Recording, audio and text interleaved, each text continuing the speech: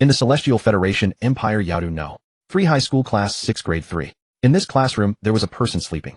Lin Xuan. Lin Xuan. Lin Xuan. The classmate sitting next to him, seeing that Lin Xuan still hadn't woken up after being called several times by the teacher, quickly used her slender white fingers to nudge him. Lin Xuan, wake up.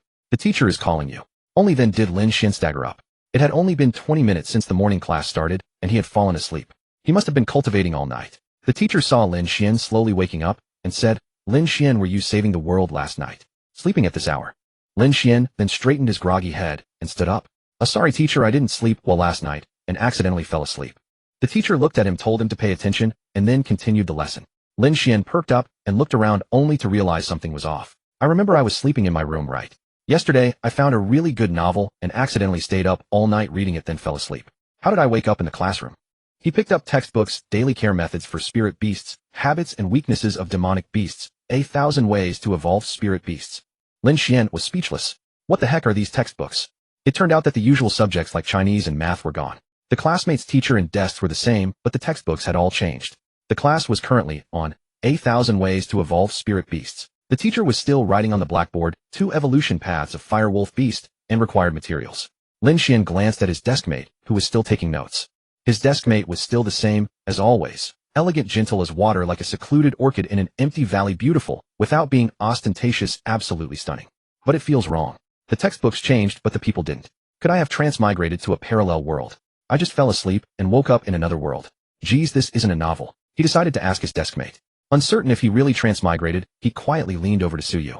He whispered, Suyu, what's the deal with these spirit beasts and demonic beasts? When did they appear in this world? Suyu furrowed her elegant brows in speechlessness, then whispered back. Lin Xuan, did you sleep too much? Spirit beasts and demonic beasts have appeared for over 400 years. In 2050, the world changed dramatically and spiritual energy revived. Plants and animals mutated, becoming fierce and powerful, attacking humans. At that time, humans couldn't tame beasts like now and were defeated repeatedly. Then the pioneers of our Tianqiao Empire accidentally developed techniques to control beasts, turning the tide. Only then did humans establish the Tianqiao Alliance Empire and survive until now. Lin Xuan was speechless. I really did transmigrate. Originally, Lin Xuan lived on Blue Star with a younger adopted sister 3 years younger, brought home by his father when he was 6. When he was 15, his parents died in a car accident on the way back to their hometown, leaving him and his sister a house and several million in savings. They had lived together for years, deeply attached. Now he longed to go home and see if his sister existed in this world. After school in the afternoon. Suyu, I have something urgent, I'll go home first. He immediately grabbed his backpack as if to leave. Suyu saw Lin Xuan about to leave, quickly grabbed his clothes and said, let's go together. Why so urgent? We usually go home together, don't we? Okay, fine, let's go. Seeing Suyu holding him, Lin Xuan agreed, figuring it wasn't that urgent. On the way home, Suyu said thoughtfully, Lin Xuan, what's wrong with you today? You've been dazed since the teacher woke you up this morning. Seeing Suyu ask about this, he thought, should he directly say he accidentally fell asleep and woke up in this parallel world? She definitely wouldn't believe it. He composed himself and replied teasingly, oh, it's because of you. I dreamed of you last night, and it messed up my sleep. Suyu blushed upon hearing this and said, humph, as if it's true. I know you too well, you always say sweet things. The two chatted idly as they slowly walked home. Turning a corner, they entered a very clean and tidy street. After another 100 meters, they were home. Lin Xuan and Suyu lived very close, right across from each other. Suyu, I'm going home. See you tomorrow. Suyu smiled back. Okay, see you tomorrow. Lin Xuan opened his front door and immediately saw his sister watching TV in the living room. She had shiny black hair tied in 2 twin tails, large clear dark eyes, soft full red lips, a delicate small nose, a lively and mischievous beauty. His sister saw him come back, got up, and ran over to hug him. Brother, you're back. I'll go wash the vegetables and cook. Today, I made your favorite fried chicken. Lin Xuan lovingly patted his sister Lin Xuan's head and said, okay, I'll help you cook the rice. Watching his sister cooking in the kitchen, his anxious heart finally settled. His sister was exactly the same as in his memory. Sis, I'll go rest in my room for a bit. Call me when it's ready. Okay, go ahead, I'll call you when it's ready. Lin Xuan returned to his room and lay on the bed, looking at the room he had lived in for years, feeling it was unbelievable that he had transmigrated just like that. By the way, in novels, transmigrators always have a golden finger benefit. I should have one too. System. Ding. Successfully activated random mission system. Binding in progress. Binding successful. Reward 1 newbie gift pack. A very pleasant female voice sounded in Lin Xuan's mind. As the voice finished speaking, a visible panel appeared in front of Lin Xuan. Host Lin Xuan, level 2, spirit skills, none, equipment, none, items, none, contracted spirit beasts, none, contractable spirit beasts, 1 per 10 levels. It really exists. System, what functions do you have? Host, this system can randomly issue daily missions to the host. After completing missions, you will receive various rewards. Also, when you hunt demonic beasts and tame them, you can earn experience points. So I can level up while fighting monsters. Yes, host. There is a newbie gift pack in the system backpack. You can open it now. Ding. Open newbie gift pack. Yes. Ding. Successfully open newbie gift pack. Obtain Spirit Beast 9-tailed Sky Fox 1 talent pill. System: what do the 9-tailed Sky Fox and the talent pill do? Host: the 9-tailed Sky Fox is an S-rank spirit beast that can be contracted with you. The talent pill can improve your physique and talent. Just take it directly. The system quickly explained to Lin Xuan how humans in this world awaken the ability to control spirit beasts. In this world, everyone can become a beast tamer, awakening their own taming space. Here, when people turn 16 and enter high school, the school holds an awakening ceremony for all students. Most succeed in awakening unless they are extremely unlucky and encounter an accident during the ceremony. Host: do you want to contract the 9-tailed Sky Fox now? Yes. A hexagonal magic array materialized before Lin Xuan, emanating a mysterious pink glow. Above the array floated a spirit beast egg, its entire pink surface adorned with a vivid white 9-tailed fox pattern. Host: please place your hand on the spirit beast egg. Hearing this, Lin Xuan quickly placed his hand on the egg. This was his first time contracting a spirit beast, and he had no experience, so he decided to follow the system's advice. Suddenly, the spirit beast egg emitted a blinding pink light so intense that Lin Xuan had to close his eyes. After a brief moment, a voice sounded in his mind. Ding! Contract successful. Congratulations, host, on contracting the 9-tailed celestial fox. Spirit Beast 9-tailed celestial fox. Attribute: fire, level 2 growth potential, S maximum, cannot be increased. Talent: fire attack enhanced by 100. Skill: repelling fire ring summons a ring of fire on the target that expands outward, dealing damage and adding fire burn effect. A rare group attack. Skill evolution: no, can evolve every 10 levels, then level up. Host: the 9-tailed celestial fox is a spirit beast with extremely powerful bloodline. S grade growth potential. In this world, spirit beasts are ranked DCBAS, with D being the weakest and S the strongest. System: does the growth potential rank distinguish a spirit beast's power and attack capability? Host: your understanding is somewhat correct, but the main difference is the growth level of the spirit beast. For example, a B-grade spirit beast can reach levels 50 to 60 at most, an A-grade can easily break through 60 and reach 70 to 80, and S-grade can reach 90 to 100. Moreover, this system can provide you with the optimal growth talent progression path for your spirit beast. Hearing the system's explanation, Lin Xuan's heart surged with excitement. This was a spirit beast with the highest growth potential. Once it matured, it would surely be able to command the elements. At that moment, the spirit beast egg, still glowing with pink light, slowly floated toward Lin Xuan's arms. He reached out and caught it, examining it carefully in his hands. Cracks began to appear on the pink eggshell, one after another, gradually spreading and multiplying. Suddenly, with a crack, the egg split into 2 halves. In the middle, a tiny creature with pure white fur poked out its pink little head, curiously observing the world. When it saw Lin Xuan, it stretched out its fluffy little paw, slowly climbed onto Lin Xuan's shoulder, and licked his face with its tiny pink tongue. Squeak! Master. Oh, you adorable little thing, stop licking me first, let me have a good look at you. Lin Xuan quickly brought it down. The little creature was covered in pure white fur, with a fluffy tail whose tip was fiery red, likely due to its fire attribute. Its pink little head had 2 perky ears, making it exceptionally cute and beautiful. Little one, I'll give you a name. How about Lin Meyer? The little creature nodded happily, showing that it liked the name very much. Meyer, play by yourself for a while. I'll take you to see my sister later. She'll definitely like you too. After putting the 9-tailed celestial fox down, Lin Xuan spoke to the system in his mind. System: can I just take the talent pill orally? System: yes, host. You can take it orally. However, I recommend you go to the bathroom first, as the talent pill will induce a cleansing of the marrow. Taking it, and then showering would be best. Okay, I'll take Meyer to see my sister first, then take a shower and use the talent pill. Carrying the 9-tailed celestial fox, he left the room and went to the living room where his sister had just finished making fried chicken. Carrying the 9-tailed celestial fox, he arrived at the kitchen. Sister, look at the spirit beast I contracted. Isn't it cute? His sister placed a plate of fried chicken on the dining table and looked at the fox in Lin Xuan's arms, exclaiming in surprise. Wow, what an adorable little thing. Did you just contract it, brother? You never mentioned it before. The sister was already captivated by the 9-tailed celestial fox's beauty. To be honest, this little creature was so adorable that it could win over anyone, young or old, male or female. Yes, I just contracted her in the room. She's a 9-tailed celestial fox named Lin Meyer. Sister, play with Meyer for a while. I'm going to take a shower first. The sister played happily with Meyer. Lin Xuan picked up his change of clothes and walked into the bathroom.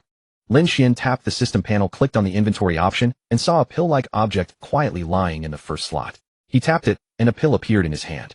Without hesitation, Lin Xuan put it into his mouth. The pill dissolved instantly, and he felt a stream of warm energy flowing through his limbs and then back to his brain. Lin Xuan felt his mind become much clearer, his body more comfortable, as if some long-blocked meridians had been opened, bringing a particularly pleasant sensation.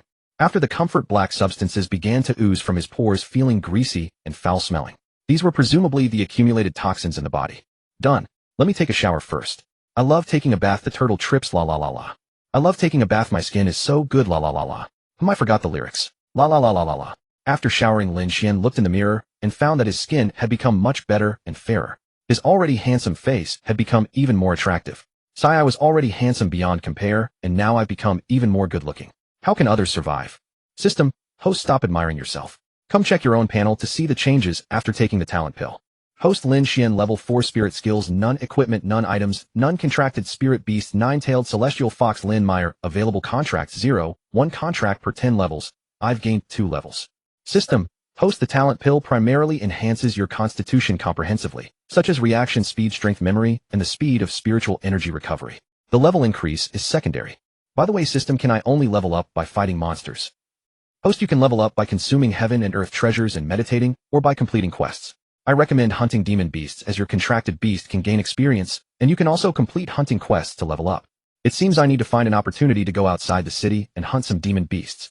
Today is Thursday. The day after tomorrow is Saturday. I'll go to the outermost area of White Mountain Demon Beast Forest outside the south gate and take a look. He put the changed clothes into the washing machine and went to the living room. This world, like Blue Star, had televisions, washing machines, and mobile phones, but the difference was that this world used spiritual energy instead of electricity. Walking into the living room, he found Mayor perched at the table munching on fried chicken. His younger sister had placed 2 drumsticks into a small dish for her. Squeak, squeak, master, the fried chicken mother made is so delicious. Squeak, squeak, Mayor loves it. Lin Xuan quickly scooped up the little one and took a seat at the dining table. Your sister makes everything quite delightful. I'm glad you like it, Mayor. But you must call her Sister Lin Xuan or simply Sister Xue. He set Mayor down so she could continue with her half-eaten drumstick. He wondered whether the little one had understood what he had just said, certainly not something she should be using just yet. Just then his younger sister finished the last soup dish. Wearing oven mitts on both hands, she carried the final plate to the table and set it down. Brother, you're done washing. Come, let's eat. It's all ready. She removed her gloves and sat beside Lin Xuan, her eyes widening in delight as she looked him over. Wow, brother, you look like a completely different person after your bath. Your skin has improved so much. Lin Xuan picked up his bowl and chopsticks and replied, I suppose it's because I recently advanced in cultivation level and was bathed in spiritual energy, which improved my complexion. Hearing this, his younger sister's face broke into a beaming smile. Her brother had grown even more handsome. She liked him the most in the world. She first picked up 2 drumsticks, placing one into Lin Xuan's bowl and the other into the 9-tailed heavenly fox's small dish before casually beginning her meal. Whenever the 9-tailed heavenly fox was mentioned, Mayor would chirp in response. In this way, the 9-tailed heavenly fox gradually integrated into this little family, becoming a cherished member. After the 2 humans and the fox finished their meal, Lin Xuan tidied up the dishes and washed them. Then he watched some television dramas with his younger sister before retiring to his room for the night. Without further ado, through the night, morning light slanted diagonally into Lin Xuan's room on the first floor. The door had already been opened by Lin Xuan, who was now gently tickling Lin Xuan's nose with the tip of her hair. Brother, wake up and eat. After breakfast, you have to go to school. Only then did Lin Xuan slowly open his eyes.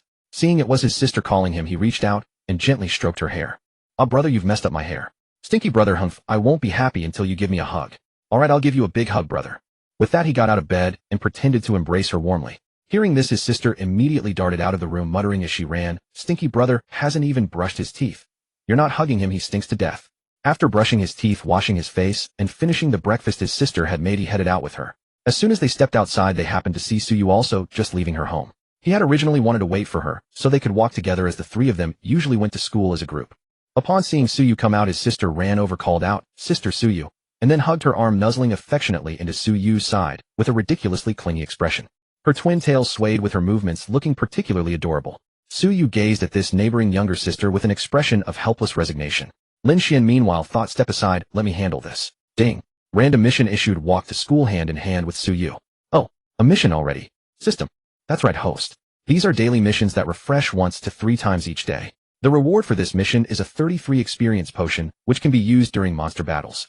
After consumption, the spiritual beast will gain an additional 33 experience from any demon slain that day. Then we absolutely must complete this. Lin Xuan, wearing a mischievous grin, sauntered over to Suyu's side and took her hand. Alright, little sister, let's go. Time for school. Only then did his sister release her grip on Suyu and raise her luminous eyes to look at Lin Xuan. Brother, I want that too. I want you to hold my hand. Soon Lin Xuan was holding one girl on each hand, leading them both along the path to school. His sister was overjoyed while Suyu wore a flustered, blushing expression. Since his younger sister attended the 9th grade at No. one middle school which was close to home. They arrived there along the way. Now only Lin Xuan and Suyu remained together. The two walked hand in hand. The boy handsome, the girl delightful to behold, like a perfect pair of golden boy and jade girl particularly eye-catching. They chatted and laughed all the way. The pedestrians on the street that early morning were treated to quite the feast for their eyes. Suyu, I seem to recall that the last time I held your hand walking to school was several years ago, wasn't it? I remember. In elementary school, we used to hold hands every day on the way. But after we entered middle school, you stopped holding my hand, Suyu said softly. When we were young, it didn't matter much, but as we grew older, we'd certainly become more mindful of what others think, Lin Xuan said, turning his face towards Suyu. Suyu gave Lin Xuan a beautifully expressive eye roll. Honestly, it's not a big deal. What others think is their business. If you like holding my hand, then just keep holding it. It would be best if you could hold my hand for a lifetime. Suyu's voice grew progressively quieter. Unfortunately for her, after Lin Xuan had consumed the talent pill to enhance his abilities, he still managed to catch her faint whisper. Lin Xuan slowly leaned close to Suyu's ear and said, "Best what, Suyu?" His gentle tone, coupled with the faint warmth of his breath blowing into her ear, instantly turned her face a deep crimson, an exquisitely beautiful sight. Suyu hurriedly lowered her head, staring fixedly at her own feet, utterly flustered and shy. Seeing this, Lin Xuan decided not to tease her any further, and they walked into the school hand in hand. Ding! Mission complete. Reward 133 experience potion. Upon arriving at the classroom, Lin Xuan took his seat, the exclusive position of an anime protagonist, and an overwhelming wave of drowsiness struck him instantly. This seat must be poisoned. The moment I sit down, I feel sleepy. Saying that, he laid his head on the desk. Just then Suyu's voice drifted into his ears. Lin Xuan, why are you trying to sleep so early in the morning? Didn't you go off to save the world again last night, just like you told the teacher? Lin Xuan looked up at Suyu and said, Suyu, it's all because of you.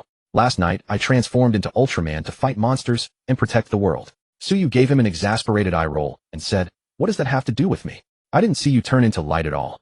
That's right, you didn't see me turn into light. But you were the little monster I was fighting. Lin Xuan said leisurely. Upon hearing this, Suyu extended her slender fair fingers and pinched the soft flesh at Lin Xuan's waist. For talking nonsense. She pinched him again, making Lin Xuan's face twitch in pain. This must be a skill all women possess. Men are terrified of it. After class began, Lin Xuan casually picked up his textbook and read it for amusement. With his mind enhanced by the talent pill, he had already achieved flawless recall. Within 2 hours, he had finished reading all the books on his desk, memorizing everything effortlessly. After finishing, Lin Xuan lay back down on his desk to catch up on sleep, since this seat came with a built-in debuff, the drowsiness status effect. By the time Suyu woke him up, it was already noon recess. Only then did Lin Xuan lazily follow Suyu to the school cafeteria for a simple lunch. The afternoon class belonged to the homeroom teacher, and Lin Xuan dare not sleep again.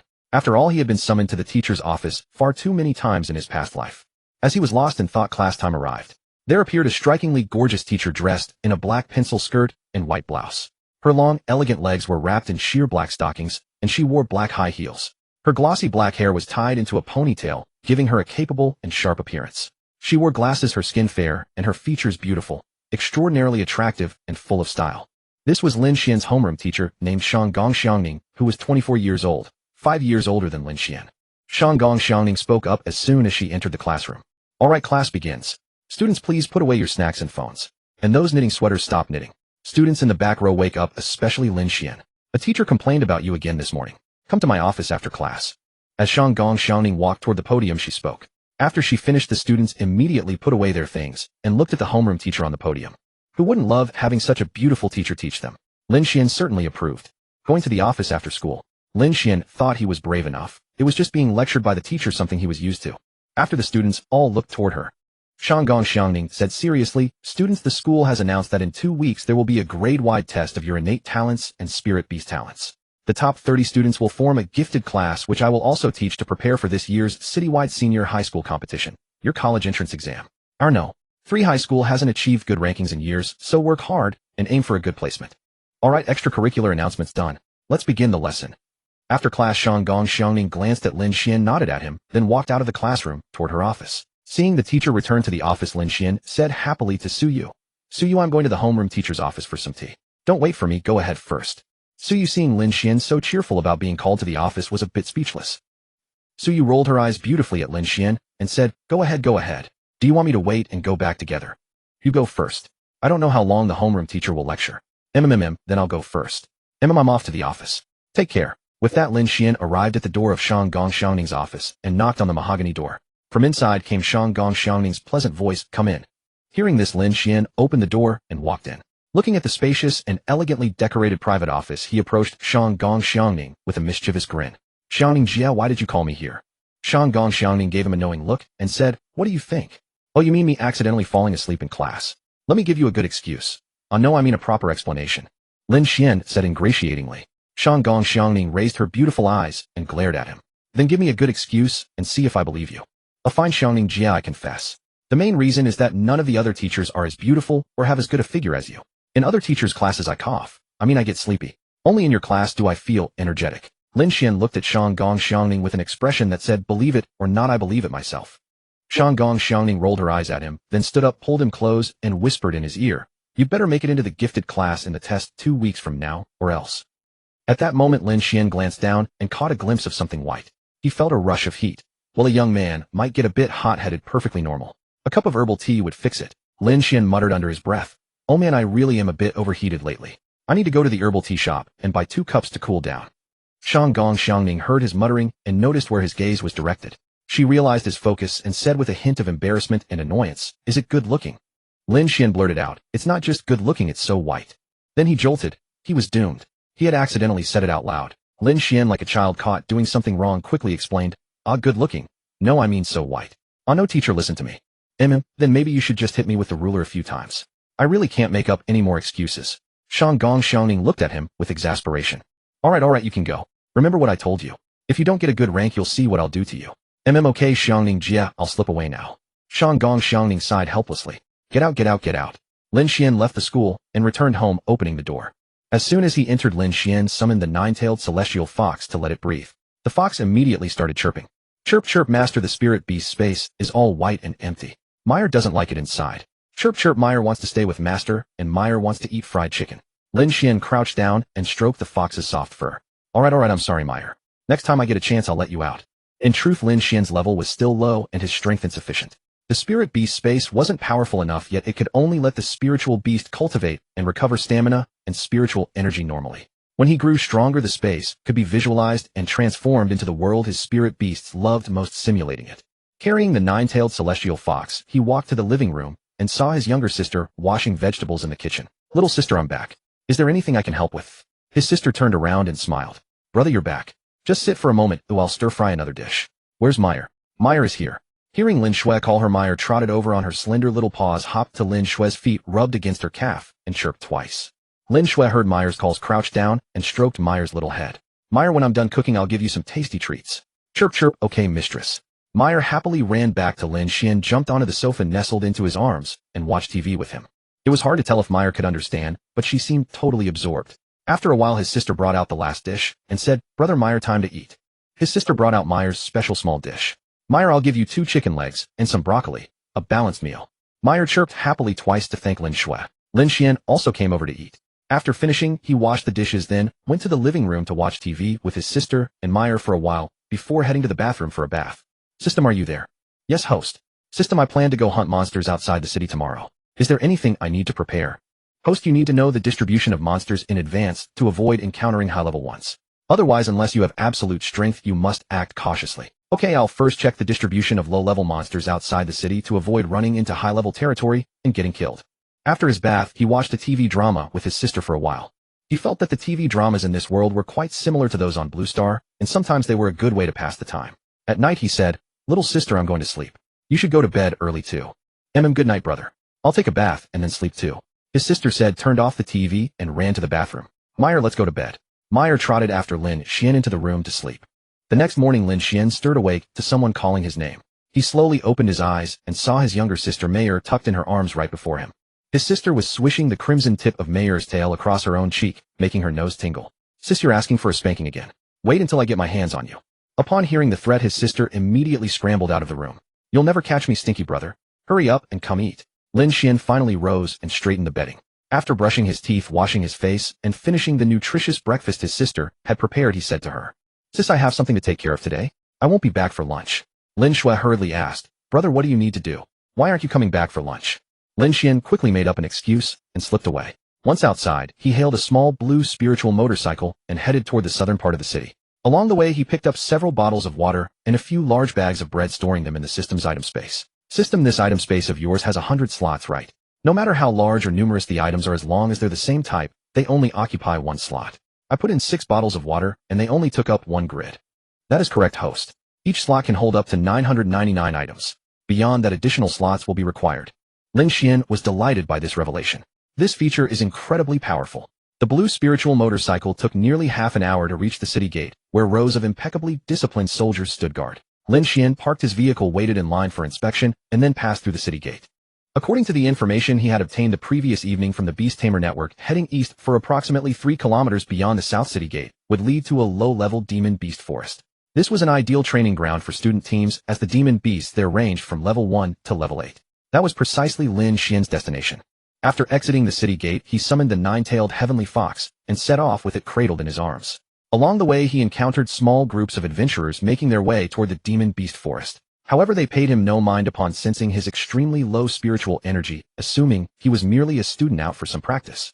After another half hour of travel, he finally arrived. Before him stretched a dense, eerily quiet jungle. Nothing stirred, yet Lin Xuan knew that appearances could be deceiving. One misstep, and one's luck could run out in this place. Once inside demon beast territory, safety could only rely on oneself. He quickly set the 9-tailed heavenly fox down. Lin Xuan felt uneasy deep down. Though the system claimed Mayer was invincible at their level, and could even overpower foes several tiers above, they had not yet witnessed it firsthand, which left a nagging doubt in his heart. Mayer, we're about to enter and hunt demon beasts. Are you ready? Chirp chirp, don't worry, master. Mayer will protect you. Good. Let's go in and stay alert. With that, Lin Xuan and Mayer stepped into the jungle together. After a peril-free stretch of walking, the dense, overgrown jungle suddenly gave way to a wider clearing. Before them lay a small basin covered mostly in lush green grass with few trees in sight. In the grassy basin ahead, several rabbit-like demon beasts could be clearly seen. Their fur was a dusty gray-black, and their mouths revealed sharp, menacing teeth. Slightly larger than ordinary rabbits, those fangs clearly belonged to a carnivore. Yet here they were nibbling tender grass blades. Ding. Mission issued: kill any 10 demon beasts.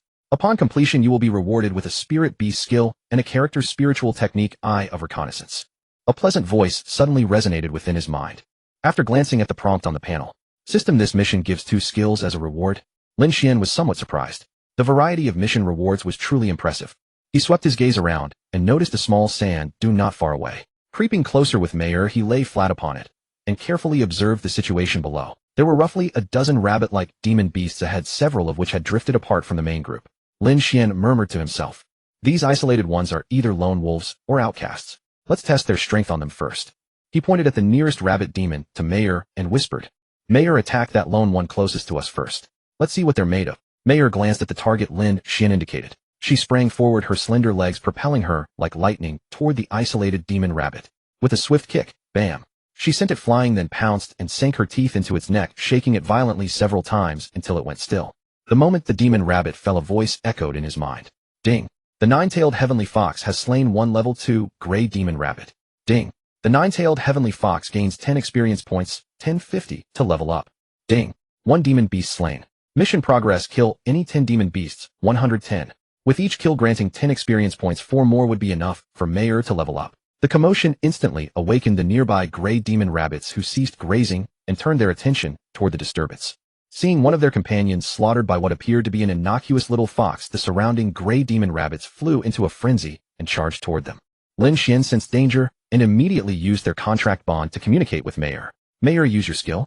Target that clustered group of 7 or 8 over there. Scatter them so the stragglers can be picked off. Mayer immediately activated her available skill, the resisting flame ring. A ring of deep crimson fire erupted from the ground beneath the clustered gray demon rabbits, instantly flaring outward and expanding in all directions at tremendous speed. With a thunderous boom, the clustered demon beasts were blasted apart, flipping and crashing to the ground in disarray, becoming mere experience points for Mayer. The remaining few fared no better, fallen by Mayer's lightning-fast strikes. Thankfully, Mayer's speed had kept these low-level gray demon rabbits contained, otherwise this would not have been so effortless. The system had spoken true. Mayer was remarkably powerful. Hunting these weakest of demon beasts was like child's play. Ding! The 9-tailed heavenly fox has slain 14 level 2 gray demon rabbits. Ding! The 9-tailed heavenly fox gains 140 experience points, 150,500 to level up. Ding! 14 demon beasts slain. Mission progress: kill any 10 demon beasts, 1010. Ding! Mission complete. Rewards: 1 random spirit beast skill scroll, and 1 copy of the character's spiritual technique, Eye of Reconnaissance. A panel materialized before Lin Xuan, displaying the 2 freshly acquired skill books in the system inventory. Lin Xuan first clicked the upgrade button beneath Mayer's stats. Instantly her figure grew slightly larger, and her fur became lustrous and refined. Mayer had reached level 3, 100,100 to level up. It was exactly enough for one more level. He quickly clicked again. Noticing an auto-upgrade checkbox on the button, he selected it as well. Ding! The nine-tailed heavenly fox has leveled up successfully. Current level 40,500. Lin Xuan observed that after upgrading Mayer had nearly doubled in size, now measuring about half a meter in length. Her agile, magnificent tail swayed gently, and her already beautiful fur seemed even more enchanting and alluring. Indeed, a celestial fox is especially captivating. Once Mayer reached a high enough level to transform, she would undoubtedly become a bewitching spirit. At the thought of her future transformation, Lin Xuan smiled lecherously, realizing it was still far off. Lin Xuan ran over and stroked Mayer's fur. Mayer nuzzled him comfortably. Good job, Mayer. I didn't expect your short legs to run so fast. Your speed just now startled me. Squeak, Master Mayer has leveled up. You're now level 4. Keep it up and see how high you can go. Squeak, I know, Master. I love you the most. Lin Xuan let Mayer rest, then disposed of the rabbit corpses before leisurely continuing his exploration. Exploring while checking the panel, Lin Xuan said to the system sister, use the skill book, Eye of Detection. Ding, skill book used successfully. Obtain skill Eye of Detection. After using it, the system displayed the skill's information. Lin Xuan quickly checked the description. Skill Eye of Detection level C consumes a certain amount of spiritual energy to view the target's information, provided the target is not more than 10 levels above the user. With this skill, he could now assess the strength of beasts. System sister used the random spirit beast skill scroll. Ding, please select an attribute for the skill. Oh, you can choose the attribute. I thought it would be random. Lin Xuan was pleasantly surprised. Fire attribute. Ding, obtained spirit beast fire attribute talent skill book flame armor. Skill flame armor talent skill innate, only comprehended by heaven-blessed beings. After activation, automatically absorbs fire spiritual energy from the surroundings, forming a flame armor around the body that burns all attacks, reducing damage by 50. Damn, looks like I got an incredible skill. With this, Mayer will become a tank fox. Lin Xuan blurted out in surprise. This startled Mayer, who turned back and gave him an annoyed glare. She wanted to be a graceful fox, not a tank. As Mayer leveled up, she became more enchanting. That glare from her was a perfect 10. System sister used the spirit beast talent skill book flame armor on Mayer. Ding, skill book flame armor used successfully. Mayer, who had been wagging her tail, suddenly paused. A fiery red glow radiated around her as fire spiritual energy converged, forming a flame armor before dissipating. Lin Xuan hurried to her side and asked, how do you feel, Mayer? Any discomfort? Mayer pawed at his pant leg. Squeak, Master, I feel great. My body is warm and comfortable. Good to hear. They walked a bit further and arrived at a small stream where they saw several figures in the distance. They quietly crept over and hid in a dense thicket. Two heads suddenly emerged from the grass by the stream. Lin Xuan and Mayer peeked out and saw 5 beast-like creatures on the opposite bank, sharp fangs, black bristles resembling pigs. Ding, quest released, kill 50 beasts of level 3 or above. Reward 50 of current level experience. Finally, a quest to gain experience for myself. Lin Xuan thought, give me more of these quests. He quickly used the skill, Eye of Detection. Beast, black bristle boar attribute earth level 3, growth potential D, can advance skills none. 5 level 3 beasts, seems manageable. Ambush with a skill first, then close combat. With Mayer's flame armor reducing damage and her speed, she's unlikely to get hurt. Mayer used the skill, repelling fire ring first. If any survive, finish them off. Remember to activate flame armor and stay safe. After instructing Mayer, Lin Xuan remembered the experience potion from yesterday's quest. System sister, I recall there's a 33 experience potion in my backpack. Use it, I forgot earlier. Ding, experience potion used successfully. Alright, Mayer, move. Mayer squeaked and channeled spiritual energy to use repelling fire ring. The boars drinking by the stream were suddenly struck by a fiery blast. With a loud boom, the attack instantly killed the 3 boars at the center, leaving the remaining 2 barely alive. Mayer delivered a few kicks, ending the fight. Ding, nine-tailed celestial fox killed 5 level 3 black bristle boars. Ding, nine-tailed celestial fox gained 100 experience, 100,500. Watching Mayer cleanly dispatch the boars, Lin Xuan quickly collected the carcasses, storing useful materials in the system inventory. After resting, they continued along the stream, exploring slowly. Beasts were likely abundant near the water source, as there was little water elsewhere. Lin Xuan and Mayer advanced along the stream, occasionally peeking out from the grass. They used Eye of Detection on any beasts they spotted. They fought those between levels 3 and 5, but retreated from level 6 beasts and found a detour. They continued this cycle: explore, find targets, fight, rest, then repeat. When hungry, they ate bread. When thirsty, they drank bottled soda. Ding, nine-tailed celestial fox killed 25 level 4 mountain wolves. Ding, nine-tailed celestial fox killed 35 level 3 black bristle boars. Ding, nine-tailed celestial fox killed 25 level 4 walking birds.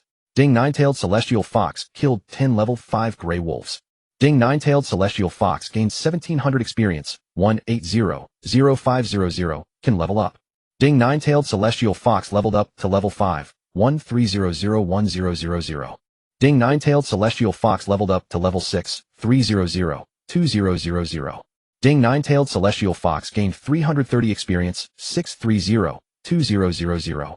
Ding, quest completed, kill 50 beasts of level 3 or above, 5050 keks 2. Reward 100 of current level experience. Ding, host leveled up to level 5. After nearly half a day of battle, Lin Xuan and Mayer were utterly exhausted. Fortunately, the Spirit Beast skill book obtained from the early quest had yielded a great skill flame armor. During the fights, Mayer was hit several times, but only knocked back. Without the 50 damage reduction, she might have been injured today. That skill was incredibly useful. Alright Mayer, let's head back. That's enough for today. Squeak. Okay, master.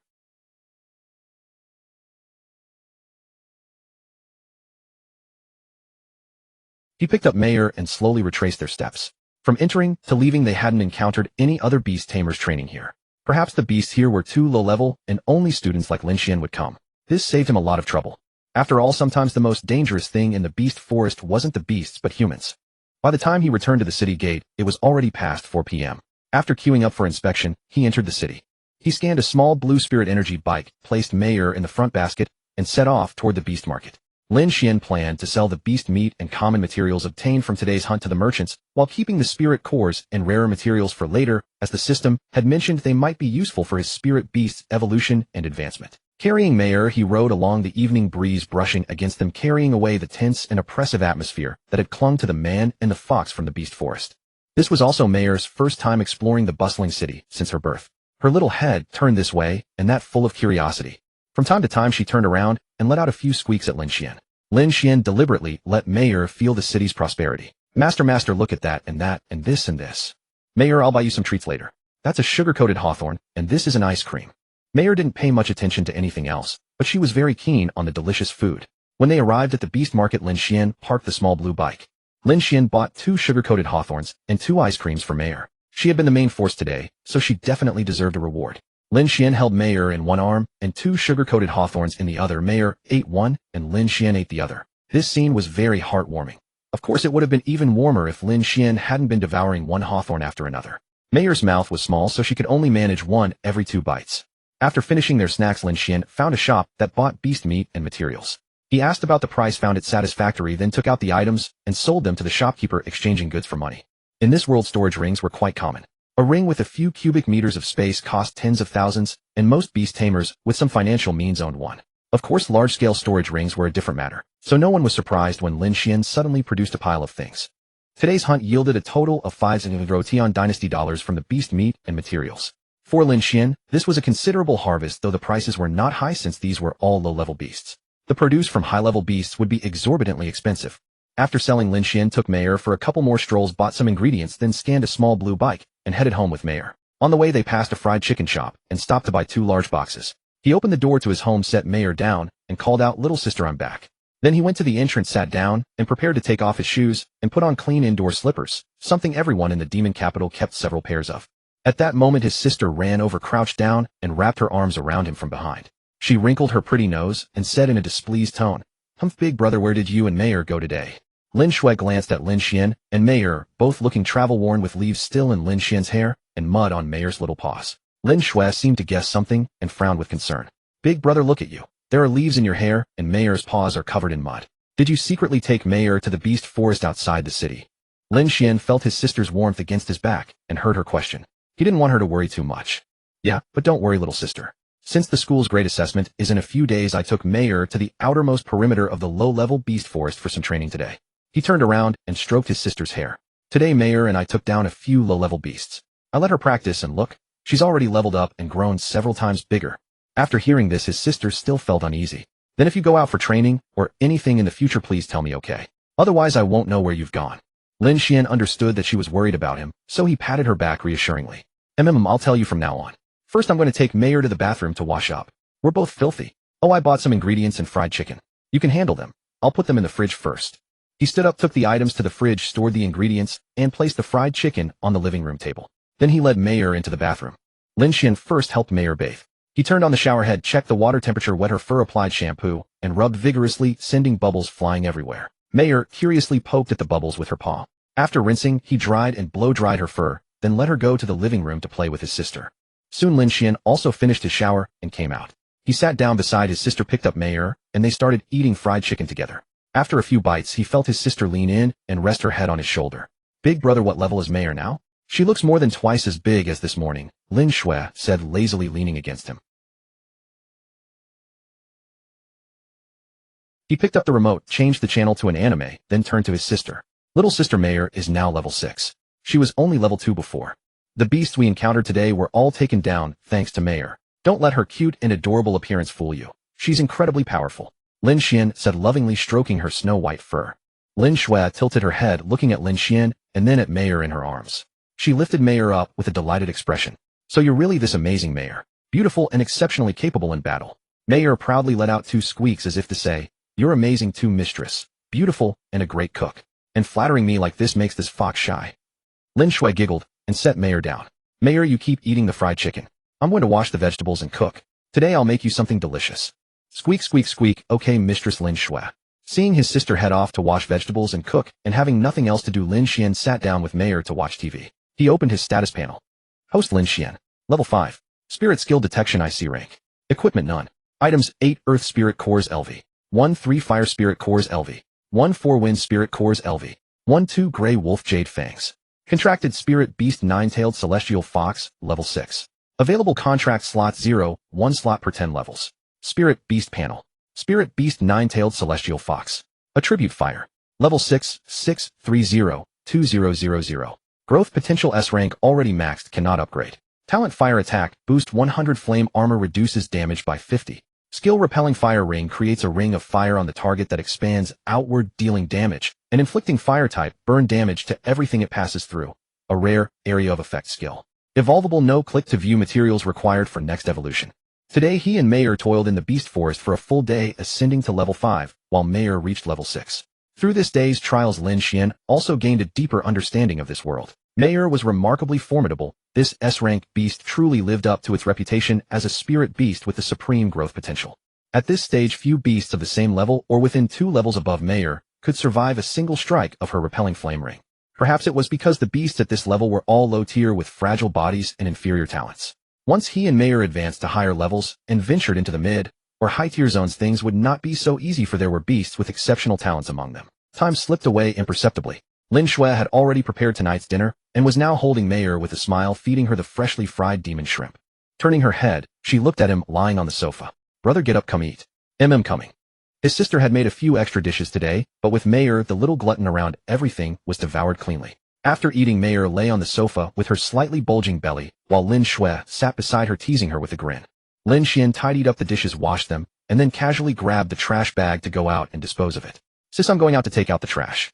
With that, he stepped out. After throwing away the trash, he ran into Suyu on his way back and dragged her home.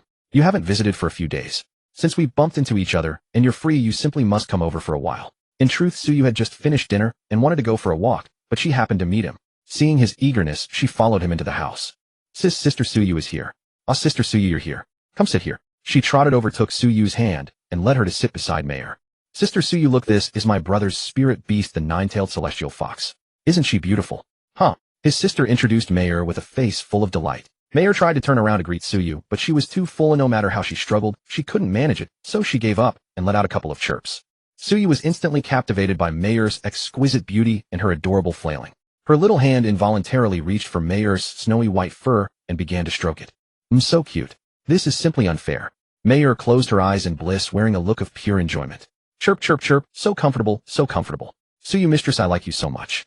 Lin Xuan. Perhaps Mayor considered any beautiful woman close to Lin Xuan as his mistress. Lin Xuan shamelessly approved.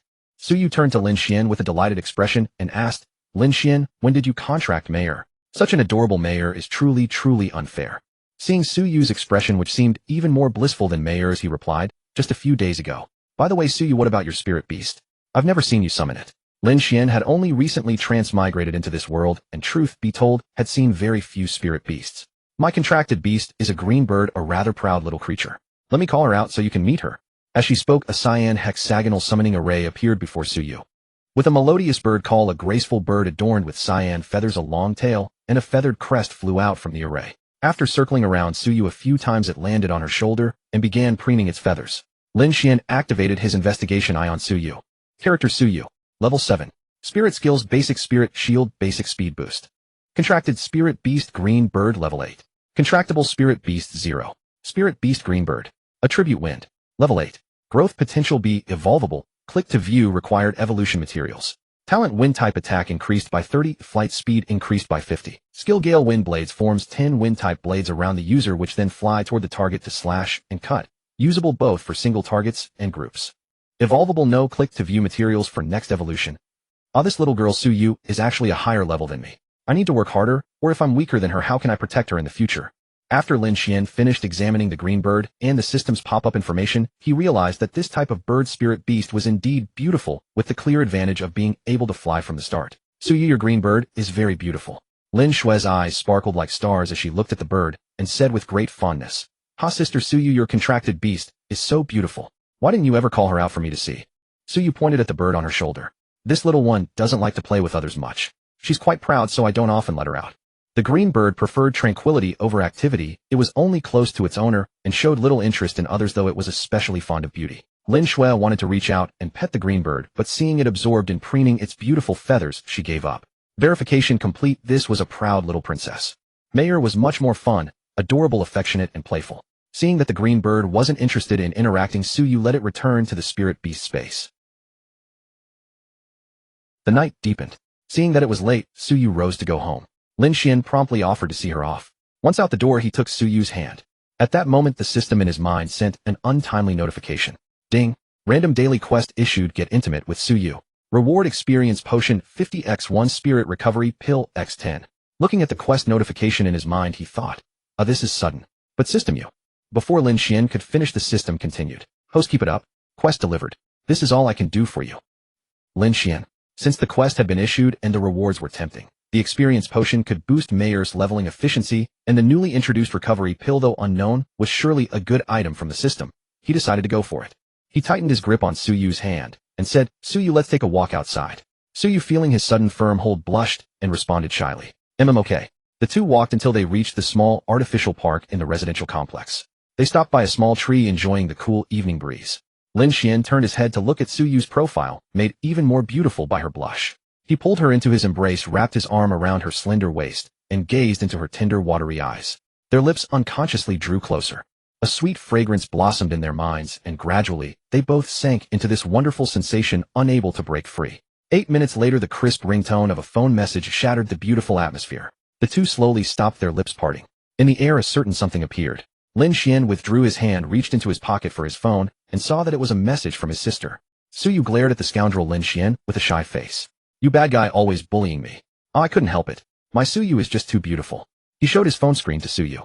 "Sis was just asking when I'll be back. Come on, I'll walk you home." With that, he took Suyu's hand and headed home. Ding! Random daily quest completed. Kiss Suyu. Ding! Reward received experience potion 50x1 spirit recovery pill x10. In the dead of night, Lin Xuan lay alone in his room, staring blankly at the ceiling. Today, Meyer had gone to sleep in his younger sister's room with her. System, what are the effects of the spiritual energy recovery pill?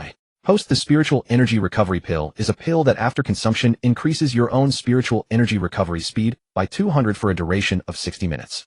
It can be used by both spirit beasts and humans. Then if we go hunting demon beasts tomorrow, I can give it to Meyer. The next day was like any other, except his sister was exceptionally bold. After making breakfast, she ran to his room, climbed onto his body, and used her hair to wake him up. Well, she succeeded in waking him, but she also got a free face wash. Lin Xuan's sneeze sent her scurrying off to wash her face again. Sister, today I plan to take Meyer to the low-level beast forest for more training, just like yesterday.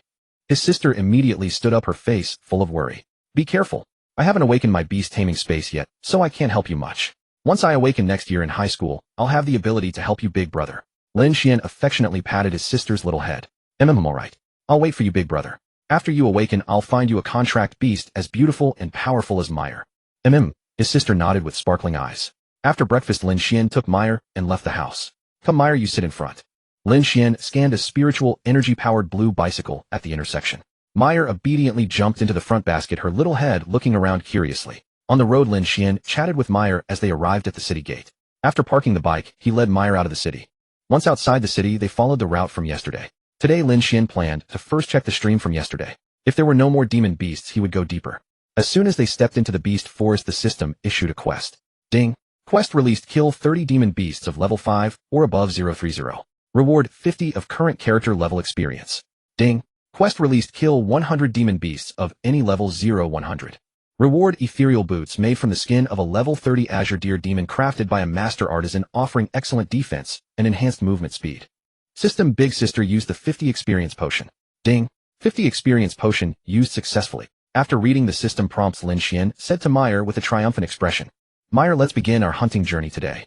Squeak. "All right, master, this fox has been ready for a long time." They made their way to the stream from yesterday without any trouble. Today there were significantly fewer demon beasts by the stream, though a few still came to drink. Not far ahead of Lin Xuan, 3 gray wolves were leisurely sipping the sweet, clear water. Demon Beast Gray Wolf Attribute Wind Level 5 Growth Potential Degrade Evolvable Skill Wind Speed absorbs wind elements in the air to enhance movement speed.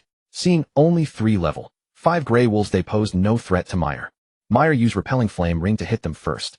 Suddenly the once peaceful streamside erupted with a loud boom. The 3 gray wolves were instantly blasted away. Ding.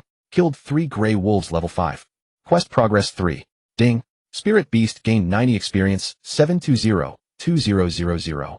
Seeing the 3 unfortunate wolves instantly killed by Meyer's skill, he took out a spiritual energy recovery pill and gave it to Meyer. "Here, Meyer, eat this good treasure." Meyer ate it immediately. "Squeak, master, it's a bit sweet." Let's go, Meyer. Let's patrol the entire stream." With that, he led Meyer to collect the wolves' bodies and then circled the stream.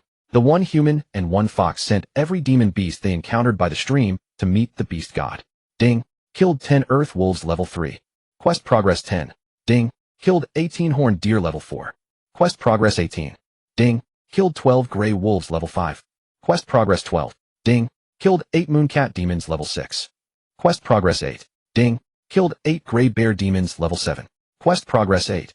Ding. Spirit Beast gained experience 225, 405, 360, 300, 600, 26, 102000. Level up available. Ding. Spirit Beast upgraded to level 7, 610, 4000. Ding. Quest complete. Kill 30 demon beasts of level 5 or above 3130. Reward 50 of current character level experience. After patrolling the entire stream and clearing all the demon beasts encountered, Lin Xuan noticed it was almost noon. He and Meyer had a simple meal of bread bought from the bakery in the morning along with some drinks. Eating bread all the time wasn't ideal. Next time he would bring some seasonings and roast meat directly. After resting and eating, they set off deeper into the forest. They advanced cautiously, stopping and starting. Lin Xuan arrived at the foot of a mountain. About 300 meters away stood a large tree with a massive bird's nest big enough to comfortably hold 5 of him. In the nest there were 2 golden cyan beast eggs and an eagle-like demon beast the size of an adult human. Lin Xuan quickly used his appraisal. Demon Beast Golden Carved Eagle Egg Contractable Attribute Wind and Metal Level 1 Growth Potential B Grade Evolvable Skills to be unlocked. Demon Beast Golden Carved Eagle Attribute Wind and Metal Level Growth Potential B Grade Evolvable Skills. Seeing that the beast's level and skills were all question marks, it meant it was at least 10 levels higher than him. That is a level 16 or above demon beast. How could such a creature be in this low-level beast forest? Time to scram. He couldn't afford to mess with that one. Lin Xuan immediately and carefully retreated into the nearby grass, terrified of making a sound and alerting the beast. Just as Lin Xuan and Meyer were about to detour, the golden carved eagle suddenly let out a loud cry, scaring both of them so much that their hearts pounded. It turned out the eagle was about to go hunting, and its cry was meant to intimidate nearby beasts. Once the eagle flew far away, a bold idea struck Lin Xuan. Should he play the egg thief? No sooner said than done. He decided to go for it. The bold survive, the timid starve. Meyer, let's go steal his monkeys. No, steal his bird eggs. That guy scared us just now. With that, he and Meyer ran to the base of the tree. By the time Lin Xuan climbed to the nest, Meyer had already been waiting for over 10 seconds. He grabbed the 2 golden eagle eggs and stored them in his system backpack, then said to Meyer, "Get down the tree quick. Let's go. This eagle has incredible eyesight. It can spot us from about 5 kilometers away." They descended and ran in the opposite direction from where the eagle had flown. After running for several kilometers, they found a relatively safe spot to rest. Meyer, exciting, isn't it? Steal and run. We hit the jackpot this time. 2 B-grade spirit beast eggs, and flying types at that. Lin Xuan gave Meyer a spiritual energy recovery pill and took one himself. Today he had given one to Meyer after each dose wore off, and with this one they had used 6 in total. After taking the pill, he felt the flow of spiritual energy in his body quicken several times over. The spiritual energy in the air rushed into him, and within moments the energy he had used was fully restored. Let's go, Meyer. While we still have time, let's hunt more demon beasts to level up. Squeak. Hom. Let's go. The one human and one beast advanced slowly, and every demon beast they encountered met its end. Ding. Killed 13 gray wolves level 5. Quest progress 13. Ding. Killed 11 mooncat demons level 6. Quest progress 11. Ding. Killed 6 gray bear demons level 7. Quest progress 6. Ding. Spirit beast gained experience 390 412 450 1862 4000. Ding. Quest complete. Kill 30 demon beasts of level 5 or above 3130. Reward 50 of current character level experience. Ding. Host leveled up to level 6. Slowly Lin Xuan spotted a cave in the distance. He sensed it might be inhabited by a demonic beast. Approaching the cave, Lin Xuan stealthily peered inside. He immediately noticed several arm-thick emerald green serpents and quickly activated his reconnaissance eye. Beast Emerald Scale Serpent. Attribute Wood. Level 8. Growth potential D rank upgradable. Skill Emerald Scale Venom, a highly toxic venom secreted by the Emerald Scale Serpent requiring injection into the target's body to take effect. Mayor, come here. We've got business. 5 level, 8 serpent demons. Just blast them with your skill. Don't engage in melee this time. After the blast will finish off any survivors. These serpents are venomous. One bite, and we're done for. Here, take this spiritual energy recovery pill first. After eating it, blast them. Squeak squeak, yes master. Mayor will eat, and then blast them. After eating, Mayor unleashed a repelling flame ring at the serpents inside the cave. With a booming crash, the 5 serpents turned into experience. Perhaps these serpents were naturally afraid of fire, and their attribute was suppressed by Mayor's. One skill was enough to wipe them out. Ding. Killed 5 level, 8 emerald scale serpents. Quest progress 5. Ding. Spirit beast gains 750 experience, 26124000. Just as Lin Xuan stood up to descend into the cave and check the materials dropped by the emerald scale serpents, he heard a rustling sound from within, as if something was crawling out. Mayor, we've got a situation. It looks like we stirred up a hornet's nest. Get ready to use a skill or run. Within 5 seconds, a massive swarm of emerald scale serpents poured out from the cave entrance. At a glance, it was a sea of emerald green. Lin Xuan scanned the area and estimated roughly 70 to 80 of them. Mayor quickly hit them with one blast, then we retreat from the entrance. When they crawl out, hit them with another blast, and then we run. Without hesitation, Mayor unleashed a repelling flame ring in the densest area of the serpent swarm. After casting, she followed Lin Xuan as they ran to a crooked tree about 30 meters from the cave entrance, watching the opening intently. Ding. Killed 13 level, 8 emerald scale serpents. Quest progress 13. Ding. Spirit beast gains 1950 experience, 4562 4000. Upgrade available. Ding. Spirit beast successfully upgraded to level 8, 56210000. Ding. Quest kill 100 arbitrary demonic beasts completed, 100,100. Quest reward Voidlight boots crafted from the hide of a level 30 Azure Deer demon by a master craftsman, offering excellent defense and enhanced agility. Mayor, great job. That blast took down 13 serpents. Squeak squeak, Master, look, they're coming out. Mayor, when I tell you to use a skill, do it. After that, we'll head back the way we came. There are too many of these emerald scale serpents. The 2 of us are no match. We're outnumbered. Lin Xuan stared fixedly at the cave entrance. Seeing about 30 emerald scale serpents already crawling out, he immediately shouted to Mayor, now. Hit them right in the middle of the swarm. As he spoke, he mentally commanded the system equipped the Voidlight boots. Ding successfully equipped Voidlight boots. Seeing Mayor release her skill, he quickly infused spiritual energy into his feet, dashed over, scooped her up, and charged back in the direction they came. If not now, then when? Lin Xuan, don't come any closer. Emerald scale serpent, won't you just stop running? As he ran, he kept glancing back. Seeing the emerald scale serpents in hot pursuit, he gritted his teeth and pushed on. Fortunately, the Voidlight boots boosted his speed, making him considerably faster than the serpents, though the spiritual energy consumption was high. If not for the lingering effect of the spiritual energy recovery pill, he would have collapsed long ago. Gradually, the emerald scale serpents, unable to catch him, slunk back in defeat, returning to their lair. Seeing that no serpents were chasing him anymore, he ran a bit further to be safe. He spotted a small stream, decisively crossed it, and plunged into a familiar thicket on the opposite bank, hiding himself. He set down Mayor, took out a spiritual energy recovery pill, and swallowed it himself. Lin Xuan sat down to meditate, his face still pale with fear. He had been running with all his might. His stamina and spiritual energy were almost completely drained. Only then did he have the chance to check the system notifications that had just flooded his mind. Ding. Killed 21 level, 8 emerald scale serpents. Quest progress 21. Ding. Spirit beast gains 3,150 experience, 371210000. Upgrade available.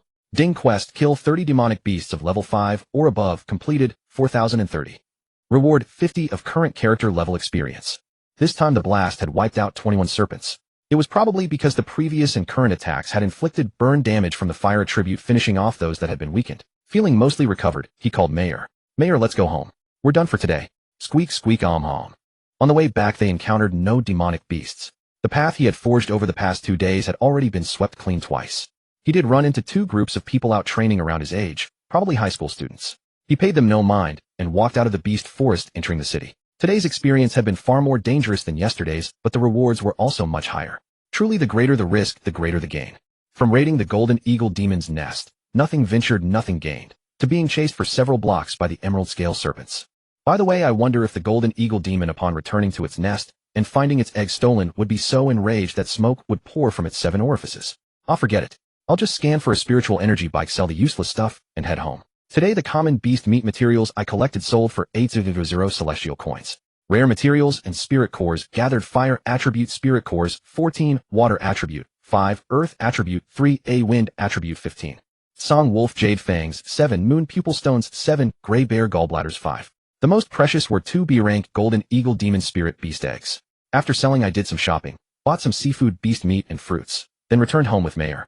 When he got home he found his sister was not there. She was probably at her best friend's or Suyu's place. He had come back earlier today. It was only around 3 p.m. First he took Mayor to the bathroom and gave her a bath. Then he took a good refreshing shower himself. System show my personal panel. Host Lin Xuan. Level 6, 50 experience. Spiritual skill reconnaissance, IC rank. Equipment void light boots, speed 30, damage reduction -10. Items level, 1 water spirit core x5 a level, 1 fire spirit core x17 level, 1 earth spirit core x11 a level, 1 wind spirit core x19 spiritual energy recovery pill x2, Song wolf jade fong x9, moon pupil stone x7, gray bear gallbladder x5, B rank golden eagle demon spirit beast egg x2. Contracted spirit beast 9-tailed celestial fox, level 8. Available contract slot 0, 1 slot per 10 levels. Spirit beast panel. Spirit beast 9-tailed celestial fox. Attribute fire.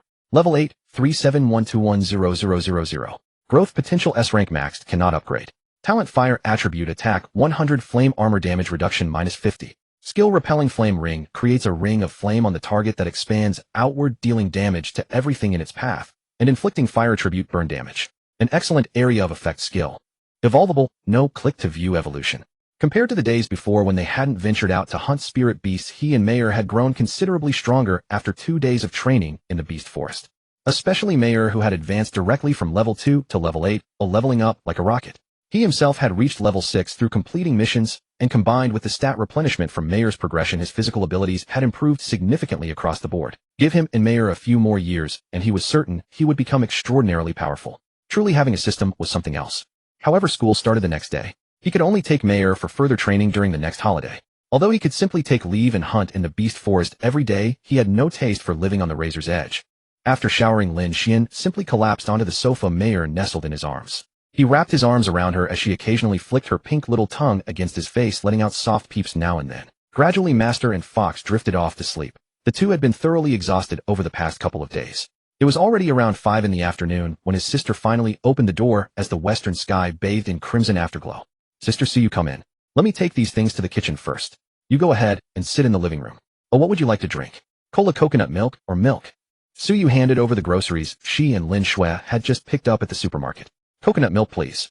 Lin Xuan and Suyu changed into indoor slippers and stepped inside. Noticing Lin Xuan and Mayor asleep on the sofa, both women silently agreed not to disturb them and retreated to the kitchen to wash vegetables and prepare dinner.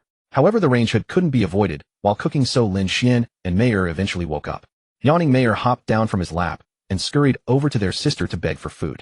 He, on the other hand, went to the washroom and splashed his face before heading to the kitchen.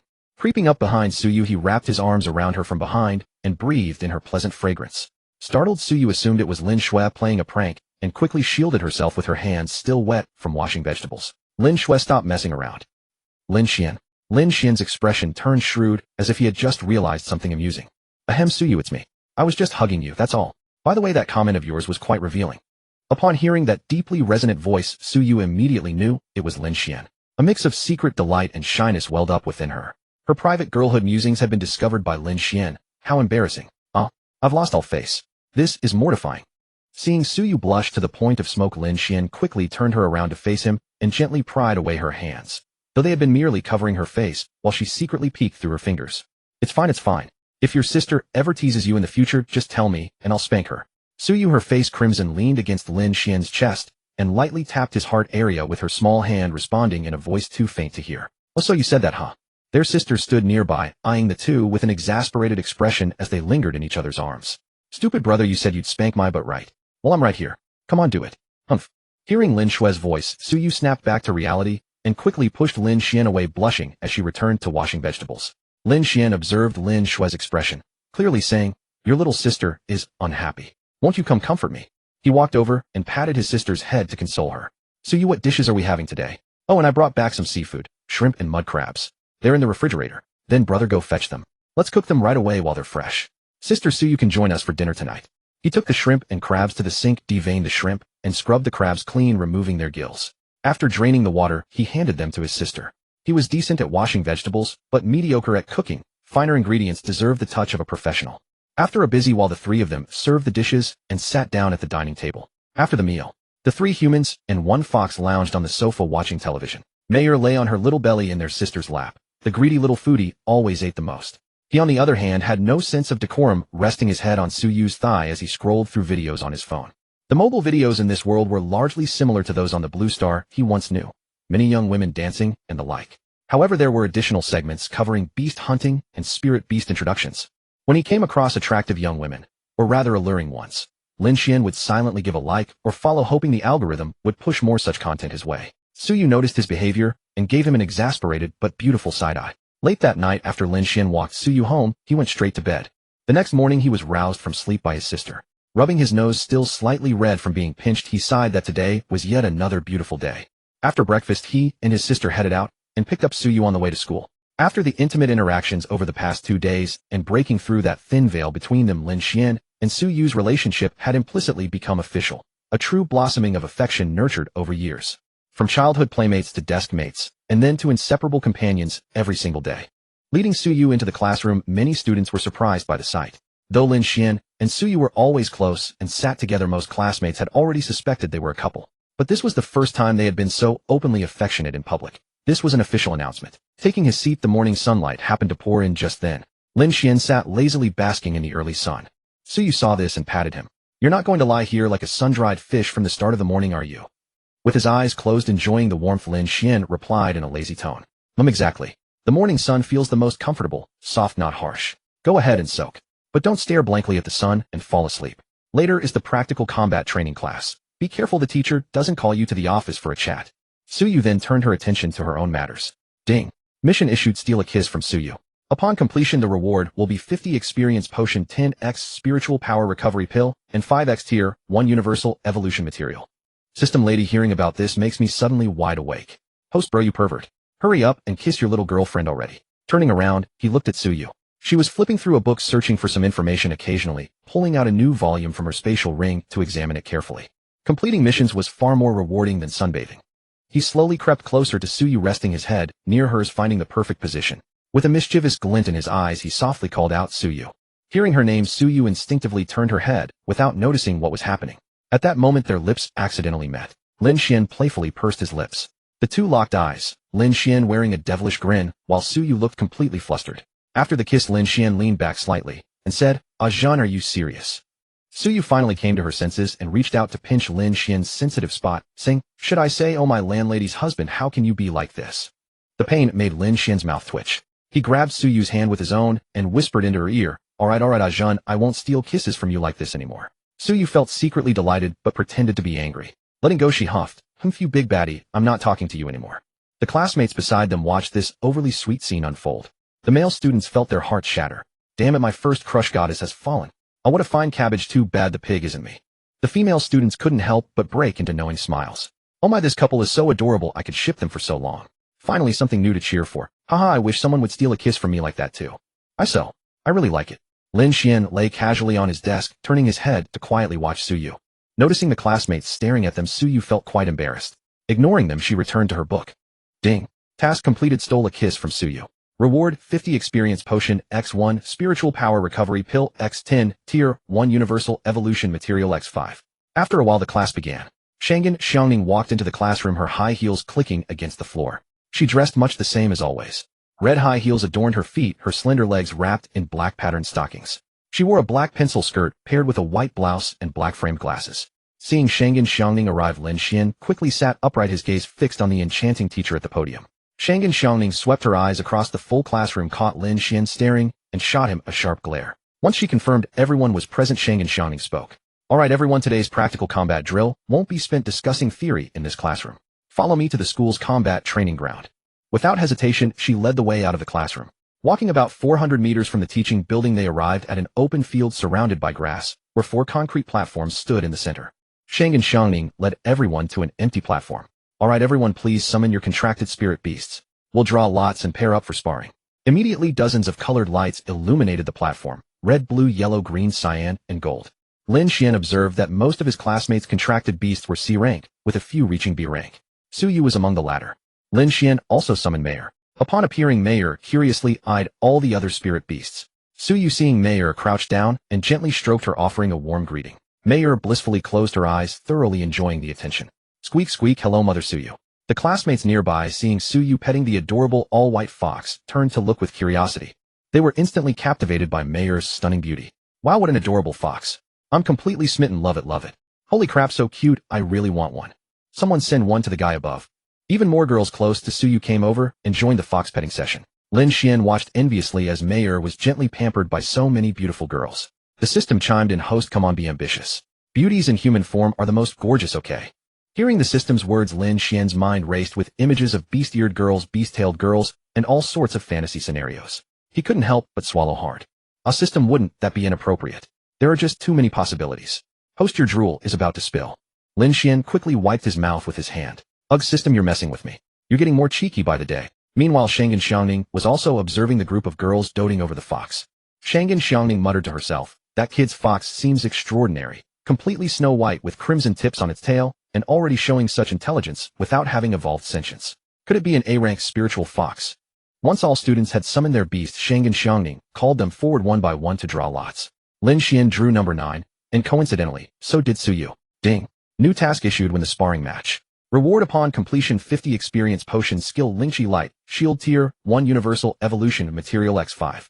After checking his number against Su Yu's, Lin Xuan said, Su Yu, you're 9, and I'm 9 too. How about we make a bet? What kind of bet?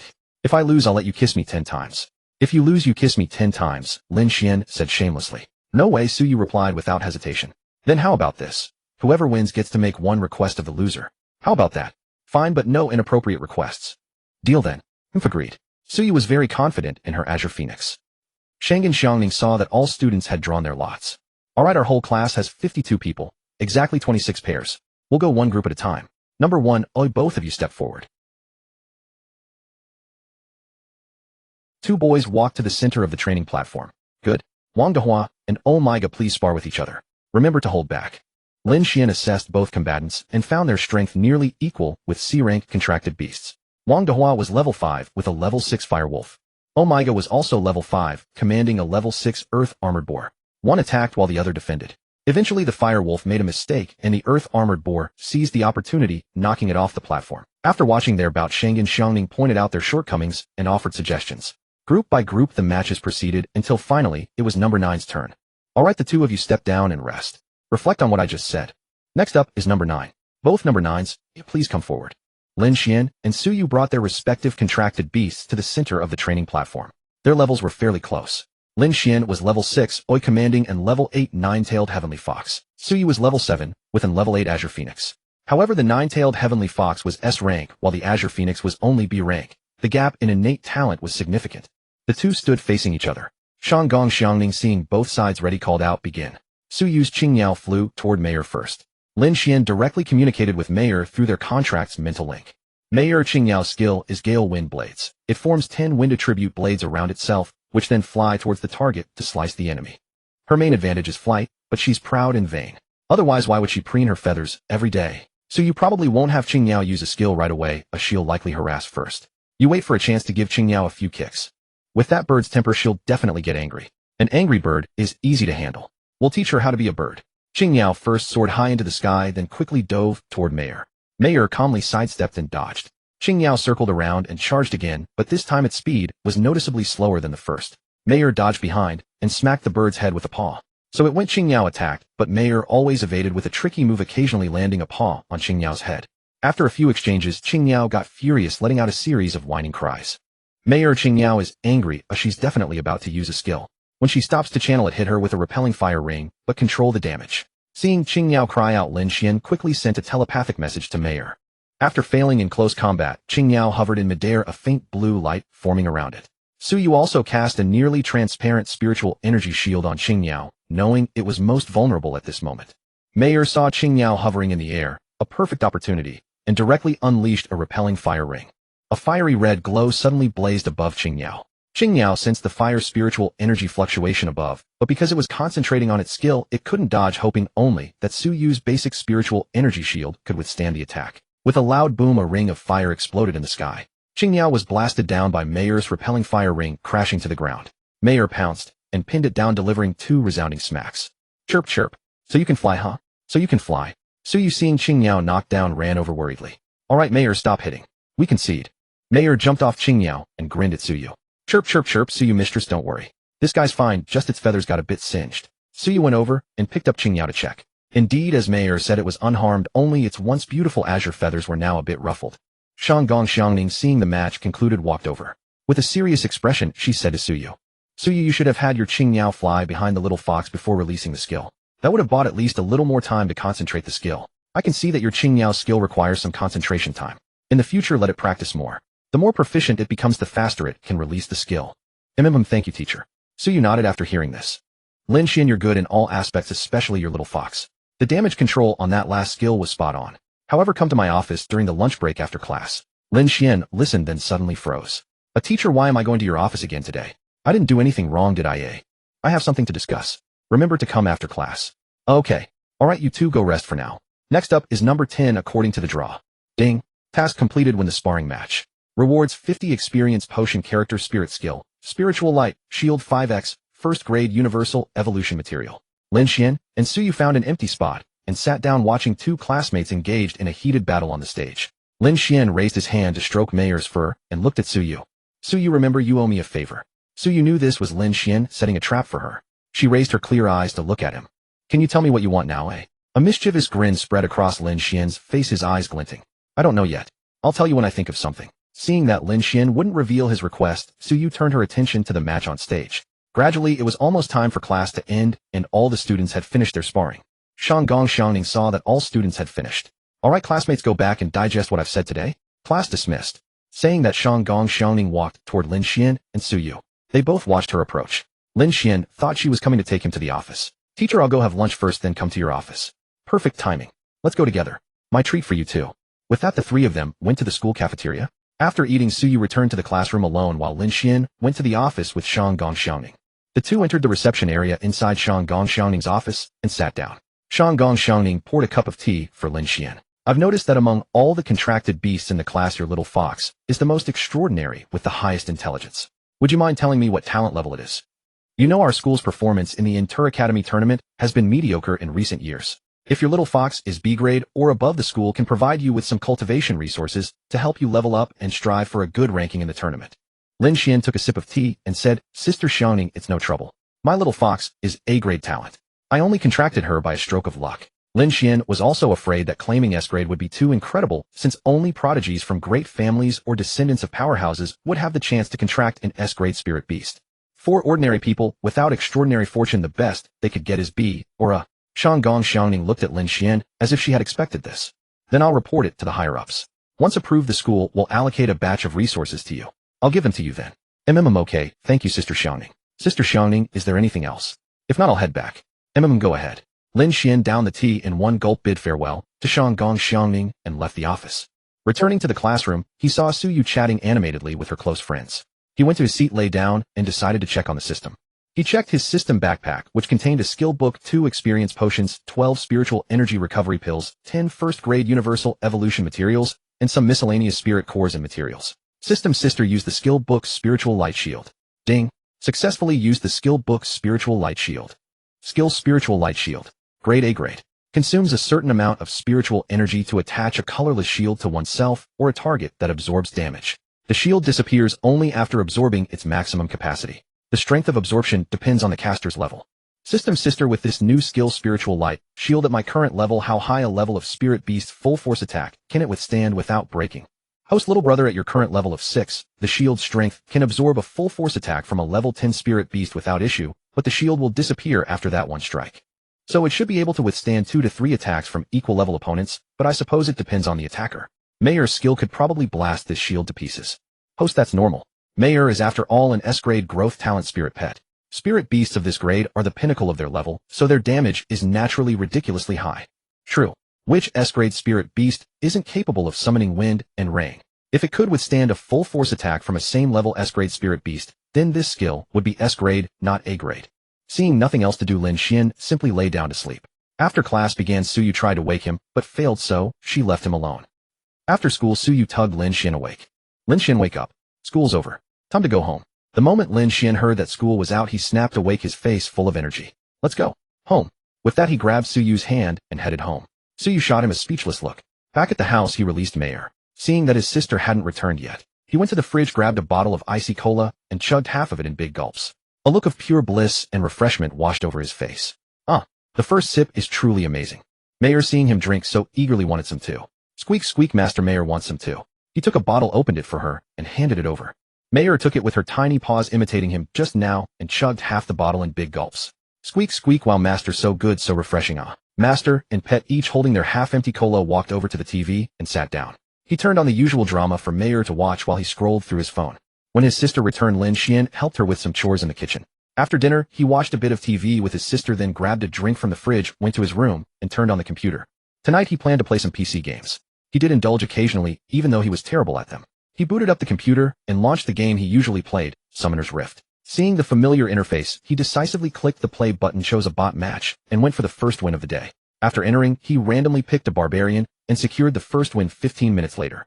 With the first win secured, he immediately clicked to start matchmaking. Entering the game interface, he began his journey of getting slaughtered. That night he logged off in shame, though he was glad he'd had the foresight to grab the first win. This batch of teammates is really useless. I tried my best not to feed, but I still couldn't carry them to victory. He shut down the computer and went asleep. The next day, Shang Gongxiangning called Lin Xuan to her office and handed him the resources allocated by the school. It was a batch of spirit cores for cultivating spirit beasts and 1 Tianqiao dollars. Since Mayor was a fire type, the school gave her 50 tier 1 fire type spirit cores. But Mayor had always leveled up by hunting monsters. She had never tried cultivating with spirit cores. He summoned Mayor from the spirit beast space and gave her the 17 tier 1 fire type spirit cores from his backpack, telling her to eat them and try cultivating. It took half a day for Mayor to absorb the 17 spirit cores, granting her a total of 1700 experience points. Still, it wasn't as fast as hunting monsters. Maybe higher level spirit cores would give more experience. The spiritual energy in tier 1 cores was really meager, but it was better than nothing. Looking at the remaining 50 tier 1 fire type spirit cores from the school in his backpack, Lin Xuan planned to give Mayor 10 cores each day for the next few days to cultivate. Thus 3 days passed in a blink. During these 3 days, Lin Xuan had nothing special to do, just daily classes and bickering with Suyu after school. He also completed a few daily quests, earning 2 bottles of 50 experience potion, 15 tier 1 universal evolution materials, and 20 chi recovery pills. After returning home, that day Lin Xuan held Mayor and rested his head on Lin Xuan's lap. System, open the character panel. Host Lin Xuan, level 6, 50 EXP spiritual skills detection, IC grade spiritual light, shield, A grade equipment, void boots, speed 30, damage reduction, -10, items, 50 EXP potion, X 4 tier, 1 universal evolution material, X 25 tier, 1 water spirit core, X 5 tier, 1 fire spirit core, X 20 tier, 1 earth spirit core, X 11 tier, 1 wind spirit core, X 19, chi recovery pill, X 32, Songlong Fong, X 9, moon eye stone, X 7, gray bear gall, X 5, B grade golden eagle spirit beast egg, X 2, contracted spirit beast 9, tailed sky fox LV 8, available contracts 0-1 per 10 levels, spirit beast 9, tailed sky fox, attribute fire level 8, 8 growth S grade maxed, cannot upgrade talent, fire attack 100 flame armor, -50 damage skill, repelling fire ring, raises a fire ring on the target, expanding outward to attack, dealing damage, and additional fire type burn damage to everything it passes through. A rare AoE skill, evolvable, no click to view required materials for next stage. Ding, host ICO. Combine, of course. Who would use 50 when there's 100? Ding, combination successful. You have received 100 experience potion X2. With these 100 experience potions, Mayor would definitely reach level 10 by hunting monsters tomorrow. He opened Mayor's panel to check the evolution materials required. Required materials, 20 tier, 1 fire type spirit cores, 10 pieces of hellfire obsidian, and 10 pieces of blazing stone. Fire-type spirit cores could be harvested by slaying fire-type beasts. Hellfire obsidian required hunting the lava armor salamander, which lived in volcanic craters. Blazing stone could be found in areas rich in fire-type spiritual energy. After reading the detailed explanation of the materials, he decided to just slack off and use the Tier 1 Universal Evolution materials from quest rewards instead. The lava armor salamander was clearly a high-rank beast. Anything with dragon in its name couldn't be low rank. Blazing stone was found in areas dense with fire energy, which were also gathering places for high-rank beasts. Given his and Mayer's current levels, they simply couldn't go to those places. The S-grade evolution materials naturally came with S-grade difficulty, but who could blame him for having a system? Tomorrow he would go straight to the Azure Scale Serpent Cave. Now that he had the defensive spiritual skill spiritual light shield, hunting them shouldn't be a problem. Plus the beasts were densely packed, they're saving him the trouble of searching. After Mayer evolved, he could go to new places or venture deeper into the old hunting grounds to train. Seeing that it was getting late, he finally lifted his head from those soft thighs. He said goodnight to his sister and went to his room to lie down and sleep. The next morning the early sun cast a warm yellow glow, ushering in a new day. After getting up and brushing his teeth, he went to the dining table. Today's breakfast was a bit more abundant: a plate of steamed shrimp dumplings, a few soup dumplings, some fried dough sticks, a bowl of plain congee, and a small dish of pickled vegetables. He picked up his chopsticks, took a big gulp of congee first, then slowly ate the rest. Sis, I don't have class today. I'm planning to take Mayer out of the city for some more training.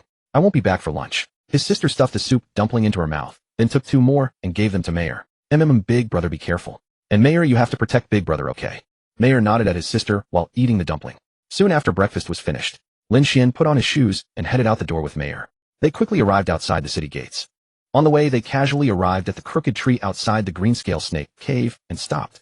The system in his mind also sent a mission prompt. Ding, mission issued: slay 30 any beast monsters of level 7 or above 030. Reward 50 of current character level experience. Ding, mission issued: slay 150 any beast monsters of level 7 or above 0150. Reward Blackscale inner armor crafted from Blackscale dragon scales by top-tier craftsmen, possesses extraordinary damage absorption capabilities. Ding, mission issued: slay 300 any beast monsters of level 7 or above 0300. Reward 1 random S-rank spirit beast egg. Lin Xuan instantly bristled with excitement. After double-checking the system message, he confirmed it was indeed an S-rank. System, is this mission really that generous? Directly rewarding an S-rank spirit beast egg. Yes, host, please go hunt those beast monsters quickly. Having received the system's confirmation, Lin Xuan hurriedly consumed the 100 experience potion and took out 2 spiritual power recovery pills, giving one to Mayer and swallowing the other himself. They cautiously approached the cave entrance to survey the situation. Inside the cave, 8 greenscale snake demons were coiled together, seemingly doing something unknown. After observing, he retreated his head and whispered to Mayer. Mayer, the cave interior is too cramped. We can't fight them there. Let's blast these ones we can see at the entrance first, draw them out, and use this crooked tree as cover, running in circles around them as we fight. After saying that, he led Mayer directly into blasting the several coiled greenscale snake demons. Ding, slain 8 level 8 greenscale snake demons 8. Mission progress increased by 8. Ding, spirit beast gains 1600 experience, 100, 121, 0000. Can level up. Ding, spirit beast leveled up successfully to level 9, 122, 0000. Mayer, let's fall back. After finishing the initial attack, he led Mayer back to retreat. Once stopped, he cast a spiritual energy light shield on both himself and Mayer. Mayer, this light shield can only withstand 3 of their attacks, so be careful once it's broken. I'll recast it for you. Remember to activate your flame armor. After saying that, he looked toward the cave entrance. A swarm of greenscale snake demons charged out, and upon spotting Lin Xuan and Mayer, hissed and rushed toward them. Lin Xuan couldn't understand what they were hissing, but Mayer could.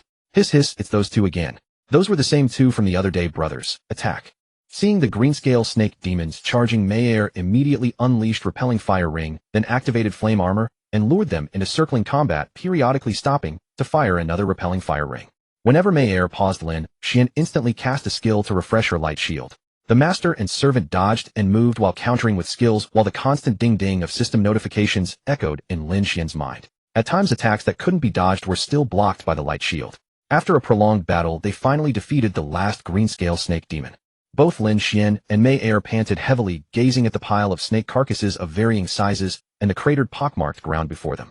Finally finished. Thank goodness we were a bit faster than them. If they had caught up and surrounded us, we'd have been forced into close quarters combat.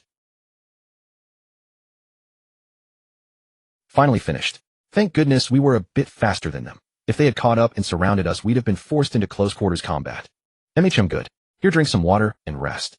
I'll go handle our spoils. Lin Xuan took out a bottle of iced cola from the system inventory, unscrewed the cap, and handed it to Meyer. He then ran over to collect the snake demon remains. Ding slain 84 level 8 greenscale snake demons 84. Mission progress increased by 84. Ding spirit beast gained 16,800 experience 168 122 0000. Ding mission completed slay any 7 level beast monsters 30 times 9,230. Reward current character level experience 50 multiplied by 3. Ding character leveled up to level 8 successfully, 0 experience remaining. It took Lin Xuan quite a while to process all the greenscale snake demon corpses. During that time, several level 9 beast monsters attracted by the aura of blood also came, but Meyer dispatched them within moments. 5 level 9 beast monsters gave Meyer an additional 1,500 experience. Alright Meyer, let's go. We'll check inside the cave for any remaining greenscale snake demons. Who knows what treasures might be hidden within. Lin Xuan was quite curious why so many greenscale snake demons had gathered in that cave. After saying that, he led Meyer into the mountain cave. Upon entering, he immediately felt a chill run through his body. The spiritual energy inside the cave was far denser than outside. They slowly ventured deeper into the dim cave, where visibility was barely sufficient to see the path. Walking slowly to the cave's bottom, he surveyed the surroundings, but detected nothing unusual. A few scattered snake eggs lay on the ground, though they were merely E-rank and held little value, so Lin Xuan left them untouched. At that moment, Meyer seemed to have discovered something, chirping cheerfully. Squeak, squeak, master, look over there. That's a stone door. She pointed in that direction with her tail. Following Meyer's direction, he indeed spotted a stone door. It was dark gray, with a stone door handle in the center. Without careful observation, one would hardly notice the hidden stone door at all. You really have sharp eyes, Meyer. Everything around is so dim and gray, yet you spotted it. He walked over, grasped the handle, and pulled with all his strength, but it didn't budge an inch. It probably requires triggering a mechanism. Meyer, let's search together for anything protruding. After feeling along the stone wall for a while, he indeed found a pull ring on the wall. Grabbing it and pulling it out, the stone surface ahead emitted a series of clicking sounds, and the stone door slowly opened. As it opened, a beam of blue light shot out. Once the stone door fully opened, they saw a small pool in the center, emitting a faint blue glow, filled with an unknown white liquid. Lin Xuan used his reconnaissance eye to inspect it. Object: dense spiritual liquid. Description: spiritual liquid that has undergone a qualitative transformation after years of accumulation. 1 drop is equivalent to 10 drops of ordinary spiritual liquid. Meyer, we found a treasure. Lin Xuan hurriedly took out 2 bottles of chilled cola to celebrate, handing one to Meyer and downing the other himself. After drinking, he quickly grabbed the empty bottles and began collecting the white spiritual liquid. After filling 2 bottles, he had collected all of it and stored them in the system inventory. After packing up, he searched the surroundings once more, confirmed there was nothing else, and then happily left the cave. System: this dense spiritual liquid should be something that can be consumed directly for cultivation, right? Host: for this dense spiritual liquid, if your level is not 20 or above, I recommend consuming only 1 drop per cultivation session. Taking too much will overload your body with spiritual energy and cause physical strain. Spirit beasts can also consume it. So it's just like in cultivation novels. Taking too much at once could cause your body to burst, right? Yes, host. Then I'll test it when I return today. By the way, system, can someone without an awakened beast-taming space consume and cultivate with it? Yes, host. Then after I test its effects, I'll give some to my younger sister, and Sue you as well. Stepping out of the cave entrance, he glanced at the sun high in the sky. Meyer, let's go find a place to rest and have lunch. Today we're having barbecue. I brought seasonings and a grill rack, so we'll just cook right here outside. Finding a shaded spot, he set up the grill, borrowed some fire from Meyer, and then took out the firehorn beef from his system backpack that Meyer had hunted and collected earlier that morning. He sliced the beef into pieces, laid them flat on the grill, and as they sizzled with oil, he sprinkled on cumin, chili powder, and other seasonings. Taking out an iced cola, he grilled and ate with Meyer, enjoying the meal immensely.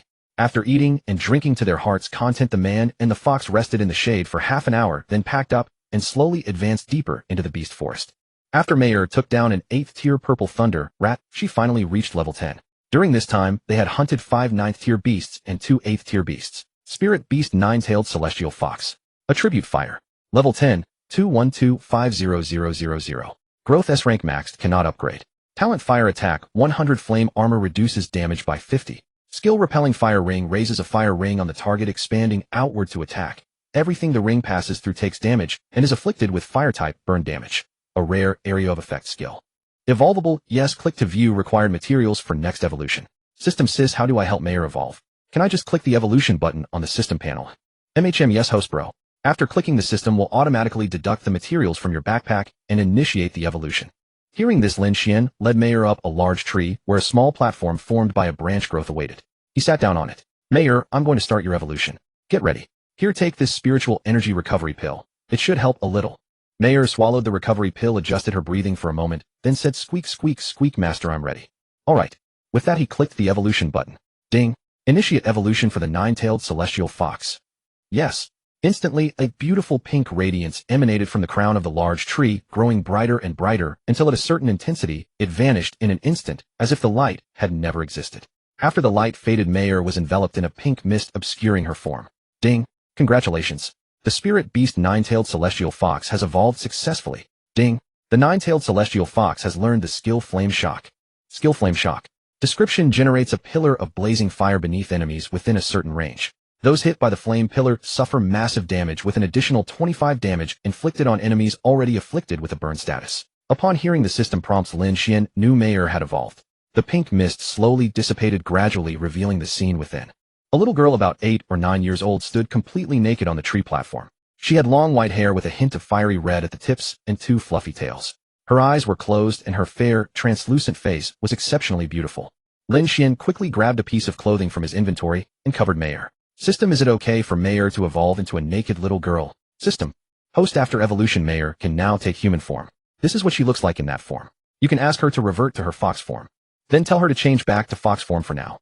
I'll buy her some nice clothes when we return, and then she can transform into human form again. At that moment, Mayor opened her eyes and saw Lin Xuan staring at her with a strange expression. Curiously, she looked down at her own body. After seeing herself, she joyfully ran to Lin Xuan and hugged him. Master, I can take human form now. Do I look pretty? Mayor, your human form is very beautiful, Lin Xuan said, stroking her white hair. Mayor looked up at him, her eyes sparkling with stars. Does Master like it? I like it, but Mayor, I don't have any suitable clothes for you in my backpack right now. You can't stay like this. Change back to your fox form first, and I'll buy you some nice clothes when we return. Then you can transform back. Mayor obeys Master. Blinking her beautiful big eyes, Mayor nodded at Lin Xuan and obediently transformed back into her fox form. A faint pink glow emanated from Mayor's body as she returned to her fox form. After evolution, her fox form also had 2 tails. Mayor, the evolution is done. Let's go down and continue fighting monsters. Okay, Master. With that, she slid down the tree herself. The master and servant slowly advanced deeper until they reached the outskirts of a tranquil valley. Inside the valley, a herd of green armor boar beasts was grazing on delicious berries. Lin Xuan and Mayor had just stepped out of the dense forest into the valley, coming face to face with the feeding green armor boar herd. They stared at the boars, and the boars stared back at them. As soon as the green armor boars saw humans, they grunted loudly and charged at Lin Xuan. Realizing the danger, Lin Xuan immediately grabbed Mayor and ran, climbing a large tree to take refuge. Once up the tree, he saw the green armor boars below quickly surround the tree. He checked the boar's information. Beast green armor boar. Attribute wood and earth. Level 10. Growth D rank evolvable. Skill soothing. Woodwind summons wood chi around itself to heal, restoring a certain amount of health. Mayor, these are level 10. First, use your repelling fire ring on the one closest to us. The ring has a wide control range, so try to apply the burn status to as many as possible. Then use Flame Shock to deal maximum damage. Okay, Master. The luckiest boar closest to them was hit square in the center by a repelling fire ring. Thanks a lot, I'm sure. The boar seemed to groan.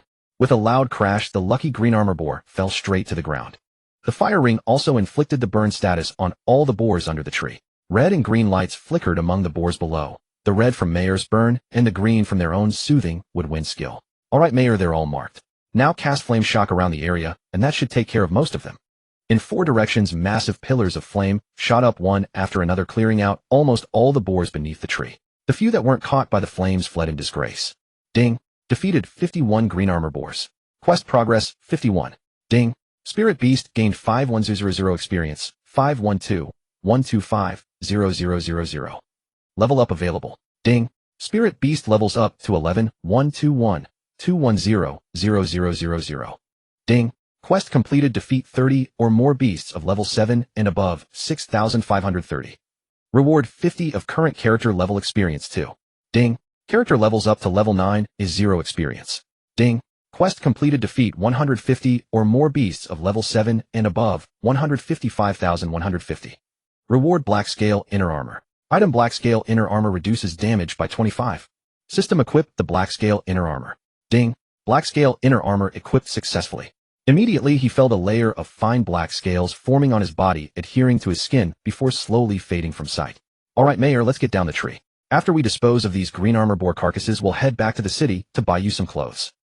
Sounds good, Master. Mayor cheerfully leaped onto Lin Xuan's shoulder and said.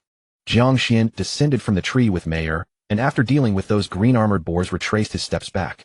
Along the way a few demon beasts encountered sensed Mayor's aura and fled in haste.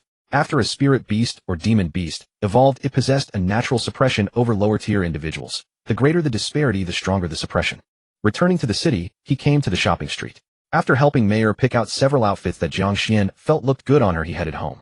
Seeing his sister playing in the living room, he quickly said to her, "Sis, I'm back. Come help Mayor get dressed." Lin Xuan walked over and saw a little girl tugging at her brother's hand coquettishly, wearing only a shirt. "Brother, are you saying this little girl is Mayor?" "Ahem, yes. Today was Mayor's first successful evolution. She can now take human form." It was indeed a bit unusual to transform after the first evolution. Most spirit beasts needed to reach level 50 before taking human form, but since Mayor was an S-rank spirit beast, it was actually quite acceptable. "Sis, please take Mayor to bathe and help her change. I'll bring over Mayor's clothes." After saying that, he took out some clothes and handed them to Lin Xuan. Watching his sister lead Mayor into the bathroom, he felt there was nothing else to do, so he reviewed today's gains. He had leveled up 3 times today and was now level 9. Mayor also rose 3 levels and was now level 11. He had also obtained 2 bottles of concentrated spiritual liquid along with a large pile of spirit cores materials and meat from demon beasts. He would sell the demon beast meat and materials tonight or when he had free time. He had forgotten to go sell them after buying clothes for Mayor. After a while, his sister emerged with a bathed and dressed Mayor. His sister had dressed Mayor in a red and white dress, and with her tail hidden, she looked like an utterly adorable little girl. Mayor ran to Jiang Xian with an admiring expression and spun around. "Master, do I look pretty?" Jiang Xian nodded affirmatively and opened his arms wide. "Very pretty, Mayor. Come here, Master wants to give his beautiful Mayor a hug." Upon hearing this, Mayor ran into Jiang Xian's embrace and nuzzled against him. Jiang Xian cupped Mayor's small face and kissed her. After the kiss, he affectionately stroked her hair and said, "I'm going to take a shower now. I'm a bit dirty. Mayor, you play with your sister for a bit." After saying that, he entered the bathroom himself. When he came out, he saw his sister nearly finished styling Mayor's hair into very cute twin tails. "Sis, it's still early. Want to go out and stroll, maybe buy some things?" "Yeah, sure, brother. Wait for me, I'm almost done. Then we can go out and buy some underwear for Mayor and groceries for dinner." "Right, I forgot about the underwear since I was just focused on buying clothes." After his sister finished with Mayor's hair, the 3 of them went out and strolled to a large supermarket nearby. They first went to the clothing section where his sister helped Mayor pick out various styles, blue and white stripes, little animal patterns, both tops and bottoms, with 5 or 6 sets chosen in the right sizes. Then they went to the household goods section and bought some duvet covers, pillows, and the like. Passing by a Lolita specialty shop, "Brother, should we buy some Lolita outfits for Mayor? She'd look especially pretty in them." Jiang Xian glanced at the Lolita dresses in the shop, then looked at Mayor and his sister. A knowing smile appeared on his face. "Yeah, let's go in. Both of you pick out a few items." After entering, a female clerk dressed in a Lolita outfit walked over.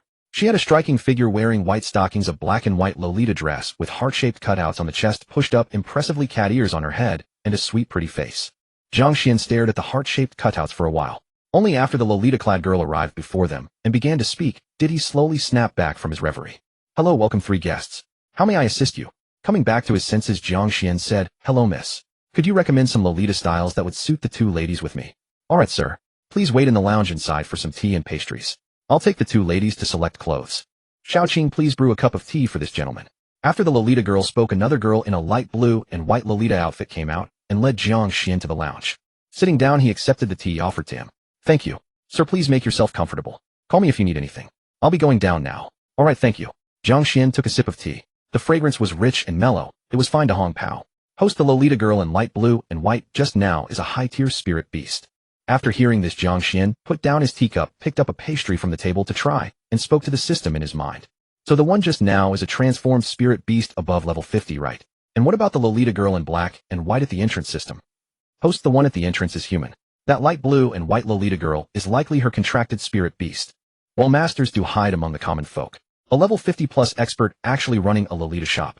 As the saying on Blue Star goes, 9 out of 10 Lolita enthusiasts are rich and 1 is super rich. This one must be that super rich individual." Halfway through his tea, his sister and Mayor ran over to Jiang Xian in their Lolita outfits. "Brother, master, do we look nice?" His sister was wearing a blue and white Lolita dress with white patterns on a blue base, white lace at the hem, and a skirt ending at the knees that covered her snowy fair thighs. She looked noble and beautiful. Mayor was dressed in a white and pink Lolita with a white base and pink animal prints lace on the sleeves, pink trim on the skirt, and a hem reaching her calves. She looked incredibly cute and delicate. "Both look wonderful. I'll take these 2. Go pick out a few more, and we'll pack everything to take home." "All right, brother master." Both happily went back to select more items. After Jiang Xian finished his tea, his sister and Mayor returned to his side, each carrying several shopping bags. Seeing both had finished choosing, Jiang Xian decisively got up, paid the bill, and led them to the market downstairs where he sold the demon beast meat and materials collected that day to a buyer, then purchased some groceries, before heading home with his sister and Mayor. At the Lolita shop, Jiang Xian had visited several beautiful Lolita girls were now seated in the lounge with Shangwan Xiangning. Shangwan Xiangning took a sip of tea and said, Luoyao, I truly envy you. Running a clothing shop, you love sitting down to sip tea and eat pastries whenever you please, such a cozy life. Xiangning, if you like it, you can tell them. After all, can't you choose your public profession yourself? After hearing this, Shangwan Xiangning smiled faintly. Never mind. Being a teacher is actually quite nice. After Li Luoyao finished her osmanthus cake, she said, by the way, I met someone quite interesting today. He was accompanied by two beautiful girls. The older one was human, while the younger one was a spirit beast that had taken human form. I checked the younger girl's spiritual energy fluctuation, only at level 11. That means she has only evolved once, and a single evolution is enough to achieve human form. Shangong Xiangning listened with curiosity. So this little girl is likely an S-rank spirit beast then. You must have encountered a top genius from one of those great families or powerful forces. Li Luoyao set down her teacup, her expression taking on a peculiar quality as she spoke. That kid isn't a genius from any of those great families or powerful forces. We have records of all geniuses from those families and factions. I've never seen him in any of our files. He is a student at Yaodu High School. I just sent a screenshot from the surveillance footage to the higher-ups. Guess which high school he's from? With a playful smile, she looked at Shangong Xiangning. Shangong Xiangning saw how mischievously the Lolita girl was grinning and knew her best friend was setting another trap for her to fall into. Suit yourself. If you won't say it, I'll just ask the boss. Li Liao, seeing her best friend refusing to take the bait, was not discouraged. In fact, her smile grew even wider. Alright, I'll stop teasing you. His name is Lin Xuan, a student at Yaodu No. Free High School, and he is also your student. So my dear best friend has been hiding such a top genius right under her nose. Lin Xuan. So that little fox of his is S-rank then. So this kid has been hiding his depth this whole time. Looks like I'll need to call him to my office for a proper chat in a few days. Shangong Xiangning's elegant brows furrowed in surprise. To be honest with you, I didn't even know this kid had an S-rank contracted beast. He told me it was A rank. Li Luoyao felt her best friend was quite carefree. This was a promising prospect indeed. So you were kept in the dark by that kid too then. Looks like I, as your younger sister, need to give you a proper scolding. Saying that, she lunged forward to tickle Shangong Xiangning, and the two quickly began playfully wrestling together. When Li Luoyao saw Shangong Xiangning reach into the hollow of the love heart building, she suddenly lost her strength and could no longer continue. She quickly called on the other women sitting nearby watching the spectacle to help. Qingling by Jiahong Ling, come help. Master. Upon hearing this, the women immediately rose. Shangong Xiangning saw her best friend being unreasonable about calling for help, so she quickly summoned her own contracted beasts. Xiao Feng, Xiao Zhu, Xiao Zi, come out, all 6 of you. There are shameless people here bullying the few with numbers. Come out and help master. Shangong Xiangning quickly summoned 6 beautiful women. Immediately 14 girls in the lounge, known for their pretty voices, began wrestling with each other without concern for their dignity. Their fair legs and stockings in black, purple, yellow, blue, and white were all on full display. Unfortunately, no one was watching this beautiful scene. If Lin Xuan had been there, he would have surely set up the perfect shooting angle, filmed it all while nosebleeding, and could have watched it for the rest of his life. Meanwhile, at a different location at the same time, he had returned home with his sister and Mayor. His sister went to wash vegetables and cook while he went to the guest room to clean. Lin Xuan planned to clean the guest room for Mayor to stay in, but he was unsure if she would actually live there. Most of the time, Mayor slept with his sister. Mayor was currently helping his sister wash vegetables. He would tell her about it after he finished cleaning. Using a mop and cloth, he thoroughly scrubbed the furniture and floors inside and out. Then he put on new bedding with pink bedspreads, placed pillows, set up a pink mosquito net, and arranged the newly purchased fox dolls. A room brimming with pink girlish charm was now fully cleaned and decorated. After finishing the arrangements and gazing at it, Lin Xuan's own girlish side stirred. Sigh, my youthful heart. At that moment, Mayor ran over to call Lin Xuan. Master, it's time to eat. Wow, Master, this is so lovely and cute. Are you going to move here to live? Mayor, I cleaned and arranged this room for you. Do you like it? After carefully examining the room, Mayor hugged Lin Xuan's arm and spoke. Master, Mayor likes it very much, but Mayor wants to sleep with either Lady Lin Xuan or Master. Alright then. This room is yours now. If you want to sleep with your sister, that's fine too. Usually when you feel tired, you can come here and rest on your own. Let's go eat, Mayor. After dinner, the 3 of them sat on the sofa watching a television drama. At that moment, Lin Xuan remembered the white spiritual liquid he had just acquired today. He told his sister that he had something to do and returned to his room. He took out the cola bottle containing the white spiritual liquid, poured a drop into the cap, and examined it. System, hey, why does this thing look stranger the more I look at it? This is a heavenly treasure and earthly material, but the color feels weird. Host, can you stop overthinking? Don't worry about what it looks like. As long as it can improve your strength, that's what matters. A system, you know more. Will eating this cause diarrhea? Host, it's not that I know more. I've just seen more stuff. Never mind, whatever. Just eat it. If you get diarrhea, it's on me. Then let me try it. I'll trust you this once. Anyway, if anything happens, I'll protect you. What are you afraid of? I'm ignoring you now. Lin Xuan saw that the system was no longer responding, so he calmed himself down and drank that drop of spiritual liquid. After finishing, he tightened the bottle cap. The spiritual liquid melted upon entering his mouth, and a massive surge of spiritual energy appeared within his body. He quickly circulated his chi to send this energy throughout his limbs and veins, taking nearly 2 hours to fully absorb it all. Ding successfully absorbed thick spiritual liquid. Character gains 10 experience. 1 drop gives 10 experience. That's not bad. Let me ask my sister to absorb a drop and see the results. He went out and saw his sister eating snacks and watching TV dramas with Mayor. He walked over to the two of them. Sister, today Mayor and I found some spiritual liquid. I just took a drop in my room and the effect was quite good. I'll get you a drop to take and practice with. After taking it, the spiritual liquid will transform into a mass of spiritual energy in your body. You just need to use your consciousness to guide the energy throughout your body, and your physical form will absorb it on its own. After saying this, he took out the bottle and gave his sister a drop of spiritual liquid. Watching her take it, he then took out a drop to feed Mayor. Come on, Mayor, you take a drop too. Okay, Master. After Mayor finished speaking, she took it. Watching both of them finish the spiritual liquid and close their eyes while sitting on the sofa, he checked his sister's information, name Lin Xuan. Level 2. Spirit skill none. Measurements 80 of 55, 81. No need for system identification. You know your sister already. Not blood related. Pervert. System lady, this is slander. It's clearly what you displayed. Don't blame me. Disdain. Host, little brother, you already know all my memories. Counter disdain. System, can we still chat happily? System. After chatting with the system for quite a while, Mayor opened her eyes first. Ding. The 9-tailed celestial fox successfully absorbed the dense spiritual liquid, gaining 100 experience points, 112121000. Mayor opened her eyes and happily said to Lin Xuan, Master, I've finished absorbing it. I feel my strength has increased a little. Mayor, come sit on the mat with me and watch TV. He pointed to the spot beside him, indicating for her to sit there. Mayor walked over, sat down while holding herself, and watched TV. After a while, Lin Xuan finished absorbing and opened her eyes. Lin Xuan saw his sister open her eyes. How do you feel, sis? Well, brother, after absorbing the spiritual liquid, my body feels a bit swollen, as if filled with power. It seems like I've become much stronger. She waved her small hand, experiencing the changes after the body's enhancement. Lin Xuan quickly checked his sister's information. Character Lin Xuan level 4, spiritual technique none. After viewing his sister's info.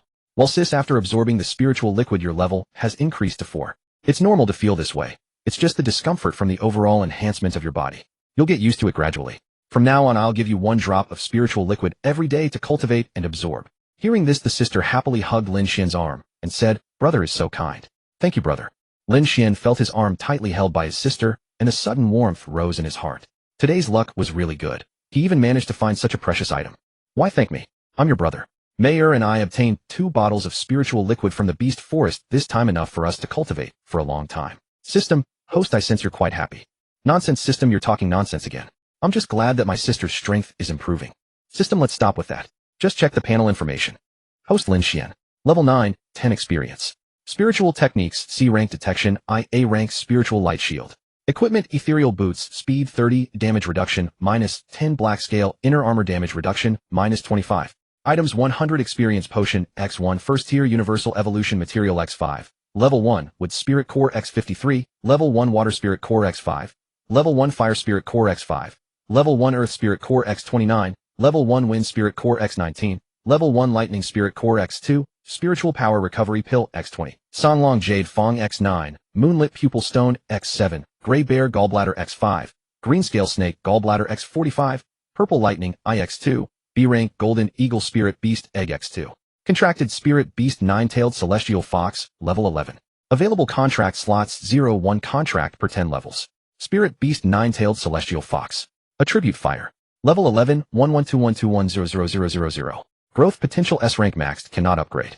Talent fire attribute attack 100 flame armor damage reduct. System, what's the progress on today's task of hunting 300 beasts for an S rank spirit beast egg?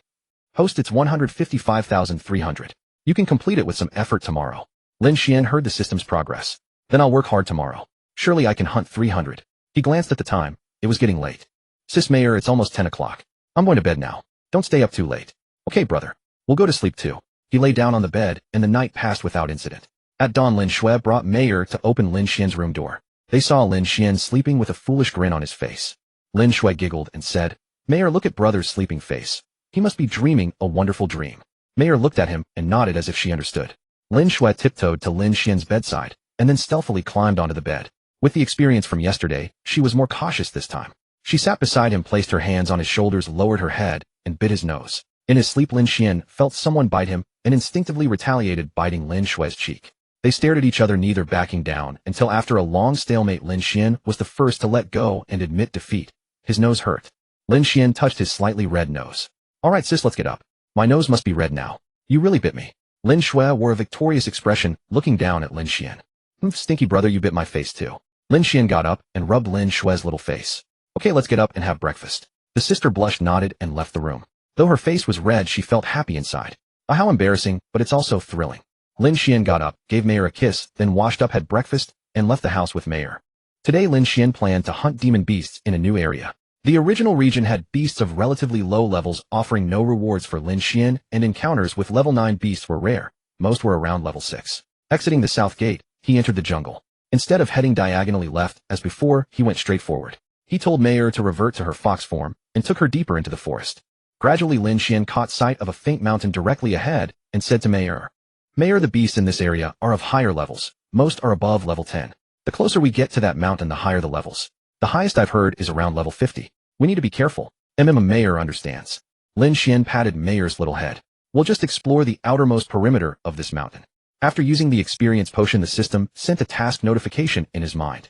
Ding. Task released: hunt 30 demon beasts of level 10 or above 030. Reward 50 of current character level experience. Ding. Task released: hunt 150 demon beasts of level 10 or above 0150. Reward Azure Spirit Sword forged from Azure Sky Stone, extremely sharp and capable of cutting iron like mud. Infusing it with spiritual energy makes it even sharper. Ding. Existing task progress: hunt 300 demon beasts of level 10 or above, changed from level 7. Current progress 155,300. Reward random S-rank spirit beast egg. After reviewing the tasks, Lin Xuan walked slowly with Mayor. As they moved, they encountered a lone blaze fire wolf. The wolf caught sight of Lin Xuan and Mayor and immediately turned back to flee. Lin Xuan was baffled. There was just one human and one fox. Why run? Normally shouldn't it charge at them? Something fishy was going on. "Mayor, let's be careful. That blaze fire wolf that ran off might have gone to call for reinforcements." Not long after, nearly 24 blaze fire wolves emerged from the bushes ahead. As it turned out, the lone wolf really had gone to fetch its pack. Demon Beast Blaze Fire Wolf. Attribute Fire. Level 10. Growth Potential D rank Evolvable. Skill Fireball concentrates fire into a ball to attack the target. Mayor, activate your flame armor and prepare to cast Fire Rebuke. I'll add a light shield for you. The flame wolves split into two groups. One charged toward them immediately, while the other stayed in place, gathering fireballs to attack from range. Detonate the Fire Rebuke on the charging pack. After you release it, will reposition. They can strike us at range with their fireball technique. With a thunderous boom, the first group hadn't even reached Lin Xuan when Mayor's skill detonated among them. Most were wiped out instantly, and the survivors were left battered and bruised. Noticing the enemy fireballs hurtling toward them, Lin Xuan quickly guided Mayor out of the blast path. Several of the projectiles missed their mark, entirely crashing into the large trees behind Lin Xuan. The trees erupted into flames with each explosion. "Now, Mayor, deploy Fire Burst against those wolves behind us." Mayor sprinted forward, gathering fire chi into a massive column that erupted ahead and engulfed the flame wolves as they channeled their fireballs. The wounded flame wolves still charged toward Lin Xuan, but at the sound of their comrades' screams from behind, fear took hold, and they turned to flee. Lin Xuan wouldn't let them escape and joined Mayor in swiftly eliminating them. Ding. 24 level 10 flame wolves defeated. Quest progress increased by 24. Ding. Spiritual Beast gains 2400 experience, 3521100. He retrieved 2 spiritual power recovery pills and administered one to Mayor and one to himself. "Mayor, rest here and keep watch while I handle the flame wolves." "Yes, master," she replied, obediently nodding her head. After dealing with the flame wolves, he instructed Mayor to extinguish the fire on the trees behind them before they continued onward. The two slowly approached a pond where lush green trees and creeping vines draped elegantly over the water, creating a scene of breathtaking beauty. It would have been even more picturesque if not for the herd of blue water buffaloes standing like wolves and tigers, fixated on Lin Xuan and Mayor. Beast Blue Water Buffalo Element Water Level 12 Growth D rank Evolvable Skill Bull Rush. Fearless charges straight ahead. "Mayor, quickly. The buffaloes are charging. Be ready for their skill. Start with Fire Rebuke. Water counters you, so we'll kite them around the pond." A crimson ring of fire exploded through the buffalo herd, enveloping each one in a pale red glow. The searing pain drove the buffaloes into a frenzy, and they abandoned all caution, activating their skill to charge at Lin Xuan and Mayor with reckless abandon. They barreled forward without regard for colliding with each other. After circling the pond for a stretch and noticing the buffalo's momentum waning, Lin Xuan signaled Mayor to unleash Fire Burst. A towering pillar of flames engulfed the advancing buffaloes, releasing an intoxicating aroma of roasting meat. Lin Xuan watched the fallen buffaloes ahead and spotted roughly a dozen still charging, though their progress was hampered by the obstacles of carcasses blocking their path. Mayor, let's press the attack. The remaining ones pose less of a threat now. Their charge was disrupted by your skill, so another bull rush won't deal much damage. Just stay careful. They turned and engaged the stragglers. After a grueling skirmish, Mayor unleashed another fire burst that consumed the remaining blue water buffaloes, converting them entirely into experience points. Ding, 28 level 12 blue water buffaloes defeated. Quest progress increased by 28. Ding, spiritual beast gained 110 experience, 147 ready to level up. Ding, spiritual beast has successfully leveled up to level 12, 47 Ding, quest completed, slay 30 beasts at level 10 or above, 5230. Reward, 50 experience bonus for current character level. Seeing no blue water buffaloes still standing, all reduced to experience points, he quickly distributed spiritual recovery pills to himself and Mayor. Gazing at the pond, once picturesque, now scarred and ravaged, he sighed. What a beautiful pond. Such a shame it couldn't withstand the destruction. Enough dwelling on that, Mayor. Let me process these buffaloes. The beef is premium quality. We're having roasted meat for lunch. At the mention of food, Mayor's mouth watered. Yes, master. Master, please make it extra spicy. I love that fiery kick. Understood. Keep watch while I finish processing these. After gathering the resources, the master and beast companion pressed onward, encountering another 16 flame wolves along the way. 2 of Mayor's skills dispatched them efficiently. Lin Xuan finally reached level 10 as intended, but the quest to slay 300 beasts remained incomplete. He'd only managed 223 so far, still falling short. Let's find a secure spot to set up camp and enjoy our grilled lunch. Yay, master. Follow me. The area beneath those rock formations ahead looks perfect. Overjoyed, Mayor shifted into human form and led Lin Xuan toward the cliff face. Once there, she retrieved a cold cola and assembled the grill. She washed and sliced the premium blue water buffalo meat, then laid it on the grill. The aroma of roasting meat quickly filled the air as she seasoned it with black pepper, chili powder, and fine salt. Mayor, it's ready. Try a piece first and tell me if it needs more heat. She speared a piece with her fork and popped it into her mouth. The beef was tender and juicy, rich in flavor with an enticing aroma that lingered, but it lacked sufficient spice. Master, make it spicier, please. Lin Xuan observed her holding the crimson meat. Mayor, you shouldn't eat anything too spicy. It might feel great now, but later. Master, what do you mean by burning funeral pyre? Mayor looked puzzled. If you eat too many peppers, your bottom will feel like it's on fire when you use the restroom. Upon understanding his implication, her face flushed crimson as she scolded him with feigned indignation. Master, I don't need to use the restroom. Everything I consume converts directly into pure spiritual energy, and any impurities exit through my pores. So a celestial maiden truly doesn't need to use the restroom, Lin Xuan said, staring at Mayor in amazement. He recalled how his own digestive system had burned after eating overly spicy fried chicken just days before. Very well, since that's the case, here's the chili powder. Season it to your liking. After finishing their meal and resting briefly, he suggested they continue their journey with renewed effort. Yes, master. As they traveled, they arrived at a secluded valley. Drawing on his experience from the previous day, Lin Xuan sensed that spiritual beasts likely inhabited this region. He guided Mayor to an elevated position and peered down into the valley below. The valley floor was mostly open grassland with scattered trees.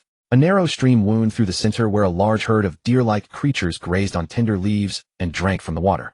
Their bodies glowed crimson, covered in cloud-like white fur, and flames danced atop their antlers. Creature Fire Cloud Deer, Element Fire, Level 11, Growth D rank, Evolvable Skill, Flame Spit. Concentrates fire energy into a projectile that burns the target. Mayor, those Fire Cloud Deer by the stream are level 11 creatures capable of launching flame projectiles. There appear to be nearly 80 of them. We may need to lure some out and deal with them individually. Let's approach the large boulder on the left first. I'll throw stones at those 2 Fire Cloud Deer over there to draw some out of the valley. System host, you're quite ruthless. You wouldn't understand, system. I'm simply standing up for the single bucks. Lin Xuan picked up a fist-sized stone, crept behind the large boulder, fixed his gaze on the 2 fire deer, aimed carefully, and hurled it with all his might. The stone struck the male deer's antlers directly. With a sharp clang, the tremendous force of the boulder knocked the buck off balance, and it collapsed to the ground. Rising to its feet in irritation, the male deer glanced backward and caught sight of Lin Xuan's hand just withdrawing. Already furious that his hunt had been interrupted, he was even more enraged to discover a human was responsible. How could he tolerate such audacity? He immediately let out loud bleating cries, rallying his companions. Someone among them, human no less, seize your weapons and attack. Summoning the fire deer nearby, the herd charged forward with thunderous hooves. Seeing that his objective had been achieved, Lin Xuan immediately signaled to Mayor. Mayor, let's go. Exit the valley. They're giving chase. Sprinting out of the valley, he spotted approximately 30 fire deer in hot pursuit. Mayor, go. Deploy fire rejection first, then follow up with flame impact. Watch out for their flaming arrows. Seeing Lin Xuan stop, the vanguard fire deer immediately began condensing a stream of fire shooting directly toward him. Unfortunately, Lin Xian's luminous shield intercepted the blast. Seeing their attack had failed, the fire deer prepared to condense another stream, but it would be their last attempt. Mayor's fire rejection ring detonated upon the enemy. With a thunderous roar, the lead fire deer and several surrounding it were blown off their feet, collapsing without even a chance to struggle. The ring of fire swept through the entire herd that had emerged from the valley. Moments later, crimson light flared beneath the deer's paws. With a massive explosion, a towering pillar of flames erupted, engulfing nearly every fire deer that had charged out. Mayor's devastating combo had claimed them all. They were all blasted skyward, their defeated forms converting into experience points. Ding. Defeated 31 level 11 Firehorn Deer. Quest progress 31. Ding. Spiritual Beast gains 6,000 experience points 12521,000. Ding. Quest completed. Defeat 30 beasts above level 10 3,930. Reward 50 experience boost toward current level. Lin Xuan produced spiritual recovery pills and handed one to each of them. Mayor, there are still about 50 inside. Let's rest for a moment, then creep closer for a stealth ambush before engaging them again. Mayor nodded excitedly upon hearing this. Ambush was her absolute favorite tactic. Yes, master. You're the best at sneaking attacks. Lin Xuan was momentarily speechless. After a while he said, Alright Mayor, let's move. First let's sneak ahead. Lin Xuan and Mayor approached from behind the deer herd, observing dozens grazing peacefully on tender grass. Approximately 30 were near them, while another 20-something grazed across the stream. Mayor, let's ambush them again with our combo. After we detonate, we charge out and engage the stragglers. The crimson fire deer herd continued leisurely grazing, completely unaware that the cunning ambushers had drawn near. A crimson suddenly materialized in the midst of the herd and erupted, a sweeping ring of fire that engulfed the entire group. The deer let out panicked cries. What in the world? Who dared ambush this lord of the valley? Hearing the commotion, the deer on the opposite bank of the stream immediately came running over. But before the reinforcements could arrive, Mayor's assault struck. The once chaotic herd was instantly enveloped as crimson light flared beneath their hoofs. With a thunderous explosion, a colossal pillar of flames surged upward, consuming the majority of the herd. Though many deer fell in the initial barrage, Lin Xuan and Mayor emerged from concealment and charged into the remaining stragglers. Lin Xuan engaged several fire deer that had survived Mayor's opening strike, locking blades in fierce combat. Meanwhile, Mayor charged toward the herd approaching from across the stream and unleashed a devastating combo. By the time Lin Xuan finished his skirmish, Mayor's battle was also drawing to a close. Ding. Defeated 54 level 11 Firehorn Deer. Quest progress 54. Ding. Spiritual Beast gained 10800 experience points 2331200. Level up available. Ding. Spiritual Beast leveled up successfully. Now level 13 3300500. Ding. Quest completed. Defeat 30 beasts above level 10 6330.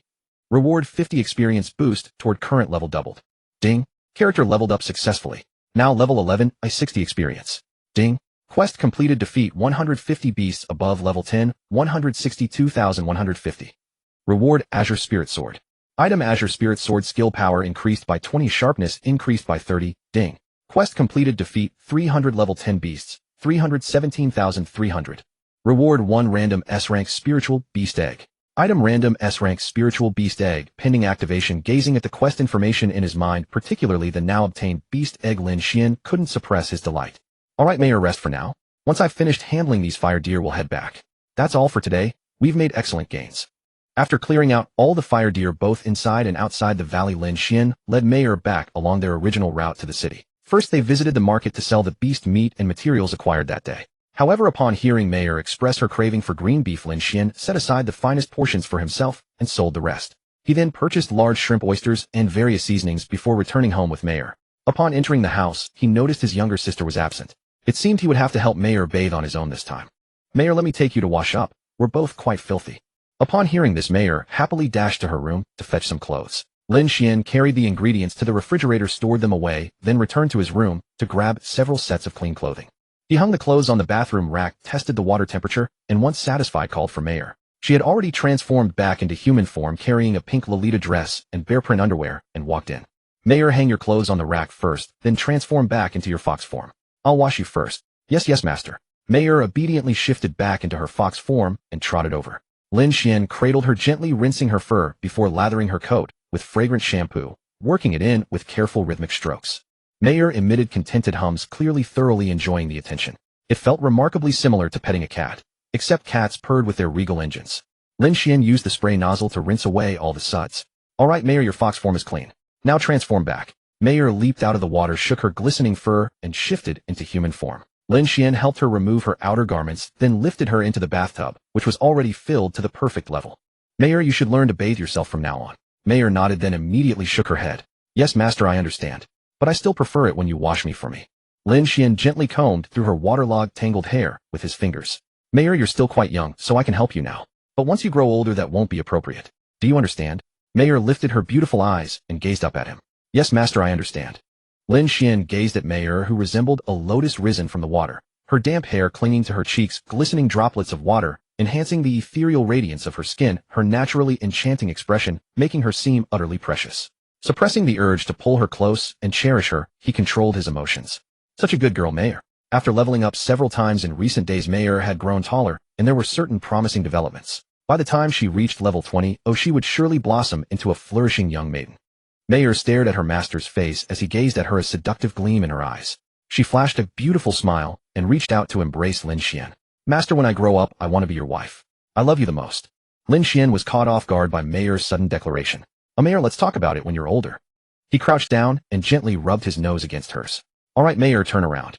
I'll wash your hair. With that, he picked up the shampoo and body wash, giving her a fragrant bath. After finishing Mayor's bath, he told her to dress herself properly. Mayor had begun to bloom, dressed in her Lolita gown. She looked exceptionally beautiful. He told Mayor to watch TV for a while before taking his own shower. When he came out, he saw Mayor sitting on the sofa in her Lolita dress, watching television, looking like a noble little princess. He sat down beside Mayor. Alright, Mayor, let's watch TV and eat some chips. Lin Xuan picked up the remote and found her favorite anime, the Fox Spirit Matchmaker. After a while, he took out his phone and sent a message to his sister and Suyu, telling them they were having barbecue tonight. He asked Suyu to come over and eat and told his sister to buy some drinks on her way back. He had just noticed the fridge was running low on drinks. After a long while, his sister returned with Suyu. His sister had been at Suyu's place, and when she was told to buy drinks, she dragged Suyu along to the supermarket. Seeing them each carrying a case of drinks back, he felt a bit sorry for them, but then remembered that neither of them was a weakling. He realized he was still subconsciously viewing girls through the lens of his old world. He patted Mayor, who was still sitting on his lap like a duck. Alright, Mayor, let's get up and help. Immediately, everyone began bustling about. Some washing vegetables, some cutting meat. His sister washed the spiritual energy barbecue grill and brought it out. The grill from Lin Xuan's system backpack was clearly not suitable for indoor use. He placed the spiritual energy grill on the balcony and inserted a few fire tribute spirit cores. As the grill gradually heated up, he brought out the pre-prepared ingredients and set them on the table. The barbecue began. Lin Xuan gestured for them to sit. Alright, Suyu, sister Mayor, take a seat. Today let me show you my skills. With that, he brought out the marinated green beef, skewered prawns, and oysters, arranged them on the grill, and brushed them with oil. When they started sizzling, he sprinkled on the seasonings. Soon a large plate of grilled food was ready. Alright, don't just stare. Eat. Sister, pass me a lettuce leaf. I want to wrap the meat. Everyone dug in. Mayor imitated Lin Xuan, wrapping the meat in lettuce and devouring it in one bite. She suddenly felt like she had discovered a whole new world. Master, this is so delicious. Lin Xuan smiled at Mayor. Yes, Mayor, grilled meat wrapped in vegetables or thin pancakes is the best way to eat it. The flavor is perfect. If you like it spicy, I'll grill some extra spicy ones for you. Seeing that the plate was nearly empty, he quickly put more food on the grill. Today he was determined to fill these 3 precious ones to the brim. After a long while, everyone was full and satisfied. Lin Xuan lay on the sofa with Mayor while his sister and Suyu cleared the dishes. He looked at Mayor's little belly round from eating. You little glutton, you ate so much again. Mayor pouted, it's not my fault. The food you made was so delicious that I couldn't help but eat a little more. She licked her lips. Lin Xuan saw her expression and felt that she could probably finish another plate. How could such a tiny stomach hold so much? At that moment, the system chimed in. Hosts don't think about such trivial things. Spirit beasts and demon beasts absorb spiritual energy and level up through eating. Lin Xuan looked thoughtful and questioned the system. A system, you're saying something odd. Mayor eats so much but doesn't seem to gain any experience. Host, the demon beast meat you're eating now is too low in level. Mayor can only maintain her daily energy from it. It won't increase her experience. When you get S rank or higher level meat later eating, it will naturally boost her stats. Lin Xuan felt the system hadn't really explained much. By the way, system sister, I haven't opened the S rank spirit beast egg I got today. Let's open it now. Ding, would you like to open the random S rank spirit beast egg? Open. Ding, you have obtained an S rank vermilion bird spirit beast egg. Beast vermilion bird spirit beast egg contractable. Attribute fire. Level 1. Growth S rank non-evolvable. Skills to be unlocked. Haha, congratulations, host. You've obtained one of the 4 divine beasts, the vermilion bird. Do you want to contract it now? The system's voice was eager, clearly excited. Lin Xuan was also stunned. He hadn't expected to be so lucky as to draw a spirit beast with such powerful bloodline. It seemed Mayor would soon have a little sister. System contracted. There's no one else around anyway. Alright, host. As soon as the system spoke, a red magical array appeared before Lin Xuan, containing a fiery red spirit beast egg. On its surface, a faintly glowing vermilion bird pattern could be discerned. Lin Xuan, now well-practiced, placed his hand on the egg. Immediately the egg emitted a brilliant red light. This time, he didn't close his eyes. Squinting, he watched the egg's transformation. As his hand touched it, the pattern on the egg began to move. It seemed to fly and cry out, before finally falling silent and returning to its original form. The system then sent a notification. Ding, contract successful. Congratulations, host, on contracting the Vermilion Bird. Spirit Beast Vermilion Bird. Attribute Fire. Level 1020. Growth S rank maxed, cannot upgrade. Talent Fire attack increased by 100. Rebirth from ashes. The Vermilion Bird is an immortal bird that can be reborn from flames. Upon receiving fatal damage, it can turn into an egg and be reborn, remaining invincible during the egg stage. A note, can be used once per day. Skill Crimson Fire Lotus conjures a crimson fire lotus that locks onto a target and flies toward it, exploding upon arrival, dealing damage to the target and surrounding area, and inflicting a crimson lotus severe injury effect that slows the target's recovery. Can it evolve? No. Click to view required materials for the next stage. After the contract was completed, the originally fiery red eggshell suddenly transformed into crimson flames, swirling and entering the body of the Vermilion Bird within. A clear chirp rang out, chirp, chirp, chirp. After calling, the Vermilion Bird, which had been absorbing the flames, spread its wings and sang. Lin Xuan and Mayer watched the little Vermilion Bird with curiosity. It fluttered its wings, flew a few circles, and then landed on Lin Xuan's head. Pointing at the bird, Lin Xuan said to Mayer, "Mayer, this little one will be your little sister from now on." His sister, and Suyu also spoke up. "Brother, the little thing on your head is so beautiful." Lin Xuan, is this your second contracted beast? How did you reach level 10 so quickly? Lin Xuan and Suyu had seen the red light flash in the living room, and came to check just in time to see the little Vermilion Bird land on Lin Xuan's head. "Yes, Suyu, I just broke through to level 10 yesterday. Come on, little one, come down, and let us have a good look at you." With that, he reached up and brought the little Vermilion Bird down. It was very beautiful. Crimson eyes, a sharp beak, a crest of feathers on its head, completely fiery red, with a long phoenix tail, whose tip flickered with pale crimson flames. Holding it in his hand felt warm, like a hand warmer. A thought crossed his mind: when winter came, snuggling with this little one while sleeping would definitely be cozy. Lin Xuan placed the little Vermilion Bird on his hand, and everyone looked at it with curiosity. Perhaps feeling shy under their gaze, it chirped while looking at its own reflection. "Chirp, chirp, master, could you all please stop staring at me? I'm so embarrassed." After hearing this, everyone gradually averted their eyes. "Alright, sister, and Suyu, go finish the tasks you were handling first. Later I'll give each of you a drop of spirit liquid to cultivate, which will also help the little one level up." Watching his sister and Suyu return to wash the dishes, he turned his gaze to Mayer. "Come here, little one. This is your sister, Mayer. You two must get along well from now on."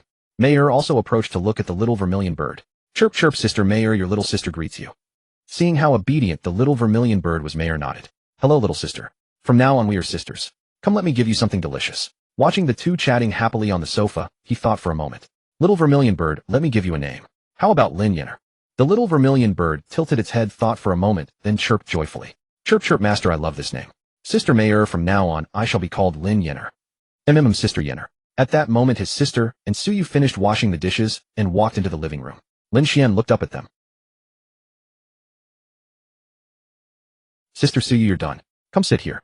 I'll give each of you a drop of spirit liquid to cultivate." With that, he took out the bottle of spirit liquid from his system space. First, he fed Mayer and Yenner a drop of spirit liquid each, instructing them to cultivate quietly and absorb it. Then he poured a drop for his sister, and as he was about to pour one for Suyu, Suyu looked at the cola bottle in his hand and frowned. "Lin Xuan, is this thing really spirit liquid? The kind of heavenly treasure that accelerates leveling?" She glanced again at the cola bottle filled with spirit liquid, uncertain, and asked again, "Isn't using a cola bottle a bit too careless? I've heard that spirit liquid should be stored in a jade bottle to prevent spiritual energy from leaking." Caught off guard by Suyu's question, he honestly didn't know. The system hadn't mentioned it. Perhaps the system space itself prevented any leakage. "I didn't know either. But don't mind the container for now. Do you want a drop to cultivate? I'll find a jade container tomorrow." Hearing that Lin Xuan would look for a jade bottle tomorrow, Suyu directly took 2 jade bottles from her space ring and handed them to him. "Here, I happen to have a few spares in my ring." Seeing that Suyu had jade bottles ready, Lin Xuan thought, little rich girl indeed. "Suyu, you're a little rich girl after all. Look at me. The doctor said my stomach isn't great either, so I need to eat soft food." Suyu blushed and shot him a reproachful glare. "Where did that come from? These were all given by the school. You're always so lecherous. Ew, I don't want you." "Humph." Lin Xuan took the bottles. "Alright, Suyu, take the spirit liquid and start cultivating. I'll change the bottles." Suyu, still blushing, took the spirit liquid and began to cultivate quietly. After transferring the spirit liquid to the jade bottles, he also poured a drop for himself and consumed it. The room fell into silence, everyone immersed in cultivation. After a long while, Ding Spirit Beast Nine-Tailed Celestial Fox gains 100 experience points, 4300. Ding Spirit Beast Vermilion Bird gains 100 experience points, 100. Ding Spirit Beast Vermilion Bird levels up to level 8, 2331000. Ding Host gains 5 experience. Lin Xuan, Mayer, and Yinner all finished absorbing and opened their eyes. Originally, Mayer would have needed a couple more days of monster hunting to reach level 8, but with such a treasure, a single drop of spirit liquid brought Yinner directly to level 8.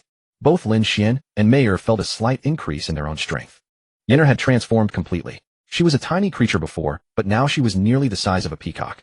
Her feathers were more splendid, her eyes brighter, and the flame on her tail had deepened in color, feeling much hotter. However, Yinner could control the temperature of her tail flame, so Lin Xuan didn't feel the heat. Only a warm sensation when he touched it. After observing Yinner's changes, Lin Xuan and Suyu also opened their eyes. Lin Xuan checked their levels. His sister was now level 5, having gained 1 level, and Suyu was level 9, presumably also having leveled up. He turned his gaze to his sister and Suyu. Having experienced the effect of the spirit liquid just yesterday, his sister looked at him with delight. As for Suyu, it was her first time, and she looked at herself in amazement, sensing the changes. Suyu, how do you feel? Suyu raised her beautiful eyes to look at him. My body feels light and full of strength. I've gained 1 level. The effect of this spirit liquid is incredible. Thank you, Lin Xuan, for giving me such a precious thing to cultivate with. Suyu, you're being distant. He leaned in close to Suyu's ear, speaking in a voice meant only for her. If you really want to thank me, how about we go to the park later and continue what we didn't finish last time? What do you think? He deliberately winked at Suyu. Suyu glared at him in exasperation. No way. All you think about is lewd stuff. His sister and Mayer, hearing Suyu mention lewd thoughts, looked at him suspiciously. I was just joking with Suyu. How could I possibly think about such things? He then gave Suyu a mischievous glance. The lewd was said by your sister Suyu. You can ask her about it. Suyu, who had blurted out the words out of embarrassment, now buried her head deep into the soft couch, playing ostrich. All right, Mayor, sister, it's getting late. I'll take Suyu home first, and then go to sleep. We have classes tomorrow. MMOK, master/brother. By the way, Suyu, I have 2 bottles of this spirit liquid that Mayor and I obtained. I'll pour half a bottle for you to use to level up yourself and little bluebird. He asked Suyu for another bottle and poured half for her. Half a bottle was nearly 260 milliliters, about 2,000 drops. Mayor and his sister went to the bathroom to brush their teeth and wash up before bed. He took Suyu's hand with Yenner perched on his head and walked her home. Of course, before sending her off, a goodnight kiss was inevitable. Yenner had watched the whole live show from atop his head, wondering what exactly the master and mistress were doing with their lips. After returning home, he brushed his teeth and took Yenner to his room. Yenner, time to sleep. Chirp chirp, okay master. Yenner flew over to the pillow on her own and tucked her head under her wing to sleep. Seeing Yenner asleep, he lay down to check his own status panel before also drifting off to sleep. Tomorrow was the grade-wide assessment. Host Lin Xuan. Level 12, 15 experience. Spirit skills Detective IC rank, Spiritual Light Shield A rank. Equipment Ethereal Boots, Speed 30, Damage Reduction 10, Black Scale, Inner Armor Damage Reduction 25, Azure Spirit Sword Skill Intensity 20, Sharpness 30. Items Tier 2 Water Spirit Core X5, Tier 2 Fire Spirit Core X20, Tier 1 Universal Evolution Material X5, Tier 1 Wood Spirit Core X53, Tier 1 Water Spirit Core X5, Tier 1 Fire Spirit Core X23, Tier 1 Earth Spirit Core X29, Tier 1 Wind Spirit Core X19, Tier 1 Lightning Spirit Core X2, Spiritual Power Recovery Pill X14, Grey Wolf Jade Fong X9, Moon Pupil Stone X7, Grey Bear Gallbladder X5, Green Scale Snake Gallbladder X45, Purple Lightning IX2, Fire Glory Horn X18, Water Condensation Stone X10, B-Rank Golden Eagle Spirit Beast Egg X2, Bound Spirit Beasts Nine-Tailed Celestial Fox, Level 13, Vermilion Bird Level 8. Available Spirit Beast Slots 0, 1 slot, gained every 10 levels. Spirit Beast Nine-Tailed Celestial Fox. After reviewing his panel, he drifted into a contented slumber. The night passed without incident until dawn. Early in the morning, Lin Xuan was awakened by the broad wings of Yenner. Yenner arose, spread her wings, and flapped them a few times to stretch. Unaware that Lin Xuan was sleeping facing her, she gave him 3 sharp slaps, slap, slap, slap. After finishing her stretches, she noticed Lin Xuan staring at her with bright eyes, and it dawned on her that she might have hit something while flapping her wings. Could it have been her master? She immediately looked flustered. Master, I'm sorry. Yenner just woke up and instinctively stretched her wings without noticing you. I accidentally hit you. After saying this, she jumped in front of Lin Xuan's face and rubbed her head affectionately against his cheek. Lin Xuan was completely bewildered, feeling as if he had been awakened by a huge wing slap, dazed and confused. Seeing that it was an accident caused by Yenner, he relaxed. He stroked Yenner's splendid feathers. It's okay, Yenner. I was just about to get up anyway. Just be more careful next time. Seeing her master's forgiveness, she rubbed against him even more affectionately. Thank you, master. You're so kind. Come on, Yenner, let's get up and have breakfast. With that he got up and went out of the room to brush his teeth and wash his face. His younger sister, seeing Lin Xuan getting up on his own today, stared at him with wide blinking eyes. She felt as if her brother had been swapped out. Normally, if she didn't wake him up, he would sleep until he was late. Big brother, why are you up so early today? You didn't even need me to call you. She watched him with her head tilted, eyes fixed on him. Oh, so I'm not allowed to get up on my own. Seeing that her brother could wake up without being called, she felt as if her job was being taken away and looked at Lin Xuan with suspicion. Then will you never need me to wake you up anymore? Lin Xuan heard this and realized that without his sister's call he might not know when to wake up. Of course I do. Today I was awakened by Yinner's slaps. Without you I wouldn't know when I'd wake up. Lin Xuan nodded and happily went back to continue making breakfast. After breakfast, Lin Xuan took his sister and called Suyu to go to school. Since his two spirit beasts were too eye-catching, he had to ask them to return to the spirit beast space for now. He had now leveled up to 12, and the spirit beast space was no longer so monotonous. It could now transform into an environment that the spirit beasts liked. Although the transformed area was not yet large, it was enough for Mayor and Yinner to play in for a while. Since the senior year was to have a talent level assessment today, as soon as he arrived at the classroom, the homeroom teacher informed them that the first period would be spent gathering on the sports field. Lin Xuan and Suyu didn't stay in the classroom. They went directly to the grassy sports field. Since it wasn't time to assemble, yet they found a spot and sat down together. Watching the crowds coming and going, many people noticed Lin Xuan and his companion, a perfect couple, sitting together chatting and laughing. After all, Suyu was famously known as the school's first love goddess. Unfortunately, almost everyone in the school knew that this gentle and elegant goddess had already been plucked by Lin Xuan, that pig. In the past, there were clueless little blonde punks who harassed Suyu, and even more audacious big blonde punks who came to warn Lin Xuan to stay away from Suyu. But no matter the harassers or the warners, Lin Xuan retorted back at them all. If they came again or issued threats, he reported each one to Shangwan Xiangming, and she would invite them all for a tea session. It was laughable. Those punks wouldn't dare to offend Shangwan Xiangming.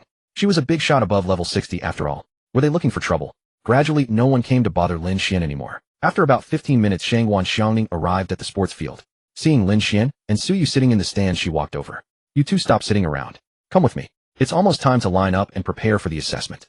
With that, she led the two to their class's spot. When the classmates saw their homeroom teacher, they voluntarily came over and lined up. All right, classmates, line up first. When it's our class's turn to test, go up one by one. Soon the entire grade was lined up on the field. First, the school leaders went up and gave a long speech filled with familiar platitudes. Then it was the turn of an old man with white hair and beard. This elder was a renowned level 70 powerhouse from Yaodu. It was clear that the school placed great importance on this assessment, otherwise they would not have invited such a veteran strongman to observe the grade-wide test.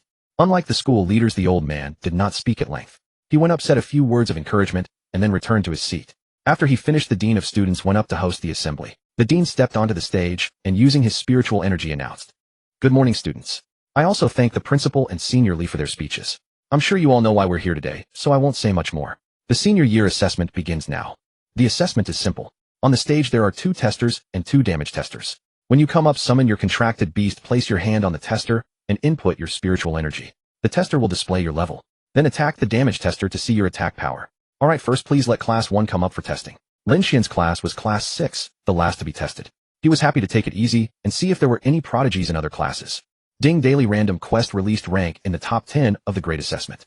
Quest rewards 4 experience potions, 120 chi recovery pills, 21st order universal evolution materials, spirit beast exclusive equipment, jade fox pink robe. Legends say it is a garment of a 9-colored immortal fox, one of its 3 most beloved robes.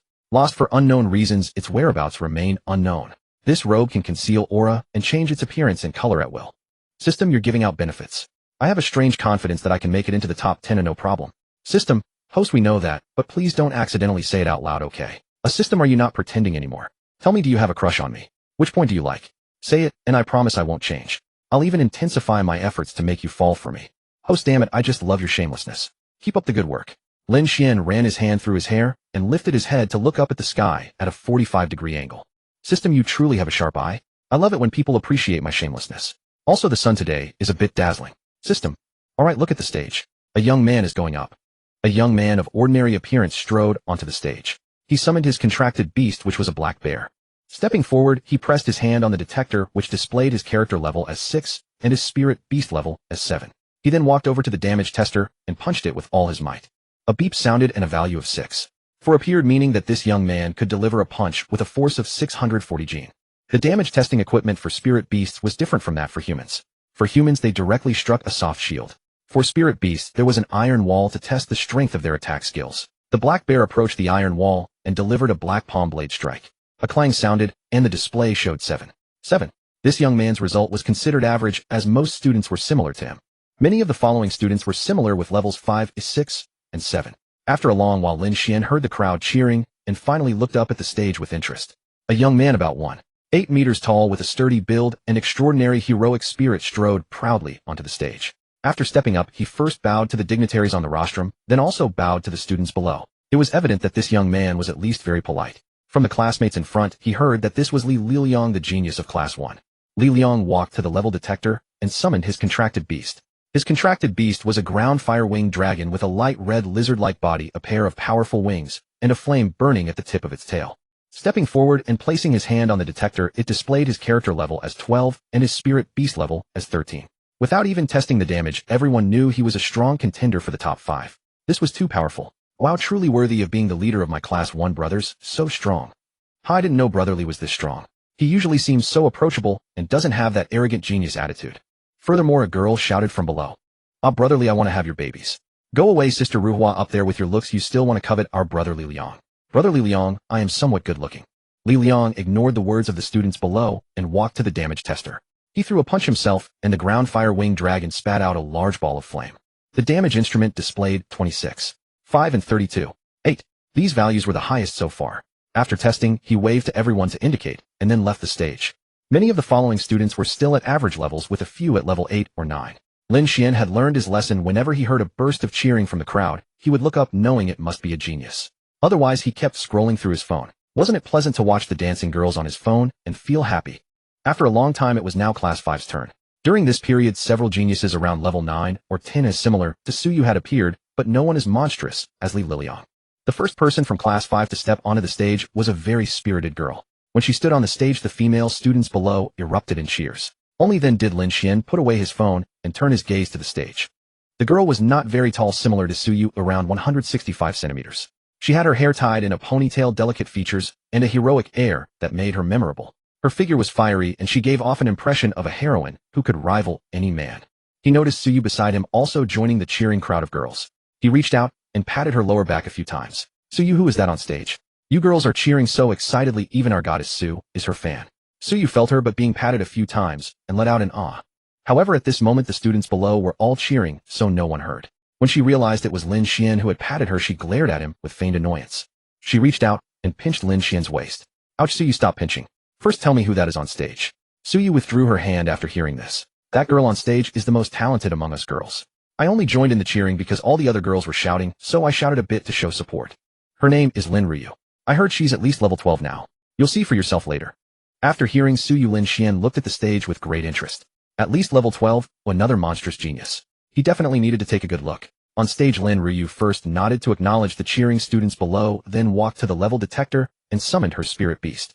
What she summoned was a purple cloud flood dragon. Its body was covered in purple scales. It had 2 horns on its head, a serpentine body, 4 claws on its abdomen, and each claw had 3 toes. After being summoned, it nuzzled affectionately against Lin Ryu's face. The bloodline of a 3-clawed flood dragon was quite powerful. If she had a chance in the future to evolve her talent, she might even evolve into a purple dragon. However, the chance of becoming a true dragon seemed slim. Lin Ryu called out the purple cloud flood dragon, then placed her hand on the detector and infused it with spiritual energy. It displayed her character level as 13 and her spirit beast level as 15. Instantly, the cheering below became even more intense. Our sister Ryu is so amazing, her talent is so strong. Miss Ryu, are you still looking for a hanger-on? The 200 gene kind. I'm super greedy and super sweet. You two above, get away. Sister Ryu, the doctor said my stomach is weak, so I need to eat something soft. I think we'd be a perfect match. Lin Xuan looked at the somewhat crazy female classmates around him. This was probably like a fan meeting. On stage, Lin Ryu ignored the shouts from the students below and walked to the damage strength tester. Lin Ryu threw a punch, and the purple cloud flood dragon spat out a bolt of lightning. The damage instrument displayed 33 and 45. After testing, she left the stage with her spirit beast. Gradually, all of Class 5 finished testing. After waiting a long time, it was finally Class 6's turn. Shanggong Xiangning, seeing that it was finally her class's turn, excitedly cheered on her classmates. Classmates, it's our turn. Alright, the first in line, Wang shout, yeah, you go first. And the classmates below, stop playing with your phones. Especially you, Lin Xuan. Can you turn down the volume on your videos? Do you think I don't know you're watching, girls? The background music is interfering. Lin Xuan was originally watching the most exciting part. When he heard Shanggong Xiangning directly call him out, he awkwardly put his phone back in his pocket and looked at the stage as if nothing had happened. After a long time, it was finally Su Yu and Lin Xian's turn. Su Yu went up first. She lightly stepped onto the stage and nodded to the rostrum and the students below. As soon as Su Yu stepped on stage, people started talking.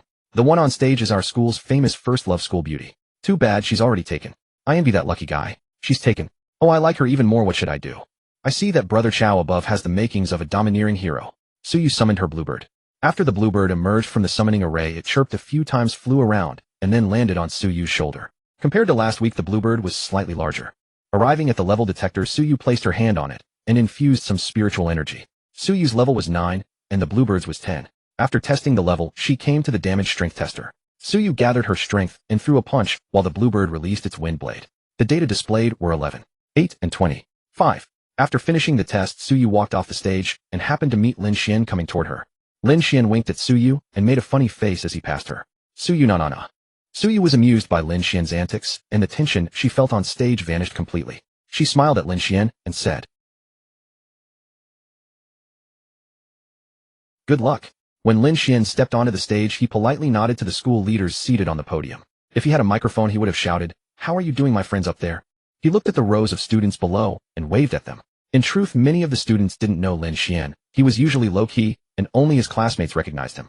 Approaching the detector, Lin Xuan summoned Mayor. A pure white two-tailed fox stepped out of the formation with a graceful cat-like stride. Her posture was elegant. Seeing such a beautiful white fox, a student in the audience exclaimed, "Why have I been single too long? Even a fox gives me a feeling of falling in love." Brother upstairs, be confident. Remove the seems like. It really is a feeling of falling in love. Who's such a cute little white fox? I really want to raise one.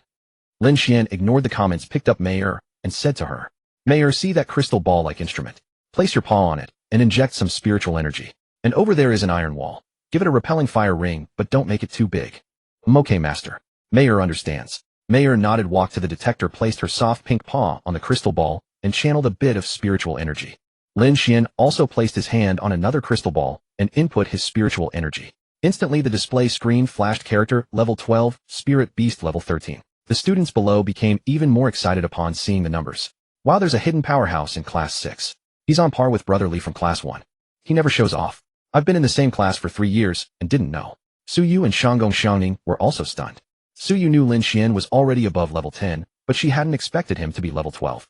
Shanggong Xiangning was astonished that this kid was only level 6 last week and now level 12 today. Had he ridden a rocket? That was utterly absurd. After the level test, Lin Xuan led Mayor to the damage intensity detector. "Let me throw a serious punch." Bang. "Ouch, my fist actually hurts," he muttered to himself, blowing on his knuckles. With a bang, the display showed 35. Mayor also stepped up to the detector and unleashed a repelling fire ring that exploded against the iron wall. With a thunderous roar, the test wall dented inward, and the students below felt a wave of heat rush toward them. The display showed a value of 61. Mayor's attack intensity was the highest among all students tested so far. The test was over, so he carried Mayor, waved to the students below, and walked off the stage. When he reached his class's spot, Shanggong Xiangning was staring at him with a knowing smile. Seeing that look, his instinct told him something was bound to happen. He walked up to Shanggong Xiangning and noticed she had dressed up more carefully today, different from her usual style. Usually she wore a white blouse and a pencil skirt, but today she was dressed in a black long-sleeved A-line dress adorned with an exquisite brooch on her chest, black high heels, black lettered stockings, and her hair was styled into a bob. Sister Xiangning, you look really nice today. Are you meeting someone important?" Shanggong Xiangning tidied her bangs and replied, "Can't I dress nicely for no reason? Don't just flatter me. Come to my office later." "Sure, Sister Xiangning. And that outfit really suits you. I love it." With that, he immediately slipped back to his seat. Shanggong Xiangning watched him dash off, mulling over his last words. "You little rascal, daring to tease even me. I'll settle both old and new scores later." After Lin Xuan returned to his seat, he chatted with Su Yu for a while. All the students finished their tests. The academic dean took the stage again. "All right, students. Today's grade-wide assessment is complete, and we've seen some exceptionally talented individuals, a few of whom have truly made a name for themselves. I won't waste time on pleasantries. You've all been waiting long enough, so here are the top 30 students based on the combined scores from this assessment. First place, Lin Xuan from class 6, total score 116.5. Second place, Lin Ryu from class 5, total score 106. Third place, Li Lilian from class 1, total score 84.3. Fourth place, Lin Yuqi from class 2, total score 72.4. Sixth place, Chenine from class 3, total score 63.5. Sixth place, Su Yu from class 6, total score 51.3. 30th place, Lin Wei from class 1, total score 33.2. Alright, everyone can go back now. This grade-wide assessment is concluded. I also want to thank Senior Li for attending. Ding. Random task completed rank in the top 10 of the grade assessment.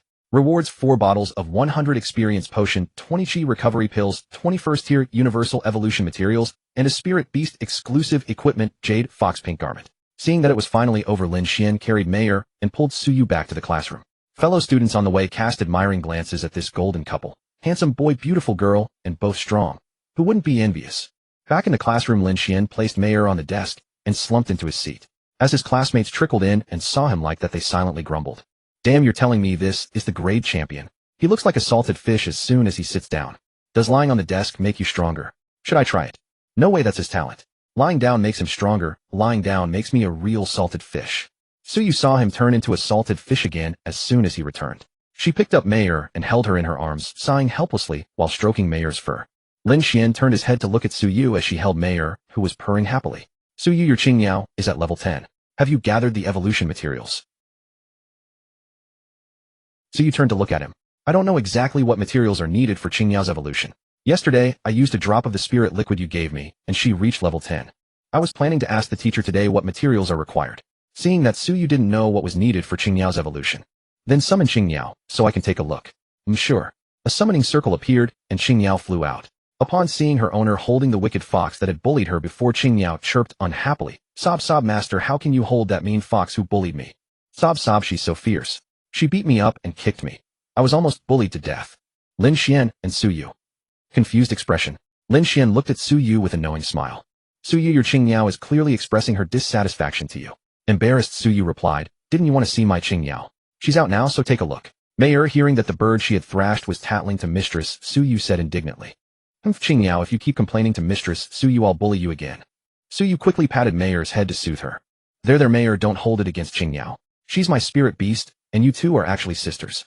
Qingyao, from now on call Mayor Sister Mayor, or else she'll bully you again. Seeing that her owner had spoken and knowing she couldn't beat the wicked fox, Qingyao thought, if you can't beat them, join them. And having a big sister to protect me isn't so bad.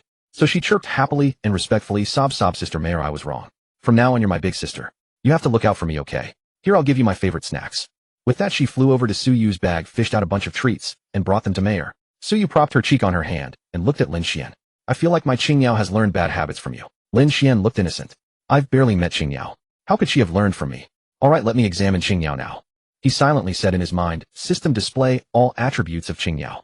Spirit beast Qingyao. Attribute wind. Level 10. Growth potential B rank, evolvable materials viewable. Talent wind type attack increased by 30, flight speed increased by 50. Skill Gale Blade. Evolvable, yes, next tier materials viewable.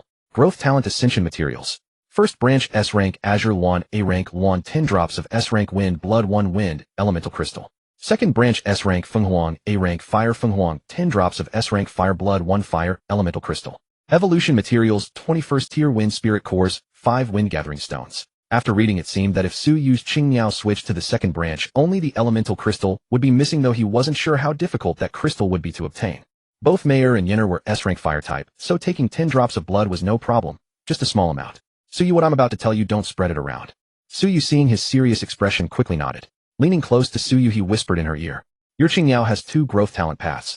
One is the original Azure Luan path, with the highest being S-rank Azure Luan and A-rank Luan. The A-rank Ascension materials require 10 drops of S-rank Wind Blood and 1 Wind Elemental Crystal. The other is the Fenghuang path, but it requires changing to Fire attribute. The highest is S-rank Fenghuang, and A-rank is Fire Fenghuang.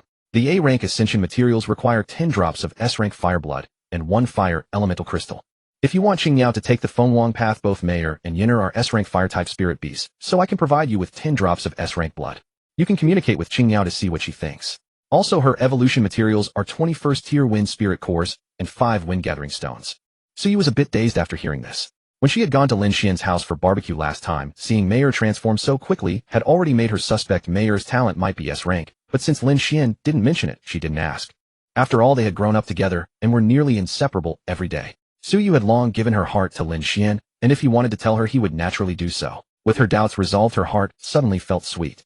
Lin Xuan noticed that after he finished speaking, Suyu's cheeks had turned pink, as if she had tasted honey, and the corners of her mouth were slightly lifted, looking like she was grinning foolishly, as if stunned by his words. He gently shook her to bring her back to her senses. Suyu snapped back and quickly put away her sweet feelings, smiling at Lin Xuan. I'll ask Qingyao about the Ascension talent later. I already have the 5 wind gathering stones for the evolution materials in my storage space, but I'm short on first-tier wind spirit cores. Lin Xuan checked his system storage backpack and found 19 cores. I have wine spirit cores, 19 of them from hunting in the spirit beast forest a few days ago. I don't need them, so I'll give them all to you. With that, he took the wind spirit cores out of his system and handed them to Suyu. Suyu looked at the cores he offered, saw no need to be polite, accepted them, and then took out 5 wind gathering stones and 1 core from her own storage backpack. She called Qingniao, who was playing with Mayer, and told her she would help her evolve and feed her the materials. They were in the classroom now, and this period was self-study. Evolving was nothing to hide. After Qingniao swallowed the items, a faint blue light slowly enveloped her. The classmates watched curiously, as many had never seen a spirit beast evolve before. Gradually the blue light within expanded, and the Qingniao grew larger, emitting blue ripples around her. She stopped when she was nearly 3 times her original size, now as big as a calf. The blue light slowly faded, leaving only the ripples around her. Qingniao opened her eyes, turning her head curiously to examine her changed form after evolution. Realizing how large she had become, she quickly concealed the ripples and shrank herself. How could she perch on her master's shoulder like this? How could she snuggle with her newly recognized big sister? And she had heard there was also a second sister. After evolving, Qingniao cheerfully flew off to play and snuggle with Mayer, completely ignoring her master, who was staring at her. After watching the evolution, everyone else also withdrew their gazes. Lin Xuan turned his gaze back to Suyu and asked, Suyu, after this evolution, Qingniao's strength must have grown significantly. She can now control her size at will. Suyu, seeing Qingniao evolved, revealed a radiant smile. Yes, Qingniao just told me through telepathy that she learned a new skill. She can transform into a battle form, which is the enlarged state she was in just now. Her strength has increased greatly. She turned to look out the window. It was almost noon, and she still needed to visit Shanggong Xiaoning's office later. Glancing at her phone, it was already 1130. She was a little hungry, so she decided to eat first before going to see Sister Xiaoning. Suyu, it's almost noon. Let's go eat. Mayor Qingniao, stop playing. Let's go. With that, he also summoned Yin'er from the spirit beast space, and they went to eat together. As soon as Yin'er appeared, Qingniao was startled. Spirit beasts of the same kind could sense each other's bloodline, and Qingniao felt an exceptionally powerful bloodline pressure from Yin'er. She asked her newly recognized big sister, and learned that this second sister was actually the second most powerful bird bloodline, Zhuke. She nearly knelt down on the spot. She insisted on acknowledging this second sister, showing all kinds of respect. And so at lunch, the usually quiet and proud Qingniao turned the meal into a sister recognition ceremony. Now Qingniao had 2 sisters. Whether she would gain more in the future depended on her own choices. If she couldn't defeat them, they'd become sisters again. After all, they weren't enemies. If you can't beat them, join them. No shame in that, right? After lunch, Lin Xuan first let Suyu return to the classroom, then went to find Shanggong Xiaoning. Arriving at the familiar red wooden door, he knocked 3 times, thump thump thump. There was no response from inside. Was she not there? Thump thump thump. 3 more knocks. Still no answer. Maybe she wasn't in.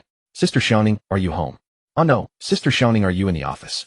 He called out a few times, but got no reply. She's probably not here. I'll open the door and check. Click. He opened the door and stepped inside. Upon entering, he found Shanggong Xiaoning asleep on the sofa. She was lying down with her feet facing the door, and today she wore a skirt with a rather wide hem. Black. He blurted out instinctively after looking. Shanggong Xiaoning had only been napping and woke up when Lin Xuan opened the door. Hearing Lin Xuan say black, as he entered, she instinctively opened her eyes and asked, what black? Then she sat up, thought about what she was wearing today, and immediately realized she had been exposed while sleeping. She fixed her beautiful eyes on Lin Xuan. You little rascal, you teased me after the test this morning, and now you dare to take advantage of me. Come on, let's settle both old and new accounts. Without giving Lin Xuan a chance to respond, she directly pulled him into her domain space. When a beast tamer reaches level 50, they can communicate with the world using their own spiritual energy to gain the world's power. At level 60, they can even borrow the world's power to manifest a domain space around them. At this moment, the system in his mind was up to mischief once again. Ding! A daily random quest has been issued because the host inadvertently caught a glimpse of something he shouldn't have. He is about to be disciplined. As long as he survives without being beaten to death, the quest will be considered complete. Quest rewards 1 bottle of 100 experience water, 5 second tier universal evolution materials, 10 drops of S-rank wind attribute blood, and 1 wind attribute origin crystal. Lin Xuan stared at the quest prompt hovering in his mind. A string of question marks suddenly popped into his thoughts. System, what do you mean by that? I think you're asking for a beating. This system of yours really has gone down a slippery slope of mischief. Narrowing the road with each step, you little rascal. Host, I simply enjoy watching you get beaten by women. That's all. Lin Xuan disregarded the system, for he himself was still uncertain of where he was. At this moment, Lin Xuan had been pulled into the domain space of Shanggong Xiaoning. Within this space, any combat would not affect the outside reality unless the energy within the space became so overwhelming that it caused the space itself to rupture and damage the real world. Shanggong Xiaoning watched Lin Xuan with a mischievous grin. Boy, I've noticed you've been quite mischievous lately. I've decided to test your practical combat experience. Come then, I won't summon any spirit beasts. Lin Xuan observed the dark purple space around him. Though there was not a single ray of light, he could clearly see Shang Gong shining opposite him. Not far above his head, patches of thunder clouds gathered. Lin Xuan could vividly feel the terrifying aura emanating from within them. Just one glance made every hair on his body stand on end, as though he had encountered some great horror, triggering an instinctive physical response. Lin Xuan said with a mixture of fear and helplessness, "Sister Xiangning, please keep those thunder clouds above you under control. I feel like a single strike could turn me to ashes." Shang Gong Xiangning let out a villainous chuckle. Don't worry, I won't use the domain space against you." With that, she waved her hand and dispelled the thunder clouds. Seeing the thunder clouds vanish from above, Lin Xuan felt the weight lifting from his heart, and a sense of relief washed over him. "Then Sister Xiangning, please bear with me." He then summoned Mei Er and Yen Er. A snow-white fox stepped out of the formation array, followed closely by a crimson bird adorned with magnificent feathers which fluttered into the air. Mei Er positioned herself in front of Lin Xuan, while Yen Er perched upon his shoulder. Upon seeing Lin Xuan summon yet another unfamiliar spirit beast, Shang Gong Xiangning grew even more curious about where the boy had acquired so many beasts she had never encountered before. Moreover, the crimson bird's tail feathers were wreathed in scarlet flames.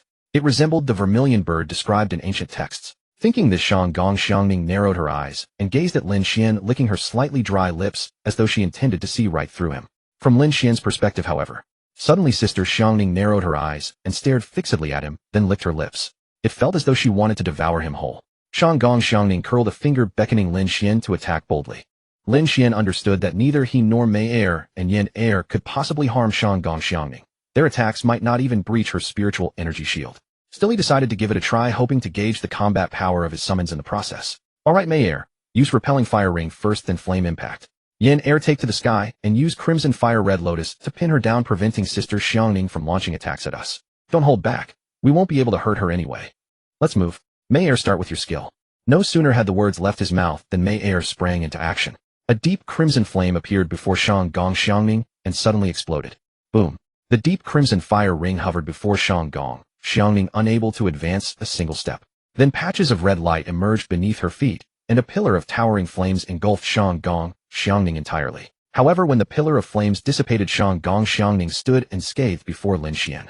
It seemed Mei Er's attack couldn't even breach Sister Xiangning's shield. All they could hope for now was to absorb fewer blows. Lin Xuan cast a light shield on Mei Er, Yen Er, and himself. "Alright, let's close in and fight hand to hand. Yen Er, focus on using your skills to pin her down."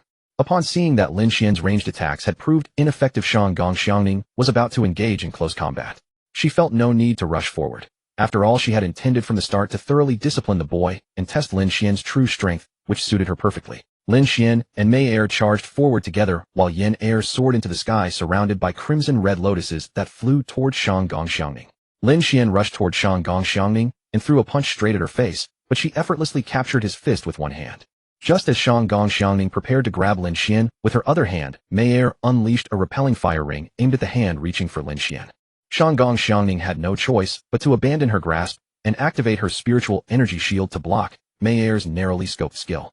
At that moment, the crimson red lotuses that had previously lingered near Yen Er flew behind Shang Gong Xiangning, crashing into her one after another. Shang Gong Xiangning was forced to release Lin Xuan's wrist and instead caught Yen Er's red lotuses with her other hand.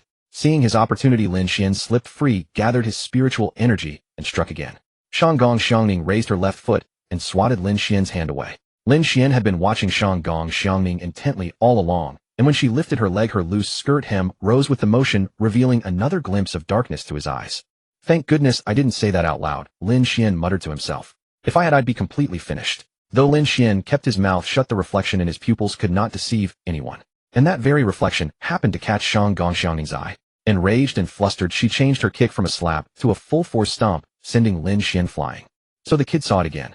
"Let me show him what flowers look like in red today." Shang Gong Xiangning summoned her spiritual energy, immobilizing both Mei Er, who was charging forward, and Yen Er, who was still airborne.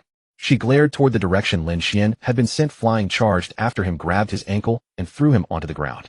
Sitting atop him in a duck position, she proceeded to pummel him relentlessly. Lin Xuan was suffering, yet somehow still delighted. Only when Lin Xuan's face was bruised and swollen, resembling a pig's head, did she finally release him. Ending the domain, Shang Gong Xiangning, Lin Xuan, Mei Er, and Yen Er all appeared inside the office. Shang Gong Xiangning, Mei Er, and Yen Er were all unharmed, while Lin Xuan looked as though he had been turned into a pig's head. Lin Xuan rubbed his face, staring dejectedly at Xiaoning. Sister Xiaoning, look at what you've done to me. I'm all bruised and battered. Please heal me quickly, we have class soon. Xiaoning took out her phone, opened the camera, and snapped several photos of Lin Xuan's disfigured face. Alright, I'll heal you. But if you behave mischievously again in the future, I'll beat you just the same next time. With that, she summoned a gentle and beautiful girl wearing a green dress.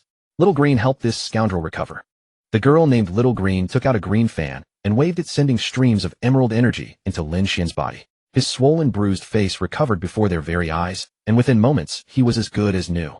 Seeing Lin Xuan's facial injuries healing rapidly, Meyer and Yinner curiously gazed at their master. Meyer stepped forward and gently touched Lin Xuan's face with her tiny foot, exclaiming in delight, "Master, your face is healed. This sister is so amazing." Lin Xuan touched his still handsome face with his own hand, looking at the girl in green attire. "It doesn't hurt anymore, Sister Xiaoning. Is this your summoned beast?" Xiaoning noticed that Lin Xuan's face had also healed. She instructed Xiao Lu to brew some tea, but didn't answer Lin Xuan. However, anyone with eyes could see that this girl was summoned from space by Xiaoning. She led Lin Xuan to the reception room, where they sat down for tea. "Alright, tell your little fox to transform back to human form. You've got so many secrets, little one." Lin Xuan nearly choked on his tea. Cough cough, how did you know, Sister Xiaoning? Xiaoning glanced at him and continued drinking her tea. "The shop you visited 2 days ago was opened by my best friend.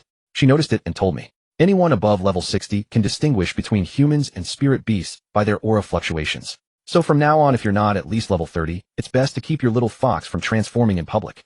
Only A-ranked top-tier spirit beasts have a chance to transform at level 30. It might cause trouble. Although contracted beasts can't be stolen, people will inevitably be curious." Lin Xuan nodded seriously after hearing this. "Thank you, Sister Xiaoning." Meyer transformed into human form, so Sister Xiaoning can see. Suddenly, Meyer was surrounded by a pink glow and transformed into the appearance of a 12 or 13-year-old girl. Today she was wearing a blue and white Lolita dress, looking pure and lovely. Seeing Meyer's outfit, Xiaoning couldn't help but think of her best friend, who also wore Lolita fashion every day and even dressed up her contracted beast. She squinted and looked at Lin Xuan with a mischievous smile. "Lilicon." Lin Xuan's face twitched at Xiaoning's words. "Sister Xiaoning, it's just that this outfit looks good on her. If I have to admit to any preference, I'd say I'm more of a mature woman type, especially someone as beautiful and well-figured as you." Xiaoning glared at him with her beautiful eyes. "I think you're asking for a beating again." Upon hearing that Xiaoning wanted to beat him again, Lin Xuan quickly changed the subject. "Sister Xiaoning, don't be angry. After all, everyone recognizes your beauty and figure. By the way, Sister Xiaoning, you're high-level and experienced.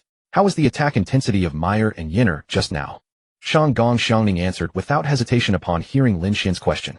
"Your little fox's skills are impressive. She's only level 13 now, but her attacks can match those of a level 18 demon beast. Your Redbird's Crimson Red Lotus is no less impressive either. When multiple Red Lotuses attack together, a level 8 one can deal damage equivalent to a level 13 demon beast.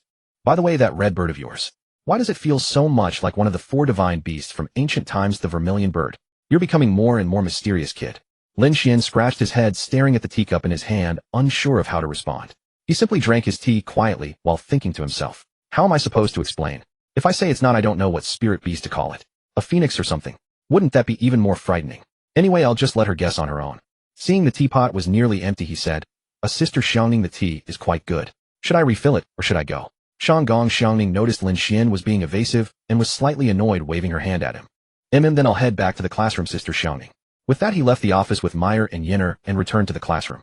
Daily random quest completed. Host accidentally saw XX and got beaten up.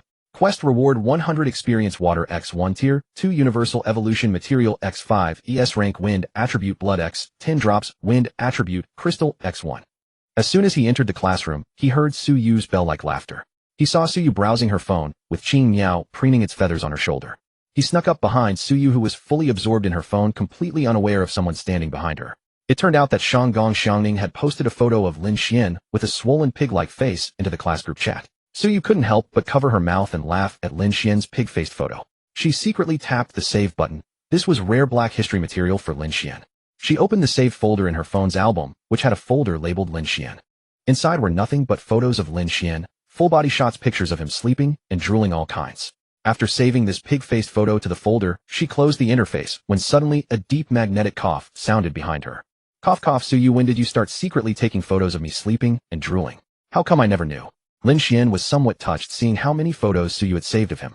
After all, when a beautiful girl like her kept so many photos of you, it stirred something in one's heart, even if some of those photos were a bit embarrassing. Su Yu was startled by Lin Xuan's sudden voice behind her and Qing Niao on her shoulder was flung off as she turned around. However, Qing Niao saw its good big sister and second sister arriving, so it didn't worry about it, and trotted over to greet them. Suyu looked completely flustered as if she had been caught doing something wrong. Lin Xuan, how did you get behind me? Weren't you still with Sister Xiangning? I thought your face was healed. I thought you turned into a pig head again. Hearing this, Suyu couldn't help but cover her mouth and giggle again. Lin Xuan. Sister Xiangning wanted to test my combat abilities just now, so we sparred. I was just a bit careless and got beaten up by her. Then she had Xiao Lu heal me, and that photo was taken by her when I wasn't paying attention. Is it really that funny? Lin Xuan certainly wouldn't say that he got beaten because he accidentally saw something, and she flew into a rage. Lin Xuan secretly vowed in his heart that once he could defeat Sister Xiangning, he would make her sit on his lap and spank her to avenge today's pig face humiliation. Suyu, you secretly saved so many photos of me on your phone. Come on, let me see. Let me check out your photography skills. After saying this, Lin Xuan pulled his chair over and sat behind Suyu, resting his head on her shoulder and hugging her from behind. Don't worry, I'm just curious to take a look. Hearing that Lin Xuan only wanted to look, Suyu quickly put away her shyness, unlocked her phone, and opened the album to swipe through the saved photos of Lin Xuan one by one. Lin Xuan's heart churned as he looked through them. Even photos of him wearing diapers as a child were there. The collection was remarkably complete. Many memories he had forgotten came flooding back. Suyu had been so thoughtful, searching for so many and saving them on her phone. Unable to resist, he turned his face and kissed her. No, thank you, Suyu. It's so good to have you. Seeing Suyu's ears turn red, he knew the girl was shy. After all, classmates in the classroom were watching them. Ah, they're at it again. Quick, ship them. This couple is so sweet, I could ship them for a year. Damn it, all they do all day is spread dog food. You perverted smile. Seeing Suyu so embarrassed, Lin Xuan reached up and patted her hair before getting up and returning to his seat, not continuing to shower public affection. What Lin Xuan didn't know was that although Suyu was full of shyness, the overwhelming feeling was sweetness. After returning to his seat and lying down, he looked back at Meyer and Yenner. The two were whispering with Qing Niao at the back of the classroom, not knowing what they were discussing. He gave them a command not to run around, then lay down to rest and conserve his energy. It was nearly time for class when Lin Xuan was finally roused from his slumber. Shangwan Xiangning had come to notify that the top 30 students of the grade would assemble on the playground the next morning. The genius class would not be held in the classroom. Seeing that Lin Xuan, the top student of the grade, was still asleep, Shangwan Xiangning walked over and grabbed his ear to wake him up. She pinched his ear and looked down at him. Kid, come directly to the playground tomorrow morning. All grade top 30 students are to attend. Lin Xuan, still groggy from sleep, felt a gentle hand pinching his ear. Opening his eyes, he realized it was Shangwan Xiangning and mustered his energy to reply, okay, got it.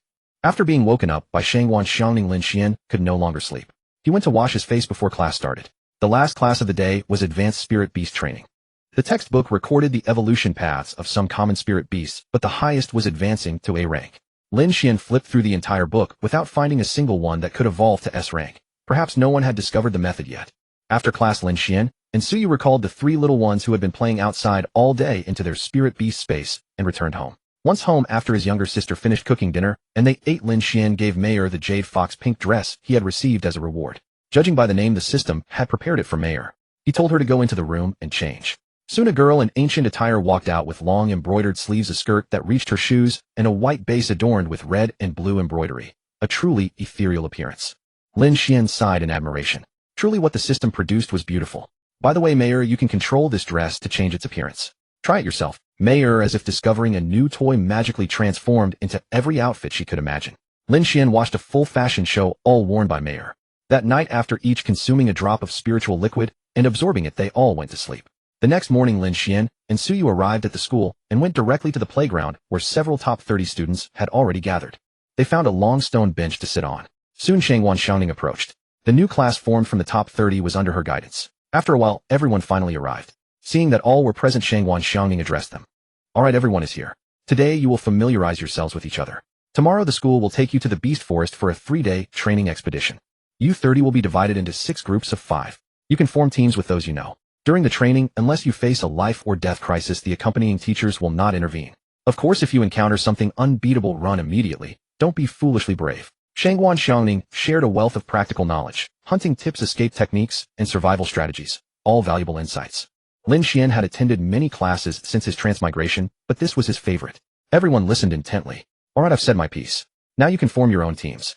Naturally, everyone wanted to team up with the strongest. Soon many came to Lin Xuan asking to join his team. Among those approaching were 4 classmates, 3 girls and 1 boy. Lin Xuan straightforwardly chose the 3 girls, and together with himself and Suyu they formed a full team of 5. After everyone had formed their teams, Shangwan Xiangning spoke.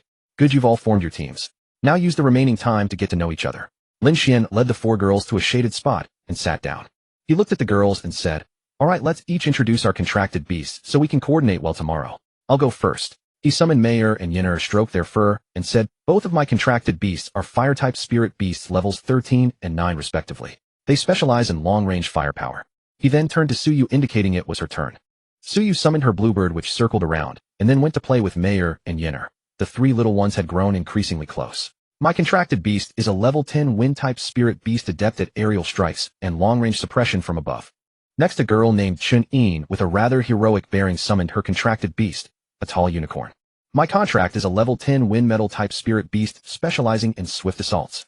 Lin Xuan used his skill to inspect it. The unicorn had a speed-boosting skill and a charge skill, making it excellent for battlefield breakthroughs. The other two girls were named Lin Wanru and Li Mengli. Lin Wanru's gentle appearance matched her name. Her contracted beast was a level 9 Naga mermaid, an adorable little mermaid with a healing skill. The last girl had a more carefree personality. Her contracted beast was a level 10 silver-armored turtle, which excelled in defense and could serve as the front line. After everyone had introduced themselves, Lin Xuan briefly arranged the formation for the next day. "Let's plan our positions for tomorrow in the beast forest. Li Mengli, your spirit beast, has strong defense, so it will act as our front line to draw enemy fire. Chun-In, your unicorn, is fast and can charge at enemies. Have it support the silver-armored turtle. Lin Wanru, your mermaid, will stay in the middle of our group, mainly healing the silver-armored turtle and the unicorn. I'll handle firepower suppression. Suyu, your bluebird, will work with Yenner for reconnaissance and aerial fire support. All right, let's start with this plan tomorrow. If anyone has objections, speak up, we can discuss further."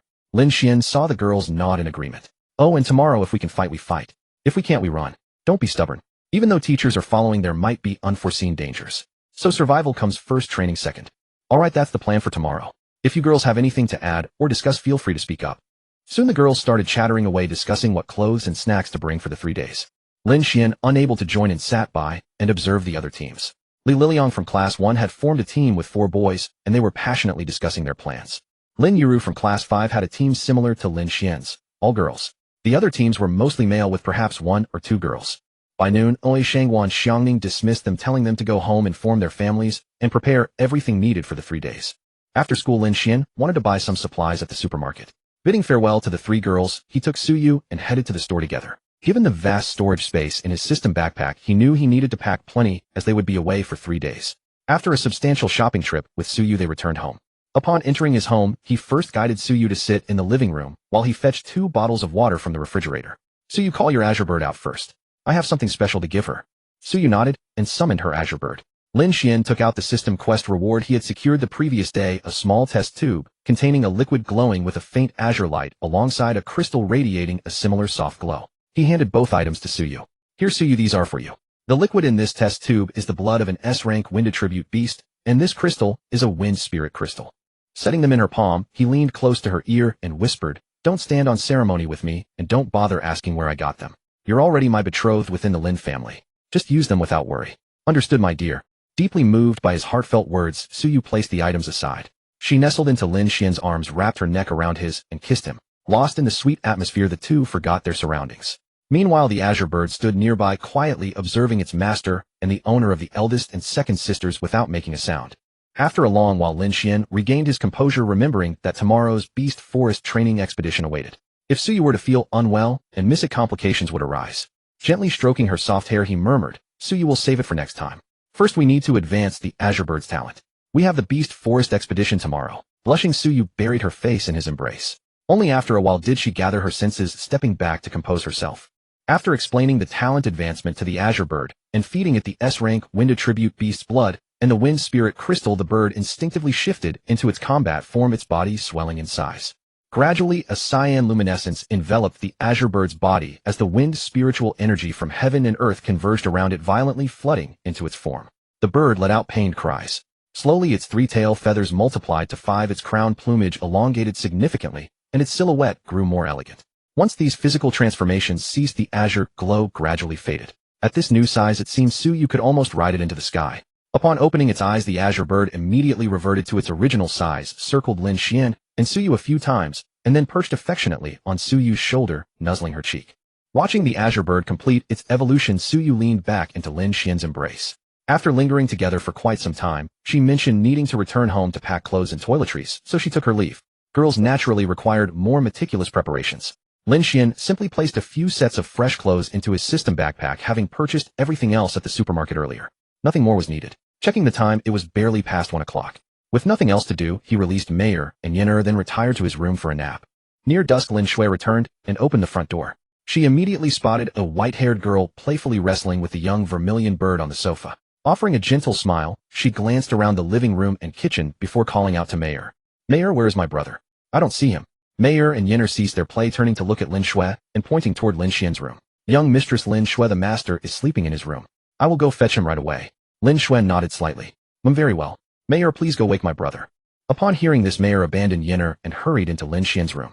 Tossed aside, Yenner let out soft chirps. "Ing, sister Mayer, take your little sister along." Saying that, she flew after Mayer. Mayer raced to Lin Xuan's door, climbed onto the bed, slipped under the covers, and crawled toward him. Wrapping her arms around Lin Xuan's neck, she shook him awake. Master, rise and shine. Young Mistress Lin Xuan has returned." Yenner flew into the room and landed on the bed, but finding no space, she merely mimicked her elder sister's actions from the side. Lin Xuan felt a delicate weight pressing upon him, accompanied by gentle shakes. Opening his eyes, he saw Mayer's charming little face. "All right, Mayer, I'm awake. Has my sister returned?" Mayer nodded slightly and pressed her face against his. Then let us get up." Saying so, he rose from bed, carrying Mayer, summoned Yenner, and exited the room. In the living room, he gave Mayer a gentle pat on the head before seating her on the sofa. He then proceeded to the kitchen to inform his sister about the 3-day training plan announced by Shangwan Xiangning that day. She warmly reminded him to prioritize his safety. He assured her of everything to ease her worries. After dinner, he took his sister and the two little spirits for a walk. Passing by the culinary street, the two requested to sample some local delicacies. Having tasted them, many dishes that looked appetizing turned out to be quite mediocre, nowhere near as delicious as what his sister cooked. Their aroma was promising, but the flavor fell short.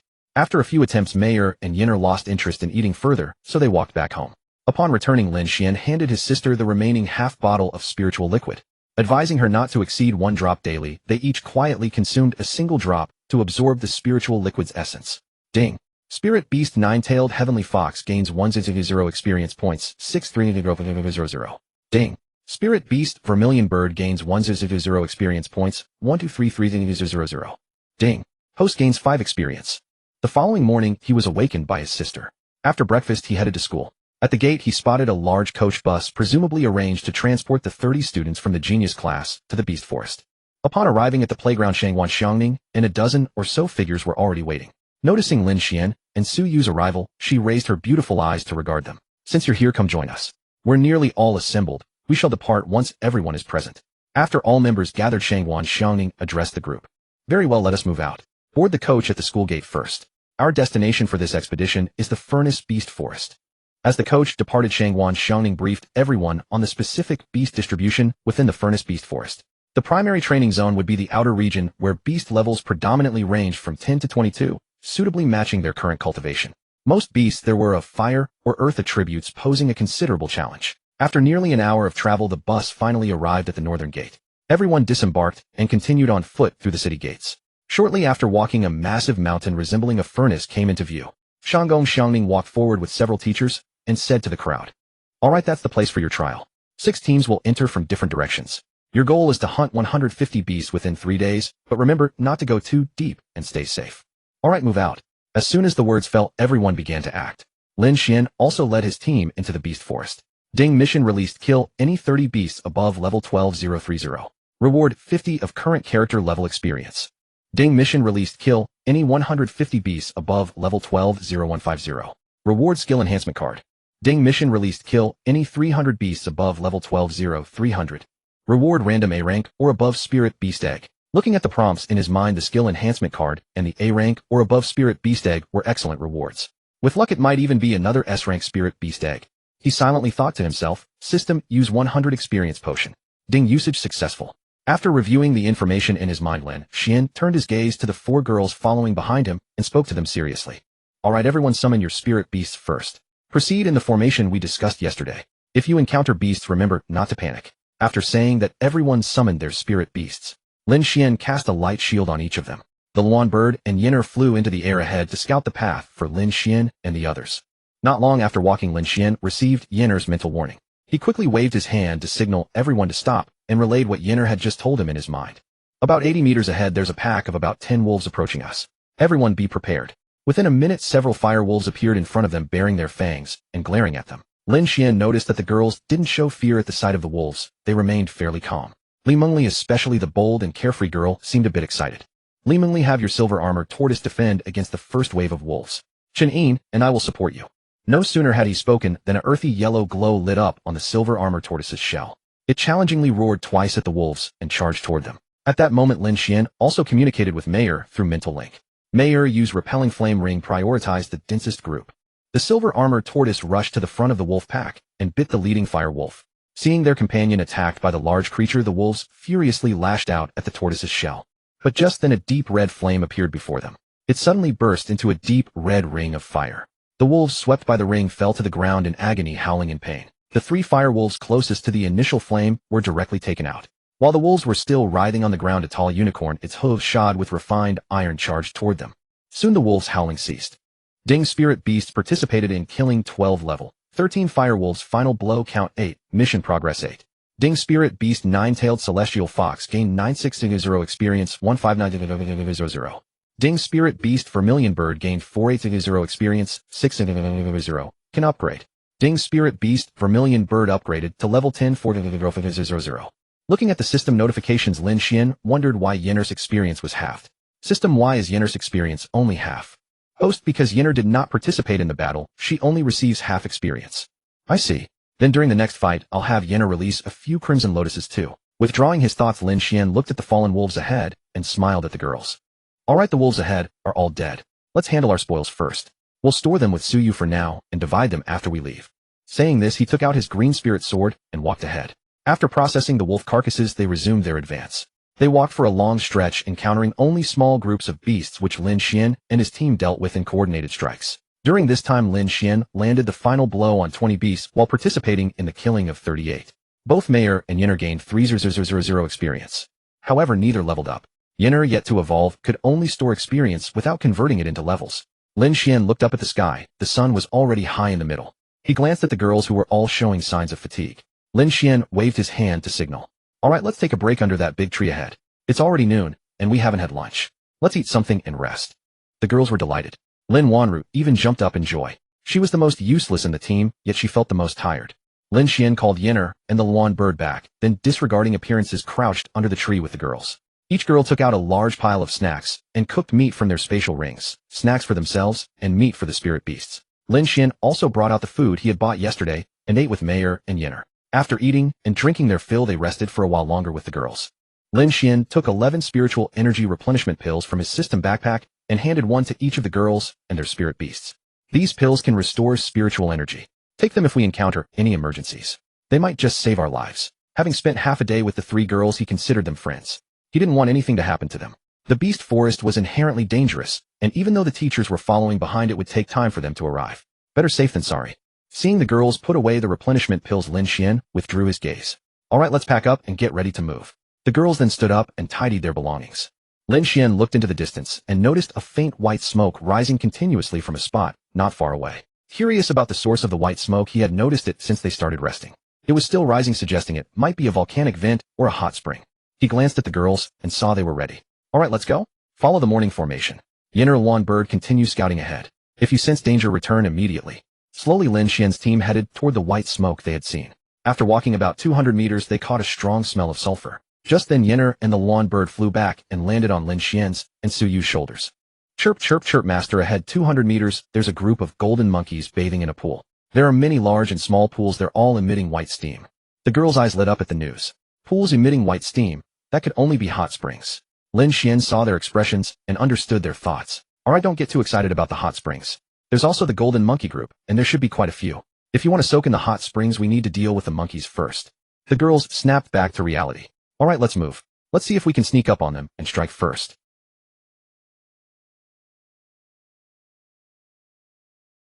Soon Lin Xian and his group arrived behind a large tree beside a small pond, secretly observing the golden wind monkeys in the largest pond opposite. The monkeys were all very lazy, enjoying the gifts of nature. Beast Golden Wind Monkey. Attribute Gold Wind. Level 13. Growth Potential D grade upgradable. Skills Strength Boost Steel Peach. Alright, while they haven't noticed us yet, let's strike first. After speaking, he first took out spiritual energy recovery pills from his backpack and gave them to himself, Mayer, Yenner, and the Luan bird, then cast light shields on everyone and their spirit beasts. Yenner, Luan bird, you two fly up and provide air support. Attack them first. Mayor, you use a blazing impact first. Xun In Lin Wanru Li Mengli, all of you follow the formation and don't engage first. Prioritize protecting yourselves. Alright, move out. From the originally calm and peaceful hot spring pond, 2 beautiful figures suddenly flew out. Around one figure 9 crimson red lotuses revolved around the other. Ripples of cyan light undulated, followed by 10 cyan wind blades. The lazy monkey herd also looked up at the 2 beautiful figures. When seeing beautiful or pretty things, creatures always feel joy in their hearts, so the monkeys showed smiles. If those 9 red lotuses and 10 wind blades hadn't been heading toward them, they could have smiled for much longer. Boom, boom, boom. Instantly, many golden wind monkeys met their demise while still smiling. While they passed away peacefully. At once, all the golden wind monkeys turned to look this way. The originally calm water surface splashed with large ripples. Unknowingly, one golden wind monkey first woke up and let out a loud cry, which awakened all the other monkeys. Immediately, all the golden wind monkeys in the pond rushed toward the 2 beautiful figures. Yinner and the lawn bird kept gathering attacks and hurling them down at the monkey herd without restraint. Just as the monkey herd was charging toward Yinner and the lawn bird, a white figure clad in flame armor dashed out from the small pond that no one was paying attention to. Mayor arrived at the edge of the large pond like lightning, using her fire spiritual energy to envelop the entire large pond ahead. The entire pond's surface glowed with red light, and with a boom, a pillar of red fire shot up into the sky, sending the golden wind monkeys in the pond flying into the air. Lin Xuan saw that Mayor's skill had already swept nearly half of the monkey herd, so he nodded to the girls. Alright, let's go. Seeing Lin Xuan and the others charge out, Mayor retreated from the pond edge. Although that skill had taken out most of the golden wind monkeys in the large pond, it had also consumed nearly half of Mayor's spiritual energy. Fortunately, she had taken a recovery pill earlier, and her energy was still rapidly recovering. Seeing several human figures dash out from the small pond, the monkey herd switched targets and charged toward them. What could they do? The 2 in the sky could fly, making them hard to hit. Although the monkeys had skills, they lacked the range. But just because the golden wind monkeys couldn't hit them and wanted to switch targets didn't mean Yinner and the lawn bird would let them go. The 2 kept madly raining down skills from the air, and with each passing second, roughly 1 monkey was sent to its demise. Seeing the monkey herd charging toward them, the silver armor turtle, as always, took the lead, using its skill to charge into the herd and attract attacks, creating opportunities for the others. The unicorn also used its skill to scatter part of the herd. Mayor was not idle either. She first cast a repelling fire ring in the midst of the monkey herd, applying a burn effect to all of them. Then she used blazing impact to turn piles of monkeys into flaming monkeys. The most idle one was probably the little mermaid, who occasionally helped heal the silver armor turtle and the unicorn. She couldn't restore spiritual energy for others. If she could, that would be amazing. After a while, the originally large monkey herd was reduced to just 2 or 3 still standing, most having been knocked down by Lin Xuan and his group. At that moment, a very loud monkey cry came from the forest not far ahead. This cry was much more imposing than the previous ones, like the roar of a king. Upon hearing this roar, Lin Xuan and the others quickly finished off the remaining golden wind monkeys. Ding Spirit Beasts participated in killing 146 level 13 golden wind monkeys. Last hits 103. Task progress 103. Ding Spirit Beast 9-tailed celestial fox gained 11680 experience, 16270 can level up. Ding Spirit Beast 9-tailed celestial fox successfully upgraded to level 14, 11270 can level up. Ding Spirit Beast 9-tailed celestial fox successfully upgraded to level 15, 12700. Ding Spirit Beast Vermilion Bird gained 11680 experience, 150 temporarily cannot level up.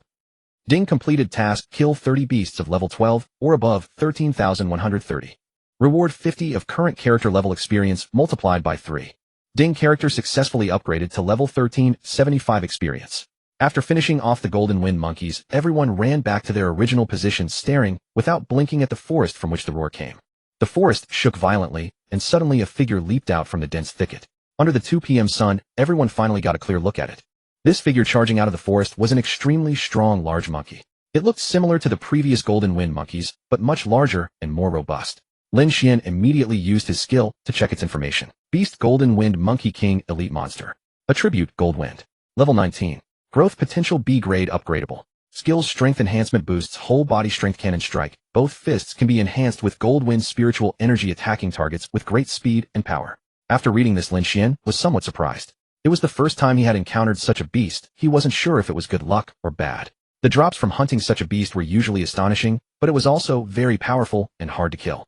He withdrew his gaze and said to the girls, "That new one charging out over there is the Golden Wind Monkey King.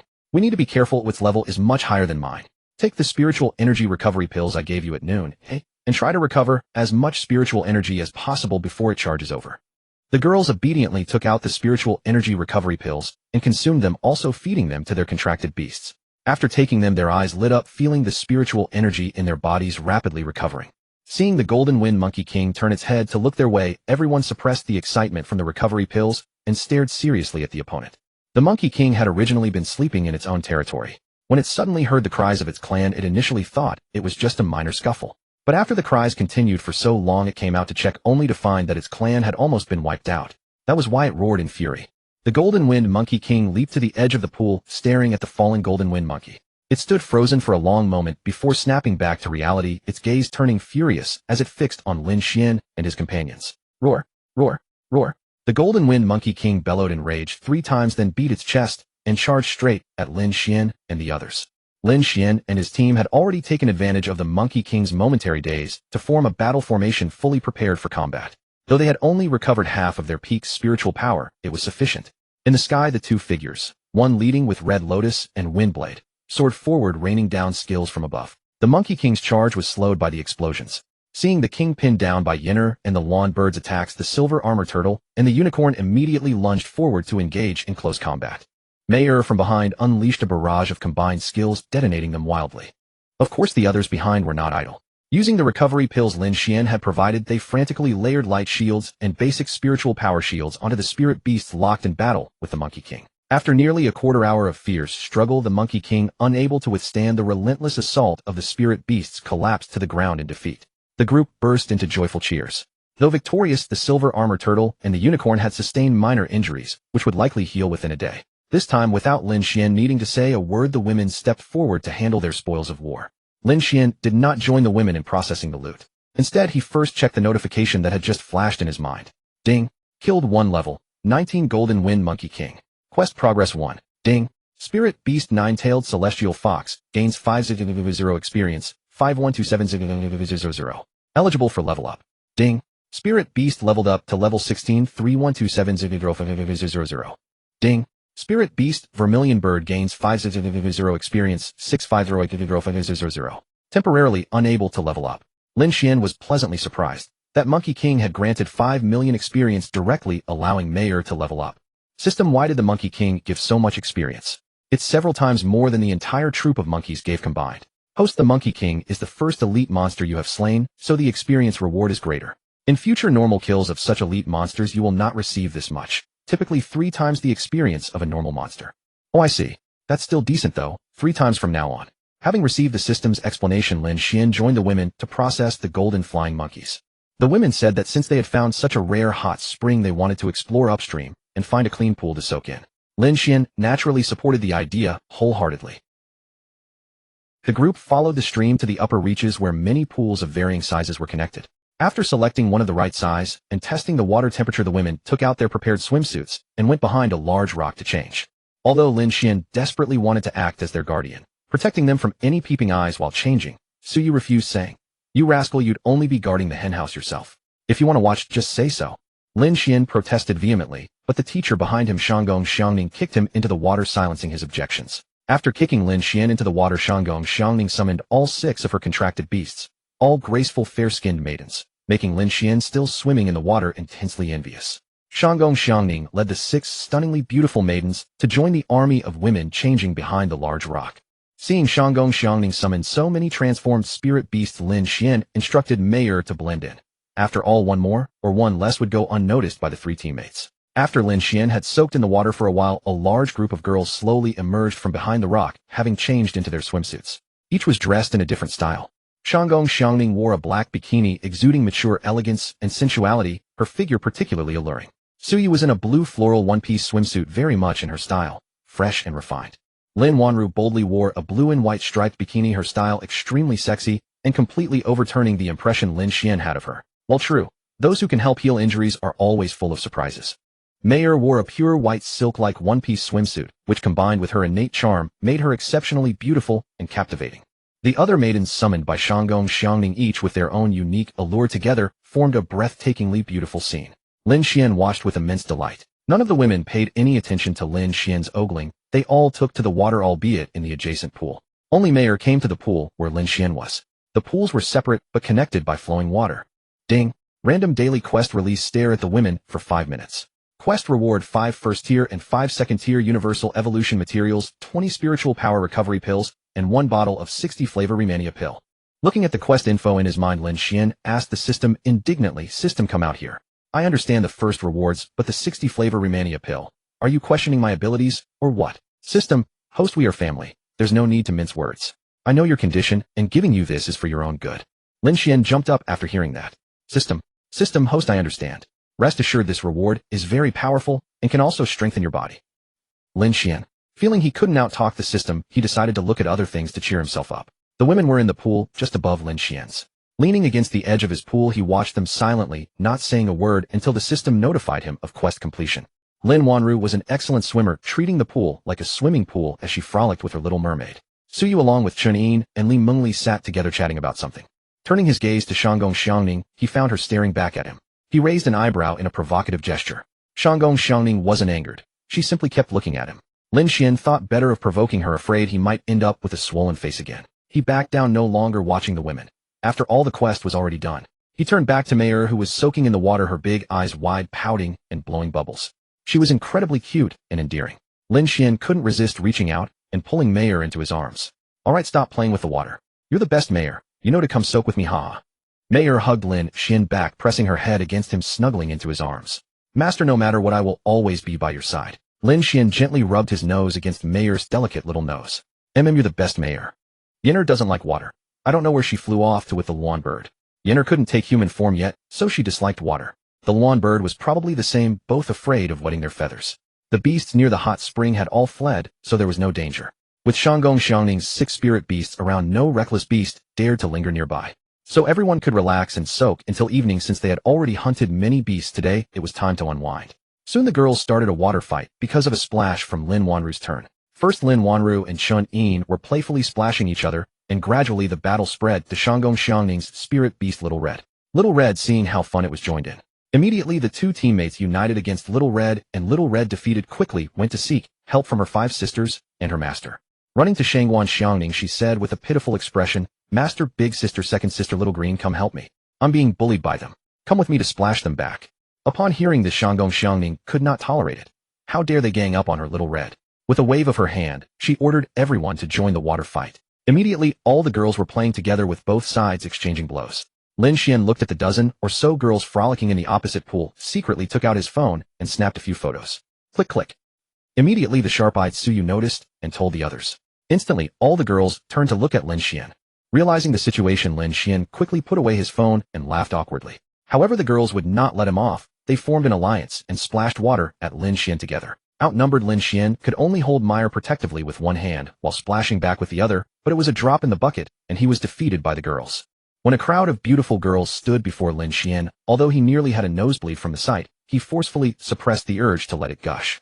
He agreed to an unreasonable treaty, that he would be responsible for tonight's dinner, before the girls happily let him go. Lin Xuan thought this wave was not a loss. Joyful times always pass quickly, and soon evening arrived. The sunset glow shone on everyone's faces. One by one, the girls stood up, took out clean towels, dried the water stains and wet hair, then went behind a large rock to change clothes. Everyone found a relatively clean spot by the pool and set up camp. Soon they each pitched their tents, and Lin Xuan lit a campfire. After calling Yenner and Luan Yao back, he went to the open space and took out a grill rack. Tonight, Lin Xuan planned to barbecue. Since there was still plenty of leftover beef from last time in his storage space, no marinating was needed. He simply washed it with clean water and put it on the grill. Soon a delicious aroma of meat wafted. He added various seasonings, and the freshly grilled meat was ready to be served. Everyone ate the barbecue, drank cold beverages, and chatted happily. If not for the occasional beast roars from the depths, one would think they were on vacation. Actually, it was all because Shanggong Xiangning was there, otherwise Lin Xuan and the others would not dare to be so bold. This was, after all, a beast forest. Because Shanggong Xiangning was there, the high-level spirit beast aura emitted by her several spirit beasts scared away all the nearby beasts. After a while, the meat was all grilled. Lin Xuan turned to look at the girls. They were almost done eating, with some leftovers on their plates. Only a few spirit beasts were still eating. Seeing this, Lin Xuan stopped grilling since everyone was full and brought over the last plate of barbecue. He placed the barbecue on the table and watched the transformed spirit beasts sitting around it eating. He felt that each of them had a graceful figure, yet their small bellies could hold so much food. Yenner, on the other hand, didn't eat much meat. She just had some fruit and was full. By the way, thinking of Yenner, she hadn't evolved yet. Let's first check what materials she needs for evolution. Lin Xuan said to the system in his mind, "System, get to work. Show me Yenner's status panel." As soon as the words fell, Yenner's panel information appeared in his mind. Spirit Beast, Vermilion Bird. Attribute Fire. Level 10-6. 508,050,000. Growth Potential S rank max level cannot level up. Talent Fire Attribute Attack Enhancement 100 Rebirth from Fire. Skill Crimson Fire Lotus concentrates a crimson fire lotus that flies toward the target and locks on, explodes upon reaching the target, dealing damage to the target and surrounding area, and inflicts the crimson lotus heavy injury effect, slowing the target's recovery of injuries. Can evolve? Yes. Click to view materials for next evolution. Evolution materials. 21st grade Fire Attribute Spirit Cores 10 Fire Essence Sources 10 Heavenly Fire Wood Hearts. After reading Yenner's evolution materials, system, forgive my ignorance. I've never even heard of these materials. It's much more comfortable to just use the universal materials given as rewards. System, daddy loves you. The system replied, host, rest assured you will always be this system's obedient son. Love you, moi. Then Lin Xuan said, alright system, let's each call each other in our own way. You call me dad, and I'll call you mom, how about that? The system said, host, get lost. After teasing the system, Lin Xuan called Yenner over and stroked her magnificent feathers. Yenner, I'm going to help you evolve later. Remember not to transform into human form, okay? Upon hearing that she was going to evolve, Yenner happily nodded. I understand, master. Having learned from the last time he helped Mayer transform, and she stood right in front of him stark naked, he didn't want the same thing to happen again. He placed Yenner in the open space and directly asked the system to evolve her. Instantly, Yenner's entire body glowed with a crimson light, which formed into a huge red lotus that slowly enveloped Yenner and hovered in the air. The girls were also attracted by the commotion and came to Lin Xuan's side, quietly watching the fire lotus in the air. The fire lotus against the starry sky. This scene could not be more beautiful. The red lotus spun quietly in the air for about a minute, then slowly shrank and entered Yenner's body. Gradually, only Yenner remained in the air, emitting a faint red glow. Ding, congratulations. The Spirit Beast Vermilion Bird has evolved successfully. Ding, the Vermilion Bird has successfully learned the skill Lotus Fire Cascade. Skill Lotus Fire Cascade. Description: gathers crimson lotus fire around the body, which flies toward the target like a cascade, dealing massive damage to the target and surrounding area. The crimson fire continues to burn on the ground until nothing is left to burn or the caster retrieves it. Ding, the Spirit Beast Vermilion Bird has leveled up to level 16 to 342,005 million. Looking at the information transmitted in his mind, Lin Xuan knew that Yenner's evolution was complete. Yenner had only been contracted not long ago, and now she was already level 16, the same as Mayer. If Mayer found out, who knows if she would flip the table and quit. Mayer, upon knowing, would directly flip the table and quit, going to find the readers. After Lin Xuan finished reading the prompts in his mind. In the air, Yenner opened her eyes at once, spread her wings, and let out a pleasant phoenix cry, as if sharing her joy with the heavens and earth. Yenner happily flew around in circles before finally landing on the ground. After its evolution, there were no drastic changes to its appearance. Merely a larger size, standing nearly half a person tall, with its crest and phoenix tail lengthened. Unfortunately, it was still not large enough to carry Lin Xuan. Otherwise, he would have loved to ride it, as he had never experienced the sensation of flight. Lin Xuan stepped forward to observe Yenner after its evolution, gently stroking the magnificent crest atop its head. Yenner affectionately nuzzled against Lin Xuan's chest in return. The other women curiously gathered around to admire Yenner. With its enlarged frame came a longer phoenix tail, making it even more stunning than before. Lin Xuan noticed the starlight twinkling in the women's eyes and understood they were utterly captivated by Yenner's transformation. Shanggong Xiangning's eyes shone with excitement. She had come to realize that every spirit beast belonging to this young man was extraordinary. The first one she genuinely did not recognize, but she was certain the second was a vermilion bird. Shanggong Xiangning gazed at Lin Xuan with bright, glittering eyes, and suddenly a thought struck her. It would be a tremendous waste not to recruit such a genius into their organization. Lin Xuan remained oblivious to the shift in Shanggong Xiangning's gaze, and had no idea he had caught someone's attention, his focus still fixed on Yenner. Alright Yenner, how do you feel after your evolution? Yenner continued nuzzling against Lin Xuan. Master, I feel my strength has grown tremendously, as if my entire body is brimming with energy. I'm far more powerful than before.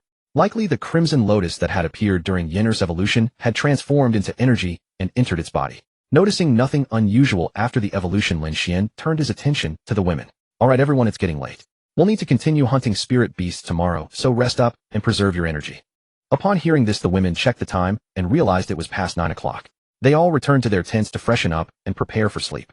Lin Xuan also sent Mayer and Yenner back to the spirit beast space, as his tent was not large enough to accommodate so many people. That night, Lin Xuan lay alone in his tent and fell asleep. The following morning, Lin Xuan was awakened early and stepped out of his tent to find all the women already up. He walked to the edge of the pond himself, washed his face, and brushed his teeth. After finishing, he casually grabbed something from his backpack for breakfast. Once finished eating, Lin Xuan immediately instructed the system to use an experience potion since its effects lasted a full day. Before long, everyone was ready to set out. Lin Xuan observed that all the women had finished preparing. Alright, let's move out. We'll keep the same formation as yesterday. Everyone summoned their spirit beasts and began today's training exercise. Shanggong Xiangning, seeing that Lin Xuan's group had already departed, recalled her spirit beast concealed her aura and secretly followed behind them. Not long after Lin Xuan and the others had set out, Yen'er, who was scouting ahead, relayed information that 2 massive turtle-type spirit beasts had been encountered. Leading the women forward for about 100 meters, Lin Xuan spotted 2 turtle spirit beasts, one large and one small, their bodies enormous, roughly the size of a low house. However, turtle-type spirit beasts were generally docile and rarely attacked humans or other creatures unless provoked, so Lin Xuan and the others simply observed them with curiosity. Spirit Beast Black Armor Turtle, Attribute Water Level. Growth Potential A rank, Evolvable Skills. Reviewing the skill feedback, Lin Xuan realized they lacked the capability to attack them. Even spirit beasts at the same level would struggle to break through their defenses. These types of spirit beasts preferred to devour their enemies alive. Fortunately, the team had a turtle-type spirit beast, Silver Armor Turtle, who approached and communicated with the 2 black armor turtles, gathering quite a bit of useful information. It turned out the 2 black armor turtles were a mated pair who had wandered in from the inner circle. They mentioned that 1 kilometer to the east lay a volcanic spring where fire element spiritual energy was dense, home to many fire lizards. To the north stretched a vast valley, also teeming with spirit beasts. The 2 black armor turtles were quite chatty, and upon meeting a younger clansman, they shared quite a lot, leaving the young silver armor turtle somewhat embarrassed. After the 2 giants departed, Lin Xuan and the others discussed their plans and decided to head east to the volcanic spring to investigate first. With a clear objective in mind, the group's movements became noticeably faster. Soon they could see large plumes of white smoke rising ahead. Lin Xuan and the others found a high vantage point to stealthily observe the situation below. Below, the green vegetation had noticeably thinned, replaced by vast stretches of yellow sand. Several bubbling springs churned on the surface, and the ground was covered with countless yellowish-brown fire lizards, easily 100 in number, clustered together in thick groups. Lin Xuan also used his skill to scan them. Fire Lizard Attribute Fire Level 13 to 16 Growth Potential D rank Evolvable Skill Fireball Technique condenses a fireball in its mouth to strike the target. He examined many of them. Only a few exceeded level 15, while most were between levels 13 and 14. He stealthily retreated and consulted with the women. The lizards below are clustered in groups with considerable numbers. Charging down directly would certainly not work. Let's see if we can draw some out and eliminate them gradually. Also, they can spray fireballs capable of reaching us from a distance, so everyone must be cautious. Lin Xuan said after deep consideration. Perhaps we could send the lawn bird to lure some away. Her flight speed is exceptional. Let her draw off a portion of the fire lizards first, then we'll descend to deal with the remainder. After that, the lawn bird can circle back and finish off any leftovers.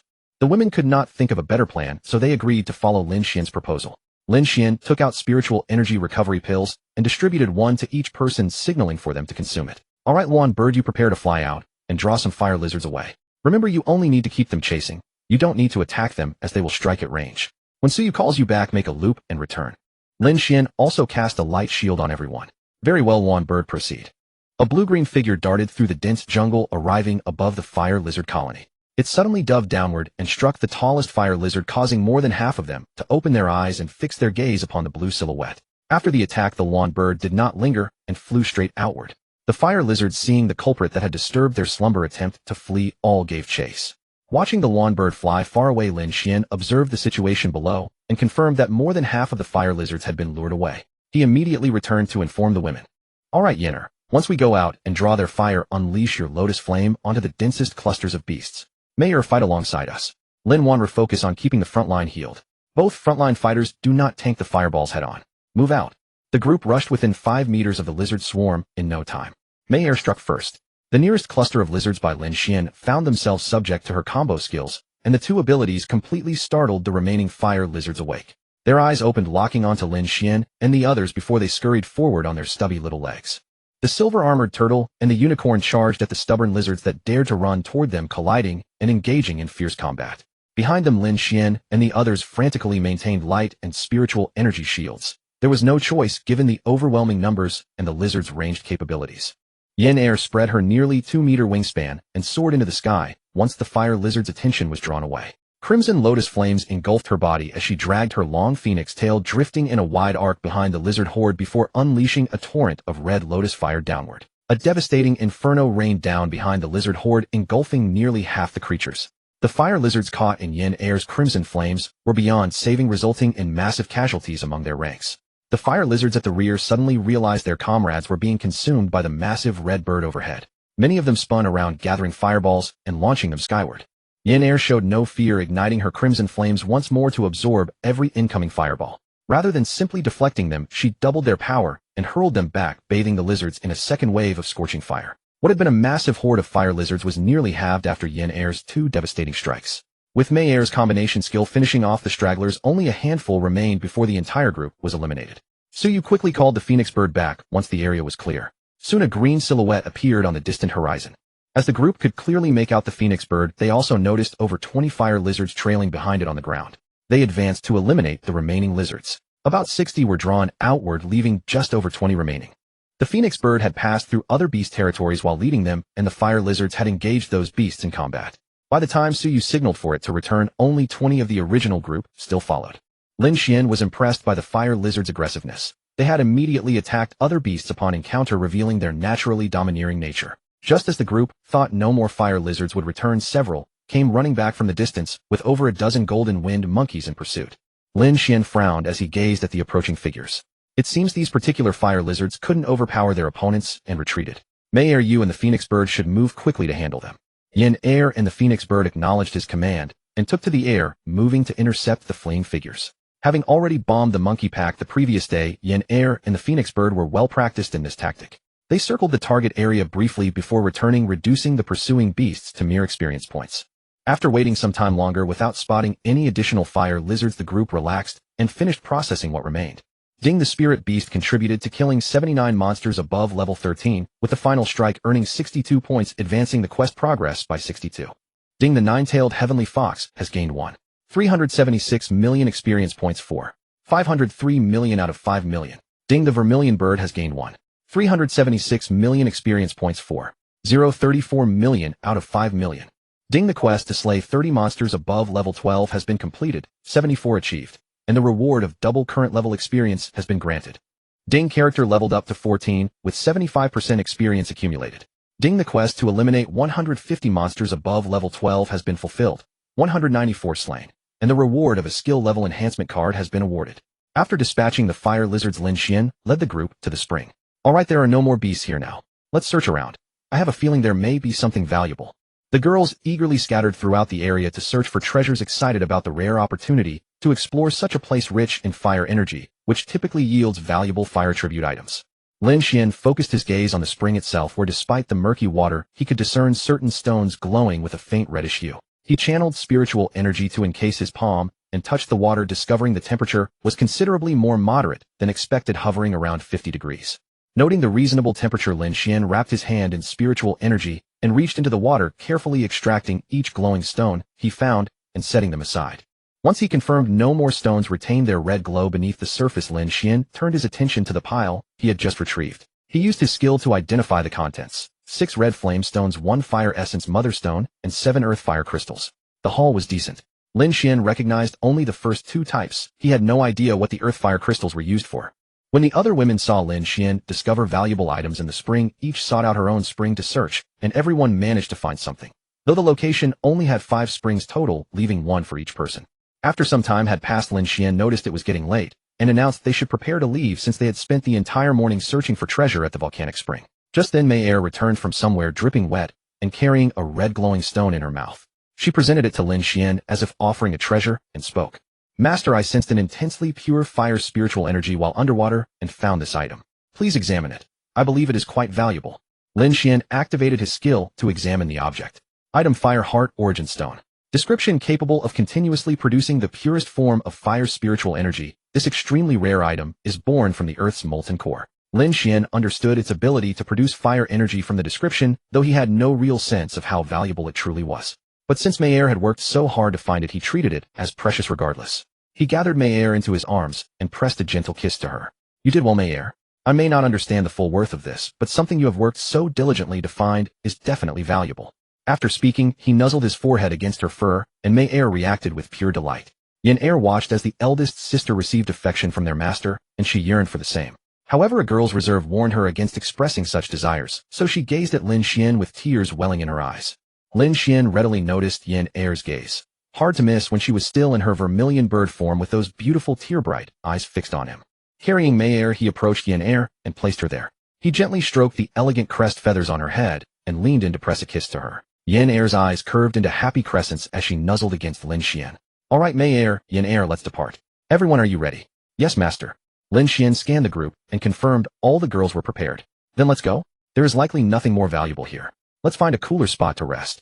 With that, he led the satisfied group away from the volcanic spring and found shade beneath a large tree where everyone pulled out their provisions to eat. Lin Xuan noticed that the women all looked radiant and slightly excited, showing no signs of fatigue. After all, the entire morning had been spent treasure hunting with only a brief skirmish at the start. Why wouldn't they be delighted? It seemed the women had all reaped a bountiful harvest. Lin Xuan had no idea how many treasures the women had found, but he knew that the ones he had discovered were certainly valuable, especially the Heartfire Source Stone that Mei had brought back at the end. It was definitely extraordinary, though he wasn't sure if the system would recognize it. As always, when in doubt, he would ask the system. System, do you know what the Heartfire Source Stone that Mei found today can be used for? The system replied, Host, can't you figure it out yourself? But I'm sure you can't guess. Before Lin Xuan could respond, the system continued. But since you're my host, I'll tell you. The Heartfire Source Stone can be used to allow some fire element spirit beasts to break through to S-rank talent. Of course, it can also be absorbed as energy. And just as the description says, it is produced only at the planet's core, so you can imagine how difficult it is to obtain. After hearing the system's explanation, Lin Xuan was somewhat surprised that Mei could find such an item. Then system, if I give this directly to Mei to eat and absorb, will it work? You said it can be absorbed as energy. The system replied, Host, you can directly place the Heartfire Source Stone in the Beast-Taming space. That way the fire chi within the space will gradually become richer. Eating it directly would only have minimal effect, just advancing talent. Host, if you obtain source stones of other attributes in the future, you can also put them into the Beast-Taming space. Then any beast of that attribute you tame can cultivate and absorb within, leveling up quickly. Upon hearing this, Lin Xuan immediately took out the Heartfire Source Stone and placed it into the Beast-Taming space. Originally, only the small area that Mei and Yen had transformed displayed any color within the space. The rest was monotonous and silent. Now a touch of red appeared in the sky of this space. A red stone suspended at the center, slowly emitting faint red chi. It was believed that before long this sky would be filled with vibrant colors. For now, it had gained a streak of red. He planned to call Mei and Yen into the space to cultivate tonight and see how much experience they could gain overnight. Withdrawing his consciousness, he looked at the skill upgrade cards in his system backpack. He examined his current skills. Only two, the C-rank Eye of Perception and the A-rank Spiritual Light Shield. One was for inspecting targets, the other a defensive measure. Upgrading from A to S seemed the most cost-effective. An S-rank Light Shield could block a full force attack from an S-rank beast of the same level. Just think of how terrifying one of Mei's skills was. System used the skill upgrade card to upgrade Spiritual Light Shield. Ding, upgrade successful. Spiritual Light Shield is now S-rank. Haha, wonderful. System, love you. Bring more of these upgrade cards in the future. I want to take on 10 opponents alone. System, disdain. JPG. With his skill upgraded, Lin Xuan couldn't wait to go get beaten up to test the strength of his S-rank Light Shield. Seeing that the women had also rested enough, he said to them, You all seem a bit excited. Since we've eaten and rested enough, how about we keep the momentum and head straight to the large valley in the north? The women thought it was a good idea. After all, the entire morning had been spent treasure hunting with barely any fighting. They all nodded in agreement. All right, let's move out. Target the large valley. Everyone stood up and packed their belongings. Yenner and the Lawn Bird also took flight, heading north to scout ahead for Lin Xuan and the others. Before they had even covered half the distance, they encountered a group of bronze-armored boars, about 20 of them. All were earth element beasts with formidable defenses. Beast Bronze Armored Boar attribute Earth level 16, growth, rank, upgradable skills. Bronze armor, the skin turns into a metallic bronze armor, greatly enhancing defense but slowing speed. After the previous day's battles, the women had all leveled up. Since these boars were slow, they were easy to deal with. Bronze couldn't withstand fire. Thus, after the silver armored turtle and the unicorn charged forward to draw aggro, Mei's flame burst and Yenner's lotus fire poured down, turning them into roasted boars. When they activated their skill, they cooked even faster. Ding Spirit Beasts participated in killing 24 level 16 bronze armored boars. Final strike, count 21. Mission progress 21. Ding Spirit Beast Nine-Tailed Celestial Fox gains 15360 experience 60300. Ding Spirit Beast Nine-Tailed Celestial Fox levels up to level 17 0. Ding Spirit Beast Vermilion Bird gains 15360 experience 5570. Ding Spirit Beast Vermilion Bird levels up to level 17 5700. Ding Mission Kill 30 or more beasts of level 12 or above, completed 3530, reward 50 of current character level experience. Ding Character level up successful. Level 15 25 experience. After quickly disposing of the bronze armored boars, the group continued their journey toward the large valley. This time they encountered no other beasts along the way to the valley. Arriving safely at the valley's edge, Lin Xuan recalled the azure armored turtle they had met in the morning, which had mentioned that many beasts inhabited this area. For safety, he distributed spiritual energy recovery pills to the group. After a brief rest, they set off again. Before long, they saw Yenner and the Luan bird flying back. Yenner landed in front of everyone and said to Lin Xuan, "Master, we spotted several humans ahead fighting a large green elephant. But it seems they are not in a good position." Hearing that there were humans, Lin Xuan looked at the women and asked, "What do you think? Should we go take a look? But sometimes humans can be more dangerous than beasts. What's your opinion?" Suyu frowned and looked into the distance. "Let's check it out first. If we know them, we can help, but only if we have the strength to do so. Otherwise, we'll leave." Everyone nodded in agreement. If they knew them, they could lend a hand. "All right, let's move." Following Yenner's direction, the group advanced about 500 meters and saw 5 young women around their age battling a green elephant. One of the women was already exhausted, crouching at the back, and it seemed they were about to lose. Lin Xuan first checked the information on the green elephant. Beast Green Wind Elephant King Elite Attribute Wind Level 20 Growth B Rank Upgradable Skills Speed Boost Increases Movement Speed Charge Rapidly Rams into Target Green Light Ray Condenses Wind Energy from both eyes and shoots at target. After reviewing the information, Lin Xuan felt that they could fight, but it would be tough. If they used recovery pills, it would be much easier. Just as Lin Xuan was deliberating whether to lend a hand, the girls spoke up in unison. "Isn't that Lin Ruyu from our school? They've encountered her team." "That's right, it's really Sister Ryu. Let's hurry up and help." "Yeah, exactly." Lin Xuan hadn't even recognized Lin Ruyu, as he had only met her a few times. But hearing the girls say that, it seemed they insisted on intervening, so he immediately said to them, "All right, don't act recklessly. This green elephant is a level 20 B rank Green Wind Elephant King, much stronger than the Golden Flying Monkey King we fought yesterday. So everyone take a recovery pill. You two on the front line, don't hold out stubbornly. Little Mermaid, keep an eye on the front line's condition. And Yenner Luan Yao, you two be careful too. This Green Elephant King can attack from a distance. Its eyes shoot energy beams. All right, I'll cast light shields on you first, then we'll move in." The girls all replied in unison, "Okay." With that, everyone took a recovery pill and began casting shields. After finishing, Lin Xuan drew his Qingling sword and charged forward. His level had now reached 15, and his attributes were comparable to a level 10 beast. He figured he might as well try to land a strike since he had his light shield. Lin Ryu saw that one of her teammates had fallen, and the other 2 were nearly out of spiritual energy. Her own 2 spirit beasts and her teammates' 4 spirit beasts were also almost depleted of spiritual energy. A retreat began to form in her mind. Lin Ryu directly said to her teammates, "Dear sisters, this green elephant is too strong. You retreat first. I'll hold the rear with Purple Flood Dragon and Azure Flood Dragon. Go find the teacher, or else we'll all be lying here." Upon hearing this, her teammates immediately objected. If the teacher were nearby, he would have shown up already. "Sister Ryu, if we retreat, we should all retreat together. Fighting while retreating gives us a better chance. You can't hold the rear alone." In truth, their supervising teacher had already appeared in the sky above them, ready to intervene at any moment. However, the teacher would not act unless it was a life or death situation, otherwise the training would lose its effect. The educational value of a life or death moment is the most profound. Just as Lin Ryu was preparing to fight while retreating with her teammates, 2 figures, one green and one red, swiftly shot into the sky above them, unleashing a barrage of skills that crashed down upon the Green Wind Elephant King. Suddenly, the Elephant King had no time to attack Lin Ryu's group, and was frantically dodging the skills, as it was not a defensive-type beast and could not withstand them, especially the red flames. The Elephant King took a hit carelessly at first and was in agony. Just as the Green Wind Elephant King was hopping mad from the barrage, Lin Xuan's group arrived. Meyer first unleashed a combo of skills, then Silver Armor Turtle and Unicorn worked together to pin down the Elephant King. Suyu and the other 3 girls frantically cast shields on the front line. Lin Xuan, holding his Qingling sword, occasionally cast light shield on Silver Armor Turtle and Unicorn, while moving steadily, gradually making his way to Lin Ryu's group. Lin Ryu and her teammates stared blankly at Lin Xuan's group. Holy crap, what a savage team. After thinking for a long time and failing to find a better description, the phrase "holy crap" and "savage" popped into Lin Ryu's mind. Lin Xuan turned around and said to Lin Ryu and the others, "You all rest for now. Leave this Elephant King to us. The loot from this Elephant King will still be yours. We're just here to help." Lin Ryu stared wide-eyed at the young man whose back was turned to her. She recognized him as a fellow student from her school, the one who had scored higher than her in the assessment a few days ago. Initially, she had been unwilling to admit defeat, but now she was convinced. His strength was indeed far greater than hers. After speaking to Lin Ryu and the others, Lin Xuan ran back to his team. The Green Elephant King, taking advantage of a gap in the skill casts of Yenner and Luan Yao in the sky, charged forward and sent Silver Armor Turtle flying.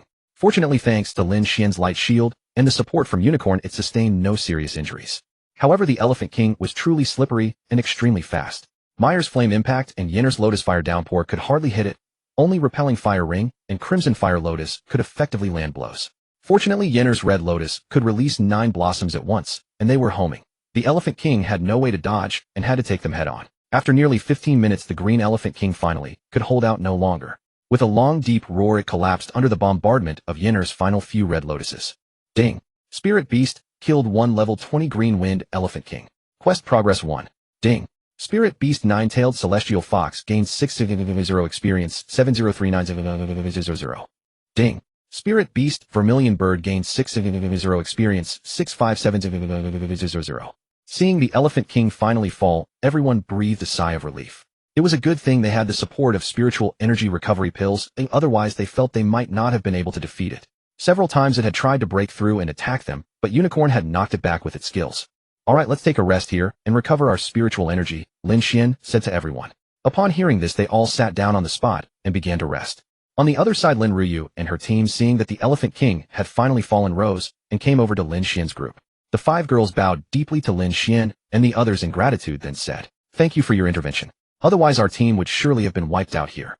Lin Xian's group, seeing how polite Lin Ruyu's team was, quickly waved their hands to dismiss the thanks. "We're all from the same school. It's only right to help." Yes. By the way, Sister Ryu, you're an idol to us girls. You're so strong." The girls quickly hit it off with Lin Ruyu's group, chatting and laughing. Just as they were all laughing and talking, Lin Xuan felt the ground tremble. He quickly stood up and looked into the distance. He saw a herd of elephants charging toward them, kicking up dust. It had been less than 5 minutes since the Elephant King fell, and now another group was coming. He immediately said to everyone, "Get ready for battle. A herd of elephants is charging at us, probably summoned by the roar the Elephant King let out before it fell." Upon hearing this, everyone quickly stood up and looked ahead. The elephant herd was already very close, about 100 meters away. They swiftly prepared for battle. Fortunately, the effects of the spiritual energy recovery pills they had taken earlier were still active, and they had recovered a fair amount of spiritual energy in the past few minutes. Seeing the herd charging, without slowing, Lin Xuan quickly said to Yinner and Wan Yao, "Yinner and Wan Yao, go disrupt their charge. Be careful." After saying this, Lin Xuan cast a light shield on them, and they took off flying toward the elephant herd. Lin Xuan also turned around and said to Lin Ruyu's team, "Are any of you still able to fight? If so, join us." Among Lin Ruyu's 5, only Lin Ruyu herself was still capable of fighting. The others had only recovered a little and would struggle in battle. Lin Xuan glanced at her 2 spirit beasts. One was a lightning-type flood dragon, and the other was a wind-type flood dragon, mostly for control and damage and speed respectively. After observing Lin Ruyu's spirit beast, Lin Xuan pondered for a moment before speaking to her. "Lin Ruyu, have your purple salamander follow behind to deal damage and distract the enemy. The azure dragon is fast enough to engage from the front, while we'll stay behind to reinforce its protective shields." Alright, everyone's ready. Yinner and Luanio are already clashing with them. Let's move. Seeing the elephant herd approaching within 20 meters with Yinner and Luanio poised to unleash their skills, he hurriedly addressed the group. Lin Xuan also activated his skill to scan the elephant herd. Spirit Beast Green Wind Elephant. Attribute Wind. Level 18. Growth Potential D rank advanceable. Skills Speed Boost increases movement speed, charge, rapid impact, strike against targets. Soon the charging momentum of the elephant herd was disrupted by the coordinated skills of Yinner and Luanio at the front, with several elephants collapsing to the ground after being struck by Yinner's attacks, unable to rise. Lin Xian's group engaged the elephant herd as well. The silver, armored turtle unicorn and azure salamander took the front line without hesitation, clashing against the elephants. Meanwhile, Mayor and the purple salamander at the rear, along with Yinner and Luanio in the sky, were far from idle, unleashing skills to eliminate the elephant herd. The purple salamander cast a wide area thunder field for control, and whenever Mayor or Yinner followed up with area of effect skills, over 20 green wind elephants gradually fell one by one. The 2 female teachers stationed above to protect the students watched with growing delight, praising the team's coordination. Ding! Spirit Beast participated in the kill of 26 level 18 green wind elephants. Final blow dealt 21 points. Task progress increased by 21. Ding! The nine-tailed heavenly fox has gained 656 million experience points, 13. 695 million, 10 million. Ding! The nine-tailed heavenly fox has leveled up to level 18-3. 695 million, 20 million. Ding! The vermilion bird has gained 656 million experience points, 13. 226 million, 10 million. Ding! The vermilion bird has leveled up to level 18-3. 226 million, 20 million. Lin Xuan watched as the last green wind elephant fell. Alright, let's first process the spoils of battle. After that, we'll fall back to where we were before. Our current condition isn't optimal, and more spirit beasts may appear. He turned to Lin Ruyu and added, "You should quickly deal with the Green Wind Elephant King as well. Once done, rejoin us and retreat to a safe location to rest." Upon hearing this, Lin Ruyu quickly waved her hands and said, "Without you all, we would never have been able to defeat the Green Wind Elephant King. We would certainly have retreated. We will absolutely not take it." Lin Xuan understood that by saving them, they had already incurred a considerable favor from the other party, who was reluctant to claim the spoils. However, Lin Xuan had no intention of taking advantage either. Then let's split it evenly. We'll divide it after processing and retreating to a safe location. Hearing this, the other party stopped being polite, nodded, and agreed. Everyone quickly got to work. After finishing, they retreated to the forest area where Lin Xuan's group had originally rested. Finding shade beneath a large tree, they each settled down to rest. After continuous battles, they surely needed a break. After resting for over half an hour, the young women had been busy chatting throughout, growing quite close. They exchanged spiritual communications and arranged to meet again at the hot spring pool in the evening. Lin Ryu expressed great envy that such training benefits were available, to which Lin Xuan fully supported their upcoming gathering. Feeling sufficiently rested, everyone set off once more as it was only around 2 in the afternoon. Lin Xuan and his companions continued patrolling through this forest zone. Not long after, Yinner ran back, reporting that there was a large water pool ahead, where about 20 water buffaloes were bathing. Following Yinner's directions, they soon spotted the pool. The battle erupted almost immediately. This time Lin Xuan did not order Yinner to unleash Lotus Flame Barrage. These were all premium meat wasteful to burn. The silver-armored turtle and unicorn held the front line, while the rear spirit beasts combined their output, quickly dispatching the 25-level, 15 four-horned water buffaloes.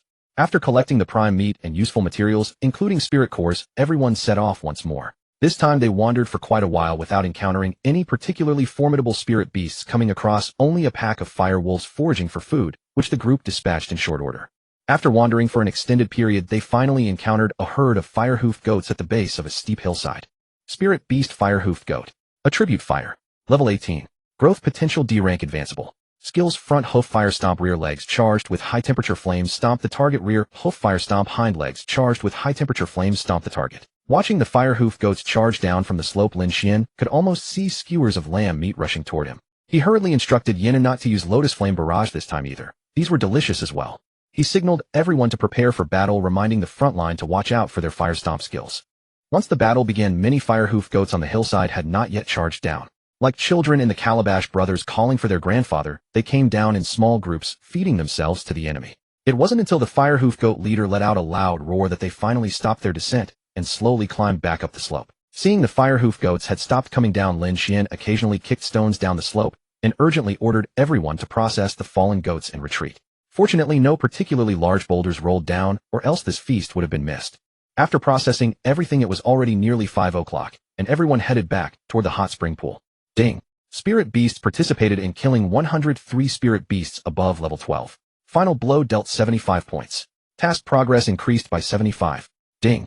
The nine-tailed heavenly fox has gained 16. 4 million experience points, 20. 0.95 million, 20 million. Ding! The nine-tailed heavenly fox has leveled up to level 19, 95,000, 50 million. Ding! The vermilion bird has gained 16. 4 million experience points, 19. 626 million, 20 million. Ding! Quest completed. Kill any 30 spirit beasts above level 12, 11,230. Reward 50 of current character level experience multiplied by 3. Ding! Character has leveled up to level 16, a 75 experience. Ding! Quest completed. Kill any 300 spirit beasts above level 12, 312,300. Reward 1 random A rank or above spirit beast egg. After returning to the hot spring pool, Lin Xuan took out a reclining chair, laid down, and gazed at the spirit beast eggs in his system inventory, barely noticing the elegant figures playing in the water. He currently had 3 spirit beast eggs in his bag, 1 random A rank or above egg from today's quest reward, and 2 B rank golden eagle demon spirit beast eggs obtained from raiding a bird's nest earlier. These 2 B rank eggs were originally meant to be kept for his own future use or for those around him. However, with the system now offering spirit beast egg quests, they felt less essential. If there were better options, he would obviously choose the better ones. Selling them would fetch a good price. He had seen them sold near the supermarket before, usually ranging from several $100,000 to varying amounts. Perhaps he should just sell them directly or trade them for something useful. There was no point keeping them idle since he couldn't use them right now. He would figure it out after returning. His gaze fell upon the random A-rank spirit beast egg in his inventory, quietly resting in its slot. A white egg with a large red question mark in the center. The system had mentioned that among the random A-rank and above eggs, there was a 10% chance of obtaining an S-rank. He wondered how his luck would fare. By the way, Mayer's luck seemed quite good. Lin Xuan looked around and spotted Mayer in the vast expanse of snow. Mayer was swimming in the hot spring pool, paddling with all 4 limbs racing against the Little Mermaid. He waved at Mayer. "Mayer, come here, I need to talk to you about something." When Mayer heard Lin Xuan calling her, she immediately swam to the edge of the pool and hopped out, shaking off the water droplets from her fur, before leaping onto Lin Xuan and nuzzling against him, dampening his clothes. "Master, what do you need Mayer for?" Lin Xian held her in her fox form, stroking her adorable little head before speaking. I just want to absorb some of your luck. I'm about to open something. Mayor pawed at Lin Xian. Master Mayor doesn't understand what luck is, but Mayor belongs to Master. You can have whatever energy you wish. Lin Xian chuckled and lifted Mayor high into the air, overjoyed. It felt just like petting a kitten in his childhood, a healing, heartwarming sensation. System open a random spirit beast egg of A rank or above. Ding. Opening successful. Congratulations on obtaining an S rank Ice Chelan spirit beast egg. Upon hearing the S rank designation, Lin Xian joyfully embraced Mayor and kissed her twice. Indeed, Mayor possessed the aptitude of a supreme emperor, with such extraordinary luck. Mayor was somewhat puzzled by Lin Xian's sudden affectionate kisses, but seeing how happy he was, she giggled along. After the egg was opened, Lin Xian carried Mayor and walked to the edge of the pool, observing the lively scene. Today, Lin Ruyu and several others had joined along with their female instructor, Shanggong Xiangning, and the new female teacher were soaking in a separate pool. Watching the women enjoying snacks while soaking in the hot springs, Lin Xian admired their refined taste for leisure. He retrieved Mayor's bathing supplies and headed downstream to give her a proper wash. They had been battling for days without a good cleanup. Mayor's fur could accumulate dust, unlike Yenner, whose crimson flames incinerated any particles that touched her. He set Mayor down. Come on, Mayor, let me give you a bath. Mayor obediently hopped into the water, wetting herself thoroughly before climbing back up. He squeezed some shampoo onto Mayor's fur and began gently scrubbing. At level 19, a Mayor had grown somewhat larger, producing more foam this time. Just then, Yenner and Luanio returned from their outing. Seeing Lin Xian at the downstream pool, Yenner flew over and landed nearby. The bubbles on Mayor's fur were stirred by the airflow from Yenner's landing. It was early evening, the sunset clouds exceptionally beautiful. Against the mountain forest backdrop with sparkling transparent foam floating around, the scene was extraordinarily picturesque. All done, Mayor. Go rinse yourself in the water. Okay, Master. Instinctively, Mayor flicked her tail, splattering foam all over Lin Xian's face before leaping into the water. After washing off all the bubbles, she turned to see Lin Xian covered in foam. Master, aren't you coming down to soak? You're all covered in bubbles. Lin Xian wasn't annoyed. He wiped his face and said to Mayor, I'll go change into my swim trunks first. Then he turned to look at Yenner and Luanio. Yenner, where did you two run off to again? And Luanio, you're not fire tribute. Why are you so afraid of water? Upon being addressed, Luanio cheerfully chirped. Nya, I absolutely refuse to go in the water. I'd become a drowned chicken. It would be too ugly. To be honest, Lin Xian always felt Luanio had a silly, spoiled princess personality, so her response was perfectly expected. His only concern was that she might corrupt Yenner, who had always been quite refined. At this, Yenner raised her crimson eyes and looked at Lin Xian. Master Luanio suggested exploring nearby for fun, and since I had nothing else to do, I accompanied her for a few laps. Lin Xian looked at Yenner with amusement. You're letting Luanio lead you astray. She probably wanted to go bomb spirit beasts for fun. The beasts in this area have long fled. Alright, I'm going to change. Don't you two wander off. Yes, yes. The two obediently nodded, watching Mayor swim freely in the water. After changing, Lin Xian sat with Mayor in the pool for a while, before seeing the women rise to prepare dinner. Seeing everyone busy, he got up to help. That evening they planned a barbecue. In the afternoon, they had prepared plenty of lamb and beef skewered and ready for grilling. Some washed vegetables, others tended the fire, while Lin Xian currently sliced lamb with a knife. With everyone assigned their tasks, the barbecue was quickly ready. Drinks and food were prepared, though the food still needed grilling. With so many people this time, Lin Xian placed a large handful of skewers directly on the grill. Soon plate after plate of roasted meat was ready. Everyone started eating, holding drinks in one hand and skewers in the other, chatting constantly. Lin Xian stood with his back to the women grilling meat, while Su Yu and Mayor sat beside him, occasionally feeding him skewers. He couldn't join the women's conversations anyway, and with two beauties feeding him, he was overjoyed. After handing Lin Xian a cup of cola, Su Yu asked him, Lin Xian, how many spirit beasts have we killed in total over the past 2 days? I remember the master's assignment was to slay 150 within 3 days, correct?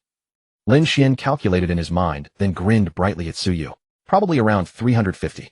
We've long exceeded the master's assignment. Why do you ask? Su Yu noticed his sly grin and turned away without responding. This guy's expression suggested some scheme. She addressed the other women. Our team has killed approximately 350 spirit beasts in 2 days. We've completed the master's assignment. Sister Ryu, how about your team?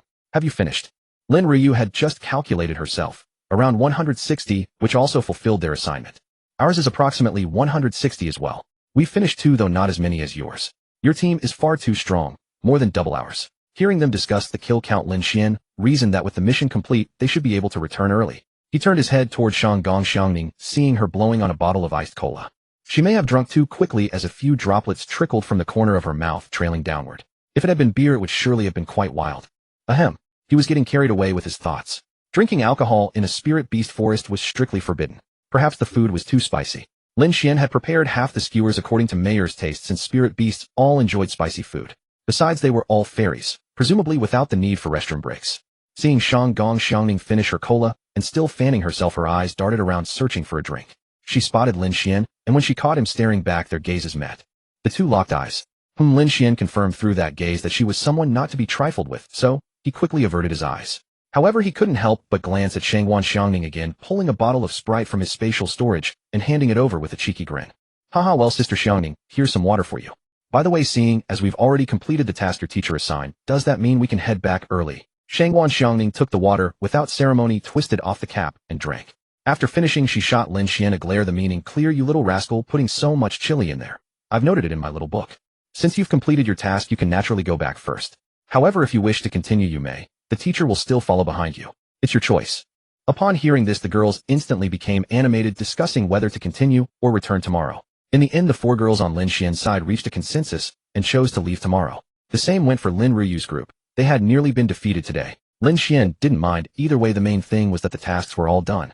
Meyer and Yenner were both almost level 20, and he himself had leveled up to 16, and had also unlocked an ice Qilin, a bountiful harvest. And so everyone happily decided that they would return to the city after waking up tomorrow. Since there was no training tomorrow, everyone stayed up late playing. During this time, Lin Xuan also completed a daily quest, stealing a kiss from Su Yu, which rewarded him with 10 first and second tier evolution materials, 10 spiritual power recovery pills, and a fire sparrow feathered rope. Just from the name, he knew the system had given it to Yenner. It was very late when everyone finally returned to their tents and fell asleep. The next day, Lin Xuan was again pulled up by Su Yu. Seeing that it was Su Yu once more disturbing his sweet dreams, he grabbed her hand, pulled her into his embrace with a gentle force, and whispered softly to her. Su Yu, you've disturbed my sweet dreams, so you need to compensate me. Without waiting for her reply, he leaned in and kissed her. After a long moment, their lips parted. Su Yu quickly pushed Lin Xuan away, her face flushed crimson, and ran out while muttering to herself, so wicked, that stinky Lin Xuan. Li Mengli, who was still brushing her teeth, saw Su Yu running out of Lin Xuan's tent with a red face. With her mouth full of toothpaste, she said, Su Yu, why is your face so red? Shunin walked over, patted Li Mengli on the shoulder, and said, don't ask about that. How would you understand the affairs of young lovers? After saying that, the two of them looked at Su Yu with matching anti-smiles. Just then Lin Xuan came out and saw his two teammates sharing the same expression. Hey, the two of you smiling like that together? It's seriously creepy. After brushing their teeth and eating breakfast, the whole group made their way back to the city in a grand procession. Back in the familiar city, though it lacked the lush green mountains and clear waters of the spirit beast forest, and the air was somewhat worse, at least it was safe and stable. There was no need to worry about dangerous beasts popping out from time to time. Everyone took a bus back to the school. As soon as they entered the campus, the teacher dismissed them, telling them to go home. After all, today was originally planned for training, but since they had completed the task early and returned, they were allowed to go home.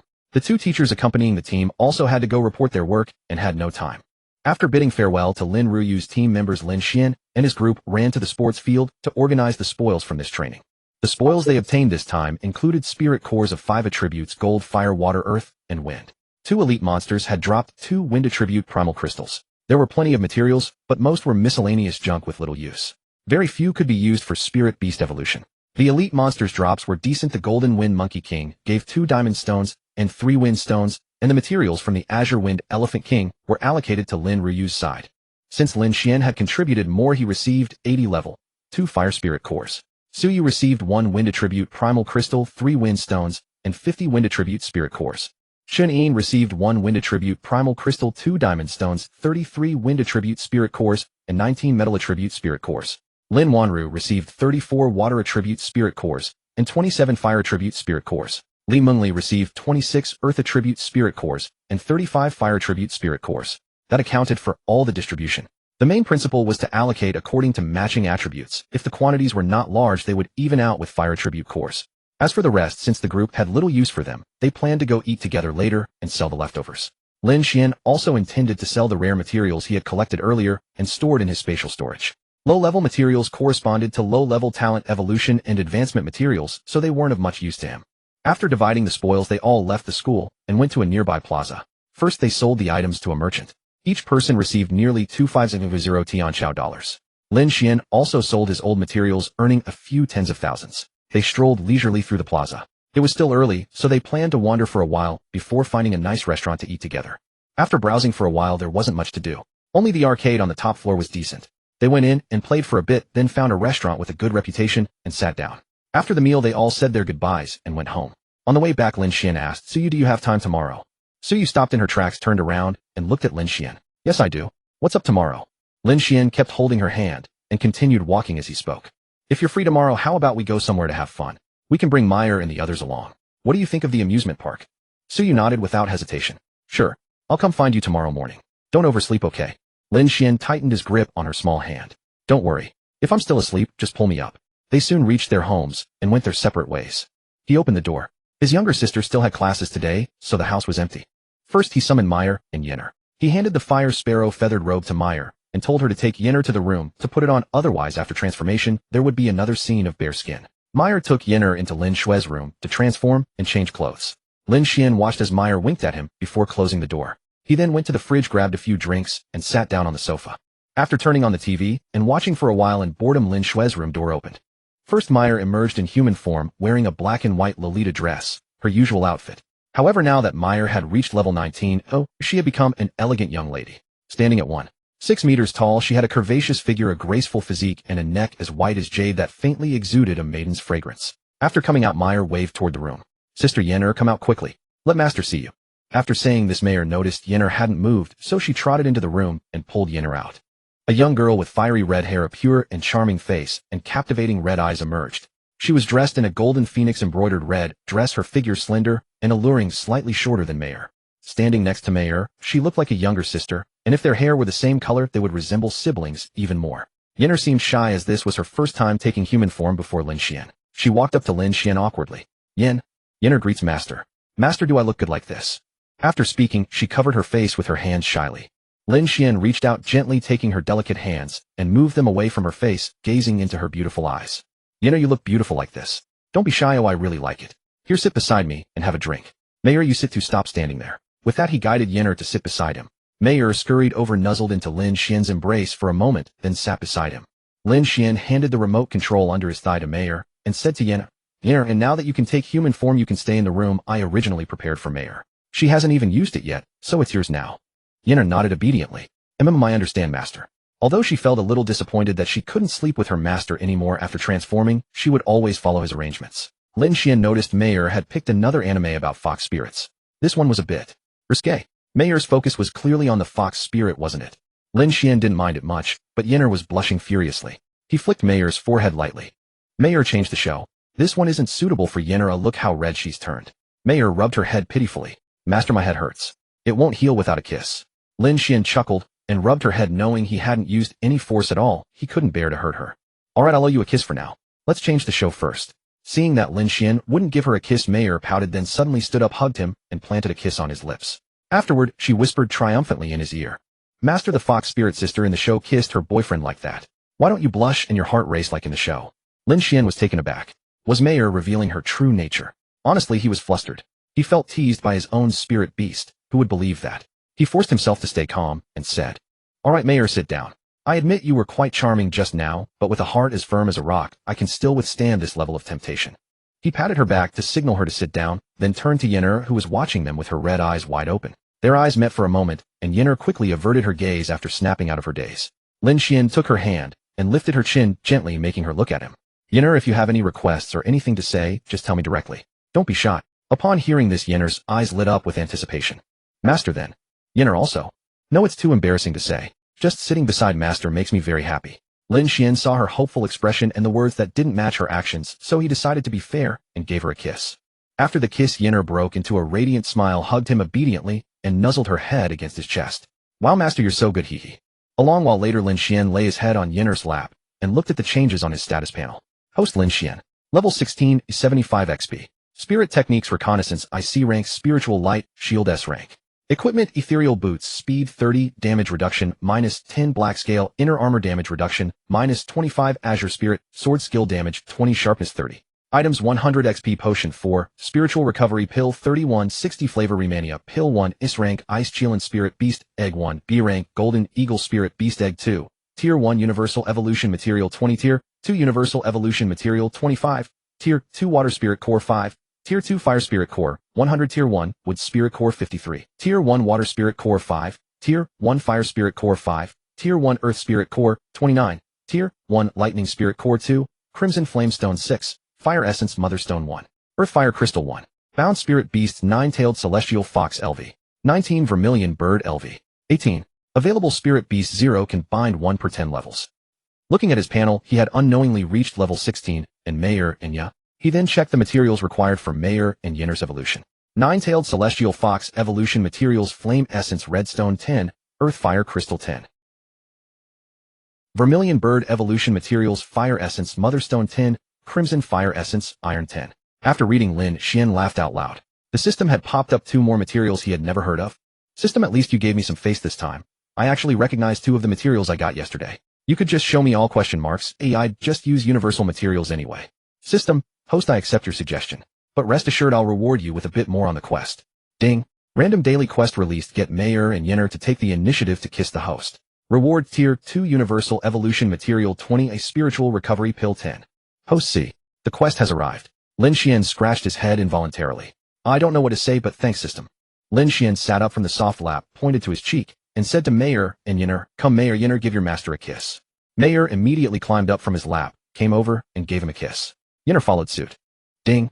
Quest completed. After spending the afternoon laughing and playing with Mayor and Yinner, the front door finally opened and a graceful figure walked in.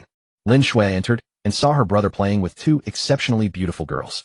A wave of jealousy surged within her for no apparent reason. She had been worried about this annoying brother all the days he was away, and now she came back to find him secretly hooking up with 2 more beauties. How could she tolerate that? Wait, why did she say again? Never mind. She was just unhappy. Lin Xuan closed the door, changed her shoes, walked up to Lin Xuan, and gave him a look of accusation. My dear brother, while I was worrying about you these past few days, you were enjoying yourself, bringing home 2 sisters-in-law the moment you returned. You're really something. I think you're walking a very narrow path. Mayor and Yinner had been playing around and hadn't paid much attention. Now that they saw Lin Xuan standing before them, they quickly greeted her. Mistress Lin Xuan, you're back? We've been waiting for you for so long. Lin Xuan could tell that his little sister probably didn't recognize the 2 girls as Mayor and the others. The 2 had indeed changed a lot over the past few days, leading to the misunderstanding. He quickly laughed it off and said, haha, little sister, they are Mayor and Yinner. During the training these days, both Mayor and Yinner have leveled up several times, so their appearance has changed a lot. Lin Xuan realized she had misunderstood, so she made an excuse and ran off to cook to avoid further embarrassment. Yinner, seeing that Lin Xuan was going to cook, went to help her wash the vegetables, leaving Lin Xuan and Mayor in the living room watching TV. Mayor, seeing that she and Lin Xuan were the only ones left in the living room, became mischievous. She leaned against Lin Xuan, inhaling his pleasant scent, and watched TV. Lin Xuan let her lean on him while he scrolled through his phone. When the meal was ready, the 4 sat down at the table. Lin Xuan picked up a peeled shrimp and gave it to his sister. Little sister, I've made plans with Suyu to take Mayor and the others to the amusement park tomorrow. Do you want to come along? His sister first popped the shrimp he had given her into her mouth, then looked at him and replied, of course I'm going. Why wouldn't I? That place is so much fun. I haven't been there in ages. I'll definitely come along tomorrow. Alright, we'll all go together tomorrow morning. He took a bite of rice and glanced at Yinner, who was eating slowly and carefully while also peeling shrimp for him. Yinner, you should eat too. Don't just focus on me. Master, it's fine. Here you go. Yinner placed the shrimp meat on the small plate in front of Lin Xuan, then picked up another peeled shrimp and ate it, a sweet smile spreading across her face. He picked up some of the shrimp Yinner had peeled and gave it to Mayor. Here, Mayor, eat slowly. No one's going to take it from you. Mayor, her cheeks bulging, looked at him and swallowed before speaking. He picked up some of the shrimp Yinner had peeled and gave it to Mayor. Here, Mayor, eat slowly. No one's going to take it from you. Mayor, her cheeks bulging, looked at him and swallowed before speaking. Thank you, Master. After everyone finished eating Yinner, and he cleaned up the dishes, he washed them and handed them to Yinner, who dried them and put them in the disinfection cabinet. This scene was very much like a young couple washing dishes together after a meal. He turned his head to hand her a cleaned plate, and Yinner reached out to take it. As he looked at her beautiful, gentle, and dignified profile, he couldn't help but be lost in thought. Master, we're washing dishes. Why are you staring at me? Yinner, noticing that Lin Xuan hadn't moved for a while, shyly tugged at his sleeve and said. Hearing Yinner's call, he quickly snapped back to reality. He had been a bit mesmerized, and he smiled at her apologetically. It's all because Yinner is so beautiful. I got a little lost in the moment. I'll wash now, just wait a moment. Yinner, hearing his compliment, felt delighted and nodded at him with a smile. Ding dong, ding dong. Someone was at the door. The doorbell had been pressed a few times. Still washing dishes, he called out to the living room. Little sister, we have a guest. Go open the door. Okay, big brother. Lin Xuan quickly put down the remote control and ran to open the door. As soon as the door opened, she saw Suyu standing at the entrance holding a large watermelon. Sister Suyu, it's you. You didn't have to bring anything. How thoughtful. His sister's words were polite, but her actions were not. She reached out and took the watermelon from Suyu's hand. Come in, Sister Suyu. I'll have my brother cut the watermelon. He's washing dishes. Okay. Oh, and remember to sprinkle some salt on it. I bought it at the market this afternoon and just took it out of the fridge. It's really cold. His sister took the watermelon from Suyu, then pulled Suyu into the living room to sit. She herself brought the watermelon to Lin Xuan, who was still washing dishes. Big brother here. This is what Sister Suyu brought. Please cut it. Sure. It's been quite hot these days, so eating it will cool us down. Lin Xuan had just finished washing the dishes. He dried his hands and took the watermelon. In no time, he brought out a large plate of cut watermelon and sat down in the living room with Yinner. Everyone ate the sweet and refreshing watermelon while chatting about the interesting things they had encountered during their training these days. Time flew by, and soon it was late at night. After seeing Suyu home, he went to his own room and lay down. Early the next morning, he was pulled out of bed by his sister. Yawning, he went to wash his face. He had barely taken a few bites of breakfast when Suyu came to call. Holding a barely eaten fried dough stick, he opened the door for Suyu. Good morning, Suyu. Have you eaten? I'm having breakfast. I've already eaten. Go ahead, finish up, and we'll set off. Suyu brushed her bangs aside and looked at him, who was taking big bites of his fried dough stick. He first let Suyu come inside and sit, then finished his breakfast. After eating, he called Lin Xuan Mayor and Yinner and pulled Suyu out the door. Arriving at the amusement park entrance, he took out his phone and retrieved tickets from the ticket machine, then led the group of beautiful girls into the park. As soon as they entered, they saw a tall water roller coaster with a long track passing overhead. Just then a roller coaster whizzed by above their heads, and they could clearly hear people screaming and howling from it. Fortunately, it passed without any incidents. The worst fear would be if the roller coaster rained down a little drizzle or something like ate treasure porridge. His sister, watching the roller coaster fly overhead, had stars in her eyes. Oh, that looks so thrilling. Big brother, let's go play this one first. Seeing his sister wanting to try something so intense first thing in the morning, he turned to Suyu and winked at her, signaling his thoughts. Lin Xuan, let's play something else first. The water roller coaster is the most crowded right now. The queue is too long. We'll go later when there are fewer people. Suyu saw him wink at her and understood his meaning. In truth, Lin Xuan didn't really like this kind of ride. He was probably a bit afraid of heights, though not terrified. He just couldn't bring himself to enjoy it. Lin Xuan also looked at the long queue for the water roller coaster and gave up on the idea, deciding to come back later. The group first strolled around the amusement park, and whenever they saw a ride with no queue, they went and played. When they passed a haunted house, Lin Xuan suddenly had an idea. He thought it would be fun, so he dragged the girls into the haunted house. Mayor and his sister were bold, walking ahead, while Yinner and Suyu each tightly gripped one of Lin Xuan's arms. Lin Xuan, feeling his arms being held by the two girls, thought that the haunted house was really kind to male visitors. Inside the haunted house, the lights were dim, and you couldn't see your hand in front of your face. Only a few faint green lights could be seen guiding people forward. Lin Xuan and the two girls arrived at a junction where 3 paths suddenly appeared for them to choose from. Mayor and his sister, who had been ahead just a moment ago, were now nowhere to be seen. They had probably chosen different paths. Looking at the 3 paths ahead, he said to the two girls, Suyu, Yinner, which path should we take? He didn't really care. Either way, they would eventually find their way out. Both Suyu and Yinner shook their heads. We don't know, Lin Xuan. You choose one yourself. Then let's take the left one. He noticed that the guiding light on the left was red, and since he liked that color, he decided on that path. Lin Xuan chose the entrance and led the 2 women inside. They hadn't walked far when a piercing scream suddenly rang out, causing the 2 women to shriek in unison. He felt he hadn't been frightened by the haunted house itself, but rather by Yinner and Suyu's terrifying screams. Throughout the ride, things kept jumping out at them, and on several occasions ghostly figures chased them from behind. Though he knew it was all pretend, he couldn't resist being dragged along by the 2 women. After what felt like an eternity, they finally spotted the exit. Suyu and Yinner seemed to see salvation and dragged him toward it with urgent desperation. Unfortunately, mid-stride, they triggered some hidden mechanism, and the floor cracked open beneath them. All 3 tumbled down, but thank heavens for the thick padding below. They emerged unharmed, though his ears had once again endured another tormenting ordeal. After groping their way through once more, they finally caught sight of the exit doors. This time, the 2 women didn't drag him rushing forward. Instead, they walked slowly, and mercifully no more traps awaited them. They emerged from the haunted house without further incident. Suyu and Yinner jumped for joy and embraced him, eager to share their elation. Inside the haunted house, he genuinely enjoyed their company, yet those endless shrieks were absolutely torturous. Mayor and his younger sister spotted Lin Xuan emerging and came running. Brother, why did you take so long? Mayor and I have been waiting outside for ages. Lin Xuan expressed her considerable dissatisfaction at the lengthy wait. Master, look what treasure I found inside the haunted house, Mayor said, waving a plastic skull prop in triumph before Lin Xuan. Oh, we hit a trap halfway through, and it cost us some time. He finished ruffling his sister's hair in comfort, then glanced at the item in Mayor's hand. Mayor, how did you manage to take that prop out? Give it here. I'll return it for you. Apparently, whatever fright had seized her drove her to detach the item from its fixture. After exiting the haunted house, they explored several more attractions until exhaustion set in. They found an ice cream parlor, and each enjoyed a treat while resting. Lin Xuan had barely finished his first half when his sister tugged him to his feet. Brother, let's go ride that water roller coaster we saw right at the entrance, okay? All right, just wait until we've all finished eating before we go. Yielding to her pleading tone, he relented. Soon they were queued at the water coaster. With lunch hour approaching, the crowds were thin, and before long, it was Lin Xuan's group's turn. After the attendants secured their seat belts, the coaster lurched into motion, climbing gradually to its apex, where it hung, suspended for a breathless moment. From this height, the entire amusement park spread out beneath them in breathtaking panorama. Lin Xuan looked around appreciatively. This is quite high, it's just, well. Before he could finish, the coaster plummeted downward, drowning out whatever came next. Lin Xuan felt his blood surge upward as the world blurred past in a rush, and an involuntary scream escaped him. Oh, After a tense wait of over 10 minutes, the ride lasted barely 30 seconds. Thrilling certainly, though merciless to the vocal cords. Looking up at the women all radiant with exhilaration, Lin Xuan realized he alone found no appeal in such thrills. Yenner could fly, making this child's play for her. His sister and Mayer possessed carefree spirits, while Suyu remained an enigma, even to him. With noon arriving, the group headed off for lunch. After their meal, they returned to the rides, experiencing every attraction the park offered.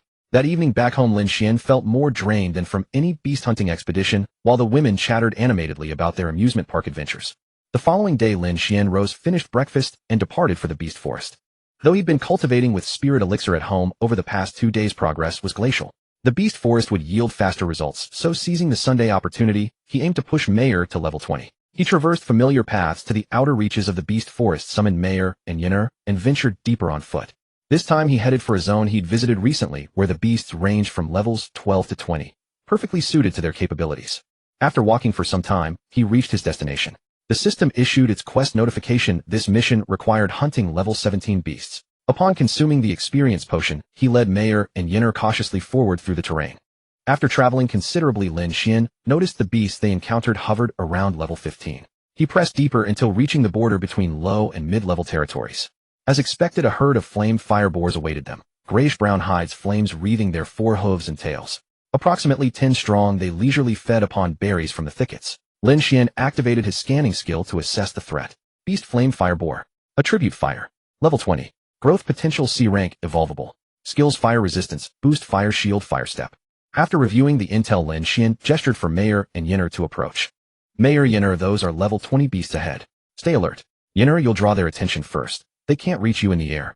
Mayer and I will engage from behind. Yenner nodded and took flight, wings outstretched, diving toward the boars.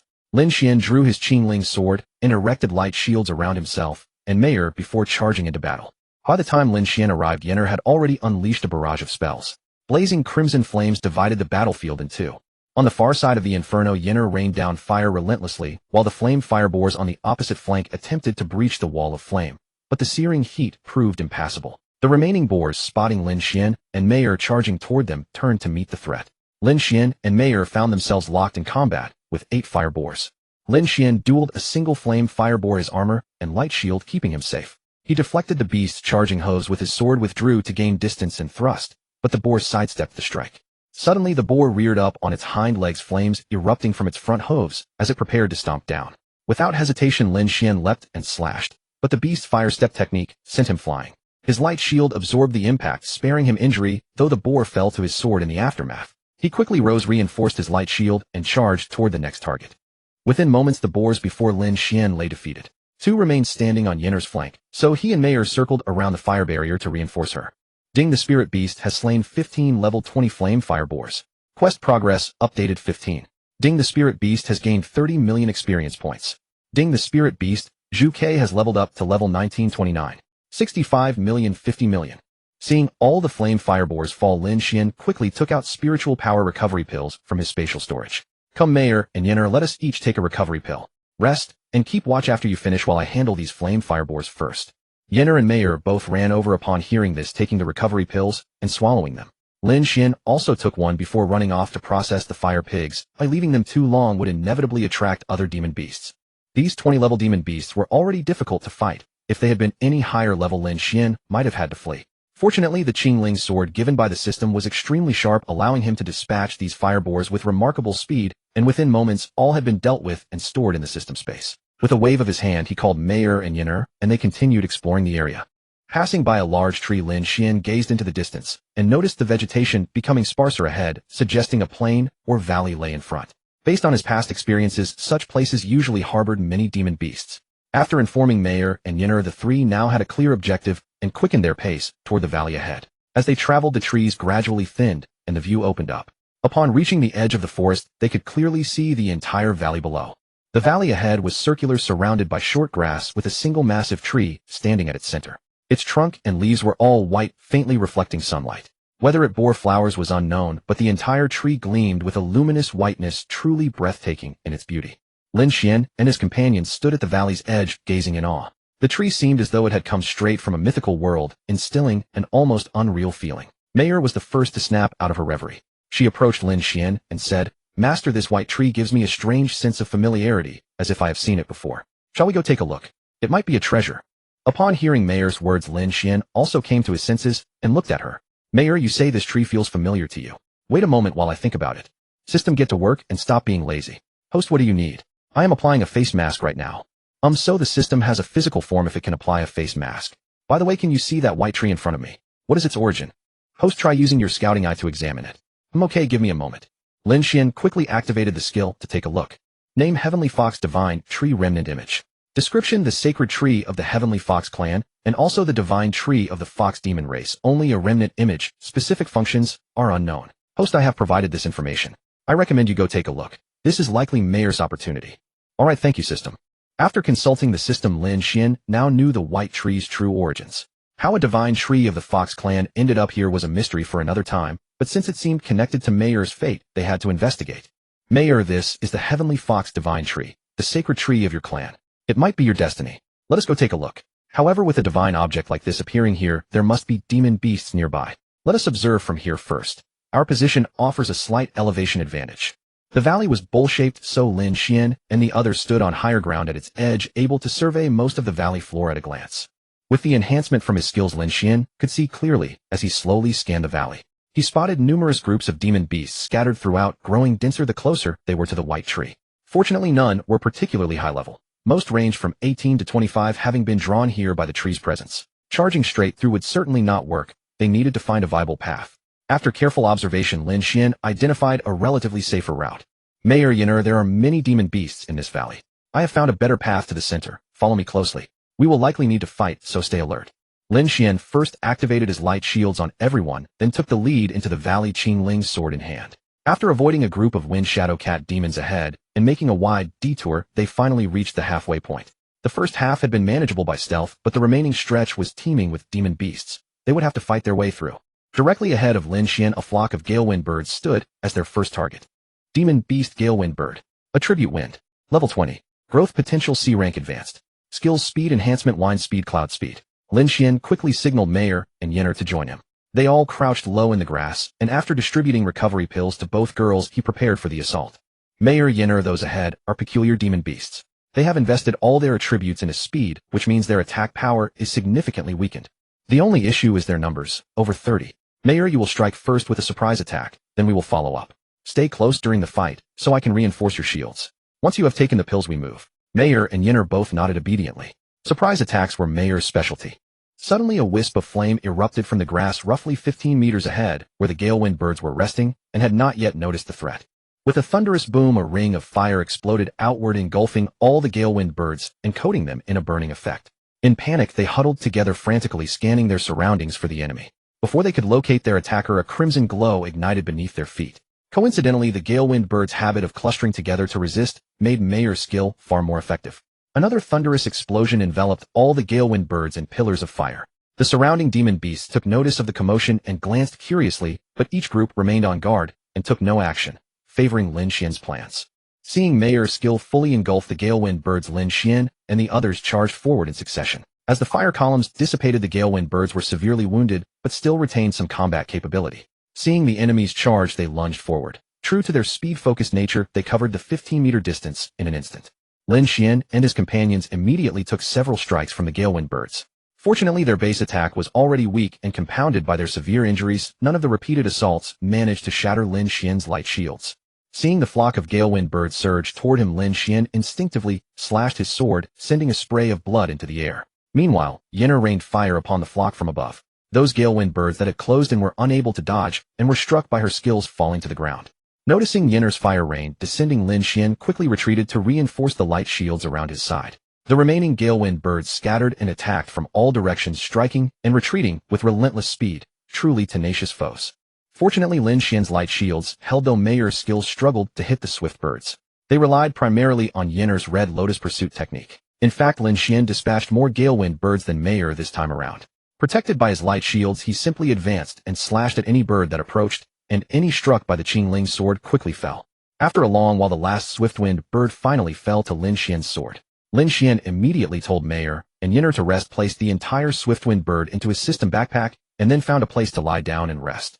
Ding, the spirit beast has slain 38 swift-winged birds at level 20. Mission progress increased by 38. Ding, the spirit beast gains 76 million experience points. Ding, the spirit beast nine-tailed heavenly fox has successfully reached level 20, 26 million, 100 million. Ding, the spirit beast vermilion bird has successfully reached level 20, 25 million, 100 million. Ding, mission completed. Slay 30 beasts of level 17 or above, 5,330. Reward 50 of current character level experience.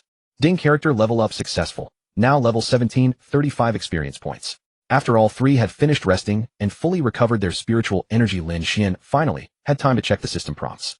Beasts above level 20 were indeed difficult to fight, but they yielded far greater rewards. Both Mayer and Yinner had already reached level 20, yet Lin Xuan dared not evolve them here directly. The materials required for S-rank evolution were all high-tier spiritual treasures of heaven and earth, and the heavenly phenomena they triggered would be far too conspicuous, likely attracting other beast tribes. Lin Xuan stroked the two creatures lying beside him. Alright, let us continue forward. You are both at level 20 now. I'll find time to evolve you later. Yinner and Mayer gazed at their master with bright, captivating eyes, pleased beyond words. They obediently nuzzled against Lin Xuan's face to show their affection. Alright, that's enough, Mayer. Yinner, no more nuzzling. Oh, Mayer, stop licking my face. After much effort, Lin Xuan finally managed to stop the two from rubbing against his face. Alright, let's move out. There are battles ahead waiting for us. Mayer and Yinner nodded. Yes, master. Lin Xuan and the others continued on their journey, moving stealthily until they reached the rear of a massive boulder. Ahead of them lay a pack of azure feather wolves. Lin Xuan observed them cautiously. The creatures were highly alert, and he had nearly been spotted during a quick glance. Fortunately, their skill information was clearly visible upon inspection. Beast Azure Feather Wolf. Attribute Wind. Level 22. Growth potential C rank, can advance. Skills Speed Enhancement Barbaric Bite Azure Wind Technique.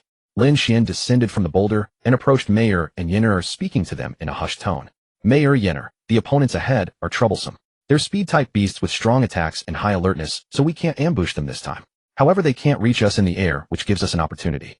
Mayer, when we engage, we'll fight back-to-back and cover each other's front. Yinner, you provide aerial support. Just be careful with your fire rain so it lands to our sides and doesn't expose our flanks.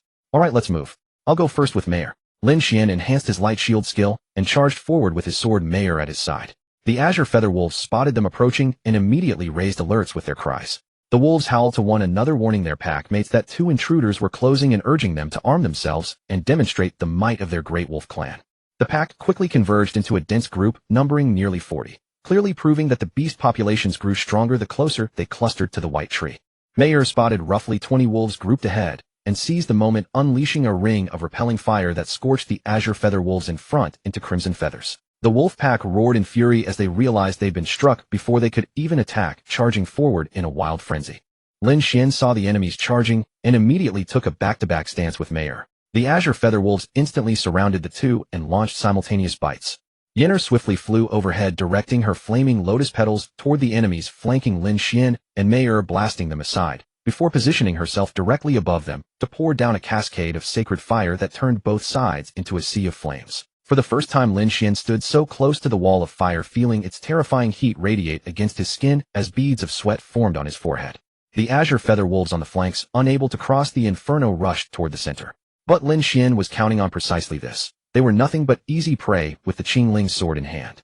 One azure feather wolf watched as Lin Xuan's sword slashed diagonally, felling a comrade who had rushed too close, and seized the opening to lunge forward with a vicious bite. Unfortunately for it, Lin Xuan parried the attack, forcing the wolf to crash its teeth against the blade. Crack. With a swift kick, Lin Xuan sent it sprawling across the ground, howling in agony. Protected by his light shield, Lin Xuan dispatched each charging azure feather wolf with a single strike. Though he sometimes lacked the experience to deliver a killing blow in one hit, his sword's sharpness ensured that any glancing cut would spray blood. Above, Yinner bombarded the wolves, attempting to flank through gaps, reducing their sneaky approaches to desperate howls of pain. Mayer kept the pressure mounted, unleashing skills into the formations ahead, while Lin Xuan reinforced their defenses with periodic light shields, overwhelming the enemy far faster than he could. Yinner maintained her aerial position, guarding the flanks and intercepting any wolves attempting a sneak attack. After a grueling battle, Lin Xian's arm grew heavy with exhaustion before the last azure feather wolf finally fell. Piles of fallen wolves stretched across Mayer's flank, while an even larger mound lay before Lin Xian. He ordered Yin'er to withdraw her lotus flames, and quickly collected the carcasses into his spatial storage before leading the group back to the safety of the boulder to rest. Ding the Spirit Beast has eliminated 37 level 22 Azure Feather Wolves. Mission progress increased by 37. Ding the Spirit Beast gains 296 million experience points. Ding mission completed. Slay 30 beasts of level 17 or above, 6,030 achieved. Reward current character level experience multiplied by 50 times 2. Ding character level up successful. Now level 18, 35 experience points. Lin Xian didn't bother checking the system prompts, instead drawing out 3 recovery pills for all 3 to consume immediately, eager to restore their strength after such a grueling fight. Lin Xian sat in the cleared area gazing toward the white tree ahead. The opportunities granted by such a divine tree must be tremendous. He prayed they wouldn't be let down. After resting for quite some time, Lin Xian noticed the sun hanging directly overhead. The hour had slipped past unnoticed into midday. With hostile beast packs surrounding them, he could only settle for dried rations and snacks for lunch. Once finished, Lin Xian led Meyer and Yin'er onward. They were close to the white tree now. Only one more fierce battle stood between them and their destination. Lin Xian guided Meyer and Yin'er around to the rear of a herd of blue crystal rhinos crouching low to observe them. The blue crystal rhinos looked impressive, their crystalline hide gleaming with visible wealth. Their bodies were a deep blue hue with clusters of blue crystals adorning their backs, sparkling brilliantly in an attractive display. Beast Blue Crystal Rhino. Attribute Medal. Level 23. Growth potential C rank can advance. Skills Strength Enhancement, Blue Crystal Protection, Crystal Horn Impact. Lin Xian glanced at the azure crystal rhinoceros herd ahead, counting roughly 25 of them. They had just circled around, and this was the only spot where the beasts were easier to fight, their attributes countered by Meyer and Yin'er, and their numbers the smallest. Still, their skills seemed quite formidable. Lin Xian withdrew his gaze, turned to Meyer and Yin'er, and spoke to them in a low voice. Meyer, Yin'er, this herd of azure crystal rhinoceroses ahead is the easiest to handle in this last circle. They are metal attributed the lowest level and cannot attack the sky, so Yin'er, you can fight safely. Meyer, they have a charging skill. The 2 of us need to dodge carefully and not take it head on. Yin'er, you coordinate with your red lotus. Alright, after we take the recovery pills, we'll start the fight. Meyer, you go first with a sneak attack. After speaking, Meyer and Yin'er both nodded. After taking the recovery pills, Meyer stealthily ran forward and Lin Xian and Yin'er quickly followed. When Meyer judged the distance was right, she tossed a repelling fire ring. The ring exploded, directly sweeping over nearly half of the azure crystal rhinoceroses. The attacked herd immediately bellowed, looking around in confusion. When they spotted Lin Xian and the others behind them, they called to their companions and charged over. Seeing the azure crystal rhinoceroses charging with their skills activated, Lin Xian quickly told Yin'er to cast a wall of fire in front to slow the herd's momentum. Without needing Lin Xian's instruction, Meyer directly launched a flaming strike, covering the leading azure crystal rhinoceroses. The azure crystal rhinoceroses immediately activated their defensive skills, but the barrier only held for an instant before shattering. Meyer's flaming strike, carrying terrifying heat, engulfed every inch of their skin. As the pillar of fire dissipated, the rhinoceroses hit by the strike were covered in flames, rolling on the ground, their crystal shards falling off. Only after the flames died out did they slowly rise and charge again, but they were covered in wounds. Meyer's combo had nearly taken them out. The herd not caught by Meyer's fire pillar had already bypassed Yin'er's wall of fire and reached Lin Xian. However, lacking momentum, they could only rely on their brute force to ram into Lin Xian and Meyer. As the azure crystal rhinoceros charged with its crystal horn, Lin Xian blocked with his sword. The moment blade met, horn sparks flew.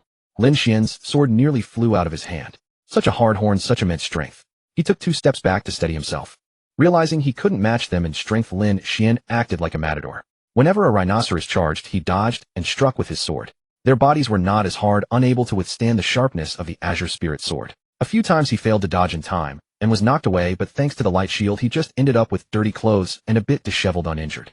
Lin Xian made sure to cast light shields on himself and Meyer every so often, a task he attended to more diligently than anything else. Meyer had a much easier time dealing with the herd. When they clustered, she used flaming strike. If one charged at her, she dodged and hit it with a repelling fire ring. Yin'er in the sky did as she pleased, flying around with her red lotus, targeting her own objectives. Gradually, as the last azure crystal rhinoceros fell, Lin Xian quickly stored it into his space and rested. Staring at the white tree close by, his excitement grew. He wondered what opportunities awaited them ahead. Ding Pet killed 23 azure crystal rhinoceros. 24. Mission progress 24. Ding Pet gained 384 million experience. Seeing that everyone had rested enough, he waved to Meyer and Yin'er and set off impatiently. After walking about 200 meters, they reached the base of the massive tree. Gazing at the thick trunk, Lin Xian felt extremely small. The tree was roughly 15 meters in diameter, and looking up it seemed at least 200 meters tall. Lin Xuan and the others climbed the tree roots and approached the trunk, reaching out to touch it. Lin Xuan and Yin'er felt nothing, but when Mayer's small hand touched the trunk, a ripple of light appeared, gradually forming a door. Mayer turned to Lin Xuan with curiosity. Master, look, I touched it, and a door appeared. Should we go in? Lin Xuan pondered. Neither he nor Yin'er had triggered any change, only Mayer. The system also said this was her opportunity. So going in directly should be fine, probably not dangerous. Lin Xuan nodded to Mayer. Mayer, let's go in and have a look. With that, he led Mayer and Yin'er into the tree door. The moment they stepped in, the door vanished, and the giant white tree also disappeared from the valley, as if it had never existed. The beasts in the valley roared in confusion, staring at the spot where the tree had been, as if questioning its reality. Lin Xuan and the others had no way of knowing what happened outside, for as soon as they entered the tree door, they found themselves in a dense forest. Lin Xuan looked back suspiciously. How didn't we just come in through a tree door? Why is there no door behind us? And how did we end up in this forest? Shouldn't it be a tree house or something else? He looked at Mayer, who was equally bewildered. Fortunately, the system came to work at that moment. Host, lucky you. You've been brought to the Kunlun Mountains by the White Tree, but I don't know the exact spot. I suggest you stay put and not wander. Someone from the Celestial Fox clan should come to pick you up soon. After hearing the system's explanation, Lin Xuan scratched his head, his face full of disbelief. System, are you saying that damn White Tree teleported us to the Kunlun Mountains? The Kunlun Mountains, where high-level top-tier beasts roam everywhere. Am I going to die here? That tree is too much of a scam. That's why, host, I suggest you hide well and stay put. If you run into a beast, both you and I will be finished. Lin Xuan reluctantly agreed. Alright, system. By the way, why do you call yourself I? Are you a person or a beast? Lin Xuan waited a while, but got no response from the system. He put aside his thoughts, took Mayer and Yin'er, and found a place to hide. Otherwise, if a beast spotted them, they'd be done for. About half an hour later, they finally saw members of the Fox clan arriving. During that time, Lin Xuan had witnessed the true terror of this world. In those 30 minutes, Lin Xuan saw 4 enormous birds flying overhead, all showing question marks, and all being A-rank beasts. He also saw a massive white tiger passing by in the distance, its colossal body nearly scaring the wits out of him. When 2 mature fox-tailed women riding a red fox ran toward Lin Xuan and his group, he finally breathed a sigh of relief. Lin Xuan saw his rescuers finally arrive. Hurrying, he brought Mayer and Yin'er along and stepped out waving to them. The 2 fox-tailed girls quickly flew to Lin Xuan's side. At this moment, Lin Xuan could clearly see the 2 fox-tailed girls standing before him. They appeared to be twin sisters, both with flowing crimson hair, beautifully alluring faces, and stunningly curvaceous figures. 7 fluffy red tails sprouted from their backs, and they wore form-fitting dresses woven from fox fur, likely manifested directly from their own fox forms. Yet they seemed strangely familiar, as though he had encountered them somewhere before. As they approached, Lin Xuan quickly composed himself and greeted them warmly. Greetings, fair sisters. You must have come looking for us, correct? The fox maiden on the left, noticing how endearing this young human was, felt an irresistible urge to tease him. Little human, are you so certain we're here for you?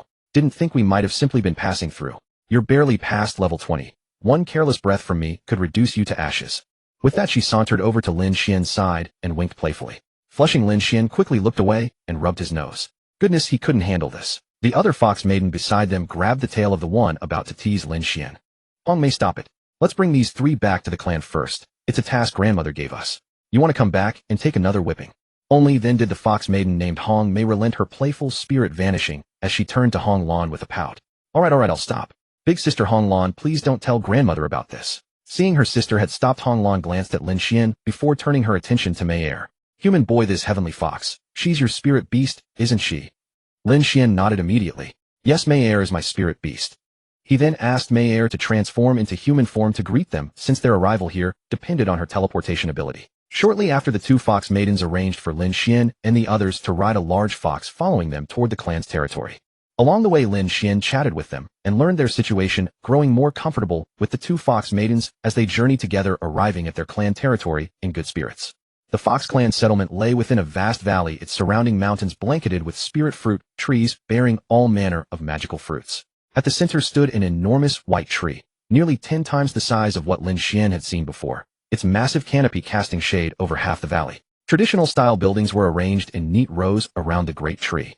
2 small streams flowed along the valley's outer edges, and beyond them numerous spirit fields had been cultivated with magical plants. The entire scene resembled a utopian paradise, breathtakingly beautiful.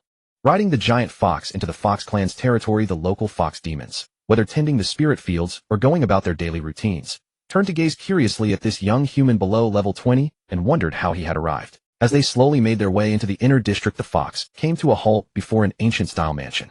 Lin Xuan recognized this as their destination and dismounted, lifting Mei Er and Yin Er down from the creature. After Lin Xuan dismounted, Hong Mei approached him and led him aside to speak in hushed tones. "We'll take you to meet our grandmother, the one who sent us to fetch you.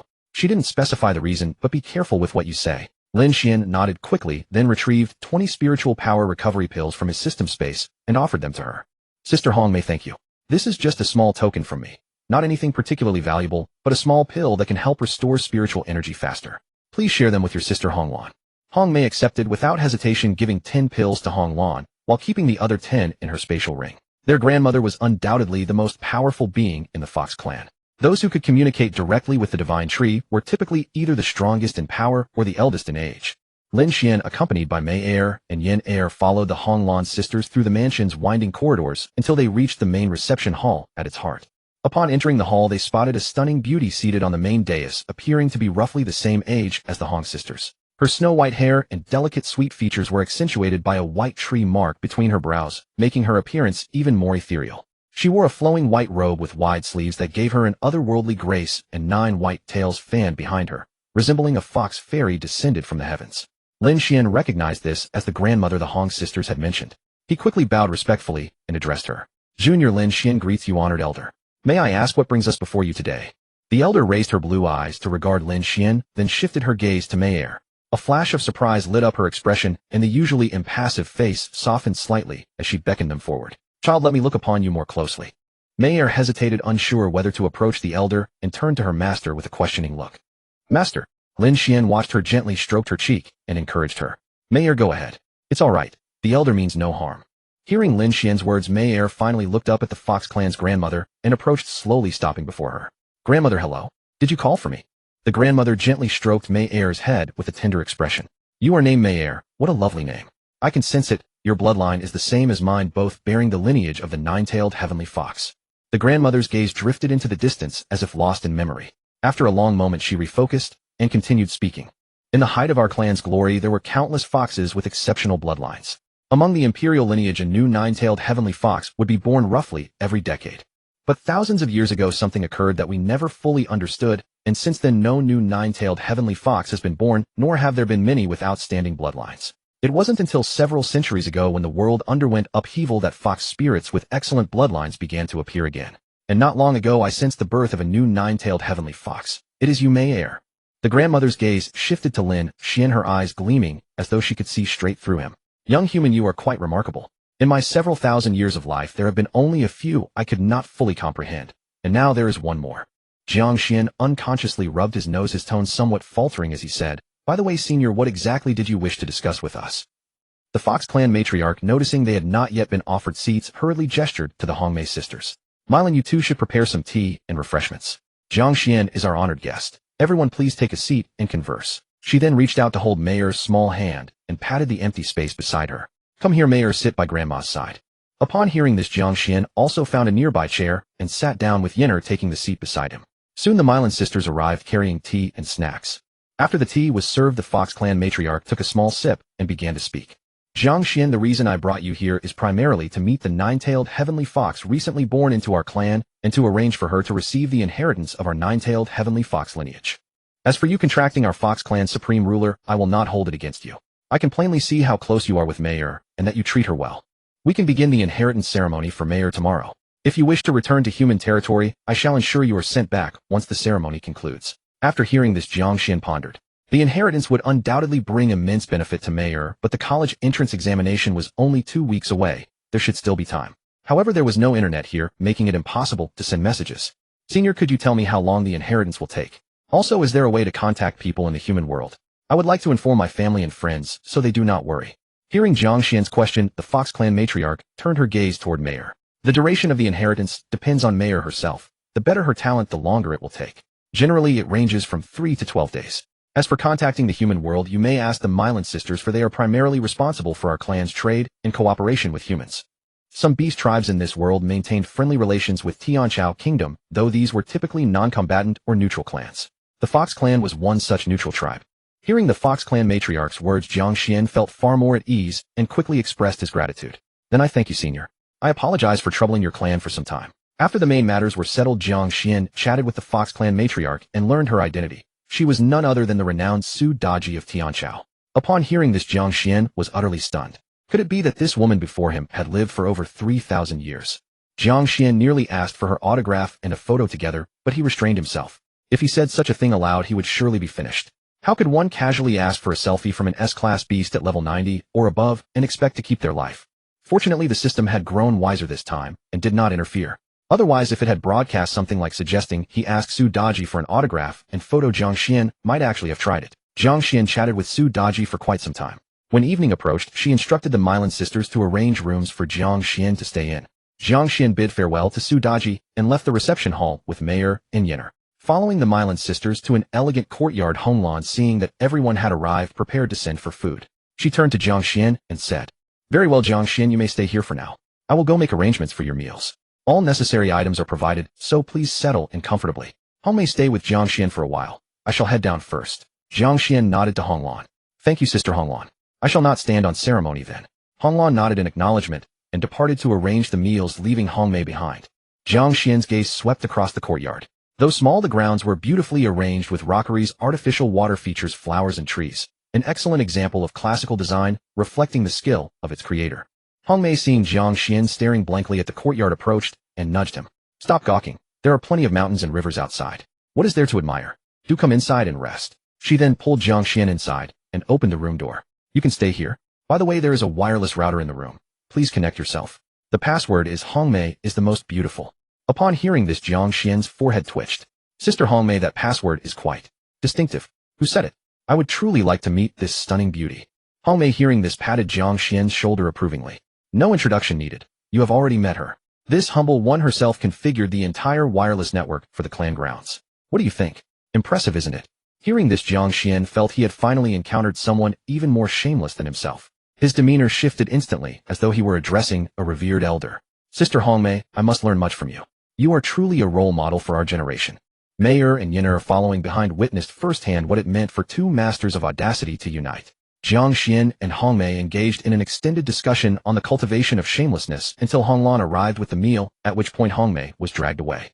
They could chat all they wanted, but what was the point of draped shoulders and close camaraderie? After connecting to the network, Jiang Xian first messaged his younger sister and Suyu to update them on the situation, then informed Shanggong Xiangning. Shanggong Xiangning warned him that if he failed to return before the college entrance examination, she would track him down and beat him severely, with Xiao Lu standing by to heal him between blows. After finishing dinner, Jiang Xian arranged for Mayor and Yinner to sleep in the main bedroom while he took the guest room. Mayor and Yinner were now in the living room playing video games, for all necessary furniture was provided. Jiang Xian himself sat on the living room sofa scrolling through his phone. Opening the Lingyin app, he tapped on nearby users and was surprised to find the Mylan sisters' profiles as the first results. He finally understood why they looked familiar at first sight. He had actually followed them before.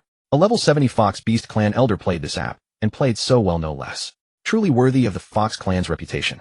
He silently opened the Mylan sisters' profiles and gave every video a like before setting his phone aside with satisfaction. Turning his gaze toward Mayor and Yinner playing video games, he called out to them. "All right, both of you, pause for a moment. I will help you evolve."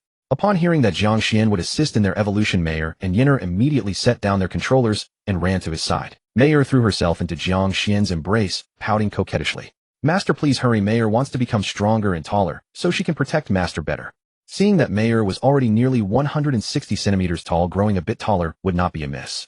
"Very well, Mayor, please stand over here while I help you evolve." Once Mayor was in position, Jiang Xian directly tapped the evolution button on her status panel in the system. Ding. "Would you like to initiate evolution for the nine-tailed heavenly fox?" "Yes." After the evolution began, a crimson radiance surged from Meyer within the room, instantly turning it into a world of red. The fire spiritual energy of heaven and earth converged, madly pouring into Meyer's body, while ripples of red light spread around her. As the red light gradually faded, Meyer had grown an additional white tail behind her. She appeared taller, and her figure had become even more voluptuous. The light dissipated and Meyer opened her blue eyes, looking down at her changes. "Oh my master, how come Meyer can't see her own toes anymore?" Lin Xuan heard her words and sensed a hint of pride in them, leaving him momentarily speechless. Meyer, you've grown up. Come sit here and have some water. I'll help Yinner evolve first." He turned to look at Yinner, who was gentle and refined. He lovingly patted her head. "All right, Yinner, I'll help you evolve. Stand in the middle." Yinner hugged Lin Xuan upon hearing that, and said, Master, Yinner is ready." Ding, initiate evolution for the vermilion bird." Lin Xuan confirmed yes. Yinner's evolution was more spectacular than Meyer's. Crimson flames burst forth from her body, as if trying to ignite her entirely. The fire's spiritual energy that had just settled down surged wildly, once more rushing into Yinner's body. If Lin Xuan had been outside, he would have seen streaks of red light formed by the converging fire's spiritual energy flying into his room. Gradually, the fire's spiritual energy around Yinner began to liquefy, taking the shape of a red lotus that enveloped her. After several minutes, the gathering of fire's spiritual energy from heaven and earth gradually subsided. The spiritual energy red lotus around Yinner shrank and was absorbed into her. At that moment, Yinner opened her eyes, her irises glowing red as she observed the changes after her evolution. She had become even more graceful and slender with a fuller figure. Yinner ran up to Lin Xuan, twirled happily, and said, "Master, Yinner has grown taller too." Yinner has grown up. Come sit here, and let me see the changes after your evolution." Lin Xuan patted the spot beside him, indicating for Yinner to sit. After both Meyer and Yinner had completed their evolution, he checked the system notifications that had just appeared. Ding, congratulations. The spirit beast nine-tailed celestial fox has evolved successfully. Ding, the nine-tailed celestial fox has learned the skill Fireball Blast. Skill Fireball Blast. Description: summons a huge blazing fireball in the air that crashes onto the target, then explodes at the target's feet, dealing damage and having a chance to knock the target down. Ding, congratulations. The spirit beast Vermilion Bird has evolved successfully. Ding, the Vermilion Bird has learned the skill Lotus Fire Whirlwind. Skill Lotus Fire Inferno.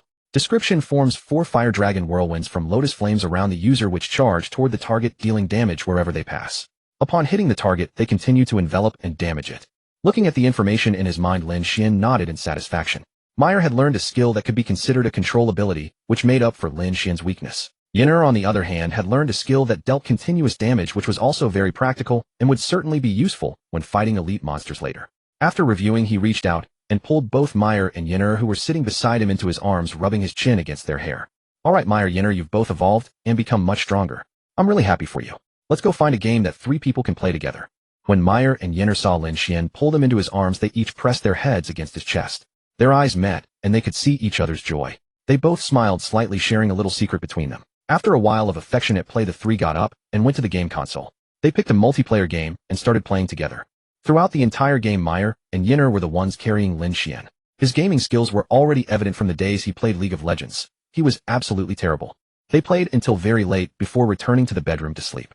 Lin Xuan lay on his side in bed, looking out the window. The scenery outside was exceptionally beautiful. A giant white tree emitted a faint glow, painting a magnificent picture against the silent night sky. Lin Xuan couldn't resist taking a few photos with his phone and sent them to his sister Su Yu and Shanggong Xiaoning. He even flamboyantly added a caption: "On a night of longing, I can only silently endure this beautiful scenery. Good night." After sending the message, he put down his phone and fell into a deep sleep. After Lin Xuan fell asleep, the 3 girls all received the message on their phones. Lin Xuan saw that it was from her annoying brother. She opened it and immediately sent him a sticker of a Shiba Inu. Shanggong Xiaoning had just returned home and was about to take a shower and sleep. She heard her phone ding, reached out a delicate hand to take it from her bag, and opened it to take a look. This kid is asking for a beating. After reading, she put down the phone and went to take a shower. Su Yu heard her phone ring. It was the unique ringtone she had set. She quickly picked up the phone and opened it, immediately captivated by the scenery in the picture. When her eyes caught the text below, her heart filled with sweetness. She replied to Lin Xuan with a cute sticker. The next morning, Lin Xuan was pulled out of bed by Yinner. It turned out that Honglan had arrived, saying that their grandmother wanted to see him. He quickly brushed his teeth and washed his face, then had breakfast with Meyer and Yinner before following Honglan to the meeting hall from yesterday. Su Daji saw Lin Xuan arrive, put down her teacup, and said to him, "Lin Xuan, today, I will take Meyer to initiate the inheritance ceremony. So you should come along and see." Lin Xuan nodded after hearing this. "Yes, senior." The inheritance was certainly a good thing for Meyer. At the very least, her strength would increase. But he didn't know if there were any dangers. Thinking of this, Lin Xuan turned to look at Meyer and said to her, "Meyer, don't worry or be nervous during the inheritance. Just let it happen naturally." Upon hearing this, Meyer stepped forward, took Lin Xuan's arm, and leaned against him. Master Meyer will. Meyer loves Master the most." Su Daji watched the 2 of them being affectionate and felt a strange sensation in her heart, as if something she valued deeply had been taken away. Su Daji collected her thoughts, stood up, and said to everyone, "Alright, let's go." With a wave of her hand, everyone in the living room instantly vanished. After Lin Xuan and the others vanished, they appeared directly in front of the great white tree. Lin Xuan and the other 2 looked around curiously. Just a moment ago, they were in the living room, and now they were here. When Su Daji waved her hand, Lin Xuan had sensed a flash of light and blinked instinctively. In the blink of an eye, when he opened his eyes, the scenery had completely changed. This must be a spatial skill or ability. It's truly Do Zone level. No, this level should be Do Emperor, terrifyingly powerful. Lin Xuan thought to himself. After muttering inwardly, Lin Xuan looked around. They were standing on a stone platform with the roots of the great white tree before them. This should be the very center of the Fox clan's territory. In the middle of the platform were 9 nine-tailed fox stone statues arranged in a row, and at the center of those statues was a small altar. Su Daji beckoned to Mayor. Mayor, come. Stand on that small altar. I will initiate the inheritance shortly. Whatever scenes you see, do not worry, just follow your heart. Lin Xuan patted Mayor on the back. Go on, Mayor. After you finish the inheritance, I'll take you to eat delicious food, and you can eat as much as you want. Mayor hugged Lin Xuan and kissed him. Master, I want to eat fried chicken legs, roasted beef, mouth-watering chicken, a treasure duck. I want to eat all of these. Lin Xian's face twitched slightly as he heard Mayor rattle off a whole menu. He patted her in his arms and said, Mayor, then we'll eat every single thing you want, whatever we come across. What do you think? Satisfied, Mayor nodded, stepped out of Lin Xian's embrace, and walked over to stand on the small stone altar. Seeing Mayor standing on the small altar, Su Daji nodded with contentment. She had been somewhat tempted by the list of dishes Mayor had recited. Having lived for thousands of years, there were still a few she had never tasted.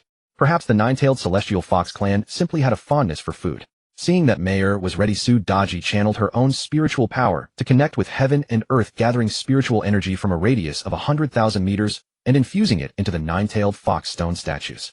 Immediately, the 9 stone statues began to move, forming a circle around the small altar. A pillar of spiritual light shot out, enveloping Mayor, who slowly rose into the air and closed her eyes. At this point, the inheritance began. How long it would take depended on Mayor's own talent. Seeing that there was nothing more for her to do, Su Daji prepared to leave and said to Lin Xuan, Lin Xuan, there's nothing for me to do here.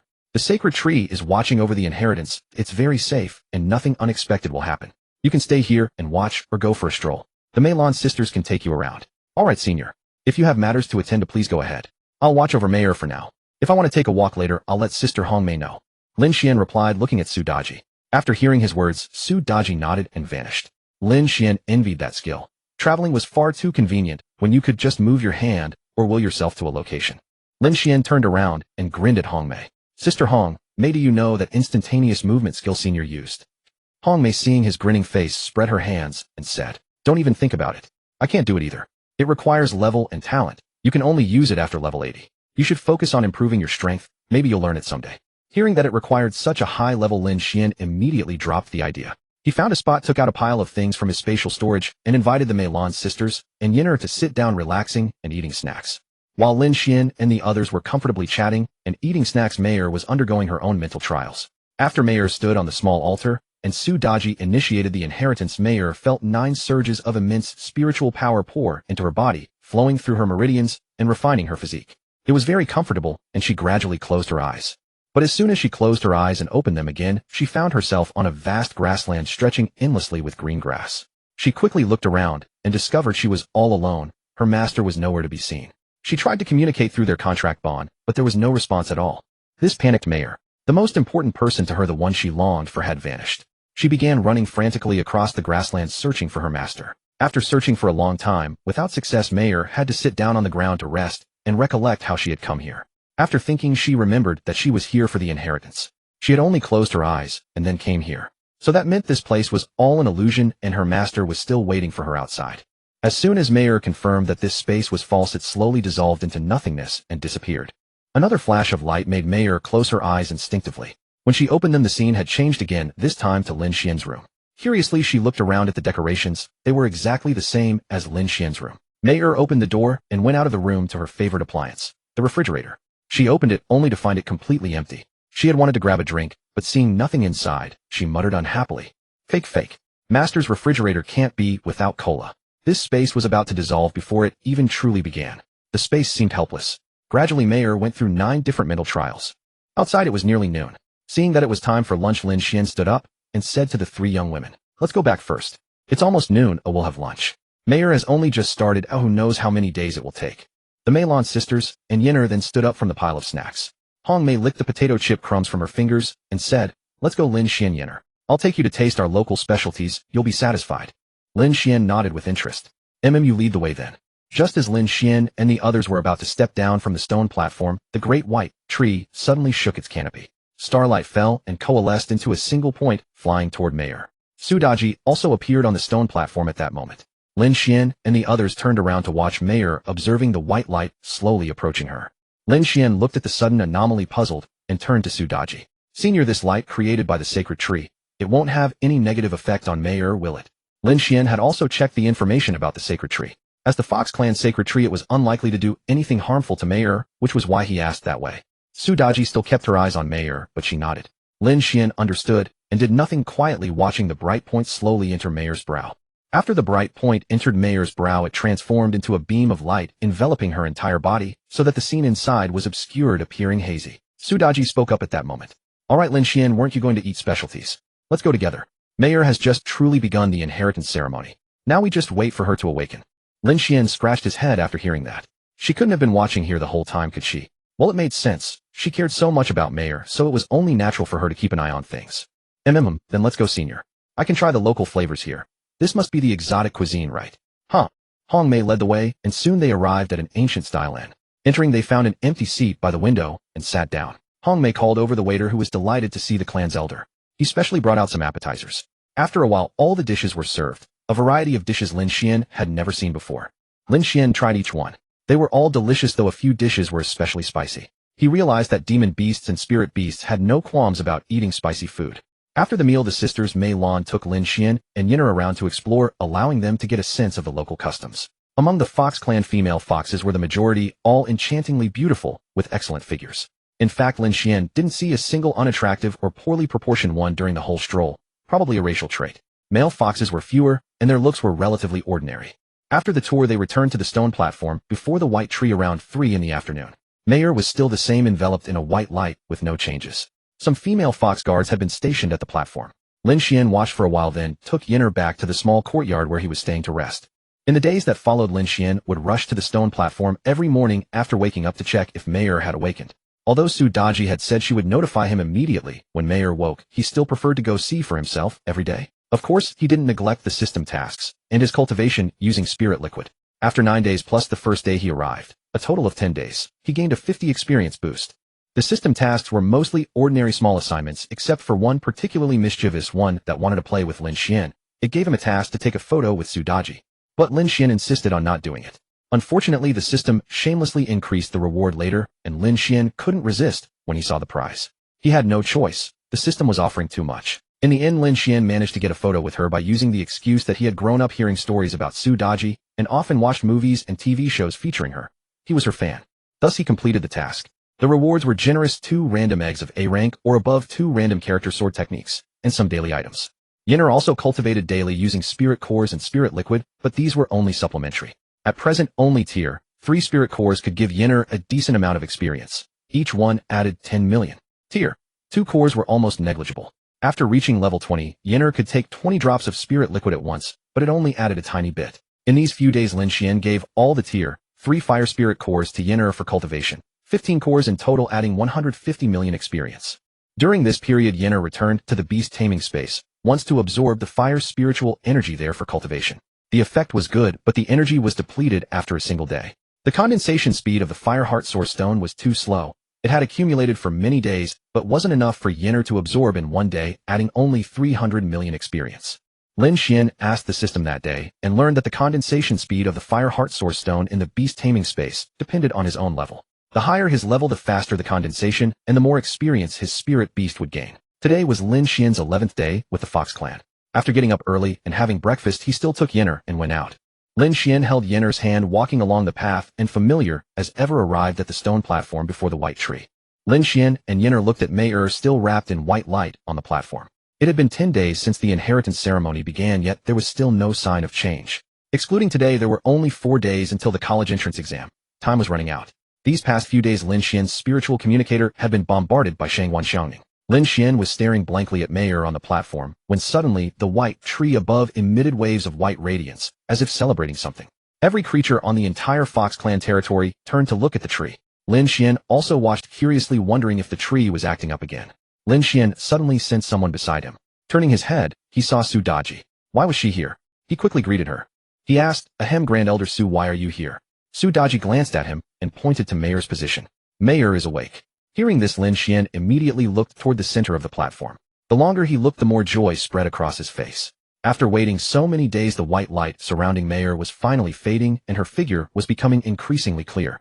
At last, the white light dissipated and Mei's figure appeared before Lin Xuan. She looked the same as before, except for a white tree mark on her forehead. This mark made her already enchanting and beautiful seem ethereal and otherworldly, adding a touch of celestial grace. After Lin Xuan finished observing her changes, Mayer slowly opened her eyes. Her beautiful blue gaze swept over the people on the platform, and when it reached Lin Xuan it stopped. Mayer trotted over and buried herself in Lin Xuan's arms, pressing her head deep into his chest, inhaling his favorite scent. Then she lifted her head slightly to look into his eyes. Master, I missed you so much. In that space I searched for you for a long time, but couldn't find you. I thought you didn't want me anymore. Lin Xuan hadn't seen Mayer for several days either. He patted her back and, looking at her slightly ethereal appearance, couldn't help but lower his head and kiss her. Mayer, how could I ever abandon you? Even if I abandoned myself, I would never abandon you, silly girl. The two held each other, cuddling for a long time, until someone nearby grew displeased. Ahem, that's enough, you two.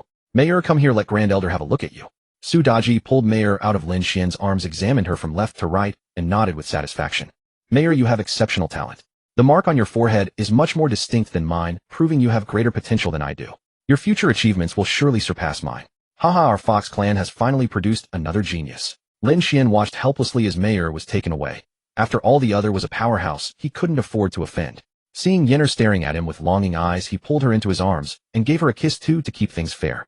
He patted Yenner still in his arms and watched Su Daji whispering to Mayer. He had no idea what they were saying. If Su Daji didn't want him to hear, it would be useless even if he tried to eavesdrop.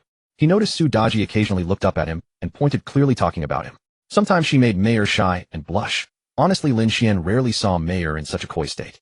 After a long while, Mayer and Su Daji finally finished their conversation and teleported back to the mansion together with Lin Xuan. At noon, Su Daji invited Lin Xuan and the others for a luncheon to celebrate the completion of Mayer's inheritance. After the meal, Lin Xuan took his leave, saying they would return home the next day. The next day, Su Daji teleported the three of them back to the valley where the White Tree's phantom had once appeared. Before leaving, she gave Mayer a jade pendant, claiming it was a token of the nine-tailed celestial fox clan. She also instructed Mayer to visit whenever she had time, and if Lin Xuan ever bullied her, she could send a spiritual message and Su Daji would come to settle the score. Lin Xuan found this quite exasperating. How could he ever bully Mayer? He cherished her deeply. Only after Su Daji finished her instructions did she vanish with a teleport. Seeing Su Daji had left, and this place happened to be the Beast Forest, Lin Xuan turned to Mayer and Yenner and spoke. Mayer, Yenner, this is exactly the valley where we saw the White Tree last time. You haven't fought since evolving, so this is a perfect chance to test your new powers. Actually, Lin Xuan hadn't yet checked the changes in Mayer's status panel after her inheritance, but since they were about to engage in battle anyway, he decided to review it after returning home. Yenner, fly up and see if there are still beasts in this valley. There were plenty here a while ago. Yenner nodded and transformed into a vermilion bird, soaring into the sky. This was the first time Lin Xuan had seen Yenner's evolved vermilion bird form. It was much larger than before, and now it seemed capable of carrying him in flight. Yenner circled the sky once, then flew back and landed, reverting to human form and speaking to Lin Xuan. Master, there are still many beasts here, even more than when we last came. Directly ahead of us, there's a pack of wind shadow cat demons. Then let's go deal with them first. Wait for me a moment. I need to find something in my spatial storage. System, get to work. Why haven't you issued any quests yet? Still sleeping in, huh? You're even lazier than me. Oh, host, wake up. I forgot to set an alarm yesterday. Don't mind it. By the way, host, are you planning to keep those 2 sword technique scrolls until the new year? Use them then. Ding. Use random character sword technique scroll X2. Yes. Ding. Congratulations, you obtained character flowing water sword technique scroll. Ding. Congratulations, you obtained character nameless sword technique scroll. Lin Xuan looked at the 2 sword technique scrolls in his backpack and decisively used them. A flood of sword techniques surged into his mind, ensuring that in future battles with beasts, he would no longer need to rely on random thrusts and slashes. After using the sword technique scrolls, Lin Xuan also consumed the experience potion. He glanced at today's beast quests. All were level 20. Withdrawing from his thoughts, he looked at Mayer and Yenner. Alright, Mayer, Yenner, let's move out. The 3 of them hadn't walked far before they came face to face with the wind shadow cat demons ahead. The 2 sides stared at each other. There were about 20 wind shadow cat demons, all pitch black with faint cyan stripes, their bodies sleek and streamlined. They were quite beautiful to behold, if only they weren't baring their claws at Lin Xuan. Beast Wind Shadow Cat Demon. Attribute Wind. Level 22. Growth potential C rank, can evolve. Skills Speed Boost Wind Shadow Claw Consecutive Claw Strike. Seeing that the Wind Shadow Cat demons weren't making a move, Lin Xuan thought, don't blame me for lacking martial virtue. If you won't act, I will. Mayer, Yenner, let's go. They're speed type attack beasts. Stay alert. Lin Xuan's group charged at the Wind Shadow Cat demons. Along the way, he cast light shields on himself and his companions, then drew his Qingling sword and ran in a line with Mayer. The Wind Shadow Cat demons roared as they launched their assault. Their speed was astonishing, and in an instant they were upon Lin Xuan and Mayer, unleashing their skills. Lin Xuan saw ripples forming on his light shield from the cat demon's attacks, so he drew his sword and began practicing the flowing water sword art he had just learned. He moved like a dancer, his sword strokes fluid and graceful, yet each strike left trails of crimson petals. Seeing Lin Xuan thoroughly enjoying himself, Mayer and Yinner held back from using their ultimate skills, opting instead for minor techniques to support him from the sidelines. But even their minor techniques dealt significant damage to the cat demons, as both of them had undergone 2 evolutions just like these beasts. When Lin Xuan felled the last wind shadow cat demon with a diagonal thrust, not a single one remained standing on the field. Ding! Spirit Beast killed 21 level 22 wind shadow cat demons. Quest progress increased by 21. Ding! Spirit Beast gained 168 million experience. Lin Xuan looked around at the fallen cat demons and said to Mayer, keep watch for a moment. I'll dispose of these cat demons. Just as he finished handling a few cat demons and was about to move to the next, Mayer suddenly called out, Master, a large flock of gale wind birds is charging toward us. Lin Xuan quickly looked up and saw a massive flock of cyan-feathered ground birds rushing toward them. Last time they had encountered these bizarre gale wind birds which had maxed out their speed and were extremely troublesome. Lin Xuan hurriedly took out recovery pills for the 3 of them, knowing that the massive flock ahead would make for a tough fight. Beast Gale Wind Bird. Attribute Wind. Level 20. Growth Potential C rank can evolve. Skill Speed Boost Wind Rush Cloud Rush. After taking the recovery pill, Lin Xuan had barely 10 seconds before the gale wind birds were upon them.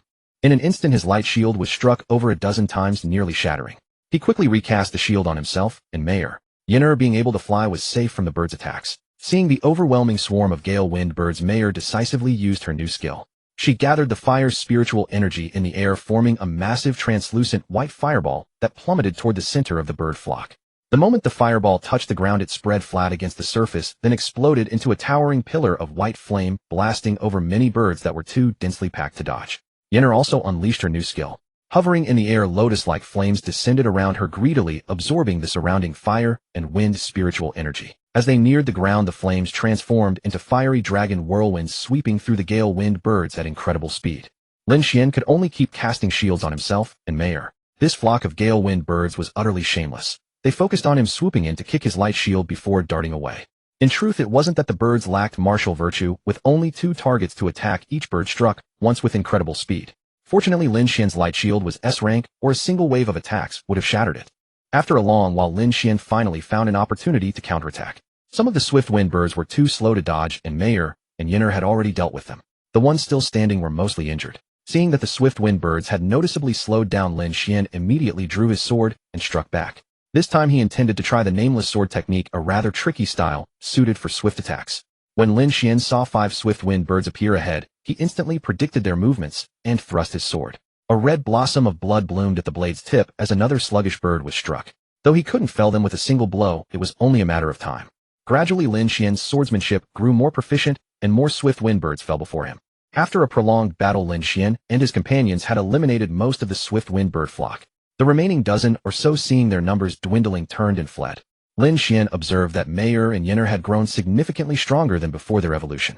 In particular, Mayer's flames had changed color, from red to a searing white fire of much higher temperature. Fearing that more beasts might attack, Lin Xuan quickly stored all the fallen swift wind birds and wind shadow cat demons into the system space, planning to deal with them later when they reached the outer area. Ding! Spirit Beast killed 76 level 20 swift wind birds. Task progress 76. Ding! Spirit Beast gained 152 million experience. Ding! Task completed. Kill 30 or more level 20 beasts, 9,730. Reward 50 of current character level experience multiplied by 3. Ding! Character leveled up to level 20, 40 experience. Ding! Character reached level 20. Beast task reward changed to 30 experience. After storing the beasts into the space, Lin Xuan checked the notifications and finally reached level 20. That meant he could now contract a third beauty, Anoa Spirit Beast. The thought made him a little excited. But seeing the last notification about reduced rewards, his excitement faded. Still, it wasn't bad. Leveling up after killing 100 beasts was still quite fast. After checking the system messages and resting briefly with Mayer and Yinner, Lin Xuan continued outward. He planned to fight his way through, hoping to return to the city by noon. Not long after, they encountered a small group of 11 level 23 blazehorn flameboars. The beasts charged at them, but before they could reach, Mayer and Yinner's skills blew them apart, turning them into experience. Yinner leveled up to 24. From the valley center to the outskirts, they encountered only small packs of beasts, around 30 in total. Lin Xuan gained some experience, and Mayer also reached level 24. Just before leaving the outer area, they faced a tougher challenge, a group of blazehorn lizards. These beasts were entirely fiery red, with flames burning on their tails and dorsal fins. Their heads were quite ugly, and overall appearance was mediocre. There were only 15, but one was noticeably larger, an elite beast. Beast Blazehorned Lizard. Attribute Fire. Level 27. Growth Potential C rank can evolve. Skills Power Boost Fireball Flame Claw Strike. Beast Blaze Dragonhorned Lizard Elite. Attribute Fire. Level 29. Growth Potential B rank can evolve. Skills Blaze Claw Strike Earth Splitter Flame Tail Smash. Since Lin Xuan and his companions were emerging from the valley center, the terrain was low and the Blazehorned Lizards spotted them immediately. They had no choice but to engage. Seeing the elite beast, Lin Xuan quickly ordered Yenner to keep it occupied while he and Mayer dealt with the smaller ones. Fortunately, the elite beast, despite its size, had no aerial attacks to hit Yenner. As long as Yenner kept attacking it with a fire tornado while dodging its claw strikes, she was safe. The remaining 14 smaller beasts, however, gave Lin Xuan and Mayer a hard time. They were higher level and hit hard. Lin Xuan's light shield shattered after just a few blows. Luckily, Mayer's new skill could knock enemies down, creating excellent opportunities. When a few beasts were knocked over and slow to get up, Lin Xuan and Mayer would strike him with rapid sword slashes her with a follow-up blaze charge. It took Lin Xuan and Mayer nearly 5 minutes to eliminate the smaller beasts. Meanwhile, Yenner was still locked in an intense battle. The Blaze Dragonhorned Lizard, scorched black by Yenner's fire tornado, remained fierce in its attacks. Its eyes fixed on Yenner with intense hatred. Clearly, this charcoal lizard was furious. Mayer didn't care how angry it was. She hit it with a repelling fire ring to make it burn even hotter, then followed up with a blaze charge to strip away its scales. Enraged by Mayer's attack, the Blaze Dragonhorned Lizard shifted its gaze to her. It raised a foreleg and slammed the ground, cracking the earth with red light that raced toward Mayer in a wide arc. Unable to dodge, she had to take the hit. But Lin Xuan, watching from behind, frantically cast light shields on her. The cracks enveloped Mayer and then exploded, sending dirt and flames flying. The light shield Lin Xuan had cast cracked under the impact, but he kept casting new ones, slowly restoring the shield until it withstood the assault. Seeing the shield could hold, Lin Xuan told Mayer to stand her ground and attack while he refreshed the shield. The Blaze Dragonhorned Lizard, already furious from Yenner's harassment, grew even angrier when its attack failed to harm Mayer. Roaring loudly, it charged at Mayer, intending to use its strongest skill, Flame Tail Smash. But halfway through, its charge of fireball from Mayer knocked it over, exposing its weak belly. Mayer followed with a blaze charge, and Yenner unleashed a lotus fire downpour. The combined assault heavily wounded the Blaze Dragonhorned Lizard, leaving it listless and barely standing. It struggled to its feet and roared at Mayer once more. Seeing it still standing, Mayer released another blaze charge. As the flame pillar dissipated, the lizard finally collapsed, closing its eyes in defeat. Lin Xuan rushed over to check on Mayer, worried about her safety. The fight had looked dangerous from behind, but after a quick inspection, he found her unharmed and breathed a sigh of relief. He quickly stored the fallen Blaze Dragonhorned Lizard and the others into the system space, then led Mayer and Yenner into the jungle. There they were much safer with less risk of exposure. Ding Spirit Beast killed 14 level 27 Blazehorned Lizards. Task Progress 14. Ding Spirit Beast killed 1 level 28 Blaze Dragonhorned Lizard. Task Progress 1. Ding Spirit Beast gained 12 billion experience. Ding Spirit Beast Nine-Tailed Celestial Fox leveled up to 26.7. 74 billion 6. For billion. Ding Spirit Beast Vermilion Bird leveled up to 26.12. 23 billion 6. For billion. Ding Task completed, kill 30 or more level 20 beasts, 4,230. Reward 30 of current character level experience. Ding character leveled up to level 21. Ding Task completed, kill 150 or more level 20 beasts, 162,150. Reward random spirit level skill book for character. Lin Xuan and his companions found a large tree and rested underneath. Noticing it was nearly noon, they quickly got up and headed to the outer area. Once there, they were essentially safe. The beast bloodlines in this area were all considerably weaker. The demonic beasts encountered Lin Xuan and his companions and would actively flee upon spotting them. Lin Xuan had no energy to bother with them. He directly found a small stream and stopped there. Taking the demonic beasts from his spatial storage, he processed and sorted each one meticulously. Then he took out a barbecue grill since it was already noon, time to have a meal. Lin Xuan took out some of the swift wind bird meat from earlier and placed it on the grill. Soon a large portion was well roasted. Both Lin Xuan and Mayer began eating heartily. Yenner was not fond of meat, so Lin Xuan also gave her a handful of spiritual fruits he had gathered from the Fox clan. After eating, they rested for a while before directly leaving the demon beast forest and returning to the city. Returning to the home he was most familiar with, he opened the door and called out, "Sis, I'm back. Did you miss your big brother?" When Lin Xuan saw no response, he changed his shoes and stepped into the living room. Finding no one there, he glanced at his phone and realized today was Thursday. Right, I haven't attended classes for so long that I've forgotten what day of the week it is. I should be attending class today. Seeing no one at home, Lin Xuan reclined on the sofa with Mayer and Yenner sitting on either side of him. Lin Xuan looked at Yenner on his right and gestured for her to sit closer. He rested his head on her lap and turned to watch the television. Yenner noticed Lin Xuan resting his head on her thighs and hurriedly brought her legs together, making it more comfortable for him. She also reached out small hands to massage his head, something she had learned from Honglan back in the Fox clan. Lin Xuan noticed the television had remained dark the entire time and turned to look at Mayor. Mayor, where's the TV remote? Hurry up and find a show. Mayor had been searching for a while earlier, but alas, she couldn't find it. Upon hearing Lin Xuan's question, she began looking around frantically. Lin Xuan saw that Mayor had no idea either and looked up toward Yinner's face, whom he couldn't see. His view was blocked. Yinner, have you seen the remote control?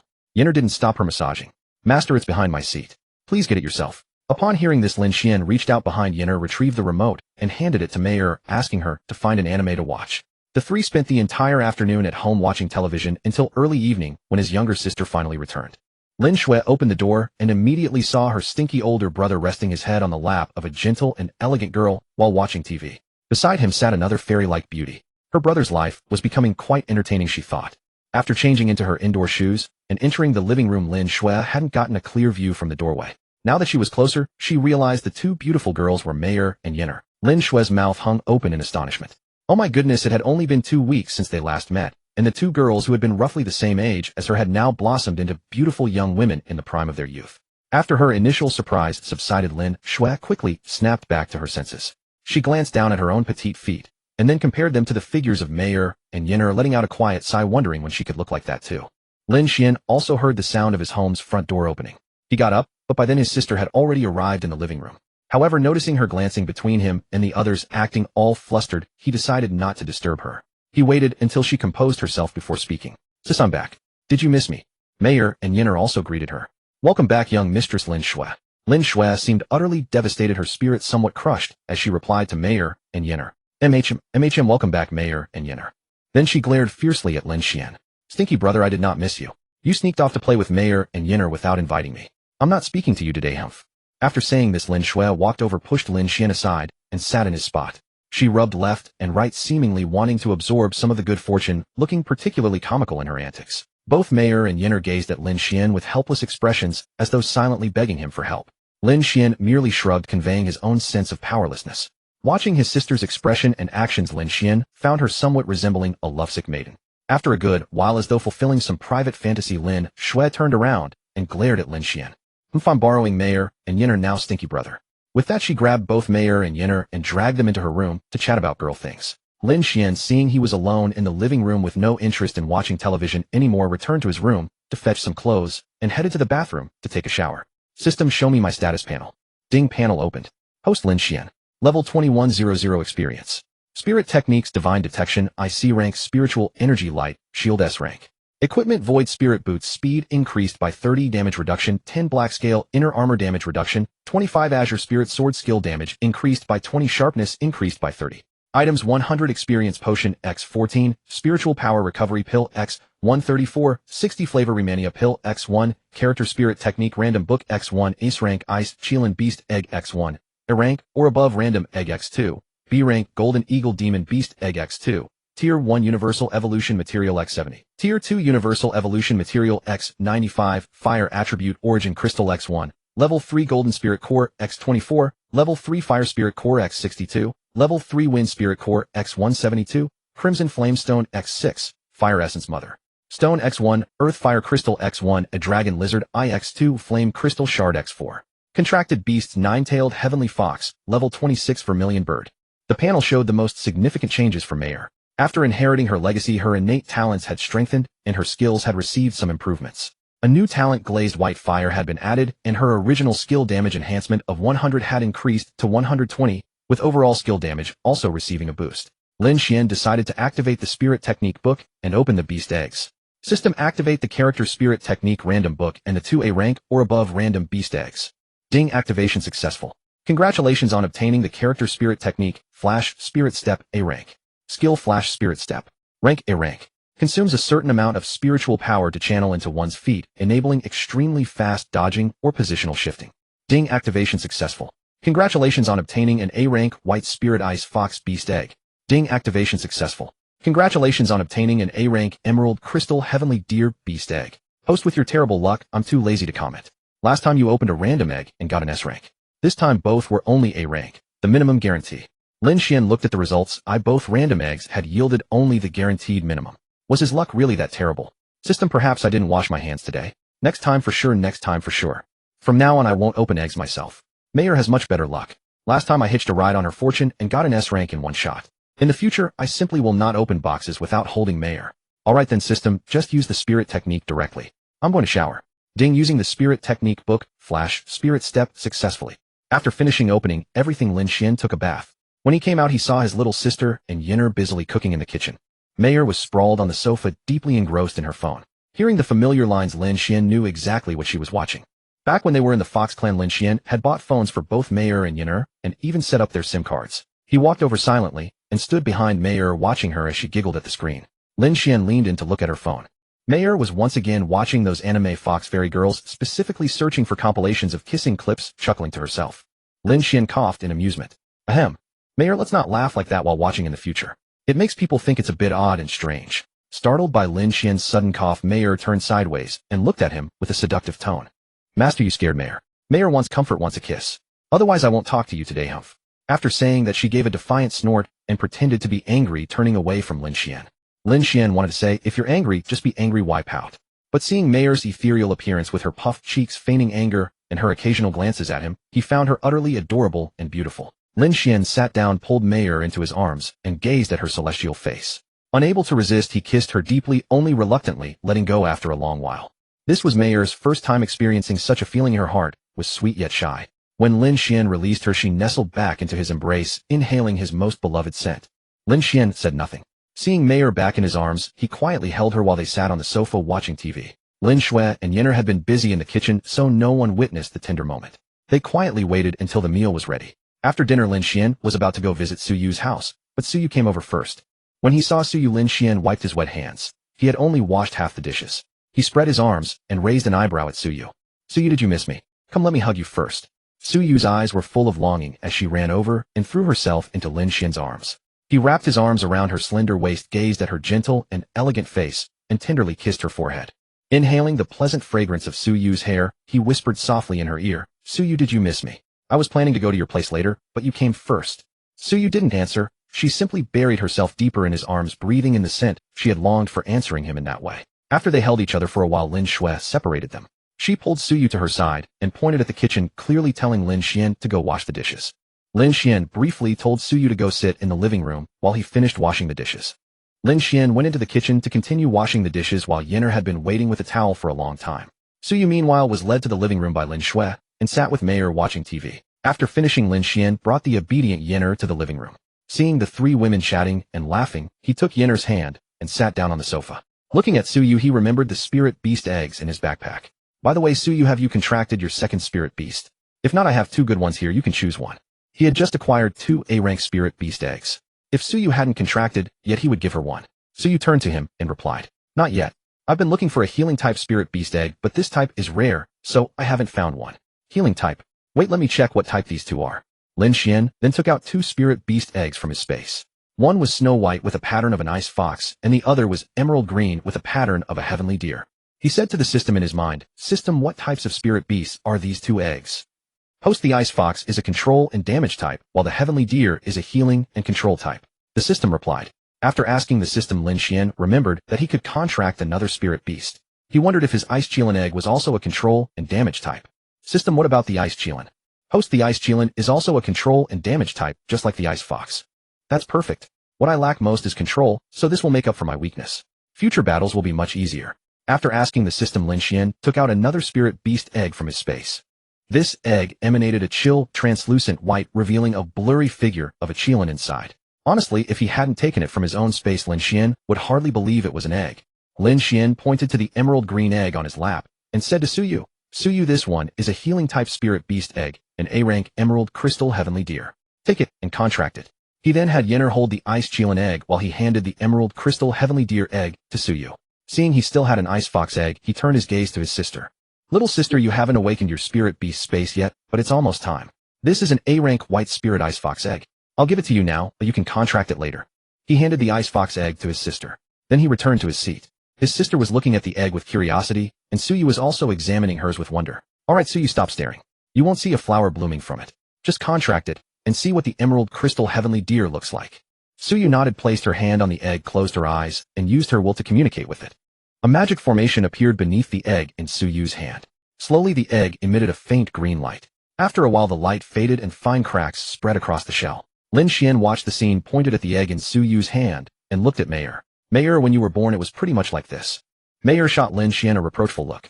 Master, I'm ignoring you now. You're always teasing me. Being teased by her master like this, Mayor felt quite embarrassed. The spirit beast egg in Su Yu's hand cracked open as Mayor finished speaking, and a small fawn appeared in Su Yu's palm. The little creature had a snow-white body with tiny bumps on its head that emitted a faint green glow. These bumps were presumably its antlers. Though the fawn was still small, it would surely be beautiful once its antlers grew. The little creature opened its eyes, slowly rose, and curiously looked around.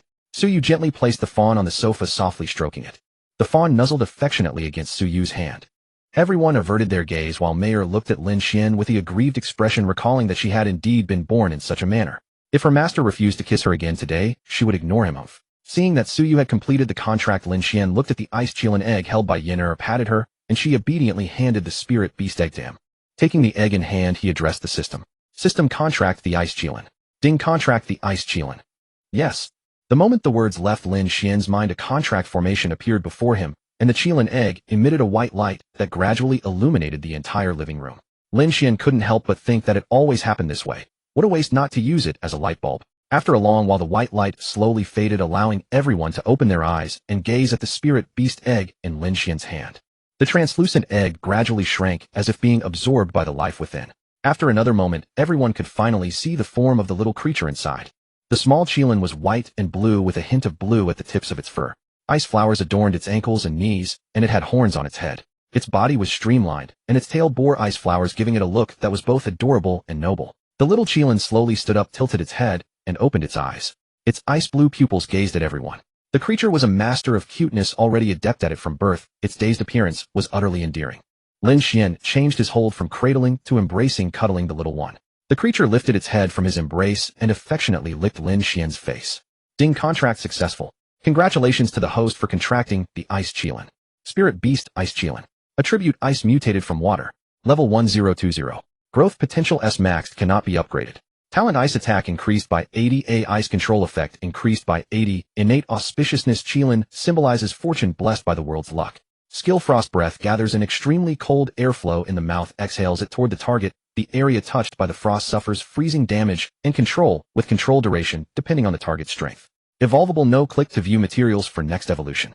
After reviewing the panel, Lin Xuan placed the little one on the sofa. Mayor and Yin'er crowded around, curiously gazing at their new sister. Mayor produced a large pile of snacks from somewhere on her person and placed them before the ice chillin, speaking in a big sister tone. Come little one, I'm your eldest sister. This is your gift from me. Yin'er, seeing Mayor's gift, quickly took out a heap of spiritual fruits from her own space and placed them before the little chillin. Little one, I'm your second sister. This is from me. Lin Xuan looked at the mountain of snacks and fruits before the little chillin and said helplessly to the two, "You've given so much, the little one can't finish it all." Before Lin Xuan could finish, the little chillin plunged into the fruit pile, eating one fruit in each hand. Fine. Lin Xuan resignedly touched the little one's small horns.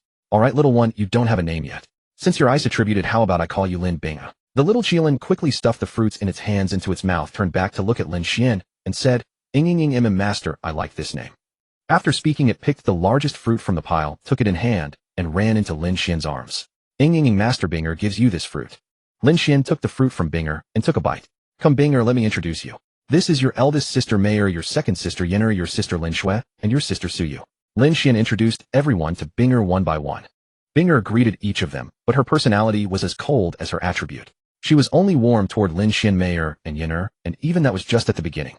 Later Su Yu also called out the lawn bird, and everyone played until late before returning to sleep.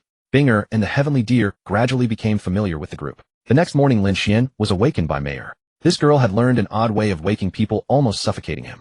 Lin Xuan got up, brushed his teeth, styled his hair like an adult, and went to the dining table. After breakfast, he told Mayor and the other two to play in the Beast-Taming space for a while, then took his sister and Su Yu to school. Today was the last day of Lin Xuan's senior year in high school. The weekend followed, and the college entrance exam would begin the next week. Arriving at the classroom, he noticed that his classmates had dressed up more or less as it was the last day of class. Afterward, they would go their separate ways, some to university, others to work. Lin Xuan turned back to look at Su Yu. Su Yu, today is our last day of high school. Which university do you want to attend? I don't want to spend the next 4 years of college without you. Su Yu tightened her grip on Lin Xuan's hand, her eyes slightly red. Last night, she had seen him contract Binger and knew Lin Xuan was at least level 20 now. With his talent and grades, he could choose any university. She herself was only level 15 talented, but far from his monstrous level. Asking him to lower his standards for her felt like destroying his future. To have such a man, she felt her life was complete. Lin Xuan, you don't have to do this. With your talent, any university would welcome you. There's no need to throw away your advantage. Lin Xuan realized Su Yu had misunderstood. With his system, going anywhere was the same. A less demanding school might even offer more benefits. He quickly pulled Su Yu to their seats. Su Yu, don't worry about me throwing away my advantage. Going to the same school as you might actually bring more perks. And I want to spend our student years together. We've been together through elementary and middle school. Don't you want that for college too? Su Yu listened to his reasoning, still teary-eyed, but a happy smile bloomed on her face as she nodded. Lin Xuan. She leaned her head on his shoulder, feeling immense happiness. Thus their last day of high school passed in warmth and contentment. Su Yu was unsure whether she had the nerve to do it, but if this weren't a classroom, she might have just gone ahead and kissed him. There were too many classmates around. Su Yu's thick skin hadn't yet matched Lin Xuan's. Lin Xuan and Su Yu sat close together, as inseparable as glue and lacquer, basking in the morning sunlight. The entire class watched them throughout, witnessing the couple displaying their sweetness so early in the day. Can't they keep it down for once? It's the last day, and they're still force-feeding me dog food. Oh, how lovely. It's our final day, and we still get to enjoy their sweetness. This Annie smile is unstoppable. Come to think of it, isn't graduation season typically breakup season? How come their relationship only grew stronger? Time flew by swiftly, and soon Shanggong Xiangning arrived at the classroom. Since there were no classes on the final day, she would first go over some important exam matters, then leave the rest to the students themselves. Whether they chose to take commemorative photos together or arrange something else was entirely up to them. It had been a while since they'd seen Shanggong Xiangning, and today she appeared in a completely different style. Gone was her usual sharp, meticulous professionalism. Instead, she exuded a relaxed, approachable older sister vibe. Her raven black hair was let down in soft curls, and around her neck hung a 4-leaf clover necklace. She wore a white dress with delicate red floral patterns and long sleeves, the hem falling to her knees and revealing her ankles in a pair of white low-heeled shoes. The overall look was refreshingly pure. Shanggong Xiangning walked to the podium and glanced down at the students below. All right, everyone, today marks my final day with you. Let me start by going over the important details for the upcoming Gaokao. The Gaokao this year follows much the same format as previous years. We'll begin at the sports field, where everyone's level and combat intensity will be assessed. After that, we'll enter the Gaokao practical combat realm, the trial tower, which carries the most significant weight for scoring. You'll each enter a secret realm portal in order, and inside you'll find a towering structure. Once you step into the tower, phantom shadows of demonic beasts will appear, either a single one or a group, depending on your level. As she spoke, Shanggong Xiangning's tone grew particularly earnest. Don't let your guard down just because they're phantoms. You must fight them with full force as if they were real demonic beasts. Do not relax because the phantoms' attacks are real. If you cannot defeat them, you'll either have to withdraw immediately or perish. Of course, if you overcome the phantom, you can proceed to the next floor. Each additional floor you clear improves your score, so students with sufficient strength should strive to reach as many levels as possible. However, you must also act according to your abilities. If you find yourself no match, withdraw immediately. Every year students enter the Heavenly Tower and never return, so I urge you to gauge your strength wisely. Additionally, each floor cleared adds 10 points to your score. After finishing her explanation, Shanggong Xiangning waved her hand and smiled. Alright, I've covered the Gaokao details. The rest of the time is yours to arrange however you like. If anyone wants to take photos with me, that's perfectly fine too. Shanggong Xiangning instantly transformed into an approachable older sister, mingling freely with the students. Everyone pulled out their phones to take pictures with her, and the female students even dared to give her hugs. Lin Xuan watched the scene unfolding on the podium, a flicker of emotion stirring within his heart. It was true. He'd likely have little chance of seeing Sister Xiangning again after graduation. She had only become his homeroom teacher in the second year of high school, stepping in after the former teacher retired due to old age. During that time, Sister Xiangning had helped him tremendously. With Su Yu accompanying him to university, the one he'd miss most after graduation would undoubtedly be Sister Xiangning. As Lin Xuan gazed blankly at Shanggong Xiangning on the stage, a pair of small hands suddenly grasped his and pulled him up, dragging him into the photo-taking crowd. Those small hands belonged to Su Yu. Seeing Lin Xuan still lost in thought, she had simply grabbed him and pulled him along without hesitation. Throughout the morning, every student in the class sought out their close friends, best buddies, dear sisters, to capture memories through photographs. Contact information was already available in the class group chat. Finally, the entire class gathered on the sports field, standing together in formation. The school had hired professional photographers to take group photos for each class. After the group photos were taken in the morning, the teacher announced that there would be no classes in the afternoon. Everyone could head home early to prepare for the Gaokao scheduled for the following week. Just as the senior students were gradually making their way home, inside Shanggong Xiangning's office, she watched Lin Xuan sitting across from her sipping tea. How did you end up at the Fox clan's territory? Don't you owe me an explanation? Lin Xuan calmly gestured to Xiao Lu beside him. Sister Xiao Lu, this tea you brewed is absolutely delicious. Could you refill my cup, please? After handing the cup to Xiao Lu, Lin Xuan turned to face Shang Gong Xiangning, with a serious expression. Sister Xiangning, to be honest, you might not believe me, but I want to tell you the truth. Gong Xiangning waved her hand dismissively. You really are something. Your words are as substantial as ever. Can we get to the point? Upon hearing this, Lin Xuan scratched his head awkwardly. I was taking Mei Air and Yin Air to train in the White Mountain Beast Forest. We came across a valley, and in the center there was this enormous white tree. We decided to investigate, but before we knew it we were teleported to the Kunlun mountainside. Finishing his explanation, Lin Xuan added, fearful that Gong Xiangning might not believe him. That's exactly what happened. I'm telling you the truth. I swear I haven't misled you. Gong Xiangning looked at Lin Xuan, with deep suspicion, biting her lip thoughtfully. So you happened to encounter a white tree, and when you approached it you were coincidentally teleported to Kunlun Mountain. Then the Fox clan brought you to their territory, and finally sent you back. That's what you're saying, right? Lin Xuan nodded firmly after hearing this. Sister Xiangning, you're truly intelligent. That's exactly right. Gong Xiangning found the whole story quite unreliable, but considering that powerful experts had ultimately brought him back safely, this must be what actually happened. Perhaps some supreme expert wanted to meet this young man. However, this lad's level was truly skyrocketing. He was already at level 21. I should give someone upstairs a call to report this. Regaining her composure, Gong Xiangning took a sip of tea and said to Lin Xuan, by the way, you'd better perform well in this gaokao. Whether or no 3 High School can redeem its reputation this time depends on you.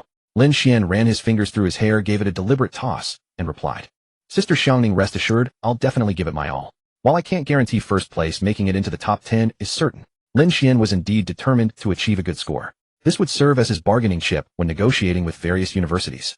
Moreover, given the system's nature, it would undoubtedly issue tasks, so he needed to strive for the rewards as well. Lin Xuan chatted with Gong Xiangning for nearly half an hour before taking his leave to return. After all, Suyu was still waiting for him outside. As he exited the office building, Lin Xuan spotted Suyu sitting on a bench in the corridor, cradling the jade crystal celestial deer. Judging by its size, she must have fed it spiritual liquid yesterday. It appeared larger than before, and a tiny emerald green fawn horn had sprouted on its head. Approaching Suyu, he saw her feeding a spirit fruit to Tianlu. Suyu, I'm back. Let's head home first, it's almost noon. Hearing Lin Xuan's call, Suyu looked up, then quickly stood up, holding Tianlu. Let's go. After returning home, Lin Xuan first had Suyu sit on the sofa, then called out Mayer and the others. He hadn't had a chance to let them out at school this morning. After they came out, Yinner and Binger were obedient without any complaints, but the little girl Mayer ran to Lin Xuan to tattle, complaining about him. Lin Xuan said, You little clever one, you're really quite smart, and immediately hugged Mayer, patting her behind a few times. Mayer had no choice but to cover her backside and run behind Suyu for protection. With Mayer's little mischief, the atmosphere became much more cheerful. Suyu also called out the Luan bird to play, while she herself went to the kitchen with Yinner to cook. After they had lunch together, Suyu prepared to go home. Seeing that Suyu was about to leave, Lin Xuan quickly took out some items from his backpack and gave them to her. Suyu, here are 100 3rd grade wind spirit cores and some 1st grade wood spirit cores. I got these from hunting demon beasts a few days ago. I don't need them, so they're all for you to boost your strength. Oh, and here are 20 spiritual power recovery pills for the college entrance exam. Seeing Lin Xuan casually produce 100 3rd grade spirit cores, Suyu was a bit surprised. Lin Xuan, you didn't raid the wind beast's nest, did you? That's so many. Hearing Suyu say that, Lin Xuan immediately recalled those troublesome wind-type beasts. Don't even mention it. A few days ago in the beast forest, I kept running into packs of wind-type beasts. Really annoying. But I didn't encounter any wood-type ones, or I could have given you some wood cores. Take them, they'll just gather dust with me.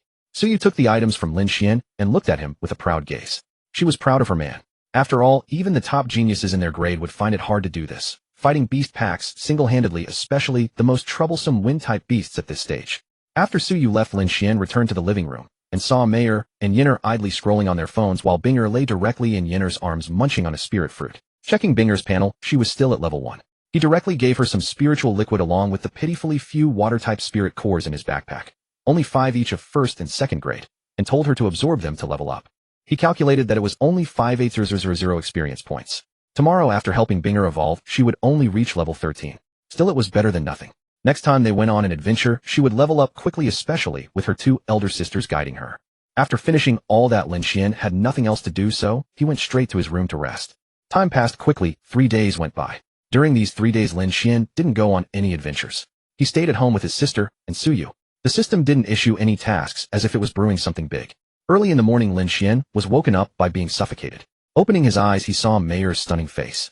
He reached out and patted her behind, and Mayer quickly ran out of his room. Lin Xuan watched Mayer scurry out of his room, then got up to wash up. Today was very special. It was the sword drawing day for many young people of the Tianqiao kingdom. The sword had been nurtured in its sheath for 12 years, and today was the day to draw it. Of course, Lin Xuan was one of these young people. Soon after breakfast, Lin Xuan took his sister and left the house. As soon as they stepped out, they saw Suyu already waiting for them. Today Suyu was much earlier than usual. Arriving at the school, they saw many parents queuing up for inspection.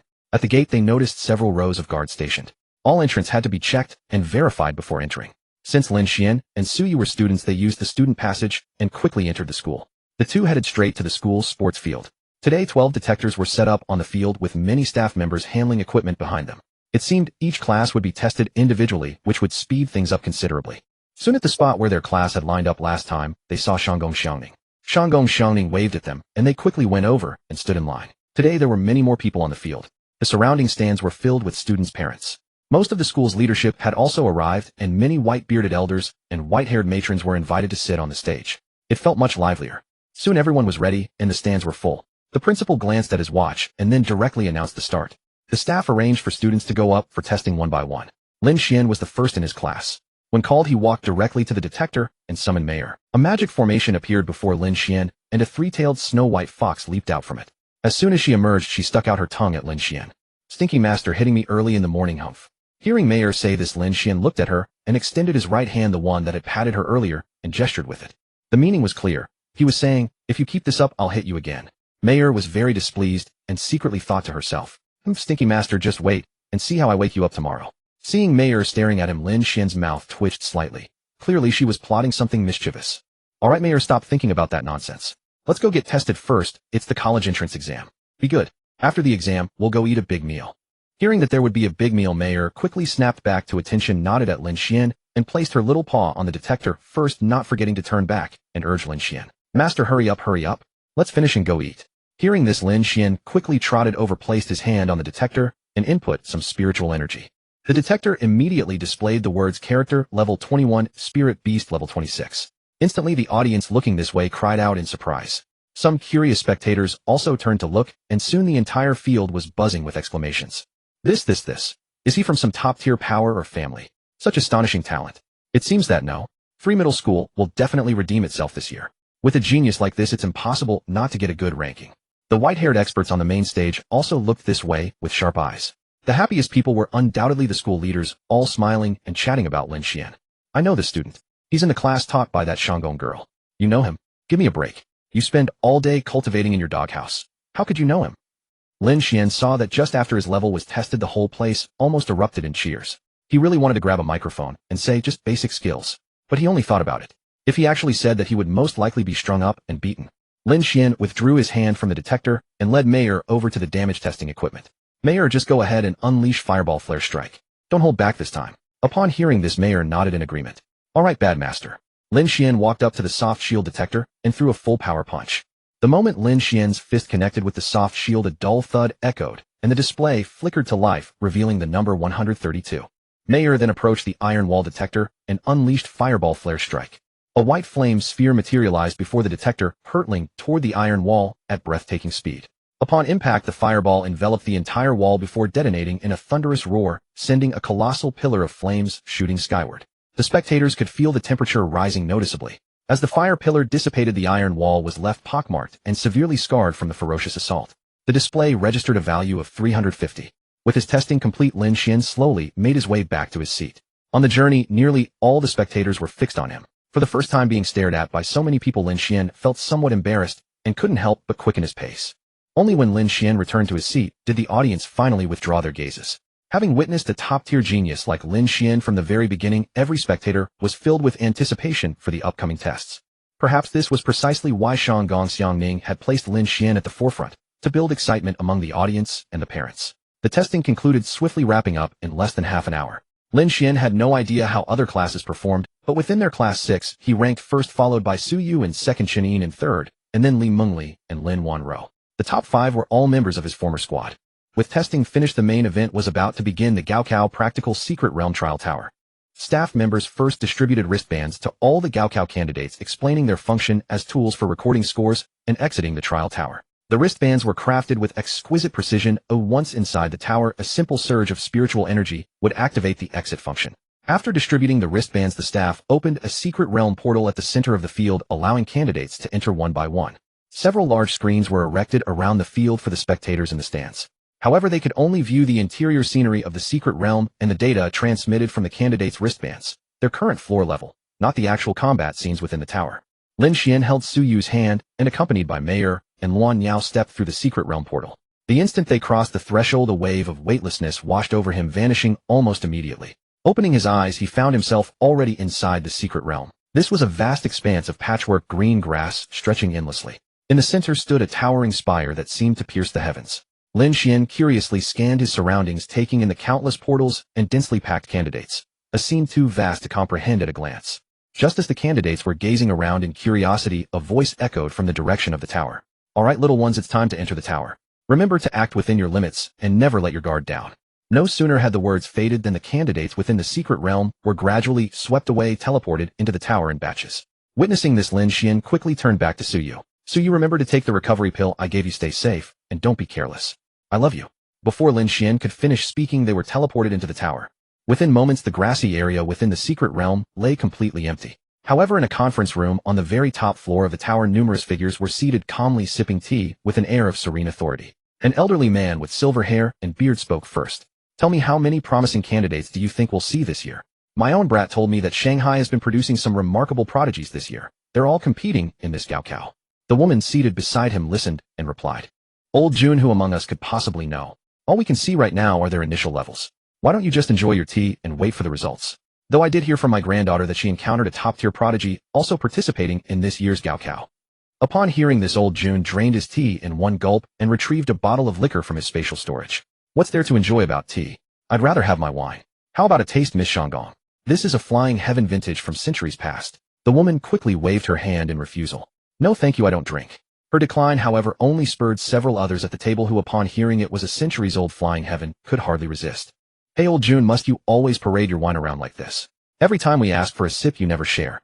"Exactly." Ignoring them, Old June poured himself a full cup, took a slow sip, closed his eyes, and sighed with pure enjoyment. "Then let's just wait for the results. Who knows? There might indeed be quite a few promising talents after all." Meanwhile, Lin Xuan suddenly felt a wave of weightlessness wash over him. The space before his eyes shifted, and he and Mayor found themselves in a chamber with stone walls on all sides, an empty room with nothing else within. Lin Xuan turned to look at Mayor. "Mayor, we must be inside the trial tower now. Let me summon Yenner and Binger first." As he finished speaking, Yenner and Binger emerged from the magic circle. An elegant, pure young girl, leading a chubby-cheeked little girl with two tiny horns on her head, both looking exceedingly adorable. The young girl was Yenner, and the little one was Binger. 2 days prior, Lin Xuan had helped Binger evolve once she reached level 10. After her evolution, Binger had gained the ability to take human form and acquired a new skill, Ice Burst. It directly releases an ice sphere that explodes upon impact, freezing the enemy. Seeing her two younger sisters transform into human form, Mayor also took human form. Lin Xuan gazed at them. "Oh well, never mind. There are no cameras here anyway, so it doesn't matter. Alright, Mayor Yenner, you two will be our main force. Binger, just stay behind and cast skills when needed. Come, let's all take a recovery pill first, and then we'll see how far we can push through." After taking their recovery pills, the group advanced forward. Before they even reached the center of the room, a figure materialized opposite them, a rabbit. Lin Xuan also used his skill to scan it, and confirmed it was a level 1 rabbit. Probably because this is the first floor, so it's level 1. "Mayor, finish it quickly." Upon hearing this, Mayor executed a small skill that instantly reduced the little rabbit to ashes. In the spot where the rabbit had died, a small portal appeared, and Lin Xuan led the 3 girls through it. They reappeared in another room identical to the previous one, but this time 3 level 1 rabbits materialized. Once again, Mayor dispatched them swiftly. They advanced to the next floor, where 5 appeared, defeated just as quickly. They progressed further, and this time the enemies finally changed, becoming level 2 wolves. The pattern continued thereafter. Each floor followed the same sequence, first 1 monster, then 3, then 5, with the monster level increasing by 1 after each set. Finally, Lin Xuan pushed through to the 61st floor, where 21 level monsters awaited. As soon as the 4 of them entered the 61st floor, the chamber was noticeably larger than the previous ones.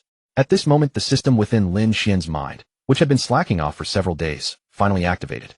Ding! New mission issued: defeat 30 creatures of level 21 or higher in the Trial Tower 030. Reward character level upgrade card and 10 third-tier universal evolution materials. Ding! New mission issued: defeat 60 creatures of level 21 or higher in the Trial Tower 060. Reward character spirit level upgrade card and 20 third-tier universal evolution materials. Ding! New mission issued: defeat 90 creatures of level 21 or higher in the Trial Tower 090. Reward splendid scale blue garment and 30 third-tier universal evolution materials. Ding! New mission issued: defeat 120 creatures of level 21 or higher in the Trial Tower 010. Reward 1 random S-rank spirit beast egg and 3 spirit beast level upgrade cards. Ding. New mission issued, rank within the top 100 in the Gaokao overall standings. Reward 1 character level upgrade card. Ding. New mission issued, rank within the top 10 in the Gaokao overall standings. Reward 1 character level upgrade card and 2 spirit beast level upgrade cards. Ding. New mission issued, rank within the top 3 in the Gaokao overall standings. Reward 2 character level upgrade cards, 3 spirit beast level upgrade cards, and 2 S-rank talent advancement stones. Lin Xuan gazed at the mission prompt that had suddenly appeared in his mind and spoke to the system. System, where have you been these past few days? I haven't seen you once. Host, this system had some matters to attend to a few days ago and just returned. Systems have holidays too, you know. You think we work 997. Oh, you're a system, not customer service. Can systems take time off? By the way, do you have any photos? Send me one so I can see what you look like. Host, ugly rejection. We systems cannot meet in person, so just give up that idea. Alright then. I'll go do the mission. Lin Xuan felt that this female system might turn out to be a beautiful girl. Could a system actually manifest a physical form in the future? That would be wonderful. As he thought about it, a tear of anticipation slid from the corner of his mouth. Shaking off those thoughts, Lin Xuan turned his gaze toward Mayor and the others. Alright, Mayor, Yinner, Binger, things are about to get tougher. Everyone stay alert. After speaking, Lin Xuan raised his sword and strode forward first.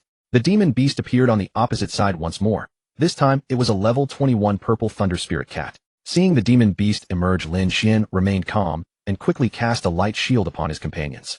Yinner and Mayor didn't hesitate. The moment the demon beast appeared, they unleashed their skills. A ring of fire erupted before the spirit cat, engulfing it, followed by a row of crimson lotuses that vaporized it completely. Ding! The spirit beast has slain a level 21 purple thunder spirit cat. Mission progress increased by 1. Ding! The spirit beast has gained 2 million experience points.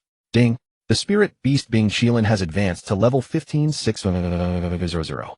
Lin Xuan glanced at the experience notification in his mind. At last there was experience to gain. Previously he hadn't even earned a scrap. System, use the experience water.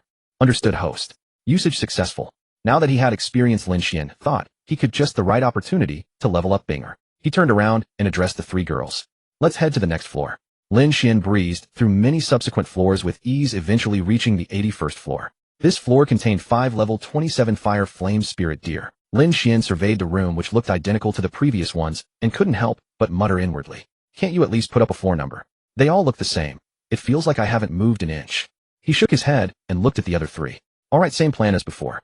I'll draw 1 beast, Mayor, and Yinner handle the rest, and Binger focus on crowd control. Try to keep them restrained as much as possible. Our spiritual energy recovers quite quickly.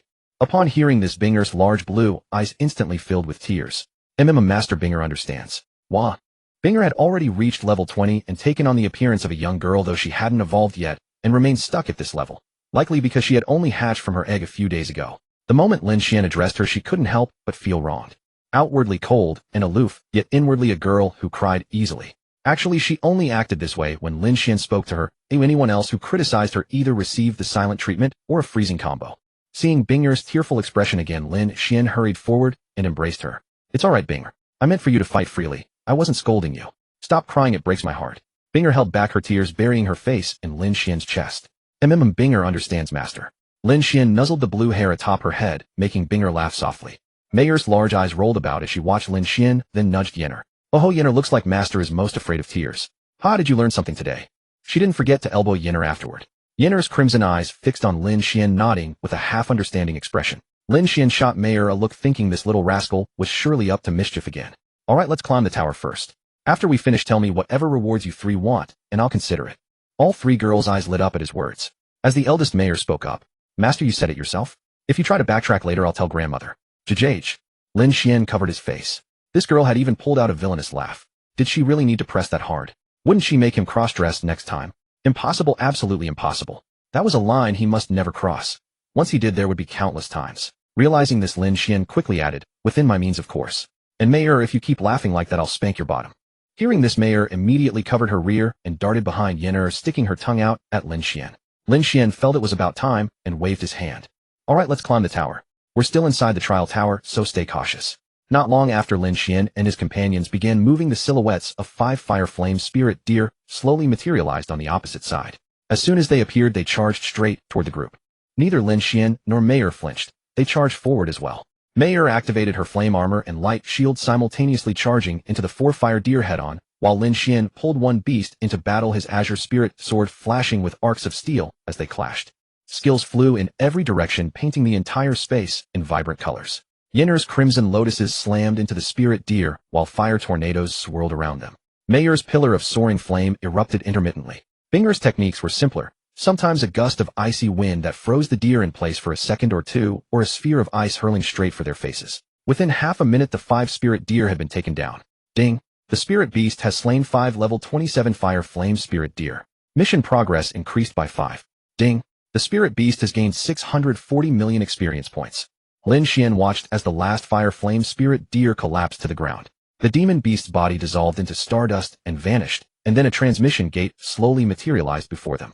After a brief rest, Lin Xuan and the others stepped into the gate one by one and arrived at the 82nd floor. The 82nd floor contained only a single demon beast, so Lin Xuan merely stood behind casting light shields for Mayer and Yinner. As soon as they entered, they walked forward, and soon a beast appeared. Lin Xuan immediately checked its attributes. Demon Beast, 3-tailed Azure Cat.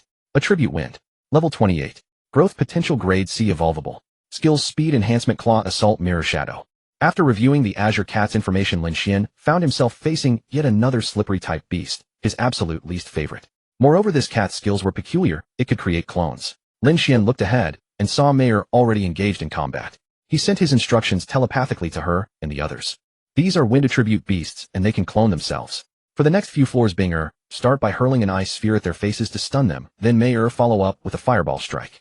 Otherwise, their speed makes them hard to hit. It's best to establish crowd control right from the start.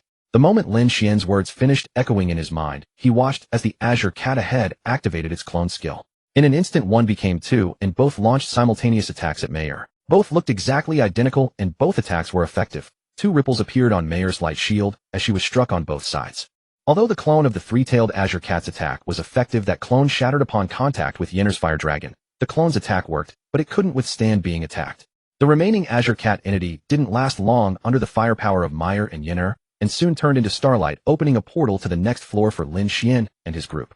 Lin Xuan and the others directly arrived at the next floor. Lin Xuan turned to look at Binger. Alright Binger, as soon as they appeared, directly throw ice balls at them, freeze them first, and then Mayer will follow up with skills. Binger nodded after hearing this.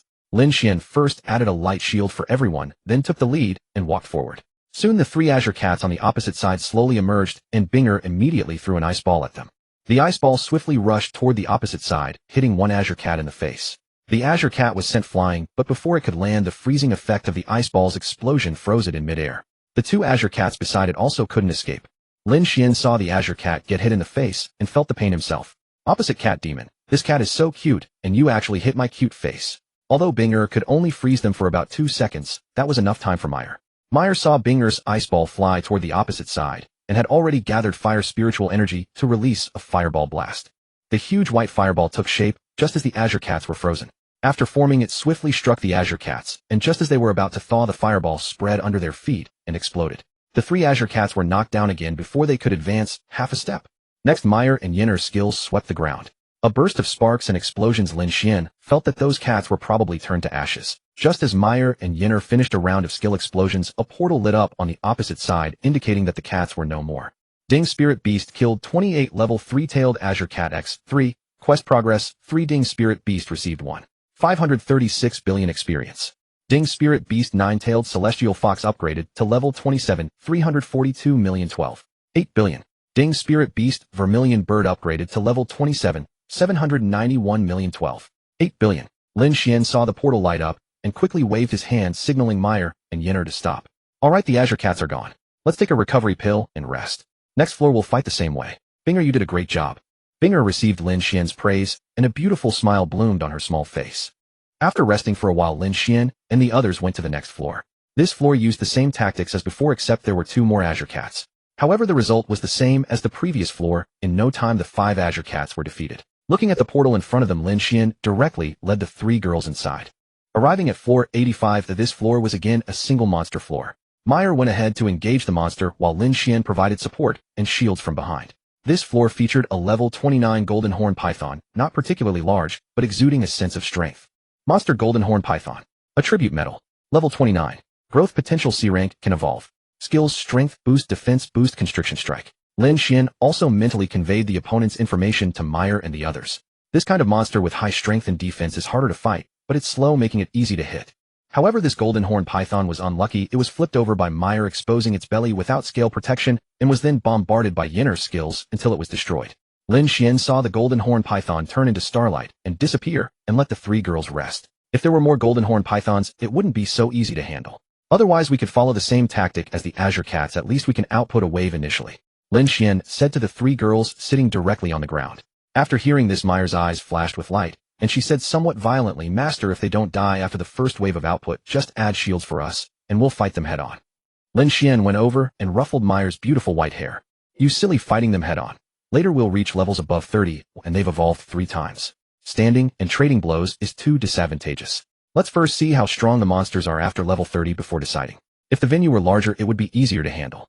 After resting for a while, Lin Xuan and the others came to the next floor. They directly controlled the engagement, but after a round of control and output, 2 golden horn pythons were still alive. However, they were severely injured after Meyer and the others' skill combo, and after a bit more fighting they turned into a portal. After restoring their spiritual energy, they entered the next floor again until they reached floor 88. This floor was a single monster floor with a level 30 monster, and the space was about twice as large as before. After Lin Xuan added light shields for all the girls, he let Meyer go to engage the monster. As Meyer stepped forward, a monster appeared on the opposite side, a black-purple leopard monster. Monster Black Thunder Leopard. Attribute Lightning. Level 30. Growth potential C rank, can evolve. Skills Claw Lightning Strike, Thunderous Bolt, Black Thunder Field Flash Lightning Strike.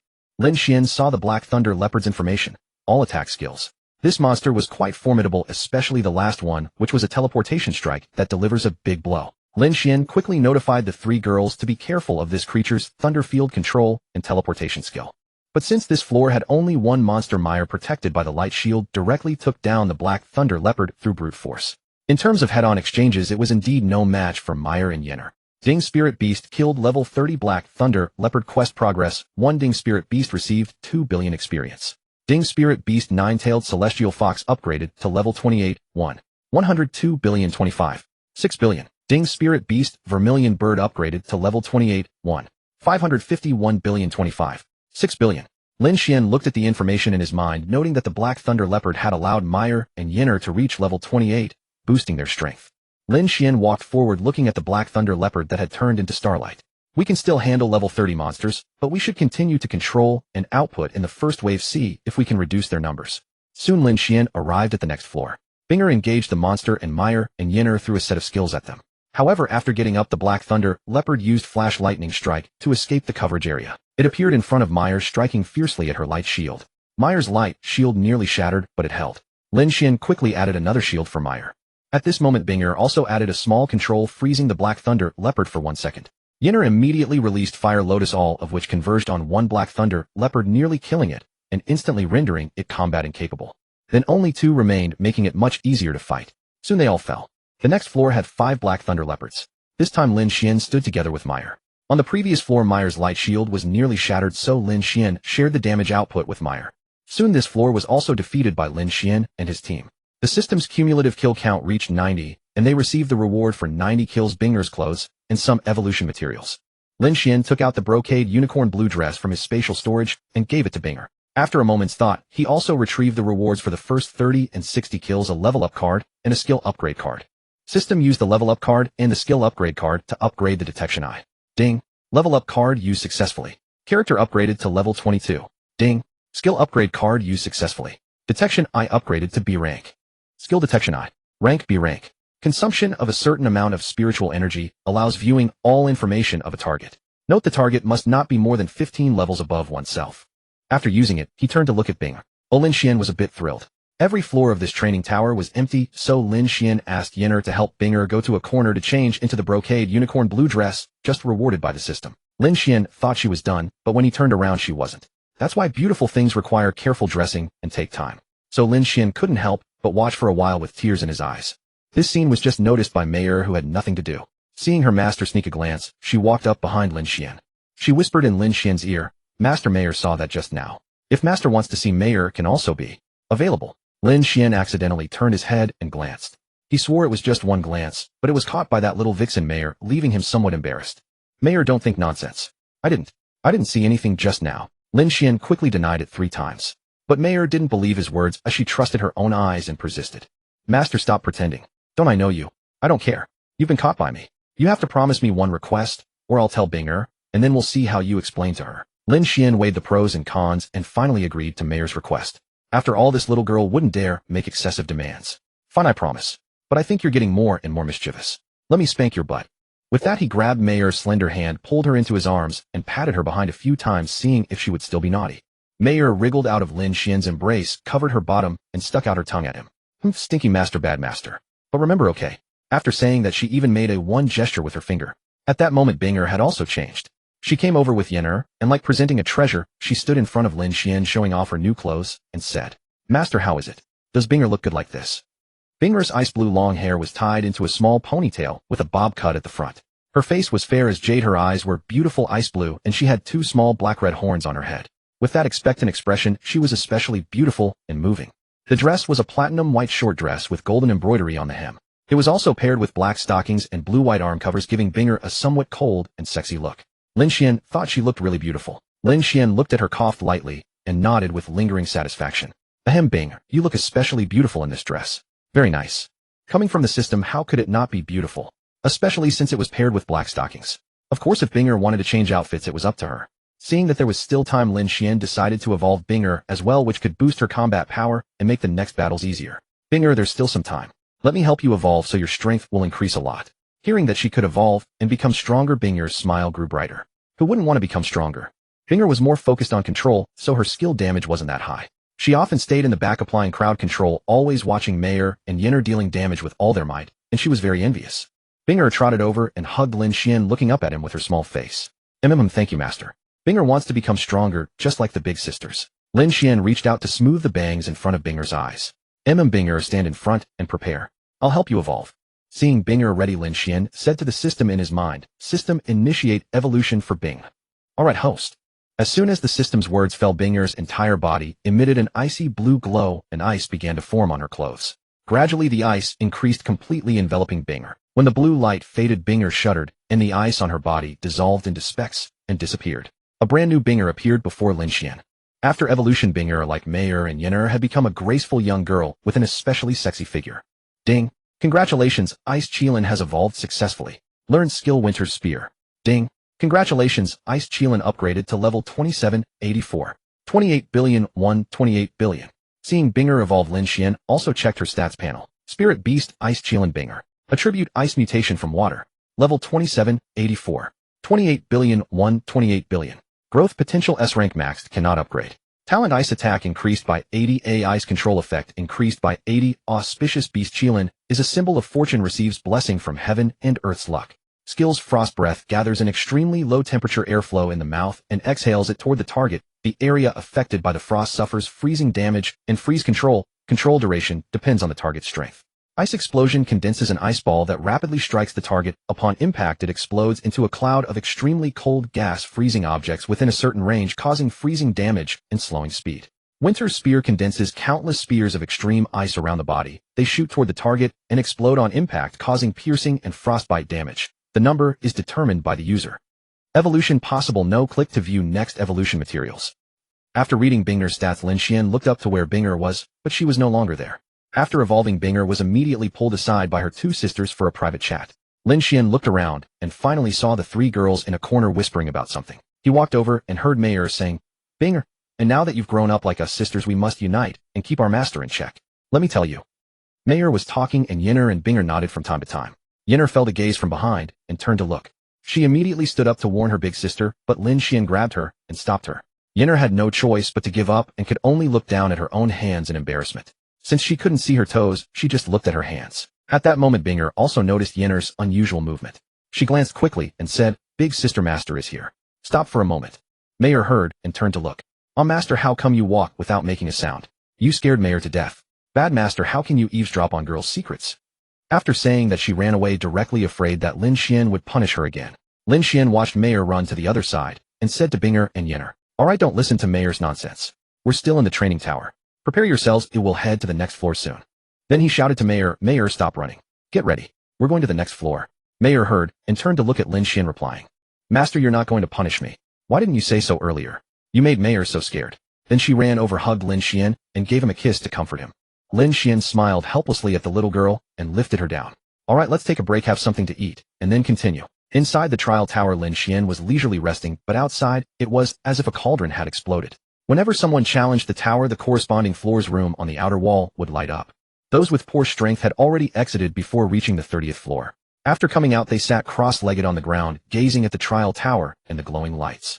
At first glance, everything seemed normal, with the lit floors ranging from 30 to 50. But gradually Minnie noticed a single light, climbing rapidly, reaching the 63rd floor in no time. It ascended a floor every few minutes, and was now at the 90th floor, where it had remained motionless for a long time. In fact, many other small lights had also climbed to the 70th and 80th floors, but because of the one at the 90th floor, the crowd wasn't as astonished. Just as everyone thought the person at the 90th floor, having stayed there so long, was about to quit, that person went up another floor to the 91st. Whoa, 91st floor, look. The 90th floor has 5 30-level beasts. How did he get past them? I don't know how he got past them, but why did he stay at the 90th floor for so long? Was he injured or something? Who cares? We can't even get past the 50th floor. Just watching him is enough. I wonder how far he can go. Suyu had already exited the trial tower, having reached the 76th floor. She was only level 16 herself, but her lawn bird had just leveled up to 20 and evolved, and her emerald crystal deer was at level 12. With the recovery pills Lin Xuan gave her, she made the lawn bird grow larger as a front line, while she and the emerald crystal deer provided healing and shields from behind, pushing all the way to the 76th floor, which was the first floor of the 26th level. Suyu's achievement was quite impressive. The scene at No. 3 High School sports field was no less lively than inside the secret realm. The entire audience and the examinees who had come out were staring at the screen. On the screen at No. 3 High School, 2/3 of the space displayed the scenes inside the secret realm, while the remaining area showed a ranking list. The ranking of this trial tower session for No. 3 High School. First place, Lin Xuan, 91st floor, continuing. Second place, Lin Ruyu, 77th floor, continuing. Third place, Li Liliang, 77th floor, continuing. Fourth place, Suyu, 76th floor, exited. Fifth place, Chun In, 64th floor, exited. The entire audience was glued to this ranking list, laughing and crying. The scenery inside the secret realm was completely ignored. Especially when Lin Xuan had stopped at the 90th floor for so long, the audience was extremely nervous, fearing something had happened to him, since the 90th floor had 5 beasts together, all at level 30. But when they saw Lin Xuan climb another floor, they all breathed a sigh of relief, thinking the kid was just taking a break. No one thought of anything bad, after all they were schoolmates. If the school produced a top-tier genius this year, at least they could boast about it. Shanggong Xiangning was also secretly sweating for Lin Xuan, but in her heart, she was eager to see how far this kid could go. Let's wait and see. The scene shifted back to the 91st floor of the trial tower. This was another single beast floor. After Lin Xuan cast light shields on himself and his team, he took out recovery pills and consumed them one by one. He patted Mayor. Alright Mayor, go pull the monster. Mayor gave a charming glance over her shoulder and walked forward with a seductive gait. Immediately a horse-shaped beast appeared ahead. Lin Xuan examined it. Beast water-stepping white horse. Attribute water. Level 31. Growth potential C grade, evolvable. Skills water, affinity water, healing, drenching, recovery, healing water. After reading, Lin Xuan felt like covering his face. Alright, another weird monster. But they're unlucky to run into us. Listen up girls, this white horse is a healing type oddball. Its skills are all recovery. Yinner, your red lotus is the main offense. Hit each white horse with red lotus to apply a heavy wound debuff, otherwise they'll heal each other. Binger, you go first with control, then use your new skill to shoot them. By the time Lin Xuan finished speaking, Mayor had already exchanged several rounds with the white horse. The horse's speed was decent, but it couldn't dodge attacks well, so it just traded blows with Mayor. It gave Mayor a skill, then healed itself a large chunk of damage. After several rounds of attacks, Mayor saw that the opponent's fur was only slightly darkened with no significant injuries. She grew furious and turned back to Lin Xuan saying, Master, this stinky horse is bullying me. Come help me. Lin Xuan immediately sent Yinner over. With Yinner's red lotus explosion and a few dragon rolls, the white horse fell straight down in less than a minute. Ding. Spirit Beast killed level 31 water-stepping white horse. Quest progress 1. Ding. Spirit Beast gained 4 billion experience. Seeing the portal appear, Lin Xuan walked up to Mayor and tapped her delicate nose. Alright Mayor, rest first. For the next 2 floors, Yenner's red lotus will strike first, then you attack, otherwise their healing will be too strong. Mayor pouted and said, humph. When I see them on the next 2 floors, watch me blow them up. On the next 2 floors, Lin Xuan and his team first controlled the beasts, then Yenner applied heavy wounds one by one with her fire lotus, after which the 3 girls unleashed their full offensive power. The opponents had almost no attack power. Ding. Spirit Beast killed 8 level 31 water-stepping white horses. Quest progress 8. Ding. Spirit Beast gained 32 billion experience. Ding. Spirit Beast 9-tailed celestial fox leveled up to 2927. 502 billion 51. 2 billion. Ding. Spirit Beast Vermilion Bird leveled up to 2927. 951 billion 51. 2 billion. Ding. Spirit Beast Ice Cheelin leveled up to 29.6. 028 billion 51. 2 billion. These 2 floors of white horses allowed Mayer and the others to reach level 29. A few more floors, and they should reach level 30, where they could evolve again, greatly boosting their strength. Soon after recovering their spiritual energy, Lin Xuan and his team arrived at the 94th floor. This floor featured a buzzing bee-like beast, Beast Golden Thorn Wasp. Attribute Metal. Level 32. Growth Potential C grade, Evolvable. Skills Attack Boost, Tail Sting, Iron Jaw, Bite, Call of Companions. After reading, Lin Xuan laughed. This was a trial tower, not the wild. How could Call of Companions summon wasps to help? And its attribute was also countered by Mayer and Yinner. So on these 3 floors, Lin Xuan simply controlled and bombarded, wiping them out in one go.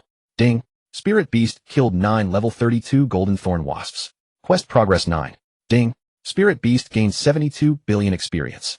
Ding! Spirit Beast 9-tailed Celestial Fox leveled up to 3048.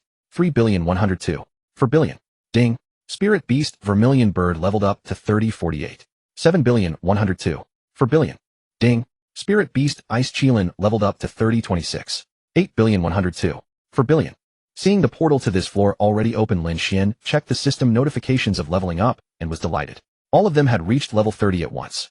Lin Xuan checked the Tier 3 evolution materials in his system inventory. Exactly 60 pieces, enough to give him confidence as he spoke to the system. System evolved Meyer, Yinner, and Binger. I won't even check the evolution materials this time. You'll just throw in some obscure stuff I've never heard of anyway. Host, are you so certain? And host, you don't even have a single water attribute spirit core. What do you expect me to help Binger evolve with? Lin Xuan listened and opened his inventory to check carefully. There really wasn't a single water attribute spirit core. A system, could you lend me some water attribute spirit cores first? Aren't you a system? Just issue a quest reward, alright. We're close like that. Upon hearing this, the system couldn't help but laugh. Host, I don't have spirit cores to lend you. But you do have some other materials. I'll deduct those and issue you a daily quest instead. Ding! A daily random quest has been issued. Tell the system, System Miss is the cutest, most beautiful, super pretty girl in the world, and the quest will be completed. The reward is 20 Tier 3 water spirit cores. Lin Xuan nearly burst out laughing at this quest, but managed to hold it back, afraid the system would refuse immediately. System Miss is the cutest, most beautiful, super pretty girl in the world. He immediately covered his mouth with his hand afterward. After saying it, he simply couldn't hold back. The 3 girls beside him, watching their master act so foolishly, exchanged glances and quietly stepped back. Master shouldn't be like this. It must have been secretly swapped by someone. System Miss, I'm done. Sorry about that. Even someone professionally trained like me couldn't hold it in. Ding! Quest completed. Reward. Haha. Host, I can't hold it in either. I won't even mention the reward. Check your inventory yourself. Also, I'm going to go laugh for a bit. Take your materials and evolve on your own.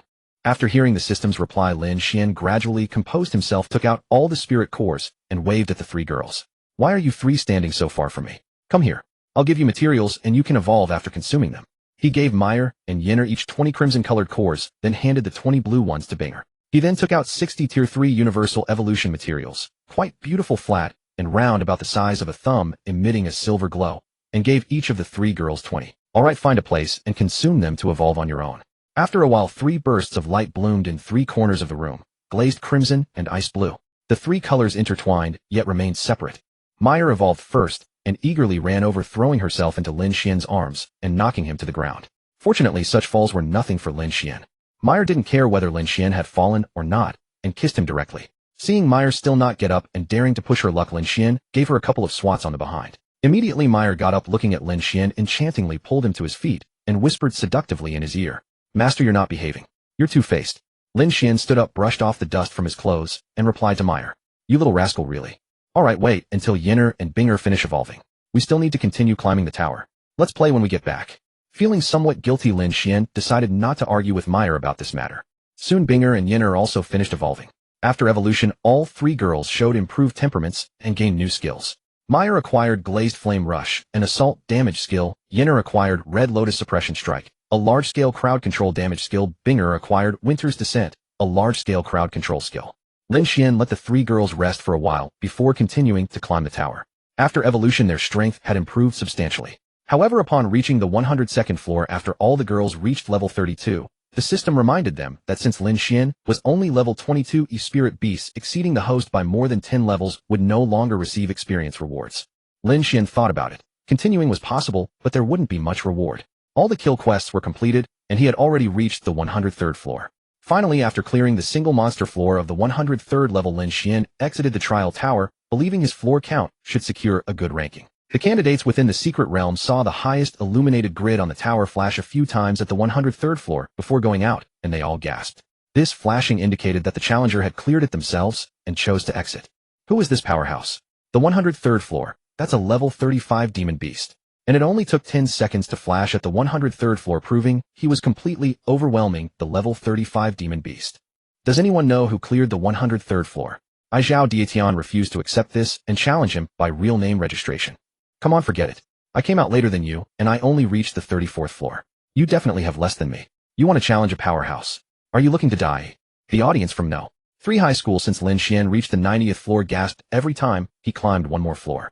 Finally, after seeing Lin Xuan exit at the 103rd floor, the entire venue erupted in excitement. Some people directly shot spiritual energy attacks into the sky, causing brilliant fireworks to light up the originally dark sky, illuminating the whole venue even more brightly. The person in question, Lin Xuan, appeared directly at the original teleportation location after exiting the trial tower. His sudden appearance startled Su Yu, who was still waiting there for him. Suddenly appearing right in front of one's eyes would scare anyone. After Su Yu realized the person was Lin Xuan and the others, she stepped forward and directly hugged Lin Xuan. After Lin Xuan used spiritual energy to activate the bracelet, he felt the sensation of weightlessness again. Once he stabilized himself, he felt being embraced by a slender figure. After smelling it was Su Yu's scent, he knew it was her. Lin Xuan also embraced Su Yu, lowering his head to smell her fragrance. Su Yu, did the exam go smoothly? Which floor did you reach?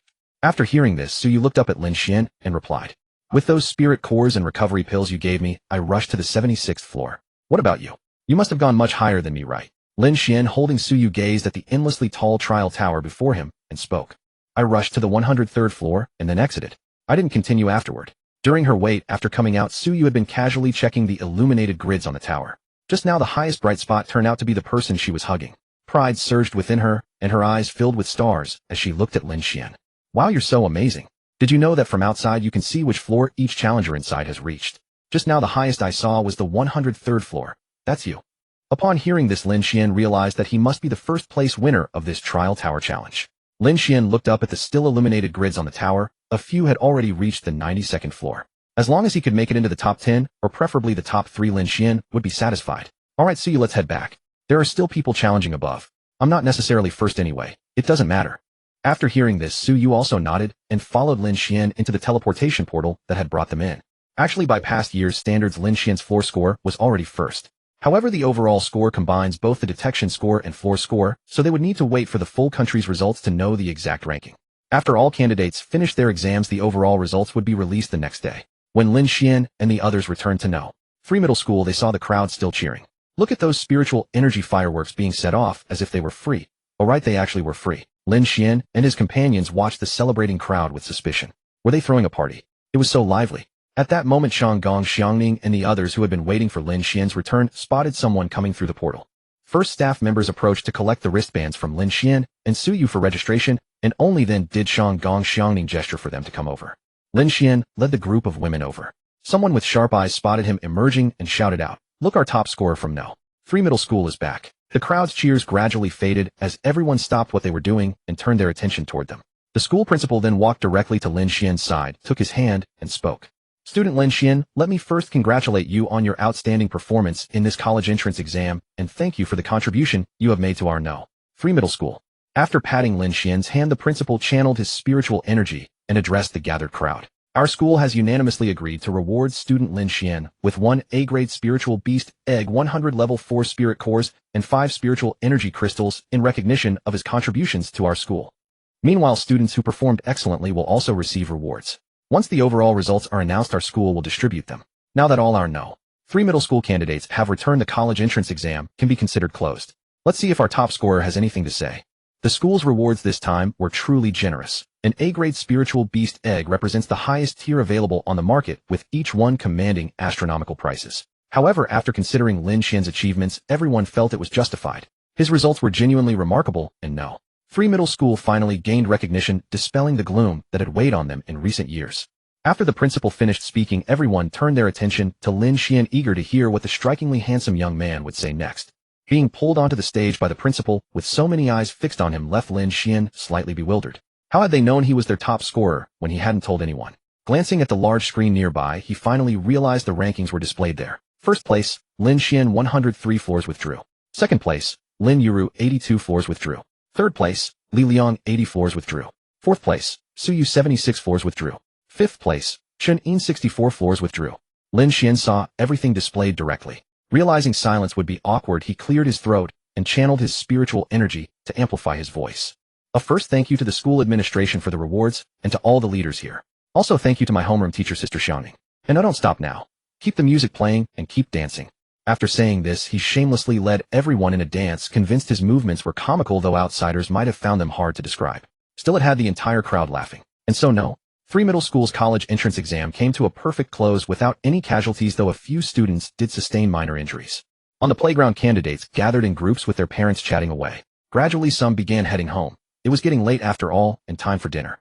Lin Xuan brought Su Yu and Mei Er over to Shanggong Xiangning's side, where many of their classmates had gathered. Shanggong Xiangning and the other students greeted Lin Xuan and his companions warmly as they approached. Shanggong Xiangning looked at Lin Xuan and the young women behind him, smiling as she pointed at him. You really surprised everyone, didn't you? I think your overall score this time will easily place you in the top 3 across the entire country. How does that make you feel? Yeah, I'm happy. But why haven't you gone back yet? Aren't you going to eat? Shanggong Xiangning gave Lin Xuan an exasperated look. We have been waiting for the two of you. Our classmates wanted to have a graduation dinner, and we were just missing you too. Now that everyone is here, let us go eat first. Today's treat is on me. After saying this, Shanggong Xiangning waved her hand, signaling everyone to set off. Lin Xuan and Su Yu followed them out of the school to a restaurant where several tables were already filled with classmates. The parents, seeing the children wanted to celebrate together, decided to head home first so the students would not feel inhibited. Lin Xuan also sent Mei Er and the others back to the Beast-Taming space beforehand to avoid any misunderstanding among his classmates. After all, they were 3 exceptionally beautiful young women. After finishing their meal, many classmates suggested continuing to a karaoke session, so the celebration moved to its second half.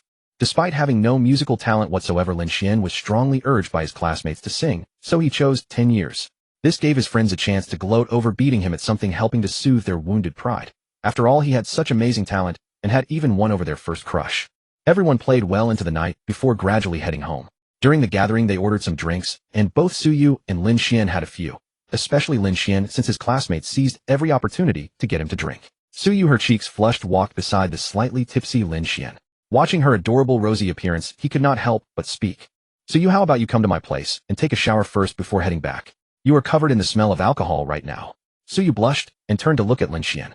Then let us go to your place first. Without needing to say more, they made their way to his home together. When Lin Xuan opened the door, no one was there. Lin Xuan had already fallen asleep by this hour. He fetched a fresh towel for Su Yu and let her go shower first. After her shower, Su Yu emerged with a towel wrapped around her hair and sat on the sofa. For the first time, Lin Xuan saw her looking like a freshly bloomed lotus, radiant and delicate. Her naturally fair and rosy skin appeared even more luminous after the bath, and with her slightly damp hair framing her face, she looked extraordinarily captivating. Lin Xuan could not resist taking Su Yu's small hand and drawing her into his embrace, breathing in the fragrance of her flushed cheeks. After a long moment, he carried her to his bedroom, gently set her down, and said to her, "Su Yu, wait for me. I will go take a shower too." Su Yu had no heart to respond. She simply pressed the towel against her face, too flustered to meet his gaze. Lin Xuan finished his shower much faster than Su Yu had, then returned to his room. The next morning after the sun rose, Lin Xuan finally got up. Looks like my stinky brother definitely came back really late yesterday. After washing her face and brushing her teeth, Lin Xuan went to Yenner's room to wake her up, opening the door. Yenner being time to get up. But when she looked inside, neither was there. Lin Xuan thought to herself, could my stinky brother have let them sleep in his room? Can he really resist that temptation? Lin Xuan went to Lin Xuan's room, opened the door, and peeked inside. To her surprise, Mei Er was not there, but instead Su Yu was. Lin Xuan hastily withdrew her head, relieved that she had only taken a stealthy glance, who otherwise entering would have been quite awkward. As she pondered, a growing unease crept into her mind. I've always regarded Sister Su Yu as a close friend, never imagining she would aspire to become my sister-in-law. Indeed, Su Yu had directly ascended to the status of sister-in-law. Lin Xuan decided not to dwell on it further. Whether as a friend or as sister-in-law, their bond remained unchanged, yet she felt something within her steadily slipping away. Lin Xuan prepared her own breakfast, ate, and then left for school. Today, Lin Xuan and Su Yu had both graduated and no longer had classes, so she was the only one heading to school. Fortunately, the distance was short, and she soon arrived. Around 9 in the morning, Lin Xuan slowly opened his eyes to find Su Yu gazing at him with her bright eyes. She exuded a distinctly different aura today. He reached out, embraced her, and planted a kiss on her cheek. The two lingered in affection for a while before slowly getting up. Lin Xuan had initially planned to practice morning exercises, but considering Su Yu had just undergone a transformation, he decided to postpone it. After Lin Xuan finished washing up, Su Yu came out of the room, fetched a pair of scissors from the living room, and returned to her room. presumably to cut something. Lin Xuan summoned Mayor and the others. They had been in the spirit beast space all night, and if he didn't let them out, Mayor would be the first to rebel. The formation opened and Yinner and Binger slowly emerged, but Mayor was nowhere to be seen. Lin Xuan's consciousness entered the spirit beast space and found the girl still sound asleep, hugging his life-sized pillow in an ungraceful pose, occasionally letting out silver bell-like laughter. If only Lin Xuan could enter the spirit beast space himself, he would have woken Mayor. He withdrew his consciousness and looked at Yinner and Binger. Both of you go and wake Mayor. She's still sleeping. Tell her to come out for breakfast. The two girls nodded and returned to disrupt Mayor's sweet dream. As soon as she came out, Mayor went straight to Lin Xuan, demanding compensation for her ruined dream, only to be subdued after a few pats from him. Suyu had just finished washing up and came out. Mayor immediately ran to her to complain. Mistress Suyu, that wicked master bullied me. He spanked me. Suyu, who always doted on Mayor, quickly took her side and scolded Lin Xuan a few times. But Lin Xuan wasn't afraid of her reproach. He pulled Suyu into his arms and whispered something in her ear, causing her to blush and flee. Seeing her protector run away, Mayor hastily dashed off to wash up, hoping Lin Xuan wouldn't notice her and hold a grudge. Lin Xuan let her go and led Suyu to the kitchen for breakfast. Lin Xuan had nothing to do today except wait for the exam results. According to what Shanggong Xiangning had told him last night, with his scores, admissions officers from major universities would visit him proactively. So Lin Xuan planned to see what preferential treatment each university offered and also check Suyu's results so they could attend the same university. After breakfast, Lin Xuan first escorted Suyu home. She needed to change clothes and rest a bit before coming back in the evening to check the results together. Having nothing else to do, Lin Xuan decided to watch anime with Mayor. After a while, the doorbell rang. Ding dong, ding dong. Lin Xuan looked at Binger, who was closest to the door. Binger, someone's at the door. Since you're nearest, go open it. Summoned by her master, Binger quickly got up, responded with an "oh," ran to open the door, then immediately hurried back to sit down and watch TV. Mayor had turned Binger into an anime fan.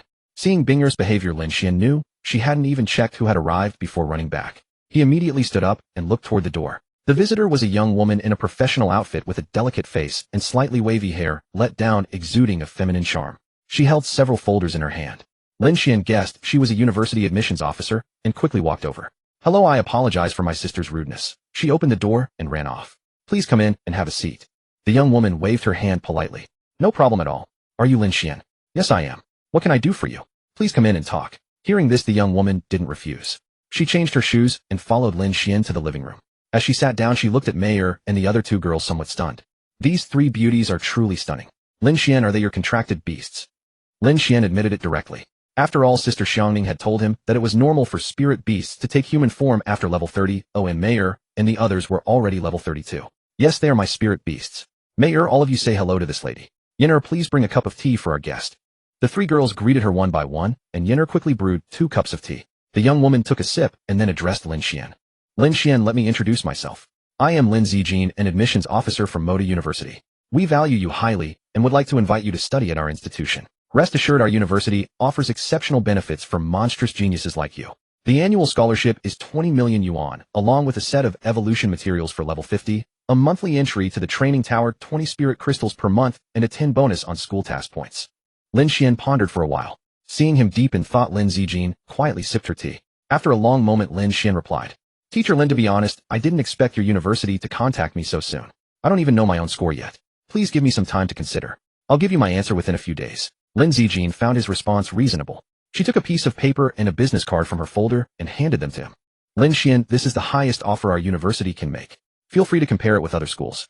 I sincerely hope you choose us. Our teaching environment is top-notch. Here's my card with my Lingxin and phone number." Lin Zijin finished her tea, stood up, and took her leave. Lin Xuan promptly saw her out. Glancing at the paper she had given him, the benefits listed were indeed slightly higher than what she had just mentioned. He put away the card and the paper, then returned to watch TV. But soon the doorbell rang again. This time Lin Xuan went to open the door himself. Opening the door, he saw Shanggong Xiangning, and Lin Xuan immediately broke into a broad smile. "Oh, Sister Xiangning is here. Come in quickly. How long has it been since you last visited my home?" "Wait a minute." Teacher came suddenly. "Isn't this a home visit?" "Oh, Sister Xiangning, you're not here for a home visit, are you?" "I brought someone along," Shanggong Xiangning said, tapping her forehead after hearing Lin Xuan's words. "I also brought the rewards from the school given to you." "A home visit? You've already graduated. What would I be visiting for?" "Oh right," Lin Xuan recalled after hearing this. "I have graduated. By the way, Sister Xiangning, who did you bring?" Shanggong Xiangning pulled the person behind her forward. "Here she is. She's an admissions teacher from Yaoda University, and also my best friend. She's a bit short, she was blocking me just now." Only then did Shanggong Xiangning pull a girl out from behind her. She didn't look much older than Lin Xuan, was quite short. Only about 1 meter 50. wore a bob hairstyle, had a fair and cute face, and had a great figure giving off a distinctly youthful vibe. Lin Xuan felt that this girl should be of the healing type, or it would be a real waste if she didn't pursue healing magic. The girl smiled at Lin Xuan and then spoke. Hello, student Lin Xuan. I'm Zhou Yanli, an admissions teacher from Yaodu University. Hello, Teacher Zhou. Please come in, Sister Xiaoning. Teacher Zhou, why don't we go inside and sit? There's not much to discuss, standing outside is there. After saying this, Lin Xuan led them into his home, and they sat in the living room. When Yin'er saw that more guests had arrived, she hurriedly prepared 2 new cups of tea. Shanggong Xiangning first took out the items the school had given Lin Xuan from her ring and placed them directly on the table. These are all things the school is giving you. For the spirit beast egg, I chose a healing type 1 for you since I noticed you don't have any healing spirit pets. For the spirit core, I selected one with 60 fire and 40 water attributes. Thank you, Sister Xiaoning. I'm sorry to trouble you to deliver these. You're a big hero of our 3rd middle school now. It's normal to deliver some materials. While my errand is done, I'll leave this kid Yanli in your hands. When Shanggong Xiangning called out Zhou Yanli, she happened to be drinking water. Perhaps she was in a hurry, and being called like that caused her to choke. Cough cough. Stinky Xiaoning cough cough. Don't call out so loudly, cough, you made me choke. Lin Xuan watched this teacher Zhou, and thought she looked even cuter this way. After finally finishing her coughing fit, Zhou Yanli, feeling embarrassed, wiped her hands with a tissue, and then said, Student Lin Xuan, please disregard the little interruption earlier. I've come this time with our Yaodu University's sincerity. After saying this, she took out a piece of paper from her spatial storage, handed it to Lin Xuan, and then continued.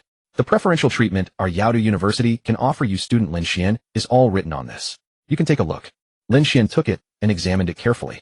It stated that the scholarship was 8 million per year, 2 sets of level 50 evolution materials, 1 practice tower session per month, 30 spiritual energy crystals per month, a 15 bonus on school mission points, and at the bottom was Teacher Zhou's contact number and spiritual message code. Yaodu's offer was slightly higher than Modu's. Modu offered a larger scholarship, but money couldn't always buy evolution materials and such. After reading it, Lin Xuan leaned more toward Yaodu. After all, they offered more. Teacher Zhou, to be honest with you, an admissions teacher from another school also came by just now, so I did compare them slightly. I quite like the preferential treatment your university offers, but please give me some time to consider. After hearing this, Zhou Yanli's eyes gleamed slightly, as she felt there was hope. Glancing at Shanggong Xiangning and seeing her drinking tea, she secretly approached Lin Xuan and whispered, Then student Lin Xuan, take your time to consider. You'll be able to check your total scores tonight. Tomorrow, Xiangning and I will come again. I hope you'll choose our school. By then I'll send you some artistic photos of Xiangning for you to see. Upon hearing that Zhou Yanli actually had such things, Lin Xuan hurriedly took out his phone and scanned Zhou Yanli's spiritual message code. Teacher Zhou, I've added you. Please approve. Although Zhou Yanli had spoken quite softly, Shanggong Xiangning still heard her clearly. She directly summoned Xiao Lu and said to both Lin Xuan and her, Lin Xuan, you kid, I think you've been getting mischievous again lately. And Zhou Yanli, believe it or not, I'll send you those selfies to this kid right now. Seeing Shanggong Xiangning summon even Xiao Lu, Lin Xuan quickly said in an upright manner, Sister Xiangning, you're misunderstanding. Am I the kind of person? I just have some cultivation questions I want to ask Teacher Zhou. Zhou Yanli also chimed in. Exactly. Xiangning, don't think anyone's desperate to look at you. Are you so much taller than me? Is your figure that much better? What's there to admire? So you're saying you can't compare to Shanggong Xiangning in every way, huh? Lin Xuan looked at Zhou Yanli with a hint of sympathy in his eyes. The two of them stayed for a good while before taking their leave. Slowly time came to noon, and after Yin'er finished making lunch, Lin Xuan and the others finished eating. Not long after, someone else arrived. This time it was still an admissions teacher, this time from the imperial capital. The offer they made was slightly better than Yaodu's, mainly with more materials and such. Lin Xuan also replied that he would consider it. Slowly several more schools came, and Lin Xuan looked at each of their offers one by one. By evening, finally no one else came. All the universities had offered roughly similar preferential treatments. They only had to wait until night to check the results. By then, if Su Yu's scores were sufficient, Lin Xuan actually preferred Yaodu University. It was closer and he was familiar with the area here, so he could often return home to keep his sister company. Lin Xuan was absolutely not favoring Yaodu because of those additional benefits attached by Zhou Yanli. Almost immediately the front door was opened and Lin Xuan got up from Binger's lap. Little sister, you're back. Today so many university admissions teachers came to our house, a batch just left. Lin Xuan came to the living room, and seeing Lin Xuan's beaming face, said somewhat dejectedly, Brother, where's Sister Su Yu? Why isn't she here? Seeing his little sister's low spirits, Lin Xuan walked over and patted her head. What's wrong, little sister? You seem a bit down today. Did someone bully you at school? Tell me, and I'll turn him into a pig's head. Lin Xuan reached out and hugged Lin Xuan, burying her head in his chest and saying, Brother, will you abandon me in the future? Will you no longer want this little sister of yours? Lin Xuan felt that this girl was being a bit strange today. She was like a little tyrant at her school. Oh, it seemed unlikely that anyone would bully her. It was good enough if she didn't bully others. However, seeing his sister ask like this, Lin Xuan answered directly, Absolutely not. Are you stupid, or do you think I'm stupid?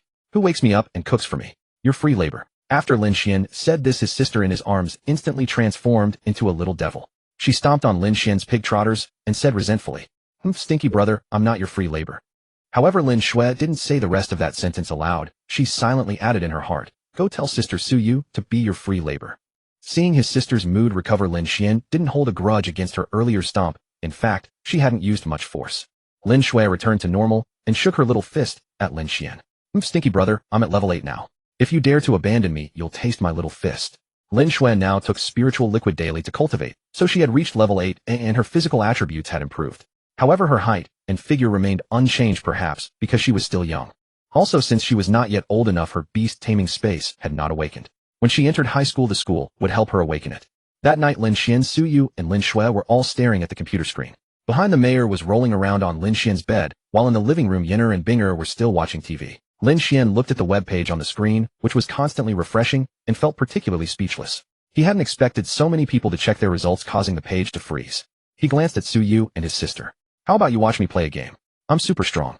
Lin Xuan knew all too well about Lin Xian's terrible gaming skills and said disdainfully, "You? I could crush you with one hand, sis." Lin Xuan couldn't tolerate that, so he flicked his sister's forehead with a finger. The siblings immediately started wrestling. Su Yu, watching these two adorable troublemakers, told them to go play elsewhere and focused on the computer screen. Finally, persistence paid off. The screen displayed Su Yu's score 607. This score was calculated from 30 of the detection value and 70 of the trial tower points. Lin Xian's score was 880. Su Yu saw Lin Xian's score on the overall ranking list at the top of the page. First, Yao Capital Lin Xian 880. Second, Imperial Capital Su Tiangang 824. Third, Magic Capital Min Lina 821. Fourth, River Capital Bing Yuhuan 818. Fifth, Ice Capital Jiang Yuqin 811. Ding completed single task top 100 in college entrance exam overall ranking. Reward 1 character level up card. Ding completed single task top 10 in college entrance exam overall ranking. Reward 1 character level up card, 2 spirit beast level up cards. Ding completed single task top 3 in college entrance exam overall ranking. Reward 2 character level up cards, 3 spirit beast level up cards, 2 S-grade talent advancement stones. Lin Xuan was still romping with his sister when he suddenly heard the notification in his mind. He froze for a moment, and then his sister bit his nose. He quickly begged for mercy. "Okay, sister, I admit I was wrong.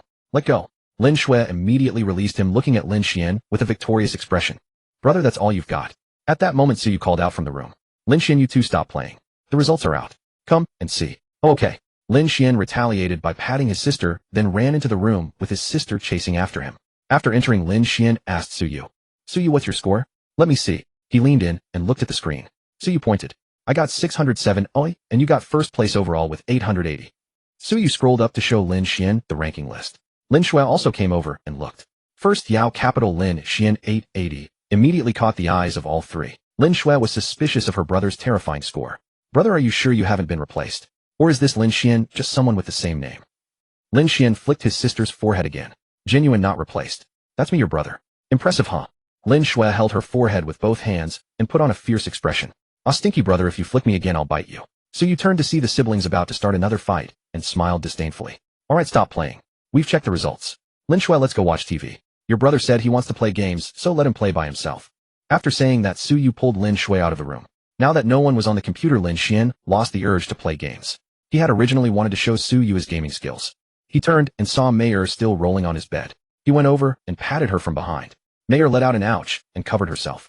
Seeing it was Lin Xuan, she reached out her small hand, pulled him onto the bed, climbed on top, and whispered into his ear. "Master, I smelled the scent of Mistress Su Yu on the blanket. Can you tell me why?" Without waiting for Lin Xuan's answer, Mayor jumped off the bed and ran out of the room, leaving Lin Xuan alone savoring her whisper. Lin Xuan thought since Mayor already knew it was fine. She had been calling Su Yu mistress anyway, and now she truly was. Lying bored on his bed, Lin Xuan stared blankly at the items in his backpack. The system had just rewarded him for his college entrance exam, ranking 4 character level up cards, 5 spirit beast level up cards, and 2 S-grade advancement stones.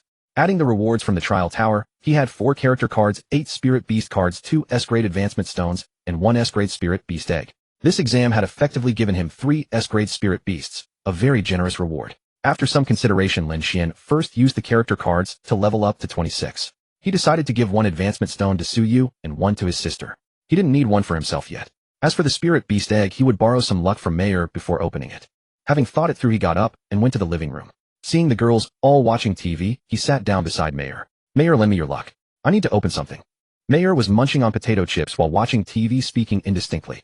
Master go ask Binger. She's a lucky beast, a Qilin. Lin Xian's eyes lit up.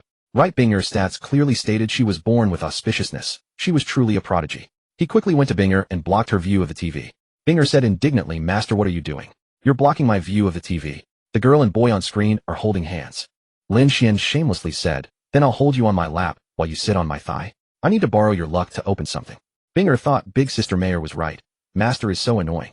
She quickly pulled Lin Xian over, sat on his lap, and activated her auspicious state. Lin Xian looked at Binger on his lap, who was faintly glowing with a golden light, and found it fascinating. Binger, you even have a built-in golden glow effect. That's amazing. What effect? This is my auspicious state.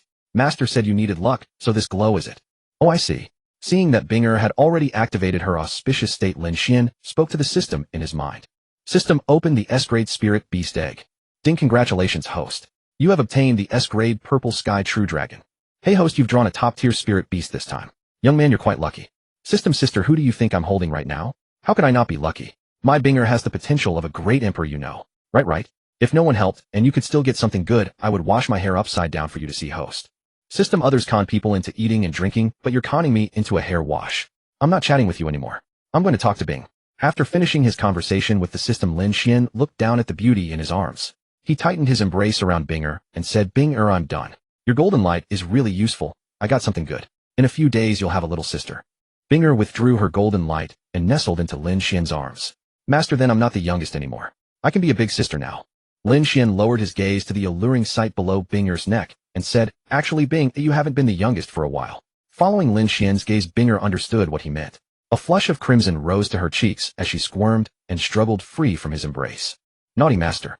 Lin Xian watched Binger run off to find Yenner and chuckled. The next morning, Zhou Yanli and Shangwan Xiangning arrived at Lin Xian's home once more.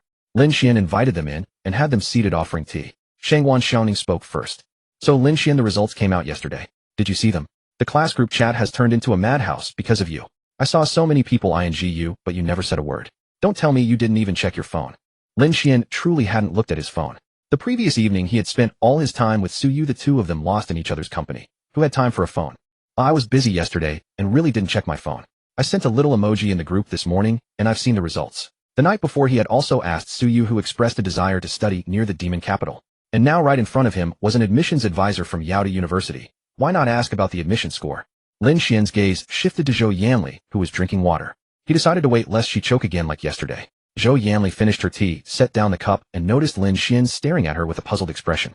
Lin Xian, do you have something to ask me? Go ahead. Well, Sister Yanli, what is the admission threshold for Yaoda University this year? I'm asking on behalf of someone. Oh, that. This year it's 590 and above. Do you have a friend who wants to attend Yaoda?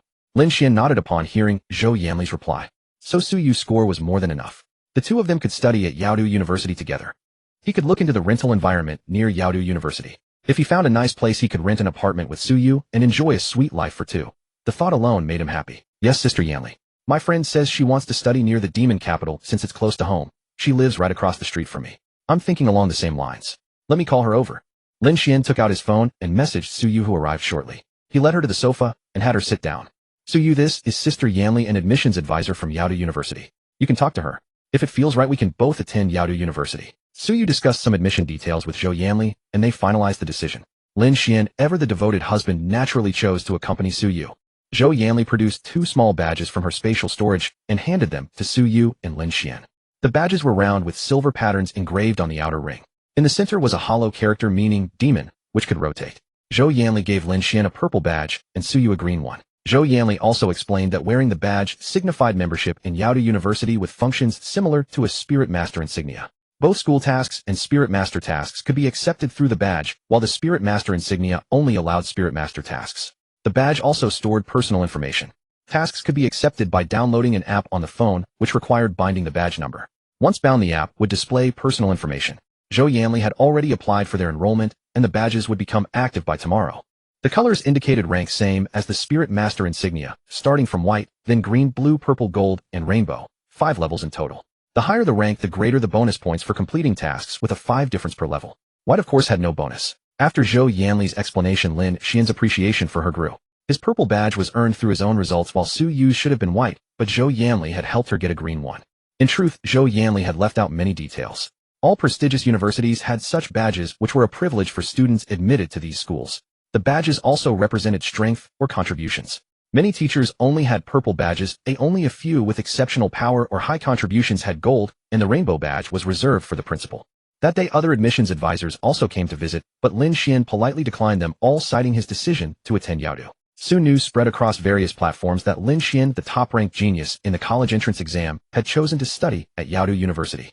However, only exam candidates paid much attention, so the buzz faded after a few days. Nevertheless, for candidates still deliberating which university to attend, the fact that this prodigiously talented peer had chosen Yaodu University subtly drew their attention to it, inadvertently serving as free advertising. Several other top-ranked students also chose Yaodu University. Originally curious about Lin Xuan, they decided to follow him there since Yaodu was no slouch either. Many talented individuals also enrolled, mostly eager to spar with Lin Xuan or curious about why he was surrounded by so many beautiful women. As for how they knew about Lin Xuan's harem, it was all because of a photo. Someone had posted online a picture of Lin Xuan emerging from the secret realm on the day of the exam, accompanied by Mayor, the other two girls, and Suyu. Netizens quickly analyzed that the gentle-looking beauty holding hands with Lin Xuan was definitely his girlfriend, while the three behind him, one ethereal, one elegant, and one coldly alluring, were probably his transformed spirit beasts. Lin Xuan really wanted to ask these netizens if they had installed cameras in his home, because they seemed to know more about him than he did. To be honest, what attracts people to a university is usually its teaching quality and environment, followed by the number of attractive students. Young people, after all, are drawn to the glamorous world. Lin Xuan paid little attention to the online chatter. After confirming his enrollment at Yaodu with Suyu, he barely went out. At most, he visited Suyu's house or took the girls for a stroll in the plaza. It was now about 10 days after the college entrance exam. Early in the morning, Binger emerged from Lin Xuan's room with a flushed face. Mayor and Yinner quickly pulled her onto the sofa, whispering among themselves. Lin Xuan got up and left his room, looking at the three girls on the sofa. These three were getting increasingly mischievous. Each day a different one would wake him up with all sorts of antics. Mayor, of course, was the most playful. Lin Xuan went to the bathroom and looked at himself in the mirror. There were a few strawberry marks on his face, which he quickly erased with spiritual power. Only after no trace remained did he start brushing his teeth. After washing up, he came to the dining table and saw Mayor and the other two still whispering. He clapped his hands. "Stop chatting, you three. Come and eat." Upon hearing Lin Xuan's call, Mayor and the others stopped talking and came to the table to eat. After eating, Lin Xuan played on his phone on the sofa for a while when the doorbell rang. Yinner quickly got up to open the door. "Mistress Suyu, you're here. Come in quickly, the master is playing on his phone inside." Shortly after, Lin Xuan saw Yinner and Suyu walk in. Seeing Suyu, he quickly put down his phone and pulled her to sit down. After sitting down, Suyu looked at Lin Xuan and said, "Lin Xuan, Lin Wanru and the others have invited me to go to the Beast Forest for a 3-day training expedition. They asked me to ask if you want to come." Lin Xuan had been idle for quite a few days and had long wanted to level up. Seeing Suyu's invitation, he nodded and replied, "Sure, I've been free for a few days anyway. Then I'll let them know. This time there's an extra person, Sister Ryu. She's also coming with us, so there will be 6 of us." It's fine, we're all acquaintances." Suyu was delighted to see Lin Xuan agree. She happily took out her phone and talked to Lin Wanru and the others, also setting the departure time for tomorrow morning. Suyu put down her phone and said to Lin Xuan, "Lin Xuan, I've arranged with them. We'll set off at 9 tomorrow morning. Location is the Baishan Beast Forest for 3 days. Okay, by the way, Suyu, I have something good for you." Lin Xuan thought that since they were going to the Beast Forest tomorrow, he could give Suyu the advancement stone right now. Lin Xuan took out an S-grade talent advancement stone from his backpack and held it in his hand. It was a colorful cone-shaped crystal, small in size, but emitting ripples of energy. Mayor and the other two were also attracted by the energy and looked over. However, Mayor and the others only felt that the crystal contained immense energy without any particular desire for it. If an A-grade spirit beast saw it, they would have a strong urge, because this thing could advance their talent to S-grade. Lin Xuan directly placed the talent advancement stone in Suyu's hand. This thing can advance an A-grade spirit beast to S-grade. You decide whether to give it to the lawn bird or the heavenly deer. Suyu stared at the magical cone-shaped crystal in her hand, feeling a bit dreamy. It was too beautiful. She tilted her head and looked at Lin Xuan, speaking in a somewhat uncertain tone. "This thing is so beautiful, are you sure it can advance a spirit beast's talent?" Yes, it's very beautiful, but it can also advance a spirit beast's talent to S-grade." Lin Xuan didn't know how to explain it. The cone-shaped crystal was excessively beautiful, but the ability to advance was the main point. Suyu naturally believed what Lin Xuan said, but the thing was just too beautiful and too dreamy. Suyu thought for a moment and summoned the lawn bird. As soon as it appeared, it immediately stared at the advancement stone in Suyu's hand. It flew onto Suyu's hand and gazed at the crystal, saying, "Master, is this for me? I can feel my bloodline craving this thing. If I eat it, I will definitely advance. Lawn bird, prepare yourself first. I'll feed it to you." Upon hearing this, the lawn bird quickly landed on the living room floor, and Suyu fed the advancement stone to it. After the lawn bird ate it, its body slowly emitted a green light. The green light formed a cocoon-like structure that enveloped it. The wind attributes spiritual energy in the world was also stirred rapidly, converging toward this spot. After nearly 10 minutes, the spiritual energy calmed down, and the cocoon enveloping the Yuan bird gradually faded slowly, revealing the scene inside. In the faint green light, a young girl could be seen. She stretched her arms and moved, completely unaware that she was now in a newly humanoid form, no longer the Qingyuan form. So Lin Xuan scored a bit of a visual treat. Gradually the green light dissipated, leaving only the transformed Qingyuan. The transformed Qingyuan was now a graceful young girl about the same height as Su Yu with a very slender figure. Qingyuan trotted over and hugged Su Yu. "Master, I can transform now. How do I look?" "Pretty right. From now on I can go out and play with big sister and second sister." Seeing Qingyuan's adorable, yet silly expression, Su Yu quickly turned back to glance at Lin Xuan. Finding him still staring, she gave him a glare and pulled Qingyuan into Lin Xuan's room. After a while, Su Yu came out with Qingyuan. Qingyuan was wearing Su Yu's light green dress, which fit her quite well.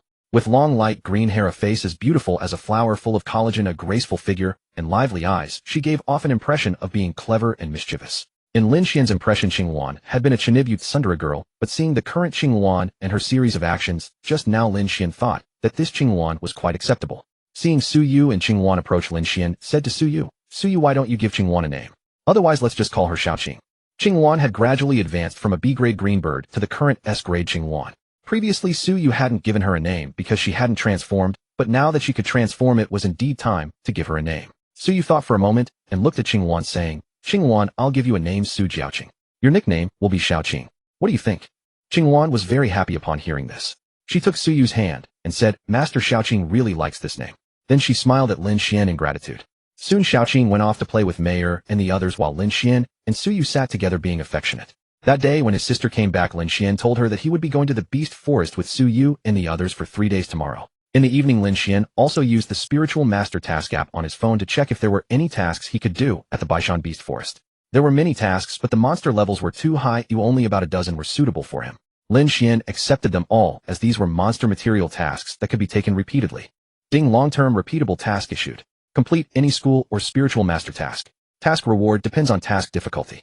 Hearing the system's sudden voice in his mind, he quickly looked at it. After reading it, he felt that the task reward was completely up to the system. System, this task reward is basically just based on your mood, right? Host, I never said that. Anyway, it depends on the difficulty of the task you complete. I am very fair, okay? Then system, big brother, I'll be relying on your care from now on. Here, have some watermelon. Lin Xuan had made up his mind from now on he would call the system big brother, no matter what, because he said so himself. Seeing that it was getting late, it was about time to sleep. Lin Xuan put away his phone, ran back to his room, stared at the ceiling, glanced at his status panel, and then went to sleep. Host, Lin Xuan. Level 26, 12 EXP. Spirit Skills Survey I, B grade Flash, Spirit Step A grade, Spiritual Light, Shield S grade. Equipment, Ethereal Boots, Speed 30, Damage Reduction, -10 Black Scale, Inner Armor Damage Reduction, -25 Azure Spirit, Sword Skill Damage, 20 Sharpness 30. Items, 100 Experience Potion X 16, Spiritual Power Recovery Pill X 158, Spirit Beast Level Up Card X 8, 60 Flavor Remania Pill X 1, S-Grade Purple Thunder True Dragon Spirit Beast Egg X 1, A-Grade Mermaid Spirit Beast Egg X 1, B-Grade Golden Eagle Demon Spirit Beast Egg X 2, Tier 1 Evolution Material X 110, Tier 2 Evolution Material X 90, Tier 3 Evolution Material X 30, Spiritual Crystal X 5, Fire Attribute, Elemental Crystal X 1, Level 4 Water Spirit Core X 40, Level 4 Fire Spirit Core X 60, Level 3. Gold Spirit Core X 24, Level 3 Fire Spirit Core X 22, Level 3 Wind Spirit Core X 72. Contracted Spirit Beasts 9-Tailed Heavenly Fox LV. 32 Vermilion Bird LV. 32 Ice Cheelin LV. 32. Available contract, slots 0. The next morning, Lin Xuan slept until he naturally woke up. Opening his eyes, he felt his arm being pressed. Turning his head, he saw Mayer sleeping beside him, holding his arm. He checked his phone, it was already 8:30. Usually Mayer and the others would wake him up around 7. He reached out and pinched Mayer's nose. After a moment, unable to breathe, she slowly opened her eyes. Their gazes met. Lin Xuan still pinched her delicate nose and said, "Mayer, how did you end up on my side?" Mayer pushed his hand away, giggled, kissed him, then hugged him. "Master, I've always liked sleeping on this side, but you never let me." Lin Xuan thought for a moment. After all, before Mayer had taken human form, she had slept in his room every day. Now that she was a beautiful woman, if she liked it, it was fine. All right, if you like it, I have no objections. Lin Xuan certainly had no objections. Mayer was so beautiful now. Who would refuse such a request? Soon Lin Xuan pulled Mayer up. They still had to go to the Beast Forest with Su Yu and the others. It was almost time. They quickly got up, brushed their teeth, and ate. At 9 o'clock, Su Yu and the other girls came to call Lin Xuan. He had just finished breakfast. He called Mayer and the others, left a note for his sister, and set off with the girls toward the Beast Forest. This time, all the girls had improved significantly, all around level 17, and their spirit beasts were around level 20. The group quickly arrived at the beast forest, and everyone summoned their spirit beasts. Each summoned 2 spirit beasts except for Lin Xuan, who had 3. Suyu had a level 25 Azure Luan and a level 15 Crystal Sky Deer. Lin Ryu had 2 Flood Dragons. Chun Yin had a Unicorn and a Pegasus. Lin Wanru had 2 Little Mermaids. This girl was going full support.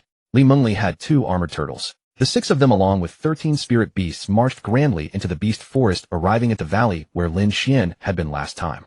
The monsters here were around the right level for the girls, so Lin Xuan brought them here. However, this place was no longer suitable for Lin Xuan. The beast forest quest indicated that monsters required level 29. But it didn't matter.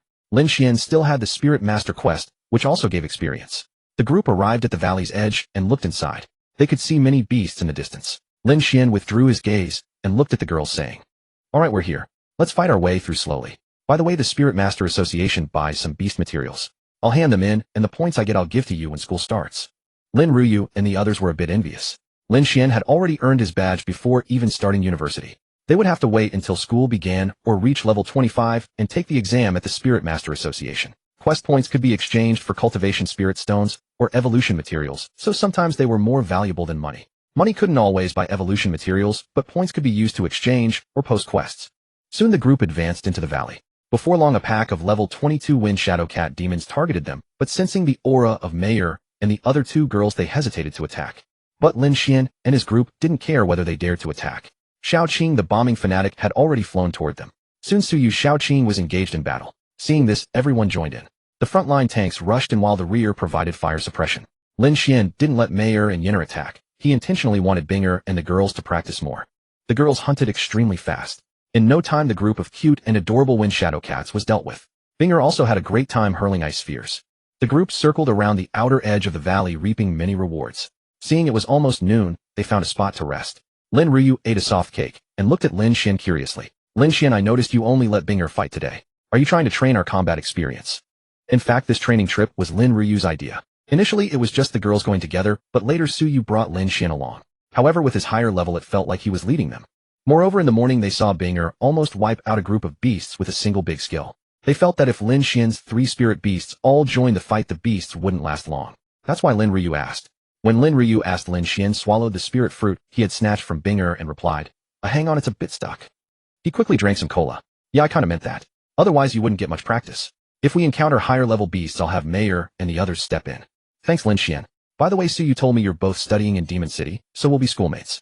Also, I heard from my elders that many talented students coming to Demon City this year are targeting you, the top scholar. Be careful." Lin Xuan thought, "Are these people just bored? Targeting me? Is it because I'm too handsome, too outstanding, and they envy my talent? Ryu, as you know, I don't have many virtues, just being handsome and excellent. They're just jealous. Why else would they come after me?" Lin Ryu, seeing him suddenly so shameless, covered her mouth and giggled. "Anyway, I don't know why. Maybe they want to exchange ideas with you." Lin Xuan was nonchalant. "No problem. If they're too cheeky, I'll be even cheekier." He was about to ask Binger for some spirit fruits, but when he turned around, she had run to Suyu's side. Seeing Lin Xuan looking at her, Binger quickly hid the spirit fruits behind her back and made a funny face at him. Lin Xuan smiled, took out a pile of spirit fruits from his backpack, and started eating them himself. Binger immediately protested, running over and pouting. "Mean master, you have so many delicious things, and you still want to steal mine." Binger is not happy. "You need to coax me." Lin Xuan pulled her into his arms, sat her on his lap, and held her, saying, "Binger, you know what? Other people's food always tastes better. I'll give you all my spirit fruits, but when I ask for some, you have to give them to me, understand?" Binger was puzzled by this strange logic. She stared at Lin Xuan with wide eyes like a curious little girl. "Master, you have so many spirit fruits yourself, why do you still ask for mine?" Binger doesn't understand. "Because I don't like eating my own. Oh, I like eating yours. My own don't taste good." Lin Xuan found Binger's curious baby-like demeanor utterly adorable. He reached out and touched the small horn on her head, and instantly, as if triggered by a switch, Binger went limp in his arms, her face flushed crimson. Binger said in a soft, glutinous voice from within Lin Xuan's arms, "Master, you cannot randomly touch Binger's horn. It is Binger's forbidden zone." Lin Xuan quickly withdrew his hand and helped Binger sit up. I understand, Binger. Come, let's eat together." With that, Lin Xuan took out many spirit fruits from his spatial storage once more. Binger gradually recovered and sat up to eat with Lin Xuan. Yinner saw Lin Xuan and Binger eating spirit fruits and also came over to sit. Meanwhile, Mayor had already eaten her fill. Her storage ring was filled with food, and she had been sitting beside Lin Xuan, stuffing herself from the start. Soon everyone had finished eating. They lay on the mats to rest for a while. Seeing that time was about right, they packed up and set off. The group slowly advanced into the valley. The level of the beasts within gradually increased. After dealing with several groups of beasts, they finally encountered some higher level ones. Ahead of Lin Xuan was a group of black thunder leopards. He recognized them at a glance. He had encountered this beast in the training tower, and it was a formidable creature. Beast Black Thunder Leopard. Attribute Lightning. Level 30. Growth potential C rank can evolve. Skills Claw Thunder Strike, Thunderous, Smite Black Thunder Field Flash Thunder Strike. There were probably about 20 of them ahead. If it were just Lin Xuan alone, he could handle them easily, but the girls' levels were relatively low. Uncertain whether they could withstand the assault, he quickly told them to stop. Everyone stop. There's a group of black thunder leopards ahead. They are high level 30 beasts. You might not be able to withstand their damage. They can use Flash Strike to come at us. The girls heard this, and all looked at the leopard pack ahead. It was their first time encountering level 30 beasts in the wild. Suyu withdrew her gaze and tugged at Lin Xuan's sleeve. Lin Xuan, why don't we take a detour? We can't withstand a level 30 beast with our front line. The gap is too big. The other girls heard Suyu's suggestion and agreed. These black thunder leopards were high level, and they could directly charge at you. With such numbers, their silver armor turtles definitely couldn't hold out. If it were just Lin Xuan, he could stand in a line with Mayer and the others to face their charge. As long as the black thunder leopards weren't foolish enough to focus on a single target, they could withstand the first wave of attacks, and then fight back. Lin Xuan saw that the girls all wanted to take a detour first, but he had finally encountered something that could give him experience points, and didn't want to give up easily. Alternatively, I'll go in first myself. It's much easier if I go alone. My light shield will cover fewer targets, making it easier to maintain. Once I start fighting them, you can slowly come up to support. Lin Ruyu and the other girls saw Lin Xuan's resolute expression and didn't try to dissuade him. Mainly they knew that Mayer and the others were already level 32, while the black thunder leopards were only level 30, and Lin Xuan was so fierce. Suyu was a bit uneasy and asked Xiaoqing to help. Lin Xuan nodded in agreement. He then took out recovery pills and consumed them one by one. Mayer, you three will charge with me in a moment. Binger, you initiate with control. Once you have them under control, we attack. Then we'll all withstand their first wave. Xiaoqing, you stay in the sky and cast skills. Remember not to fly too low. With that, Lin Xuan raised his Qingling sword and stealthily advanced with Mayer and the others. The black thunder leopards were quite vigilant. They had already detected Lin Xuan and the others when they were still dozens of meters away. Seeing that the leopards were on alert, Lin Xuan decided to stop sneaking around. He had originally planned to ambush them. Seeing Lin Xuan and the others charging at them, the black thunder leopards all roared, "Brothers, get up. The food delivery has arrived. Charge." As the distance between them closed, Binger saw the range was right, and immediately gathered her water spiritual energy, unleashing winter's descent. Instantly, snow and ice began to fall in the area ahead of Lin Xuan. The black thunder leopards were reckless and charged straight into Binger's skill range. The snow and ice in the air seemed harmless, but they slowly absorbed the water's spiritual energy from the air, transforming into sharp blades that swiftly rushed toward the leopards. Several black thunder leopards caught off guard were hit directly and turned into ice sculptures. However, the snow and ice in the air continued attacking regardless of whether they had become ice statues. Just as Binger's skill was about to fade, the two sides drew even closer. Yinner condensed a massive fire lotus in the air and hurled it toward the leopard pack. The frozen black thunder leopards ahead were directly engulfed by the crimson lotus. That girl Mayer also charged straight and transforming into a glazed firefox. She dashed forward and collided head-on with the black thunder leopards, her surrounding glazed flames sweeping over them. The black thunder leopards at the front were stunned and fell to the ground. Those not stunned used Flash Strike to appear right before Mayer, striking viciously at her light shield. The shield shattered instantly. Mayer quickly retreated but still took a few hits. Although protected by her flame armor, she suffered some injuries. The black thunder leopards stirred the bloodthirsty nature deep within Mayer. She immediately retaliated. A white fireball appeared in the sky and a pillar of white flame erupted from the ground. Before the pillar could dissipate, another one shot up, giving the black thunder leopards a delightful double-layer barbecue. Lin Xuan and the others arrived. He quickly cast a light shield on Mayer. Yinner and the others joined the battle, and a flurry of skills filled the sky. Lin Xuan pulled Mayer over and examined her carefully. "Tell me, are you out of your mind? Rushing in all by yourself. Are you injured or not? Let me see. Master, don't pull me away. I'm going to blast them to ashes today." With that, Mayer hurled another fireball at the black thunder leopards. Lin Xuan pulled Mayer back. This girl was clearly enraged by the black thunder leopards. "All right, there are only a few black thunder leopards left. Let Yinner and the others handle them. First, let me see where you're hurt." Saying that, Lin Xuan held Mayer and thoroughly examined her. Mayer's face flushed slightly. "Fortunately, it's only minor injuries, just a few marks. I'm so worried about you. You mustn't do this again, understand? That charge of yours depends on the number of targets. Don't rush in when there are many. Are you crazy?" Mayer, seeing Lin Xuan's deep concern for her, felt moved and sweet. She reached out and hugged him, burying her face in his chest, murmuring, "Master Mayer won't do it again. But my heart is beating so fast. You have to take responsibility." Lin Xuan hugged her back, his gaze looking ahead. The black thunder leopards had already been dealt with by Yinner and the others who were now jogging over. Lin Xuan lowered his head and whispered in Mayer's ear, "All right, I know what you're thinking, little girl. When we get back from this training, if you've truly made up your mind, then come ahead. Yinner and the others arrived before Lin Xuan, looking at Mayer in his arms with great concern. Master Sister Mayer, are you alright? Lin Xuan wanted to release Mayer so the others could check on her, but seeing that she was still holding him tightly, he let her be. This girl sustained a few minor injuries. Let the Little Mermaid and Sky Deer heal her later, she should be fine. Upon hearing that Mayer was injured, Xiao Qing, who had just descended from the sky, immediately said, I'll call Xiao Chui over. That crybaby is especially good at healing. Last time after Su Yu named the Qingluan, she also gave the Cuaging Tianlu a name, Su Jiaocui. Lin Xuan looked at Xiao Qing with a hint of suspicion. Crybaby. Xiao Qing, you don't usually bully the Tianlu, do you? Xiao Qing quickly explained. No way. I'm her big sister. Why would I bully my own little sister? It's just that her eyes are always so watery, so I gave her that nickname. Soon Su Yu and the others also arrived. They had originally planned to come and support Lin Xuan once the battle started, but they didn't expect Lin Xuan to finish the fight so quickly, in less than 20 seconds. The women gained a new understanding of Lin Xuan's strength. The scene they had just witnessed from afar, where his various skills exploded in chaos, was still vivid in their minds. Seeing Su Yu and the others arrive, Lin Xuan patted Mayer, and only then did she come out of his arms. The Little Mermaid and the Tianlu quickly healed Mayer's injuries. Seeing Mayer fully recovered, Lin Xuan glanced at the system notifications. Ding! Spirit Beast killed 26 level 30 Black Thunder Leopards. Mission progress 26. Ding! Spirit Beast gained 52 billion experience. After reading this, Lin Xuan immediately called the women to process the Black Thunder Leopards on the ground. These were grade 4 Thunder Spirit Cores, extremely valuable. Lin Xuan had been browsing the mission app recently and knew the prices of Spirit Cores. The most expensive were those of the space-time system, which were terrifyingly costly, followed by the Thunder system. The others were roughly similar. However, people rarely sold them. They usually let their spirit beasts absorb them. Only when they no longer needed them would they consider selling. The group quickly processed all the Black Thunder Leopards, and Su Yu stored everything in her spatial ring.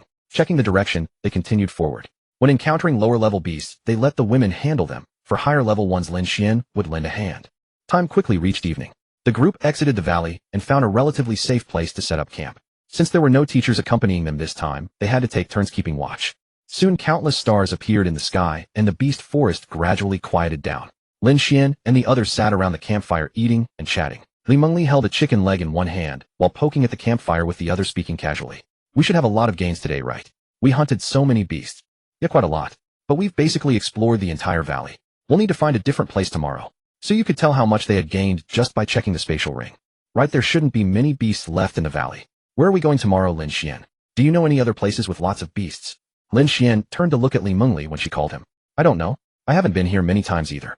Maybe we can scout around tomorrow and see if there are any other valleys or plains. Soon it was the next morning. Everyone had taken turns keeping watch during the night, and fortunately they hadn't encountered any beasts, making it safely to daylight. That's why they all woke up later than usual. After tidying up, they picked a direction and set off. While Lin Xuan and the others were still slowly advancing and exploring deep in the beast forest, at the highest peak of the Baishan Beast Forest, the area was shrouded in mist resembling a celestial realm. Gradually the mist began to churn and several figures emerged. They looked ahead at the vast boundless forest and the human city wall at the forest's edge. Beasts from level 70 to 79 were called Demon Kings, from 80 to 89 were Demon Lords, from 90 to 95 were Demon Emperors, and from 95 to 99 were Demon Sovereigns. Human spirit beasts were ranked by realm, such as King Realm. The figure standing at the back suddenly spoke. Dahu, are you sure this is your Tiger Lord's idea? Don't trick us, or our clans will tear us apart. The figure at the front turned around. He was a burly man with a full beard and a bald head that seemed to boost critical hits. His hands and feet were tiger paws, clearly a beast that had taken human form. The big man stared at the one who had just spoken with his tiger eyes, then suddenly flashed a grin, revealing white teeth.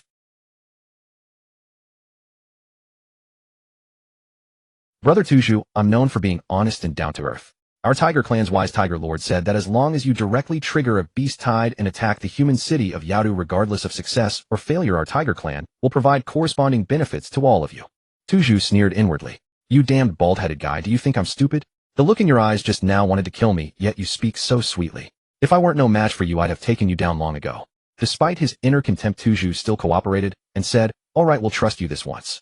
Dahu, seeing that this foolish pig had agreed, looked at the others and said, so Brother Sheppy Third Wolf and Little Diao, what do you say? Don't worry. Our Tiger Lord's promised rewards won't be lacking. The few exchanged glances, communicated briefly, and finally nodded in agreement. Soon several beast roars echoed from the deepest part of the beast forest. About 80% of the beasts in the Baishan Beast Forest responded to these roars. In an instant, the entire beast forest was filled with roars. After roaring, the beasts surged out of the forest, heading straight for Yadu. Lin Xuan and the others hadn't gone far when they heard several loud beast roars. They were slightly confused. Were the beasts going crazy? Soon nearby beasts began responding as well. Lin Xuan and the others immediately sensed something was wrong. What the hell? Are they having a concert? Why are they all howling? Lin Xuan looked at the women and asked, "Have you ever encountered this before? What's gotten into them? They're all howling, and they seem excited." All the women shook their heads indicating they didn't know. However, the spirit beasts became alert because many beasts were suddenly charging toward them. Lin Xuan and the others immediately prepared for battle. Lin Xian's heart grew uneasy from the roars, and he said to the women, "I feel something big is about to happen. Let's retreat first and see if we can find a cave to hide in." The women also sensed something amiss and quickly nodded. Anyone would feel uneasy.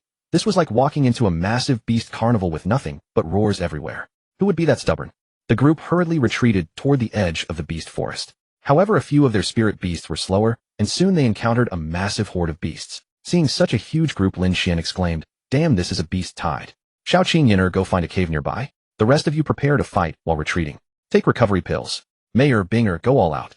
Xiaoqing and Yinner quickly transformed into a Qingwan and a vermilion bird and soared into the sky. However, there were many flying beasts in the air. Fortunately, the flying beasts could sense the powerful bloodline of Xiaoqing and Yinner and dared not approach, flying straight ahead instead.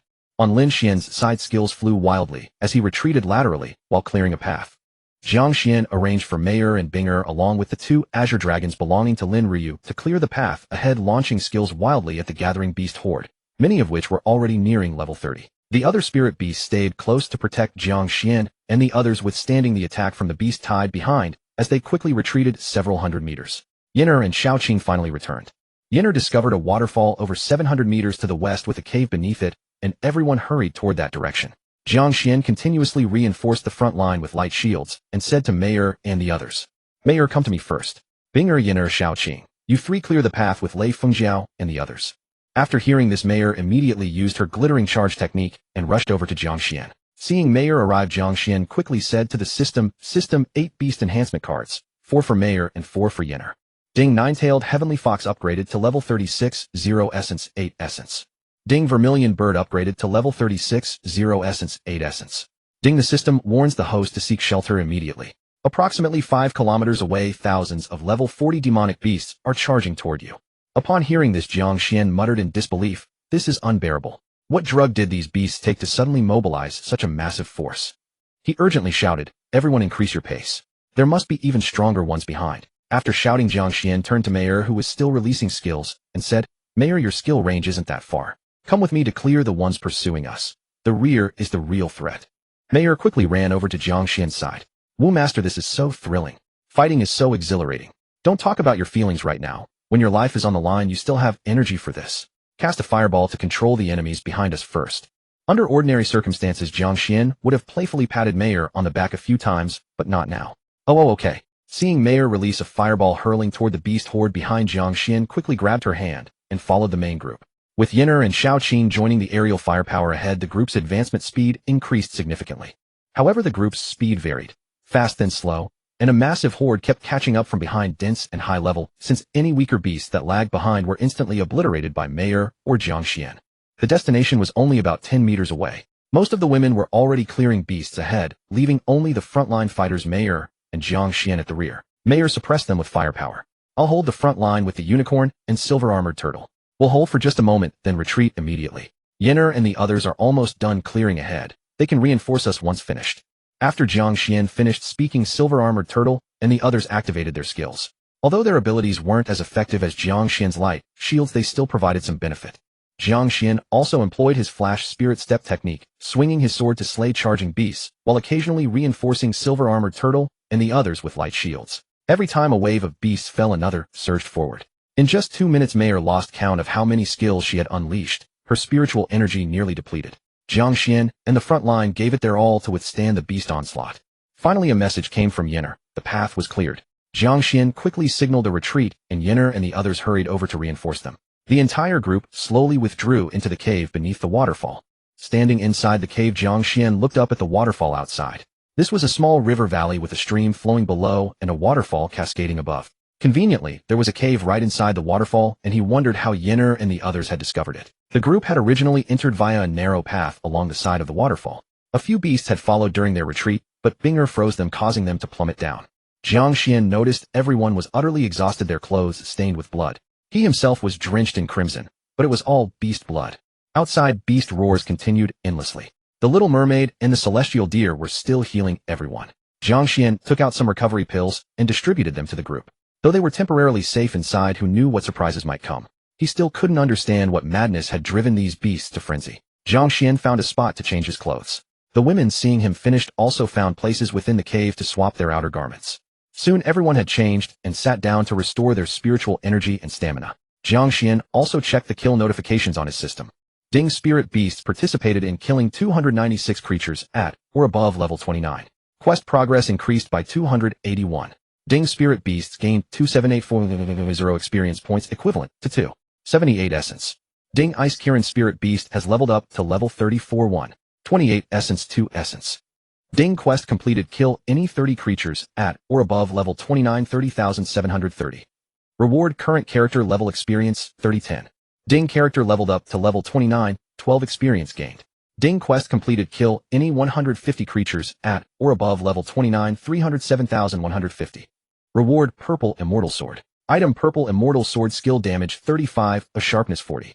Ding quest completed, kill any 300 creatures at or above level 29 307,300. Reward random A rank spirit beast egg. He hadn't expected they would slay so many quest beasts along the way. That was unexpected for Jiang Xian. It must have been mostly during the later stages. At the beginning most were around level 20, easily one shot. The level 30 beasts were far more numerous later and densely packed. Otherwise Jiang Xian and the others wouldn't have struggled so much. However, when beasts clustered tightly, it was difficult to dodge their attacks. Taking a few skills head-on would leave them nearly defeated. Despite killing so many beasts, it wasn't enough to level up Mayor, but it did allow Jiang Xian to gain 3 levels. Jiang Xian took out the purple immortal sword and examined it. It was quite beautiful. The blade was entirely purple and remarkably slender. Its stats were higher than his former Azure Spirit Sword, meaning his light shield would be even tougher from now on. He wondered whether others could actually use the Azure Spirit Sword. Spirit beasts certainly couldn't. He had given it to Mayor before, but it provided no attribute boost when she held it. Looking around, Jiang Xian noticed Suyu guiding the celestial deer to help Chun-Yin recover from her injuries. Along the way through battle, everyone had suffered some wounds, fortunately nothing fatal, and the party had 3 healing spirit beasts. Jiang Xian walked over and gave the Azure Spirit Sword to Suyu. It was better for her to carry it for self-defense than let it gather dust in his bag. Once everyone's spiritual energy had recovered significantly, Jiang Xian led the group deeper into the cave. It wasn't particularly deep, but quite spacious. Not far inside, they saw many stalactites standing in the center. The cave interior was vast but dimly lit, so Jiang Xian and the others retrieved their lamps to illuminate the area. There were no heavenly treasures or rare materials as Jiang Xian might have hoped. The cave walls were bare save for the stalactites in the center. Jiang Xian swept his flashlight around and addressed the women. Let's all search the area. We can't be certain what might be here. Jiang Xian took out 3 flashlights and handed one to each of the 3. Here, Mayor, take this. All of you search around as well. Mayor Yenner and Binger were far luckier than Jiang Xian by an uncountable margin. He sent them to explore, partly to test their fortune since his own luck was thoroughly depleted. After instructing the women to search, Jiang Xian himself slowly examined the stalactite columns in the center. These stalactite pillars hung downward from the ceiling, resembling the waterfall outside at a distance. Shining his lamp from the very bottom of the stalactite column upward, Jiang Xian reached the cave ceiling and spotted a glimmer of reflected light. Lin Xuan was curious about what was reflecting light. Uncertain what good thing it might be, he quickly called Yenner over and asked her to fly up and take a look. Yenner flew up to the spot where the reflection was as Lin Xuan had said and took a look. Master, it's a crystal ball, she said. Yenner, see if you can take it down, Lin Xuan replied. After hearing this, Yenner tried to move it with her hand, but the crystal ball remained motionless as if it were rooted there. Master, I can't take it off. It seems to be attached to the rock, she said. Yenner thought to herself, if she couldn't pull it off, maybe she could push it down. She tried with her hand, and with a click it seemed like she had pressed some kind of switch. The crystal ball emitted a colorful light and slowly began to rotate. The stalactite column in the center also started to glow brighter and brighter, yet not harshly. It was a soft, hazy luminescence. Ripples began to spread across the center of the stalactite column, growing faster and faster. Suddenly the ripples calmed, revealing a scene of picturesque mountains and clear waters. Lin Xuan gazed at the beautiful scene with curiosity. It felt somewhat similar to the secret realm portal from the last Gaokao, he thought. He quickly called everyone over to take a look. So you all of you come over. This center area should be a secret realm portal, Lin Xuan said. Hearing this, the women all hurried over and gathered around. Seeing that all the women had arrived, Lin Xuan said to them, how about we go in and take a look? Since we can't get out now anyway, and the demon beasts outside are probably still in a frenzy. The women stared at the portal for a long time. Although it now appeared calm, and the scenery was particularly beautiful, they couldn't be sure there was no danger. However, since they had encountered a secret realm, it would be a shame not to enter. Alright Lin Xuan, I think it's a good idea. Since we can't leave now anyway, it might be nice to go in and have a look. Lin Ryu was the first to speak. Suyu was naturally supportive of Lin Xuan's decision. If he wanted to go in, she would follow. Lin Xuan, I'll do whatever you say, she said. The other three women, seeing that three had already decided to enter, all nodded in agreement. Soon the group stepped into the portal and vanished from the cave. The spacious cavern was left with only the glowing portal still shining. Meanwhile, at the south gate of Yadu City, the sounds of battle filled the air. Skills of various colors flew and exploded everywhere, and in every corner demon beasts, spirit beasts, and humans were falling. The fierce battle had been raging since noon, not long after Lin Xuan and his group had taken refuge in the cave. Initially, the guards at the city wall heard a few loud beast roars from within the demon beast forest, thinking they were just high-level beasts howling. But within seconds, the entire forest seemed to boil over with roars, so they immediately reported to their superiors. Soon the defense department of Yadu received the information and quickly dispatched elite experts to scout, while also mobilizing a large number of spiritualists to the south gate, preparing to prevent a demon beast siege. Zhang Daqiang, the overall commander of Yadu's defense department, still felt uneasy. He took out his phone and dialed a number. Tian Lao, the Baishan demon beast forest, seems to be gathering a beast tide, with a high probability of attacking the south gate. I wonder if you have time to lend a hand. A powerful voice came from the other end of the line. Don't worry, I'll be there soon. The other party hung up, and Zhang Daqiang felt much more at ease. He feared that there might be demon kings above level 70 appearing, so it was safer to call in a level 80 expert. He put away his phone and hurried to the south gate. This Tian Lao was also the commander of the Tian group in Yadu, the same organization that Shanggong Xiangning belonged to. Soon the high walls of the south gate were packed with people, all the spiritualists who had just been mobilized. They stood in strict formation ready for battle. Below the city walls, there were also many high-level spiritualists, as people were still streaming back from the demon beast forest. They did their best to protect everyone's safety. Soon above the distant demon beast forest, a large patch of black cloud slowly flew over, picking up speed. The spiritualists on the walls watched with confusion. That doesn't look like a black cloud. I think it's a huge flock of flying demon beasts. Brother, you're not wrong. This is a damn flock of flying demon beasts. Alright brothers, summon all your ranged spirit beasts that can attack airborne targets. We're about to fight. Just as the black cloud was approaching the sky above the city gate, the trees at the edge of the demon beast forest began to sway violently. Suddenly, a massive wave of demon beasts charged out an endless stream. However, no one was paying attention to them now, as everyone was staring at the flying demon beasts in the sky. Just as the spirit beasts on the wall were about to release their skills, a flash of lightning streaked across the sky. A purple figure appeared in the air, and with a point of his finger the sky darkened considerably, followed by rumbles of thunder. With a series of thunderous booms, the thunderclouds covered the entire airspace in front of the city gate. In an instant, lightning flashed and thunder roared, and large numbers of demon beasts in the sky fell to the ground. The little eagle far behind the flying demon beasts saw that the army it had summoned was being blocked, so it shot forward. Everyone saw a dark shadow rapidly dart toward the purple figure above the city gate. In an instant, the two clashed, one wreathed in purple lightning, the other protected by golden ripples. After fighting for a while, both vanished from sight. However, energy ripples could be seen emanating from the space where they had been, proving they were still engaged in combat. With no one to intercept them, the flying demon beasts directly engaged the spirit beasts and spiritualists on the walls in a chaotic battle. In an instant, various skills filled the sky. The ground demon beasts were also nearing the city gate, a vast, countless horde. In particular, at the rear there were about 100 figures of humanoid demon beasts. The spiritualists who had been on the ground also retreated into the city, and the city gate was closed tight. Their task now was to infuse the gate and walls with Earth's spiritual energy to reinforce them. The spiritualists on the walls were still fiercely battling the flying demon beasts, and the ground demon beasts were about to reach the city wall. But just then ripples appeared at the city gate, and a group of people suddenly emerged. Zhang Daqiang, who had been watching the demon beasts below from the wall, felt relieved at the sight of these people. He immediately summoned all his spirit beasts and joined the fierce battle against the flying demon beasts. The spiritualists on the wall clearly felt much more at ease. Below the city wall, Tian Lao's gaze pierced through the demon beast horde, fixing on the shiny bald head in the rear. He spoke. Yo, isn't that bald tiger? How do you like the hairstyle? Did you bring your brothers here for a haircut? Don't worry, I'll give each of you a wash, cut, and blow dry. After saying this, Tian Lao deliberately stroked his slightly gray hair. The big fellow who across the way was furious. It was this old man who had made his hair disappear. With old grudges and new hatred combined, he wanted nothing more than to go up and fight him. However, the mission was more important. It was definitely not because he was afraid, but because of the mission. Bald Tiger let out a ferocious roar, urging the demon beast army to advance even faster. Seeing that his backup account was of no use, old Tian also waved his hand and spoke. Alright, prepare for battle. I'll handle those who are held back. Stay alert yourselves. Hardly had old Tian finished speaking when he instantly performed a spatial jump to Bald Tiger's side. What? Too scared to fight? You dared summon a demon beast tide, but lacked the courage to fight. Then I'll show no mercy. Old Tian directly summoned 8 figures while one had just engaged in an aerial duel with that little divine eagle above the imperial city. Battle erupted instantly on Old Tian's side where he and a stunning mature woman fought together against the 4 demon kings.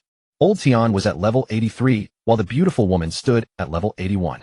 Opposing them were Big Tiger at level 78, Earth Pig at level 75, Snakeskin at level 73, and 3 Wolves also at level 73. Old Tian's other spirit beasts had already gone to deal with the transforming demon beasts. His side was secure, but he wondered whether the 4 demon kings carried spatial talismans. If not, they would undoubtedly be slaughtered and eaten. Shanggong Xiangning and her group were also locked in fierce combat with the demon beast army. Though they were at higher levels, they could not withstand the sheer number of beasts and gradually felt pressured. Fortunately, the spiritual masters on the city walls had nearly finished off the flying demon beasts and were slowly descending to reinforce them. Seeing that Shanggong Xiangning's situation remained stable, Old Tian became even more reckless with his attacks. Various forms of spiritual energy from heaven and earth converged with his techniques, launching ferocious assaults upon the demon kings. Being merely a single realm below Old Tian, the demon kings could only desperately defend themselves and strike when opportunities arose. The space around their battlefield was struggling to contain the chaotic energy, growing blurry and on the verge of tearing apart. Noticing the space was about to collapse, Old Tian hastened its destruction. Wrapping the spatial fragments in spiritual energy, he hurled them toward the Tiger King. The Tiger King quickly dodged, but a fragment still grazed his arm, opening a deep gash instantly. Realizing they had no chance in the physical space, the demon kings activated their domains. Instantly, all combatants were pulled inside and the edges of 6 different domains overlapped, merging and colliding with one another. All 6 controlled their domains, blending them with allies' domains before striking at the enemy. Energy raged throughout the space, and gradually the demon kings showed signs of exhaustion, their defeat becoming apparent. This was hardly surprising. They were already a full realm weaker, and Old Tian's side even had an S-tier combatant. How could they possibly win? After nearly half a day of fierce combat, 2 demon kings fled, while 2 were killed and 1 captured. Seeing that he had delayed long enough, Bald Tiger quickly activated a spatial talisman to escape. Though Earth Pig appeared dull-witted upon seeing Bald Tiger suddenly retreat and produce a spatial talisman, he promptly grabbed him and escaped together. The remaining 2 were swiftly slain by Old Tian. With Old Tian's side secured, the battle turned completely in their favor. The demon beasts soon fled back in panic. If they stayed, they would surely die. Their leaders had already been slaughtered after all. Everyone hurried to open the city gates and tended to the wounded first. By the time everything was settled, it was already deep into the night, and only then did they begin processing the demon beast corpses. The demon beast siege had finally been resolved. The demon capital had suffered over 1,000 casualties, but the beast forces fared far worse. Over 10,000 demon beasts were left dead on the battlefield. As for why the Tiger Sovereign ordered Bald Tiger to launch the Beast Tide siege, it was simply to pin down Tian's group and prevent them from interfering with the mining of Golden Heart Origin Stones. Recently, a subordinate of the Tiger clan reported that one of their members had discovered a spiritual mine with extraordinarily dense spiritual energy located near the demon capital. The Tiger clan promptly dispatched a demon lord to investigate, who later confirmed the presence of Golden Heart Origin Stones within. Upon entering the mine, they discovered numerous naturally formed metallic spikes densely clustered throughout, radiating exceptionally rich spiritual energy. No ordinary spirit stone mine would produce such an abundance of pure spiritual energy. Concluding these were almost certainly origin stones, the Tiger Sovereign immediately organized a large workforce to begin mining, planning to complete the operation within half a day and leave. However, the sudden deployment of so many Tiger clan members did not go unnoticed by the demon capital, which sent observers to investigate. Unfortunately, none of the dispatched observers managed to send reports back. Suspecting something unusual, Old Tian decided to investigate personally, but halfway there he received a call and rushed back immediately. Origin stones are the most coveted treasure for demon beasts and spirit creatures at level 79, as they can help break through their innate limits and allow advancement beyond level 80. This is precisely why the Tiger Sovereign ordered Bald Tiger to launch the Beast Tide, to tie down Tian's group. However, Bald Tiger had truly betrayed them. Of the 4 allied demon kings, he brought only 1 survived, contributing scarcely anything. Meanwhile, Lin Xuan and his companions were still wandering aimlessly through the jungle. The secret realm was so vast that they had been walking for a long time, yet remained deep within the forest. Seeing that evening was approaching, Lin Xuan decided to set up camp somewhere. After all, they had no idea how much longer the journey would take. He stopped and addressed the women. "All right, let's find a place to set up camp. It's getting dark and we've had a tiring day. Everyone rest now, and we'll continue tomorrow." "Yay, we can finally rest. I'm exhausted." Upon hearing they could rest, Lin Wanru jumped for joy. "Enough celebrating, Wanru. Set up your tent first. I recall we just passed by a pond with clean water. Once we're done, let's go wash up. If you're too slow, we won't wait for you. Suyu tugged at the excited Lin Xuan and said this. Li Mengli, who had also spotted the pond, agreed enthusiastically. That's right, I saw it too. Let's hurry so we can wash up. We're filthy from hunting demon beasts today. Let's set up the tents quickly. The women quickly reached an agreement. Seeing Suyu and the others preparing to head to the pond, Lin Xuan decided to have Mayor and the rest join them as well. Lin Xuan turned to look at Mayor and the others who were bent over arranging their tents. He walked over and gently patted Binger on the back. Instantly Binger turned around, her face flushed with embarrassed indignation. Master, what are you doing? I'm still organizing the tent. How annoying. Lin Xuan found himself increasingly fond of teasing Binger. Every time she would make such a adorably flustered and wronged expression. Mayor and Yinner both looked up. Mayor smiled softly and winked at Lin Xuan, mouthing something that he guessed was likely "Say, Master," a playful tease. Yinner chuckled knowingly and continued her work. Lin Xuan reached out and pinched Binger's cheek. Suyu and the others are going to the pond shortly. You should join them too. It's been a long day. Go wash and relax. After finishing, he tugged gently at Binger's ponytail, then made his way over to Yinner and helped her set up the tent. Soon Lin Xuan and the others finished setting up the tents for the night and stepped outside. The women had also mostly finished, and after a brief wait headed toward the pond, leaving Lin Xuan alone to prepare the ingredients. Lin Xuan was preparing the ingredients while chatting with the system. System, do you know how big this secret realm is? Why have we been walking for so long? Host, if you're asking me, who should I ask? How would I know? Anyway, most secret realms are quite large, and you were lucky to find one that's relatively safe. Oh, you don't even know that. How can you be a system? Aren't all systems supposed to be omnipotent and omniscient? Host, watch your damn mouth, or I'll come out and give you a few punches, I'm telling you. Who said systems are omnipotent and omniscient? If we were, what would we need hosts for? We'd have dominated the universe by now. Host, I've noticed you've been too laid back lately. I've decided to inspire your potential. Ding, a random quest has been issued. Go to the water pool for a stroll. The quest rewards include 1 space talisman, 5 universal evolution materials of ranks 1 through 4, and 1 spiritual energy crystal. Lin Xuan carefully reviewed the quest details, slightly exasperated by this petty system. System, you clearly think so little of me that you'd send me on just a simple walk. I'm requesting you let me bring a chair and sit there instead. Understood, host. The system will revise this immediately. Ding, a new random quest has been issued. Go sit by the water pool and stare. The rewards include 2 space talismans, 20 universal evolution materials of ranks 1 through 4, and 2 spiritual energy crystals. Hurry up and complete your quest, host. You're easily the weakest team I've ever had. Lin Xuan silently thought to himself. If only the system were physically present, I'd make sure she gets what's coming to her. With that, he cheerfully gathered the ingredients table and stools, then made his way toward the water pool. Over at the pool, the women were divided into 2 teams, playfully splashing each other with water balls. Lin Xuan arrived at the pool's edge, arranged the table and stools he'd brought, took out the partially prepared ingredients, and sat down. The women noticed Lin Xuan arriving directly at the pool, neatly setting up his table and stools, preparing his ingredients while watching them. However, the women were already accustomed to this. After all, they'd grown used to it during their hot spring visit last time.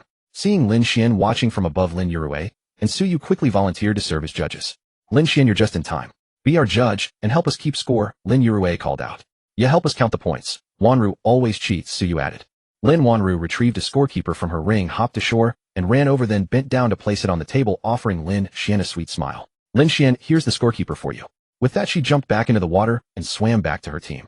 Lin Xuan was momentarily stunned, overwhelmed by the dramatic gesture. Lin Wanru's medical skill was truly impressive. It made his nose bleed. Lin Xuan gradually pulled himself together, helping them keep score while he slowly prepared his ingredients. He didn't need to worry about the score. The women would sort that out themselves. Once Lin Xuan finished his tasks, the women were still playing. He gave a few instructions and returned as evening approached. Back at camp, he built a fire and started cooking, finishing just as the women returned. Everyone, including their beast companions, enjoyed a satisfying meal. Lin Xuan then went to the water pool to wash off the day's grime. After washing up, Lin Xuan returned to the tent with Mayor and the 3 girls. They wouldn't need night watch tonight. This secret realm hadn't shown a single sign of demonic beasts. The next morning, Yinner woke Lin Xuan. He gently freed his arm from Binger's embrace, then shifted Mayor, who was sleeping in his lap, though naturally both Mayor and Binger woke up in the process. Binger and Mayor rubbed their eyes and looked at Lin Xuan, who pinched both their cheeks affectionately. Get up, time to brush your teeth. Lin Xuan stepped out of the tent and found Yinner had already prepared his toothbrush and washcloth, handing him the toothbrush. He took it and pulled her into an embrace, kissing her cheek. Yinner, you'll spoil me rotten, Lin Xuan said. Master, Yinner enjoys taking care of Master, and doing so makes me happy. Yinner, you're so good at taking care of others. But please take care of yourself too, okay? I'd be heartbroken if you became too exhausted. Yinner replied with a bright, sweet smile. Yes, I understand, Yinner. After hearing this, Lin Xuan stroked her smooth hair before letting her go to brush his teeth. Nearly half an hour later, after everyone had finished packing and preparing, they set off in the same direction they'd been heading yesterday.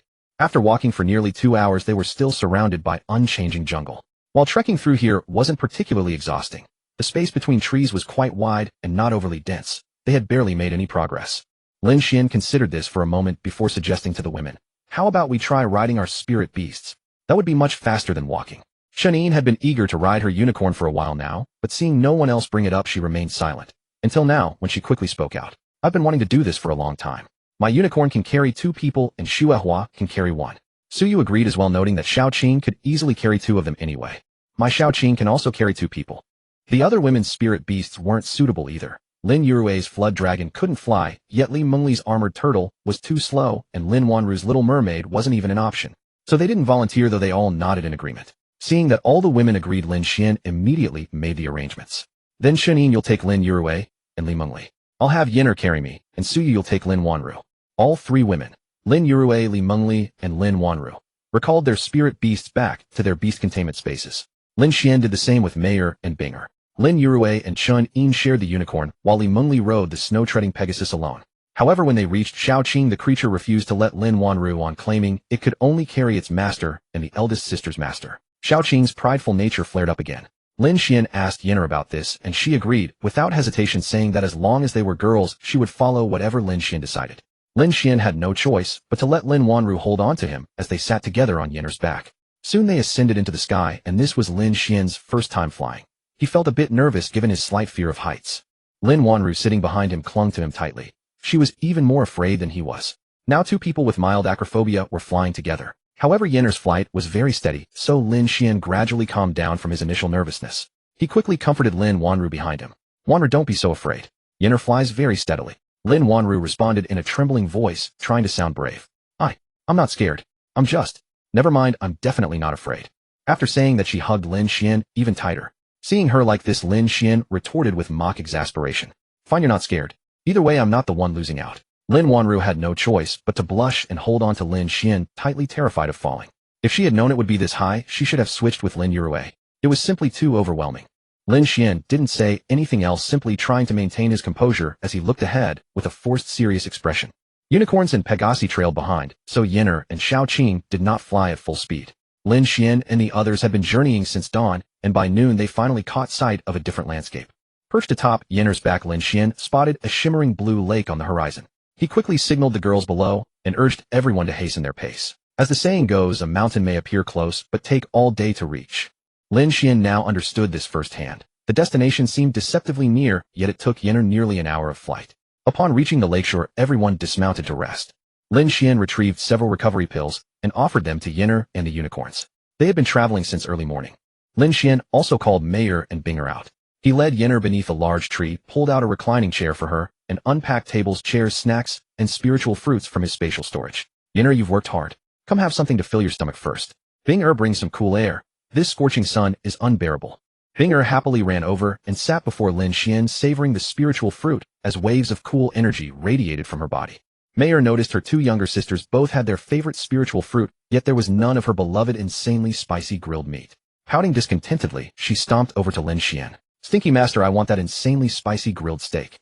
You promised to take me to a big meal last time, remember?" "Humph." Indeed, Mayer's reminder brought it back. He had told them they would enjoy a grand feast after the trial tower ordeal. After all, it was simply about grilling meat, and Lin Xuan's group had not eaten yet, so he might as well prepare some. "All right, wait a moment. I'll make it for you now. Yin'er, Binger, go ahead and eat first. I'll go grill meat for this little one." After finishing his cola in one gulp, Lin Xuan rose and made his way to the lakeshore.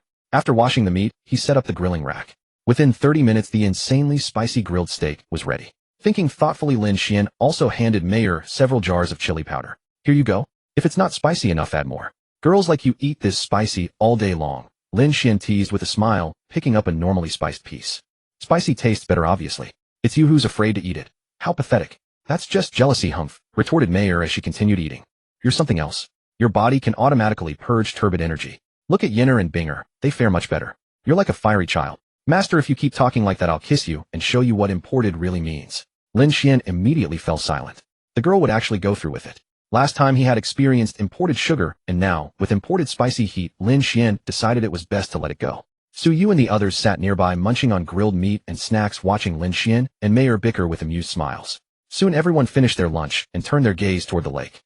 The lake was not particularly large, but remarkably circular with a small round island at its center that appeared man-made. No bridges connected the island to the shore, suggesting they would need to fly directly to it. The water was crystal clear, yet bottomless, hinting at extraordinary depth. Lin Xuan roughly estimated the distance to the lake's center at about 1,000 meters, still manageable. Lin Xuan turned his gaze to Su Yu and the others. Why don't we just fly over directly? The island in the lake is likely the key to this secret realm. It probably holds some opportunity. Su Yu also withdrew her gaze and looked at Lin Xuan. That sounds reasonable. This time I'll ride Xiaoqing with you.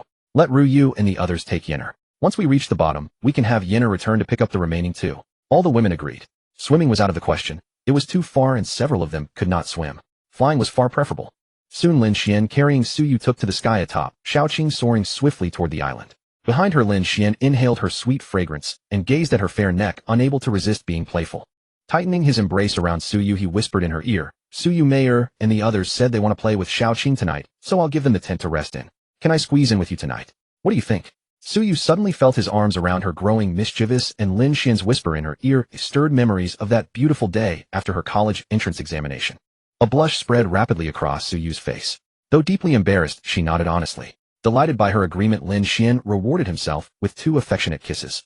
Soon the group arrived at the central island and dismounted. Lin Ruyu and the other 2 women ventured nearby to explore, while Lin Xuan sent Yenner to fetch the remaining 2 from where they had been waiting. After watching Yenner take flight, Lin Xuan turned back to find Su Yu still flushed. Beside her, Xiaoqing seemed strangely flustered, as well behaving in an endearingly bashful manner. Could Xiaoqing have overheard what I just said? Does this Chinibyu girl even understand? Lin Xuan mused, studying Xiaoqing's peculiar demeanor. Unable to figure it out, Lin Xuan simply summoned Mayor and Binger first. After all, this girl always transformed into someone entirely different whenever she saw her eldest sister. Mayor and Binger soon emerged from the magic array, but this time Xiaoqing did not immediately cling to Mayor upon seeing her. Watching Xiaoqing remain unmoved, Lin Xuan spoke directly to Mayor. Mayor, take Xiaoqing to scout the nearby area first. Su Yu and I will wait for Yenner here. Oh. Mayor noticed that as soon as she appeared, Lin Xuan sent her away, and with Mistress Su Yu present, she understood exactly what he had in mind. Don't think I don't know what you're up to, Stinky Master, she muttered, dragging Xiaoqing along, while shooting Lin Xuan a mischievous look over her shoulder. With only himself and Su Yu remaining, Lin Xuan pulled her close, letting her nestle against him. He once again savored the sweetness of their kiss, truly overwhelming in its richness. Shortly after Yenner returned with the others she had picked up, everyone was now gathered, and they slowly made their way into the island's interior. After a while, Lin Xuan and the others reached the center of the island, where numerous fish-shaped statues stood. Their craftsmanship was exquisite and remarkably vivid. Amidst these statues stood a small hut. Curious, Lin Xuan stepped inside and discovered a spiral staircase leading directly downward. The steps descended quite deep. Having come this far, they certainly needed to explore below. One must enter the tiger's den to seize its cub. After a moment of thought, Lin Xuan looked up at Su Yu and nodded. He led the way down the stairs first. Su Yu followed closely behind, and the others soon joined them. The staircase wound spirally downward through considerable depth. The surrounding walls transitioned from rough stone to crystalline formations, and through the crystal walls the world beyond became visible. Beyond the crystal walls lay an underwater world bathed in sunlight, stunningly beautiful. Schools of small fish swam among swaying aquatic plants, while larger fish drifted lazily through the water. Su Yu and the other women could not resist taking out their phones to snap a few pictures. Only after finishing did they cheerfully put their phones away and continue descending the stairs until eventually Lin Xuan and the others reached the bottom. Finally treading upon solid ground once more, Lin Xuan felt far more at ease. Some unknown hands had constructed this pitfall. Such a towering staircase with no handrails was truly terrifying. Didn't the creator of this secret realm fear a fall? The moment Lin Xuan finished his muttering, a sudden sneeze echoed from somewhere within the depths of the ocean. After Lin Xuan and the others descended, they stepped out from the stair room. The instant they emerged, a wave of rich, refreshing spiritual energy rushed toward them. Their spirits lifted considerably, and with curiosity, they glanced around. They found themselves beneath the lake floor as though shielded by an invisible glass dome overhead. The space stretched vast and entirely dry, lined with crumbling structures and weathered stone statues scattered on all sides. A heavy silence hung in the air, its dangers unknown. Lin Xuan noticed the statues here were considerably smaller than those he had seen above, something about them feeling distinctly odd, as if those stone eyes were fixed upon him. He resisted the urge to activate his skill to take a closer look. Spirit Beast Stone Fish Statue, Damaged Energy Puppet. Attribute Water. Level 33. Growth Potential C rank, cannot advance. Skills Water, Affinity Water Resistance. Description: animated through Water Dragon Energy Infusion. The greater the energy, the higher the level, though this damaged specimen remains at a lower tier. Only after examining them did Lin Xuan realize. He cursed under his breath. Damn it, everyone get ready for battle. These statues are energy puppets similar to spirit beasts. Upon hearing this, everyone hastily summoned their spirit beasts that hadn't been called due to their large size. The stone fish statues ahead of Lin Xuan, seemingly sensing the disturbance, illuminated with blue light in their eyes, and turned toward them. Thankfully, Lin Xuan and the others had only just taken a few steps, so the number of stone fish here wasn't excessive, roughly 10 or so. Once the stone fish's eyes glowed blue, they charged toward Lin Xuan and the others. Lin Xuan hastily erected light shields around the peripheral spirit beasts, many of which were only in their early 20s. Being struck by these level 33 stone fish would surely leave them in pain for quite some time. Mei Er and the others quickly unleashed their attacks with ice, snow, and flame engulfing the area. These stone fish were remarkably stubborn, charging forward without dodging and absorbing the full force of the assault. The women had summoned all their spirit beasts, with the front line advancing rapidly while the rear began their attacks. The stone fish didn't bother dodging, taking every hit head-on, and before long they lay defeated on the ground, truly turned to stone. Curious about their inner structure, Lin Xuan drew his purple immortal sword and sliced through a stone fish. It split cleanly in two, revealing a heart of solid stone containing a water essence crystal and a 4th-tier water spirit core. Lin Xuan examined it and immediately called out to the women. "Well, there are spirit cores inside, and even essence crystals. Quickly gather them all. These essence crystals are truly valuable." The women quickly retrieved their weapons and processed the remaining stone fish. From the 12 fish, they collected 12 spirit cores and 8 essence crystals. The 4 without essence crystals appeared to be more damaged, their stone bodies showing significant deterioration. After collecting everything, Lin Xuan and the others' eyes gleamed with excitement. They had struck it rich. Without another word, Lin Xuan produced recovery pills, distributing 3 to each person. They would fight relentlessly. Soon Lin Xuan led the group forward in search of more stone carvings. There were quite a few scattered throughout, and barely a few steps in a pile already lay ahead of them on the ground. Lin Xuan gazed at the massive pile ahead, feeling it was more than they could handle. They seemed to be everywhere, and engaging them would be like disturbing a hornet's nest. "What do you think we should do? There's such a huge pile up ahead. They look like they're holding a meeting. I guess there are about 100 of them." Lin Ryu stared at the mass of stone fish ahead, lost in thought, when suddenly an idea struck her. It seemed promising, so she turned to Lin Xuan and spoke. "How about I have Lei Jiao use the infinite electric field to slow them down, and then Binger can cast frost immersion to freeze them.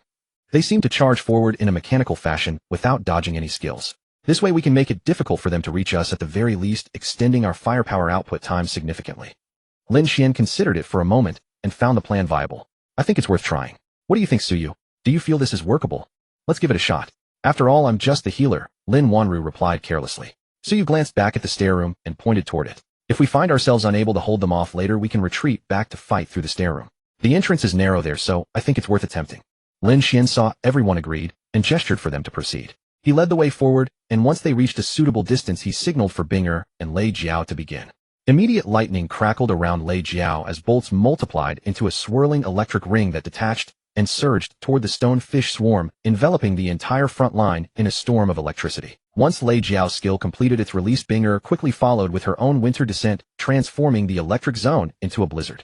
After being struck by the lightning field, the stone fish illuminated their eyes and charged toward Lin Xuan, but the electric zone and ice ahead slowed the front line to a crawl, while those behind couldn't push through the congestion. It was exactly like traffic congestion. Seeing the dual control strategy working effectively, Lin Xuan immediately ordered Mei Er, Yan Er, and the others capable of ranged attacks to strike. Flame pillars, fireballs, wind dragons, tornadoes, wind blades, and water arrows rained down upon the stone fish swarm in an overwhelming barrage, while Lei Jiao and Binger spared no spiritual energy to maintain the control. As Lin Ryu had anticipated, the stone fish moved with mechanical precision. Finding their path blocked ahead, they pressed inward and shoved the front line forward. Those controlled or felled at the front were continuously pushed along by those behind, but this compression made them tighter together, allowing Lin Xuan and the others to strike more targets with each attack. Lin Xuan's side unleashed continuous firepower, while the stone fish pressed forward recklessly until the two forces collided. The vanguard stone fish were blown into rubble by Mei Er and the others, while those behind struggled to navigate through the debris blocking their path. Lin Xuan and his companions never anticipated the stone fish's peculiar nature. They simply charged headlong without attempting to circumvent them.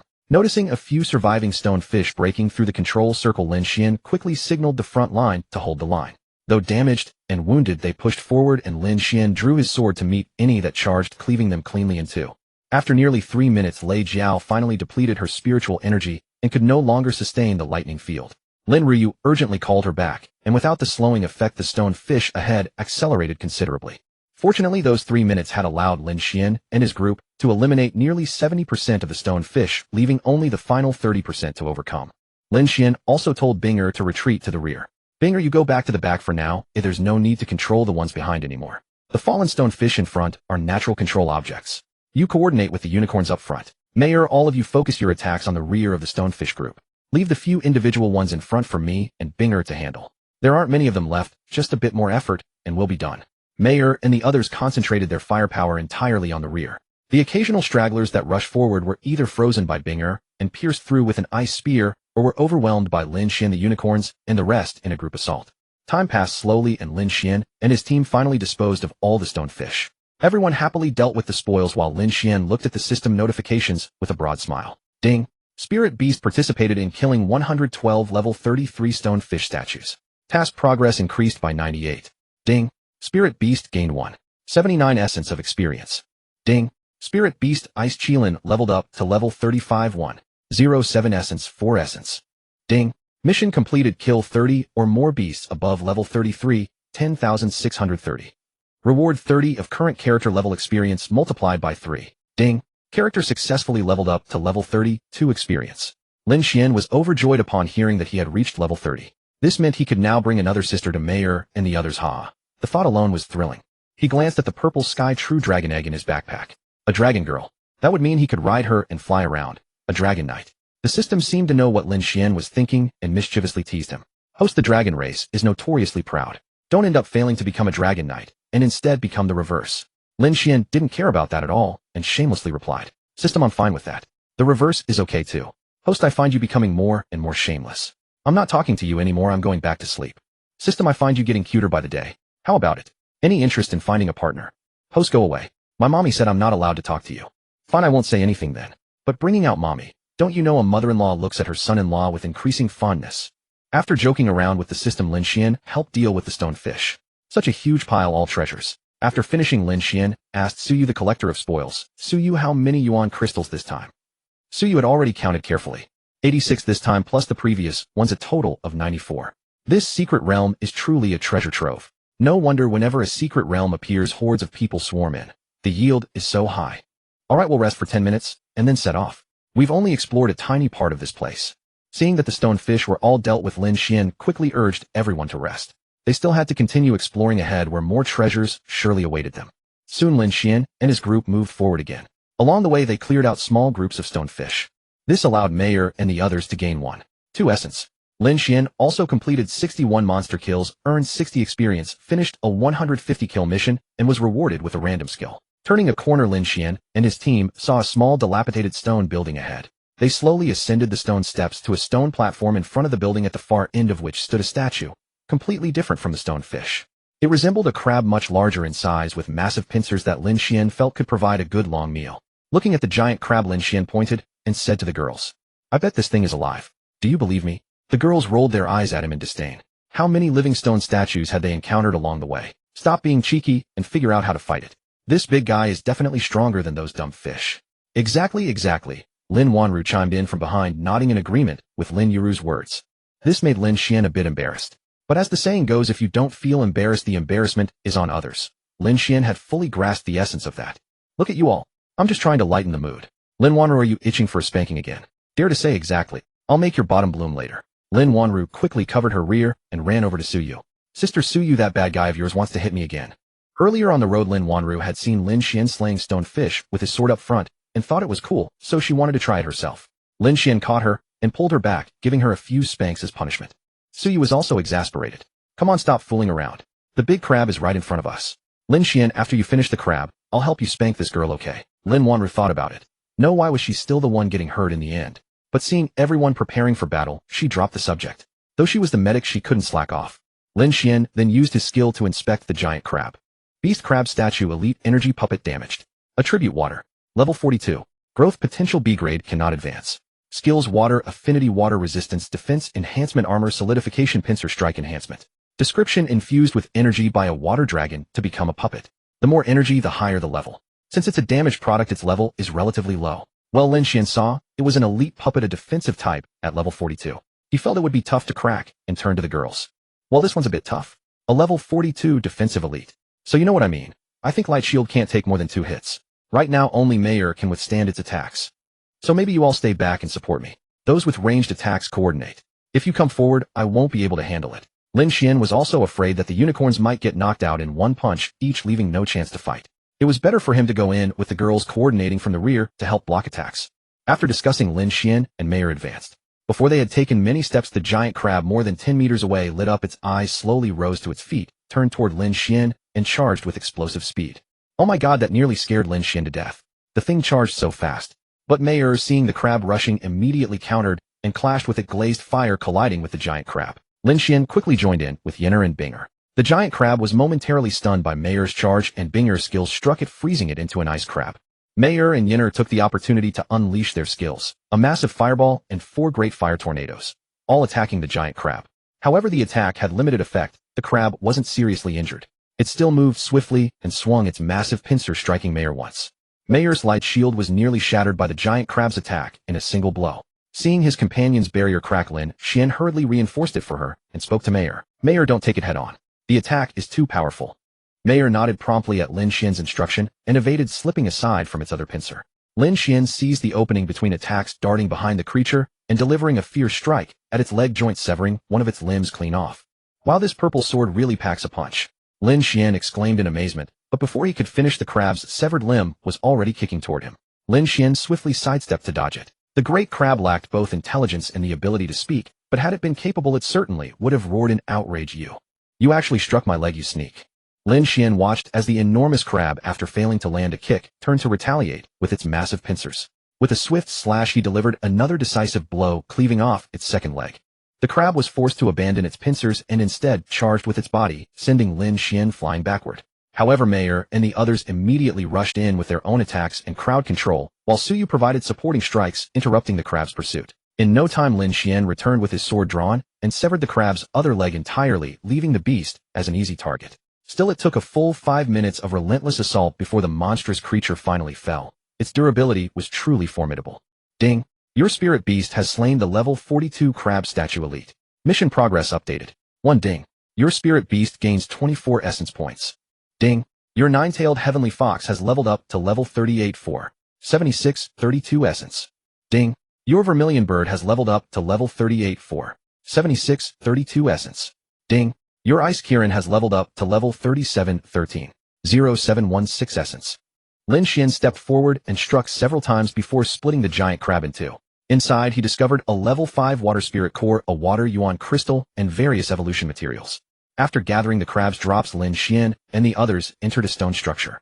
At its center stood a stone pillar and a small pedestal with a water drop-shaped indentation, likely an activation mechanism. Lin Xuan examined it with his skill. Item: inner activation platform, requires a water heart source stone to activate. Description: a teleportation platform placed by the Dragon Water clan in the outer rings of the Water Palace for clan members' convenience.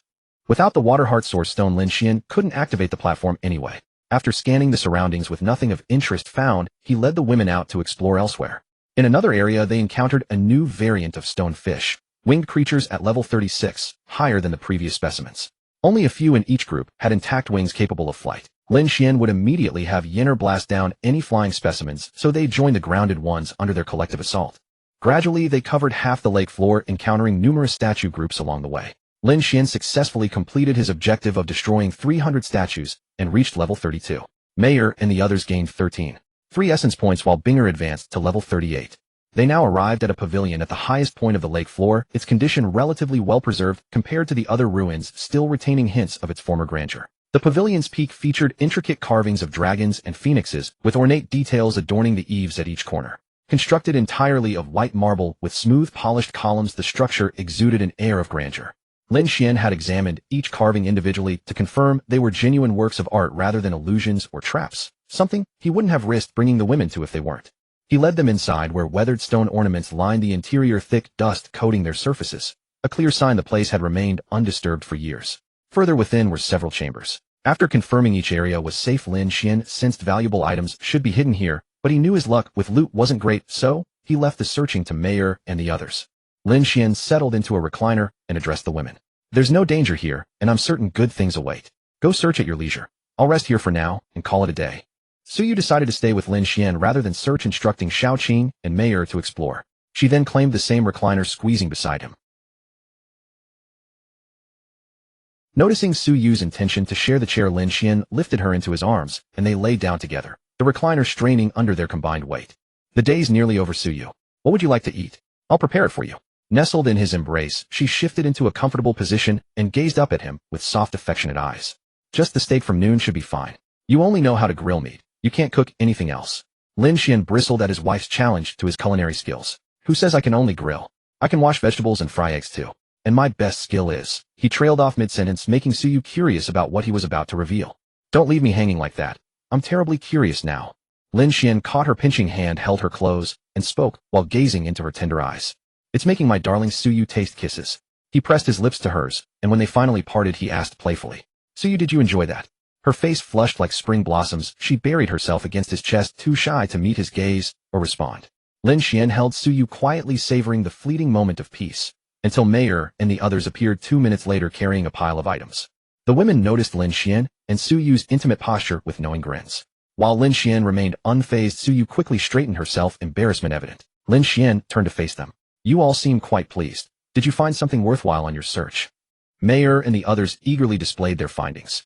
Each woman had collected 4 or 5 items, with Binger having gathered the most. Lin Xuan sat up and examined the small pile of faintly glowing stones one by one using his skill. Altogether 21 stones. 8 spiritual energy crystals, 5 water soul stones, 7 blue crystal water stones, and 1 mysterious specimen whose contents remained unknown until fractured open. He kept 4 of the confirmed crystals for himself and handed the rest to Suyu. Since she relied on universal materials for her evolution, storing these with her made sense in case she needed them later. Lin Xuan picked up the stone he had identified through his skill, drew his purple sword immortal blade, and began shaving away the outer layer bit by bit. Gradually a wisp of blue light emerged from within. Well, this is quite the fine treasure. The water resonance in that blue glow is nothing short of remarkable. Binger eagerly leaned forward, her voice brimming with envy. Master, I can sense this stone radiating pure water spiritual energy.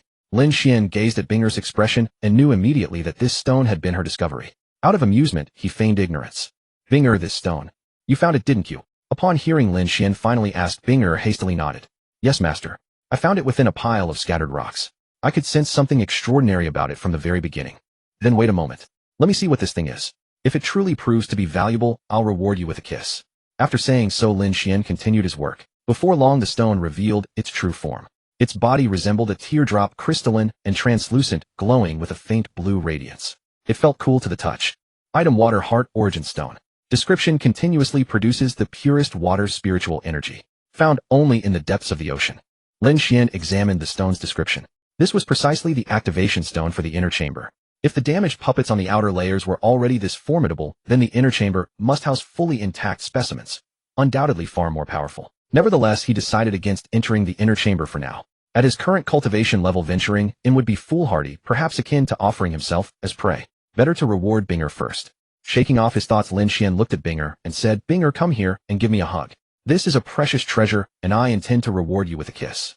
Upon hearing this, Suyu, Mei and the others all turned to stare at Bing, leaving the girl thoroughly flustered. Seeing Binger hesitate, Lin Xuan took the initiative himself. He walked over, pulled her into his embrace, and gazing at the beauty blushing crimson against his chest, leaned down to taste those tender lips. After rewarding Binger, she still appeared reluctant to let go, clinging to Lin Xuan with lingering affection. With a mischievous glance, Lin Xuan playfully tapped her rear. Startled, Binger immediately released him, and face still flushed hurried off to find Yin Er. Noticing the afternoon waning toward evening, Lin Xuan took Suyu and Yin Er to prepare dinner. By the time the ingredients were nearly washed and ready, Lin Ryu and the others returned. Their cheerful expressions suggested a fruitful gathering. All right, you two set up the sleeping area first. I'll call you once the food is ready. After speaking, Lin Xuan went about preparing the barbecue on his own. Today he wanted to try grilling vegetables, as he had grown somewhat tired of nothing but meat and seafood. On the grill, Lin Xuan arranged meat and seafood on one half and eggplant and other vegetables on the other. The grilling proved somewhat chaotic at first. The meats required only occasional flipping, but the vegetables demanded far more attention. Leaks were manageable. Simply flip, frequently brush with oil, and avoid overcooking. After quite some fussing, he finally finished. Lin Xuan tasted a portion himself. Not bad for a first attempt, he thought, though the exterior was somewhat charred. Soon all the women emerged after finishing their preparations and gathered around the table. For the first time in countless years, the long desolate lakebed beneath the waters stirred with the warmth of mortal life. While Lin Xuan enjoyed his meal in good spirits, Lin Xuan, on the other end, was consumed by worry and dread. Ever since the spirit beast tide assaulted the south gate of Demon City the previous day, the city had erupted into commotion. News outlets and major platforms alike featured the event on their front pages. Though similar incidents were reported annually causing concern elsewhere, the response in Demon City was particularly acute. After all, this was their own city, and everyone naturally cared deeply. Lin Xuan had only learned of the incident upon returning home from school that evening. Glancing at her phone notification, her heart dropped when she saw it was the South Gate, the very area her brother and sister Su Yu had visited together. Lin Xuan immediately dialed Lin Xian's number only to receive the automated message that the caller was out of service range. Cellular signals simply ceased to function once one entered the middle or inner zones of the Spirit Beast Forest. And in a secret realm, surely one wouldn't expect to scroll through short videos there either. However, upon hearing out of service range, Lin Xuan's mind immediately began racing with possibilities. If he was out of service range, that meant her brother was still within the intermediate or advanced zones of the Spirit Beast Forest. Therefore, he might actually be alright. Normally, Spirit Masters ventured into areas matching their own cultivation level. During an attack, they typically fled at speeds comparable to the beasts themselves, barring the rare speed-type specialists. Thus, even during a Spirit Beast tied, a Spirit Master could ordinarily reach the outer perimeter at minimum where signal coverage existed. Of course, exceptions occurred should a Spirit Master be instantaneously killed. Only those around level 50 or above dared venture into the deeper regions where most had already learned to fly, granting them even greater speed.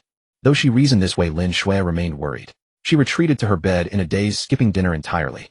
The following day, after a hasty breakfast, Lin Xuan stayed home and skipped school, waiting for her brother to return. At that moment, she wished more than anything to be a year older, old enough to enter the first year of high school and awaken her beast-taming space to bond with a spirit beast. Although she had received the spiritual elixir from Lin Xuan and through daily absorption had reached level 9, a spirit master without a spirit beast remained far too weak. She could not possibly defeat spirit beasts of the same level unless she reached level 50 or above. Lin Xuan was an exception to this rule. With skills and equipment augmenting his power, ordinary people relied merely on a few supportive spiritual techniques. Yet his light shield could withstand a full-force strike from an S-rank spirit beast at their corresponding level, making Lin Xuan equivalent to an S-rank beast of the same tier. Lin Xuan waited the entire day, but Lin Xuan never returned. Deeply dejected, she walked back to her room, sat on her bed, and tears streamed uncontrollably. She took out the white spirit ice fox spirit beast egg Lin Xuan had gifted her, pressed it to her chest, and let her tears slowly drip onto its surface. Whether due to Lin Xuan's extraordinary talent, or because the spirit beast egg responded to her emotions, the egg began emitting a pale white radiance. Simultaneously, a magical array appeared both beneath Lin Xuan and below the egg she held. The array beneath Lin Xuan was an awakening formation, while the one beneath the egg was a contract formation. Witnessing these anomalies, Lin Xuan gradually composed herself, her tearful eyes observing the spectacle before her. Suddenly, the formation beneath Lin Xuan began rotating, emitting a faint luminescence. At that moment, she felt as though a new space had been created within her mind, a vast white world she could perceive with her senses. The spirit beast egg in her hands suddenly cracked open. From within, a small white creature tumbled out and looked at her, affectionately chirping softly. She clearly understood the little one's calls. Filled with tenderness, Lin Xuan embraced the little creature, pressing her cheek against it. The little one, perceiving its master's emotions, nuzzled and wagged its tail in response, seeking to comfort its distressed owner. The little one's arrival also brought hope to Lin Xuan. She suddenly felt that her brother could not possibly be in any danger. Although he had originally promised to return today, perhaps something had detained him. It was simply some inexplicable intuition. Lin Xuan's mood brightened considerably, and she walked straight out of the room to prepare a meal. She did not want her brother to return and find her in this state. Meanwhile, Lin Xuan and his companions remained completely unaware of Lin Xuan's worries or the matter of the beast tide assaulting the South Gate. At that time, they had assumed some demon king had entered the beast forest, roaring aloud to announce its presence, while the beasts gathered to celebrate in unison. They never would have imagined it would target the South Gate. Moreover, their luck had been abysmal. They had run straight into the beast tide and had no choice but to fight their way out and seek shelter somewhere. Along the way, they stumbled upon a secret realm. Perhaps this misfortune had turned into a blessing in disguise. Back at Lin Xian's camp, everyone had finished dinner and retreated to their respective tents to rest. Lin Xuan lay in his tent, holding Su Yu, whispering tender words. Originally, Xiao Qing had wished to stay, but Lin Xuan had asked Yinner to escort her away. With Xiao Qing, that third will finally gone, and the tents sufficiently spaced apart, Lin Xuan felt a mischievous thought stirring within him. Su Yu suddenly sensed Lin Xuan growing playfully adventurous. A blush rose to her cheeks, and although she wanted to say something, she feared being overheard, so she simply allowed him to proceed. The following morning, Lin Xuan woke first. As his eyes adjusted, he saw Su Yu lying lazily beside him, and he could not help but recall yesterday's fierce battle. Su Yu had been utterly exhausted.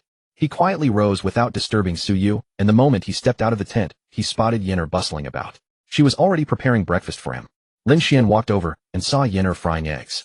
Yinner, there is no need for such trouble. We can simply have something modest.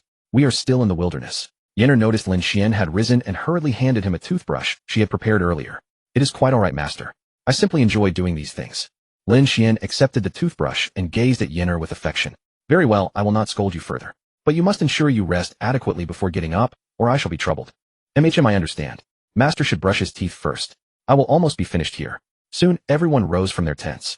Suyu tidied herself and stepped out, and upon seeing her, Lin Xuan pulled her along to breakfast. At the table, each woman ate breakfast naturally except for Lin Wanru, who sat with dark circles beneath her eyes fixedly staring at Lin Xuan. Her tent was closest to Suyu's, so it went without saying she had scarcely slept after eavesdropping through the night.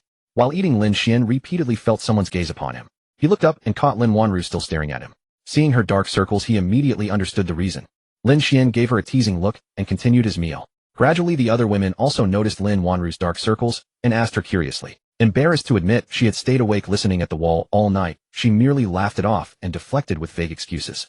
Soon the group made their way toward the half of the area they had yet to search. This section was considerably safer with few statues remaining, mostly scattered crumbling structures. They managed to find several valuable items. Gradually, Lin Xuan and the others reached the final unsearched area. It appeared to be a large circular plaza with several standing stone pillars surrounding it and a water basin at its center. Lin Xuan and the others inspected the area but found nothing noteworthy. Having thoroughly explored the lakebed, they returned to the staircase structure. Lin Xuan gazed up at the steps with a headache, yet having no other means of exit, he gritted his teeth and began climbing. It took quite some time before Lin Xuan and the others finally emerged from the secret realm, returning to the cave within. As they exited, the stalactites gradually calmed and reverted to their original forms. Curious, Lin Xuan activated his skill to examine them. Item: Central Water Palace Secret Realm Portal. Description: allows one to open a portal and enter the Water Dragon Clan's Water Palace Secret Realm.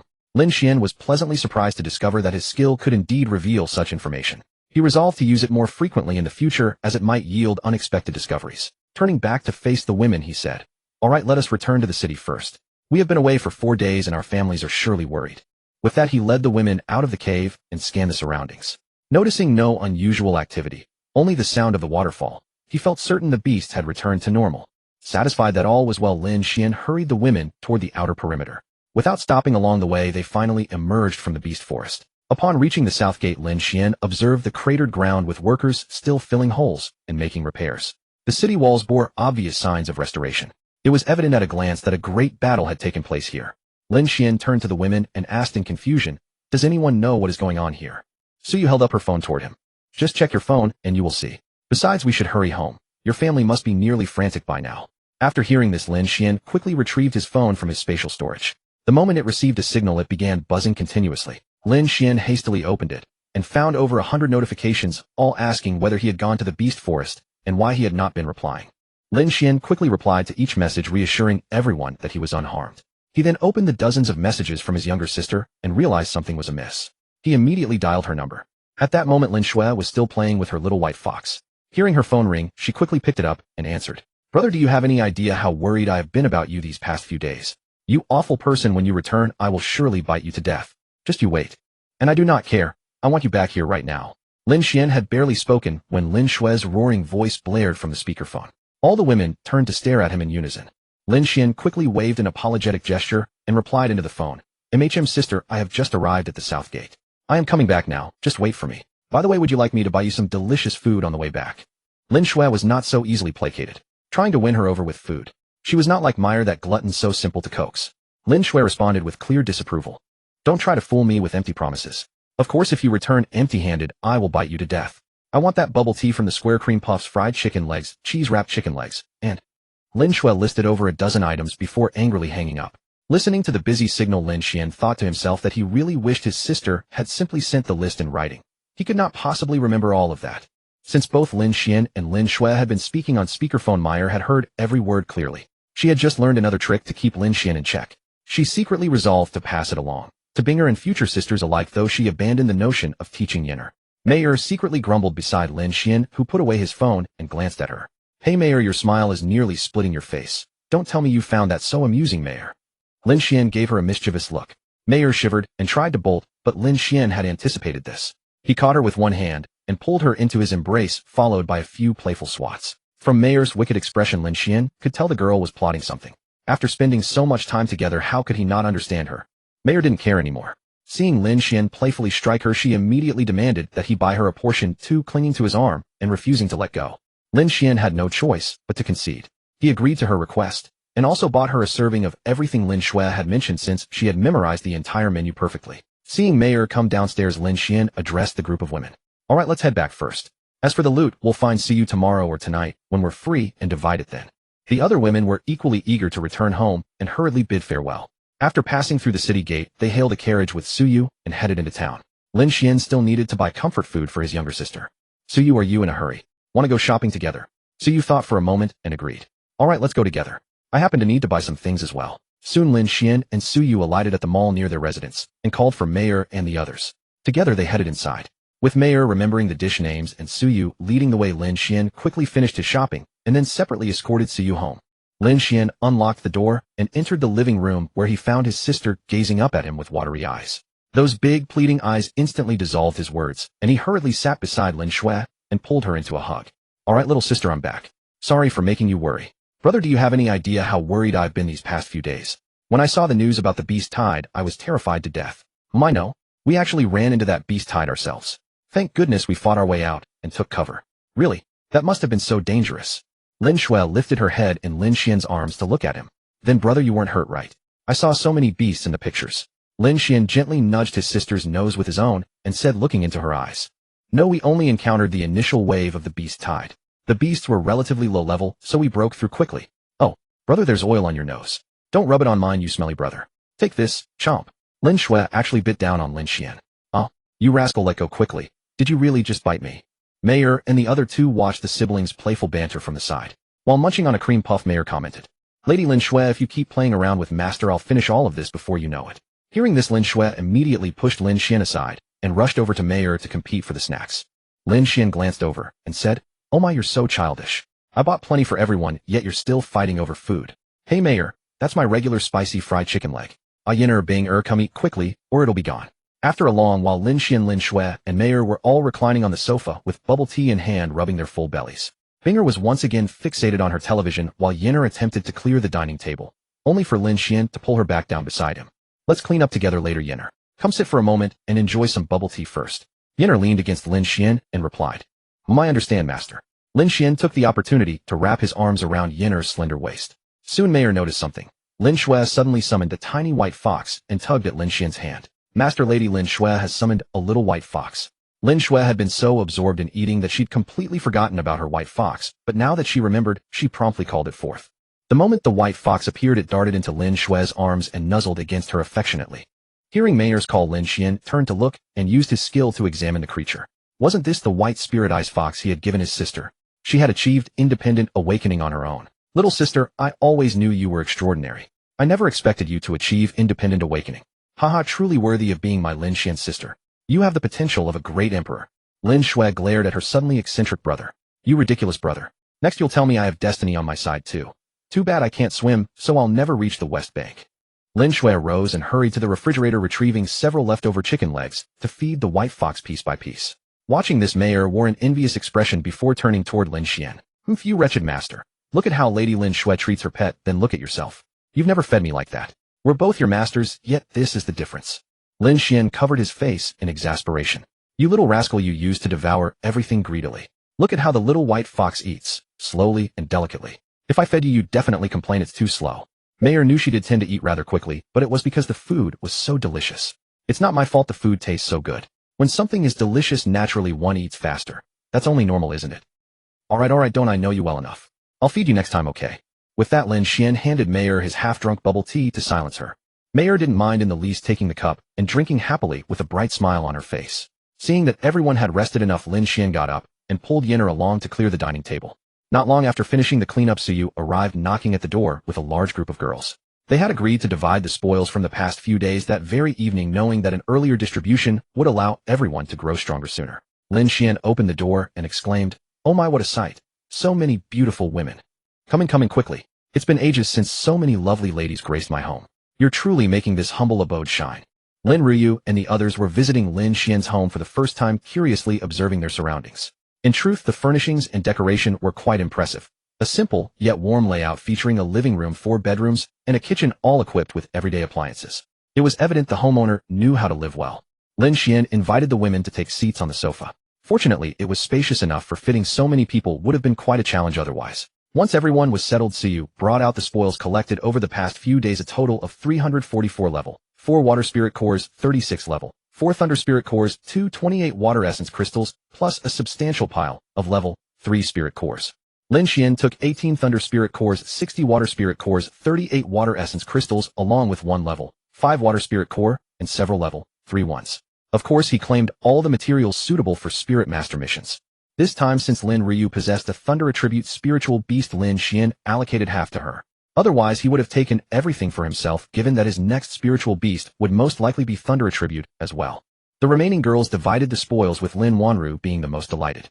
Her spirit beasts were all water attributed, so there was no need for her to exchange at the merchant guild or association. Lin Xuan packed everything into his backpack, and upon seeing the large pile of spirit cores inside, his mood became exceptionally cheerful. However, there were still 2 B-grade golden eagle eggs in the corner that hadn't been dealt with, plus the A-grade mermaid egg rewarded by the school. Perhaps he could give them away, as keeping them seemed of little use to him. Lin Xuan took out all 3 spirit beast eggs. The girls, seeing him produce the 3 eggs without a word, looked at him curiously. "What's wrong? Why did you suddenly take out the eggs?" Lin Wanru said. "They're spirit beast eggs, not ordinary eggs." "Nothing's wrong. I just can't use these 3, so I wanted to see if you'd like to have them." Lin Xuan cast a glance at Lin Wanru and said with a hint of exasperation, "These 2 are B-grade golden eagle spirit beast eggs, flying attack type. This one is an A-grade mermaid spirit beast egg, pure healing type. In other words, the next evolution of your little mermaid, Lin Wanru." In terms of value, they were actually quite similar. Although the mermaid was A-grade pure healing type, spirit beasts were more situational, whereas flying spirit beasts were in high demand because of their ability to fly. After listening to Lin Xuan's introduction, Lin Ryu said to the group, "I'll pass. My elders have already prepared a spirit beast for me, so you girls choose first." As soon as Lin Wanru heard Lin Xuan mention the mermaid, her eyes sparkled as she gazed at him. Seeing that Lin Ryu had declined, she quickly spoke up. "Lin Xuan, I want the mermaid. I love being a medic." Lin Xuan didn't immediately agree, but instead looked at Chun Yin and Li Mengli. "What about you two?" Chun Yin, seeing Lin Xuan asked them, replied, "I'm fine with either. Having a flying spirit beast would be good. It can enhance our anti-air capability." Li Mengli's thoughts were similar to Chun Yin's. Both of her current spirit beasts were defensive types, so having one that could fly and fight would certainly be better than one that could only heal. Lin Xuan, seeing that the 3 girls had made their choices, handed them the spirit beast eggs. They couldn't contract them yet, since none had reached level 20. Although the girls had all gained some levels through the recent training, only Su Yu and Lin Ryu were at level 20. The other 2 were at 19, and Lin Wanru was the lowest at 18. "You 3 should work hard these few days. You should be able to reach level 20. Especially you, Lin Wanru. You have so many water spirit crystals. Use them to exchange for cultivation resources and put in more effort. Otherwise, you'll always be the lowest among us." Lin Wanru pouted unhappily. "It's not like I can level up just because I want to. I've been working hard, you know. Who's like you leveling up like a rocket? By the way, Lin Wanru, which floor did you reach in the trial tower for the college entrance exam? Since you have only pure healing type spirit beasts, were you able to pass it?" Lin Xuan was very curious whether specialized spirit masters had to participate in the trial tower. "I didn't take it. Pure healing is a support type spirit master. We don't have to do the trial tower. We're evaluated directly by our level. We don't have much combat ability." "That's good. I was just imagining you taking the brunt of the attacks up front while your little mermaid healed you from behind. What a weird picture that would be, huh?" "Ah, you stinky Lin Xuan, the picture you imagined is exactly my dream. I want all my spirit beasts behind me healing me while I charge into battle with a sword against demon beasts. Just thinking about it gets me excited, ha." As Lin Wanru spoke, she got lost in her own fantasy. This must be the dream of every pure healing type spirit master, especially being able to tank damage. Lin Xuan wanted to say, "Girl, your dream is too dangerous. Better come into my arms, and I'll take you to fight demon beasts." The girls chatted with Lin Xuan for a long time, and seeing it was getting late, they all got up to go home. Before long, the previously crowded living room became spacious. Lin Xuan walked over to sit beside Lin Xue. "Sister, call out Little White Fox. I have something good for her." "Okay, sure." Lin Xue called out Little White Fox. Lin Xuan took out the talent advancement stone from his backpack. "Here, this is it. This can help Little White Fox evolve." Lin Xue took it and curiously examined the oddly beautiful cone-shaped crystal. Little White Fox excitedly called out to Lin Xue. Lin Xue picked up the fox with one hand and fed her the advancement stone. After swallowing it, Little White Fox's body began to emit a faint white glow. Seeing the glow, Lin Xue knew Little White Fox had started evolving, so she quickly placed her on the sofa. The white light slowly enveloped Little White Fox, and spiritual energy rapidly surged into the glow. After a while, the light gradually faded. A brand new white fox appeared on the sofa. Its figure had become more elegant and slender, and its fur was much fluffier and cuter than before. Little White Fox joyfully leaped into Lin Xue's arms, acting spoiled, wanting to share her happiness with her master. Lin Xue was delighted, happily stroking the fox's fur. Lin Xuan curiously used the skill to check Little White Fox's attributes. Spirit Beast Nine-Tailed Ice Fox. Attribute Ice. Level 1. Growth Potential S-Grade Maxed cannot upgrade. Talent Ice Attribute Attack increased by 90. A Ice Attribute Control Effect increased by 50. Skill Cold Snow Ice Spikes conjures ice spikes on the ground at the target. Upon piercing continuously emits cold air causing penetrating damage and freezing control. Can evolve. No materials required for next evolution can be viewed. It had directly evolved into an S-Grade Nine-Tailed Ice Fox, but it was still level 1 probably because Lin Xuan hadn't fed Little White Fox any spirit liquid. Lin Xuan ruffled Lin Xuan's hair and said, "Sister, you can give Little White Fox some spirit liquid later. Spirit beasts absorb it to level up quickly. Also, I'm going to the Spirit Master Association tomorrow. I'll get some spirit cores suitable for Little White Fox to absorb." Got it. Stinky brother, can you not mess up my hair when you talk? You're lying. I'm styling it for you. Go look in the mirror later. Lin Xuan quickly dodged Lin Xian's mischievous hand and used her own to comb her hair, finally satisfied after a while. After fixing her hair, Lin Xuan looked at Lin Xian. "Brother, thank you for helping Little White evolve. I'll take her to bathe now, then feed her the spirit liquid and go to sleep. I have class tomorrow." Go ahead. Lin Xuan took Little White and went to get her clothes. With nothing else to do, Lin Xian pulled Binger over, used her thigh as a pillow, and looked at the random egg in his backpack. "Come on, Binger, activate your special effect. I want to open something," Lin Xian said, looking at Binger. Although he couldn't see her face at this angle, she was even more enchanting. Understood, Master. Binger's face slightly flushed as she obediently activated the auspicious state. Lin Xian saw Binger glowing with golden light and immediately instructed the system to hatch the 2 random eggs. "System, open both random eggs for me." "Oh, host, please wait." Ding. "Congratulations, host, you have obtained an S-Grade Zhoming Bird." Ding. "Congratulations, host, you have obtained an S-Grade Huai Rabbit." Lin Xian read the system notifications in his mind, feeling absolutely thrilled, and couldn't help but laugh out loud. System, also open the random spirit skill books. Ding. "Opening successful. Congratulations, you have obtained the A-Grade Personal Spirit Skill Instant Strike. Skill Instant Strike. Grade A consumes a large amount of spiritual energy throughout the body to deliver an instant strike of extremely high damage. Note this is a burst type skill and cannot be used consecutively more than 3 times within a short period." Alright, done. System, please activate Instant Strike. Ding. Successfully activated the Spirit Skill Instant Strike. After obtaining all his items, Lin Xian quickly got up and gave Binger a quick kiss. Binger was thoroughly flustered and buried her face in Lin Xian's chest, whispering softly, "Master, did you obtain something wonderful? You seem so happy all of a sudden." "Yes, Bing, thanks to you I obtained something wonderful again. By the way, Binger, would you like to become a big sister?" "Big sister? Master, do you mean you want to contract a new spirit beast?" Binger lifted her eyes to look at Lin Xian. Lin Xian patted her on the back. "Come on, Binger, sit properly. I'm going to contract a new spirit beast so that you can become a big sister too." After Lin Xian finished speaking, Binger stepped out of his arms and sat down, properly gazing at him. Lin Xian took out the Purple Heaven True Dragon Spirit Beast egg directly from his backpack. The egg was quite stunning. All purple in color with a dragon silhouette circling around it and intermittent flashes of purple lightning emanating from it. Lin Xian placed his hand on the Spirit Beast egg and said to the system, "System, contract an S-Grade Purple Heaven True Dragon." As soon as he finished speaking, the Spirit Beast egg began to glow with purple light and lightning while a magical array appeared beneath it. Next would surely come the part where the entire living room would be illuminated, the lighting demonstration. Lin Xian was very familiar with this process. After a long while, the eggshell cracked open and a small head poked out, followed by a purple 5-clawed true dragon slowly emerging. The little one let out a couple of calls after crawling out, looking around curiously. Upon seeing Binger, it jumped straight into her arms. The little one wasn't very large yet. A miniature dragon that was incredibly cute with a pair of small horns on its head and chubby cheeks. Its slender dragon body was covered in purple scales, 4 tiny 5-clawed feet, and its tail was still emitting lightning. Lin Xian, curious about how much the newborn little one already favored Binger, gently took it back and examined it from top to bottom. "Little one, let me have a proper look at you first." "Master, you're so mean. I don't want you to look at me. I want to play with Qilin's sister." The little one responded in an unhappy, childish voice when Lin Xian grabbed her. Alright. I'll let you play with Binger in a moment. She's your big sister, and her name is Binger, understood?"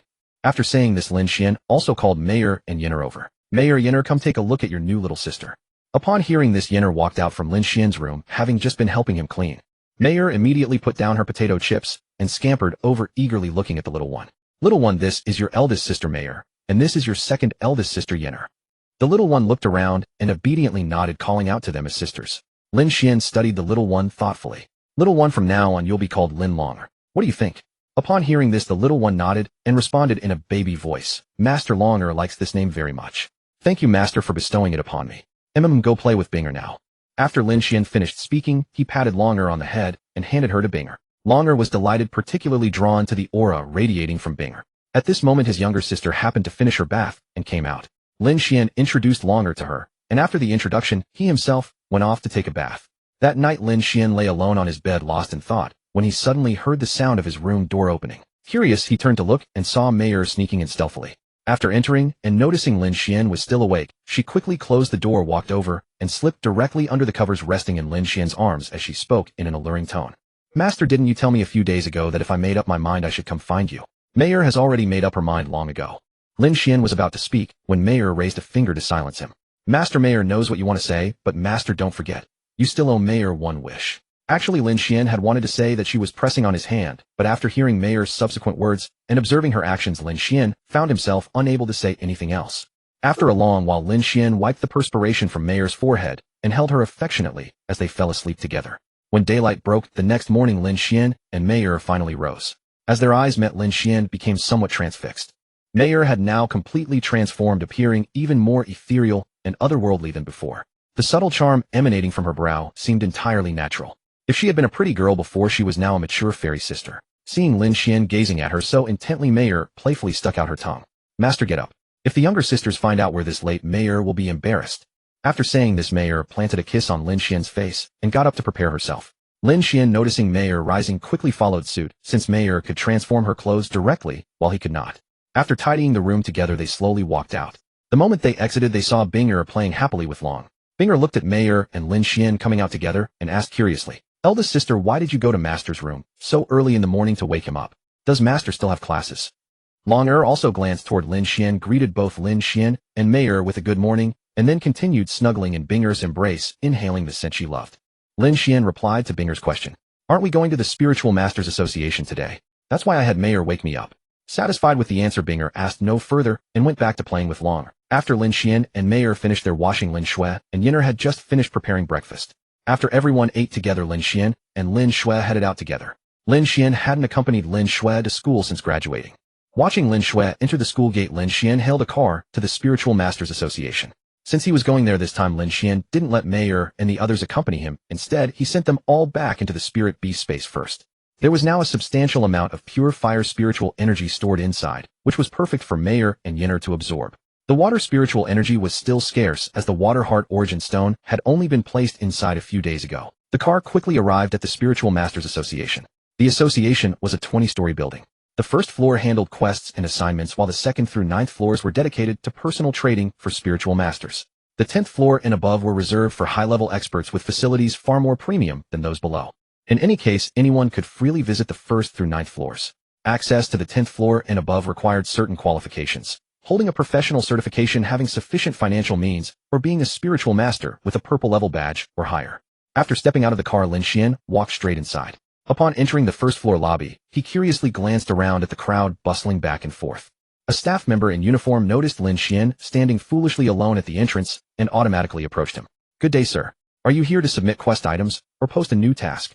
Those who came to the 1st floor were usually here to turn in mission materials or post quests. For posted missions, the reward would also be deposited with the association as a third-party custodian. If one wanted to accept a mission, it could be done directly through their mobile phone, which saved manpower. Seeing the uniformed young lady addressing him, Lin Xuan quickly replied politely, "Hello, miss. I'm here to submit material quest items. Where should I go to complete this?" "Please follow me, sir. I'll guide you there." The staff member led Lin Xuan around in a wide arc until they finally reached the material submission area. The Spirit Master Association's premises were indeed quite expansive. The staff member guided Lin Xuan to a machine. "Sir, simply present your badge to the screen, and it will print out a queue number." "Yes, thank you very much." Lin Xuan returned a smile. Lin Xuan took out his Yaodu University badge and held it up to the machine's screen. A sheet of white paper promptly printed out from below. Lin Xuan picked it up and saw V018 printed on it, with 0 people waiting written below. As soon as he held it in his hand, the number announcement machine called out his number. The staff member also glanced at the number in Lin Xuan's hand and quickly said to him, "Sir, your badge is purple tier or above, so it receives priority. Let me escort you to the material submission counter." Soon Lin Xuan arrived at a rather minimalist counter. Upon reaching the destination, Lin Xuan thanked the staff member who had just guided him. "Thank you, miss. Otherwise, finding this place on my own would have taken far longer." The staff member gave Lin Xuan a warm smile. "You're too kind, sir. I'll take my leave now. Goodbye." "Yes, goodbye." After bidding farewell to the uniformed young lady, Lin Xuan approached the counter. Seeing him arrive, the staff member inside immediately spoke. "Sir, please scan your badge on the device below." After the materials are counted, also place them in this storage bag. After the staff member finished speaking, he handed Lin Xuan a storage bag. Lin Xuan followed his instructions, and soon the mission points were tallied by the staff. Sir, the total is 416 points. Once you confirm everything is correct and sign here, we will credit your account within 3 minutes. Lin Xuan had calculated it himself, so he signed without hesitation. Soon an app notification popped up showing a deposit of 478 points. So fast. Less than a minute. And even the extra 15 bonus had been credited directly. Ding. Completed 4 Spirit Master material missions. Reward 8 experience. This system was indeed fair and just. Although these materials were from around level 26 demon beasts with little difficulty, each only granted 2 experience points. Damn it, system, you completely adjusted it because my experience tail was 22, wanted to make it a round number, right? Hey host, you figured that out. I originally intended to give you 4 points, but after checking I gave you a bit more. You're quite perceptive. Oh, I see. Well then, this system of yours has really narrowed its own path. I won't chat further. I have other matters to attend to. Lin Xuan still needed to exchange for some water spirit cores, so he went to the spirit core area and exchanged for 60 each of second and third tier water spirit cores, paying a small handling fee. After finishing his business, Lin Xuan began browsing aimlessly. Since he had finally made it here, he certainly wanted to look around a bit. Upon reaching the second floor, he found it filled with spirit masters setting up stalls to sell goods. Walking along, stopping frequently, everything imaginable was available. However, buyers here had to rely entirely on their own discernment. Making a wrong choice meant purchasing counterfeits with no recourse for complaints. Of course, if discovered early enough, returns might still be possible. The Spirit Master Association only provided venue rentals and mission services. If one desired guaranteed authenticity, floors 6 through 10 offered insured shops with far higher credibility, though at premium prices. Seeing that the second floor held nothing particularly noteworthy, Lin Xuan headed directly upstairs. By the time he reached the 4th floor, the items finally caught his interest. Many were high-grade goods, though the prices were steep, often exceeding 10,000 points or requiring item exchanges. Lin Xuan noticed a stall surrounded by a crowd and curiously walked over to see what was happening. The stall owner was an elderly man dressed quite casually, deeply engrossed in a game of Chinese chess with someone. Many spectators gathered around, each offering their own commentary. Possibly tired of the constant chatter, the old man addressed the crowd. Come on, why don't you all take a turn? All day long you just watch. Don't you have any buying or selling to attend to? Snap. Checkmate. Old Lin checkmate. Upon seeing the stall owner's opponent deliver checkmate, the crowd erupted into lively discussion. If it were me playing, I would have captured his horse first, then his cannon. Look, you're talking nonsense. You should have taken his chariot first, then his advisor, obviously. Clearly you don't understand the game. Let me tell you, the correct move is to advance the soldier across the river, then bring out the cannon to capture his horse. The stall owner was already displeased from losing the game, and their conflicting suggestions only annoyed him further. He said irritably, "Fine, you all come play. If you can't beat him, each of you must buy something from my stall." Hearing this, the crowd realized the old master was truly angry and actually wanted them to play. If they lost, they'd have to buy something. They scattered immediately like birds and beasts. With the crowd gone, only Lin Xuan remained completely bewildered. The stall owner stared curiously at him. "Young man, would you like to play a game on my behalf?"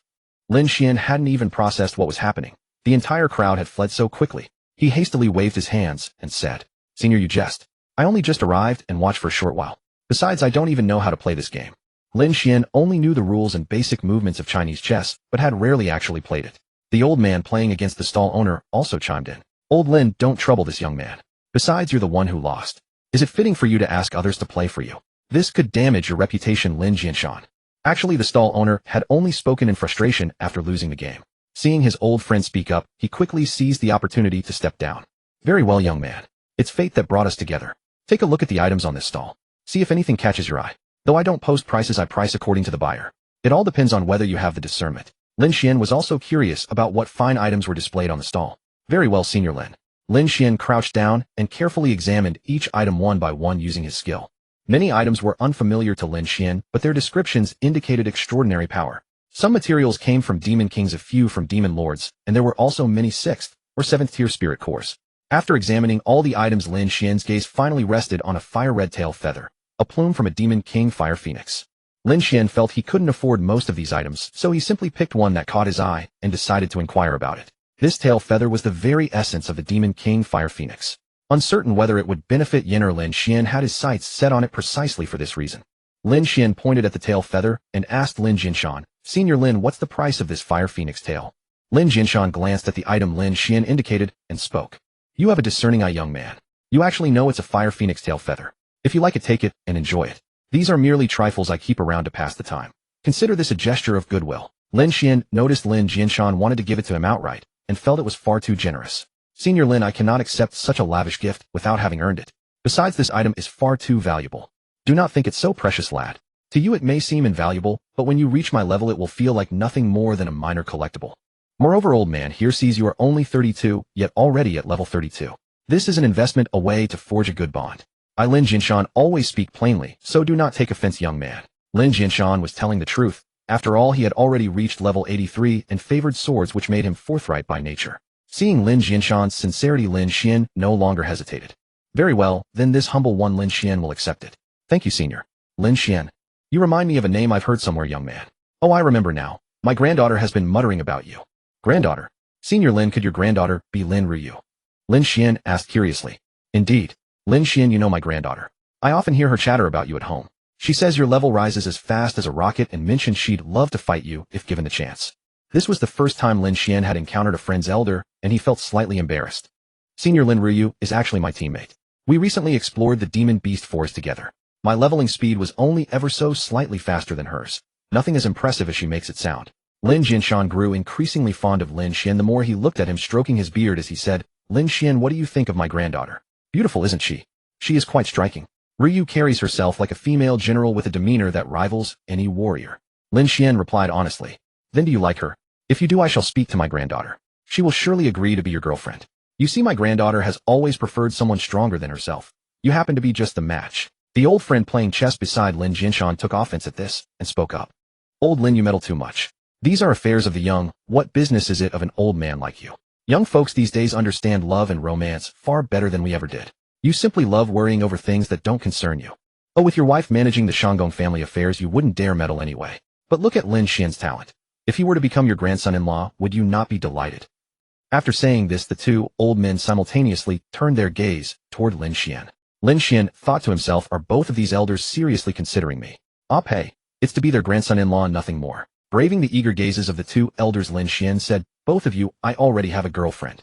Oh, what a pity. Never mind, never mind. Who knows what the future holds, does it, old Lin? Shanggong wuxia, I like the sound of that. Who knows what the future holds?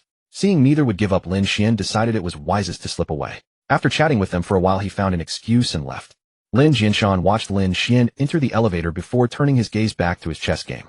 Wuxia, didn't you sense something peculiar about Lin Xuan? A subtle aura. Almost as if it were the power of space and time.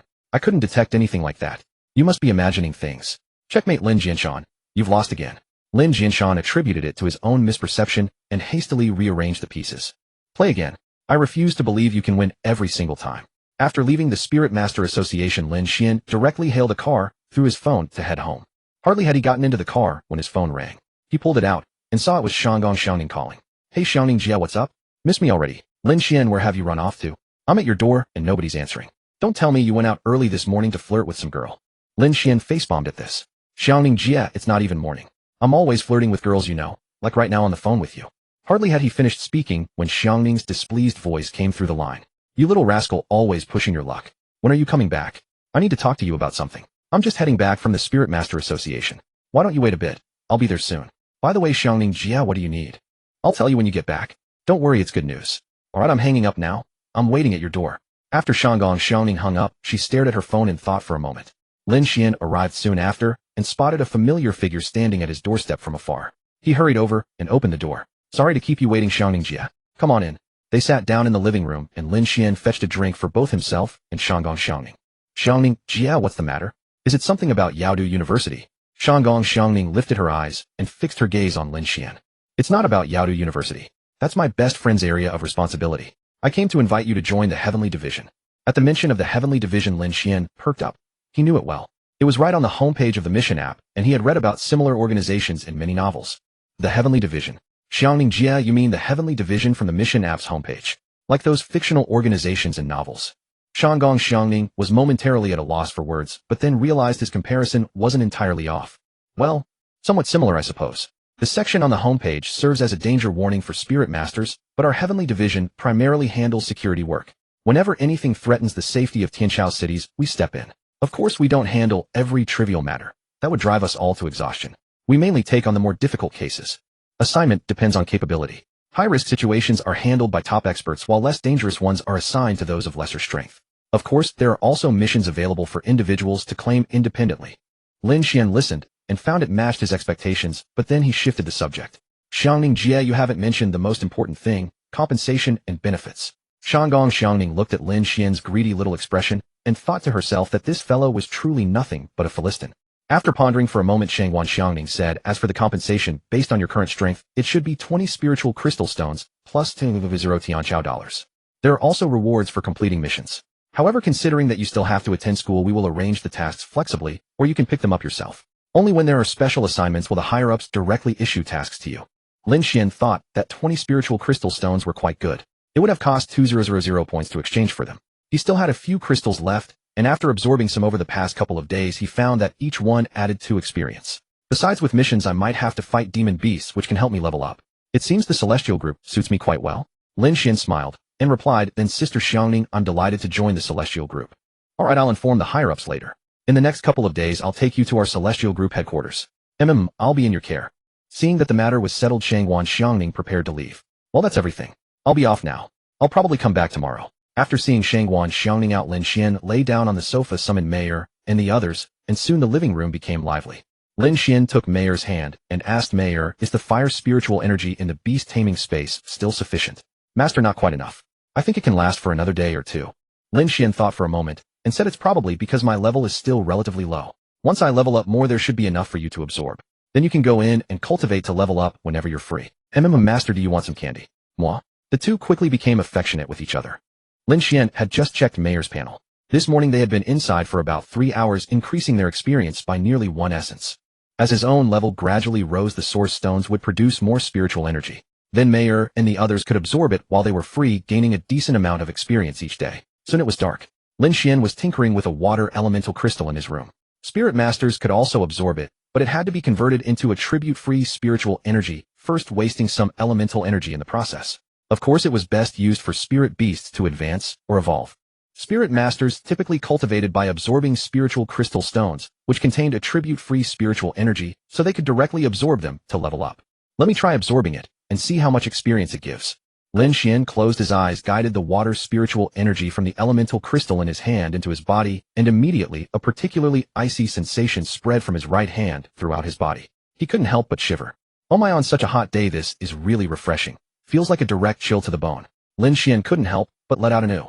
Slowly Lin Xian circulated the water spiritual energy several times inside his body before it was finally converted. Only then did his body accept it and gradually absorb it all. He opened his eyes and checked his panel. Damn, this spiritual energy is like a fake system. Why is this elemental crystal so useless? It only adds a tiny bit of experience. Post-elemental crystals are essentially the spiritual energy transfer stations inside demon beasts. Their energy is far less than that of a spirit core, and it has an attribute. The advantage is that the energy is not as violent as that in a spirit core. They are usually used for spirit beasts to advance or evolve. Why would a human absorb them? Do you have too much money to spend? It's just that I don't have many spiritual crystal stones left, so I was curious to try it, Lin Xian said. What's there to try? If it could compare to spiritual crystal stones, they wouldn't be so expensive. True. I'll stick with spiritual crystal stones. I'll keep a few water elemental crystals and exchange the rest for spiritual crystal stones. After saying that, Lin Xian turned around and patted Mayor, who was lying on the bed. Alright Mayor, here's a spiritual crystal stone. Try absorbing it and see the effect. I know, Master. Mayor gave Lin Xian a charming glance. Lin Xian took out 2 spiritual crystal stones, and he and Mayor each absorbed 1. Soon they both finished. Lin Xian's panel increased by 2 experience and Mayor's increased by 1 essence. After absorbing, Lin Xian embraced Mayor and went to sleep. The next morning, Shangwan Xiangning came to pick him up, driving him to a very secluded estate. Alright Lin Xian, we're here. Get out. This is the headquarters of the celestial group of Yaodu. I'll take you to register now. You may need to come here every day for a while, but don't worry, I'll drive you. Lin Xian hummed in acknowledgement, opened the passenger door, and got out. Shangwan Xiangning also got out and led Lin Xian into the estate. The estate was vast, about the size of a dozen football fields. In the middle stood several buildings surrounded by training grounds of various sizes, all equipped with different training apparatus. He could even see a few figures sparring and training. Shangwan Xiangning led Lin Xian to the largest office building in the center, stopped, turned around, and introduced. This building is the office block. The others are the dormitory and dining areas, as well as other zones. Don't get lost. I'll take you to register first. After speaking, Shangwan Xiangning led Lin Xian into an office where a girl in a Lolita dress was sitting. Luo Yao helped register Lin Xian. He's now part of our celestial group. Luo Yao put down her pen and looked up. Oh, isn't this the customer who came to my shop last time? Xiangning, you finally brought him here. Lin Xian then remembered who this Lolita girl was. the owner of the Lolita shop near his home. Unfortunately, he didn't get to see the heart-shaped cutout today. Lin Xuan thought that the outfit from last time was more to his taste. Lin Xuan looked at Li Luoyao and said, "Hello, boss lady. I didn't expect to meet you here. How's business lately?" Li Luoyao, hearing him call her boss lady, said with a mock reproach, "Don't call me boss lady. That's just a tiny little hobby of mine. Here, let me get you a form." Well, it was indeed a tiny little hobby. She just wore Lolita to work. No big deal. There wasn't a rule against it. Li Luoyao stood up and bent over to search for something on her desk. Lin Xuan happened to catch a lovely sight, blue with cute lace trim. Shangwan Xiangning also noticed and leaned close to Lin Xuan, whispering, "Blue looks nice, doesn't it? My best friend usually prefers blue." Lin Xuan paused for a moment before replying, "Sister Xiangning, after some thought, I think I prefer black. What about you? I can pull off any color, so why choose just one? But I have to say, when it comes to topics like this, you're really good at it. Are you a seasoned veteran?" Lin Xuan saw that Li Luoyao had found the form, so he quickly leaned in and whispered to Shangong Xiangning, "All right, let's stop for now. If your bestie finds out we were gossiping about her, she'll never let us off." The warm breath of Lin Xuan landed on Shangong Xiangning's ear, causing her cheeks to flush slightly. It was her first time experiencing such a sensation, and she felt a little uneasy. Then Li Luoyao also found the form and waved at Lin Xuan. "Found it. Come, Lin Xuan, sit down and fill it in." Soon Lin Xuan completed the form and handed it to Li Luoyao. Shangong Xiangning led him out of the office building and onto the training ground. She stood with her arms crossed looking at Lin Xuan. "Lin Xuan, now that you're also a member of the Tianzu combat training is essential. For the next period of time, you will spend your days in training. I will be your training instructor." Lin Xuan was more than happy with this arrangement, so he replied cheerfully, "Then Sister Xiangning, what kind of training should we start with?" "No rush. First spar with me, so I can assess your current level. There are training weapons on the left side of the field, go pick one." Lin Xuan ran over, grabbed a training sword, and ran back. Seeing that he was ready, Shangong Xiangning directly made her move. She was holding a training spear. Shangong Xiangning raised her spear and thrust it straight at Lin Xuan. Knowing that the strike was incredibly powerful, he chose to dodge. Seeing him evade, she pressed the advantage and unleashed a relentless combo of attacks. Lin Xuan blocked several moves with his sword, but felt he had no initiative. He sidestepped to flank her and swiftly thrust out several sword flowers, only to have them all parried by the butt of her spear. Finally, a sweeping strike from her knocked the weapon from his hand. Although only a dozen seconds had passed, Shangong Xiangning felt that Lin Xuan had many vulnerabilities in his combat. She looked at Lin Xuan, who was still nursing his hand, and said, "All right, stop covering it. You'll hurt more later. Since you use a sword, we'll start with practicing your sword drawing speed. Come, I'll take you to the training room." Okay, Sister Xiangning." Lin Xuan quickly picked up his fallen sword and followed Shangong Xiangning. The two entered a training room. The walls were covered with many small holes. Shangong Xiangning had Lin Xuan put on goggles and stand in the center of the room. "The walls will shoot small balls at you. All you need to do is knock them down or block them with your sword. Otherwise, you'll end up with a face like a pig's head. Tell me when you're ready, and I'll start the machine." Lin Xuan looked at the holes on both sides and felt a bit overwhelmed. There were too many, he wasn't sure he could handle it. But he forced himself to calm down and nodded to Shangong Xiangning. "Sister Xiangning, start." Shangong Xiangning glanced at him. "I'm starting. The number will gradually increase, and later both sides will shoot balls." After saying that, she pressed the switch. The machine emitted a faint whirring sound, and then the walls began to shoot balls in random patterns. At first, Lin Xuan could still manage, but as the pace quickened, he felt he was about to lose control. Some balls were already hitting him because he couldn't block them in time. Suddenly, the wall behind him also shot out 3 balls. Unaware, Lin Xuan was hit instantly. With the two-sided assault, he immediately lost his composure. He let out cries of "ouch, ouch," but he managed to hold on until the end, though his face was a bit swollen. Shangong Xiangning directly called out Xiao Lu. When Xiao Lu appeared and saw Lin Xuan's condition, she knew exactly why she was summoned. Restored to his original state, Lin Xuan resumed his training, only stopping for lunch. He trained until evening, when Shangong Xiangning drove him home. There was still progress today. Lin Xuan could now barely block the balls from one wall. For 2 walls, he felt he still needed more practice. After returning home, Lin Xuan had dinner and then went straight to lie down on the bed. Mayer and Yin'er sympathetically massaged his shoulders and back. Binger, who had to take care of Long could only watch from the side and learn the techniques of the 2 sisters. In the past few days, Long had taken some spiritual liquid to upgrade and had grown much larger. However, she could control her size and still preferred to shrink into a little snail inside Binger's collar. Lin Xuan lay on the bed enjoying the massage from the 2 girls. After a day of training, his entire body was sore and aching. But under the delicate boneless hands of Mayer and Yin'er, the pain was greatly relieved. Lin Xuan, seeing that Lin Xuan had gone to his room right after dinner, curiously came over to check. "Oh brother, you're really enjoying yourself letting Mayer and Yin'er massage your back." Hearing his sister's question, Lin Xuan turned his head to look at Lin Xuan. "Enjoying? Today I went to the Tianzu with Sister Xiangning and trained there. So I'm a bit sore. Mayer and Yin'er are helping to relieve the pain."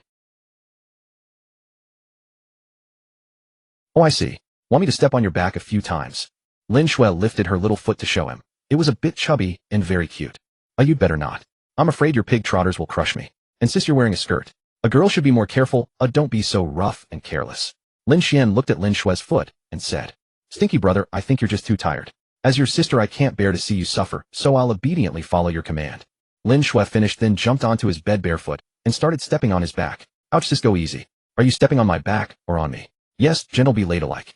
Ouch, lighter. The room was filled with Lin Xuan's cries from time to time, but these were sounds of pleasure. If he could enjoy this kind of massage every day, Lin Xuan would never want to rest. Getting stronger while enjoying comfort. What more could he ask for? After a while, Lin Xuan asked his sister Mayer and Yinner to stop. The girls' foreheads were all beaded with sweat. All right, sis Mayer, Yinner, take a break. I'm not so sore anymore. You rest first. Then he looked at Binger and teased, Binger, don't just stand there watching. Don't you see the sisters are sweating? Some cold air, please.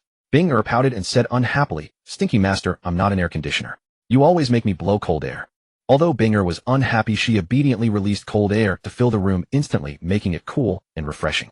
Longer, who was inside Binger's collar, was startled by the cold air and quickly poked her little dragon head out to see what was happening. Lin Xuan happened to see her and waved. Longer, come out and play more. Don't always cling to your sister Bing. Longer stuck out her tongue at Lin Xuan and said in a fierce but cute voice, Longer doesn't want to. Longer likes sister Binger's aura. Master Naya Naya Naya. The girls all laughed at Longer's adorable appearance. Mayer walked over, reached into Binger's arms, and pulled out Longer, you can't be so naughty. Come to sister Mayer, I have lots of delicious treats. Really? Big sister, hurry up and show me. Longer didn't get enough to eat just now. Soon Mayer successfully lured Longer with snacks, and the little dragon followed her, calling her big sister repeatedly. Lin Xuan guessed that Longer must have sensed Binger's fortune energy. Otherwise, why would she cling to Binger so much? The dragon race seemed to be quite sensitive to fortune energy. Lin Xuan stretched his limbs and thought for a moment. He remembered there was a bottle of 60 flavor Remania pill in his backpack, which could strengthen the body and relieve fatigue. System, time to work. Let me ask you something. Can that 60 flavor Remania pill relieve fatigue? Oh, what? Host, you haven't taken it yet. Huh? I underestimated you, little buddy. Lin Xuan was baffled. What was the system talking about? What did it mean by you haven't taken it yet and underestimated you? System, you dirty-minded king, we're talking about serious business. Don't throw things I don't understand at me. Well, fine. Host, that 60 flavor Remania pill can relieve fatigue, no problem, but its main effect is to strengthen the foundation and nourish the origin. So why haven't you taken it yet? Lin Xuan's eyes lit up when he heard it could strengthen the foundation and nourish the origin. Not buying a few more bottles would be a disservice to himself. System, don't beat around the bush. How much per bottle? I want to buy in bulk. Deal. A host, I'm afraid the price might discourage you, so I'll keep it to myself. Take it slowly. There are 100 pills in the bottle. 1 pill a day, and remember never to skip your medication. Alright then. System, you go about your business. I'm going to take the divine pill. After talking to the system, Lin Xuan quickly took out the dusty bottle of 60 flavor Remania pill. The bottle had only those 6 characters on it, nothing else. It looked like a fake medicine. But following the principle that anything produced by the system was a masterpiece, he just had to take it. He twisted open the cap. As soon as the cap opened, a faint fragrance drifted into Lin Xuan's nostrils. Just by the smell, it seemed like a good medicine, and its effects must be remarkable. He quickly poured out a pill. The pill was black and looked ordinary, nothing special. Lin Xuan and Yinner were still in Lin Xuan's room, watching him curiously. Why did he suddenly take out something that looked like a fake medicine? What was he planning? Lin Xuan touched Lin Xuan's forehead and said, your temperature feels about the same as mine. No fever. Lin Xuan looked up at Lin Xuan and replied, don't overthink it, girl. This stuff is good. Smell the medicinal fragrance. Here, little sister Yinner, and you take 1 each. Lin Xuan poured out 2 more pills and handed them to Lin Xuan and Yinner. Lin Xuan swallowed 1 pill directly. As the pill entered his stomach, it felt warm and comfortable. Gradually, the medicinal power turned into a warm current flowing through his body. Instantly, the soreness in his body was swept away, and his physical strength seemed to have increased slightly. Seeing Lin Xuan take it, Lin Xuan and Yinner also swallowed theirs. Their eyes lit up immediately. They both felt good, especially Lin Xuan, who sensed that her body had become much stronger. Lin Xuan stood up and stretched a little. This stuff really works. No more soreness. From now on, I'll have 1 after every training session. With that, he went to find clothes and take a bath. That night, after absorbing the spiritual energy crystal, Lin Xuan held his beloved and fell into a deep sleep. The next morning, Shanggong Xiangning was already waiting outside in her luxurious car. Lin Xuan received her call and opened the door to find her parked right in the hallway at his doorstep. Shanggong Xiangning rolled down the window and waved at Lin Xuan. What are you staring at? Get in, let's go. Okay. Lin Xuan first had Mayer and the others return to the spirit beast space to cultivate, then got into the passenger seat and fastened his seatbelt. Once seated, Lin Xuan looked around to see if any neighbors were out. If they saw him, they'd definitely think he was being kept by a wealthy woman. Seeing Lin Xuan settled, Shanggong Xiangning started the engine and drove off. After arriving at the Tian group, she handed Lin Xuan a small booklet. Here you go. This is your proof of membership in the Tian group. By the way, you are now a member of the Ningyao team, which means you're under my command. I'm your superior officer. Li Luoyao is our team's deputy. There are a few other team members I'll introduce to you after your training. Lin Xuan took the booklet and put it into his backpack, nodding slightly. Got it, Sister Xiangning. Alright, let's go. Today's training will be the same as before. Shanggong Xiangning led Lin Xuan to the training room and began the day's session. Lin Xuan trained in the room, while Shanggong Xiangning had Xiao LV watch over him. After watching for a while, she left without a trace.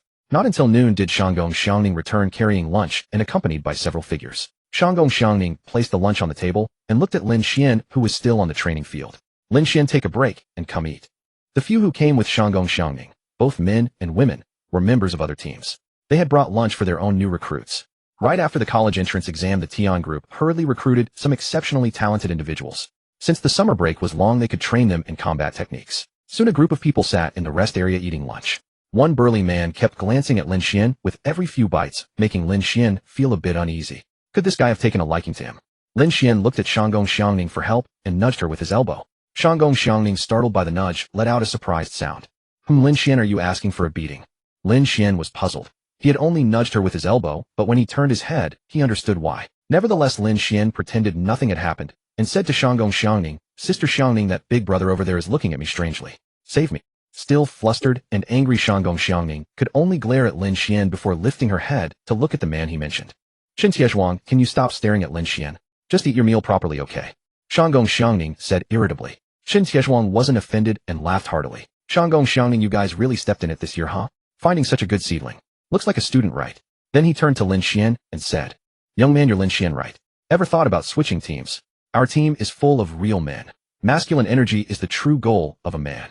A delicate-looking woman beside him had noticed Lin Xuan from the start. Hearing their conversation, she chimed in. Qin Tiezhuang, forget stepping in it. I'd even eat it. Super talent and good looks. Give me a whole pile of them. A zhangmiming we're eating here. Can you not add extra flavor to our meal all of a sudden? Qin Tiezhuang replied. Qin Tiezhuang snorted. Shangwan Xiangning was eating and nearly choked, coughing a few times before shooting Zhang Mengmeng a sharp glare. If you're thinking about poaching him, forget it. Give up that idea. Lin Xuan is my student. You two, one a corporate white-collar worker and the other a yoga instructor. How could you possibly come across promising students? You should both switch careers and become educators. Shangwan Xiangning said smugly.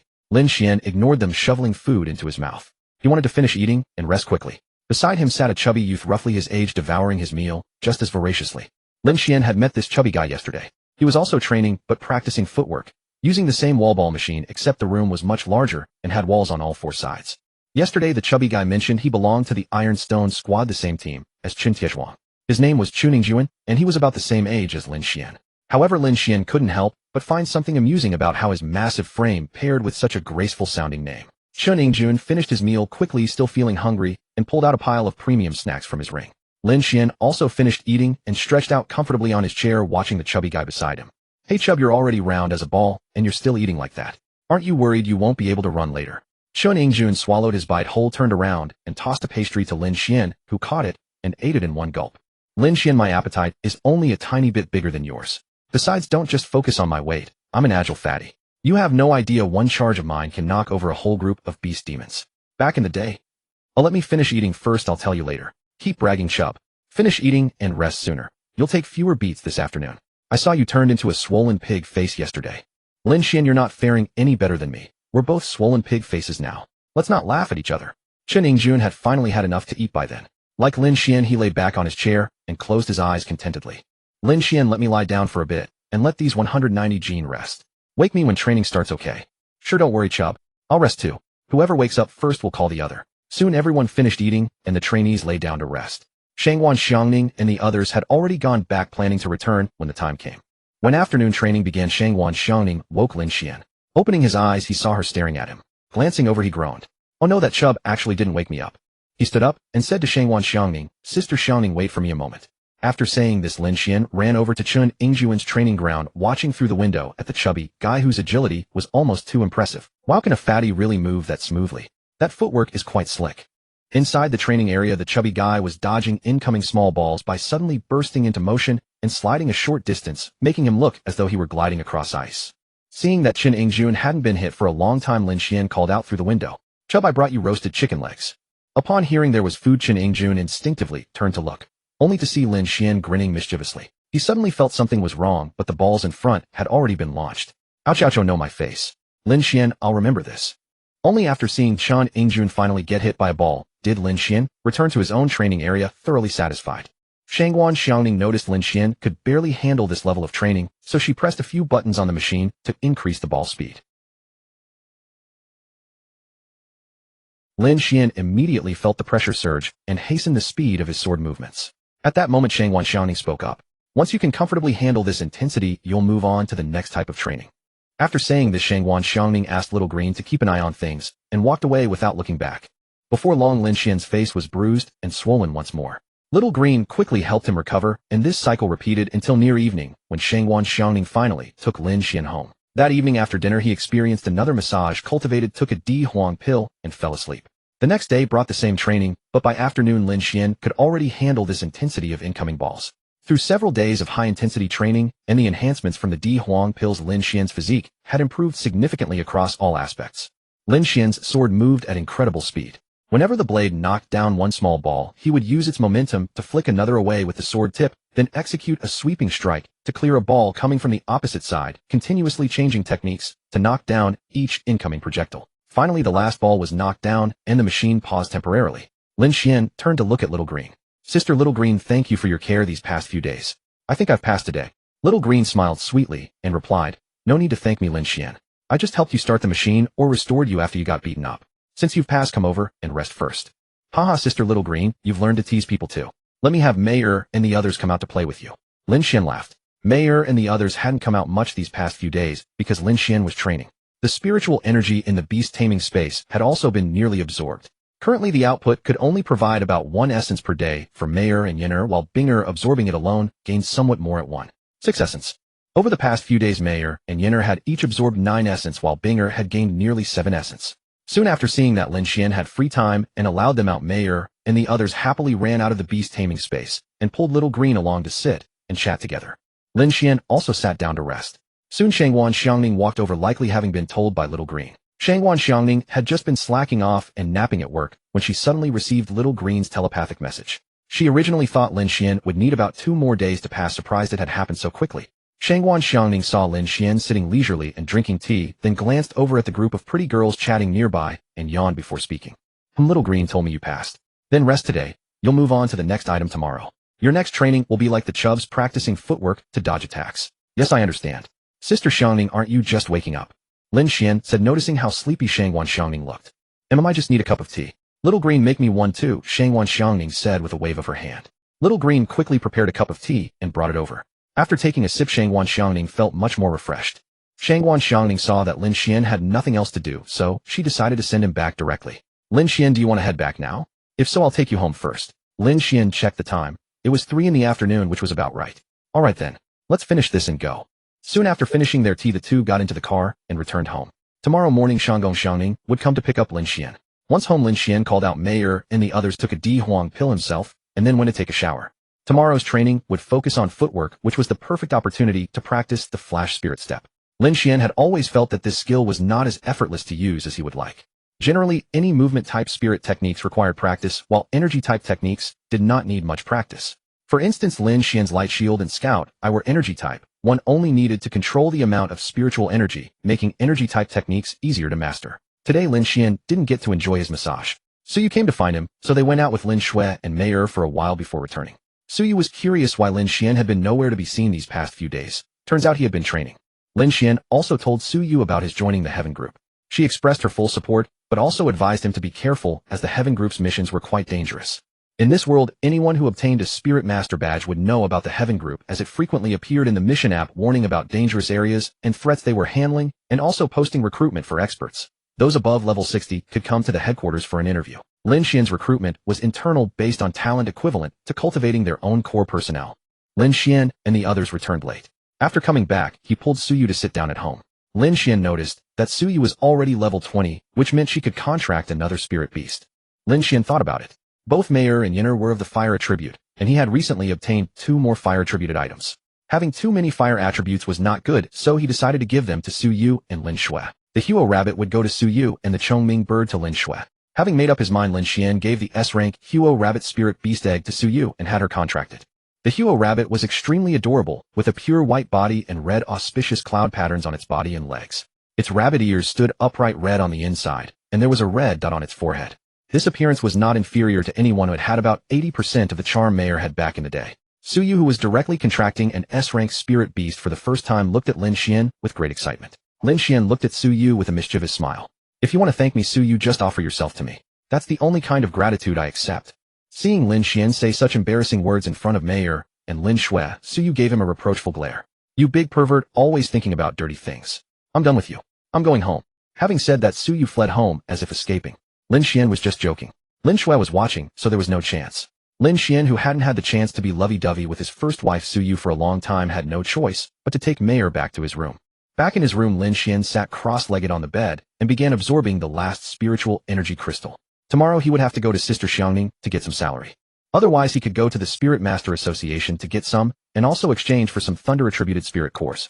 The price difference was probably huge, but without the exchange, Long couldn't evolve. Lin Xuan had kept all spirit cores below level 3. He had given some level 4 cores to Mayor and the others to absorb, but the effect was not good since they were almost level 40. Still, it added a little experience, just very little. After absorbing the spiritual energy crystal, Lin Xuan got up and held Mayor as they went to sleep. As for why they didn't turn off the lights, it was because both Lin Xuan and Mayor liked to sleep with the lights on. Early the next morning, Lin Xuan was awakened by Mayor's good morning kiss. Feeling refreshed, he walked out of the room while Mayor went to the bathroom to rinse her mouth, brush her teeth, and wash her face. When Mayor saw Lin Xuan come into the bathroom to brush his teeth, she gave him a flirtatious glare. Bad master. Lin Xuan smiled and walked over to brush his teeth and wash his face alongside her. After breakfast, Shanggong Xiangning arrived. Today, Lin Xuan was going to a different training ground, so Shanggong Xiangning led him to the training room next to Fatty's. Inside, there were 2 compartments, a small control room and a large training area. Shanggong Xiangning told Lin Xuan to enter the training area by himself while she started the machine in the control room. After Lin Xuan was ready, he made an okay gesture toward the large window of the control room. Seeing this, Shanggong Xiangning directly activated the machine. Lin Xuan heard the faint humming of the machine and knew it had started. He quickly kept his ears and eyes open, ready to dodge. He heard several crisp sounds coming from his left and right. Lin Xuan quickly performed a flash step forward. But before he could land, sounds came from the front as well. He hurriedly adjusted his landing position. The sounds came in an unending stream. Afterward, the number of small balls increased and became tighter, requiring Lin Xuan to dodge over greater distances. This severely tested his concentration and reaction speed. However, as the ball sped up and Lin Xuan's flash step was not yet proficient, he was hit once. That single hit completely disrupted his rhythm, and his cries of pain rang out one after another. The time was up, and the machine stopped. Lin Xuan quickly walked out of the training area. Without needing Lin Xuan to say anything, Shanggong Xiangning directly summoned Xiao Lu. As soon as Xiao Lu appeared, she stared at Lin Xuan and covered her mouth with a smile. Lin Xuan, I've noticed that many times when I come out and see you, you're in this swollen face state, Xiao Qing said with a laugh. Sister Xiao Lu, don't just laugh. Help me recover quickly. It hurts a lot, Lin Xuan said helplessly. Hee, I'll heal you right now, Xiao Lu said. After saying that, Xiao Lu began healing Lin Xuan. Shanggong Xiangning still had work to do, so she checked the time and said to Lin Xuan and Xiao Lu, Lin Xuan, I have to attend a meeting soon. Xiao Lu, you stay and help Lin Xuan start the machine. I'll go to the office building first. Okay, Sister Xiangning, you go ahead. Sister Xiao Lu can handle things here, Lin Xuan said. Lin Xuan replied. After watching Shanggong Xiangning leave, Lin Xuan said to Xiao Lu, Sister Xiao Lu, I'll have Mayor and the others come out to keep you company. Having said that, he called out Mayor and the others, then walked back into the training area to begin training. Gradually, Lin Xuan's use of the flash step became more and more adept, and the number of times he was hit by the balls slowly decreased. Suddenly, a fat man appeared at the window of Lin Xuan's training area. Chen Yingjun had drunk too much water, so on his way back from the restroom, he passed by Lin Xuan's training room window. Hearing sounds from inside, he became curious about who was there and took a few steps back to look through the window. So it's you, Lin Xuan. You made me end up with a swollen face yesterday, Chen Yingjun muttered inwardly. Then he shouted toward the window. Lin Xuan, look who it is. Hearing the voice, Lin Xuan calmly dodged the balls, adjusted his landing position, turned around to avoid the next batch of black balls, and then shouted to the fatty. Fatty, stop shouting. I noticed you long ago. The moment you appeared, the light in here dimmed a bit. Seeing that Lin Xuan was dodging freely and completely unaffected by him, Chen Yingjun was not discouraged. He just stood at the window watching Lin Xuan train, hoping to learn a thing or two by observation. However, Chen Yingjun was destined to be disappointed. Lin Xuan dodged with small jumps, sometimes changing his landing position mid-air, appearing to flicker back and forth like a phantom. He himself moved by running on the ground. They were completely different styles. Although he was an agile fatty, asking him to jump like Lin Xuan was quite a challenge for Pang Hu. Chen Yingjun watched for a while, but couldn't learn anything from it. Just then the machine inside stopped, and he opened the door to go in. The moment he opened it, he was amazed. Damn it, why do you have so many beautiful women here, Lin Xuan, while I'm stuck with a big burly guy? Lin Xuan also happened to come out of the training room for a drink. Meyer saw him and quickly handed him a bottle of water, then carefully wiped the sweat from his forehead. After finishing his drink, Lin Xuan turned to Chen Yingjun and said, Fatty envy won't help you. They are all spirit beasts that have transformed into human form. Work hard and let your spirit beast transform too. Yeah, but why are all yours beautiful women? I also have a spirit beast that can transform, so why am I still a little runt? Is my feeding not good enough? Chen Yingjun asked in confusion. Fatty, if your feeding wasn't good enough, that fat on your body would have disappeared long ago. Your spirit beast will grow as your level increases. You want your spirit beast to be just like you, right? Lin Xuan ruthlessly crushed the fatty's idea of adding extra meals for his spirit beast. If Chen Yingjun's spirit beast were here, it would definitely despise him. It was already eating enough, now he wanted to feed it even more. Was he trying to make it stand shoulder to shoulder with him? Alright then, I'll head back first. I came using water escape after all. After saying this, Chen Yingjun left immediately. Seeing that Lin Xuan had so many companions around, he decided not to slack off, and went back to train. Lin Xuan handed the water bottle to Meyer, affectionately stroked her smooth white hair, and returned to the training room to continue practicing. It wasn't until evening, when Shanggong Xiangning came to call him, that he stopped, and went back with her. In the car, Lin Xuan asked Shanggong Xiangning to drop him directly at the Spirit Master Association. He would make his own way back after finishing his business. He needed to exchange some Thunder Spirit cores, and convert his water element crystals into spiritual energy crystals. While driving, Shanggong Xiangning asked, Lin Xuan, what are you going to the Spirit Master Association for? Are you going to buy something? Yes, I need to buy some spiritual energy crystals. I used them all up yesterday. Alright then, I'll give you 20 pills later. That's your salary for this month. If it's really not enough, you can ask me again. Your sister here is quite wealthy, you know. Shanggong Xiangning teased. Lin Xuan knew she was joking and teased back. That would be perfect. Being kept by a beautiful woman like Sister Xiangning, I'd wake up smiling from my dreams. That's what you said. You claimed you'd wake up smiling from your dreams. Don't back out when I actually decide to keep you, alright? Shanggong Xiangning found a parking spot and turned to Lin Xuan. Is this woman serious? But that's unlikely. Sister Xiangning was beautiful and had a great figure. Surely someone was pursuing her, right? Lin Xuan thought to himself.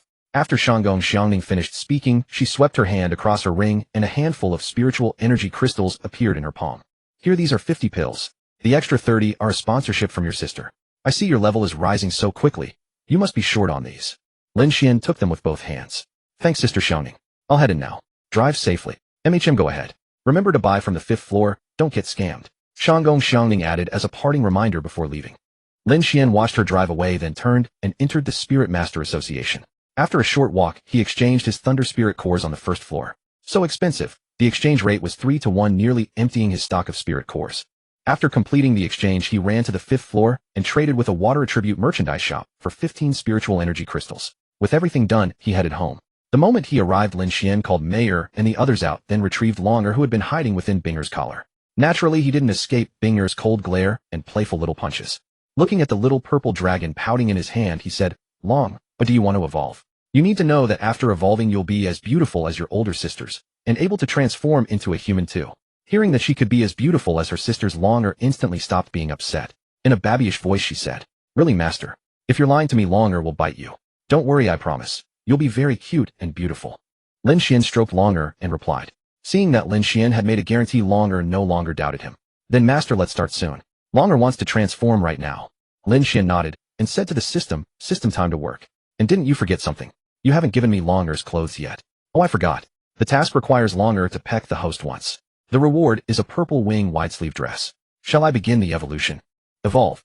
Soon purple aura enveloped Longer, and lightning flashed wildly. Lin Xuan had forgotten to put Longer down, and almost dropped her, thinking the lightning might shock him. But realizing it was harmless, he placed Longer on his lap. After a short while, a chubby little girl appeared on Lin Xuan's lap. Lin Xuan picked up Longer, and kissed her rosy cheek. Longer pushed him away with obvious distaste. Master, I haven't agreed to you kissing me. How could you steal a kiss from Longer said with a disgusted expression.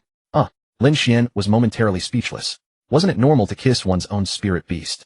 Longer, how about you kiss me instead, and I'll let it go. Otherwise I'll just keep kissing you. Lin Xuan said shamelessly. Face wouldn't fill one's stomach. Beautiful clothes were what mattered. Otherwise how would Longer ever look graceful? Lin Xuan was willing to throw everything aside to help Longer obtain that dress. Seeing no reaction from Longer, Lin Xuan hugged her and gave her several more pecks. Longer quickly raised her tiny hands to push him away and said arrogantly, Stinky master. Fine, Longer will satisfy your petty request. Mwah. Longer pecked him once right on the face, and Lin Xuan finally let her go. Ding host, here's your dress. You're getting more and more shameless every day. Keep it up. That's the one thing I appreciate about you. Has the system been busy lately? I haven't heard your ding for days. You'll get bored out of your mind.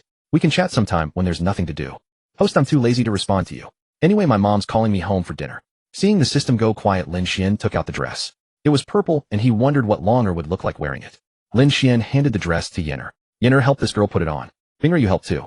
The two of them quickly took the dress, pulling Longer into the room to change. Not long after, Longer came out fully dressed. After transforming into human form, Long had a pair of small dragon horns atop her head, long black purple hair, a delicately carved face, purple eyes, wearing a light purple dress with black pattern trim and long sleeves, wide cuffs, two small train tails with purple and gold trim at the back, and black over-knee stockings. The dress looked beautiful, but Longer had not yet grown up and appeared somewhat youthful. Once she matured and her figure developed, it would definitely look stunning. Longer circled around Lin Xuan several times, noticing that he merely stared without offering any compliments. Pouting with dissatisfaction, she walked over to him. Silly master, I don't want to show myself to you anymore since you won't even compliment me, Longer said with a haughty expression. Lin Xuan then snapped back to reality and affectionately patted Longer's little head. Longer is very pretty and cute, and will surely become a stunning beauty when she grows up. Hearing Lin Xuan's praise as she wished, Longer was delighted inside, but still pretended to be proud. Then Longer will forgive master. You can look if you want, but you must compliment me more otherwise. Master, you're annoying, touching this princess's dragon horns. Before Longer could finish her words, Lin Xuan curiously touched her dragon horns, which startled her and made her quickly run to find Binger. Lin Xuan thought perhaps Longer's horns were similar to Binger's and shouldn't be touched carelessly. Remembering he had something good to give to Yenner, Lin Xuan quickly pulled her over to sit beside him. Yenner, I obtained a Demon King Fire Phoenix tail feather a few days ago that should be useful for you. Let me show it to you. After saying this, Lin Xuan took out the tail feather. The feather was slender and thin with a gem-like luster and felt surprisingly heavy in his hand. Lin Xuan handed it to Yenner, who reached out and took it. Lotus flames appeared in her palm, and as soon as the tail feather touched her flames, it began to slowly melt. Gradually, the entire feather was refined by Yenner into a small ruby-like shape, which she then consumed and closed her eyes to slowly absorb. After a long while, Yenner slowly opened her eyes, a look of surprise and delight flashing in them. Master, this tail feather has helped my flames. My flame temperature has increased somewhat compared to before. Yenner said excitedly. That's good then, as long as it helps. In the future, whenever I come across such materials, I'll find a way to buy them for you to enhance your flames. Lin Xuan replied. With this addition, Yenner now had another method to increase her strength. Once her flames reached a certain level, it would definitely lead to a qualitative transformation. After some time passed, Lin Xuan returned from school. Her high school entrance exam was just a few days away. Once the exam was over, they would have a break. If Lin Xuan finished his training by then, he could take her to the Demon Beast Forest to practice. In the outer areas with Lin Xuan watching over her, it would still be quite safe. Lin Xuan was approaching level 10 now. Otherwise, reaching level 10 without any combat experience would make her combat power too weak. Lin Xuan came to the kitchen doorway and watched Lin Xuan and Yenner washing vegetables and cooking. Sister, how much longer until your high school entrance exam? When you have a break, I'd like to take you to the Demon Beast Forest to practice. After hearing this, Lin Xuan turned around and replied to Lin Xuan. Brother, counting from today, the exam is in 4 days, which means a 7-day break starts after. But I'm not sure if you'll be free by then, so let's wait until you have time. Lin Xuan thought about it, not knowing how long his training would take with many more items ahead, so he could only go with it for now. Alright then, once I finish training, I'll take you there. After saying this, Lin Xuan returned to the living room and scrolled through his phone.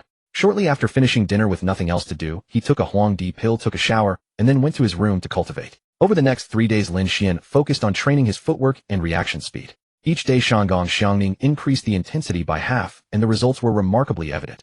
Lin Xuan's agility had improved dramatically compared to before. After today's training, Lin Xuan's exam was tomorrow, so Lin Xuan wanted to take a day off to accompany her to the test center. On his way home, Shanggong Xiangning was driving him, and soon the car arrived at the passage in front of his house. Lin Xuan turned to Shanggong Xiangning and said, Sister Xiangning, my sister has her high school entrance exam tomorrow. I'd like to take a day off to take her to the exam venue. Shanggong Xiangning replied without hesitation. Alright, you've been training for so many days anyway, it's about time to rest. I won't come pick you up tomorrow then. Okay. Sister Xiangning, would you like to come in for a cup of tea before you go? Lin Xuan asked with a smile. No thanks, I have some errands to run later. I'll go home and take a shower first, Shanggong Xiangning replied. Then take care driving, Sister Xiangning. I'll head home now. After saying this, Lin Xuan waved goodbye to Shanggong Xiangning.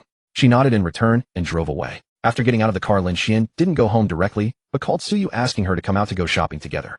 Soon Lin Xuan took Suyu to the mall and bought a lot of things, mostly food, to give Lin Xuan extra encouragement tonight. As soon as they got home, Lin Xuan called Mayer and the others out and pulled Suyu and Yenner into the kitchen. Since there were a bit more ingredients today, Lin Xuan helped them prepare, and the three of them quickly got busy. Several dishes were already done when his sister finally came back leisurely. As soon as Lin Xuan entered the door, she caught a very fragrant smell. For someone who cooked often, one sniff was enough to tell what dishes they were. Lin Xuan wrinkled her nose.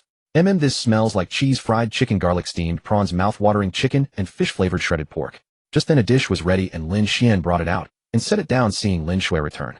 Sister, sit down first, we can eat in a moment. Today is a big meal.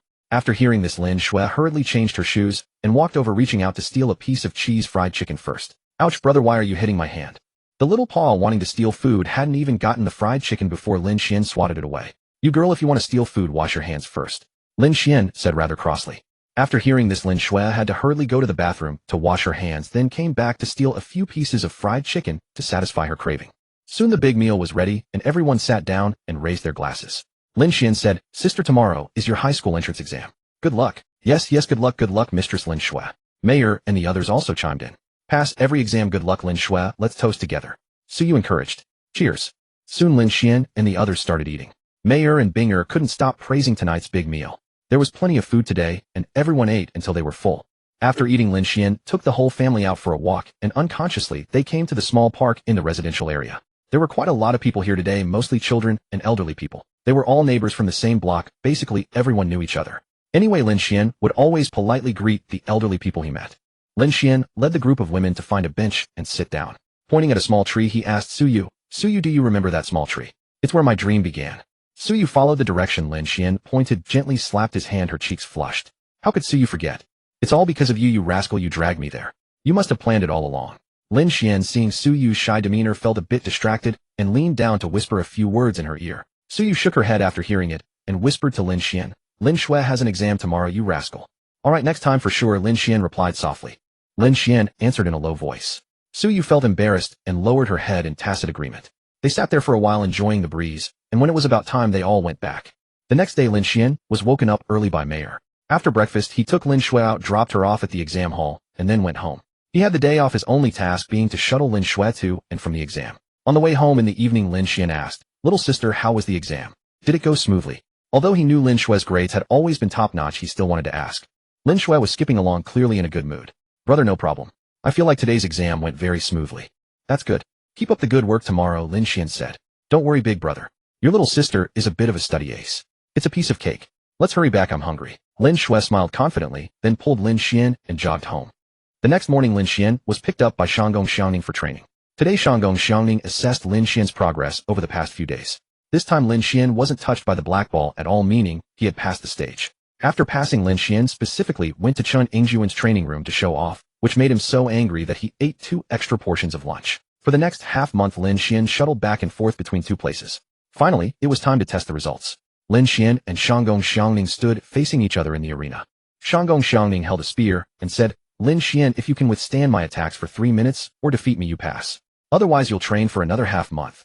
Lin Xuan twirled his sword and said, Then Sister Xiangning, forgive me. With that, he charged forward, not wanting to lose the initiative again. Lin Xuan sidestepped and closed in on Shanggong Xiangning, then thrust and attacked relentlessly while staying close. He didn't want her to create distance, as a sword has a shorter reach than a spear. Being far away would put him at a disadvantage. Shanggong Xiangning saw that Lin Xuan was playing close-quarters combat, but she wasn't afraid. She wielded her spear, skillfully deflecting all of Lin Xuan's attacks, and even using his force to counterattack. Lin Xuan felt that each clash was getting stronger. Sensing something was off, he decided to retreat and relieve the pressure. He feigned a slash, then kicked off Shanggong Xiangning's spear and quickly leaped back. Seeing Lin Xuan retreat, Shanggong Xiangning thrust her spear and followed. Lin Xuan reacted by turning his sword sideways, shifting his position and sliding the blade along the spear shaft. Shanggong Xiangning quickly switched from thrust to block and kicked Lin Xuan. Fortunately, Lin Xuan had anticipated this. He slipped past her leg and dodged behind her, then gave her a kick on the backside. Shanggong Xiangning turned around, her eyes flashing with a dangerous red light.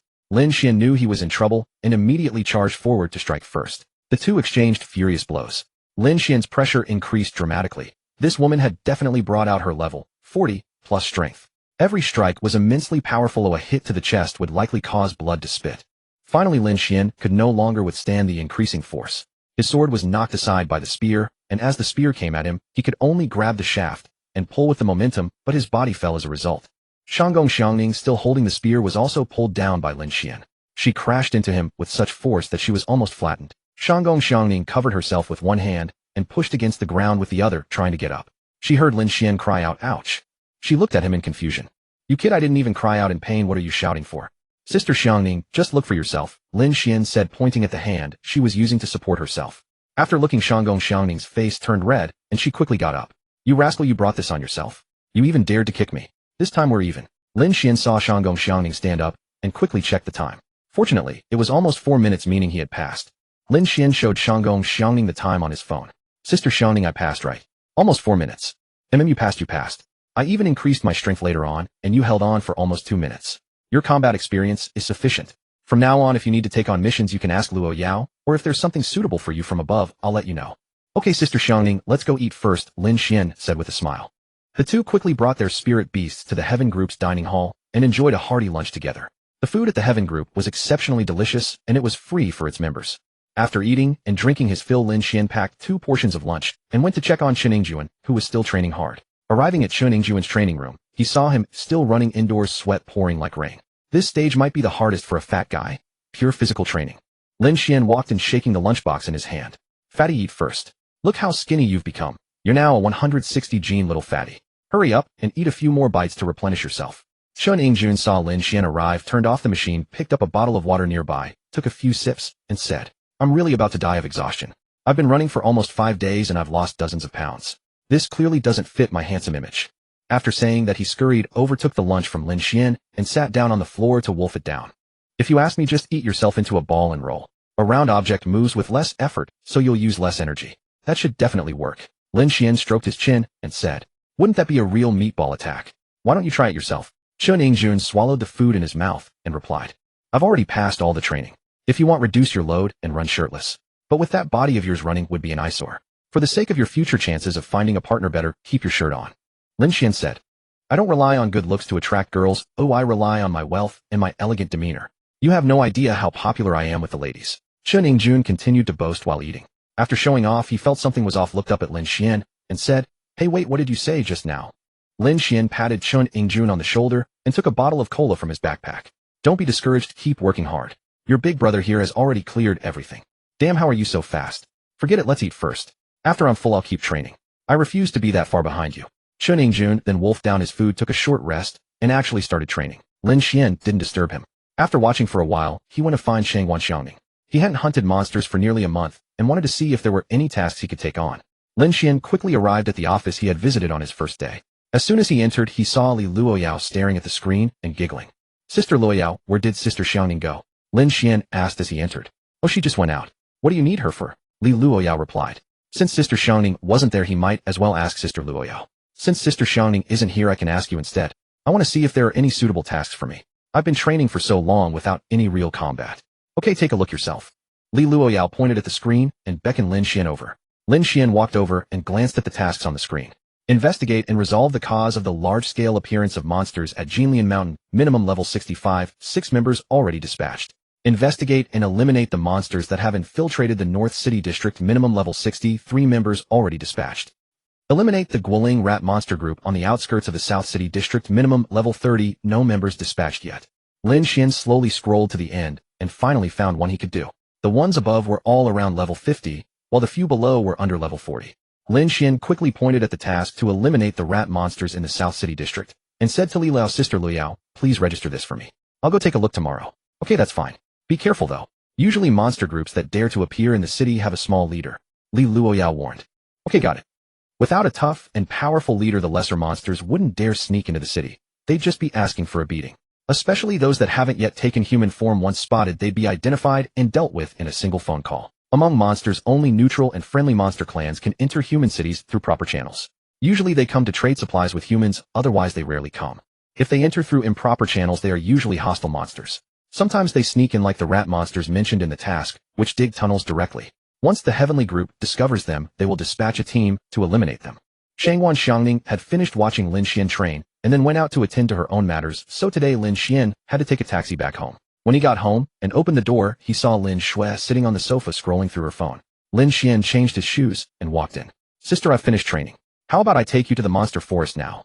Lin Xuan immediately put away her phone and said excitedly, great. Let's go now. It's only almost 1 o'clock, we still have time. With that, Lin Xuan pushed Lin Xuan out the door. Lin Xuan had wanted to drink some water first, but since Lin Xuan was so enthusiastic, he didn't want to dampen her spirits. Soon Lin Xuan led Lin Xuan into the monster forest and arrived at the place he knew best, the small stream where he had first come. Since the last monster tide, few spirit masters had visited the Southgate area, probably because the number of monsters here had significantly decreased. Lin Xuan was extremely excited on her first visit to the monster forest. She carried her little white fox and looked around everywhere. Lin Xuan walked over and flicked her forehead. Lin Xuan cried out, "Ouch!" and glared at Lin Xian. "Brother, why did you flick me, eh?" Lin Xian pointed at the stream and said, "I'm teaching you a lesson. From now on, when you enter the monster forest, you must be cautious and not so excited. Also, places with water usually have monsters, as well as valleys, plains, or areas with dense spiritual energy. These places tend to gather many monsters." Lin Xuan suppressed her excitement and muttered, "I understand, brother. Alright, a monster is coming. Look over there." Lin Xian pointed to a bush across the stream and said to Lin Xuan. Lin Xuan looked in the direction he pointed and saw a gray wolf emerge from the grass, apparently going to drink water. Lin Xian then said, "No matter what monster you encounter, you must stay calm. First, observe its size and the intensity of its spiritual energy fluctuation to judge its level. If the fluctuation seems similar to yours, then its level is roughly the same as yours. But if the fluctuation is much stronger or you can't sense it at all, don't hesitate, hide, or run immediately. Your life is the most important, understand?" After Lin Xian finished speaking, Lin Xuan stared at the gray wolf for a while, then turned to Lin Xian and said, "Brother, I feel that this monster's spiritual energy fluctuation is weaker than mine. Its level is lower than mine, right?" Lin Xian pinched Lin Xuan's cheek and said, "Yes, you're now level 10, and this gray wolf is level 7, so its fluctuation is definitely weaker. Also be careful when you encounter unfamiliar humans in the wild, understand?" Lin Xuan swatted away Lin Xian's hand and replied, "I know. Just say it, don't get handsy. I'll let Little White beat it."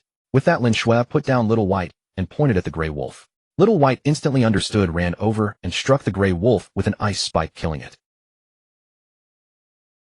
Seeing Little White kill the gray wolf, Lin Xuan was about to run over to check, but Lin Xian pulled her back and gave her another flick on the head. "Ouch! Annoying brother, you hit me again," Lin Xuan said, covering her head. "Don't be so impulsive. You didn't even check if there are more monsters around, and you were about to run over. Look, there's another gray wolf running over there. Also, after killing a monster, the blood aura will attract other monsters. So when you deal with the body, be careful. Sometimes you can just put it into the ring or leave it behind. Understand? Always be cautious, cautious, cautious." Lin Xuan said pitifully, "I understand. Little White, go kill that gray wolf too." After that, Lin Xian led Lin Xuan to hunt about a dozen monsters in the monster forest before returning. During the process, he shared all his experience with her, so now Lin Xuan was no longer a novice. However, Lin Xian still warned Lin Xuan that she should not go to the beast forest alone. If there was a chance, he would take her, or she could go with friends after high school. Going alone was too dangerous, Lin Xian knew from personal experience. At home that night, Lin Xian checked Xiao Bai's evolution materials for Lin Xuan: 10 ice science stones and 10 ice star crystals. He had seen these at the Spirit Master Association and they weren't too expensive. He would buy them for her when he had time. Xiao Bai was now level 9. Lin Xian also gave Lin Xuan the Chongming bird from his backpack, telling her to contract it when she had time. She was just level 10 anyway. After that, Lin Xian went to his room to cultivate absorbing spirit stones. He cultivated until late before lying down to sleep. During this time, whenever he had extra time, he would cultivate and absorb 1 or 2 more stones. He now had 86 experience points and was close to leveling up. In fact, this was how normal spirit masters leveled up after level 30. If they had enough spirit stones and time to cultivate, they could gain 1 or 2 levels per month.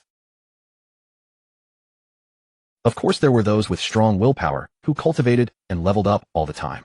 Those who could endure solitude would level up faster. The next morning, Lin Xian was woken up by Mayor. After getting up and having breakfast, he set off for the outskirts of the southern city and got off the car on a path beside the orchard. Ahead was a large orchard, and the car couldn't go any further, so Lin Xian had to proceed on foot. Walking slowly into the orchard, he could see the trees laden with fruit, some of which were ripe for picking. The deeper he went, the fewer fruits there were, probably stolen by rat monsters. Lin Xian immediately summoned Mayor and the others to come out. They walked slowly deeper into the orchard, but encountered no monsters along the way. Could the rat monsters still be asleep this early, he wondered. After walking a bit further into the orchard, they saw many fruit trees fallen to the ground, and the ground was pitted with large holes. There were probably rat monsters inside those holes. But Lin Xian was troubled by the holes. He couldn't just crawl in to look. Then he had an idea. He pulled Yenner over. "Yenner, throw your lotus fire directly into the holes and burn them. Let's see if we can smoke them out." Yenner nodded, then released a torrent of lotus fire. Clusters of crimson flames rolled into the holes. Sure enough, before long, several black soot-covered level 38 rat monsters burst out of the holes, their bodies still ablaze with lotus fire. The rat monsters spotted humans and let out harsh screeches before charging forward. These rat monsters were truly bold. Even injured, they still attacked. Lin Xian immediately ordered Mayor and the others to attack. But as they fought, more rat monsters kept emerging from the holes. Lin Xian hurriedly urged them to speed up their attacks.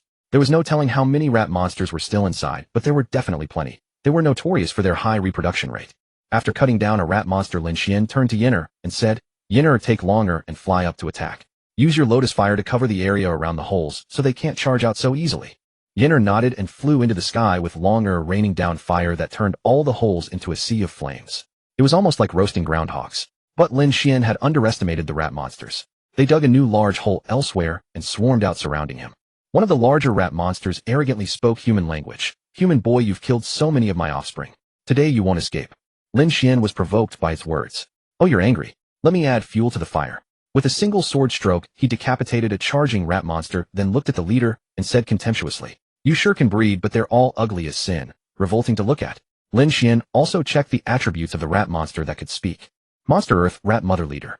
Attribute Earth. Level 48. Growth Potential B rank, Evolvable.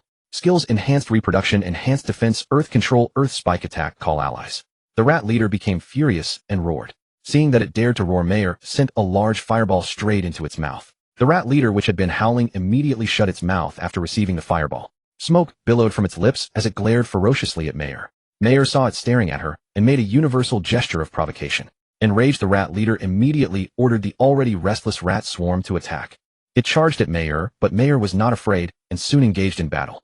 Many rat monsters tried to help their leader, but the shockwaves were too powerful. As soon as they got close, they were blasted away by the remnants of Mayor's skills, so they turned and charged at Lin Xuan. Seeing so many rat monsters surrounding him, Lin Xuan lightly flicked his purple immortal sword, then instantly struck, sending a leaping rat monster flying. He flashed forward and executed a sword flourish, the tip blooming like a red flower. Lin Xuan moved unceasingly, dodging attacks while reaping lives. Some rat monsters teamed up to leap at him, jaws wide surrounding him. But Lin Xuan would slash one away and dart out. After his training, Lin Xuan was no longer the same person. His figure flashed through the rat swarm, and whenever a rat monster approached, he would unleash a flurry of sword strikes. Unless another rat could quickly support, that rat was doomed. Binger had also climbed onto Yinner's back, providing support from the sky for Lin Xuan and Mayor, allowing Lin Xuan to fight without worrying too much. Time slowly passed, and the rat monsters grew fewer. Lin Xuan's clothes were dyed crimson with blood, and he had lost count of how many he had killed. He only felt a great exhilaration, like finally achieving something after long effort, a sense of accomplishment.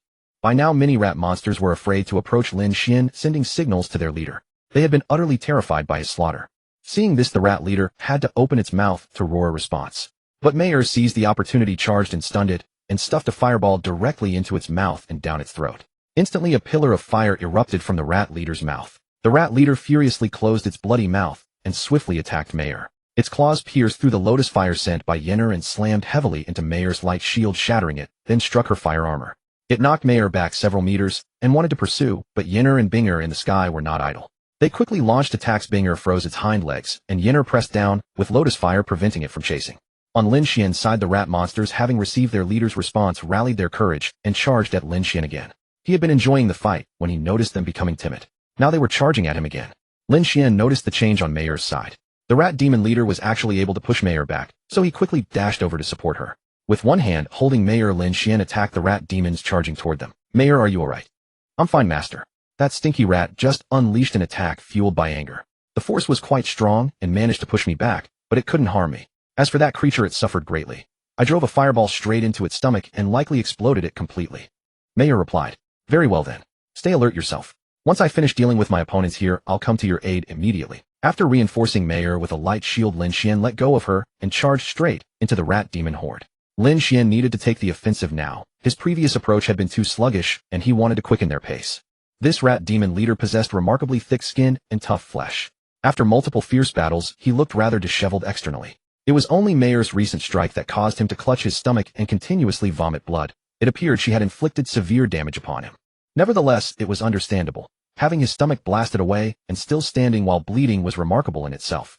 Mayor looked up at Lin Xuan as he fought fiercely against the rat demons, her eyes filled with tenderness. Master has grown significantly stronger. I must push myself even harder as well. Mayor shook off her reverie and turned to charge toward the rat demon leader. The rat demon leader spotted Mayor charging at him and, gritting through the pain, engaged her in combat. However, his condition had deteriorated so drastically from before that after only a few exchanges, taking several of her blows, he found himself unable to hold on any longer, and a desperate urge to flee surged within him. Since Mayor consistently targeted his abdomen, forcing him to spew blood from unbearable pain, those strikes had truly terrified him. He desperately wanted to burrow underground and escape, but with Mayor watching him closely, he had no chance to flee. He began calling out frantically, ordering the rat demons to return and protect him as he fled. Lin Xuan, who had been relentlessly pursuing the rat demons, noticed them all converging on their leader and followed suit. Lin Xuan saw the rat demon leader making its way toward an underground burrow and quickly alerted Mayer and the others. Mayer immediately ensnared the rat demon leader while Yinner and Binger concentrated their attacks on it. The leader's legs became frozen and immobilized, leaving it unable to move. Lin Xuan arrived in time, flashed forward, and channeled his entire spiritual energy into a single piercing strike that thoroughly chilled the creature. Clutching his chest, the rat demon leader turned to face Lin Xuan and spoke with reluctance. I never imagined I would ultimately fall to a mere sword. With those words, the rat demon leader collapsed motionless. The remaining 20-plus rat demons scattered in every direction upon seeing their leader fall. Lin Xuan pursued them urgently, eliminating over a dozen, though several others vanished without a trace.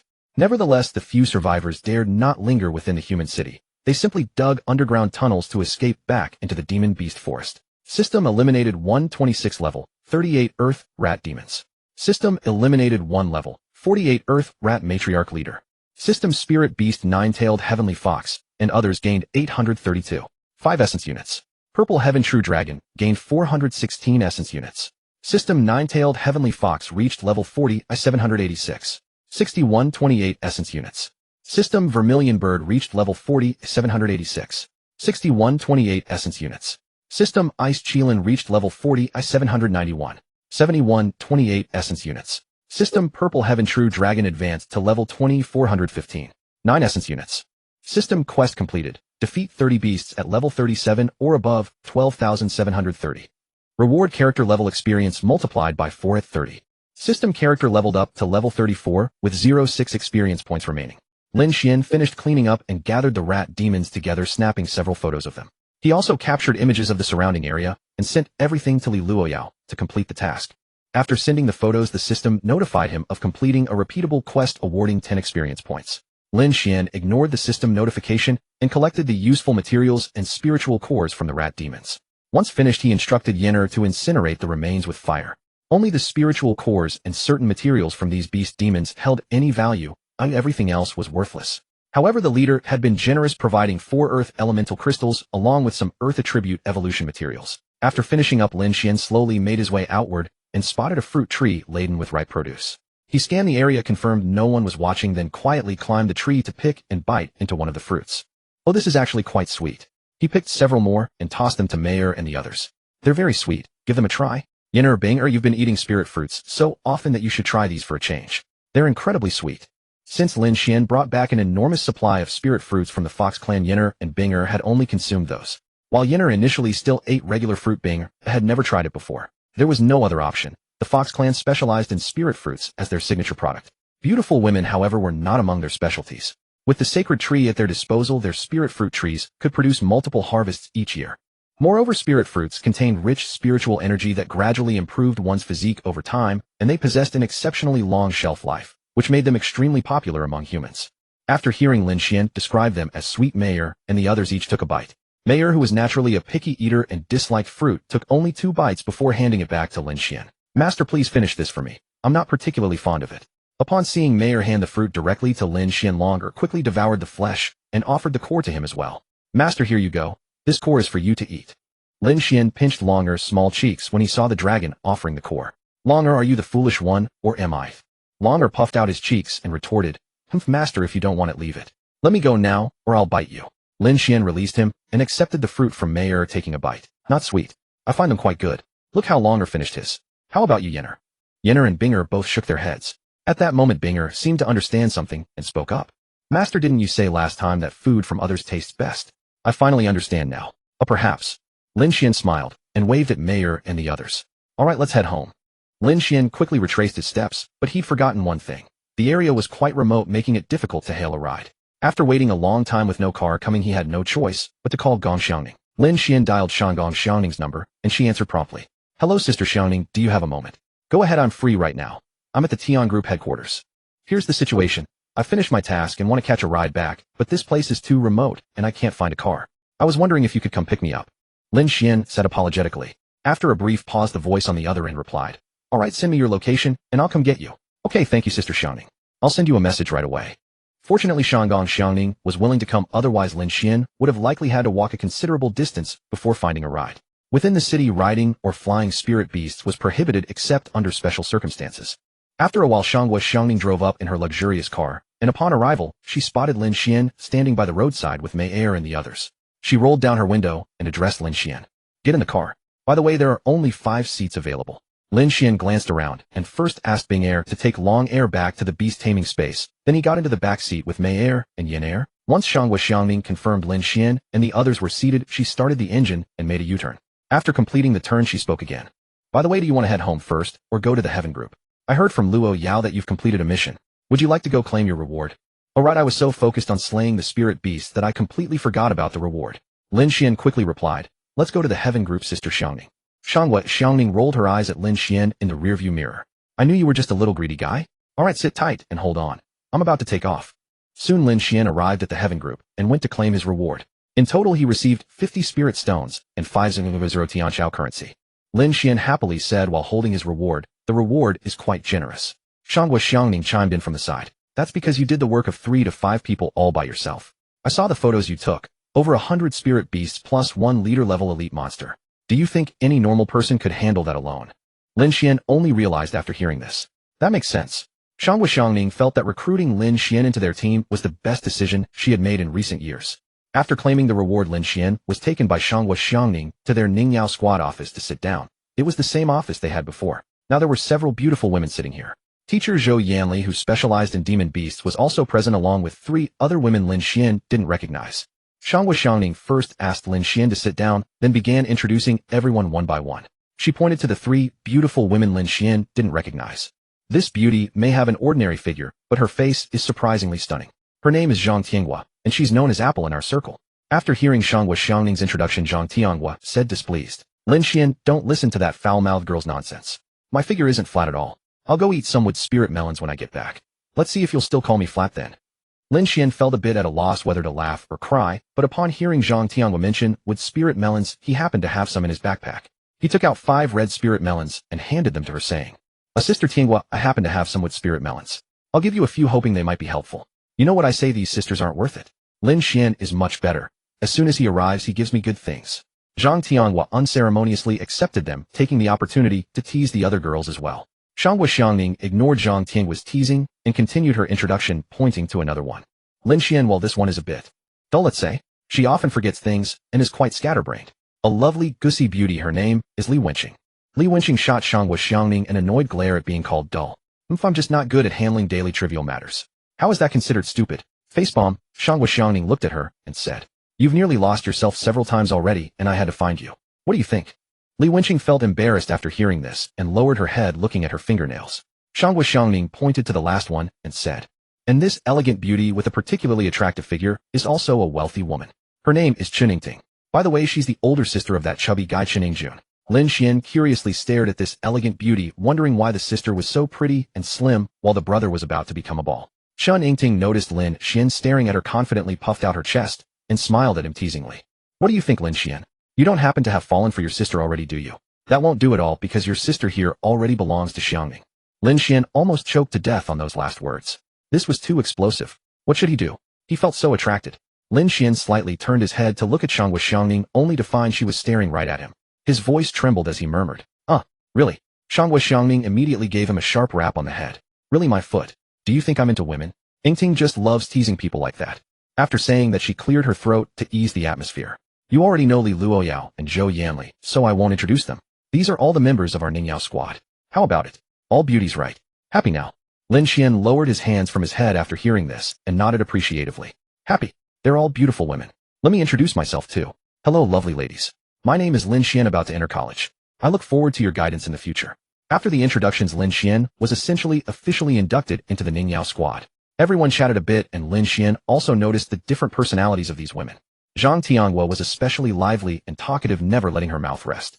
Li Wenqing was rather adorable and dim-witted, often shaking her head in frustration because she couldn't join the conversation. Chen Yingting was like a caring older sister, though she loved teasing especially Lin Xuan.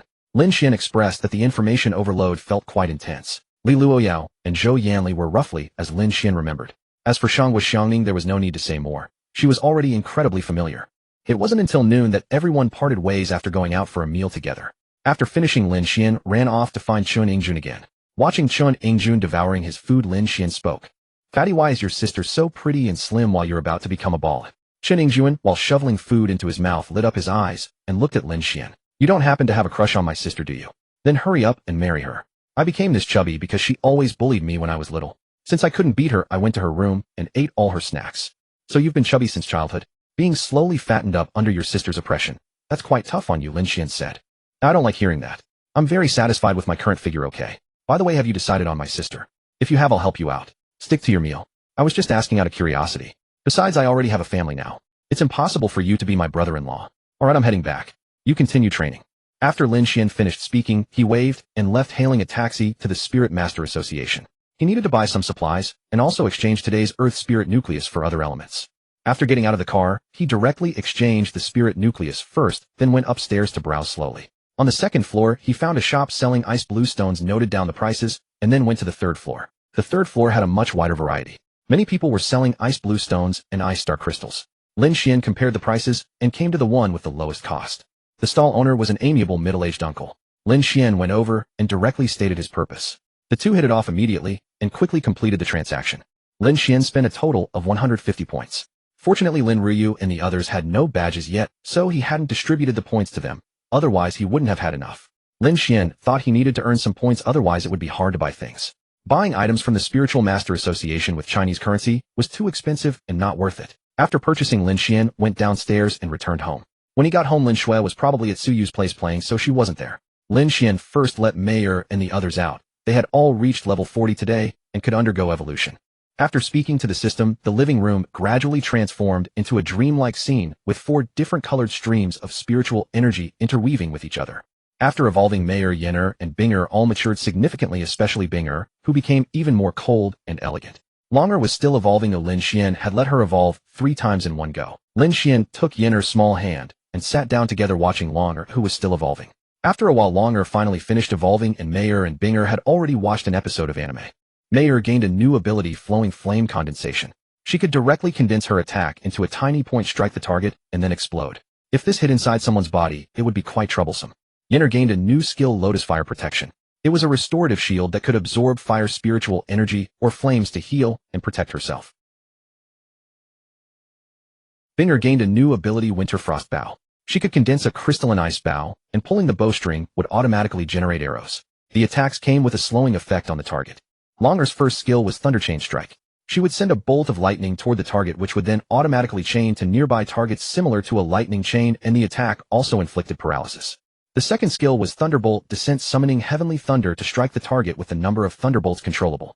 The third skill was Thunder Shield, surrounding herself with thunder to reduce damage. The fourth skill was Thunder Flash, transforming into lightning to charge at the target, electrocuting nearby enemies, while allowing control over the landing position, essentially a teleport. The fifth skill was Thunder Black Cloud, condensing a thundercloud that relentlessly bombarded targets beneath it. After evolution, Mayor, Yenner, and Binger all reached level 42, while Longer directly reached level 41. Moreover, Long had grown into a graceful young lady, her figure now rivaling her sister's. However, she was pouting and glaring at Lin Xuan, seemingly displeased with his current gaze. Binger pouted and said to Lin Xuan, "Master, if you keep looking at me like that, I'll bite you." Lin Xuan was stunned by Longer's new appearance. The moment she finished evolving, he had been staring at her with a lecherous look. Because Longer's clothes had a rather revealing cut, and her skirt was quite short, she looked extremely sexy, and was particularly eye-catching. On top of that, Longer's figure was now no worse than Yenner's, whom Lin Xuan was holding, and her pouting proud face was truly captivating. Lin Xuan couldn't help but stare for a little too long, causing Yenner, who was sitting on his lap, to feel uneasy. Only when he sensed Yenner's movements did he snap out of it. "Alright, I won't look at you anymore, Long. Go look in the mirror and see how sexy you are now. You can change your clothes, so go ahead and modify them." Lin Xuan didn't want anyone else to see Longer like this. "Oh man." He patted Yenner, who blushed, and looked at him saying, "Master, perhaps Yenner should sit on the sofa." Lin Xuan looked at Yenner's flushed face and smiled. "Yenner, you look really beautiful when you're shy. Come sit here for now." Yenner quickly got up and sat beside Lin Xuan, leaning against him and closing her eyes. She really liked this. Lin Xuan gently wrapped his arm around her. Meanwhile, Longer came back from looking in the mirror and glared at Lin Xuan with a hint of resentment. She snorted. Then she went over to sit next to Mayor and Binger to watch TV. Lin Xuan glanced at Longer with mild exasperation. The girl had slightly altered her clothes, making them much more modest. They were still nice to look at, but not as striking. Lin Xuan dozed off for a while, holding Yenner and then Lin Xuan came back home. Yin'er woke him up. Lin Xuan looked around, yawned, and said, "Sister, you're back? Here, I bought the materials for you today. Go evolve Xiaobot." After speaking, Lin Xuan stood up and handed over the materials, which included some water and fire spirit cores he had exchanged earlier. Lin Xuan took them and gave Lin Xuan several kisses on the cheek. "Smelly brother, a reward for you." After kissing him, she pulled Yin'er, who was beside Lin Xuan, and ran off to wash vegetables and cook. After dinner, Lin Xuan and Suyu strolled along the road. Recently, Lin Xuan had been training most of the time and hadn't spent much time with Suyu, so he specially invited her for a walk tonight.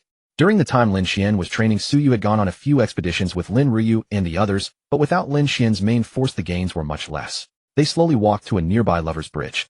The lighting and scenery were especially beautiful there, and many young couples liked to come. Looking from the bridge toward the opposite bank, one could see the night view. The colorful lights on the tall buildings along the shore reflected on the water, dyeing the entire river in a riot of colors, creating a particularly splendid sight. Lin Xuan and Suyu stood on the bridge, gazing at this beautiful scene. Lin Xuan turned his head to look at Suyu. "Suyu, this is my first time here at night. I've only been here during the day before, and it looked ordinary. It turns out the night is when it's most beautiful. But unlike you are stunning whether it's day or night." Suyu sometimes came here at night, but this was her first time with Lin Xuan. She felt that being here with him brought many different experiences compared to when she came alone. Hearing Lin Xuan's sweet words, Suyu felt a warmth in her heart. She couldn't help but hug him and plant a kiss on him. Seeing Suyu take the initiative to embrace him and even kiss him so willingly, Lin Xuan was not satisfied. He leaned in and kissed her rosy lips. After a long while, Lin Xuan finally took Suyu's hand and slowly walked home. Before leaving, he gave her some cultivation crystals, spirit cores, and materials. Since Mayer and the others had reached level 40, the spirit cores below level 5 were useless to them. So Lin Xuan directly gave them to Lin Xuan and Suyu, who could use them for their spirit beast cultivation. After returning home, Lin Xuan lay with his head on Yin'er's lap, looking at his phone. He wanted to find some tasks to earn points. But after browsing for a long time, either the tasks were too demanding or the points were too few. It seemed hard to find a quick way to earn points. Lin Xuan scrolled back to the top page. He noticed a task with a gold border indicating it was a paid promotion slot. The task was titled, "Urgently need a Senior Spirit Beast Evolution Master Reward 15000 points." Lin Xuan quickly clicked in to see the task details. "Sincerely invite a master to help check what materials my spirit beast needs to evolve to a rank." The spirit beast is a rare jade phosphorus serpent python. After evolution, the points will be delivered. You can directly contact this account. Not bad. If I just let the system take a look, I can give the points. It seems I've found a loophole, Lin Xuan murmured to himself. Lin Xuan quickly accepted the quest and contacted the other party. "Hello, would it be possible for me to take a look at your spirit beast? Only after examining it can I determine which advancement path suits it best." After Lin Xuan sent the message, he waited quietly for a response. Within 10 seconds, he received a reply. "Sure, by the way, which master are you? I see your account is also purple rank.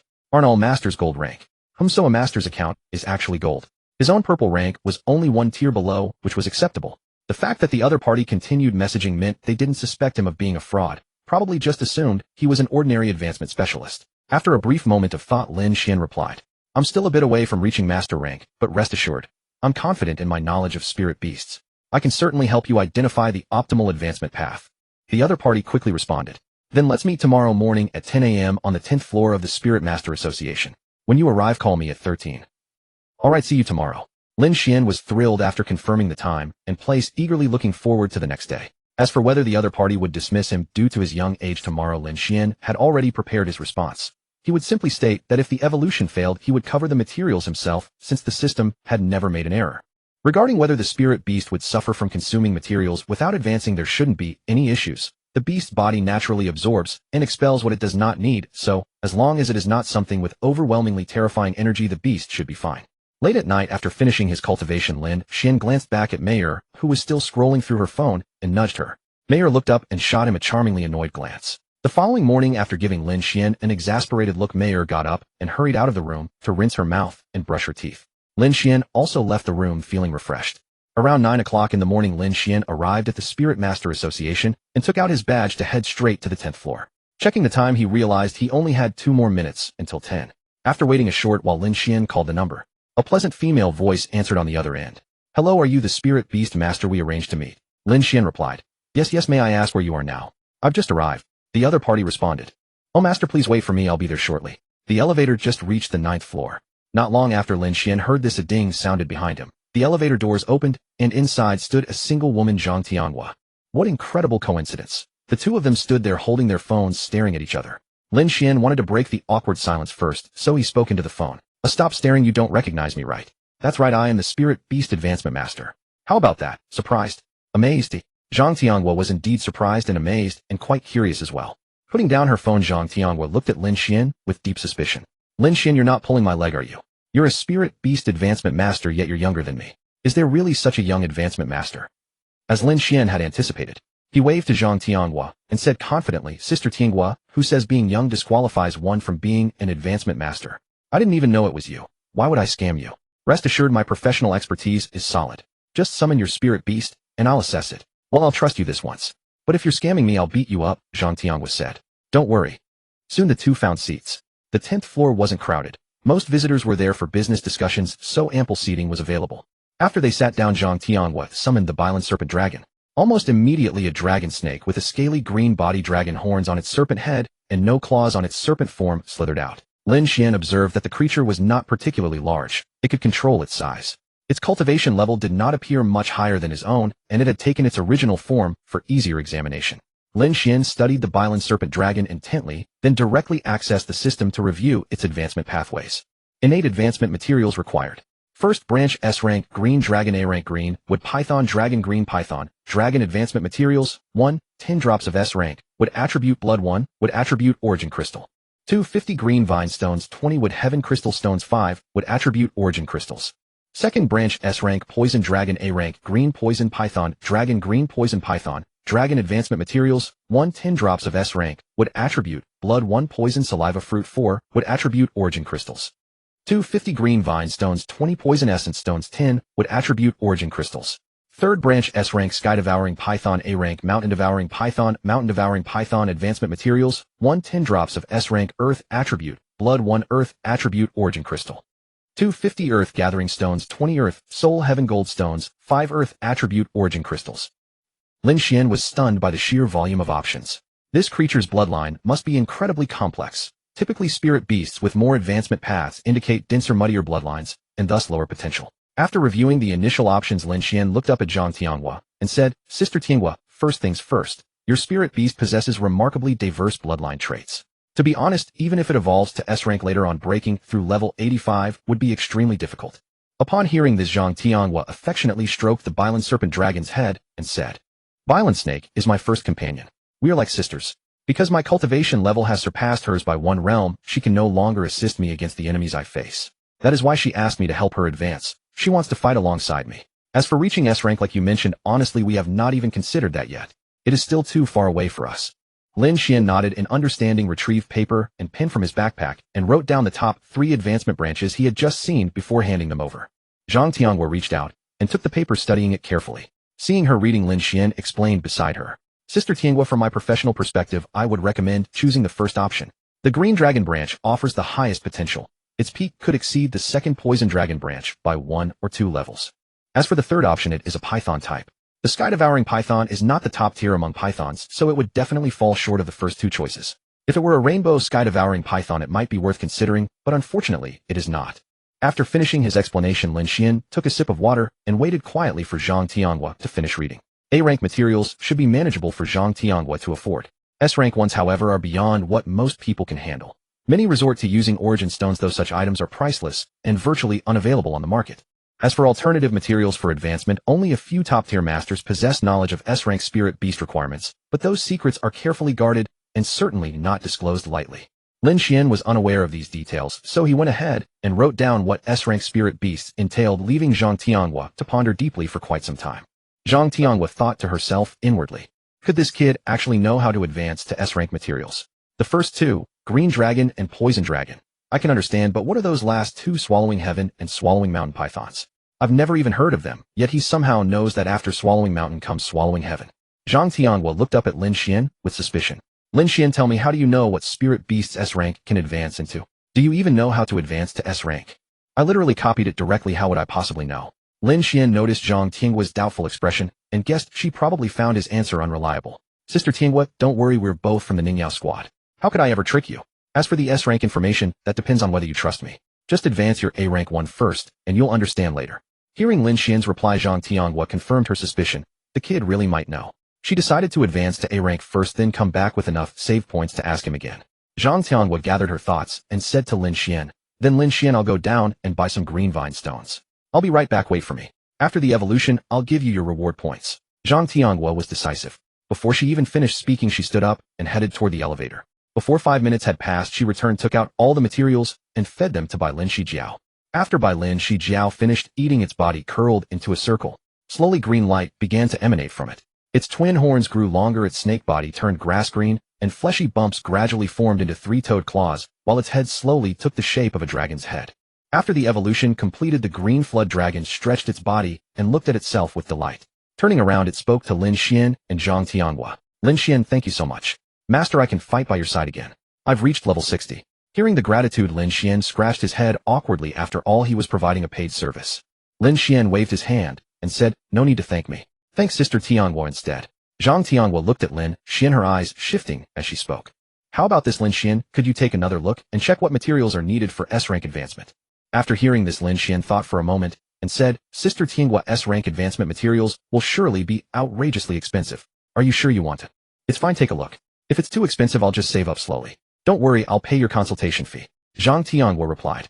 Lin Xuan reviewed the Green Dragon's advancement materials. Required materials for talent advancement: S-rank Green Dragon advancement materials: 1 Wooden Heart Origin Stone, 2 20 Dragon Breath Wood Crystals, 50 Wood Jade Spirit Stones, 10 Top Grade Life Crystals, 200 Wood Attribute Yuan Crystals, 3 50 Green Dragon Wood Cores, 50 Green Radiance Stones, 10 Top Grade Life Crystals, 300 Wood Attribute Yuan Crystals. Lin Xuan immediately took out a pen, wrote down all the information, and handed it to Zhang Tianhua. After reading through it, Zhang Tianhua's face instantly fell.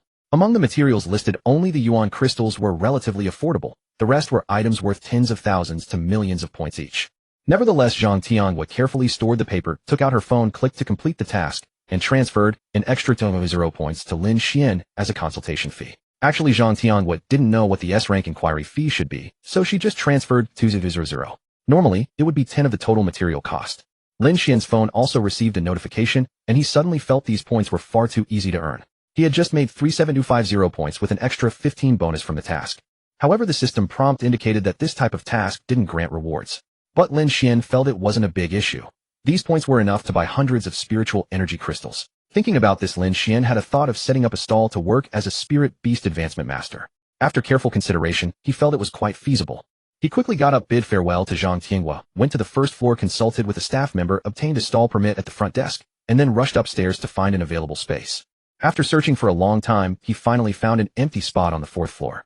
Lin Xuan quickly moved and took out the cardboard he had just prepared and wrote his advertisement. Senior Spirit Beast Advancement Master. Main services: B rank advancement for 100 points, A rank advancement for 5000 to 1500 points, depending on the case. Honest pricing, no deception. After finishing writing, Lin Xuan set the cardboard upright, took out a chair, and sat down quietly waiting for customers. Soon passing spirit masters became curious about this unique stall. They rarely saw an advancement master setting up a street stall. The usual practice was to wait for business at home or in their shop. Is this advancement master that broke? Setting up a street stall?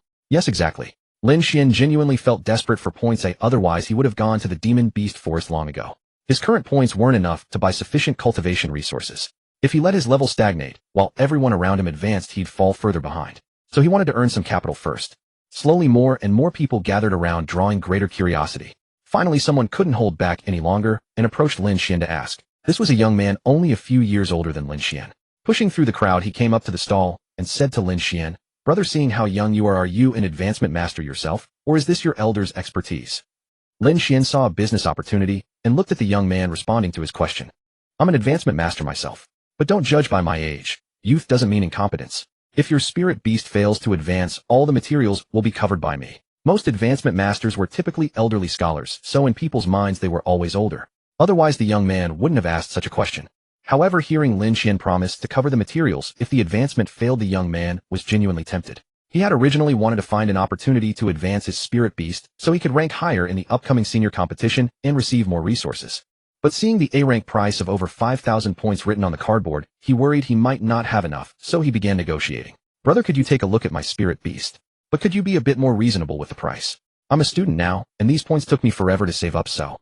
Hearing this, Lin Xuan saw his opportunity and quickly replied, "Brother, don't worry. You're my first customer today, so I'll definitely give you a discount. First summon your spirit beast so I can take a look."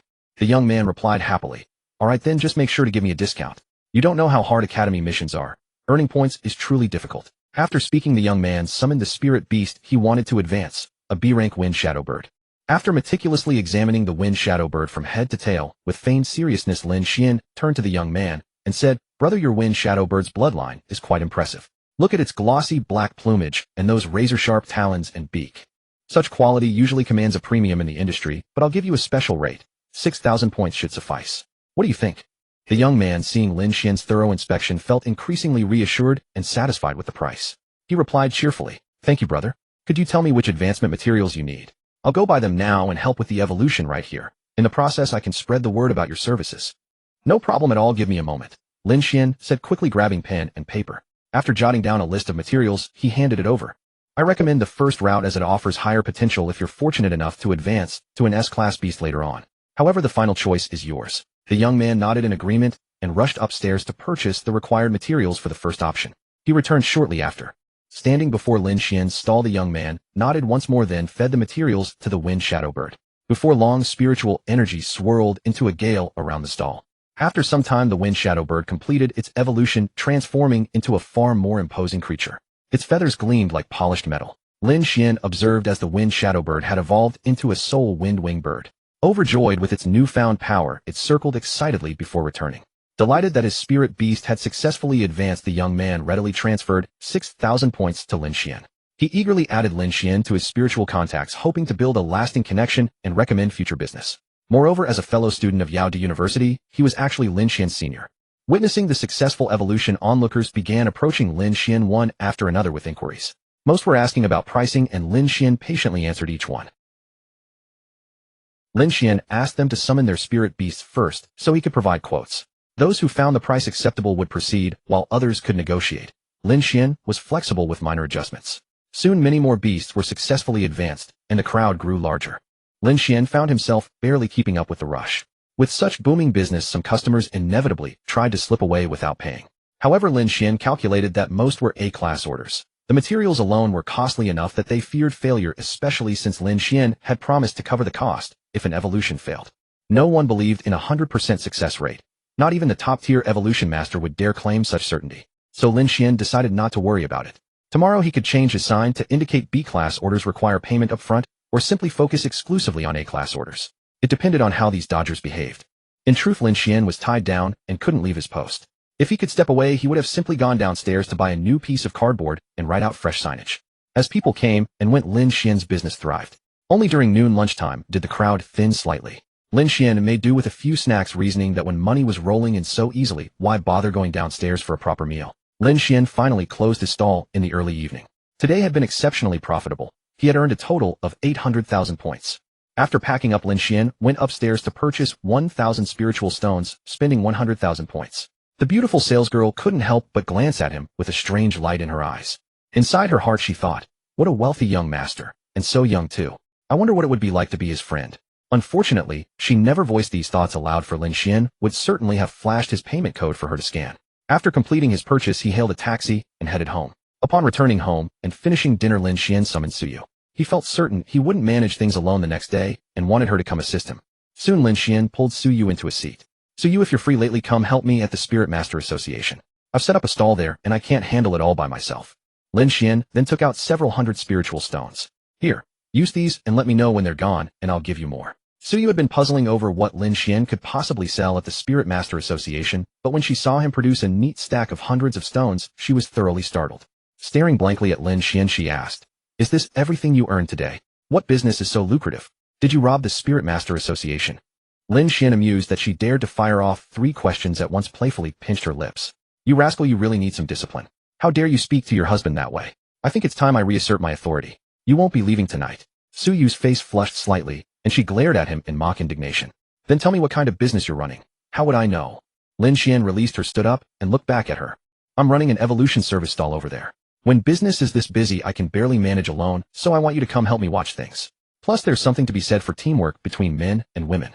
Let me tell you, today I made nearly 800,000 points.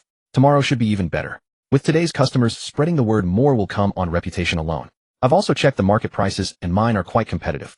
I might even break 1,000,000 points tomorrow." Suyu's mouth fell open, her eyes sparkling with stars, as though she were enchanted by the sight of wealth.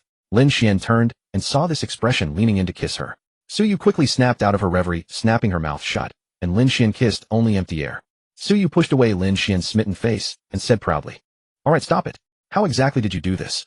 Aren't all evolution masters ancient white-haired elders? And you know about this. Incredible, truly worthy of being the man Suyu chose." Lin Xian smiled warmly at Suyu. "Have you forgotten how your azure bird evolved, though? Alright, then I'll go with you tomorrow to lend a hand. I may not be as skilled as you, but I can certainly manage." Suyu said. "That's right, Suyu, my dearest wife. Don't pinch." Halfway through, Suyu heard the words, "dearest wife," and immediately pinched his waist. Suyu teased mischievously. "Dearest wife, Lin Xuan already told me. It seems you've taken Mei Er into your fold. I suppose it's only natural. With your temperament and Mei Er's beauty, how could you possibly let her go?" Lin Xian quickly grabbed Suyu's hand, his expression one of mock terror. "My darling Suyu, please don't be angry. It's all my fault. You know my nature. But rest assured I will always love you the most." Lin Xian knew how to speak to each person in the way they wished to hear it. If Mei Er asked who he loved most, he would certainly say it was her. If they all asked together, he would say his love was equal for each. Such was his art of balance. Phooey. Yet Suyu was genuinely swayed by such words. Seeing Lin Xian plead so sincerely, her jealousy softened somewhat. After all, in this world such arrangements were relatively common. How one viewed them depended on personal perspective. The relationship between spirit beasts and spirit masters was inherently complex.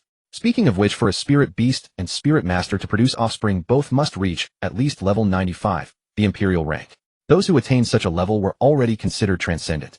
Suyu feigned anger and said, "If you ever treat me poorly in the future, I'll ignore you. Just see how you manage then, humph." Afterward, Lin Xian went to great lengths to appease Suyu, though she had been pretending all along. After all, men should never be overly indulged. Late into the night, both Lin Xian and Suyu were cultivating. Lin Xian had nearly absorbed all 5 spirit crystals, while Suyu had only managed 2. The disparity in absorption speed due to their difference in cultivation levels was quite significant. Lin Xian also gave Mei Er and the others 100 spirit crystals each. With so many accumulated points now, he certainly wouldn't let them suffer from shortage. Seeing Suyu slowly open her eyes after finishing her cultivation, the temperature in the room gradually rose that night, suffused with warmth and intimacy. The next morning after breakfast, Lin Xian and Suyu headed to the Spirit Master Association. He set up a new signboard noting that B-rank requests required payment up front. Lin Xian returned to the spot he had occupied the day before, only to find a crowd already waiting for him. It seemed that yesterday's customers had recommended his services to others. Among the crowd was a customer from the previous day who immediately shouted upon seeing Lin Xian. "He's here! He's here! Boss, hurry up! We've been waiting here for nearly half an hour." "Wow, the boss is so young. My brother told me he was incredibly young, but I didn't believe it until now. I'm convinced. So young and already an advancement master. That's amazing. Quick, let's line up." "Yesterday the boss gave the first batch of customers a discount. That's why I came so early," said the person at the front of the line. Seeing everyone urging him, Lin Xian hurried forward and stepped into his stall. Suyu followed behind, took out several chairs, set them up, and erected the signboard. After setting up, Lin Xian called out, "Come on, brothers, you're my first batch of customers today. Everyone gets a 20 discount. Step forward, my friend. Show me your spirit beast." Once Lin Xian started his business, customers came one after another. Soon Suyu was also busy collecting points, organizing the queue, and handling various trivial matters. She found herself overwhelmed. Finally, by noon, the crowd thinned out, allowing Suyu to rest. She went out and bought several portions of lunch.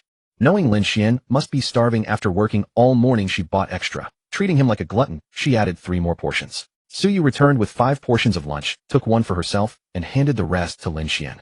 "Here, you must be starving. These 4 are for you." Lin Xian looked at her with a bewildered expression. "Suyu, are you treating me like a pig? I can eat at most 2 portions. I don't care. I bought them, so you have to finish them. Waste is not allowed," Suyu insisted. "Well, then I'll call out a foodie, and you two can have a chat," Lin Xian said, summoning Mei Er. When Mei Er appeared, she was delighted to see the delicious food. Lin Xian gave her 2 portions. Suyu pulled Mei Er aside to eat and chat, while Lin Xian, uninterested in their conversation, focused on his own meal. After eating, Lin Xian took a short nap before business resumed. Soon a customer arrived, someone he recognized, Lin Xuan. But he wasn't alone, he had brought a young man with him. Lin Xuan walked over to Lin Xian's stall with familiarity, pulled up a stool, and sat down. Pointing to the stool beside him, he said to the young man behind him, "Rujuan, have a seat." Then he turned to Lin Xian and said, "Lin Xian, I didn't expect it to be you. Over the past couple of days I've heard people raving about a young, incredibly skilled advancement master on the 4th floor, touting a 100 success rate. So I decided to bring my grandson to check it out." Lin Xian chuckled. "Senior Lin, I'm just making some extra money with a small side business. Don't laugh at me. The young man beside you must be Ruyu's brother, right?" "That's right. His name is Lin Rujuan, Ruyu's elder brother. His spirit beast is quite rare, so I brought him to see you," Lin Xuan replied. Seeing the visitors, Suyu quickly pulled Mei Er over. She had visited Lin Ruyu's home before and knew her grandfather, so she greeted him warmly. "Oh, Grandpa Lin, what a pleasant surprise to meet you here." "Hello, Suyu. This old bones often comes here to relax, having tea or playing chess with old friends." Today I came specifically because of the rumors. By the way, last time Lin Xuan mentioned he had a girlfriend. She must be you, right? Huh? Lin Xuan teased. Seeing Su Yu blush, Lin Xuan quickly interjected. Alright, Senior Lin. My girlfriend is shy, so please don't tease her. Let's focus on the spirit beast. Brother Rujuan, please summon your spirit beast so I can take a look. All eyes turned to Lin Rujuan. Without hesitation he summoned his spirit beast, a B-rank, green-eyed water jiao. It possessed both wind and water attributes, likely a mutated variant, making it quite rare. Most dragon-type beasts are single attribute. Multiple attributes usually result from mutation or a combination of inherited traits from different parents. After carefully observing for a moment, Lin Xuan wrote down several lists of materials and handed them over. Senior Lin, this green-eyed water jiao is a natural mutation, so it requires more materials. You can take a look. I believe maintaining its dual attributes is far better than losing one, Lin Xuan suggested. Lin Xuan took the list, glanced at it, and passed it to Lin Rujuan for his decision. Lin Xuan, you haven't named your fee yet. Here Rujuan transferred 200 points to Lin Xuan. Lin Xuan quickly waved his hand. No need, senior. Last time you gave me a Demon King's tail feather as a gift. Consider this my return gift. If anything, I'm the one who benefited. No, that's separate. Last time I wanted to befriend a genius like you. Besides, you said you're making extra money. Treat this as robbing the rich to help the poor, Lin Xuan said with a bold laugh. Lin Xuan didn't insist further. Indeed, 200 points meant little to Lin Xuan. The stronger one's strength, the more one earned. After finishing, Lin Xuan wanted to chat a bit longer, but seeing people waiting behind, he stood up. Lin Xuan, I'll be off now. If you have time, feel free to drop by my stall for some tea. Lin Xuan replied, sure, Senior Lin. I'll definitely visit when I have time. Only after Lin Xuan left did the crowd dare to approach. Regular visitors to the Spirit Master Association knew that the fourth floor housed a prominent figure, the vice president of the Demon Capital Spirit Master Association. However, when Lin Xuan was at his own stall, he had no airs at all toward customers, provided he was in a good mood. Otherwise, as Lin Xuan had experienced once, he would simply chase people away. The crowd, having witnessed Lin Xuan chatting so cordially with the prestigious figure, secretly admired him. Some petty scoundrels who had originally intended to tail and rob him on account of his low cultivation rank quietly abandoned their malicious thoughts. As expected, this exceptionally young advancement master was no ordinary person. How could an average individual converse so effortlessly with someone of such stature?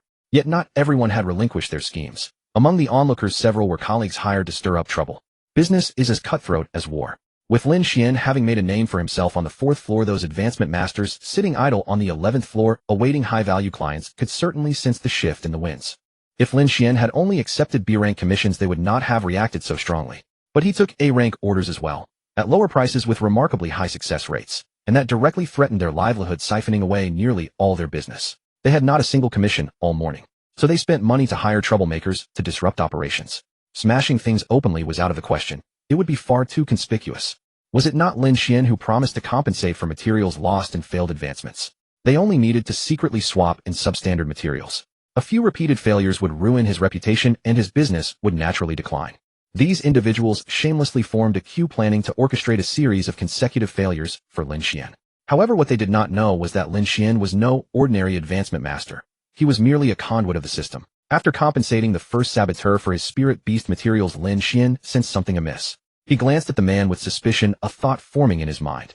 The system would never err. Therefore, the mistake must lie with the other party. Either they had purchased the wrong materials deliberately, or they were simply here to scam him. Though harboring these suspicions, Lin Xuan lacked concrete evidence and could do nothing at the moment. He decided to keep a closer watch on upcoming customers and verify the materials carefully to avoid further losses. Soon after receiving the material points as compensation, the man departed in high spirits. The onlookers, witnessing an advancement failure for the first time, felt it was only natural. After all, nothing comes with a 100% guarantee. If anything, it made the scene more thrilling. The next person in line arrived, another one sent to cause trouble. Lin Xuan wrote out the material list and handed it to him. The man quickly ran off to purchase the materials and returned promptly. Just as he was about to feed the materials to his spirit beast, Lin Xuan stopped him. Brother, wait a moment. Several of the materials I listed are easily confused. Let me check whether yours are correct first. Upon hearing this, the man's expression shifted noticeably to one of panic and disbelief. He stammered, thank you then. Here you go. Clearly unprepared for Lin Xuan to inspect the materials, he was caught completely off guard. The man handed over the materials he intended to feed his spirit beast. Lin Xuan immediately spotted the issues and pulled out all the incorrect ones. Lin Xuan smiled and said, brother, you probably didn't buy these on the upper floor, did you? If you want to avoid being cheated, purchase your materials upstairs. Look at these. More than 10 items are clearly wrong. Good heavens. Only 3 materials were needed, yet the man had somehow purchased 7 or 8 varieties. Any discerning eye could tell he was here to create chaos. Nevertheless, Lin Xuan chose not to expose him outright, giving the man a shred of face. Petty troublemakers could be troublesome after all. Seeing that Lin Xuan would not publicly shame him, the man quickly seized the opportunity, scratching his head awkwardly. I'll go return them right away. I really did mix them up. Senior, please wait a moment. I'll be right back. Soon he returned with the correct materials and successfully advanced his spirit beast. Before leaving, he leaned close to Lin Xuan's ear and whispered a few words. Brother, thank you for sparing my face earlier. I owe you one. Let me give you a heads up. The advancement masters upstairs hired us to cause trouble because you've been stealing their clientele. I'm sorry, but we're only doing this for money. I'm telling my brothers to call it quits and not take their business anymore. If you'd like, you might mention this to Elder Jian. He despises such underhanded tactics the most. Brother, thank you for sparing my face earlier. I owe you one. Let me give you a heads up. The advancement masters upstairs hired us to cause trouble because you've been stealing their clientele.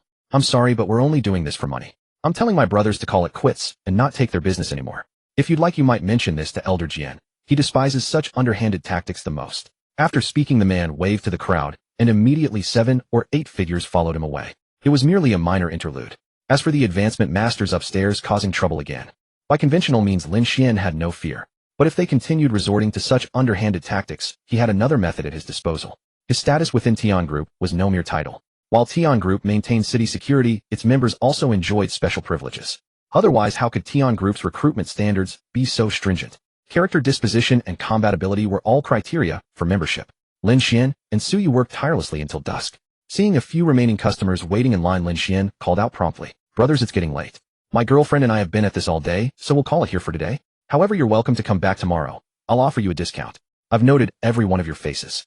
Lin Xuan's business today had been far better than yesterday, especially for B-rank commissions, which had increased dramatically. After all, the prices were genuinely affordable.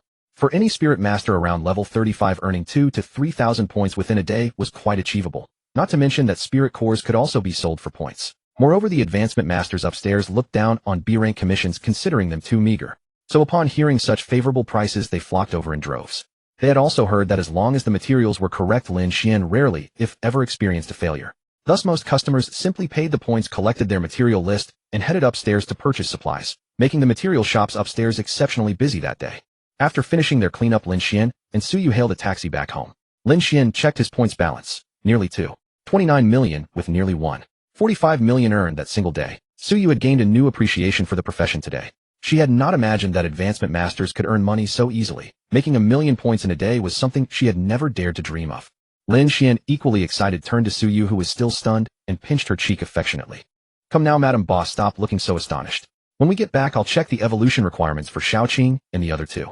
I'll transfer some points to you so you can go shopping tomorrow." Suyu swatted his hand away and rolled her eyes. "I know, my boss. Honestly, I never expected professional advancement masters to be such profit machines. This is incredibly impressive. But it all depends on skill. Without competence, frequent failures would drive customers away. As long as we maintain our reputation, business will only grow better. You, Madam Boss, can just sit back and count your earnings." Lin Xuan chuckled. Soon after, both Lin Xuan and Suyu returned home separately. After dinner, Lin Xuan headed straight into cultivation.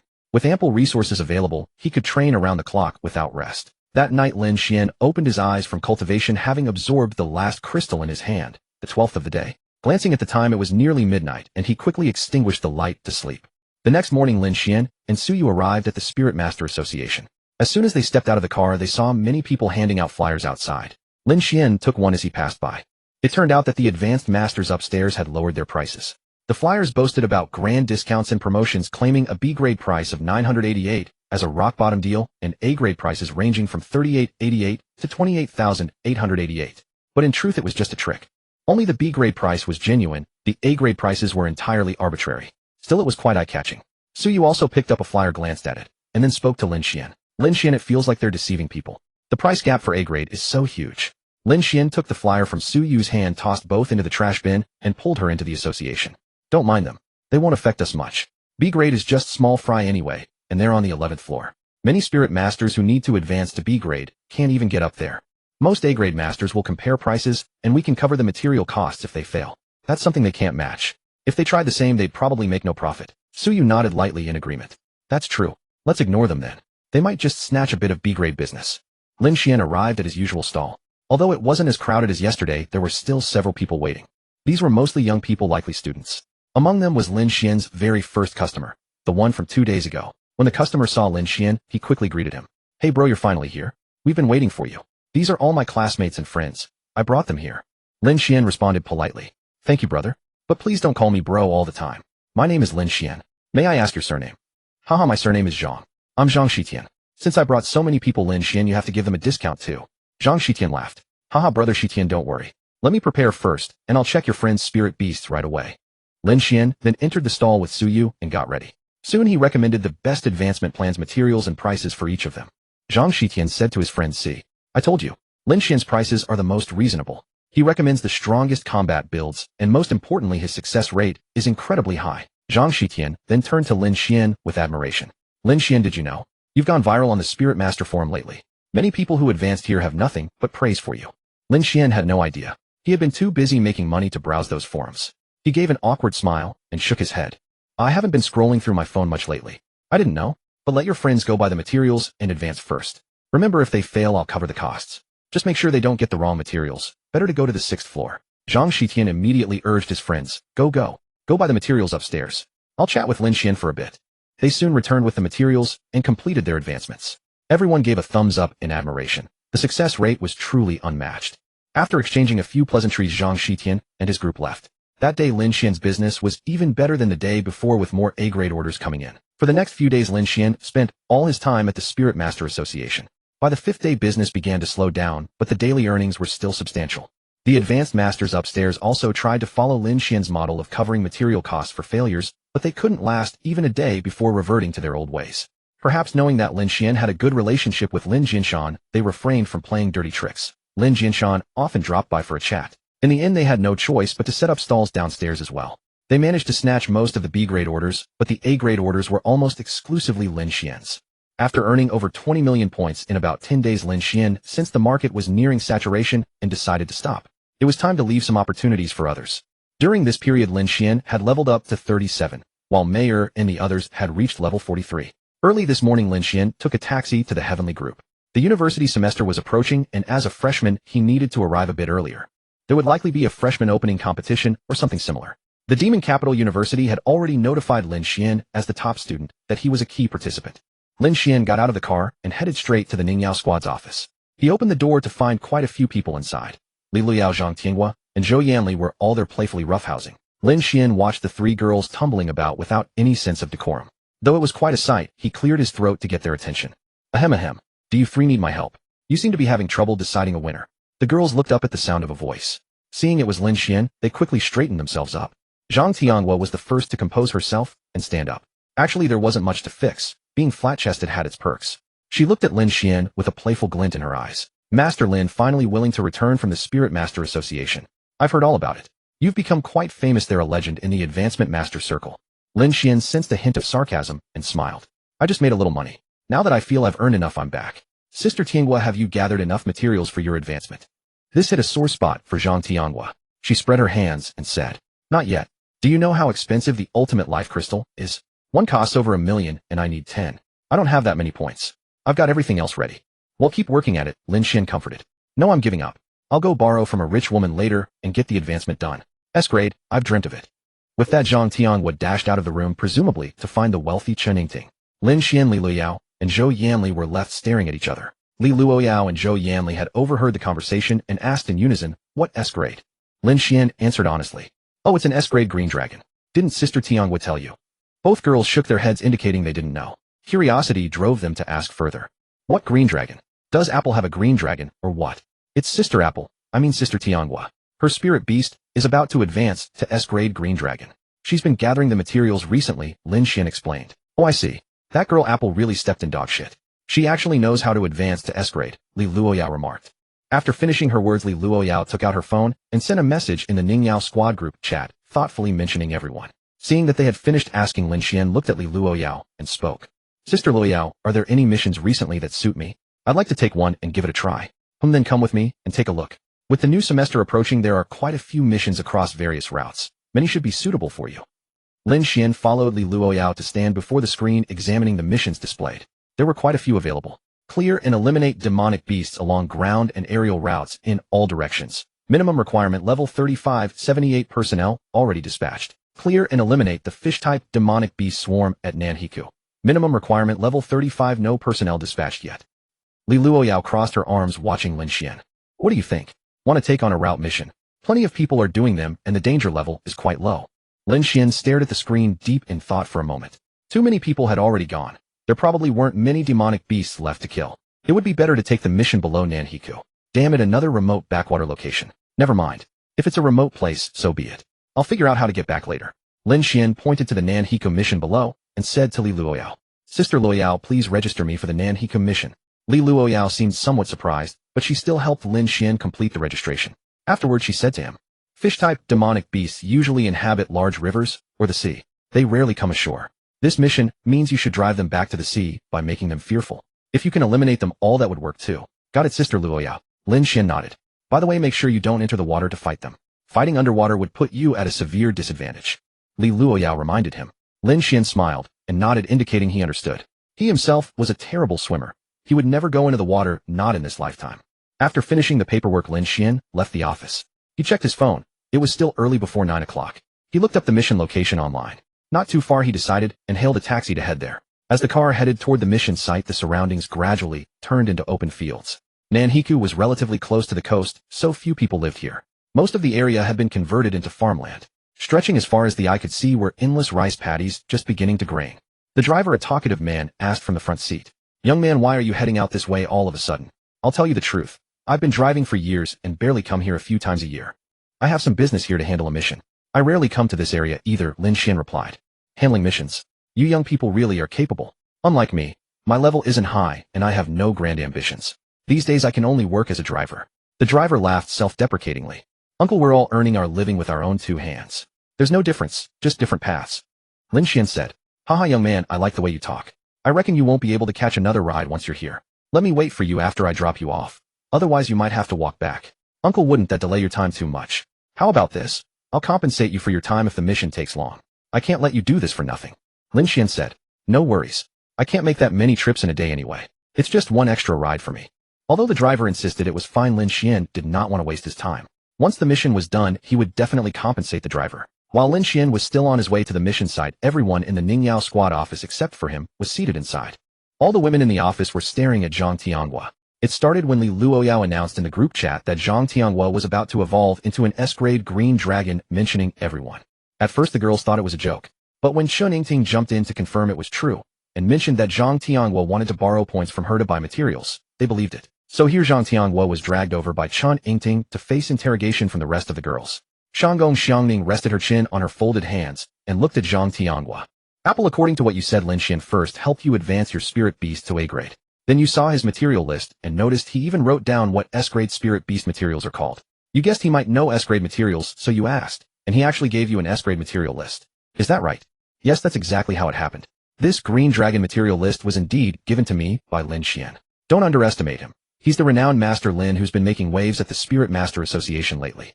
Rumor has it that every spirit beast advancement list he provides has a 0 failure rate. Zhang Tianghua said.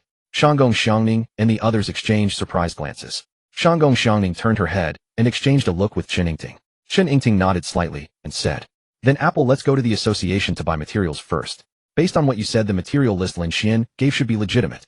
After Chun Yingting finished speaking, she grabbed Zhang Tianghua and pulled her out of the office. Shanggong Xiangning watched them walk away, then turned to the remaining girls. If Apple's spirit beast truly advances, you all know what that means. A beast advancement master is something not just humans need. The girls all nodded. They understood the importance of this matter. Seeing everyone nod, Shanggong Xiangning added. Of course, an S-grade spirit beast is something everyone wants. I'm no exception. If I could, I'd have all my spirit beasts at S-grade. So each of you should find your chance to ask about this. Advancement masters of this level are rare. After Shanggong Xiangning finished speaking, she casually sipped her tea. The other girls remained silent, each lost in thought. The office fell quiet, as everyone waited for Zhang Tianghua and the others to return. Back to Lin Xuan, he had finally arrived at the mission site. He greeted the driver and stepped out of the car. The driver, curious, also got out to take a look. As soon as Lin Xuan got out, he spotted many demonic beast shadows on the sandy shore near the river estuary. Lin Xuan turned to the driver and said, Uncle, just wait here for me. It's dangerous over there. The driver nodded lightly. Lin Xuan summoned Mayer and the others, then led them slowly toward the demonic beasts. Getting closer, he saw that the fish demons seemed to be basking in the sun and sleeping.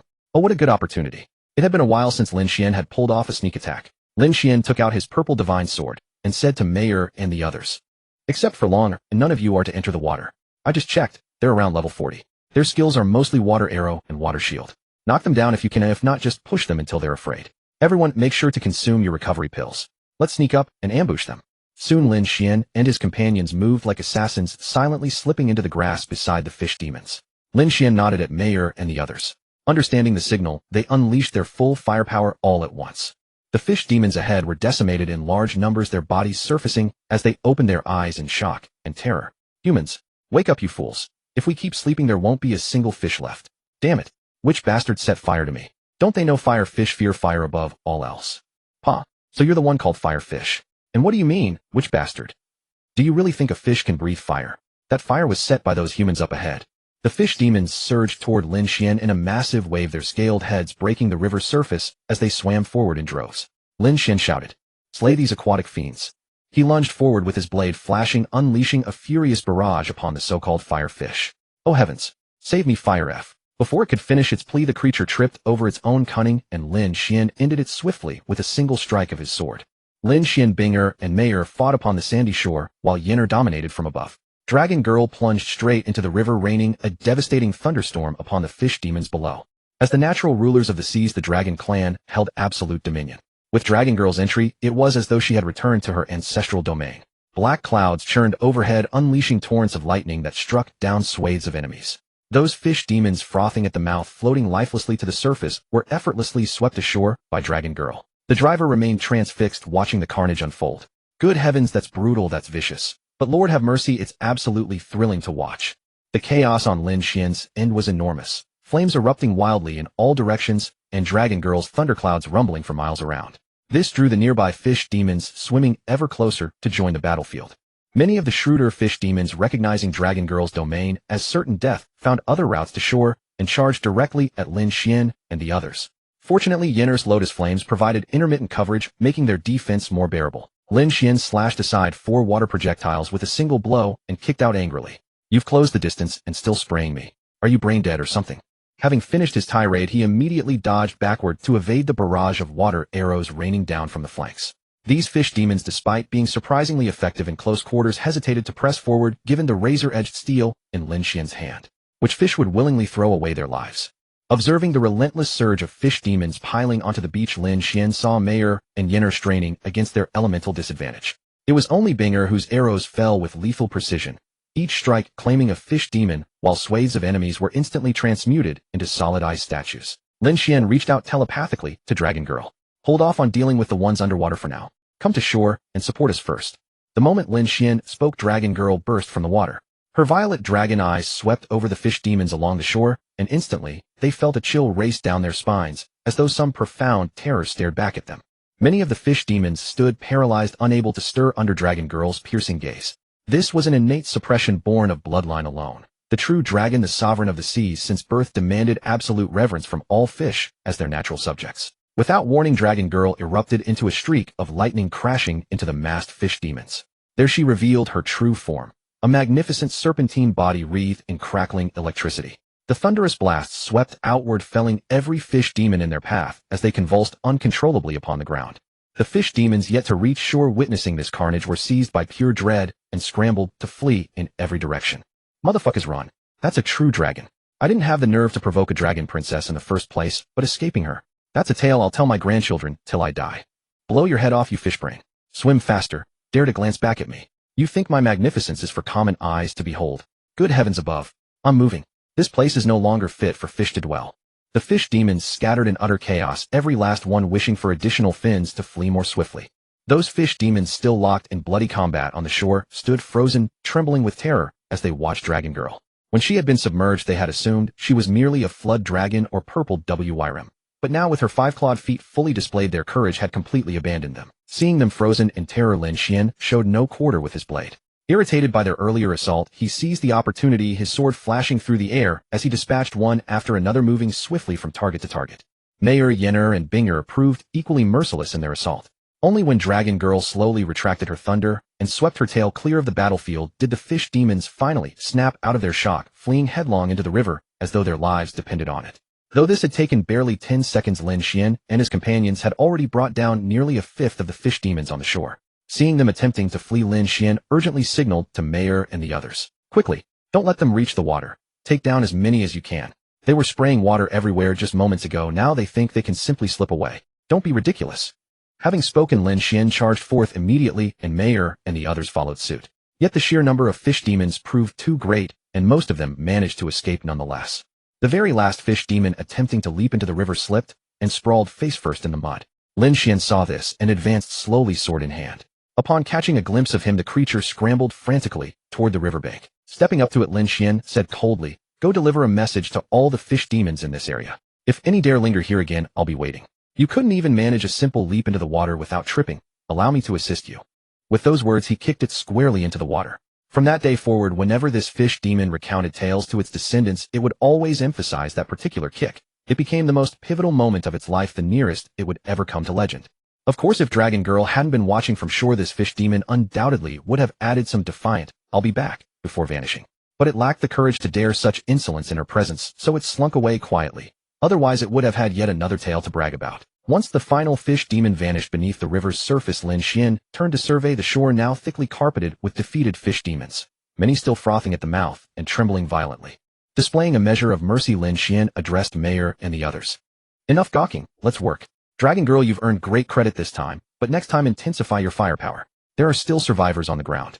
You want a poor evaluation. This level of thoroughness won't suffice." Quickly, Lin Xuan dispatched every remaining moving fish demon on the ground. It took half an hour to process and organize the fish demons, storing usable materials in his backpack, before taking several photos and sending them to Li Luoyao.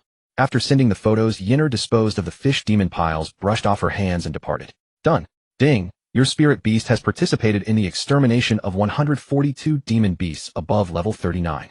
Mission progress increment by 97. Ding. Your spirit beast has absorbed 433 essence points. Ding. Nine-tailed heavenly fox has advanced to level 44, 415 essence accumulated, 2048 essence required. Ding. Vermilion bird has advanced to level 44, 415 essence accumulated, 2048 essence required. Ding. Ice Cheelin has advanced to level 44, 428 essence accumulated, 2048 essence required. Ding. Mission objective achieved, exterminate 30 demon beasts above level 41, 9730 completed. Bonus reward, character experience increased by 30 multiplied by 3. Ding. Long-term recurring quest completed. Bonus reward, character experience increased by 10. Ding. Level up successful. Character now at level 38 with 2 experience points remaining. Lin Xuan first sent Mayer and the others back to the Beast-Taming space, then got into his car and returned to the Heaven group. After collecting his reward, Lin Xuan planned to slack off at their office, but when he arrived and opened the door, the room was completely empty. Not even Li Luoyao was there. How strange. Finding no one inside, Lin Xuan decided against entering and walked downstairs to check if the fat boy was still training. Turning a corner, he spotted a rotund figure crouched by a wall, hips raised, seemingly peering at something. Lin Xuan immediately recognized it as Chuningjuan, that fat lump. Looks like he's done training and is sneaking around to peep at something. How creepy. He's practically a voyeur. Lin Xuan muttered to himself. Lin Xuan crept up quietly and delivered a swift kick to the fat boy. Chuningjuan let out a pained cry as Lin Xuan's kick sent him stumbling forward. Regardless of being discovered, he cursed angrily, clutching his sore spot, and slowly rose to turn around. "Which bastard kicked me? Come out." "Oh, it's you, Lin Xuan. Hey, don't you run." Seeing Lin Xuan attempting to flee, Chuningjuan immediately gave chase. Chuningjuan chased after him, muttering curses all the way. "You got the guts to kick me, and now you're running. Hey, he's speeding up. Watch out for my flesh and egg impact." Hearing the sound of rushing air behind him, Lin Xuan glanced back and saw the fat boy charging forward with his arms shielded, moving with surprising speed. Lin Xuan quickly stopped and sidestepped, then remarked in surprise, "Fat boy, I didn't realize your flesh and egg impact actually had some skill to it." However, the fat boy couldn't respond. He couldn't break in time and crashed straight into the garden ahead. Lin Xuan walked over curiously and was shocked to see the garden nearly split in two. Good heavens, he's plowed this garden almost in half. Lin Xuan quickly helped the mud-covered Chuningjuan up, and they made a run for it. Rumor had it this garden was specially cultivated by a VP, and if they were discovered, the fat boy would surely be hung up and beaten to a pulp.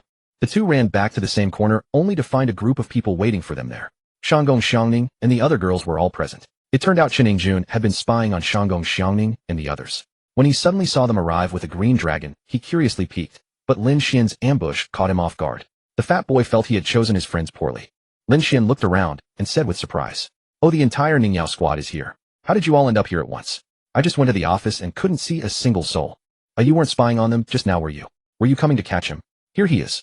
Chuningjuan was instantly mortified. "Unbelievable, Lin Xuan. I haven't forgotten about that kick you gave me, and now you're selling me out directly. Truly terrible choice of friends. Hey sister, let go. Ouch, I'm telling mom when I get home." After Chen Yingting thoroughly beat her younger brother, Chen Yingjun finally behaved. He squatted on the ground, turning his sorrow into appetite and devouring food. Lin Xuan watched the sister disciplining her brother scene come to an end and reluctantly withdrew his gaze. Shanggong Xiangning and the other girls also turned to stare at Lin Xuan. Feeling everyone's intense gaze, Lin Xuan felt utterly bewildered and thought to himself, I haven't messed with any of them today, have I? Why are they staring at me? Could it be they've finally discovered my many virtues? Haha, chuckled smugly. Lin Xuan preened, running his hand through his hair, and said to the group, What are you all looking at? It was the fat boy who was peeping, not me. Even after Lin Xuan spoke, the girls continued staring at him. Sensing trouble, he decided to slip away, pretending to check his phone before saying, Oh, it's so late already. I should head home for dinner. I'll take my leave, you all chat. As he turned to leave, his hand was caught by a delicate, boneless little hand. Lin Xuan tried to pull away but couldn't break free. Zhang Tianhua held on to Lin Xuan's hand and said with a smile, Oh, Master Lin, no need to be in such a rush. Let me treat you to a big meal at the cafeteria afterward. My treat. Oh, don't joke with me. We eat at the cafeteria for free. What do you mean you're treating? Lin Xuan retorted. Zhang Tianhua laughed awkwardly and pointed at Shanggong Xiangning. Then Xiangning is treating. She has money. I'm so broke I've got nothing left but myself. Lin Xuan looked Zhang Tianhua up and down. Indeed, you've got nothing left but yourself. Not a single bit of surplus. Zhang Tianhua rolled her eyes playfully and teased. But I still need to thank you. Even though you left me completely penniless, thanks anyway. Hearing this, Lin Xuan immediately understood. Did the breakthrough succeed? Lin Xuan smiled. Yes. I dragged a rich lady to buy materials for advancement. But I'll have to work for her for quite a while now. Zhang Tianhua replied happily. After chatting with Zhang Tianhua, Lin Xuan roughly guessed why all the girls were staring at him. But with materials costing over 20 million per set, only wealthy women like Shanggong Xiangning and Chen Yingting could afford them. Lin Xuan turned to the girls and said, Let's go. This isn't the place to talk. Let's head back to the office. After Lin Xuan finished speaking, he headed toward the office building. The group soon left, leaving only Chen Yingjun behind, still grumbling and snacking. Not long after Lin Xuan and the others departed, an elderly man arrived in a fury, wielding a watering can. Upon seeing Chen Yingjun covered in mud, Ho, you little Chen the Fat, how dare you trample my garden like that? Even if your grandfather Chen Dafang came here today, he couldn't save you. Unless you fix my garden, you won't eat a single meal tonight. Chen Yingjun was nearly frightened to death by the old man's thunderous shout. He quickly scrambled to his feet to run, but having eaten too much, he was too bloated to move. Chen Yingjun quickly pleaded for mercy. Grandpa Tian, it wasn't me. Don't talk nonsense. Where did I ruin your garden? The elder Tian pointed at his mud-caked clothes. Do you think this old man is blind? I walked around the whole garden, and all I saw was you covered in mud with tracks on your shoes like you've been plowing fields. Aren't you doing something wrong and practically writing "it was me" on your face? Don't bother making excuses, boy. Here's a hoe. Be sensible about it. After the elder Tian finished speaking, he handed Chen Yingjun a hoe. Chen Yingjun, feeling guilty, had no choice but to start digging and repairing the garden, silently cursing Lin Xuan the entire time. Unaware of what was happening, Lin Xuan sneezed repeatedly to the point where he began wondering if he had caught a cold. All the girls stared at him with peculiar expressions. Lin Xuan wiped his nose and looked at the girls. What are you looking at? I've only sneezed a few dozen times. Is that worth this reaction? Chen Yingting interjected at this moment. Of course it's remarkable. I'm just curious. How can you sneeze dozens of times in a row without stopping? If someone was bad-mouthing you, how much resentment would it take? Indeed, Pongzi has almost turned into a resentful housewife over there. Tian Lao made him loosen the soil and weed the entire garden. Now that there's suddenly a free laborer, he's bound to make him work more. Tian Lao took a thermos flask, sat on a chair with a grapefruit, and supervised Pongzi's work. Lin Xuan coughed to ease the awkward atmosphere. Alright, it might have been an allergy just now, but it's not serious. Now you can start. Start what? Wow, Lin Xuan, you're so bold. Are you sure your frail body can handle it? Li Luoyao teased. Only Li Luoyao could utter such flirtatious words. Lin Xuan gave her an annoyed glance. I mean, summon your spirit beasts and show them to me. Isn't that what you all had in mind?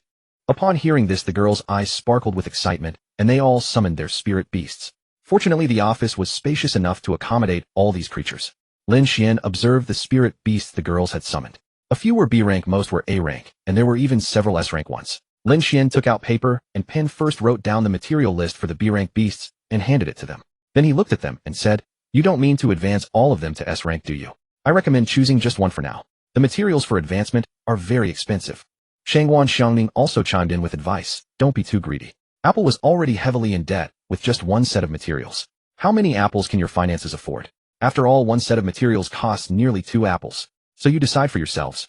Zhang Ting was standing nearby, said discontentedly. So I've become your financial unit of measurement, huh? What are you afraid of? Don't you have 2 rich women here? Zhou Yanli seemed to think of something and said to Lin Xuan, what's the total price of the materials you want? We need to have a rough idea. Lin Xuan frowned and asked, what's the total price of the materials? Is that how S-rank inquiries work? Yes, that's how S-rank inquiries are charged. Usually it's around 10. Zhou Yanli replied. Zhang Tanghua exclaimed upon hearing this. Last time, I only gave Lin Xuan 0 points. That means I have another creditor now, and I still owe 2 million. She stood up, hugged Lin Xuan's arm, and acted coquettishly. Master Lin, I'm so poor that all I have left is myself. Can you charge me a little less? Although Zhang Tianhua was nicknamed Apple, she still had some curves. Lin Xuan felt it was probably about the size of a green apple. He snapped back to reality and smiled. Alright, stop it. Since I already collected your inquiry fee last time, let's leave it at that. Great. Lin Xuan, you're the best. Zhang Tianhua was overjoyed and started dancing on the spot. The green dragon who had transformed into a young woman quickly pulled her owner back. How embarrassing, so shameful.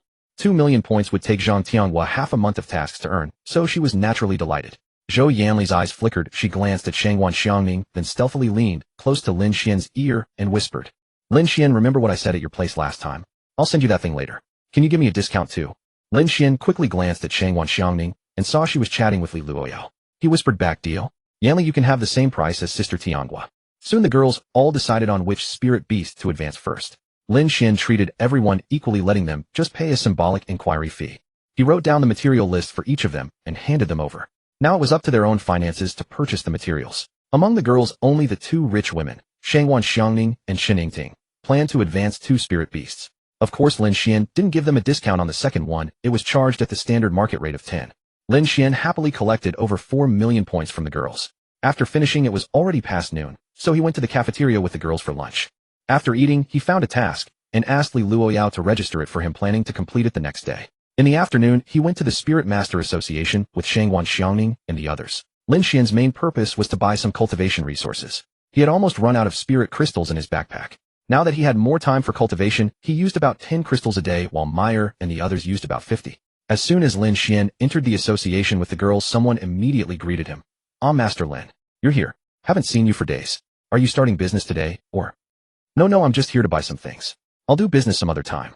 I've been studying hard recently. Lin Xuan waved his hand and said, that's a pity. I was going to tell the brothers that you're taking orders again, the other person replied. That sounded a bit off. After exchanging pleasantries, Lin Xuan entered the elevator with the girls.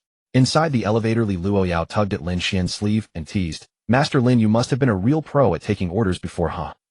Lin Xuan gave the Lolita girl a look of annoyance. If he could actually beat her, he'd spank her bottom. She was almost more mischievous than he was. After the elevator doors closed, Chen Yingting added another comment.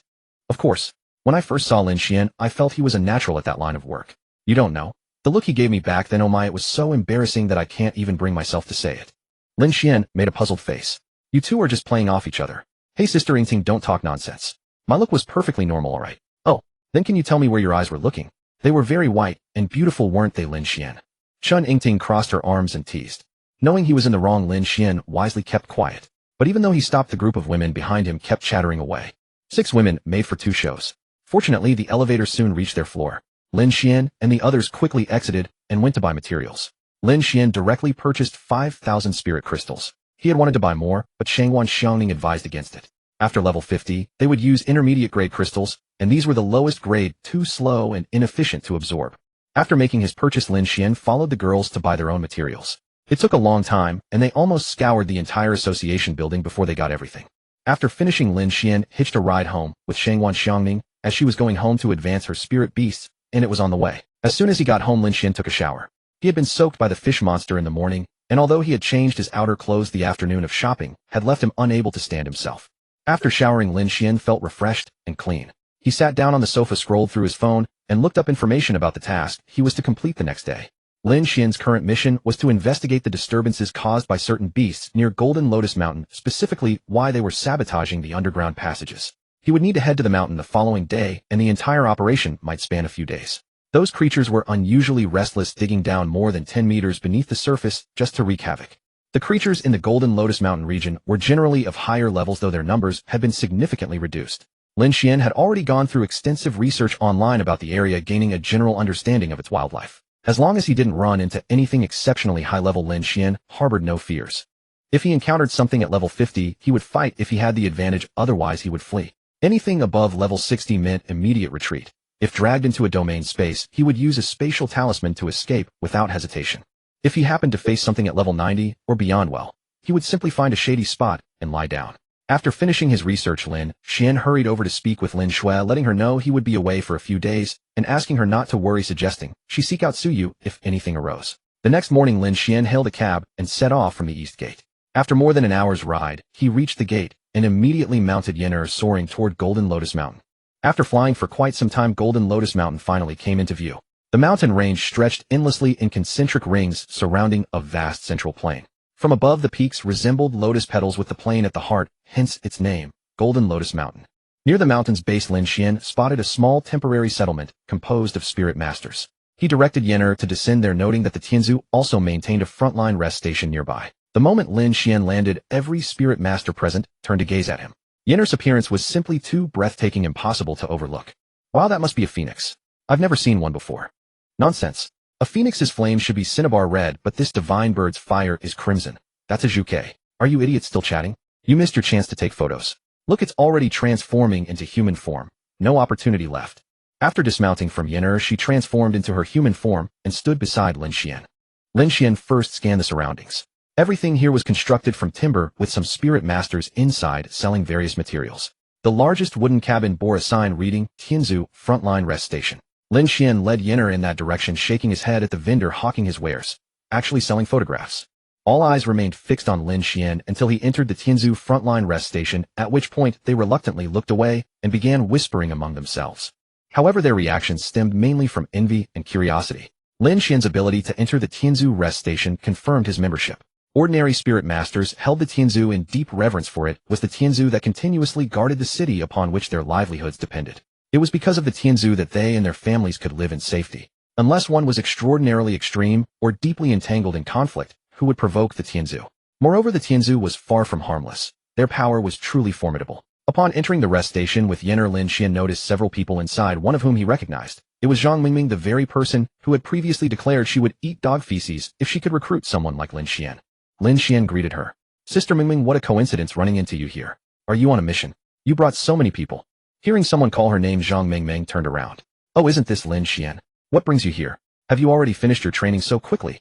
Lin Xuan stepped forward and said, yeah, I finished training half a month ago. I took on a mission, so I came here. I wanted to ask if there's any useful information regarding my task. Damn, you were that fast. If I had known, I would have begged and pestered Xiangning to let us compete for you.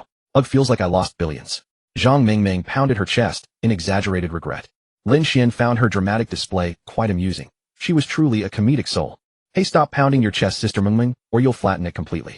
Next time our two teams could run missions together, Lin Xuan teased. It's fine, it's not that big a deal. At most I'll end up like Zhang Apple later. But if a major mission comes up, I'll find your team first. You want information? There are station personnel over there. Go ask them. Zhang Mingming pointed toward a room after speaking. Got it, thanks. Lin Xuan nodded gratefully, then headed toward the room Zhang Mingming indicated. Inside, he learned the situation from the station personnel. The station personnel explained that the beast, or beasts, responsible for sabotaging the underground passages would strike whenever given the chance. Their whereabouts were unpredictable, hitting this section one moment, and that section the next, genuinely idle and troublesome. Just yesterday, another short stretch of the underground passage had been destroyed, and the location was less than 5 kilometers from here. They recommended Lin Xuan follow the trail to investigate further. Having obtained the information he needed, Lin Xuan hastened to the location mentioned by the station personnel. Upon arrival, he saw a large gash on the ground, as if forcibly dug out, with several hoof prints visible in the soil. Lin Xuan felt the hoof prints were rather scarce, suggesting this was not a herd. Moreover, the creature capable of carving a hole straight down over 10 meters must possess tremendous strength. Lin Xuan also inspected the nearby brush and found no clear hoof marks, only a few patches where grass had been trampled along with several leftover fruit pits. Lin Xuan summoned Mayer and the others, and they slowly followed the trail into the foothills of Golden Lotus Mountain. The deeper they went, the harder it became to distinguish the tracks. Fortunately, scattered fruit pits were still visible, otherwise Lin Xuan would truly not know how to proceed. Along the way, they encountered few beasts, and none were above level 30. The moment they spotted Lin Xuan, they slipped away swiftly. More humans crossed their path, though they appeared to be clearing beasts near the passages. Lin Xuan gradually pressed deeper and finally entered a mountain valley thick with vegetation. He immediately spotted a distinct path trodden through the undergrowth. Looks like I'm on the right track. Soon following the trail, Lin Xuan reached the mountainside, where he discovered a vast orchard with ripe fruit sparsely dotted among the branches. Lin Xuan carefully peered into the fruit grove, but found no trace of any demon beast. He felt a slight sense of surprise. Such a fine orchard, yet not a single shadow of a beast. On the ground of the grove, there were many leftover fruit cores and trampled footprints from demon beasts. Lin Xuan dismissed any doubts, though he wondered if the beast dwelling here was the true culprit behind the damage to the channel.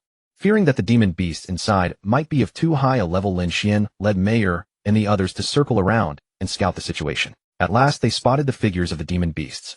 Dwelling here was a group of fruit wine monkey demons level 42. They appeared few in number, but there was likely a leader among them.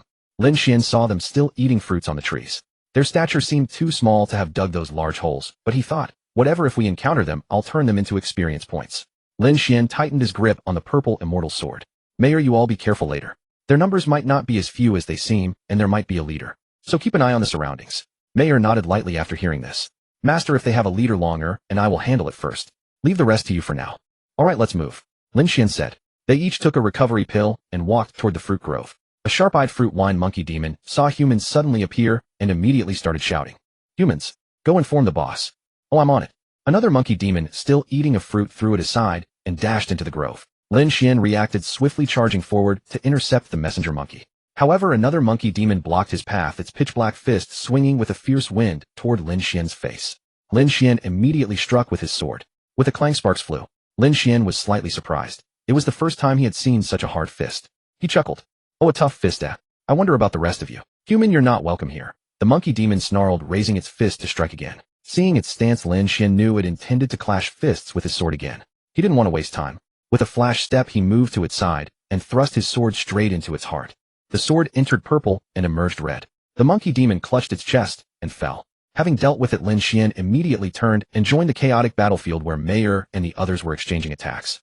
From the moment Lin Xuan had rushed to intercept the messenger monkey, Mayer and the others had already engaged with the other monkey demons. Mayer, don't clash fists with them, their fists are rock hard, Lin Xuan said after dispatching another monkey demon. Understood, master. Just as Lin Xuan was about to flash and deliver a sword strike to the monkey demon in front of him, a sudden sound of something cutting through the air came from behind. He quickly turned sideways and blocked with his sword. With a clang, the attack, a thrown pebble, was deflected by the blade. Lin Xuan fixed his gaze and saw a group of fruit wine monkey demons running toward him with a transformed monkey demon leader in their midst. Monster fruit wine monkey demon leader. Attribute medal. Level 52. Growth potential A level, can evolve. Skills: brewing mastery, addicted to wine, iron fist strike, diamond iron fist, indestructible diamond body, monkey embrace, kill. Seeing that his thrown pebble had been blocked by Lin Xuan, the monkey demon leader tossed another handful at him. Lin Xuan cursed. Damn, one is bad enough, but you throw a whole handful. Lin Xuan quickly dodged the pebbles, all striking several fruit wine monkey demons behind him, causing spurts of blood. Lin Xuan flashed over and finished those few with a couple of sword strokes. Then he turned and shouted to the transformed big man, the monkey demon leader. Thanks for the assist, bro. The monkey demon leader was already annoyed that his sneak attack had failed, and then his second handful of pebbles hit his own men only to help Lin Xuan instead, which infuriated him even more. Seeing Lin Xuan kill his subordinates and then mock him, the monkey demon leader could tolerate the pebbles, but not his temper. He roared, "Human brat, you are dead." The monkey demon leader stomped hard, cracking the ground beneath him. Using the force of the stomp, he lunged at Lin Xuan with astonishing speed, arms outstretched to embrace him. This was the monkey demon leader's skill, monkey embrace kill. Lin Xuan knew he was no match for this leader. The big man was level 52, so he quickly dodged aside. The monkey demon leader missed completely, not even touching a thread of Lin Xuan's clothes, and crashed into several fruit trees before stopping. However, the wind from the charge still grazed Lin Xuan, causing ripples on his light shield. Seeing the big man stopped by the trees, Mayer and Longer both unleashed their attacks. Longer was even more aggressive, engaging in close combat. With the monkey demon leader occupied by Mayer and Longer, Lin Xuan quickly dispatched the remaining few monkey demons. He flicked the blood off his sword and looked up at the group of fruit wine monkey demons charging toward him. After a moment's thought, he turned to Yinner and Binger. Yinner, go help Mayer and the others. Binger, you stay with me and block these incoming monkeys. Okay. Binger withdrew the arrow she was about to shoot and ran toward Lin Xuan. Mayer, Yinner, and Longer all had damage reduction shields, but Binger did not. Fighting a level 50 opponent would be too disadvantageous.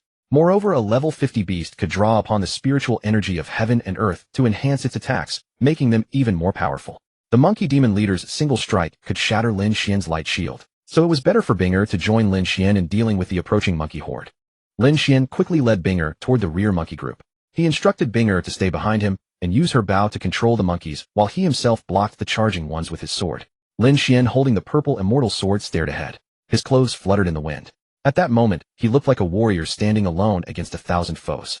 Binger, watching from behind, saw Lin Xuan in this light for the first time and was slightly mesmerized. Lin Xuan estimated the approaching monkey horde, roughly 40 of them. He hoped Binger would be effective. He alone couldn't hold them all back. He needed her control. When the distance was less than 10 meters, Lin Xuan decisively charged forward, communicating with Binger through thought. Binger, control them as much as you can. Leave the rest to me. Binger understood. As Lin Xuan charged, she snapped her fingers on both hands, and snow and ice simultaneously fell on both sides. Binger simultaneously cast 2 Winter's Descent spells covering the left and right areas, leaving the center open. Binger released a faint chill around her as fist-sized ice spheres materialized. An ice bow appeared in her hand, and she drew the bowstring taut. Binger furiously shot ice arrows toward the central area, each arrow carrying an ice sphere as it streaked toward the monkey demons in that region. Lin Xuan soon engaged the monkey demons as well, avoiding direct clashes and targeting their weak points. With Binger continuously firing arrows from behind, she provided considerable assistance to Lin Xuan. Whenever a monkey demon was struck by Binger's attacks, it either slowed down significantly or was frozen for a brief moment, giving Lin Xuan an opportunity to finish it off. Thanks to the coordination between Lin Xuan and Binger, the entire group of monkey demons was intercepted. On the left and right, Binger occasionally snapped her fingers to apply control, while the central area became a grinding stone where monkey demons fell one after another. Gradually, more and more fruit wine monkey demons fell on Lin Xuan's side. Meanwhile, the battle on Mayer's side was equally intense, clearing a large open space with many fruit trees toppled. After Lin Xuan dealt with the last fruit wine monkey demon, he quickly led Binger to Mayer's side. Their fight was still fiercely contested. Although the monkey demon leader appeared to be on the defensive and taking hits, his body was as hard as iron, especially his pitch-black fists, which remained as pristine as a mirror. The monkey demon leader caught a glimpse of Lin Xuan running toward him, and his hatred instantly locked onto Lin Xuan. Perhaps Lin Xuan's face was just a taunt. The monkey demon leader disregarded the attacks from Mayer and the others, charging straight at Lin Xuan with open arms ready to deliver a fatal embrace. Lin Xuan blurted out, "Holy crap." Sensing it was too late to dodge, he had a flash of inspiration and slid through the demon's legs, narrowly avoiding the deadly hug. He quickly sprang up with a carp flip and looked back to see the monkey demon leader crush a fruit tree in his arms. "Damn, that's brutal. Has he been single too long? He's even attacking trees," Lin Xuan complained. The monkey demon leader threw down the tree and turned to charge again. "Human brat, prepare to die. Take my crushing hug." Lin Xuan felt this demon was crazy. Couldn't they just fight properly without this nonsense? Immediately, Lin Xuan cast a light shield on himself, grasped his sword with both hands, and channeled most of his spiritual energy into a swift slash. As he took the demon's hug, the light shield shattered, but the force was mostly absorbed, and Lin Xuan was sent flying. However, the demon leader took the full force of Lin Xuan's sword, which had been imbued with most of his spiritual energy, in a single burst, leaving a deep gash across the demon's chest. Lin Xuan steadied himself and stood up. Seeing that the monkey demon leader was still standing, he said, "You're strong to withstand my strike and still remain on your feet." Longer immediately flashed in front of Lin Xuan to protect him, fearing the demon might attack again. The monkey demon leader clutched his chest, suppressing the blood rising in his throat, and spoke in a halting voice. "Human brat, you're strong, but I can still fight, huh?" With that, the monkey demon leader made a move to attack Lin Xuan again. Mayer and the others instantly unleashed attacks at the monkey demon leader, engaging him in combat. However, Lin Xuan's sword strike had critically wounded the demon leader. After exchanging a few moves with Mayer and the others, he ultimately succumbed, coughing up blood and collapsing. Lin Xuan breathed a sigh of relief seeing the demon fall. That demon was incredibly tough. After taking Lin Xuan's strike, he still managed to fight Mayer and the others for a while. Lin Xuan's sword had been aimed directly at his heart.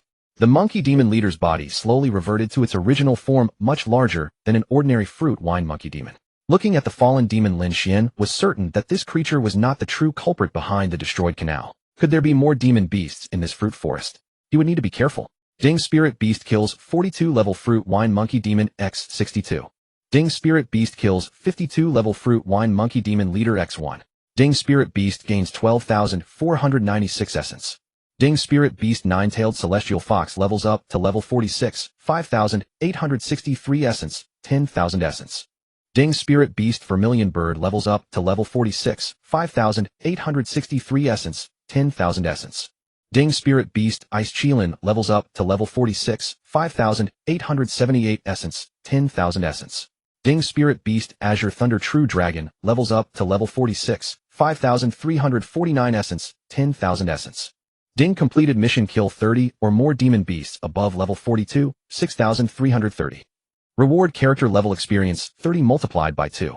After cleaning up the battlefield, Lin Xuan led Mayer and the others slowly toward the direction from which the fruit wine monkey demons had come. Soon they arrived at a cave in the middle of the fruit forest. Inside there were traces of monkey demons having lived there with some animal skins and other items. This cave was likely their home.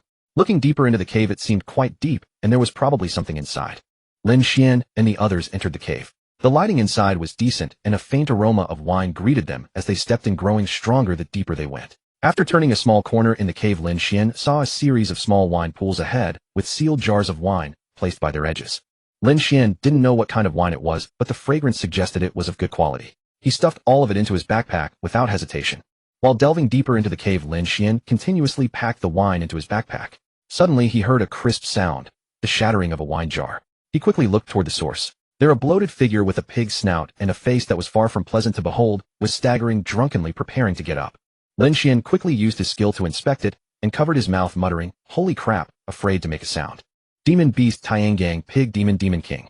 The skill information only showed Tiangang Pig Demon Demon King, with everything else as question marks. This was actually a demon beast above level 70. But seeing that the creature was still drunk and seemingly half asleep, Lin Xuan figured it hadn't noticed them yet. There was still a chance to slip away. Lin Xuan quickly gestured to Mayor and the others, keeping his eyes on the Demon King while slowly backing away. However, the Demon King, possibly wanting to find more wine and finding it hard to walk in his drunken state, gave himself 2 sharp slaps on the face. Lin Xuan was stunned by the move. Those slaps were so practiced, he must have done that often. This guy was definitely something special. The Demon King tapped himself and spoke aloud. "I feel much more alert now." Lin Xuan had not anticipated this trick and thought to himself that matters were going awry. He quickly urged Mayor and the others to return to the beast-taming space first. However, when Mayor and the others entered the beast-taming space, it produced a slight spatial fluctuation, which the Demon King immediately detected.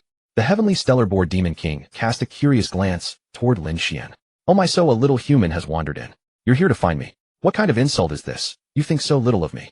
I may be a common pig, but I'm still a Demon King, you know. You humans actually sent a mere level 38 kid.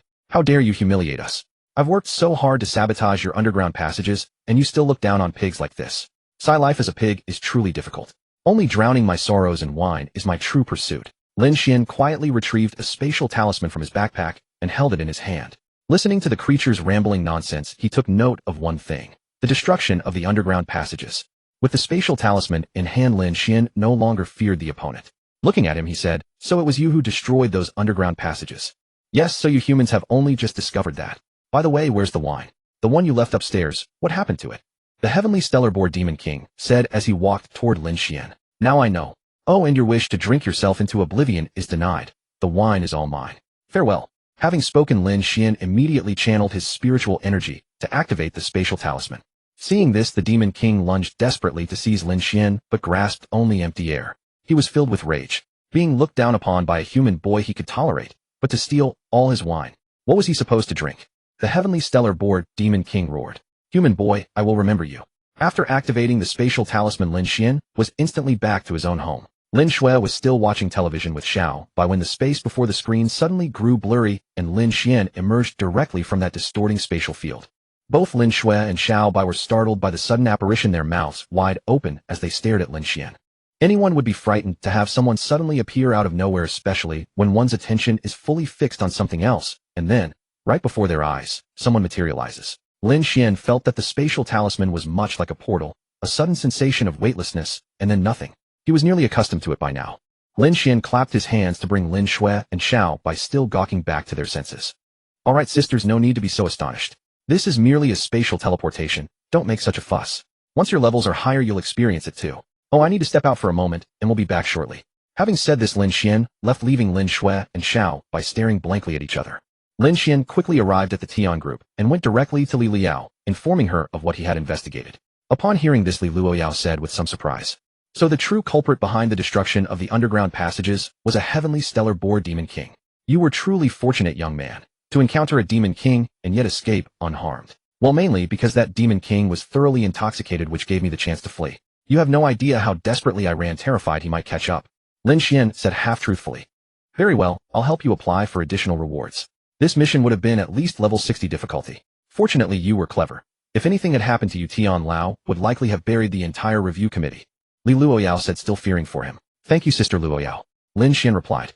"By the way, have all the spirit beasts advanced properly? I don't know about the others. They've all disappeared today? Only I am burdened with endless tasks, otherwise I would have run off long ago."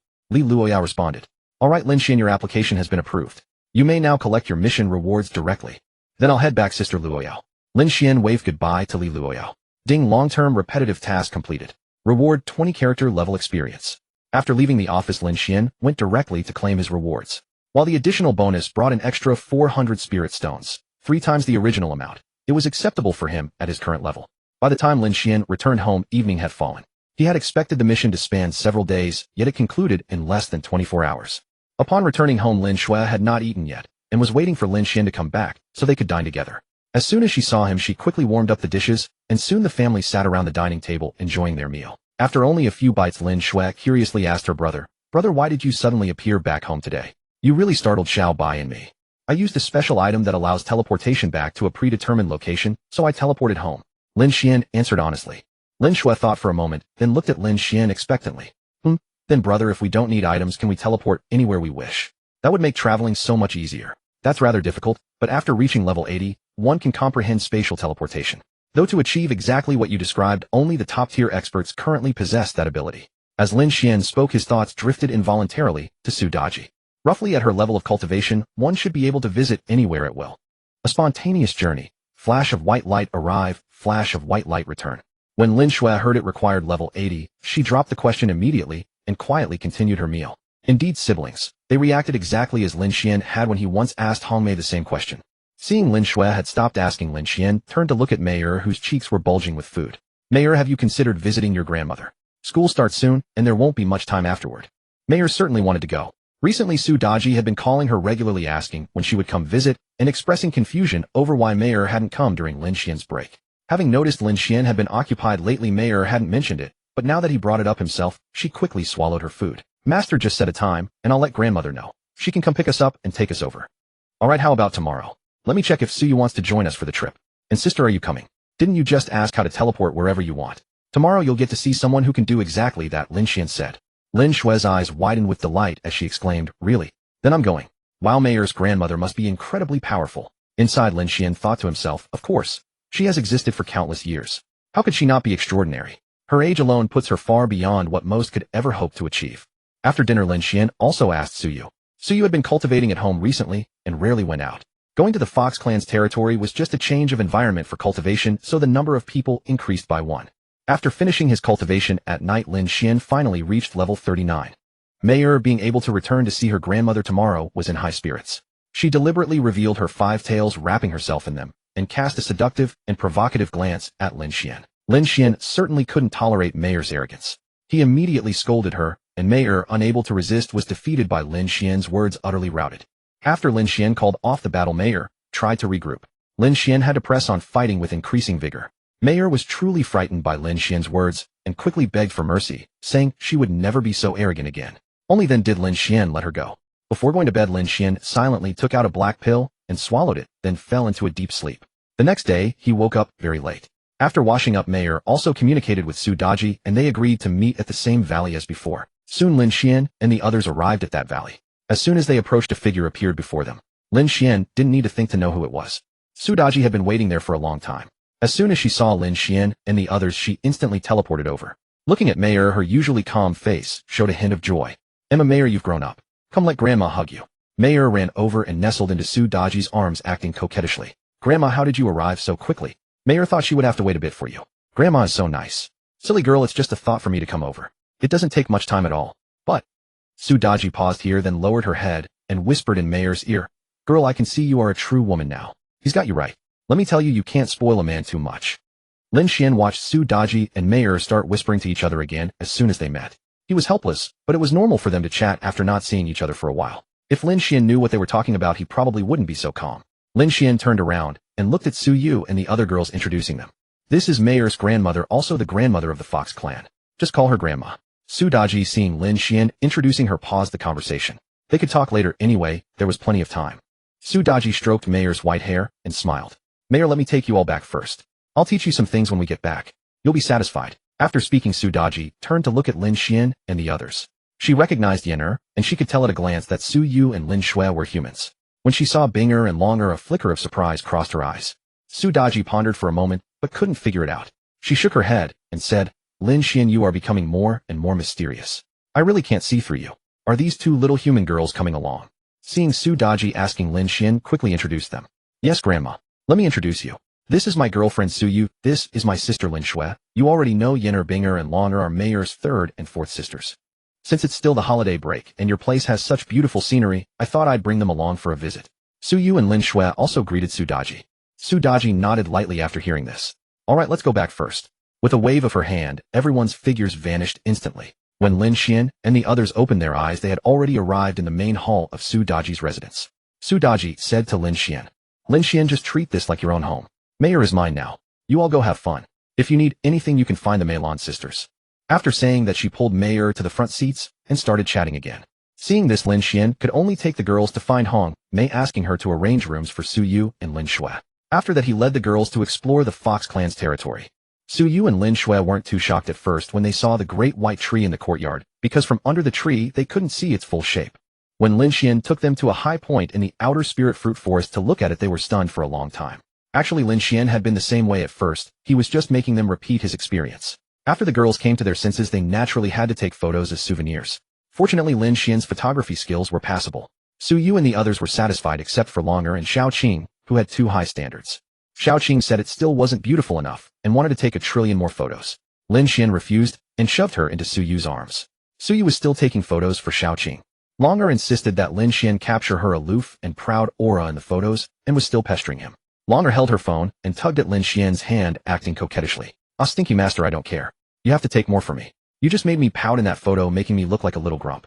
You have to compensate me." Who told you to pout just now? Besides, it looks great. You're still not satisfied." Lin Xuan replied, looking at the photo. Indeed, it was very cute. Longer was already breathtakingly beautiful, and usually she wore a proud face, ignoring outsiders.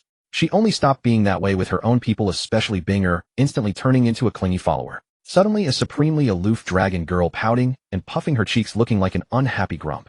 That contrast was incredibly adorable. "No way, I want the kind that's both domineering and beautiful. This style is totally not me," Longer insisted. "Oh, alright. First stand on a high spot, cross your arms over your chest. Yes, now wait.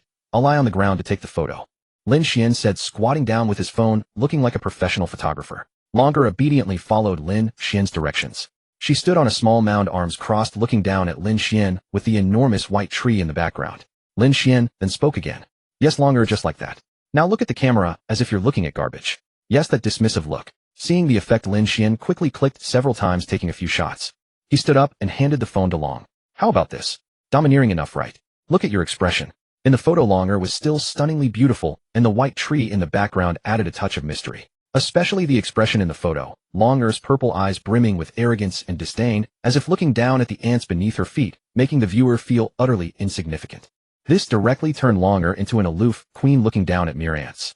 Longer gave a satisfied nod after reading it, then leaped onto Lin Xuan's face and planted a smack. "Master, this is Longer's reward for you." After saying that, she ran off to show the photo to Yenner and the others. After taking the picture, Lin Xuan led them to pick spiritual fruits by hand. It turned out that freshly picked and eaten fruits tasted remarkably better. By the time they finished harvesting, it was nearly noon, so they went to enjoy a specialty dish of the Fox clan before continuing their adventures. After a full day of exploration, the outing finally came to an end, and all the girls had thoroughly enjoyed themselves. That night, Lin Xuan soaked alone in the bathhouse. After walking the whole day, a warm bath truly felt delightful. The only thing Lin Xuan found regrettable was that the Fox clan's bathhouse separated men and women. He had originally hoped to find someone to help scrub his back. Moreover, from the women's bathhouse next door came occasional bell-like cries and laughter. They must be having a wild time over there. Hearing sounds without seeing anything was sure to stir one's imagination. Lin Xuan felt that if he kept indulging in such wandering thoughts, he might fall into demonic deviation. He had been soaking for quite a while anyway, so he decided to get up and return. It was just as Lin Xuan rose from the bath and stepped out when a startled cry came from the other side. "Oh, bad Longer, let go. If you want to drink, go drink your own." That startled cry completely dissolved Lin Xuan's intention to leave. He quickly pressed his ear against the wall to listen. "I won't. Master said that other people's things taste the best. Longer wants to drink Sister Binger's." Longer's slightly foolish voice drifted into Lin Xuan's ears. "Sister Longer, what are you drinking? Oh, you want to drink that? What's so good about it? Do you still want some? I have some too." That voice belonged to Xiao Qing. "Longer, stop causing trouble. If you want to drink, drink your own. Don't snatch others, understand? Otherwise, Sister Yenner won't make delicious food for you anymore." Yenner was likely trying to stop Longer from misbehaving. After listening, Lin Xuan analyzed the keywords he had just heard. What exactly was Longer drinking? Can't be that a wicked smile. Lin Xuan murmured to himself. But this was merely Lin Xuan's guess. He was still quite curious about what it actually was, so he directly used his divine sense to communicate with Yenner. "Yenner, what is that girl Longer drinking? I heard it over here." Yenner quickly replied from the other side. "Master, she's drinking coconut milk. Sister Hong Mei brought some beverages and snacks for us to enjoy while soaking." Lin Xian suddenly understood. Oh, I see. That's fine then. Yenner, give that girl a good scolding. She's picking up bad habits from me instead of learning properly. Now that I say it, it sounds like I'm cursing myself. And never mind. Alright Yenner, you girls continue soaking. I'll head back first. After finishing his thoughts, Lin Xian left the bathhouse and walked toward his courtyard. Late at night, after completing his solitary cultivation, Lin Xian lay down and fell asleep. Early the next morning, Lin Xian was pulled awake by Mayor. That girl had been nowhere to be seen the day before, yet she came to disturb his beautiful dreams' first light. Lin Xian grabbed Mayor's small hand and pulled her into his embrace. Looking down, he said with a mischievous grin, "You little rascal, I couldn't find you anywhere yesterday, and today you come bothering me so early. Have you thought about how you'll make it up to me? Stinky master, it's grandmother who wants to see you. When there's time, Mayor will make it up to you. How could you let grandmother wait so long? As for me, I don't care either way." Mayor looked up and gave Lin Xian an affectionate eye roll. "Alright, I'll let you off this time. When I have the chance." Lin Xian chuckled. After saying that, Lin Xian rushed to the washroom to freshen up, then pulled Mayor out of the room. When Lin Xian arrived at the reception hall, Su Daji was already seated gracefully in the master's seat sipping tea. Seeing Lin Xian arrive, Su Daji put down her teacup and said to him, "Lin Xian, make yourself comfortable. You haven't had breakfast yet, have you?" Hong Mei prepared some morning delicacies for Lin Xian. Hong Mei acknowledged the order and went to the kitchen to prepare breakfast for Lin Xian. Lin Xian also found a seat and looked up at Su Daji asking, "Grandmother, is there something urgent you needed me for this early?" Su Daji looked at Lin Xian and said calmly, "Eat your breakfast first. I'll tell you afterward. What I need to discuss cannot be rushed." After Su Daji spoke, Hong Mei entered carrying several baskets of steamed buns and some side dishes, placing them before Lin Xian. Lin Xian noticed the portion was enough for just one and asked, "You've all eaten already, right? Then I won't hold back. We already had breakfast. You go ahead, Lin Xian." Hong Mei responded. Upon hearing this, Lin Xian simply began eating without further ceremony. After finishing his meal and wiping the corners of his mouth, he looked up at Su Daji. Su Daji understood implicitly and said, "Lin Xian, since you and Mayor have already consummated your union, you are essentially our Fox Clan son-in-law now. Do you have any objections to being a son-in-law of the Fox Clan?" "No objections at all. I am more than willing." Lin Xian nodded and replied. Hearing Lin Xian's answer, Su Daji gently nodded and continued, "Our Fox Clan does not have as many elaborate customs as humans. As long as both parties truly love each other and treat each other well, that is all that matters. However, since you are now our Fox Clan son-in-law, you will also have corresponding obligations. Therefore, I would like to say that if the Fox Clan ever faces danger in the future, and you have the ability to help, please do step forward and lend a hand." Hearing this, Lin Xian answered without hesitation, smiling, "Grandmother, you can rest assured. The Fox Clan has been so kind to me. If you truly encounter any difficulties and I have the ability to assist, I will come immediately to help." Lin Xian also considered that the Fox Clan was a demon race relatively close to humans, which is why he dared to speak so confidently. If it were some neutral demon race that played both sides, Lin Xian would not have dared to make such a guarantee. Upon receiving Lin Xian's definite response, Su Daji also smiled. "Good. If anyone ever bullies you in the future, just tell me directly, and I'll help you vent your anger." Yes, I will, grandmother. If I happen to stumble upon someone at the Imperial Realm or above, I'll definitely come seeking your help immediately. You don't know that whenever I encounter someone I can't fight, I slip away without a second thought." Lin Xian said this as a joke. Su Daji also laughed and replied, "If you were to suddenly encounter an expert at the Imperial Realm or above, you'd have to be possessed by the unluckiest fate. But if you truly do encounter such a situation..." Su Daji's tone grew somewhat serious as she continued, "And if the other party intends to bully you by taking advantage of their strength, just have Mayor send word through the jade pendant with my name. If they refuse to show respect, I will dismantle them personally." "Yes, this humble one has noted it." Lin Xian nodded and replied. In effect, this gave him another life-saving talisman. Although experts at the level of 90 or above were exceedingly rare, one could never predict if he would truly encounter such a person. If the opponent directly locked down the surrounding space, Lin Xian wouldn't know how to escape and would simply lie there waiting for death. Now that Su Daji had given her guarantee, at the very least he would not be so passive. However, Lin Xian felt he probably wouldn't need this life-preserving talisman. How unusually unlucky would one have to be to encounter such a powerful expert?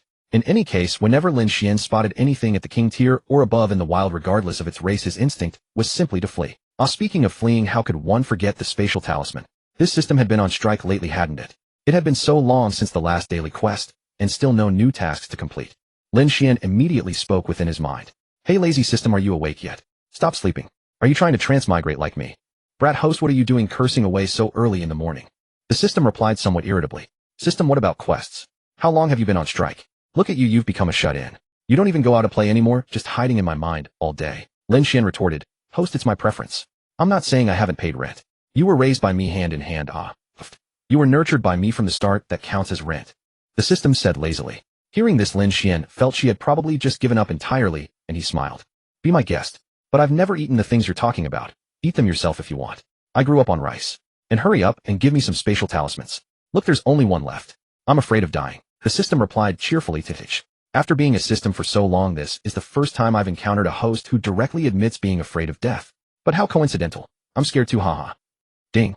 A random daily quest has been issued. Feed Su Daji a wave of dog food. Quest reward 2 spatial talismans, 25th tier, universal evolution materials. After reading the quest prompt, Lin Xuan felt that he probably wouldn't be beaten to death for this. He was already their family's son-in-law now. Surely it wouldn't come to that. Since the system had issued the quest anyway, he might as well complete it. After all, he'd fed them before. Immediately Lin Xuan turned to look at Mei Er, who was gazing at him with a blush covering her face. She had listened to every word of Lin Xuan's conversation with Su Daji just now. She felt as though she were a young maiden preparing to marry her dream groom, filled with happiness, a touch of nervousness, and a hint of shyness. Lin Xuan walked over and gently pulled Mei Er into his embrace. Looking at her, who was already beautiful as a fairy, now rendered so bashful, he couldn't help but blurt out, "Mei Er, you are truly breathtakingly beautiful." Lin Xuan gently lifted her chin with his hand, leaned down, and kissed the rosy lips of the beauty in his arms, savoring the sweetness and softness of those crimson petals. Mei Er's hands unconsciously clung tighter to Lin Xuan, as if encouraging him.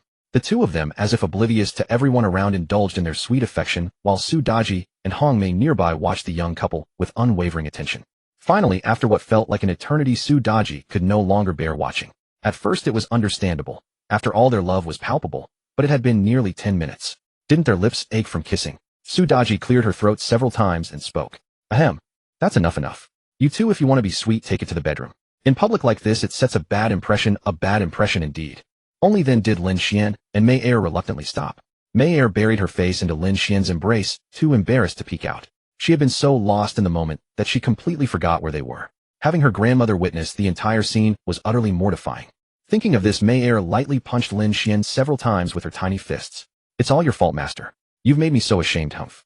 Lin Xuan quickly seized her small hands and grinned mischievously. "Who asked you to be so beautiful? By the way, I wonder which fellow was the one hugging me so tightly just now and also pressing those sweet woo." Before Lin Xuan could finish, Mei Er covered his mouth with her hand. "If you bad guy, don't say things like that." Watching the pair start their display of affection once again, Su Daji thought it had gone on long enough. Rather than watch anymore, she simply vanished with a teleportation spell. At that moment, a quest completion chime echoed through Lin Xuan's mind. The spatial talismans were his. Noticing Su Daji was gone, Lin Xuan playfully removed Mei Er's hand from his mouth and leaned close to whisper a few words in her ear. After hearing his whispered remarks, Mei Er blushed deeply and lowered her head in silent consent. Lin Xuan took Mei Er's hand and bid farewell to Hong Mei before rushing back to his courtyard and closing the door. It wasn't until noon that Yin Er came knocking to call him for lunch. Only then did Lin Xuan and Mei Er emerge from the room. Mei Er's face was flushed and radiant, her smile bright. For the next 3 days, Lin Xuan spent his time lounging about in the Fox clan's territory. Only after those 3 days passed did Lin Xuan and the others bid farewell to Su Daji. Before leaving, Lin Xuan also handed the Mylan sisters a material list. This was something Lin Xuan learned only after casually asking about their cultivation levels. Both sisters had reached level 79, but that was their ceiling. With A-rank talent, reaching level 79 required immense diligence on their part. Moreover, Mylan and her sister were the closest and most compatible friends Lin Xuan had made among the Fox clan. What would be an insurmountable challenge for others was merely a matter of putting pen to paper for Lin Xuan. So before departing, he helped the two sisters review their advancement requirements and wrote them a list. Mylan and her sister accepted the material list from Lin Xuan and examined it carefully. After reading it, Hong Mei's eyes held a hint of doubt, but mostly excitement as she asked Lin Xuan, can the materials on this list really help me advance?" "You're not joking, right?" "Exactly, Lin Xuan, don't tease us. My sister and I have been dreaming of advancing for so long." Hong Lan chimed in as well. The Mylan sisters would occasionally visit the human cities, and having been stuck at their level for so long, they had certainly sought out the advancement masters there. Unfortunately, they had gained nothing from those visits. For Lin Xuan to suddenly produce a material list capable of enabling their advancement was truly hard to believe. Lin Xuan was accustomed to their skepticism. After all, he was so young. Was it a crime to be youthful? Who decided that only seasoned experts could be advancement masters? Shouldn't the master system decide that? Don't worry. As long as you don't mix up the materials, your advancement is guaranteed. Consider this a modest betrothal gift from your future brother-in-law, Lin Xuan said with a smile. Su Daji, however, trusted Lin Xuan completely. She always felt he was profoundly mysterious, and it was only natural that a man of such mystery would accomplish seemingly impossible feats. Seeing that the Mylan sisters still harbored some doubts, Su Daji calmly spoke. "Rest assured, that lad of Lin Xuan's along with the 2 girls he brought all have S-rank spiritual beasts at their sides. What more proof do you need? The evidence is right before your eyes." Among the three, only Su Yu's spirit crystal heavenly deer, Xiao Chui, had yet to advance to S rank. The rest were all S rank already. After Su Daji's insightful guidance, the Mei and Lan sisters suddenly saw the light, their doubts resolved. Both women looked at Lin Xuan with grateful eyes, and Hong Mei expressed her thanks. Lin Xuan, thank you so much. Next time you come, we sisters will personally cook a grand feast for you, guaranteed to satisfy. Alright, when I have time next time I'll definitely come and taste your culinary skills. We'll be going now, see you next time. Lin Xuan replied cheerfully. After Lin Xuan finished speaking, Su Daji teleported them back to that valley. After bidding farewell to Su Daji, once more Lin Xuan and the others hurried home without delay. In 2 days, Lin Xuan would need to go with Su Yu to report at the university, presumably for freshman orientation activities, so they had to arrive early. Soon 2 days passed. Lin Xuan and Su Yu arrived at the entrance of Yaodu University and got out of the car. Looking at the gate, the 4 characters, Yaodu University, were written in a vigorous flowing script exuding an imposing presence. After admiring the view, Lin Xuan took Su Yu's hand and said, Su Yu, let's go report first. Later I'll take you around to explore. Let's go. With that, the two stepped into the school. Once inside, they saw many senior students greeting the freshmen. Perhaps because Lin Xuan and Su Yu were both quite attractive, the seniors immediately noticed them. Soon several people walked toward Lin Xuan, greeting them warmly. You two are here to register, right? We are from the Yaodu Student Spirit Masters Association, responsible for guiding new students through the registration process. Lin Xuan didn't know where the registration office was, so having someone guide them was perfect. Thank you so much. We actually didn't know where to go. You seniors have worked hard. Lin Xuan replied. Soon a senior brother and senior sister led Lin Xuan and Su Yu to register and then showed them their respective dormitories. The guiding senior pointed at Lin Xuan's dormitory door and said, Lin Xuan, this is your dorm. Go ahead and enter. I still have work to do, so I'll leave you here. Yep, thank you, Senior Li. Please go ahead with your work. I can handle it from here. Lin Xuan watched Senior Li leave before knocking on the dormitory door. Soon 2 voices came from inside. Yo, another brother is here. Quick, fatty, you're closer, go open the door. Oh, coming. The brother outside, wait a moment, let me finish this bite. The dormitory door was soon opened. Whoa, Lin Xuan, it's you. By the way, I haven't settled the score with you about making me dig a few acres of land. I finally caught you in the flesh. Watch my savage charge, huh? As the door opened, Chen Ingjuan's voice rang out. The person opening the door was indeed Chen Ingjuan. Lin Xuan never expected to be in the same dorm as Fatty. When Fatty saw it was Lin Xuan, he immediately got angry. He had spent several days digging that garden. He immediately charged at Lin Xuan. Lin Xuan quickly put out a hand to block Chen Ingjuan's forehead as he rushed forward, pushing him back. You damn Fatty, are you out of your mind, or just thick-headed? Ramming me with your forehead. Get inside first. When did I ever make you dig a few acres of land? Chen Ingjuan pushed Lin Xuan's hand away and said indignantly. A few days ago I was chasing you and crashed into the garden, right? I got caught and was punished to loosen the soil for the entire garden. I dug for 3 days. Do you know how I spent those 3 days? Lin Xuan thought for a moment and then laughed. Oh, you mean when I kicked you and you chased me? I was pulling you to run away immediately. How did the other party know it was you? Don't tell me you walked right into the trap. Chen Ingjuan was instantly speechless. He had indeed walked right into the trap. Lin Xuan walked into the dormitory and saw another brother inside whom he also recognized. Li Liliang from the same high school. He was furiously typing away at his computer. Lin Xuan felt that this fate was truly remarkable. Of the 4 dormitory members, 3 had now arrived, and they all knew each other. Li Liliang looked up when someone entered and said with surprise, Ah, the top scholar Lin Xuan. Lin Xuan, have a seat. Fatty, you entertain Lin Xuan for a while. I'm almost done with this match. Damn, support is really not fun. Oh, here. Lin Xuan, help yourself to whatever you want. I guarantee you won't finish it all. Chen Ingjuan's way of entertaining was to offer unlimited snacks. Lin Xuan looked at the bed full of snacks and gave Fatty a disdainful glance. Are you feeding pigs? Fatty, I'm really curious how much food you still have in your ring. Just make sure you can't finish it all. Chen Ingjuan grabbed a few bags of chips and went to watch Li Liliang play the canyon game, as it made the snacks go down better. Lin Xuan curiously went over to look as well. Oh my god, the score was barely better than his own. It seemed they were on the same level. Chen Ingjuan ate more and more deliciously as he watched. Lin Xuan asked for a few packs and joined in. It really made the food go down well. Soon Li Liliang's game screen glowed red. He lost. Li Liliang saw the two behind him eating so happily and said irritably, Go ahead and eat yourselves to death. This round was clearly my bad performance. Next round I'll show you a godlike performance. Not at all, I think you played better than I do. How about we play a match sometime? Lin Xuan said honestly. Chen Ingjuan, hearing this, eyes lit up slightly. If you two play a match together, I'm afraid the snacks on my bed won't be enough.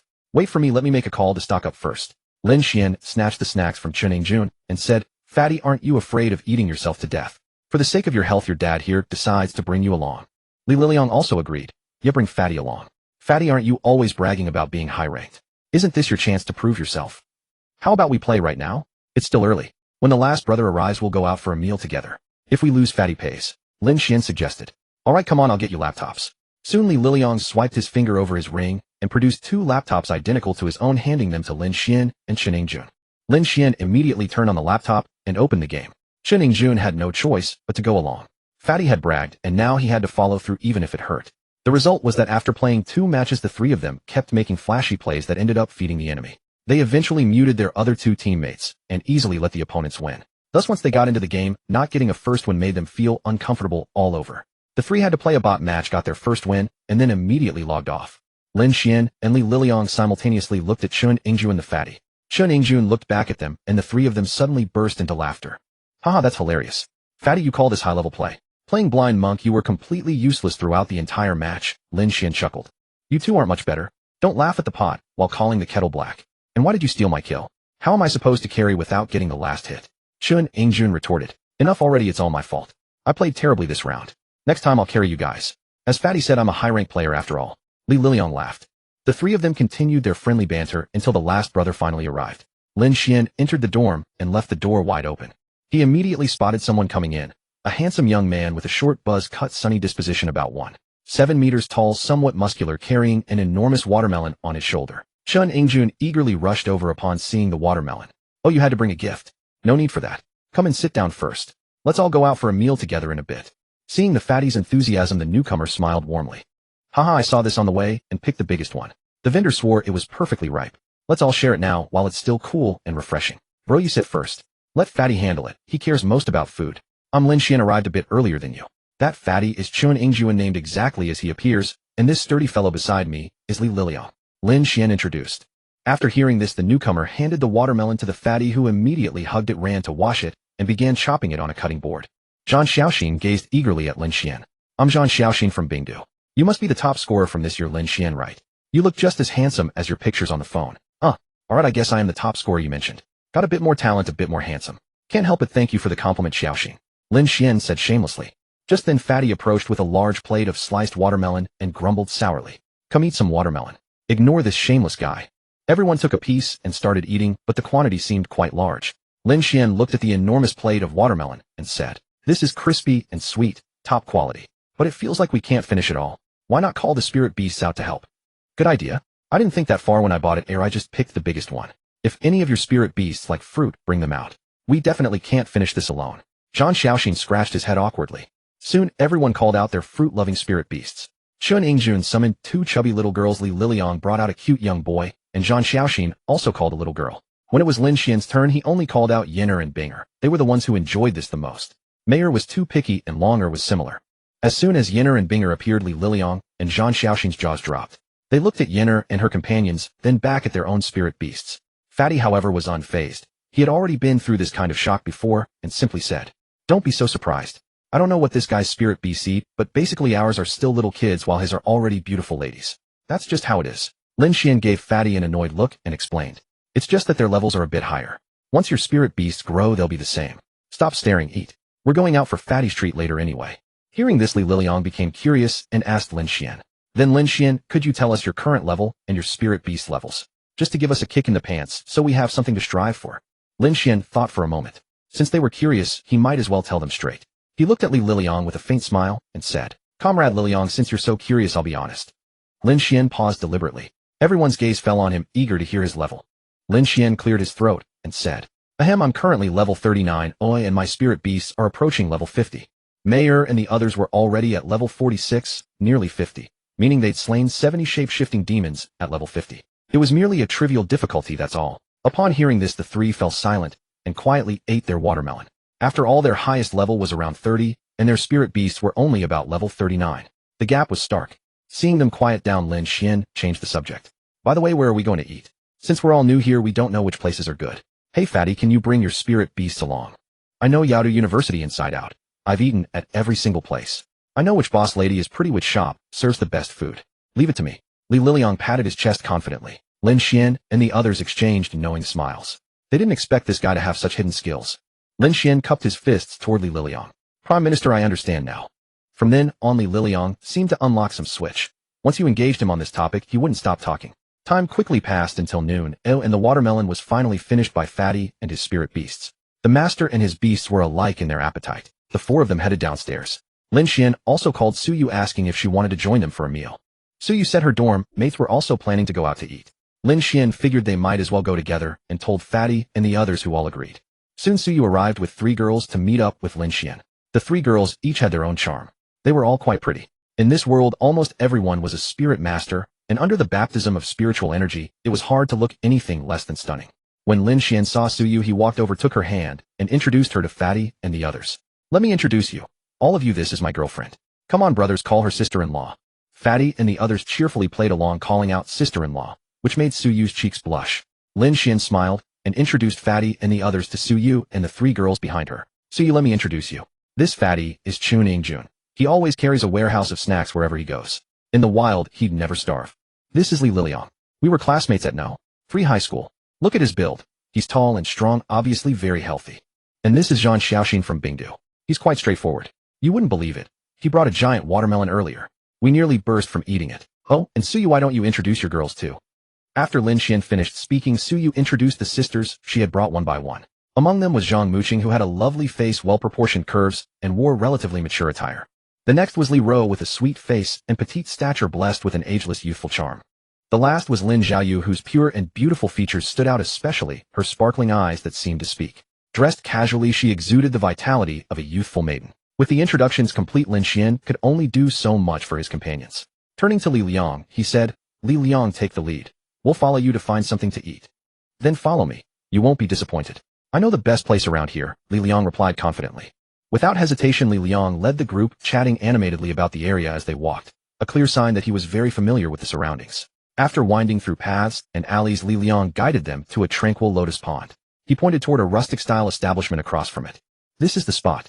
The food here is exceptional. It's easily the best restaurant near the university, and the surroundings are quite scenic.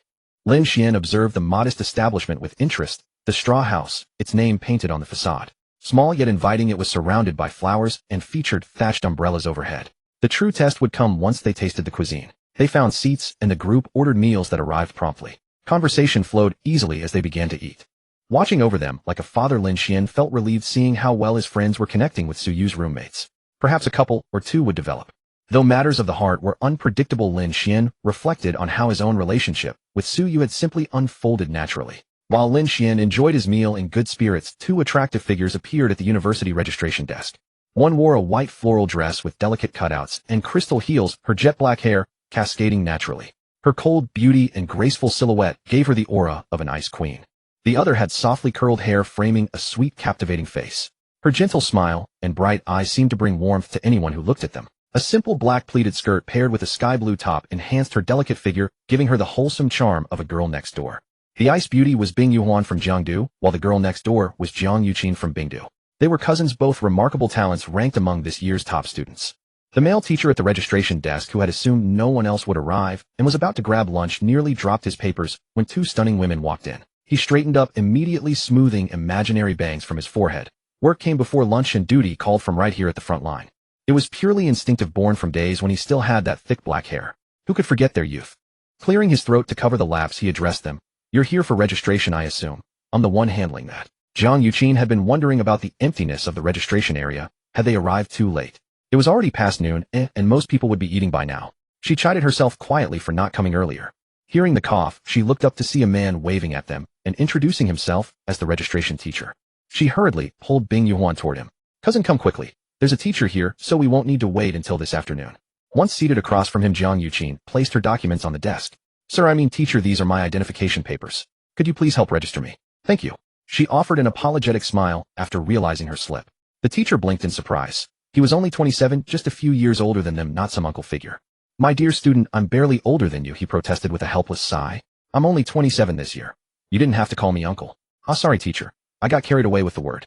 Please don't mind. Jiang Yuqin apologized with genuine regret. Her bright smile completely disarmed him, and he waved off his earlier frustration. Very well, let me go ahead and process your registration, he said, attending to their paperwork. Soon everything was sorted. They thanked him and headed toward the dormitory building. Meanwhile, Lin Xuan and his friends lingered over their meal, savoring the leisurely afternoon. It wasn't until after 2 o'clock that they finally rose and explored the campus together. The university's grounds were remarkably spacious and picturesque. Their leisurely stroll with frequent stops took nearly an hour to complete. Back in the dormitory, Lin Xuan noticed the satisfied grins on his friends' faces and teased them. Well, did you manage to make any connections? Lin Xuan and the others exchanged knowing smiles that spoke volumes.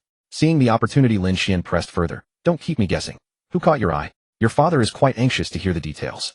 Lin Xuan glanced at his companions, and when neither spoke up, he volunteered first. I think Lin Xiaoyu is quite appealing. She's exactly my type, especially those mesmerizing eyes of hers. I'm more drawn to the mature-looking one with her beautiful figure, and that particular style I find attractive. That's Zhang Muqing, my kind of woman, Li Liang declared. His words drew enigmatic looks from the group. Uncomfortable under their scrutiny, Li Liang retorted flusteredly, "What are you all staring at?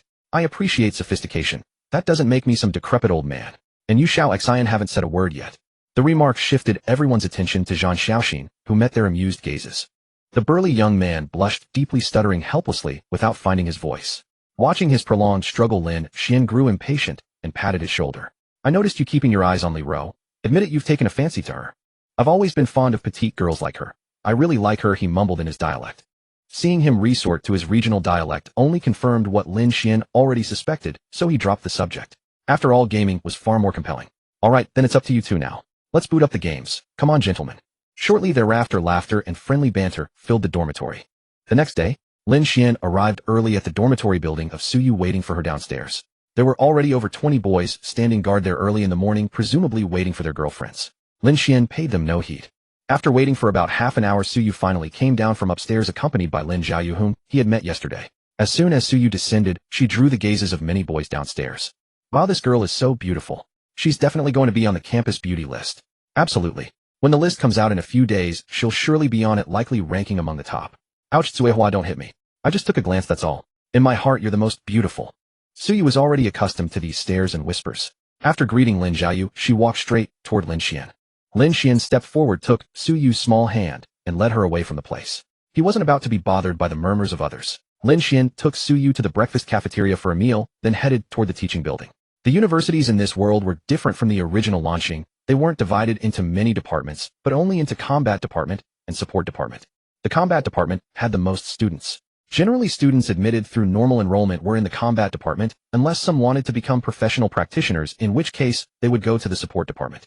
The support department had far fewer students with weaker combat abilities, or even none at all. Those specializing in pure healing, pure defense, advanced professions, appraisal, data analysis, and so on, all belonged to the support department. Lin Xuan and Suyu were both students in class 1 of the combat department, so they naturally sat together. After wandering around the teaching building for a while, they finally found their classroom. Having possibly wasted too much time, Lin Xuan entered the classroom to find it almost full. The seat by the window in the back row was already occupied by the chubby Lin Xuan. The students in the classroom, seeing a handsome young man and a beautiful girl entering hand in hand, looked on with curiosity. A few students recognized Lin Xuan from his photo and identified him immediately. Many students, seeing Lin Xuan making an entrance with a beauty, showed expressions of envy and jealousy. Lin Xuan then noticed Lin Xuan, stood up, waved at him, and pointed to the empty seat beside him, saying, "Hey Lin Xuan, there's a seat here. Come over." Lin Xuan glanced around and found only a few empty seats near the fatty.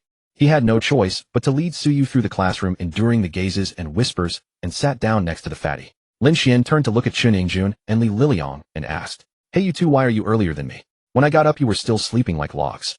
The two shot him contemptuous looks. Li Liang grumbled, "You've got some nerve. You went off early to find your girlfriend, leaving us behind. Me and those two idiots had to rush here without even breakfast." "Exactly. Last night it was all brothers this and brothers that, but this morning you abandoned us to find your wife. What a terrible choice of friends." Lin Xuan said sourly. Lin Xuan, upon hearing this, deliberately draped his arm around Suyu's slender waist and said to them, You're just jealous. If you're capable, go find your own wives. By the way, where's Zhang Xiaoxin?" "Him? He's having a sweet time. Look ahead." That kid saw Li Ro sitting alone and shamelessly sat with her. Lin Xuan pointed ahead and said, still with a sour tone. Lin Xuan looked in the direction the fatty indicated and indeed saw a young man and woman. "Oh, that kid is teachable just like me. What about you two? Why are you two big men sitting together? Can't you learn from him?" "Alas, we didn't have the chance. When we walked in we saw Xiaoyu and Mu Qing already sitting together. We couldn't squeeze in," Li Liang said with some envy. "All right, you two roughnecks can amuse yourselves." Lin Xuan shook his head in slight disappointment, took out his phone, and began scrolling through short videos since the counselor hadn't arrived yet. Lin Xuan had been scrolling for only a short while when two striking figures walked into the classroom. Lin Xuan, who had been bored and looking around, immediately spotted the beauties and called out to his friends, "Hey Li Liang, Lin Xuan, look. There are beauties. Wow, they're really hot." "Where?" Lin Xuan quickly remembered that Suyu was right beside him. "Fatty, if you want to look yourself. The most beautiful woman in the world is right next to me. Other women are just fleeting clouds to me. Perhaps the class was captivated by the two beauties entering as the room fell silent, making Lin Xian's words stand out abruptly. This instantly made Lin Xuan the center of attention, causing everyone in the class to turn their gazes toward him and Suyu beside him. Indeed, Suyu's beauty was in no way inferior to the two girls at the front. The boys silently scoffed, thinking, men, don't we know men. Bing Yuhuan and Zhang Yuqin had just entered the classroom and were still looking for seats when Lin Xian's words caught their attention. The two sisters, upon seeing Lin Xian's face, had a flicker of battle intent flash in their eyes. Especially Bing Yuhuan, whose usually ice-cold expression shifted slightly, a faint curl at the corner of her mouth, as if she had found a new prey. Zhang Yuqin, with sharp eyes, noticed empty seats next to Suyu. She pulled Bing Yuhuan, who was still staring at Lin Xian, and they sat down in the back row next to Suyu. Soon the counselor, Zhou Yanli, finally arrived. She immediately had the class select class monitors and other positions.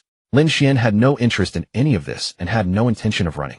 However, Zhou Yanli ultimately assigned Lin Xian as the training representative, equivalent to the academic monitor in launching, simply because he had the highest level in the class. By the way, the final class monitor was Zhang Yuqin. After finishing, Zhou Yanli informed them about the freshman assembly in the afternoon and the upcoming freshman competition that would last for several days starting tomorrow. Having said that, she led Lin Xian and the two sisters out of the classroom and walked a considerable distance to the principal's office. Zhou Yanli stepped forward and gently knocked on the door. A voice came from inside. Enter.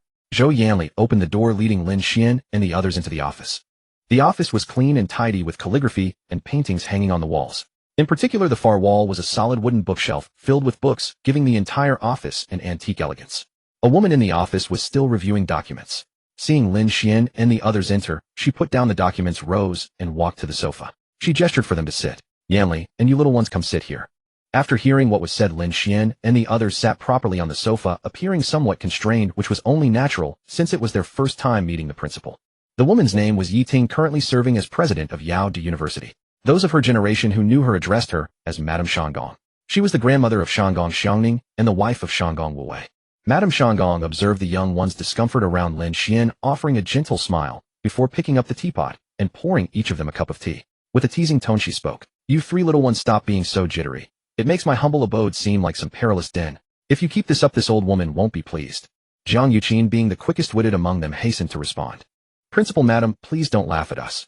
It's only our first day of classes, and yet you've summoned us here for tea right away. We couldn't help but feel uneasy. Haha, this clever girl must be Zhang Yuqin, and your cousin beside you should be Bing Yuhuan, is that right? Truly a match, both equally beautiful. Madame Shanggong smiled warmly. The atmosphere in the office lightened considerably. Having delivered her guest, Zhou Yanli took her leave first. Principal, I should get going now. I have other business to attend to. Go ahead. By the way, drop by the finance office and make sure those special allowances and rewards for these young ones are calculated and distributed properly. Madame Shanggong watched Zhou Yanli depart and reminded her with a concerned tone. Zhou Yanli gave a slight nod before leaving the office. Madame Shanggong then turned her curious gaze toward Lin Xian, gesturing toward the two Jiang sisters. Lin Xian topped the rankings this year, and these two girls came all the way to Yaodu for you. Lin Xian felt completely lost, confused about how this connected to him. He'd only just met the sisters that day. How could they have come for him? It sounded as though he were some heartless scoundrel who'd led them on and abandoned them. Lin Xian hurriedly tried to clear his name. Principal, please don't say such things. I would never behave like that. These two are people I've only just met today, though I'm certainly not some heartless scoundrel. Madame Shanggong hadn't anticipated such unusual reasoning from him and was momentarily at a loss, wanting to cover her face. No sooner had Lin Xian finished speaking than the Jiang sisters immediately rose to protest, fixing him with heated glares. Zhang Yuqin spoke up angrily. Lin Xian, stop talking nonsense. Neither my sister nor I have any interest in you.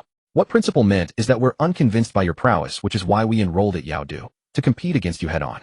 Humph.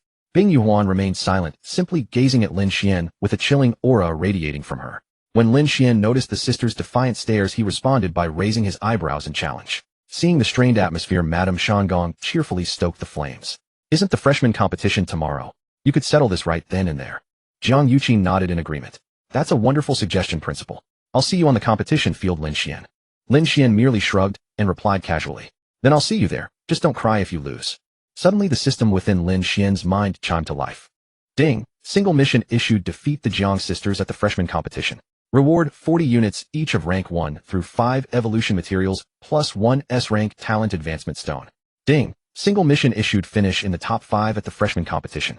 Reward 3 beast grade cards, 1 character level card, and 1 S-rank random beast egg. Ding! Single mission issued. Claim first place at the freshman competition. Reward 5 beast grade cards, 2 character level cards, and 1 S-rank type selection beast egg. This system rarely made itself known, yet it never missed moments like these. Lin Xuan suspected it watched him constantly, merely staying silent otherwise. Amidst swirling temporal fragments in a disordered dimension, a barefoot girl gazed intently at a translucent screen, snacking eagerly. Oh my host, those two sisters are quite attractive. A few solid punches would have them crying for hours. His guess proved accurate. The system truly did act like an introverted recluse confined to this dimension, watching Lin Xuan relentlessly no matter what he did. It was almost as if the once pure system had been corrupted by Lin Xuan's influence. The system complained that it had started as innocent as blank paper, but his lewd host mentality had transformed it into something akin to a demon king. The principal had summoned them to choose a spokesperson to speak at the afternoon freshman assembly. Since Lin Xuan disliked public speaking, Jiang Yuqin stepped forward to handle it. Upon departing the principal's office, Lin Xuan went straight back to his dormitory. The next few days would demand considerable effort. The freshman competition began tomorrow, with regular classes resuming afterward. The initial year typically involved more coursework, whereas subsequent years shifted toward practical combat and missions. Once students reached the required level for graduation, they could apply to graduate. Walking into the dormitory, Lin Xuan spotted his roommate sprawled across the bed, absorbed in his phone. Soon Lin Xuan joined him. The following morning, after enduring a procession of formal addresses, the segment Lin Xuan had been waiting for finally arrived: the freshman opening tournament. The venue remained unchanged from previous years, with 4 enormous platforms erected at the center of the stadium. Around the platforms, staff members were busy installing protective barriers and camera equipment. Beneath each platform stationed pure healing spiritualists. Though weapons were prohibited in competition, spirit beasts required no arms. Their attacks came unannounced. Should any mishap occur, immediate medical intervention would prevent severe injury. These healing spiritualists, drawn from the auxiliary instructor ranks, possessed exceptional proficiency. As long as a student drew even a fragment of breath, these instructors could restore them. This arrangement permitted students to engage wholeheartedly in competition, though with the caveat that they refrain from inflicting grievous harm. Those left barely conscious would depend entirely on fortune for recovery. Several massive display screens had been positioned around the stadium's outer perimeter to relay match footage in real time. Without them, the sheer number of spectators around the platforms would leave many unable to follow the competition. While the areas surrounding the platforms grew increasingly crowded with attendees claiming positions before the competition commenced, Lin Xuan contented himself with Suyu beneath a shade tree, watching from afar despite the intense sunlight. As the staff completed their arrangements, the freshman tournament commenced. Lin Xuan turned his attention to the closest platform, where the digital display illuminated with his identifier 01 alongside 567. Lin Xuan smiled faintly, then turned and made his way toward the arena. As he stepped onto the platform, the students below could not help but gasp in astonishment, for most of them had already seen Lin Xuan's portrait, especially the freshmen, who were all filled with curiosity about this year's top scholar. Seeing such enthusiastic support from the crowd below, Lin Xuan still waved to them and offered a greeting. That must be Lin Xuan, right? He's not even as handsome as me. You better scram, you overgrown ton. Don't you feel any guilt saying something like that? Whoever it is that drew his name for the first round must be lucky. That lucky soul is stepping onto the platform now. Look quickly. Lin Xuan also noticed a young man slowly walking onto the stage. With heavy dark circles beneath his eyes, he looked thoroughly drained, as though exhausted from excessive indulgence. The kind of guy who looked weak at a glance. Lin Xuan activated a skill to inspect his opponent's level and found it was only level 21. He felt he could handle both the man and his beast single-handedly. His light shield might well be impenetrable to the opponent's attacks. The referee teacher on the platform, seeing both contestants ready, announced, "Prepare yourselves. Once I call to start, you may summon your beasts." Both Lin Xuan and his opponent nodded to the referee. After a brief pause, the referee shouted, "Begin." Upon hearing the command, Lin Xuan did not even consider summoning Mei Er and the others to fight. Instead, he activated his flash step and charged directly toward his opponent. Seeing Lin Xuan's figure suddenly blur, the opponent immediately began summoning his beast. However, before it could materialize, Lin Xuan had already flashed right before him. Infusing spiritual energy into his hand, Lin Xuan swiftly delivered a decisive palm strike to the opponent's neck, knocking him unconscious. The summoning array beneath the fallen man vanished instantly. All of this occurred in less than a breath, a speed beyond comprehension. The referee teacher rushed forward, examined the downed opponent, confirmed he was merely knocked out, and immediately declared Lin Xuan the victor. Many students below had expected a longer match, yet it ended almost as soon as it began. What a fast fighter. Has it started already? Yes, it started. But why are you just standing there? Well, I've already finished. Didn't you notice? Damn it, I only looked down to eat a chip, looked back up, and it was over. Someone tell me what just happened. No idea, but it was over in a flash. Lin Xuan the fast fighter. Lin Xuan the fast fighter, fast fighter. After the referee announced his victory, Lin Xuan leisurely descended the platform and headed towards Suyu. It was only the first day, still within the preliminary screening phase. The real intensity lay ahead. The first day would narrow the field to the top 500, the second day to the top 100, and the final day would further whittle it down to the top 10, followed by a lottery-drawn contest to determine first place. That day both Lin Xuan and Su Yu had each fought 4 matches and successfully advanced into the top 500.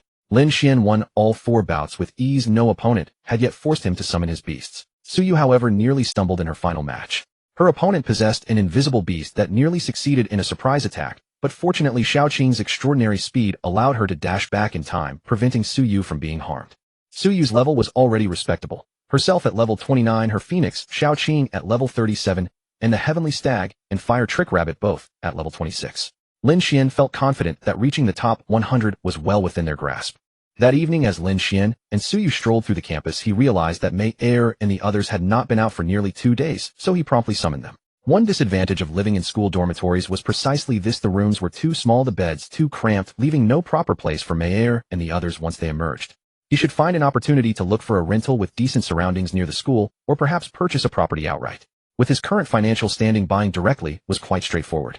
As soon as Mei Er and the others appeared, except for Yin Er and Bing Er, who were fine, Mei Er and Long Er both pouted their lips, gazing at Lin Xuan with aggrieved expressions. Lin Xuan had no alternative. Conditions simply did not permit it. He could only smile, walk over, and embrace both beautiful companions, Mei Er and Long Er, comforting them in his arms.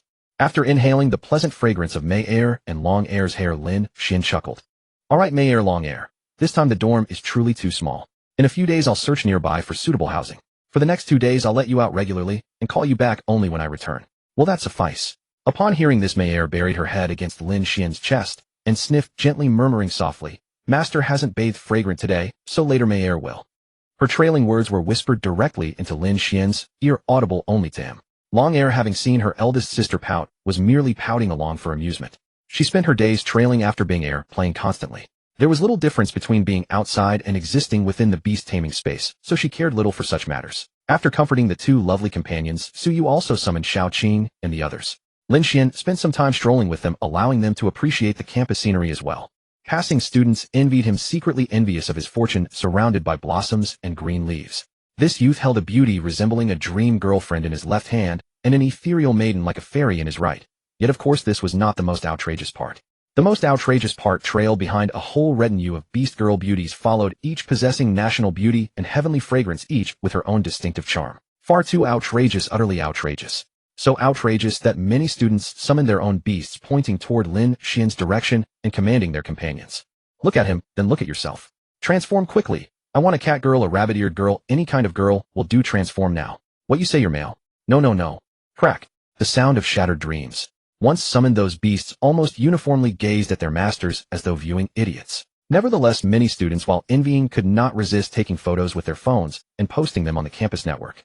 They also learned that this green leaf actually possessed such remarkable talent, arousing considerable interest in Lin Xuan among many senior students. After wandering sufficiently, Lin Xuan first saw Su Yu back to her quarters and then returned to his own dorm. Upon entering, he found the 3 inside, cursing while gaming. Without needing to look further, Lin Xuan soon joined them in the same state. The following morning, he was awakened early by Zhang Xiaoxing. This young man had been rising exceptionally early lately. According to Fatty, he was delivering affectionate breakfast to his girlfriend, namely Li Ro. Thus Lin Xuan and the other 2 enjoyed a complimentary wake-up service by burly companions, complete with breakfast delivery. After rising, Lin Xuan washed up, simply had breakfast, and then followed the 3 of them downstairs to the competition venue. Today, for the students who advanced to the top 500 to break into the top 100, they needed to win at least 2 matches. Moreover, today's opponents would undoubtedly be far stronger than yesterday's, ensuring even more thrilling battles. Lin Xuan and his 3 companions ambled leisurely to the competition grounds, which were already packed with students eagerly awaiting the start of today's trials. With his sharp eyesight, Lin Xuan swept his gaze across the crowd and spotted Su Yu and her group. He turned to look at the 3, still glancing around aimlessly, and spoke. "Let's go. Staring at something you can't touch is useless. Follow me. I've spotted Su Yu and the others." Zhang Xiaoxing quickly withdrew his gaze and looked at Lin Xuan, saying, "Then let's go, Lin Xuan." Lin Xuan nodded lightly and headed towards Su Yu. Soon after, he met up with Su Yu, and before they could exchange many words, the referee teacher on the arena announced the start of today's competition. Lin Xuan turned his gaze to the arena. Yesterday he had been the first to step up, and today he wouldn't be surprised if it happened again. Just as Lin Xuan's cunning foresight predicted, on the same arena as yesterday, the number display lit up with 0, 1, and 48. Lin Xuan shrugged helplessly at Su Yu and walked toward the arena on his own. The moment he stepped onto the platform, a student shouted from below, "Look, it's the fast man again. Everyone don't blink. This Lin Xuan is famous for being quick." The student shouted loudly as if afraid others wouldn't hear. Lin Xuan on the arena was covered in black lines. Damn, just because he fought fast they had given him a nickname. Lin Xuan turned his head and glanced at the student who had just shouted. If he ever met him on the arena, he'd make sure to turn him into a pig's head. After memorizing him, he walked to the center of the arena. His opponent slowly stepped onto the stage. It was a very confident young man, and Lin Xuan could see from his proud, upright posture that he was full of spirit. His talent was also impressive. He was level 28. But his luck was poor to have encountered Lin Xuan. It seemed he would be stopped at the top 500. Seeing both sides ready, the referee teacher quickly raised his hand and swung it down, shouting, "Begin." The moment Lin Xuan heard the command, his figure shot forward. The opponent had apparently watched Lin Xuan's match yesterday, so as soon as he heard the start, he immediately ran, summoning his spirit beasts while on the move. This tactic actually worked somewhat against Lin Xuan, creating distance and buying time for the beasts to emerge. Soon as summoning array pulsed, and a gale wind wolf and a golden cloud eagle burst forth from the formation, charging at Lin Xuan. Lin Xuan glanced at the levels of the two spirit beasts out of the corner of his eye. One was level 34, the other 33. Without any hurry, he cast a light shield on himself and continued chasing the young man. The opponent had assumed that once his spirit beasts were out, Lin Xuan would stop to summon his own. So he halted and turned back to look, but that look sent him rolling his eyes and collapsing to the ground. Pity he hadn't anticipated that Lin Xuan was completely unafraid of the attacks from his two spirit beasts. Lin Xuan directly took the two attacks from the beasts flash to the young man's side, and with the same hand-chopping strike knocked him out cold. Seeing their master knocked unconscious by Lin Xuan, the two spirit beasts hurried over to check on him. Finding him unharmed, they glared at Lin Xuan with big angry eyes. Lin Xuan glared back at them and said, "What are you looking at? He's fine. Carry him over to the healers below and he'll wake up soon." The referee teacher also came over to check, then announced Lin Xuan's victory. After the match, Lin Xuan leisurely walked off the stage. Soon Suyu also stepped up for her match and secured a win. Next they had to wait for all the advanced students to finish their first round. This took quite a while, so Lin Xuan summoned Mayor and the others out. Otherwise Mayor would likely throw a little tantrum later. Lin Xuan had promised her a small request last night, or she would definitely make a fuss. Fortunately, most students were captivated by the battles on the arena, so no one paid much attention to Lin Xuan's inconspicuous corner. Of course, Fatty and the others behind Lin Xuan noticed the change, but they were almost used to it. Li Ro and the other girls, however, were secretly amazed. Lin Xuan was glad that no one was looking their way, who would enjoy being stared at all the time. He chatted easily with Su Yu and Mayor, occasionally teasing Binger and Longer, and time passed quickly.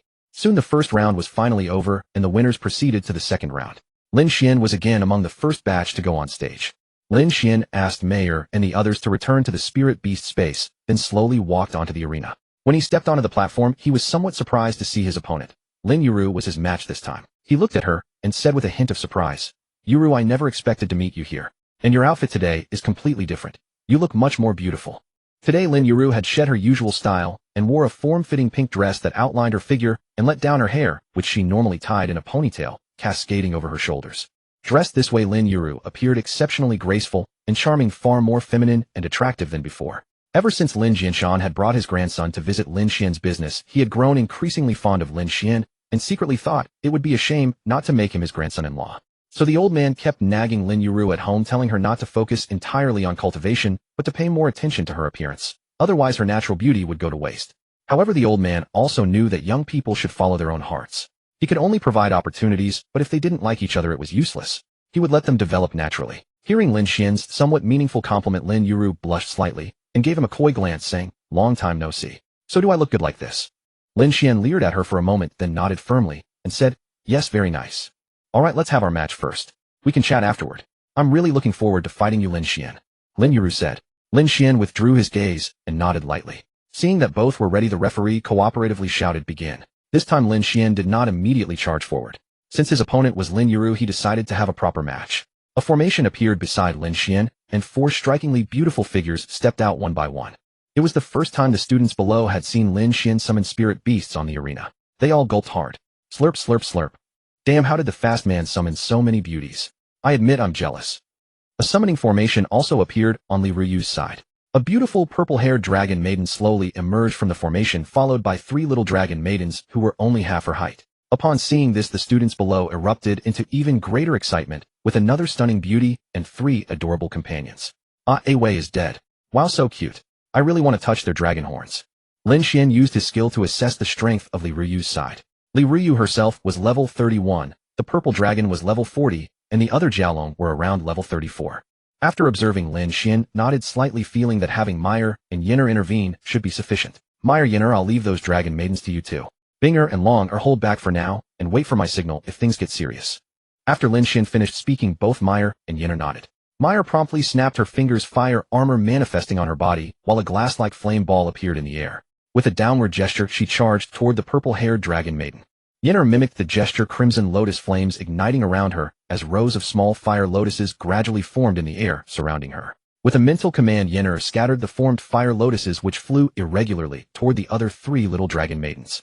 Fire lotuses continued forming around her constantly. This was basically firepower phobia in action.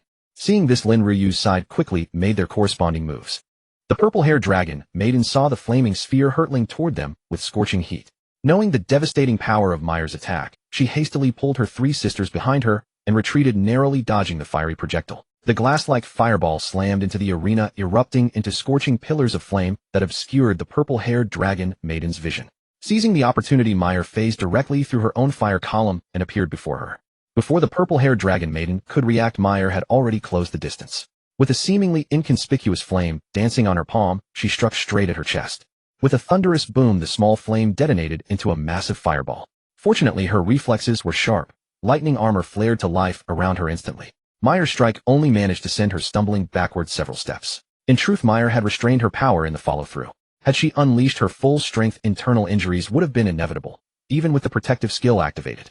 The other 3 little ones saw their eldest sister knocked back and immediately launched their own attacks to provide support. But before they could execute their moves, they watched in alarm as crimson lotuses came hurtling toward them.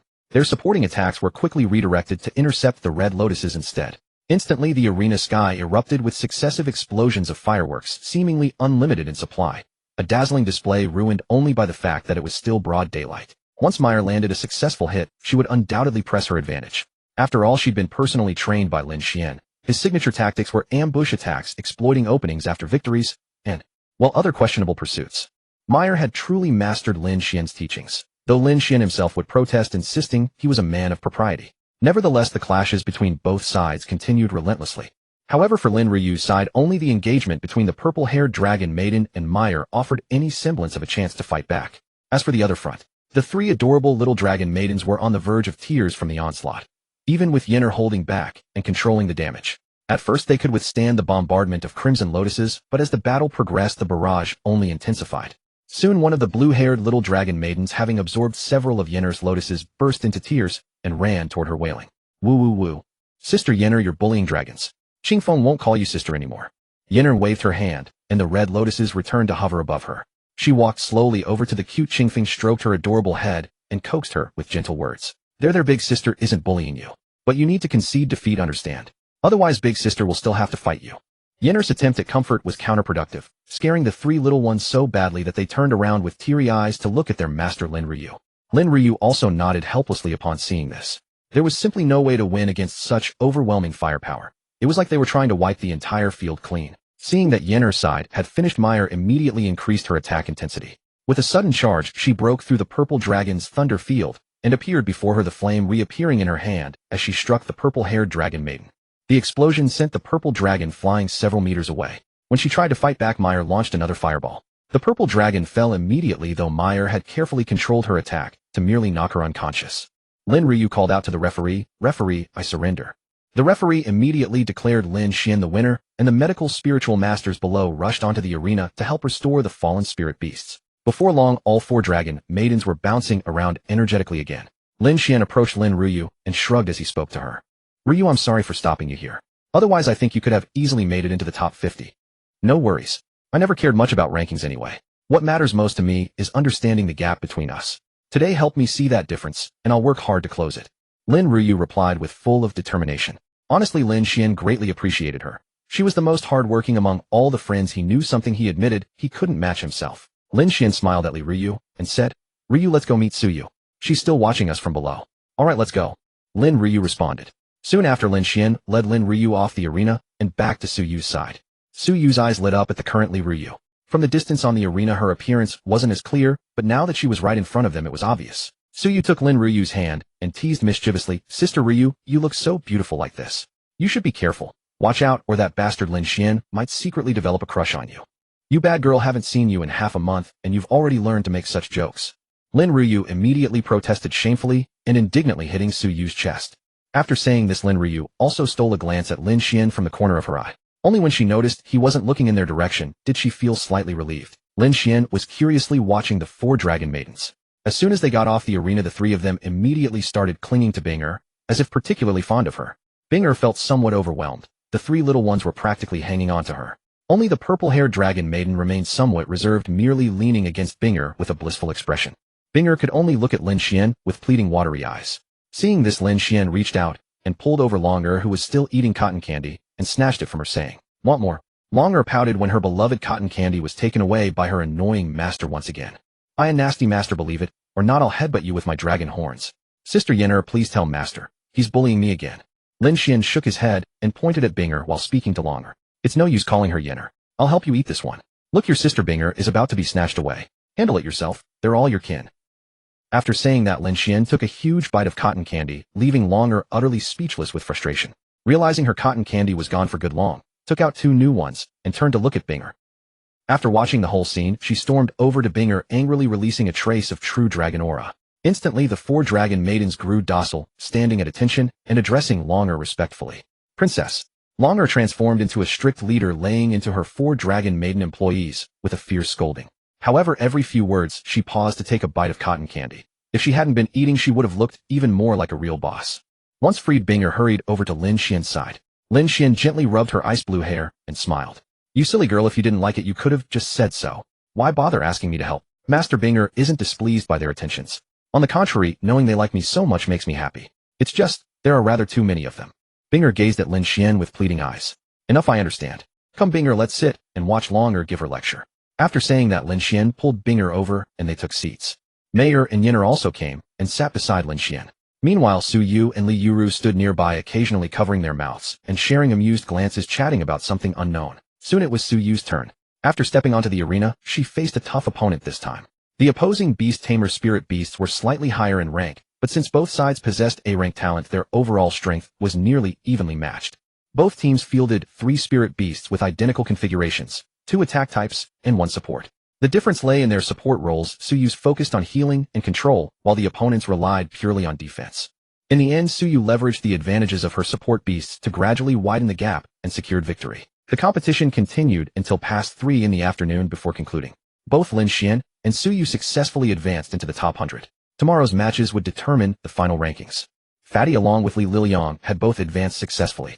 Among the 3 girls in Su Yu's dormitory, only Lin Xiaoyu made it through. Those who reached the top 100 undoubtedly possessed exceptional talent. Anyone who had slipped through on luck alone would likely be eliminated. Of course, some had terribly unfortunate draws, such as Lin Yuru, who happened to face Lin Xuan directly. Seeing the matches had ended, Lin Xuan waved to the group and said, "Let's go eat. We haven't had lunch yet." Since the competition ran non-stop from morning to afternoon, the students who had to compete on stage had only managed a quick bite for lunch. Now that it was over, many of them immediately rushed toward the dining hall. Lin Xuan was feeling hungry himself. He'd only nibbled on mayor and the other snacks at noon, always skipping any proper meal. Hearing the call to eat, Chen Ingjuan the fatty quickly rose and urged everyone, "Let's go, I'm starving to death. If this final round hadn't potentially drawn me, I would have left ages ago." Lin Xuan turned to Su Yu and Lin Yuru with a teasing smile. "Su Yu, Yuru, what do you 2 beauties say? Join us for a meal. You haven't eaten either." Su Yu glanced back at Lin Xuan, feigning annoyance. "Let's go. Yuruje, you're coming too. You're starving as well. I could hear your stomach growling earlier." "Su Yu, you brat, saying things like that. How embarrassing." Lin Yuru replied, somewhat flustered. "Then let's go, Yuru. What's there to be embarrassed about? My stomach's been growling for ages too. Let's head to that restaurant we went to last time. The food there was quite good." After finishing, Lin Xuan and Fatty returned to the dorm first. Su Yu seemed to have more she wanted to discuss with Lin Yuru, so she didn't ask Lin Xuan to walk her back. On the way back, Chen Ingjun curiously asked Lin Xuan, "Lin Xuan, is that beautiful girl your friend?" "Yes, so what? She's my friend. Don't tell me you've developed a crush on her and abandoned Lin Xiaoyu." Lin Xuan asked in confusion. "Hey, am I really that kind of person in your eyes? I'm just curious. I haven't thought about it that way. Besides, I noticed the way your friend looked at you was a bit off." Chen Ingjun scratched his head and said, "Yeah, I noticed that too." Her gaze carried both warmth and admiration. Definitely something unusual. Li Liliang chimed in from the side. Lin Xuan paused to ponder for a moment, then shook his head. "I didn't pick up on anything like that. But speaking of admiration, I genuinely admire her. If any of you trained as hard as she does, I feel like you could catch up to me." "Never mind me. Ouch, I think I ate something bad. I'll head back first." Chen Ingjun suddenly clutched his stomach and said. Before anyone could respond, he sprinted off and disappeared within seconds. Watching Fatty recede into the distance, Lin Xuan turned to Li Liliang and Zhang Xiaoxing. We'd better hurry too. Fatty is the quintessential lazybones. After saying that, Lin Xuan also took off chasing after Fatty. Shortly after, Lin Xuan returned to the dorm, made his way to his bed, and picked up his phone to scroll through it. Soon the other two also ran back and Fatty happened to emerge from the restroom. Lin Xuan gave them an exasperated look. What are you staring at? Log in already. Do I need to teach you everything? What happened next needed no explanation. The usual four-way squad match in the dorm, unbeaten every single time. The next day, Lin Xuan and the others returned to the competition venue once again. This time a fighting platform had been set up at the center of the arena. The stands were far more crowded than before, packed shoulder to shoulder. After all, today was the final day and many senior students had come to watch. The matches soon began. As expected, Lin Xuan was scheduled among the first to step onto the stage. After ascending the platform, he saw his opponent for this round bounce onto the arena. A girl of short stature, full of lively energy. Watching her bounce up the steps, her twin tails springing with each bound, Lin Xuan got the impression she resembled an older version of his little sister. The moment the girl spotted Lin Xuan as her opponent, her face turned into a bitter pout. She trotted over to him, and with wide, sparkling eyes spoke cautiously. Student Lin Xuan, could you go easy on me later? From what I've seen, everyone who's fought you ends up with a crooked neck. Just watching makes me feel the pain. How about we just let our spirit beasts fight? Is that okay? Lin Xuan responded with a peculiar smile. Sure. Let the spirit beasts handle it then. Alright then, let the beasts fight. Actually. In fact, Lin Xuan felt like saying, you're so cute and lively, if I punch you you'll probably cry for a long time, right? But seeing how adorable she was, and just as mischievous as Lin Xuan, he decided to let it go. Zhang Tianbao immediately breathed a sigh of relief, looking at Lin Xuan with smiling eyes, and said, thank you. By the way, I'm Zhang Tianbao, and my sister Pinghua has mentioned you to me. Lin Xuan said, your sister Pinghua's little sister. Aren't you afraid she'll beat you for calling her Pinghua? As he spoke, his gaze curiously swept over her figure, asking somewhat suspiciously. Lin Xuan asked, are you biological sisters? Zhang Tianbao, noticing his suddenly lecherous gaze, quickly turned around and said indignantly. Zhang Tianbao said, of course we're biological sisters. Lin Xuan, you're a bad guy even. I'll tell Pinghua when I get home. Lin Xuan replied, it's my eyes that don't obey me. I absolutely have no such thoughts. It's all my eyes' fault. Lin Xuan bluffed. The referee teacher nearby was getting impatient from waiting and said to the two of them, students, are you still going to fight? The referee asked, are you still going to fight? Lin Xuan and Zhang Tianbao replied in unison, yes we are. The referee said, then why are you still chatting? Hurry up, hurry up. There are many more matches behind, and I haven't even had breakfast yet. The referee said urgently. After hearing this, Lin Xuan and the other finally stood ready. When Lin Xuan heard start, he directly waved his hand to open the summoning array and slowly walked toward Zhang Tianbao. Zhang Tianbao also immediately summoned her array to release her spirit beasts. Out of the corner of her eye, she saw Lin Xuan walking toward her, so she turned and ran back. She thought Lin Xuan had been bluffing just now and was coming to give her a chop to the neck. She didn't want to end up with a crooked neck. Lin Xuan was only trying to scare the little girl. He didn't expect her to just turn and run, and at such speed. Moreover, her spirit beasts had also charged out, firing a series of attacks at him. Without hesitation, Lin Xuan chose to retreat. Zhang Tianbao's spirit beasts included 2 at level 38, and Lin Xuan felt that relying on his light shield to withstand them would be risky. Lin Xuan retreated back, turned to look at Bing-er, and said, Bing-er, it's up to you. Just freeze them. Bing-er nodded lightly, snapped her fingers, and slowly half of the arena in front was covered in layers of snow and ice. In an instant, it was beautiful, as if that half of the arena had turned into a winter wonderland. It also brought a refreshing chill to the students below. On this hot day, the sudden cold wind made their pores seem to open, instantly feeling incredibly refreshing. Some students near the stage couldn't help but shiver. Thousands of snowflakes, as if controlled by an invisible hand, swiftly attacked the 3 spirit beasts in the winter scene, leaving them no escape. Soon 3 ice-sculpted spirit beasts covered in snow and ice appeared on the arena. No matter how Zhang Tianbao's beasts struggled, it was futile. They were firmly frozen inside. Zhang Tianbao ran over and shouted, I surrender. I surrender, Lin Xuan, I surrender.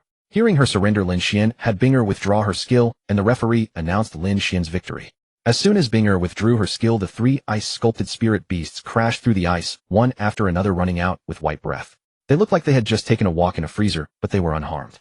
Lin Xuan looked at Zhang Tianbao, who had a face like a bitter gourd, and said with a smile, I'm going down now. Don't worry, they were just frozen and cold, but not injured. Zhang Tianbao, upon hearing this, restored her smile, and thanked him with bright eyes. Thanks, Lin Xuan. Lin Xuan just waved his hand, and left the arena with Mayor and the others. After that, Lin Xuan went up to fight 1 match every now and then, winning 2 more victories, and finally advanced to the top 10. Suyu lost in the second match and stopped at the top 50. However, entering the top 100 already came with decent rewards, and Suyu was quite satisfied with this result. Among the others, Fatty also advanced to the top 10. Li Liliang stopped at the top 25, and Lin Xiaoyu, like Suyu, stopped at the top 50. Next, the remaining top 10 would go on stage to draw lots. After drawing, the winners would enter the top 5. Then they would draw lots again, with one getting a bye to directly advance to the top 3. After that, the 3 would fight in a round-robin to determine the final rankings. Now the gazes of all the teachers and students were fixed on the central arena, where the top 10 students were invited up. The chief referee, also the school's dean of students, was holding a microphone introducing the 10 finalists. His words were the usual cliches that everyone was familiar with, basically encouraging students to work hard and improve their strength. The list of finalists: Lin Xuan, Bing Yuhuan, Jiang Yuqin, Chening Juan, Ozuiho. The dean cleared his throat and said, "Ahem, well students, I won't say much more. I've just spoken for nearly 50 minutes, and I believe you will all work hard and strive." He continued, "Now let's invite the 10 advancing students to come and draw lots." After saying this, the dean took out a small box for drawing lots. If the dean's mouth wasn't dry, he could have talked for another half hour. With that gift of gab, Lin Xuan truly admired him, though Lin Xuan's legs were almost numb from standing. Hearing that they could finally draw lots, the students on stage quickly circulated their spiritual energy to relieve the discomfort in their legs. Then they slowly stepped forward, reached into the small box, and randomly grabbed a ball. Lin Xuan opened his hand and saw it was number 1. He muttered to himself, "Damn, we must be fated, how cometh you again?" He then curiously glanced at Fatty's number next to him. The guy had drawn number 5. Fatty also looked at Lin Xuan and burst into laughter. Fatty laughed, "Haha, you're number 1 again. You always get to go first." Lin Xuan replied, "I'm happy to be the first, what's the problem? Want to switch with me?" Lin Xuan said helplessly. Fatty replied, "No, I'm going down now. I'll watch your performance, Lin Xuan." After saying this, he scurried off the stage. After everyone had drawn, those who weren't number 1 went off the stage, leaving the dean as referee along with Lin Xuan and that Ozuiho. Ozuiho looked up and his expression turned quite interesting. "Damn it, you quick man." Lin Xuan, upon hearing this, was speechless and looked at him with a face full of black lines, complaining. Lin Xuan said, "Do you think I wanted this? And stop calling me quick man all the time. Please call me handsome. Or just call me by my name." Ozuiho nodded seriously and said with a smile, "Okay, quick man, then let's start. Don't waste time, or I want to go back for dinner after this." The dean, watching from the side, couldn't help but interject, "All right, student quick man and student Ozuiho, get ready. We're about to start. You know time is." Seeing that the dean was about to start another speech, Lin Xuan and Ozuiho quickly prepared themselves and said, "Dean, you can start now." The dean, still chuckling from his rambling, nodded and called out, "Begin." Instantly, summoning arrays flared to life beside both Lin Xuan and Ozuiho, and their respective spirit beasts materialized one after another. On Lin Xuan's side, 4 breathtakingly beautiful maidens of distinct styles stepped gracefully from the array, taking positions on either side of him. Meanwhile, on Ozuiho's side, a slender adolescent maiden emerged slowly from the array, accompanied by 3 adorable little girls who took their places beside him. Neither side made the first move, both studying their opponents in silence. Lin Xuan used his skill to assess the opposition's considerable strength. Ozuiho himself was at level 33. The spirit beast that had transformed into a maiden was an S-rank firecrow sparrow at level 41, while the young girls were all A-rank creatures around level 33, one of whom served as a healing-type spirit beast. After assessing the situation, Lin Xuan relayed the intelligence to Mayer and the other women through telepathy. He regarded his opponents and gave a slight nod. Understanding his signal, Mayer and the others immediately launched their attacks. Binger's assault arrived first. In the very instant Lin Xuan nodded, she had already cloaked the opposing figures in ice and snow. Yinner's flame lotus simultaneously materialized in the air, its crimson heart oriented toward the target as waves of scorching heat surged forward. The petals unfurled gradually during flight, reaching their peak beauty and radiance at the moment of full bloom. Their opponents would certainly not wait passively for defeat. As Lin Xuan nodded, Ozuiho ordered his counterattack. But what he had not anticipated was the speed and vast range of Lin Xuan's assault. The 3 young girls immediately raised their hands, unleashing a barrage of varied attacks toward Lin Xuan, then quickly scattered and charged forward. The fire crow sparrow maiden looked up to see the flame lotus rapidly blossoming overhead. As a fellow fire attribute spirit beast, she could clearly perceive the terrifying energy contained within it. If she were struck, she might still possess fighting capability, but her master was too slow to evade. Without hesitation, the maiden waved her hand toward the sky, and a massive fire crow sparrow instantly took shape above her head. After letting out a few cries, it soared toward the flame lotus and plunged straight into it. Instantly, a colossal pillar of flames erupted above the arena, scorching heat sweeping across the entire platform. The intense heat immediately triggered the protective barriers surrounding the arena. Blue light rose along the perimeter, absorbing the thermal wave completely and sparing the spectators below from such a sweltering ordeal. The students below gasped in amazement at the residual energy emanating from the collision. How powerful! Even the shockwave activated the defenses. If I had taken that attack head-on, I would have been reduced to nothing but dust. This attack must rival something at level 50. I never expected this year's newcomers to be so formidable. Indeed, they appear considerably stronger than our cohort. When will I ever possess such power? Sigh. Was Lin Xuan feeling the heat? He certainly did not. It had already been blocked by Yinner positioned before him. Ozuiho, on the other hand, was far less comfortable. His side was not burning. It was transforming into a harsh winter with snowflakes homing in on him and the fire crow sparrow like guided projectiles. The earlier thermal wave had been merely residual energy from the collision between the flame lotus and the fire crow sparrow. Upon encountering Bing'er's snowflakes, it was instantly neutralized, leaving Ojiho's sector completely untouched by the heat. Ojiho had no choice but to retreat from the frozen zone. However, Lin Xuan showed no intention of granting him such mercy. Yennefer extended her finger and rows of waiting flame lotuses surged toward Ojiho and his companion.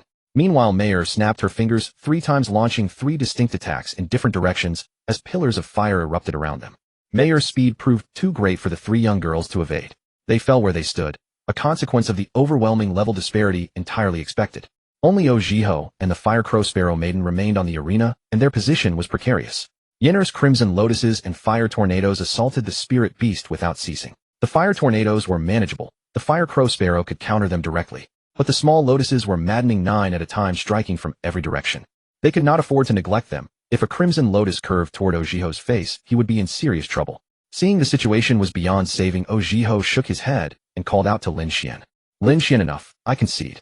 You are truly formidable, I yield.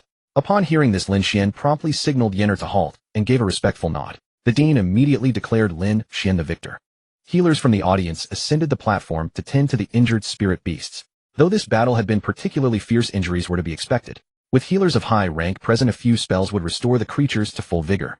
With his part concluded, Lin Xuan descended from the arena with Meyer and the others, knowing they would need to return later for the lottery draw, this time featuring a buy. Shortly after Lin Xuan left, Ojiho's faction also departed with their spirit beasts, and the arena grew lively once more. Nearly an hour passed before the 5 matches concluded, at which point Lin Xuan returned to the platform. The top 5 advancing contestants were Lin Xuan, Bing Yuhuan, Jiang Yuqin, Chen Yingjuan, and Mo Tao, a remarkably ordinary-looking young man. The dean instructed the 5 of them to approach in order to draw numbers. Having previously drawn number 1, Lin Xuan went first. He approached the drawing box, reached inside, and retrieved a small ball. Opening his palm, Lin Xuan sighed. Great, it's you again, number 1. The dean nearby glanced at the number in Lin Xuan's hand and commented. All right, fast boy is number 1. Next up is Bing Yuhuan. Lin Xuan shot the dean an exasperated look. Was he really stuck with that nickname forever? Each person drew their number in turn. Lin Xuan received number 1, Bing Yuhuan number 2, Jiang Yuqin number 3, Chen Yingjuan number 2, and Mo Tao number 3. The results were clear at a glance. Lin Xuan had drawn a buy and advanced directly to the top 3. Grinning at his fortune, he examined the number ball still clutched in his hand. Looks like I misjudged you, number 1, Lin Xuan murmured. The ball seemed to retort, player. The dean then spoke up. All right, those who drew number 2 remain. Everyone else may step down from the arena. Only Bing Yuhuan and Chen Yingjuan remained on the platform. Lin Xuan watched from Su Yu's side, noting that Chen Yingjuan had the shorter odds based purely on their levels. Bing Yuhuan stood at level 33, while Chen Yingjuan was at 31. The match commenced swiftly as both summoned their spirit beasts, and Lin Xuan observed their confrontation with keen attention. Bing Yuhuan's team consisted of 2 S-rank and 2 A-rank spirit beasts, all water elemental attackers ranked 42, 41, 38, and 35 respectively. A clearly offensive-focused lineup. All had taken the form of delicate young maidens. As for Chen Yingjuan's spirit beast configuration, Chen Yingjuan's spirit beast configuration consisted of 1 S-grade and 3 A-grade beasts. He leaned toward a defensive style with an S-grade metal-type attack spirit beast, 2 Earth-type defensive spirit beasts, and 1 water-type recovery spirit beast. Their levels were 41, 40, 37, and 36 respectively. The S-grade spirit beast transformed into a young maiden, while the rest remained in their original forms. The battle between the 2 sides was about to erupt. At the beginning, both sides fought with back-and-forth exchanges. However, as the battle progressed, Chen Yingjuan's side, already lacking 1 S-grade compared to the opponent, gradually began to show signs of exhaustion and eventually lost. In the end, Bing Yuhuan emerged victorious. The next match was between Jiang Yuqin and Mo Tao. Jiang Yuqin won this match. Her spirit beast configuration was similar to Bing Yuhuan's, both having 2 S-grade and 2 A-grade beasts, but with different attributes. Jiang Yuqin's were all fire-type. These cousins were exceptionally strong. After a half-hour break during the competition, Lin Xuan stepped onto the stage again, accompanied by Bing Yuhuan. Lin Xuan stared straight at her, curious whether she could actually speak, as he had never heard her utter a word before. Lin Xuan looked at Bing Yuhuan and smiled. Hey, Bing Yuhuan. Bing Yuhuan remained as icy-faced as ever, merely casting a cold gaze at Lin Xuan as if responding to his call. Seeing her still cold-faced, Lin Xuan withdrew his thoughts. Probably only her cousin could get along with her. She was like a block of ice. Holding her would feel freezing cold. Of course, Lin Xuan rather enjoyed the sensation of being frozen. The Dean of Discipline, seeing that both were ready, called out the start. The moment the word was given, a magic array lit up on the stage, and 8 figures suddenly appeared. Some were breathtakingly beautiful, some were delicate and refined, and others were graceful and elegant. The students below the stage wiped the corners of their mouths, exclaiming in delight. Bing Yuan pointed her jade-like hand, and the spirit beasts beside her launched attacks. A vast torrent of rushing water accompanied by a roaring sound surged swiftly toward Lin Xuan. Binger waved her hand, and a large array of ice balls radiated, chilling cold, charging toward the water flow and freezing it. Mayer then snapped her fingers, and a glazed fireball smashed into the frozen stream, shattering it into a sky full of stars. Both sides tested each other's strength. Lin Xuan nodded slightly, and Mayer and the other three charged toward the opponent. Longer was the first to reach. The moment Lin Xuan nodded, the girl had already transformed into lightning and plunged deep into enemy territory, as reckless as Mayer. Longer's body shimmered with beautiful purple light as she appeared before the opponent. A slight smile curled at the corner of her lips, and lightning exploded around her, enveloping all 5 enemies.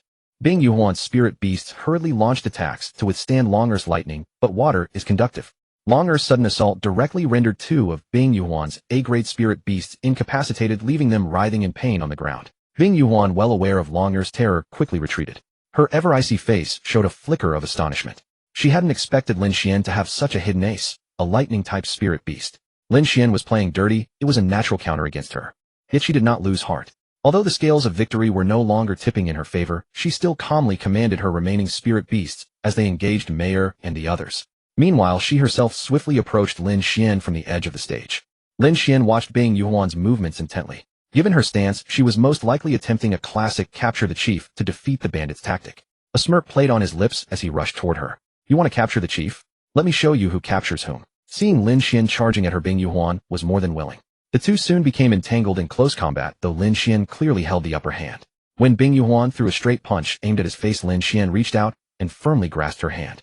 Feeling her slender hand trapped and unable to break free, Bing Yuan quickly channeled her spiritual energy and delivered a sideways kick toward Lin Xuan. Unfazed, Lin Xuan caught her delicate foot with his other hand and lifted it high. Both Bing Yuan's hand and foot were now firmly held by Lin Xuan, and the posture between them was far too intimate. The teachers and students below the stage began to hoot and holler. Oh my god, are you two competing, or what? This pose is straight out of a soap opera. Sigh, I'm so jealous. Bing Yuan is so beautiful, and that quick-handed guy just took advantage of her. Oh, quick hands, let go of my goddess. Don't you dare touch my ice goddess. Lin Xuan looked at Bing Yuan, who was still struggling, and spoke mischievously. Aren't you going to admit defeat? You have no chance of winning. Bing Yuan's cheeks flushed slightly. Apart from her father, no man had ever held her hand before, let alone her delicate foot. Bing Yuan, her face red, glared at Lin Xuan and said indignantly, You scoundrel, let me go? Expecting me to admit defeat verbally. Not a chance. Humph, with a proud face. Oh, so you can talk. I thought you were mute. If you truly won't surrender, then I'll have to be rude, Lin Xuan said with a grin. Bing Yuan's beautiful eyes flared wide as she struggled fiercely. You bastard, let me go, or I'll. MPH. Before she could finish standing on one leg, she lost her balance and toppled over. Lin Xuan, caught off guard by her sudden vigorous struggle, was pulled down along with her. As luck would have it, their lips met directly in a kiss. A soft, fragrant sensation exploded in Lin Xuan's mind. Instinctively, he wanted more of it, so he pursed his lips slightly. The audience below, seeing them suddenly fall out of view, quickly stood up to look. Whoa, they actually kissed. Holy crap. On my ice goddess. Lin Xuan and Bing Yuan stared at each other, both momentarily stunned. Bing Yuan even seemed to freeze completely. After a few seconds, Lin Xuan finally snapped out of it. Damn, this girl stole a kiss from me. He scrambled to his feet. Seems I pressed something. Never mind, let's get up first. Bing Yuan jolted back to reality and quickly stood up, her eyes blazing with shame and anger as she looked at Lin Xuan. After getting up, Lin Xuan said to her apologetically, Bing Yuan, this isn't my fault, okay? You pulled me down. Sorry about that.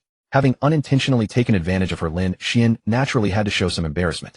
Bing Yuan, her face crimson, crossed her arms and glared fiercely at Lin Xuan. If you remember this.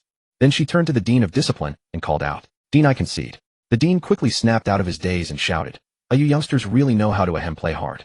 I mean, this match goes to Lin Xuan. Lin Xuan wins. Hey healers, get up here. Stop gawking and get a move on. The Dean accidentally let his inner thought slip, then quickly made up an excuse to cover it up.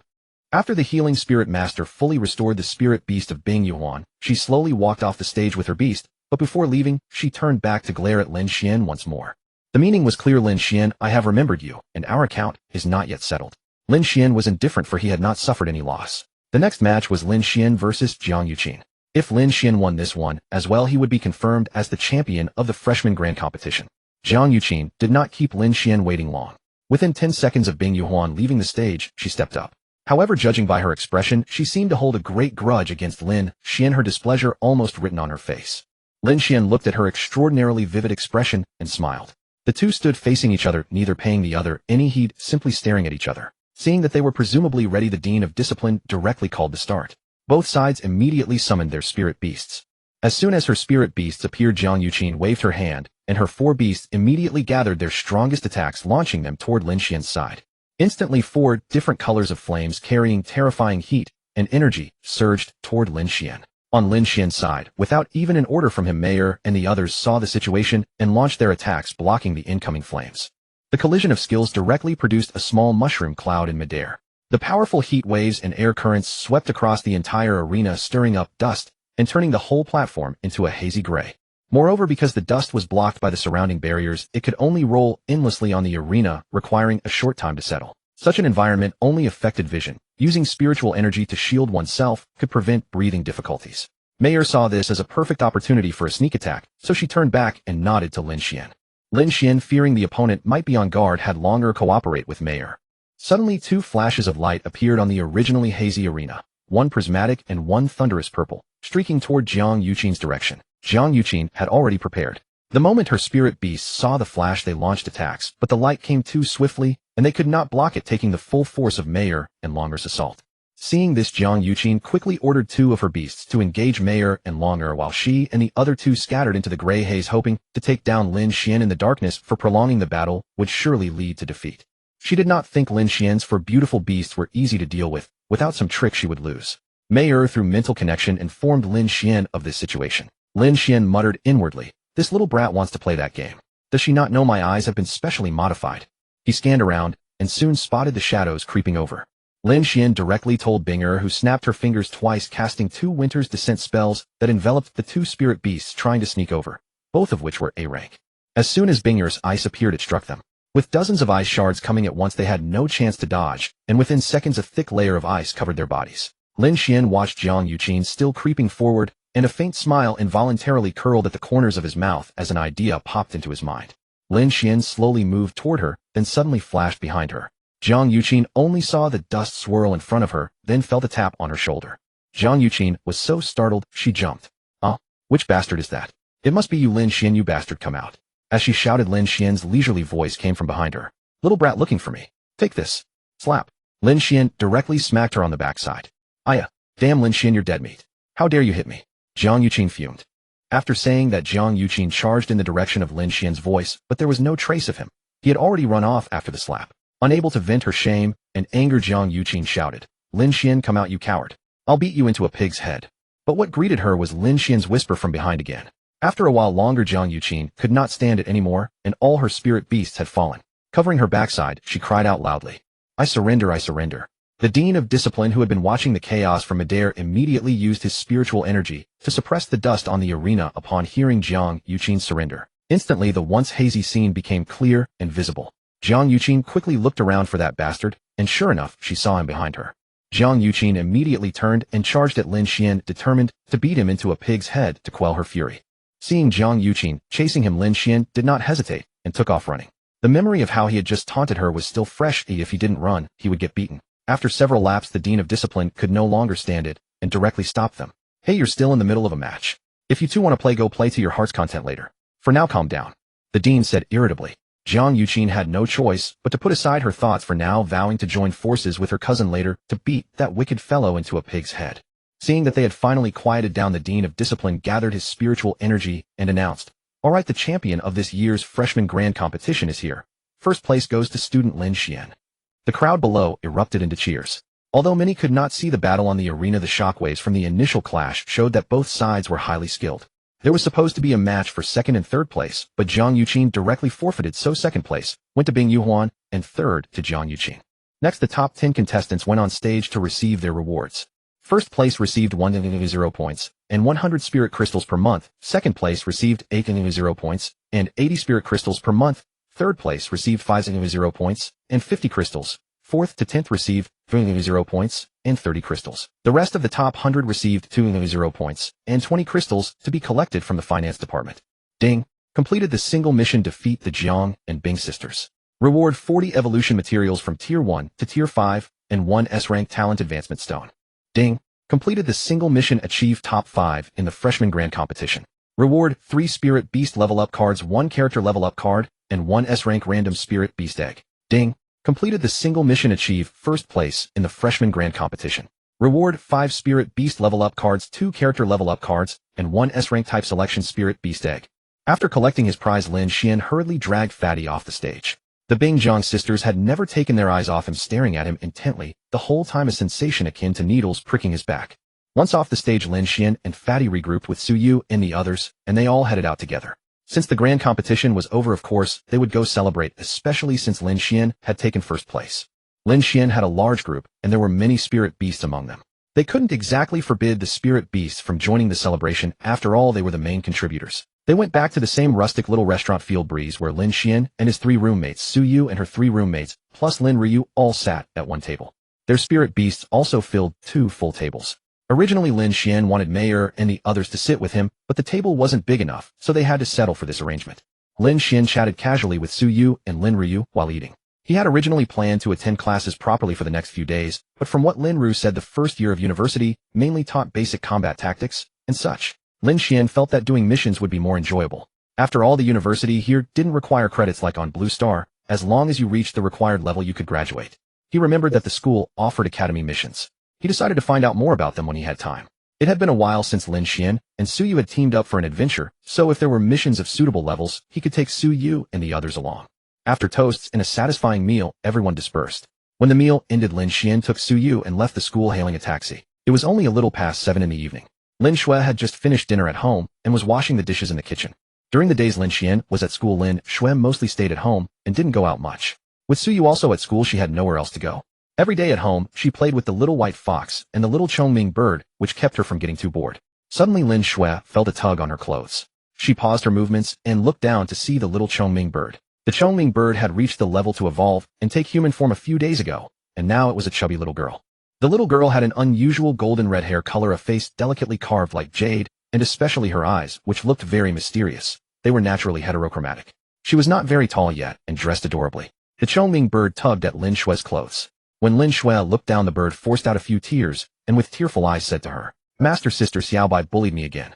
Lin Xuan dried the water from her hands, patted the little Chongming bird's head, and said, "Xiaochong, how did Xiaobai bully you? Tell me." "Sister Xiaobai snatched the TV from me and ate my snacks," the Chongming bird said pitifully. Lin Xuan rubbed her forehead. These 2 little ones never stopped bickering. Maybe they were just born incompatible. Lin Xuan crouched down, took out her phone, and handed it to the Chongming bird. "Xiaochong, play with the phone for a while. Once I finish washing the dishes, I'll talk to Xiaobai." "Okay, master," the Chongming bird said, then took the phone with both hands and happily ran back to the living room. Lin Xuan watched the little one run off, then turned back to continue washing the dishes, murmuring to herself, "Sai Yenner is better. If she were here, the dishes would have been washed long ago." Just as Lin Xuan finished murmuring, she saw through the kitchen window that the road in front of her house was much brighter, meaning a car had pulled in. A few seconds later, she saw a car stop on the road in front of her house. Soon she spotted 2 familiar figures getting out of the car. Upon seeing those 2 figures, Lin Xuan quickened her pace. Fortunately, there weren't many dishes left to wash, and she had already washed more than half. In less than 10 seconds, she finished washing them all. Lin Xuan dried her hands just as the front door of the house opened. Click. "Little sister, I'm back. Have you been well these past few days?" Lin Xuan called out as he entered the house. Lin Xuan walked out of the kitchen, her eyes smiling as she looked at Lin Xuan and Su Yu, who were still changing their shoes. She said happily, "Brother, sister Su Yu, why are you back? Without you 2 here these past few days, I've been so bored. We just finished the freshman grand competition today, so we have 2 days off. That's why we came back early. You have the little white fox and the little Chongming bird to keep you company, so why are you bored?" Lin Xuan said while changing his shoes. Hearing that Lin Xuan had a break, Lin Xuan's eyes darted rapidly, as if she had thought of something. A slight smile curled at the corners of her mouth, and she tugged at Lin Xuan's sleeve, acting coquettishly. "Brother, how about you take me to the Beast Forest tomorrow? It's so boring at home. If I'm not watching those 2 little ones, they might even start fighting." Lin Xuan affectionately pinched Lin Xuan's nose and looked at her. "You little girl, don't keep thinking about going to the Beast Forest all day. Focus on your cultivation first. When you reach level 20, I'll take you." Stingy brother. "Fine then. Sister Su Yu, let's go. Ignore this meanie. He won't even take me. Make a face," Lin Xuan said with a hint of annoyance when Lin Xuan refused. Then she pulled Su Yu into the living room, turning back to make a funny face at Lin Xuan. It wasn't that Lin Xuan refused to take Lin Xuan, it was just that she was still young, and he had given her a pile of cultivation resources.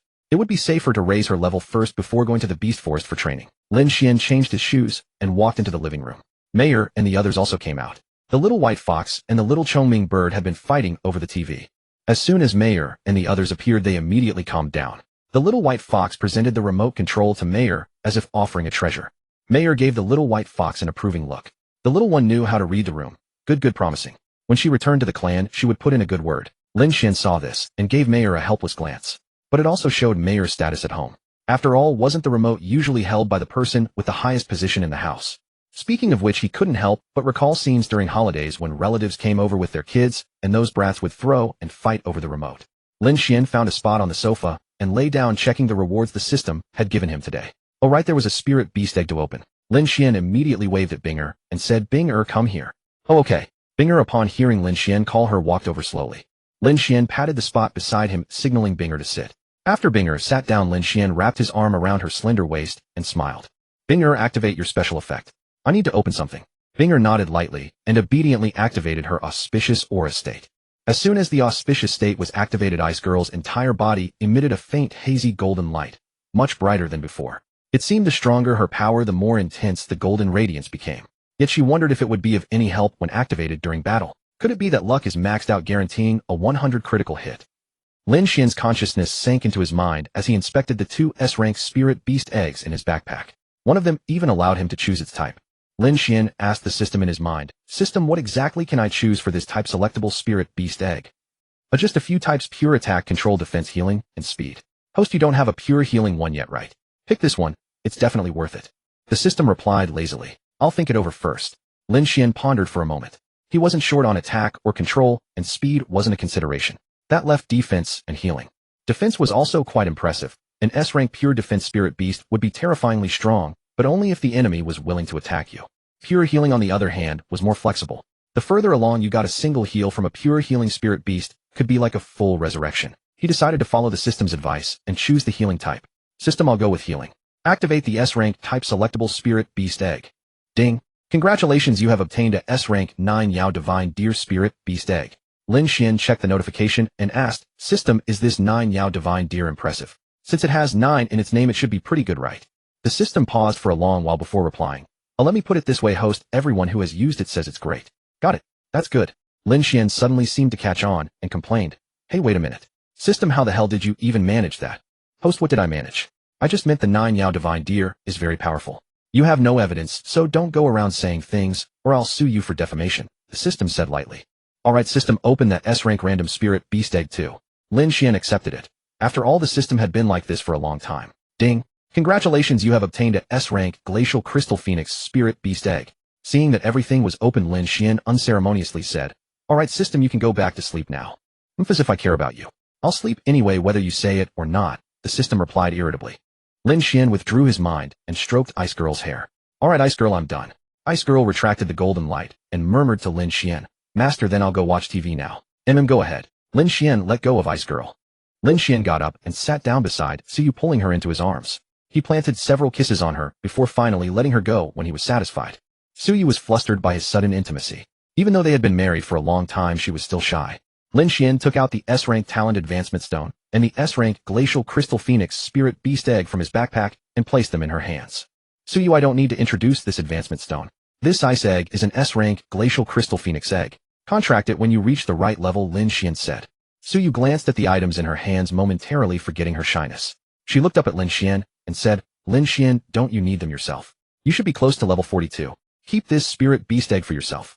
I'm not in a hurry." Lin Xuan gently brushed aside the stray strands of hair on Suyu's forehead, planted a soft kiss on her brow, and whispered, "Silly girl, I've already prepared mine.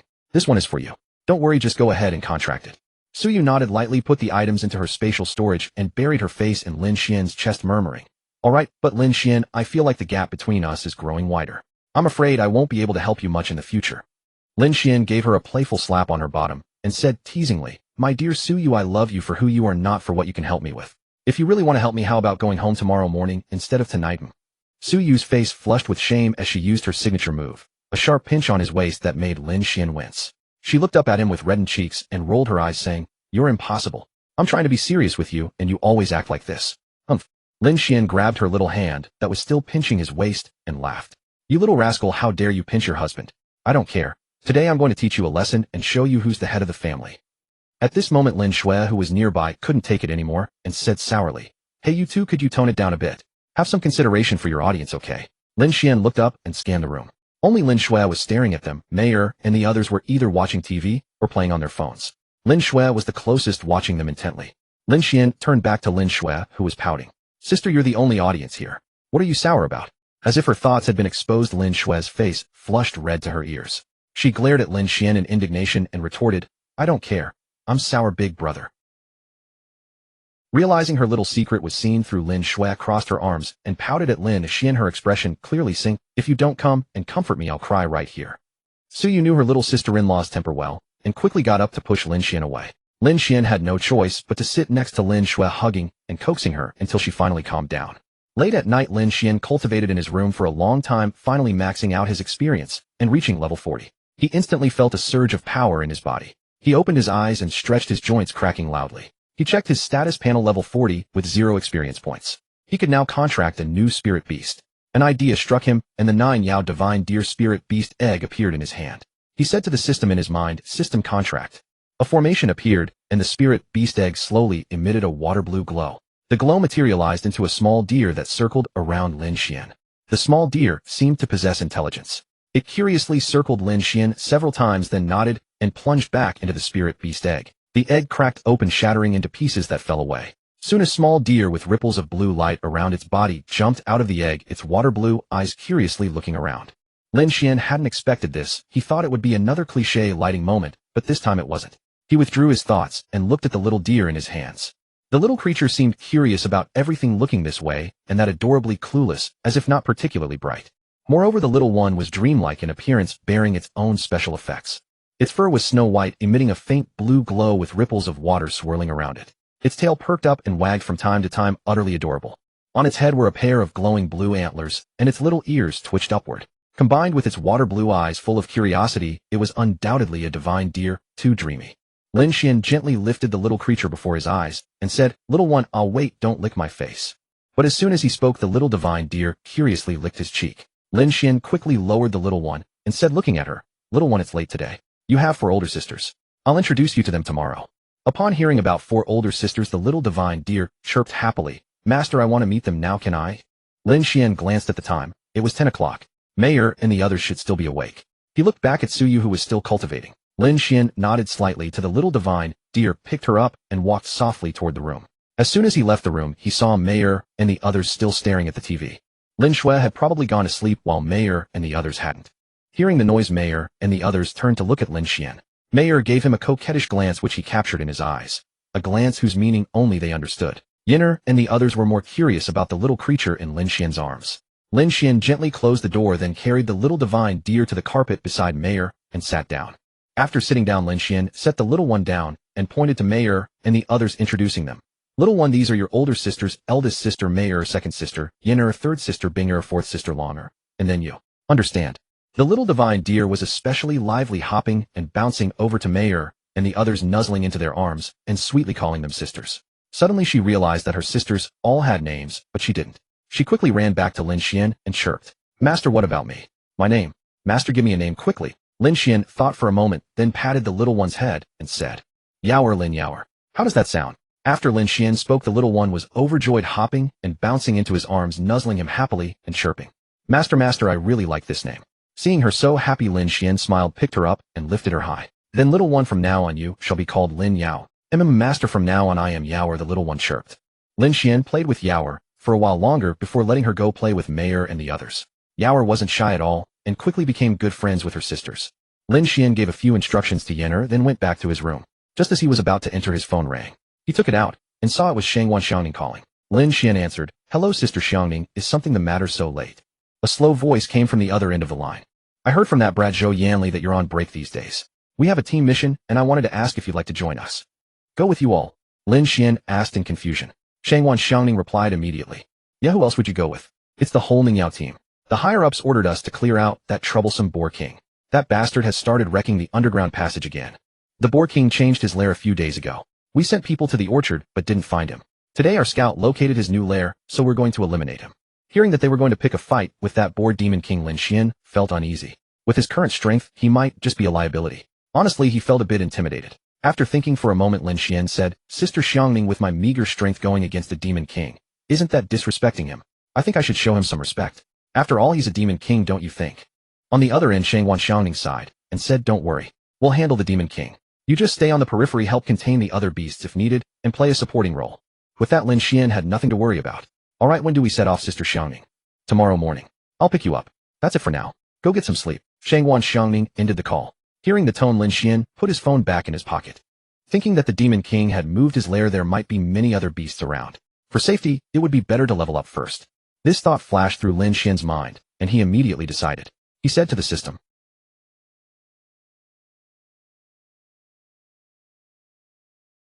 System, use the 3 character level up cards. Also use the 8 spirit beast level up cards, for each for Mayor and Yenner. Ding. Character level up card used successfully. Character level increased to 43, A00 experience. Ding. Spirit Beast level up card used successfully. Nine-tailed Celestial Fox level increased to 50. Ding. Spirit Beast level up card used successfully.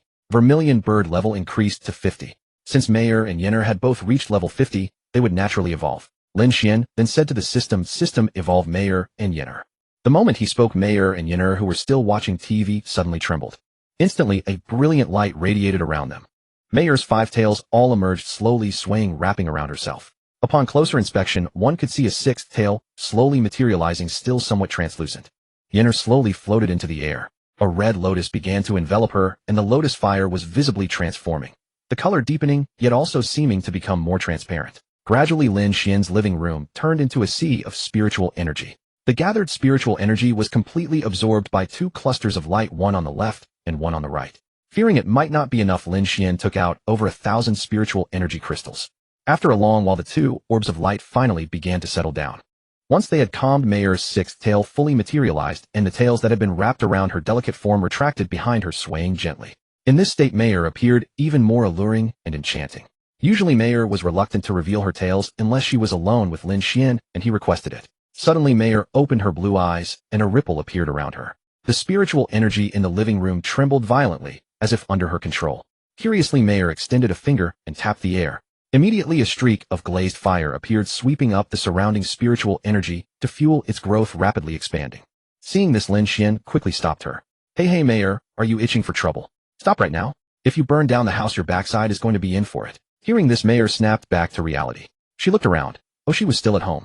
She quickly reached out and grabbed the glazed fire, which dissipated into scattered sparks. Mayor pressed a hand to her head, tilted it, and pouted at Lin Xuan, acting cute. Oh, I just got a little absent-minded. You won't blame me, will you, master? I'm such a good girl. How could you bear to hit me? Right. Lin Xuan played along, nodding with a smile. Of course, Mayor, you're so well-behaved that I definitely have to give you a few extra spanks. I raised you. Do you think I don't know what's going through that head of yours every day? He grinned mischievously. Seeing that Lin Xuan wasn't falling for it, Mayor had to resort to her ultimate move. Mayor instantly switched to a cheerful expression, dashed to Lin Xuan, and leaped onto him, tackling him onto the sofa. She planted several kisses on his face, twisting and acting coy. Bad master, you're so mean and biased. I'm such a good girl, and you still want to hit me. I just got a little too curious, okay? I tried out my new power. Now I can control the spiritual energy of heaven and earth. Lin Xuan wiped the saliva off his face, rolled his eyes at Mayor, and stared at her. After evolving, Mayor exuded an imposing aura in every move, and a faint glazed ripple floated around her, adding a sense of loftiness. Lin Xuan pinched Mayor's plump cheeks and said irritably, next time watch yourself, or else. I'll make sure your bottom is so swollen you can't walk, got it. Mayor rolled her eyes, covered her mouth, and said disdainfully, TCH, stinky master, you think I was raised on threats. I know you too well. Lin Xuan, exasperated, pinched her cheek again and retorted, little girl, remember what you said. When the chance comes, I'll show you what I'm capable of. With that, he stood up, put his arm around Mayor, and sat down to watch Yenner. Yenner's evolution was also nearing its end. The red lotus that had enveloped her was slowly fading, becoming a phantom behind her. After another 10 or so breaths, Yenner opened her red eyes, and an unusual crimson light flickered across them before vanishing. This unusual crimson light was caught by Lin Xuan, whose eyes had a cheat-like ability. He quickly checked Yenner's status panel, but found nothing unusual. However, Lin Xuan had definitely seen it. He trusted his own eyes without doubt. After evolving, Yenner didn't have any major changes except for a phantom behind her. It was still very blurry, roughly resembling a blooming red lotus, with the rest indistinct. Lin Xuan walked up to Yenner and looked at her suspiciously. Yenner, are you feeling alright? Yenner was dazed for a moment, then her large red eyes fixed on Lin Xuan without blinking, looking at him with delight. Suddenly she reached out and pulled him into a hug. Master, I feel wonderful, better than ever. Holding you makes me so happy. Caught off guard, Lin Xuan felt as if he were atop the clouds with white clouds all around. The clouds were white and soft, but the altitude was high, making it hard for him to breathe. Lin Xuan quickly patted Yinner's back. Yinner. But apparently Yinner misunderstood his intention and hugged him even tighter. Longer and Binger, who were nearby, were stunned by their second sister's bold behavior. Only the newborn Yaoer didn't understand, looking on in confusion, not knowing what her sister was doing. Fortunately, Mayer, who was beside them, understood Lin Xuan's meaning and reminded, Yinner, little sister, if you don't want your backside to be in trouble later, you'd better let go of master first. Hearing this, Yinner slowly released Lin Xuan, who took several deep breaths. This bliss had nearly cost him his life. Lin Xuan seriously suspected that Yinner's evolution had awakened something extraordinary. This sudden change was a bit too drastic, from such a lady to such a wild one. Looking at Yinner, Lin Xuan saw her gazing at him with tender affection and deep love in her eyes. It was the first time he had seen Yinner so expressive. Yinner had set the mood so perfectly that if he didn't do something, it would be a disservice to her efforts. The thought had barely crossed his mind when Lin Xuan confirmed it. Unable to resist the stirring in his heart, he lowered his head and sealed Yinner's rosy lips. Mayer, watching the scene, had her eyes darting around mischievously as if plotting something. Longer and Binger just stared blankly, though their eyes held a hint of strange light. As for Yaoer, she simply watched with curiosity. After a long while, Yinner had taken that crucial first step, as she wished, feeling immensely happy and secretly overjoyed. She became even more eager for the inheritance of the South Bright Lihua that lay behind her phantom. Yinner's sudden boldness was also due to the phantom inheritance behind her. As a vermilion bird, she naturally had her racial inheritance. However, Yinner's racial inheritance was passed on gradually, unlike Mayer's, which could be transmitted all at once. This evolution elevated Yinner's temperament, making her much bolder, allowing her to directly pursue her deepest love. Every future evolution would grant Yinner part of the inheritance. When the phantom behind her became completely clear, it would mean her inheritance was complete. By then, Yinner's strength would surely undergo a transformation, improving in every aspect. Back in his room, Lin Xuan checked his current status panel. He now had a modest amount of power. It had been less than half a year since he crossed over, and his strength had already undergone earth-shattering changes. Character panel information. Host Lin Xuan.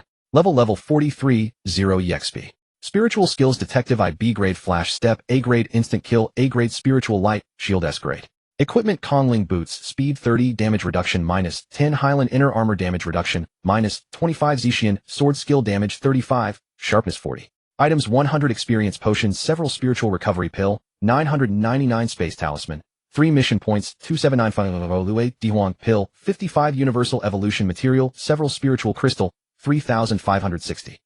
Contracted Spiritual Beast Jiawei Tianhu, Level 50 Zhuke, Level 50 Bing Qilin, Level 46 Zixiao Jinlong, Level 46 Juyao Shenlu, Level 1. Spiritual Beast Panel. Spiritual Beast Jiawei Tianhu Mayer. Attribute: Fire Attribute. Level 50, 0 Essence, 1600 Essence. Growth potential: S grade, max level, cannot level up. Talent: Fire Attribute, Attack Enhancement 120, Flame Armor Damage Reduction -50, Glazed White Fire Flame of the Tianhu Clan. Skills: Resisting Fire Ring raises a white fire ring on the target, expanding outward to form an attack, dealing damage, and adding Fire Attribute burn damage to all enemies it passes through. Flame Impact generates a white flame pillar beneath enemies within a certain range, dealing massive damage to those struck, and an additional 35 damage to enemies affected by burn. Fireball Strike summons a giant flaming fireball in the air which crashes into the target and explodes at their feet, dealing damage and having a chance to knock them down. Glazed Flame Assault transforms the entire body into glazed white fire, charging at the target, colliding and exploding to envelop. Winter's Descent summons snow and ice in the target area which transform into blades, attacking all targets within the area, causing freezing damage and freezing the target's. Winter's Ice Bow can summon the divine weapon Winter's Ice Bow, which can be drawn and shot without arrows. Power depends on the user. Can evolve. No materials for next stage can be viewed by clicking. Spiritual Beast Zixiao Jinlong Longer. Attribute: Lightning Attribute. Level 46, 5499 Essence, 10,000 Essence. Growth potential: S grade, max level, cannot level up. Talent: Lightning Attribute, Attack Enhancement 100, Lightning Attribute Control Effect Enhancement 80, a true dragon, natural ruler of aquatic beings. Skills: Lightning Chain Strike fires a bolt of lightning at the target. Upon hitting, it automatically arcs to nearby targets with a paralysis effect. Lightning descends from heaven summons heavenly lightning to strike the target or condenses a mark into the target's body, causing the lie.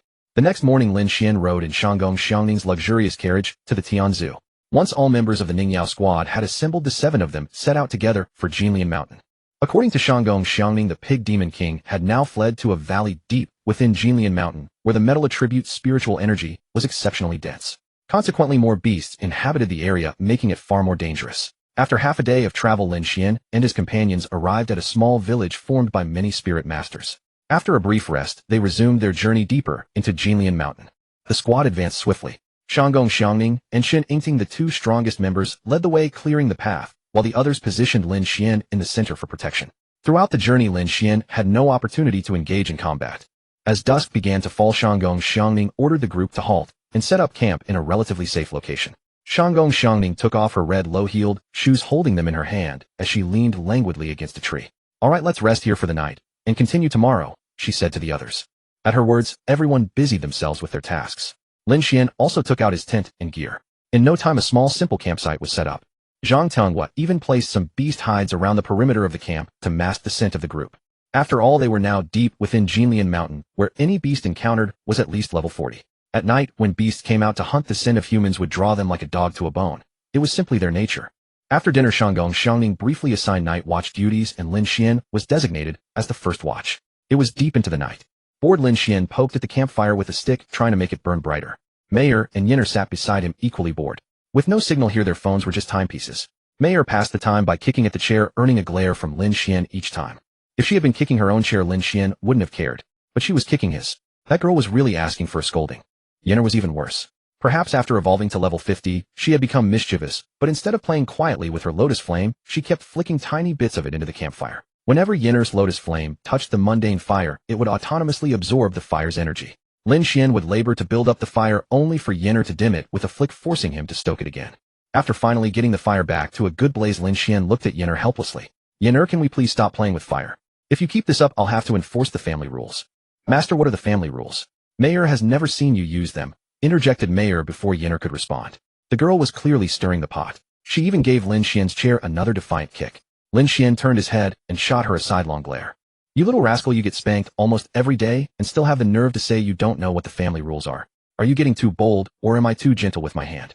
He raised an eyebrow at Mayer and waved his hand, indicating that this was the family rule. Mayer just laughed and shook her head, showing she was not the least bit afraid.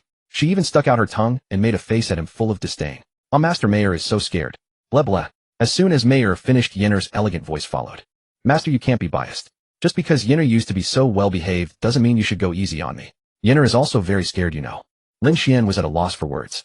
The two girls had him figured out. Out here in the wilderness, he had no way to deal with them. He could only pretend to be stern. "You two seem to have forgotten who I am. Just wait until we get back. I'll show you what I'm capable of. Neither of you will escape." Upon hearing this, Mayer, utterly unperturbed, stood up and walked over to sit on Lin Xuan's lap. She wrapped her arms around his neck and gazed at him with an enchanting expression. "Stubborn master, you're all talk. Don't think I don't know your little thoughts, he." Seeing the girl brazenly walk right into the wolf's den, Lin Xuan felt she was seriously underestimating him. He was about to teach this insolent girl a lesson. Just then, the sound of a twig snapping outside interrupted Lin Xuan's plans. Crack! Lin Xuan immediately stopped and looked toward the source of the sound. The area was pitch black with no figure in sight, but a beast status panel materialized before him. Beast Shadow Wind Panther. Attribute Wind. Level 53. Growth potential B grade, can evolve. Skills: Wind Step, Companion Breeze, Speed, Shadow Companion, Shadow Strike, Shadow Clone, Shadow Claws. Quickly embracing Mayer, Lin Xuan stood up and scanned the surroundings. In the darkness, he spotted several more beast status panels emerging. The Shadow Wind Panthers had been stealthily closing in under the cover of night, making no sound. If one of them hadn't accidentally stepped on a twig, Lin Xuan would have remained in the dark. It was impossible to see them in this pitch blackness. Fortunately, after hearing the sound, Lin Xuan had immediately activated his skill and managed to reveal the beast status panels. Lin Xuan noticed that the panels of the Shadow Wind Panthers in the darkness had not moved at all. It seemed they were cautious, having paused after the noise. However, they did not immediately launch a fatal attack. They were clearly confident in their stealth abilities, believing that a weak human like Lin Xuan could never see through their disguise. Lin Xuan silently communicated with Mayer and Yinner, as well as Binger and Longer, inside the Beast-Taming space. After the exchange, he set Mayer down, a purple immortal sword appearing in his hand, as he simultaneously opened the formation of the Beast-Taming space. At the same time, Mayer's body ignited with glazed fire, and a fiery armor materialized. She swiftly waved her hand, and several glazed fireballs appeared in the air. The fireballs, carrying deadly heat and energy, shot towards several positions on the perimeter. The moment the glazed fireballs appeared, they illuminated the pitch-black area as if it were daytime. The 6 Shadow Wind Panthers hiding in the shadows were revealed. They were still in beast form, their entire bodies covered in pitch-black fur, with only their eyes reflecting a ghostly light. This pure black coat made them perfect nocturnal assassins of the Tianshan Mountains, especially suited for nighttime ambushes. The moment the Shadow Wind Panthers' positions were illuminated, before they could react and dodge, Yinner snapped her fingers a few times. Rows of little red lotuses rushed forward, swarming in to seal off every possible escape route. When the glazed fireball appeared, the shadow wind leopards were still puzzling over what was happening. After a moment of daze, seeing the fireball hurtling directly toward them, they quickly attempted to dodge. But just as they tensed their muscles to move, they realized that every direction they could flee was suddenly blocked by something trailing a streak of crimson light. It was a small, exquisite fire lotus radiating an extraordinarily high temperature. The space above the lotus was distorted and blurred, a testament to its overwhelming heat. This sudden development caught the shadow wind leopards off guard. They had believed Lin Xuan could not detect them, so they remained still, waiting to strike. They had planned to get closer and deliver a devastating blow, swiftly eliminating Lin Xuan. But they never anticipated that Lin Xuan would discover them, attack so quickly, and seal off all their escape routes. Now they had no choice but to endure this assault head-on. With no way to evade and no time to burrow, even if they knew how, all they could do was hope their frail bodies could withstand the barrage. Booming explosions echoed as Binger, Longer, and Yaoer emerged from the formation. Seeing Yaoer run out, Lin Xuan swiftly scooped her into his arms. This little one is only at level 1. Does she want to offer herself as food? The sudden explosions instantly roused the women. They all rushed out to see what was happening. Fortunately, they had slept in their clothes. If they had been in their own homes, Lin Xuan would have lost dearly. Ahem. Lin Xuan declared himself a gentleman. He had plenty of blood to spare, so a little loss was nothing. He turned back to the women, smiling reassuringly. Just as Lin Xuan looked back, 6 dark silhouettes burst out of the flames, charging at him at lightning speed. Mayor and the other 3 women immediately launched their attacks, engaging them in battle. The 6 shadow wind leopards emerged with their skin torn and flesh exposed. As wind-attributed spirit beasts, they were the fastest, but also the most fragile. Having taken the full force of Mayor and Yinner's attacks, they were nearly a third cooked. Yet they still charged forward instead of fleeing. It seemed they intended to be fully roasted and served on a platter. Mayor directly engaged 3 shadow wind leopards in melee combat. Now that she possessed the glazed true body and had reached level 50, enabling her to manipulate the world's spiritual energy, she fought with sheer brute force. After all, she had 3 layers of protection, so she had no fear. Her favorite tactics were ambushes and head-on clashes. The outermost layer was a fire armor, while the glazed true body both shielded her and healed her injuries. She rained down attacks on the shadow wind leopards without restraint, pushing them back helplessly with no chance to counter. Yinner was not as reckless as Mayor, but she still held her own against 2 opponents. Small fire lotuses flew wildly around her battlefield, and the shadow wind leopards could not touch her. It was like a slow roasting oven. Once the lotus fire clung to them, it was nearly impossible to extinguish. The last remaining leopard was shared by Longer and Binger. This one suffered the most, barely clinging to life. As soon as it charged, Binger and Longer unleashed a relentless barrage, leaving it unable to move and reduced to a mere target. Shangguan Xiangning and the other women yawned as they walked over to Lin Xuan, observing the one-sided battle before them. Among them, only Shangguan Xiangning truly knew Lin Xuan's strength. The others witnessed his extraordinary prowess for the first time. Though they had often heard Shangguan Xiangning praise him, seeing it firsthand was a different experience. Although they were still slightly stronger than him, Lin Xuan was only a freshman in college, a few years younger than them. Yet he could fight 6 level 50 spirit beasts without being at a disadvantage, and he seemed to have energy to spare. At Lin Xuan's age, they would have been proud to take on a level 40 beast. Zhang Tianghua ran up to Lin Xuan, scrutinized him closely, pried his eyes open, rubbed his cheeks, and looked again. Lin Xuan pushed her hand away as she reached for more. Hey, Apple sister, ahem, well, Apple it is. If you want to look, just look, no need to get handsy. There are so many people around, have some restraint. Zhang Tianghua planted her hands on her hips in annoyance. Fine, now you're calling me that too. I swear I'll make you all eat your words. I'll surpass that stinky Xiangning and become the toughest woman on the team. Apple sister, why don't you just go back to sleep right now? You might realize your dream instantly. Dreams have everything, Lin Xuan suggested. Shun Yingting chimed in, little Apple, I can recite that speech of yours by heart. If you want to outfight my dear Xiangning, you'll need a different approach. Maybe ask Lin Xuan for help. His spirit beasts are pretty impressive. Hearing this, Zhang Tianghua turned to look at Mayor and the others, still fighting, her eyes filled with envy. Hey, you're right. Lin Xuan, help me out, she exclaimed delightedly. Here, Apple sister, this is innate.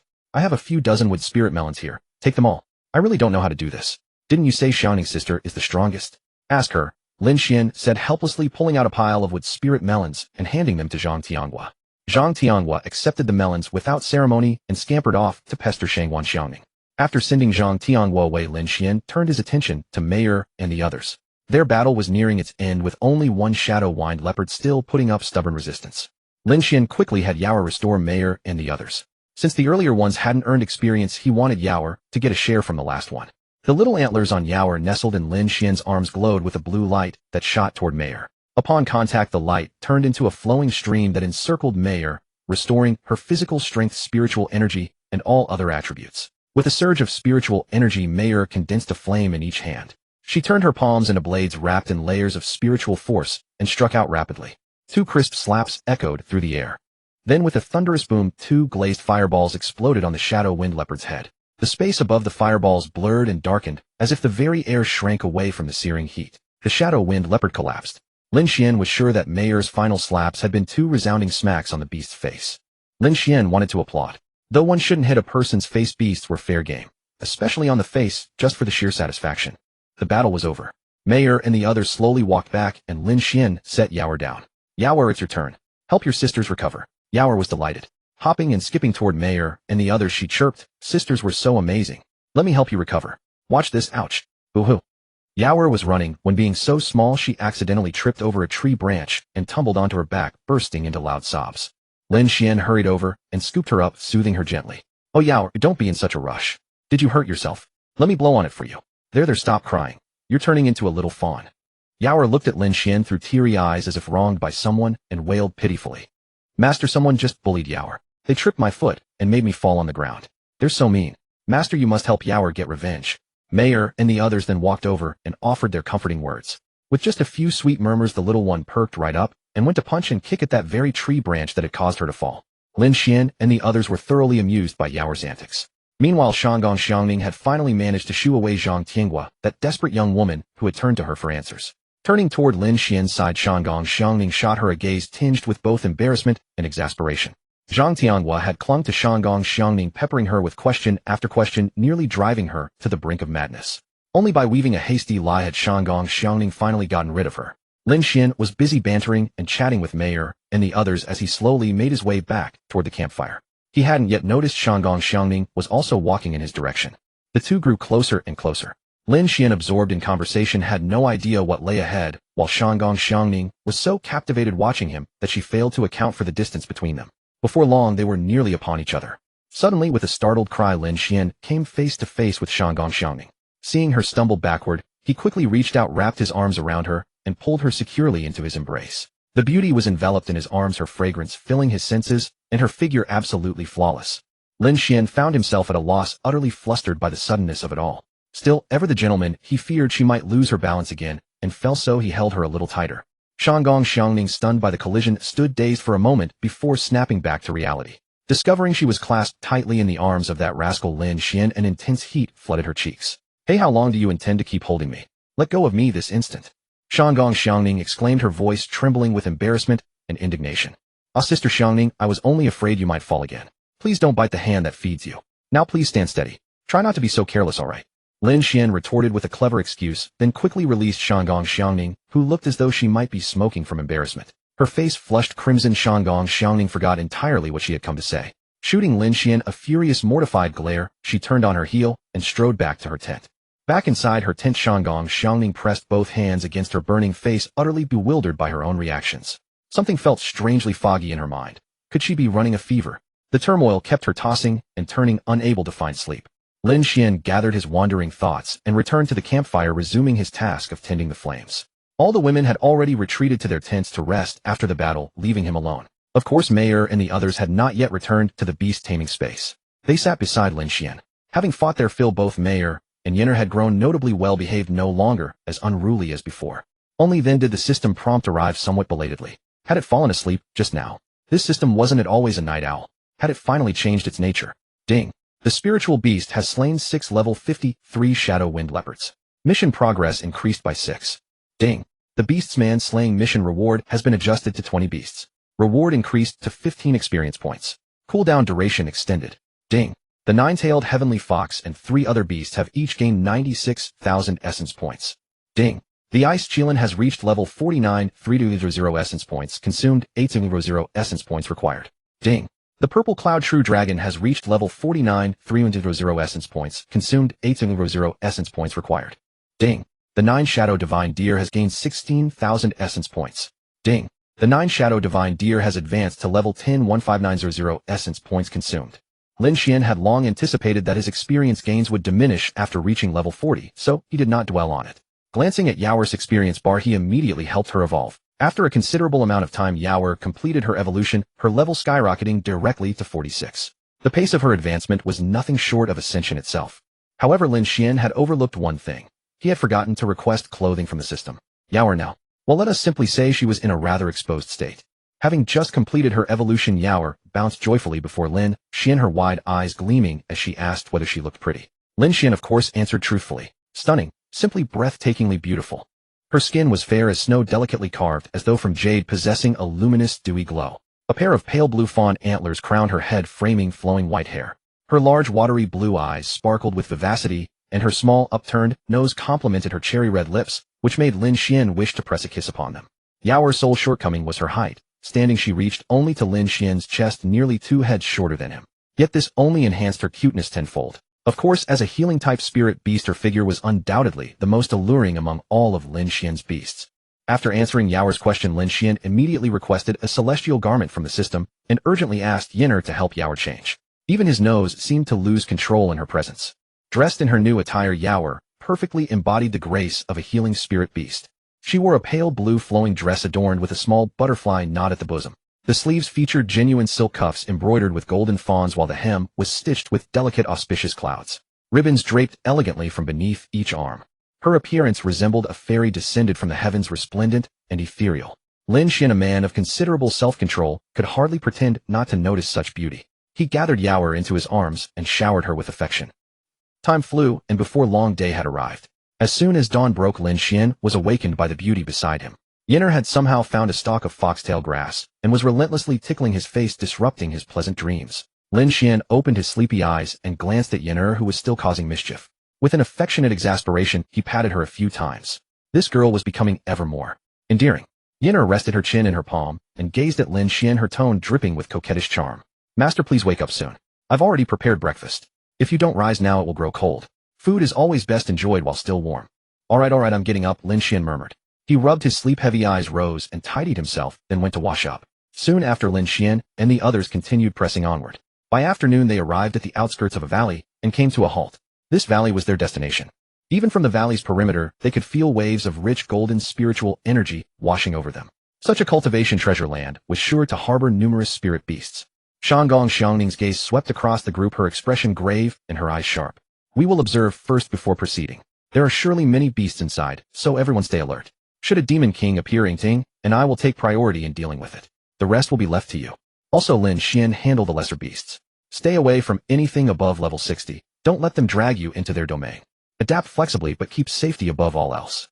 After Shanggong Xiangning finished speaking, all the team members nodded in unison.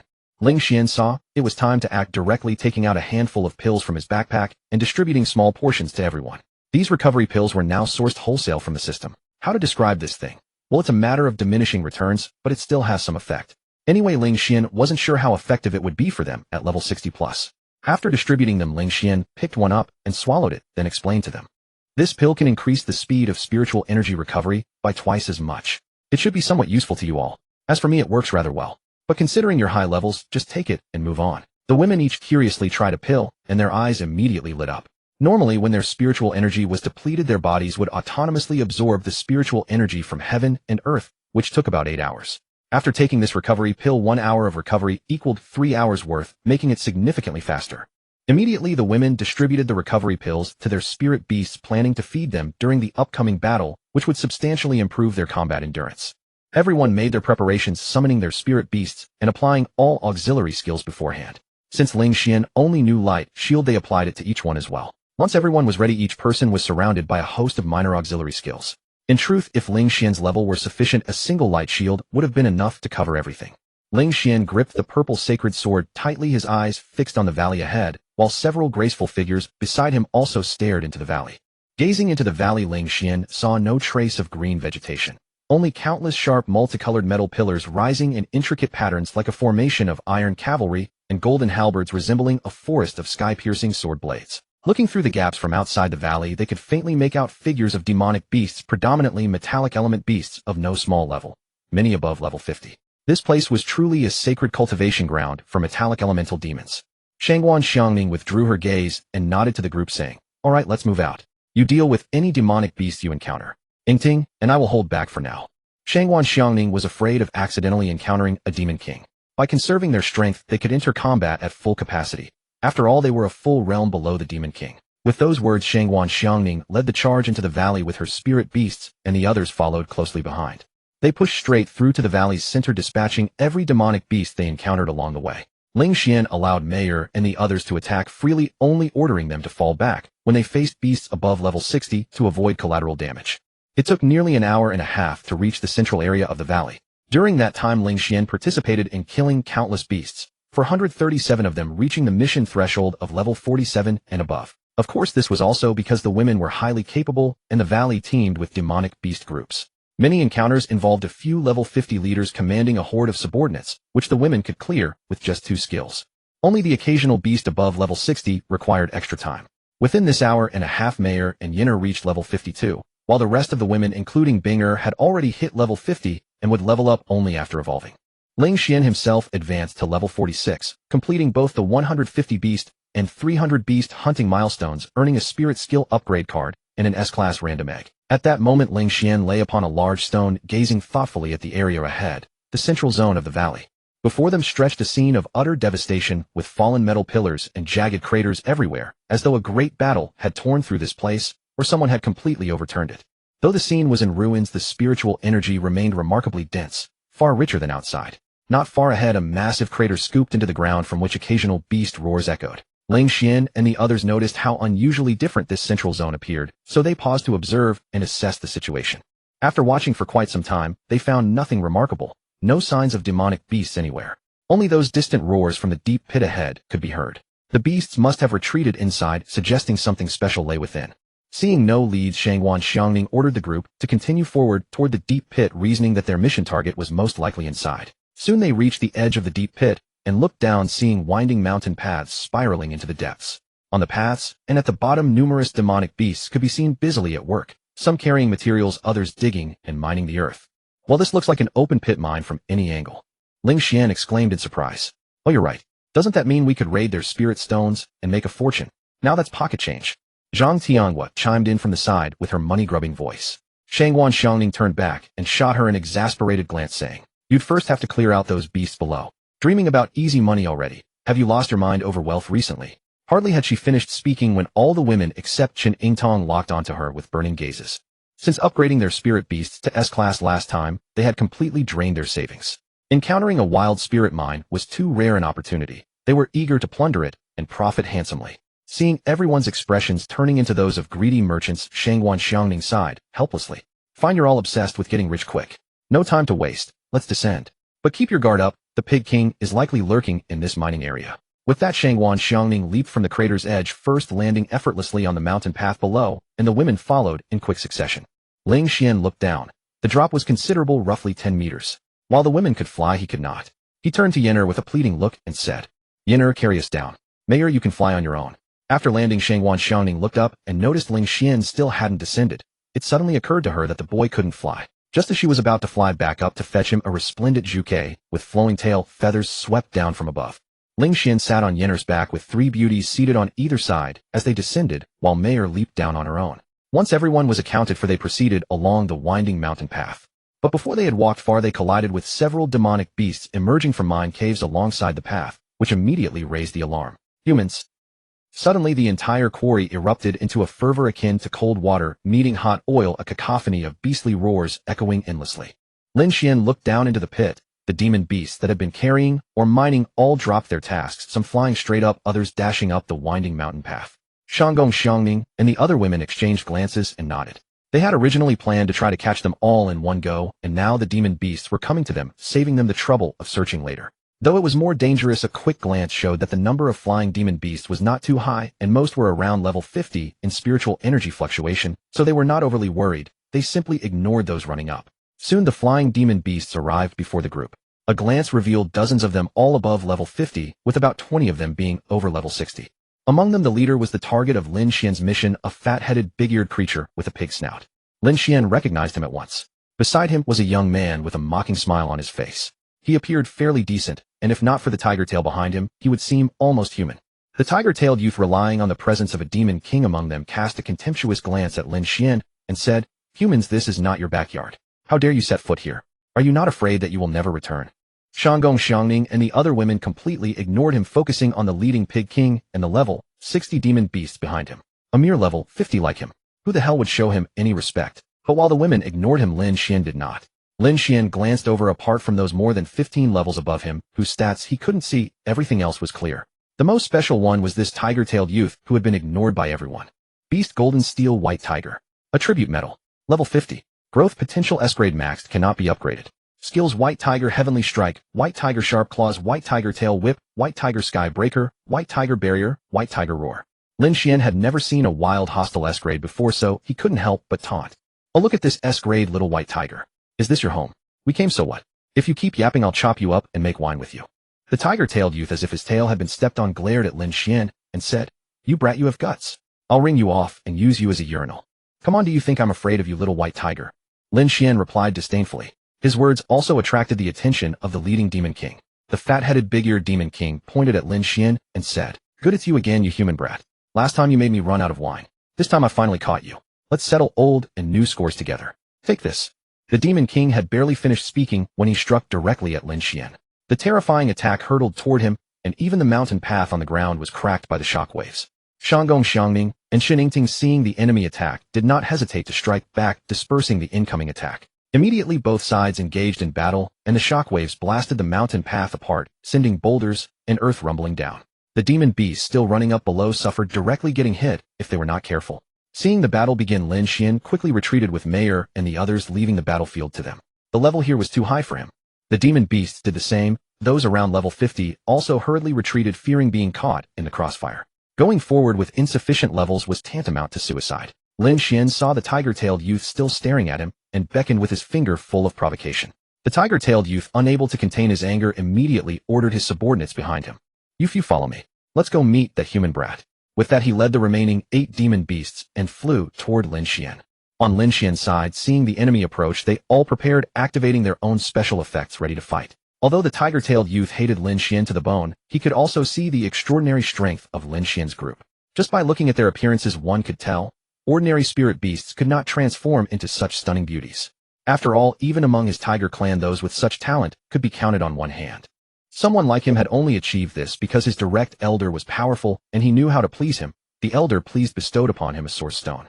Otherwise, he would still be A-grade. Lin Xuan watched them fly over and said mockingly, "Little white tiger, you're here. Then try my sword edge." The moment Lin Xuan finished speaking, he flashed to the side of the enemy, and the purple immortal sword in his hand, like a beam of light, struck at the tiger-tailed youth's neck. The latter immediately turned and struck out with a tiger palm. A metallic clang echoed. Lin Xuan quickly withdrew. His attempt failed, so he retreated immediately. The enemy still had 8 demon beasts behind him. Lin Xuan flicked the bloodstains off his sword and sneered, "Little white tiger, your claws aren't hard enough." The tiger-tailed youth was secretly shocked. He hadn't expected Lin Xuan's sword to be so sharp that a casual strike could break through his physical defense. He silently channeled spiritual energy to heal the wound on his hand, then looked up at Lin Xuan and taunted, "Human brat, don't get too cocky. It's only just begun. You lot behind, what are you waiting for? Get him." Lin Xuan saw the enemy's subordinates move. He simply nodded to Mayer and the others. They were all level 52 or 53. Mayer and the rest could handle them. He kept his eyes fixed on the little white tiger. The tiger-tailed youth, seeing Lin Xuan staring at him unmoved, began to grow impatient inwardly. He had already suffered a loss in their first clash, which infuriated him. What angered him most was that Lin Xuan's level was lower than his. Losing to a lower-level opponent was unacceptable to his innate pride. Suddenly he moved. A light shield appeared around his body, and his hands formed tiger claws as he pounced at Lin Xuan. Lin Xuan, seeing the pounce, dodged a few steps, easily evading the tiger claws, then thrust his sword.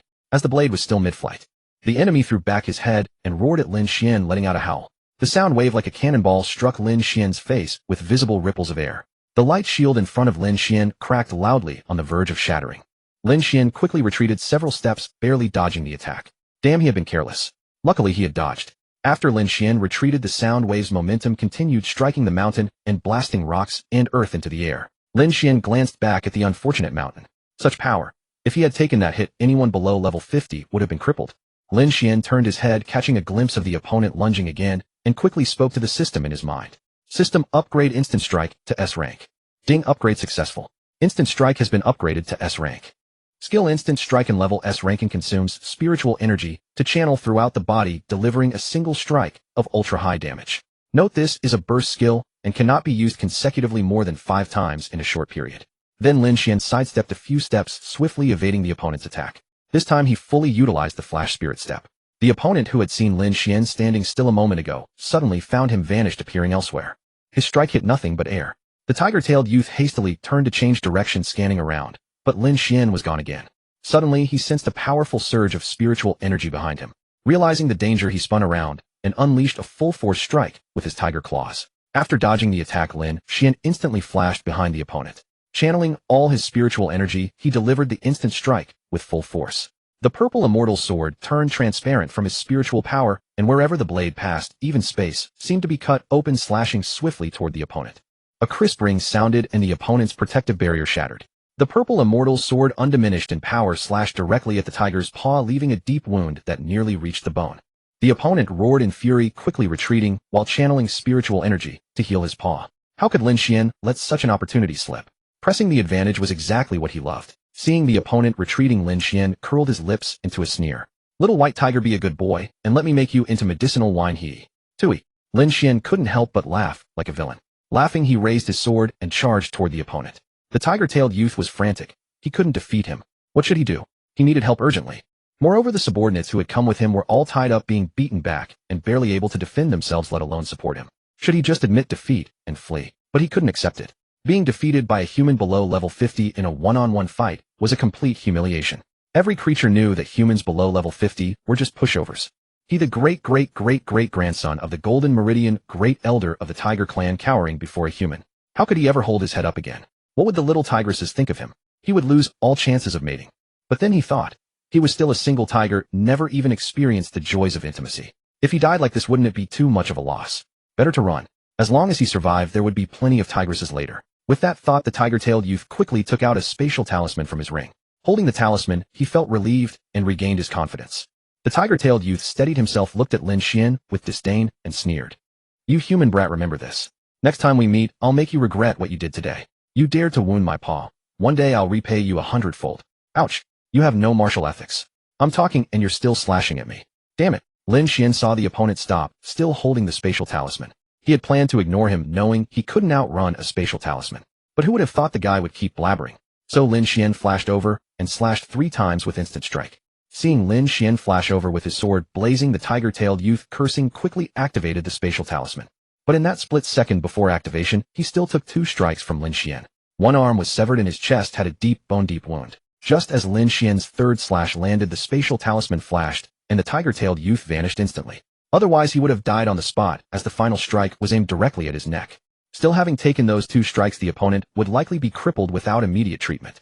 Lin Xuan looked down at the white tiger claw that had dropped. Well, there was a spatial ring on the claw. Lin Xuan quickly removed the ring and tossed the tiger claw into his backpack, planning to soak it in wine later to strengthen his body. He extended his spiritual sense into the ring's space. The space inside was enormous, about 100,000 cubic meters. Lin Xuan glanced around. Inside, treasures were piled up like mountains, many of which he didn't recognize. The ring alone was immensely valuable, and with all those items he had struck it rich. Lin Xuan withdrew his spiritual sense and couldn't help exclaiming, "This white tiger is such a nice guy. I should give him the title of Fortune Bringer. Next time I see him, I'll be sure to give him a proper welcome." Lin Xuan put the ring into his backpack and turned to look at Meyer and the others. They were almost done, with only 2 defensive beasts still resisting. But soon Lin Xuan rushed in to join the fight. With one sword strike, he shattered their defenses. Meyer and the others followed up, and the 2 defensive beasts were slain under their combined attacks. With his side dealt with, Lin Xuan looked up toward Xiangning and the others. Their battle was far more intense and terrifying. The mountain path where they had initially fought was now completely shattered by the shockwaves, leaving not a single spot to stand. They had long since moved the battlefield to the sky above the giant pit, or had dragged their opponents into their own domain spaces to fight. Lin Xuan looked up at the sky at a 45-degree angle. The sky was shrouded in colorful spiritual light dust, and he could only vaguely see many figures still locked in fierce combat, unable to tell who was who. When attacks dispersed, they turned into spiritual light dust that slowly dissipated into the world. But with so many collisions, the dissipation couldn't keep up, gradually creating a hazy veil. Lin Xuan felt that the girls would need some more time to finish. His main concern was Xiangning and Chen, who were fighting the Boar King. He wondered if the Boar King had any help. Each girl had 7 spirit beasts, so 2 of them plus their beasts made 16 against 1. The Boar King seemed to be level 75, being beaten by 16 opponents of over level 60, several of which were S-rank spirit beasts. Lin Xuan could tell with his, but that there was no way to lose. Lin Xuan withdrew his gaze and looked at the winding mountain paths. The beasts that had been running up the paths were finally close. None of them were above level 50, so they could only run. Watching them approach, he smiled. Lin Xuan felt today was a good day indeed. He tilted his head with a grin and said to Meyer and the others, "Hey Meyer, look over there. The experienced delivery has arrived. Let's go, Risei. Tui, let's welcome them." Having said that, he wiped the corner of his mouth, grasped the purple immortal sword, and charged toward the running beasts. Meyer and the others followed suit, and immediately blades flashed and attacks exploded continuously. Lin Xuan fought fiercely with attacks flying in all directions. Meanwhile, in the Naya jungle thousands of kilometers away, a sudden roar sent the entire forest into an uproar. Earlier that morning, Lord Jidu had been summoned by the clan elder, his great-great-grandfather, to receive his reward, and his joy knew no bounds. It was because a while ago he had brought back 3 golden source stones for the Tiger clan. The clan had convened a special meeting to deliberate on how best to honor him. After nearly 2 months of discussion, the matter was finally settled, and the reward distributed. Though the deliberation seemed rather sluggish, it was actually quite swift by their clan standards. When there were benefits to be gained, decisions were made in under a minute, but when it came to actually dispensing rewards, it would take a year or more to consider it swift. Although the reward Lord Jidu received was pitifully meager, his joy did not stem from that alone. When he had mined 5 source stones at Golden Lotus Mountain, he had secretly kept 2 in his spatial ring. To avoid suspicion, he simply swapped rings with his son, who had accompanied him. With the rewards distributed today, the clan would never suspect his deception. His delight knew no bounds. 2 source stones meant his unworthy descendants could each gain an S-grade talent. Just as he was enjoying an intimate afternoon with his young tiger wife, at the most crucial moment, a sudden spatial fluctuation rippled through his living room. A heavy thud echoed as something large crashed to the ground, followed by cries of agony. "Ouch! You human brat dare to sever my Chilean tiger arm. Ah, how can I possibly? This grievance must be avenged, or my wrath will never rest." Cough. Hearing his son's anguished cries, Lord Jidu immediately rose from bed and rushed to the living room, where he found his son lying in a pool of blood with one arm missing. Lord Jidu quickly channeled spiritual energy to stabilize his son's injuries. As he gazed at the empty right sleeve, he remembered his son wore his spatial ring on that hand. His heart sank with dread, and he asked anxiously, "Jibai, how did you end up so severely injured? What happened to your spatial ring?" Jibai avoided his father's gaze, his spirit broken, and replied, "Father, I was wounded by a human youth. Had I not escaped decisively, I would not have returned. The spatial ring was on my right hand, and was severed along with it." "What? You mean the ring was on your severed hand? Meaning the enemy took it?" Lord Jidu's eyes widened in disbelief as he questioned once more. Jibai understood the gravity of his mistake. That ring belonged to his father, and losing it was a grave disaster. Yet he had no other choice. Merely surviving after being outmatched was already a miracle. Had he simply activated his space talisman and fled instead of listening to the rambling threats, nothing would have happened. It was the classic downfall of a villain who died from talking too much. Jibai remained silent, his head turned aside, silently confirming his father's words. Lord Jidu's heart ached bitterly. Those 2 source stones, along with his lifelong collection, his private little notebook, were all gone. If anyone discovered that a powerful demon lord treasured such belongings, his reputation would be utterly ruined. Fortunately, as a vain creature, he adorned all his fingers with rings. But the one lost was his favorite, and the one with the largest storage capacity. Unable to contain himself, Lord Jidu threw back his head and unleashed a tremendous roar to vent his fury and frustration. The roar shattered his ceiling and reverberated throughout the Naya jungle, sending every beast trembling in fear. Even the demon king himself was not immune. The moment his roar subsided, a tiger's silhouette materialized before him and struck him forcefully. Then an aged voice rang out. "To roar recklessly within the clan, disturbing others' peace, that warrants punishment." Upon hearing the voice, Lord Jidu immediately bowed his head in apology. "Yes, Elder, I was wrong. Elder, please look at Jibai. He was beaten to this state. I am furious." The elder's tiger eyes swept over Jibai, still lying on the ground, and with a wave of his hand, he vanished with the boy, leaving Lord Jidu still clutching his face. "That old man hits too hard, it hurts," Lord Jidu muttered daringly under his breath. No sooner had he finished cursing when several sets of footsteps approached from behind, accompanied by the sound of cracking knuckles. Lord Jidu was in grave danger. The Tiger Clan elder had already teleported Xiao Jibai directly to the White Crane Clan territory. The White Crane Clan's territory lay on the outskirts of Kunlun Mountain, where mountains rose clear and waters ran pure, birds sang melodiously and flowers perfumed the air.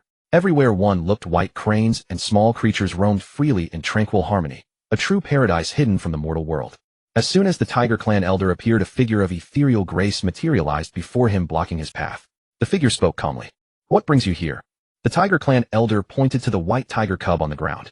"Please help this boy recover. His arm is gone, and only your people possess such healing abilities." Without even glancing at the injured cub, the figure responded flatly. "Agreed. Return in 3 days to retrieve him along with 100 high-grade life crystals." "Very well, I shall return in 3 days." With those words, the elder waved his hand and departed, leaving behind 100 glistening blue life crystals on the spot where he had stood. Lin Xuan had fought continuously for so long that he finally vanquished the last beast that had come at him. The system in his mind issued its notification as promised. Ding, the spirit beast has slain 129 creatures above level 47. Mission progress increased by 129.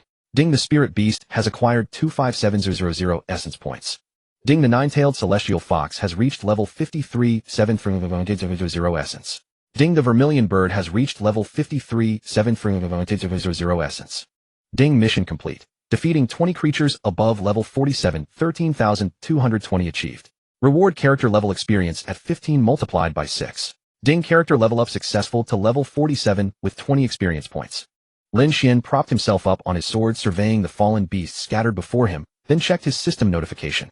Though these creatures were somewhat beneath the required level excluding the 8 subordinates from the initial encounter with the young tiger, he had accumulated 121 kills toward his mission goal.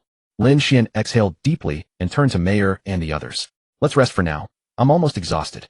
With that he led them to a relatively clean spot to sit down. The nearly hour-long continuous battle had truly pushed Lin Xuan to his limits. It was mainly thanks to Yaoer that he and Mayer and the others had managed to endure so long. Yaoer's abilities had now reached the 5th realm of recovery, allowing her to restore 150 of a target's condition within an hour. Lin Xuan took out several bottles of water from his backpack and handed them to Mayer and the others. He himself took a big gulp, then looked up toward the women. The battle among the women was also nearing its end. While Lin Xuan had been fighting the beast that charged at him, agonized roars from the sky had been frequent, and from time to time beasts could be seen falling down after being slain. As expected, nearly 5 more minutes had passed. Lin Xuan watched as the sky, which had been shrouded in a haze of spiritual energy, suddenly split open with a space rift. Deep purple eerie light and waves of terrifying energy seeped out from the rift, dispersing the spiritual dust. Immediately after the sound of the space tearing came in waves, and more cracks appeared. Suddenly a sharp crack rang out, as if time in that space had been frozen for a moment. Then came a thunderous boom. Simultaneously with the explosion, a visible spatial ripple carrying terrifying energy spread outward in all directions. Seeing this, Lin Xuan cursed under his breath, quickly casting light shields on Mayer and the others, as well as himself, and raised his sword to block the spatial shockwave. However, the spatial shockwave ignored Lin Xuan's block and light shield, passing straight through his body. Lin Xuan felt as if he had been hit by an elephant. He was knocked back several meters and spat out a mouthful of blood. Fortunately, Lin Xuan was far away, and his physique was much stronger than an ordinary person's, so he was only shaken and injured. This spatial shockwave could instantly kill any creature below level 50. Lin Xuan wiped the blood from the corner of his mouth and looked at Mayer and the others. Their faces were also pale, clearly also injured by the shockwave, but at least they were in much better condition than Lin Xuan. Although Lin Xuan felt he had a lot of HP, he only felt that way when blood came out of his nose. Right. Yaoer quickly sent streaks of blue light toward Lin Xuan and the others, healing their injuries. However, some skills might not have been off cooldown yet, so they weren't fully healed, but they felt much better and no longer as uncomfortable as before. Feeling much better, Lin Xuan turned to look at Yaoer and saw that she was still continuously sending out blue light. He waved his hand at her and said, "Yaoer, we're all much better. You don't need to keep busy. Your skills aren't fully recovered yet, so take a rest." After hearing this, Yaoer slowly stopped and replied, "Okay, master." Lin Xuan looked up at the sky again. The once colorful sky was now clear and cloudless, perfectly visible. Over there only a few graceful figures and the fat-eared Demon King remained. Both sides seemed rather battered, especially the Demon King, whose body was scorched black, one hand clutching his chest, while blood continuously flowed from his mouth. He looked utterly wretched. Lin Xuan felt like he could have pighead meat for dinner today. In contrast, Shanggong Xiangning and the other women were in much better shape. Though they were panting, their eyes shone with confidence, and they seemed merely drained of spiritual power. The Tiangang Pig Demon King took a deep breath, forcibly suppressing his injuries, and spoke calmly. "Humans, do you really want to finish me off? I only destroyed a few of your shipping lanes. If it comes to that, I'll take you all down with me. From the moment you destroyed the first shipping lane, this ending was sealed. You're spent, and still spouting nonsense. Huh, did you think I was born yesterday?" Shanggong Xiangning glanced at the Pig King with disdain and sneered. "Exactly, you think you can self-destruct your golden core and drag us down with you. You've read too many cultivation novels, you stupid pig. Those are just stories. This is a beast-taming world." Chen Yingting, overhearing, couldn't help but remark, "Ah, sorry, drooling. A demon king must be worth a fortune, haha." Zhang Tianhua literally said this with tears streaming down her face. The Tiangang Pig Demon King was extremely anxious and somewhat regretful, but there was no medicine for regret. He had to reap what he sowed. He had originally thought that these humans, all above level 60, were nothing to fear. After all, he still had many level 60 minions. At the start, the fight was normal. It seemed evenly matched, neither able to gain the upper hand. Moreover, he himself was level 75, confident that even if he couldn't win, he could escape. But the longer the battle went on, the more alarming it became. How could these humans and their spirit beasts have so much spiritual power? We're all around the same level, why do you have more spiritual energy than me? Are you all S-class or something? Hey, you're cheating. Gradually they unleashed their ultimate moves frequently, and in just 1 hour they killed off all his subordinates. With no other choice, he forcibly self-destructed his domain space, rupturing the women's domain spaces so that none of them could use their domains. Otherwise, he would surely die if the fight continued. As a result, he suffered significant backlash from his own domain space, but it also made it easier for him to escape. The Tiangang Pig Demon King stole a glance with his peripheral vision toward the outside of the arena. He only saw Lin Xuan and the others, but not the little white tiger, not even its corpse. He inwardly cursed his miscalculation. Originally, he had hoped that after breaking out he could get it to use a space talisman to escape together, but now he couldn't even see its corpse. He had to rely on himself. Seeing this, the Tiangang Pig Demon King channeled what little spiritual power remained and charged at Shanggong Xiangning. She assumed a defensive stance ready to meet the attack. But the shameless Demon King suddenly changed direction mid-charge and rushed straight toward Lin Xuan. Lin Xuan sensed trouble and immediately turned around, fleeing with Mayor and the others. Fortunately, the distance was far and they were fast. The Tiangang Pig Demon King chased for 2 breaths but couldn't catch up and instead was caught by the attacks from Shanggong Xiangning and the others behind him who intercepted him. The Tiangang Pig Demon King glared hatefully at Lin Xuan, his heart filled with fury. It was this human brat like a jinx. The first time he met him he had no wine to drink and wanted to kill him out of spite. This time he was severely injured by him, and felt he might even end up dead. He had wanted to grab him as a hostage to deter the others, but who knew this kid could run so fast? He simply couldn't catch him. This kid was his natural counter, wasn't he? The Tiangang Pig Demon King defended against the attacks while thinking, and the more he thought the angrier he became. Truly stepping back only made him more furious. Suddenly the Tiangang Pig Demon King, as if possessed, exerted all his strength, shattered the incoming attacks from Shanggong Xiangning and the others and roared, "Damn it, I can't take it anymore. You humans have pushed me too far, especially you human brat. I'll fight you to the death." With that, his eyes red, he locked onto Lin Xuan's figure and shot toward him like a cannonball. Seeing this, Shanggong Xiangning shouted, "Pig demon, you're asking for death." Then purple ripples emanated from the space around her, and the tip of her spear also glowed with purple light. Then, immediately lightning crackled across the bodies of the 2 thunder element spirit beasts beside her. With a graceful gesture of her jade-like hand toward the sky, 2 streams of dark purple thunder shot from her fingertips, like lightning, instantly coalescing into a fearsome thundercloud that shrouded the Pig King above. Upon seeing the thundercloud take shape, Shanggong Xiangning suddenly shuddered. The spiritual energy around her converged rapidly, flowing swiftly toward the tip of her spear. Half a breath later, Shanggong Xiangning's eyes brightened. Gathering all her spiritual power, she hurled her spear into the thundercloud. Before the spear could even touch the thundercloud, a blinding flash erupted from within, illuminating the entire sky. A terrifying thunder dragon emerged from the cloud, diving straight at the long spear. Struck by the thunder dragon mid-air, the spear adjusted its trajectory, carrying the horrifying thunder dragon straight toward the Demon King. The Demon King sensed the apocalyptic attack descending from above and looked up for just a moment. Purple light, a light brimming with deathly peril. Whether it emanated from the spear or the thunder dragon, the purple radiance was breathtakingly beautiful and equally deadly. It was the most unforgettable light of his life, for it was the last thing he would ever see before death claimed him. With a deafening roar, the spear carried the thunder dragon like lightning, plunging straight down upon the Pig King's head. The Pig King froze in place, utterly motionless. Suddenly, everything fell silent. After a long while, the Pig King reverted to its true form and plummeted into the valley below, kicking up a massive cloud of dust. At that moment, Ning Yao's squad had finally completed their mission, slaying the Tiangang Pig Demon King. When Lin Xuan noticed the entire sky suddenly illuminate, he curiously glanced back and saw a thunder dragon striking the Pig King. Lin Xuan slowly came to a halt. Seeing the Pig King completely motionless, he sensed it was truly dead. Sure enough, not long after, the Pig King transformed back to its true form and dropped down. Lin Xuan let out a long sigh of relief. What the hell was that Demon King out of his mind? From the start it attacked him directly, and even when heavily wounded it refused to let him go. Was that wine really worth dying for? It was still gathering dust in his inventory. Seriously, was it necessary? Seeing the battle had ended, Shanggong Xiangning and the other women slowly flew toward Lin Xuan and landed. Each of them was utterly exhausted, their faces pale, covered in bloodstains. Their spirit beasts were in particularly grievous condition, many sustaining severe injuries and barely holding on through spiritual energy. Seeing this, Lin Xuan immediately turned and waved to Yao Er, beckoning her over. Upon hearing Lin Xuan call her, Yao Er quickly ran up to him, tilting her head with a puzzled expression. "Master, did you need something?" Lin Xuan affectionately ruffled the girl's head and smiled. "You silly girl, always so dazed, I don't know what goes on in that head of yours. Hurry and help senior sister Xiangning and the others recover." All right, master. Yao Er will help senior sister Xiangning and the others recover right away." Yao Er nodded happily, still slightly bewildered from her hurried dash. Yao Air tapped the air with both hands, and brilliant blue light burst from her body, rushing toward Shang, Gong Xiangning, and the others. The blue rays swirled continuously around them. Their previously pale complexions visibly regained color before their eyes. Several of the women couldn't help but let out sounds of pleasure from the soothing recovery, then quickly covered their mouths in embarrassment. Their spirit beast injuries also healed rapidly, and within moments they were jumping and frolicking once more. After a long while, Shang, Gong Xiangning, and the others finally suppressed the overwhelming sensations coursing through their bodies. Carefully feeling their physical condition, they all gazed at Yao Air in disbelief. In less than 10 seconds, she had restored them to full health, and even replenished their spiritual energy completely. This was simply too terrifying.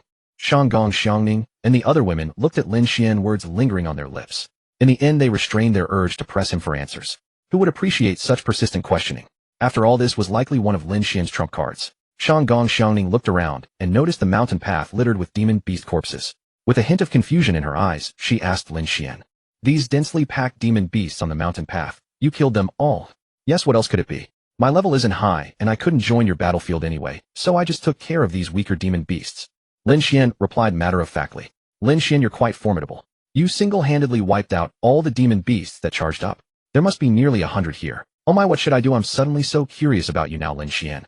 Chun Yingting said playfully, staring at him curiously, as if trying to see right through him inside and out.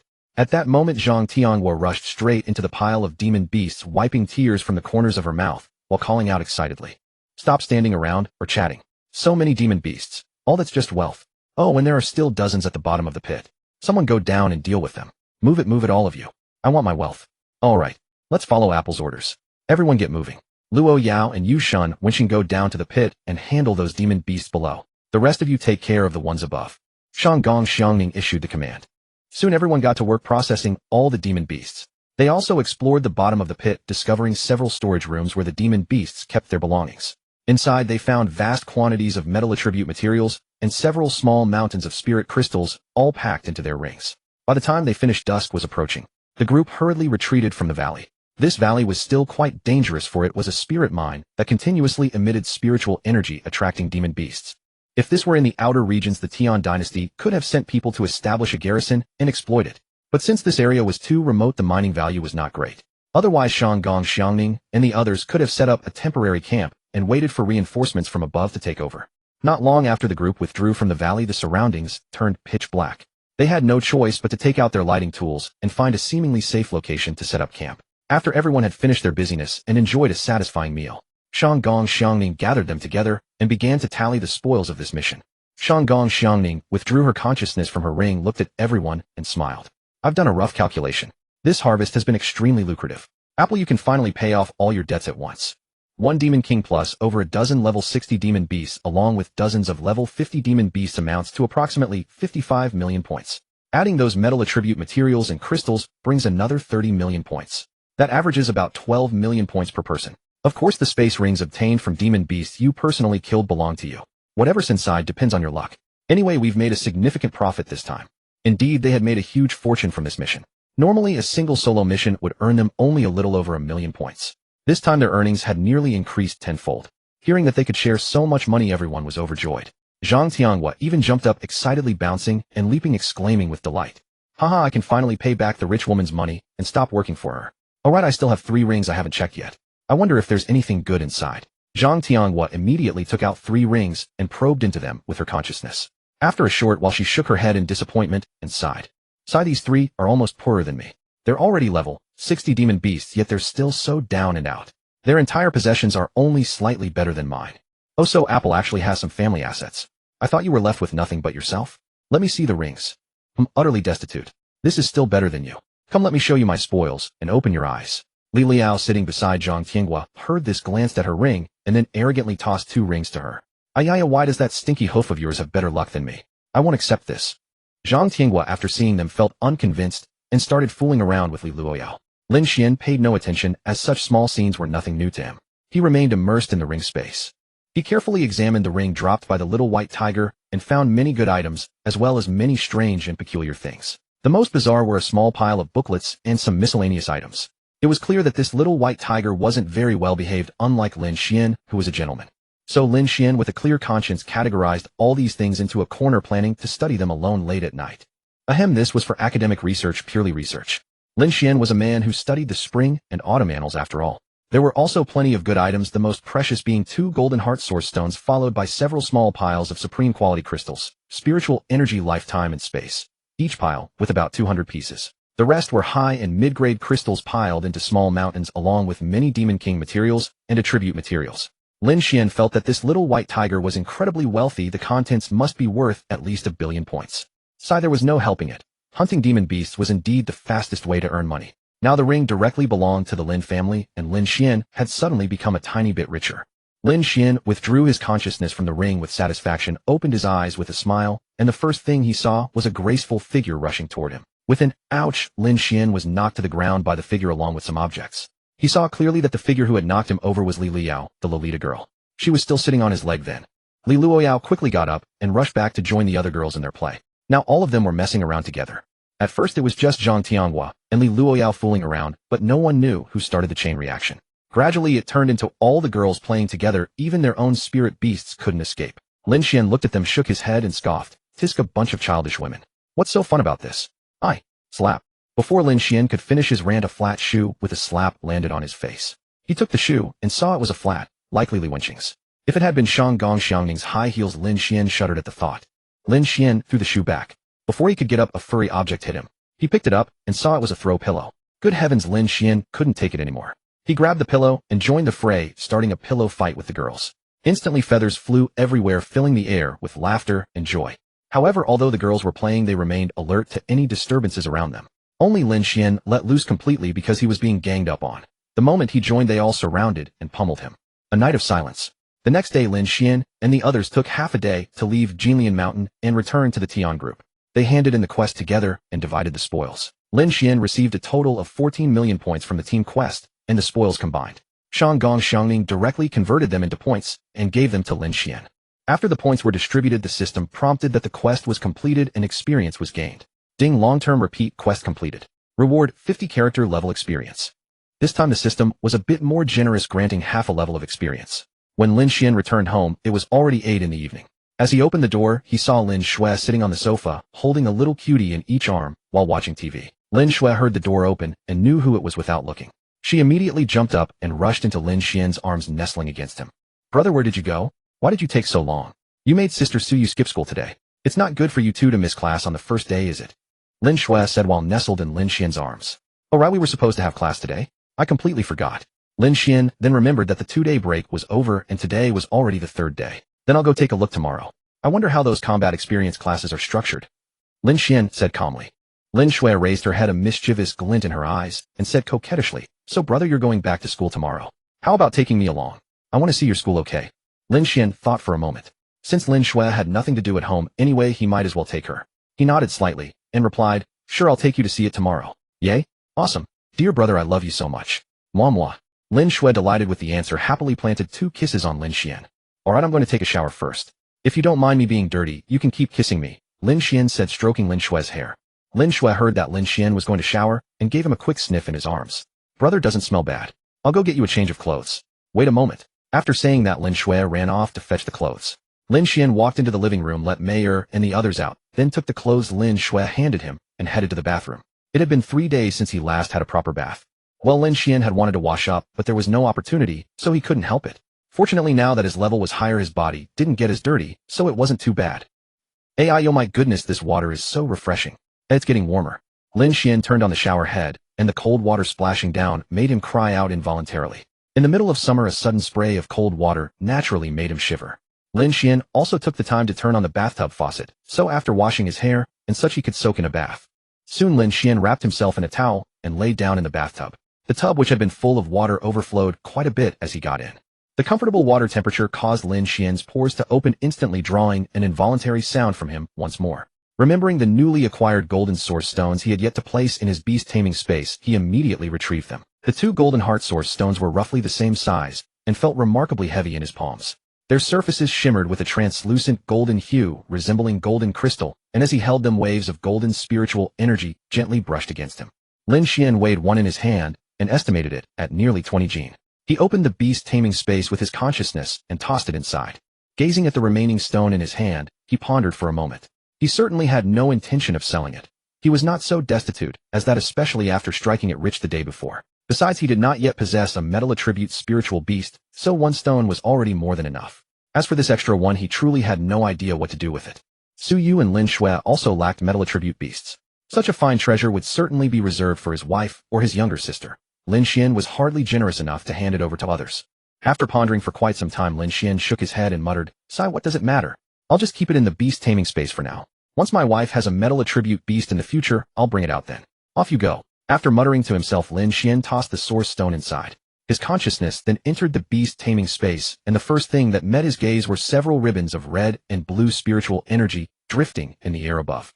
These ribbons of red and blue spiritual energy had been released by the fire and water source stones over the past few days.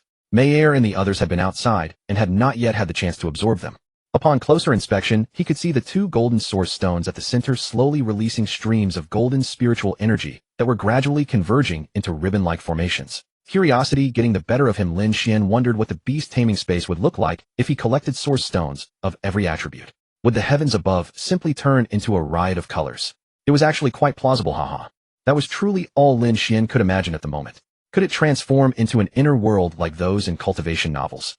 If so, wouldn't he become some kind of world-creating deity? It was precisely when Lin Xuan's consciousness was wandering aimlessly through the beast-taming space that the bathroom door suddenly opened and a graceful silhouette slipped inside without a sound. After entering, she quickly and gently closed the door, pressing her hand against her heaving chest to calm the heartbeat that threatened to burst from her ribs. She exhaled softly, steeled her wildly anxious and excited emotions, and turned her head to look at Lin Xuan, who was still sitting in the bathtub with his eyes closed, a silly smile on his face. Master seems to have encountered something delightful, smiling like that with his eyes closed. This is a perfect opportunity. Since Master is occupied and hasn't noticed me yet, my plan must already be more than halfway successful. A satisfying curve touched her lips as she approached in her swimsuit disguise, crept up to the still smiling Lin Xuan, and leaned down to pinch his nose. Meanwhile, Lin Xuan had been wandering through the beast-taming space, admiring the cozy little homes that Mei Er and the others had conjured for themselves. He had even discovered that Mei Er and Bing Er had stashed plenty of treats inside, with Long Er having hoarded the most. Just as he was about to sneak a few back, his physical body was suddenly pinched on the nose. Wait, I'm in the bathroom, correct? Could it be Mei Er sneaking in again? She has pulled stunts like that before. Returning his consciousness to his body, Lin Xuan opened his eyes and was greeted by a breathtakingly glamorous woman in a swimsuit. Not Mei Er, but Yin Er. Lin Xuan's mouth opened slightly in genuine surprise. Yin Er, don't tell me you're here to give me a bath scrub. That's Mei Er's line by now, and I'm not buying it. Yin Er rolled her beautiful eyes at him and declared with playful boldness, "You foul master, you've ruined my excuse by saying it out loud first. I don't care. I really do want to help Master bathe. Yin Er, you." Before Lin Xuan could finish, Yin Er pressed her finger against his lips to silence him. Yin Er shot the clueless fellow an exasperated glance. Her plan had been so carefully laid out, yet this odious master refused to play along. Sister Mei Er had been right. All masters like him needed firm handling. If she wanted her plan to succeed, she would simply have to take the initiative herself. With that resolved, Yin Er took 2 decisive steps forward and squeezed into the bathtub beside him. Fortunately, Lin Xuan's bathtub was spacious enough to comfortably accommodate 2 or 3 people. He often used to swim laps in it back when he was a child. Yin Er leaned against Lin Xuan's chest, tilting her head to gaze up at him with affectionate eyes, her cheeks tinged with a blush as she spoke. "Master, do you prefer this bolder version of Yin Er or the Yin Er from before? Whichever you like, Yin Er will happily become whatever Master desires." In truth, Lin Xuan found himself fond of both, the bold Yin Er and the refined, gentle Yin Er of old. He loved her deeply either way. Yin Er's question likely stemmed from her own uncertainty about the changes she had undergone, seeking reassurance about his feelings. Without hesitation, Lin Xuan drew the beauty in his arms a little closer and replied earnestly, "Yin Er, between the 2 I cherish and love them equally. Among all of you sisters, my heart ached the most for you, Yin Er. Your silent dedication to our family has never gone unnoticed by me." Mei Er was mischievous by nature, Bing Er coldly beautiful and easily wronged. Long Er possessed that sundry temperament, and Yao Er had fully become a sweet, naive soul. But it was you, gentle, graceful, the epitome of a wise and virtuous companion, the most caring of them all. Lin Xuan paused briefly, gazing at Yin Er with a warm smile. "Yin Er, no matter how you change, you will always be my Yin Er. I will continue to walk beside you. My life is filled with joy because of your companionship." Having said his piece, Lin Xuan pressed a gentle kiss to the beauty's crimson lips.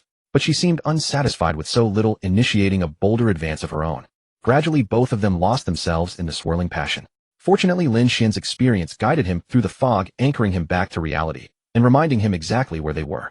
Lin Xuan rubbed Yin Er's silken hair to bring her back to her senses, then whispered softly, "Enough now, dear Yin Er. Let us step out first. If Mayer notices I have been absent too long, she will certainly barge in herself. Lin Xuan couldn't help but notice how his own words carried a hint of timidity, as though he feared being caught by Mayer. While there was a certain charm to that admittedly. Very well, master. Let me help you dress. Nodding in reply, Yen Er rose and summoned lotus flames that enveloped them both, swiftly drying every drop of moisture from their bodies. Soon the two of them, fully clothed, emerged from the bathroom together. Their simultaneous appearance happened to catch the eye of Lin Xuan, who was seated in the corner of the living room. Lin Xuan's small mouth fell open in utter disbelief. She rubbed her large eyes and looked once more, half convinced she was seeing things. In a flash, Lin Xuan sprang to her feet like a protective mother hen, darted over, shoved past Lin Xuan, and seized Yen Er's hand, whispering urgently, "Yen Er, come, I need to ask you something." Before dragging Yen Er into her room, she did not forget to cast a sharp glare over her shoulder at Lin Xuan. She watched him closely as she slowly closed the door behind her, as though expecting him to eavesdrop. Seeing this, Lin Xuan nervously scratched his head and strolled toward the living room as though nothing had happened. As soon as he entered the living room, he saw Mayer lounging on the sofa like a pampered master, while Little White Fox and Little Xiaoming Bird stood by, massaging her legs and shoulders. She was quite the connoisseur of leisure, even surpassing Lin Xuan. Lin Xuan didn't need to think twice to understand why these two little ones were so eager to curry favor with Mayer. Little White Fox was naturally mischievous and loved teasing Xiaoming Bird, plus she held great respect for Mayer, so her flattering behavior was only natural. Xiaoming Bird, on the other hand, was full of cunning schemes. Seeing how obedient Little White Fox was toward Mayer, she reasoned that if she could build a good rapport with Mayer and gain her protection in the future, she'd finally have someone to back her up. Then who would dare bully Little White Fox? Lin Xuan paid no mind to Mayer's side and walked directly toward Binger and the other two. Upon seeing him approach, Yaoer rose with a bright smile, pulled him to her previous seat, and nestled herself into his lap. Touched by Yaoer's sweetness, Lin Xuan lovingly cupped her small face and gently nudged her adorable button nose with his own, chuckling. "Such a good girl, Yao. Master, that tickles." Yaoer giggled, pushing his hand away. "I want some candied hawthorn." All right, here you go, Yao. Let me tell you a secret. These candied haws came from your sister Longer's stash. Don't tell her, okay?" Lin Xuan took out 2 sticks of candied haws and whispered into her ear. Yaoer reached out, took them, and immediately began munching away, not caring in the slightest where they came from. Watching from the side, Longer couldn't resist her own craving and grabbed 2 more sticks to eat. She hadn't yet realized her private snack reserve had already been raided by Lin Xuan. Binger, however, had no interest in such sweets and continued watching her television. After a short, while noticing Yaoer had nearly finished her candied haws, Lin Xuan decided it was time to attend to matters at hand. "Binger, you 3 have reached the required level. I'll help you with your evolution. Get yourselves ready." No sooner had Lin Xuan spoken than Binger and Long each found their spots and stood ready. Only Yaoer remained unmoved, still busily eating. Lin Xuan sighed helplessly and pinched her cheek, smiling. "Yaoer, don't you want to evolve? You're still sitting in my lap." "Okay, master, I'll go right now. Wait, let me finish eating first." Yaoer quickly shoved the remaining candied haws into her mouth in 2 big bites. Fine, I'll wait for you. Take your time." Lin Xuan watched Yaoer with her cheeks puffed out and patiently waited. If the evolution began while she was still chewing, it would be outright disrespectful to the process itself. While waiting, Lin Xuan retrieved a large pile of spirit stones from his storage bag, which would significantly accelerate the evolution process. Last time, when Mayer, Yenner, and the others evolved relying solely on ambient spiritual energy, would have taken far too long. Soon enough, Yaoer finished her snack and Lin Xuan initiated the evolution for all 3. The entire living room instantly transformed into a dreamlike realm. Just as Lin Xuan was helping Binger and the others with their evolution, an unwelcome guest arrived at Mount Jinlian. He soared through the air at tremendous speed toward the depths of Mount Jinlian, heading directly toward the location of the spirit mine. Indeed, the unwelcome guest came to a halt above the massive pit of the spirit mine and scanned the area below as though searching for something. After searching fruitlessly for a long time, the intruder let out 2 furious tiger roars, sending the demonic beasts below and nearby into terror. This unwelcome guest was none other than Lord Jihu, the father of that foolish young beast who had unwittingly delivered fortune to them. Lord Jihu had originally planned to wait for his son to recover, question him about who had caused the injury, and then secretly take him out for revenge, keeping the clan from interfering to avoid raising suspicions. After all, the theft and concealment of source stones would bring severe punishment if discovered by the clan. Alas, what one fears most is precisely what comes to pass. So it happened that after the clan elder departed with his son via instant transmission, he returned shortly thereafter, soundly beat Lord Jihu, and cast him out of clan territory with a thunderous proclamation. "You good for nothing. Your son has been nearly crippled, and you're still lounging around the clan. Believe it or not, I'll have you and your father beaten together. Now scram to where your son was attacked. If the culprit is still there, kill them. If they fled, rally the clan and hunt them down. When has our bloodline ever tolerated being struck without retaliating? Yes, great-great-grandfather, you're absolutely right. This grandson is on his way now. Please calm yourself, don't harm your health with anger." Lord Jihu could only respond submissively, bearing dark circles under his eyes like a scolded child. Then stop dawdling and get moving. What are you still standing there for? Want another beating? The Tiger Clan elder warned sharply when Lord Jihu showed no sign of movement. I'm going. Lord Jihu hurriedly turned and flew outward, but in his panic he headed in the wrong direction entirely. It wasn't until he'd flown for some time that he realized his error and quickly reversed course. Fortunately, the clan elder hadn't witnessed the blunder, or he would have faced another beating. Lord Jihu gave it his all throughout the journey, though he was neither a flying demon beast nor built for speed. It took over half a day, but he finally arrived at Mount Jinlian. But by the time he reached Mount Jinlian, Lin Xuan and the others had already returned home. He'd made a fruitless trip. Soon the scene unfolded with Lord Jihu hopping anxiously above the spirit mine's massive pit. Lord Jihu gazed down into the pit, and along the mountain paths at its edges where traces of battle damage and bloodstains were plainly visible. Yet what dominated the scene were demonic beasts feeding. Lin Xuan and his companions had harvested all the valuable parts from the demonic beasts they'd slain, leaving behind the worthless remains that, reeking of blood, had attracted a horde of creatures nearly devouring the carcasses. Though Lin Xuan's group saw no worth in these remnants, they constituted precious nourishment for lesser-tiered demonic beasts. Lord Jihu let out several furious roars and projected his overwhelming pressure downward. The demonic beasts below, previously feasting with such vigor, fell silent one by one, trembling in terror as they gazed toward the source of those thunderous cries. Every beast below could sense that this presence could eliminate them with a mere thought, its pressure exceeding 100-fold what they'd experienced from a demon king. They thought to themselves, I really should have checked the demon calendar before heading out. To run into such a terrifying existence while simply trying to feed myself. Has the world become this ruthless? With this kind of pressure? Oh dear, surely not another demon king above them coming to feast. Wouldn't he just swallow me whole by accident? Oh, I'm dead. Jihu Demon Lord, seeing that his goal had been achieved, found a spot with the most beasts and slowly descended. Upon reaching a certain height, he looked down at the multitude of beasts below, as if an overlord gazing upon his servants, and inquired with oppressive authority. Do you know what happened here not long ago? Or which faction or race was fighting here? Tell me everything you know. Whoever satisfies me will be handsomely rewarded.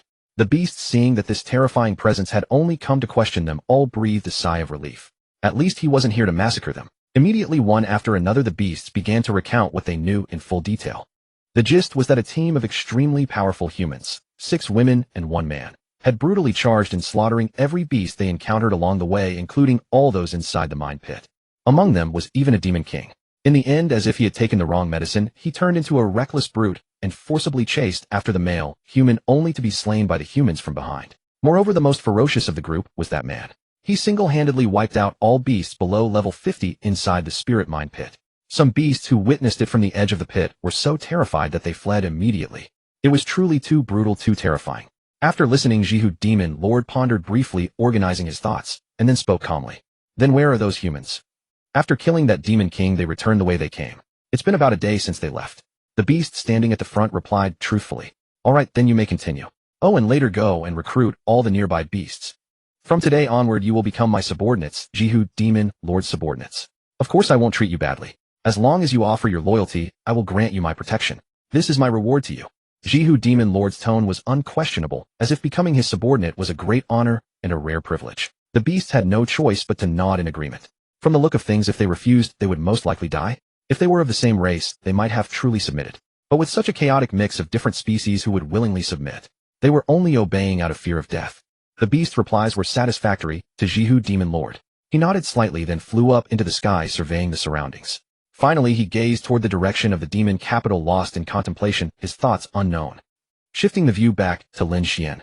Nearly 20 minutes had passed since he helped Binger and the others initiate their evolution. The commotion of the 3 girls' evolution gradually subsided. During this time, the several thousand spirit stones Lin Xuan had taken out had all turned into tiny specks of light and vanished. The spiritual energy required for level 50 evolution was truly terrifying. In the future, if he ran out of spirit stones, wouldn't a single evolution take several days? But Lin Xuan thought from another perspective. After all, level 50 was a major watershed. It was normal to require so much spiritual energy. Presumably, each subsequent evolution at levels 60, 70, and beyond would demand even more terrifying amounts. Still, it was fine. He had a decent little fortune now. A few thousand spirit stones were a drop in the bucket. In his ring, he still had over 7,000 intermediate spirit stones. It was just that he had fewer high-grade and top-grade ones, but he didn't need such advanced ones at the moment. A few more minutes passed, and Yaoer was the first to show signs of activity. The blue water curtain that had originally enveloped Yaoer began to shrink and converge toward the center. After a while, it coalesced into 2 blue water droplets slowly circling around Yaoer. At the same time, Yaoer slowly opened her blue eyes. Her gaze was somewhat dazed, as if after evolving she had gained a new understanding of the world. Curiously, she extended her jade-like hand and casually tapped the air. The 2 water droplets circling her instantly turned into blue light and flew swiftly toward the direction her finger pointed. Fortunately, Yao's water droplets had no offensive power, otherwise she might have actually demolished the house. Lin Xuan thought to himself, here we go again. These girls, after evolving, each forget where they are. He stepped forward and reached out to tap Yao's forehead with his finger. Yao, you're being naughty. You didn't learn the good things but instead imitated your sister Mayor and wanted to demolish the house, didn't you? When Mayor, who was still lounging around like a queen, heard this, she immediately objected and retorted. Stinky master, I won't allow you to say that about yourself. What's wrong with Yao learning from me? I was taught by you after all. When you're ruthless, you don't even spare yourself, do you? Lin Xuan turned back and glared at her with exasperation. This girl knew it, so why did she have to say it out loud? Couldn't she see that he was trying to correct Yao's bad habit? Oh Master Yao wants more candied hawthorns. After Yao came to her senses, she directly ignored what Lin Xuan had just said and asked him for sweets. Lin Xuan gave Yao a helpless look.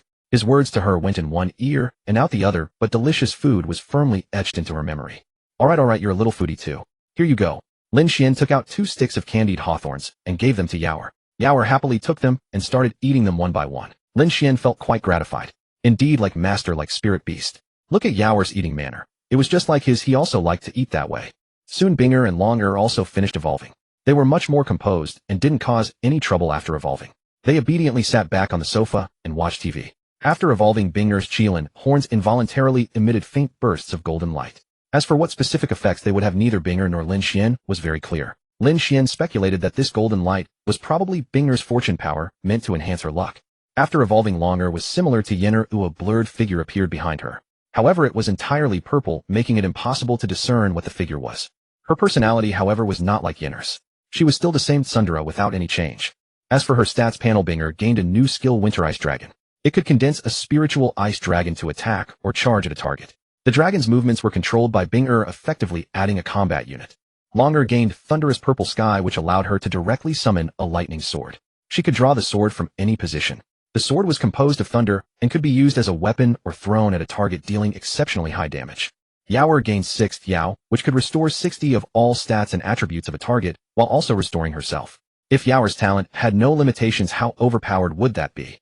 After the 3 girls, Ice Dragon Yao and the others, completed their evolution, Lin Xuan watched some TV with them before returning to his room to cultivate.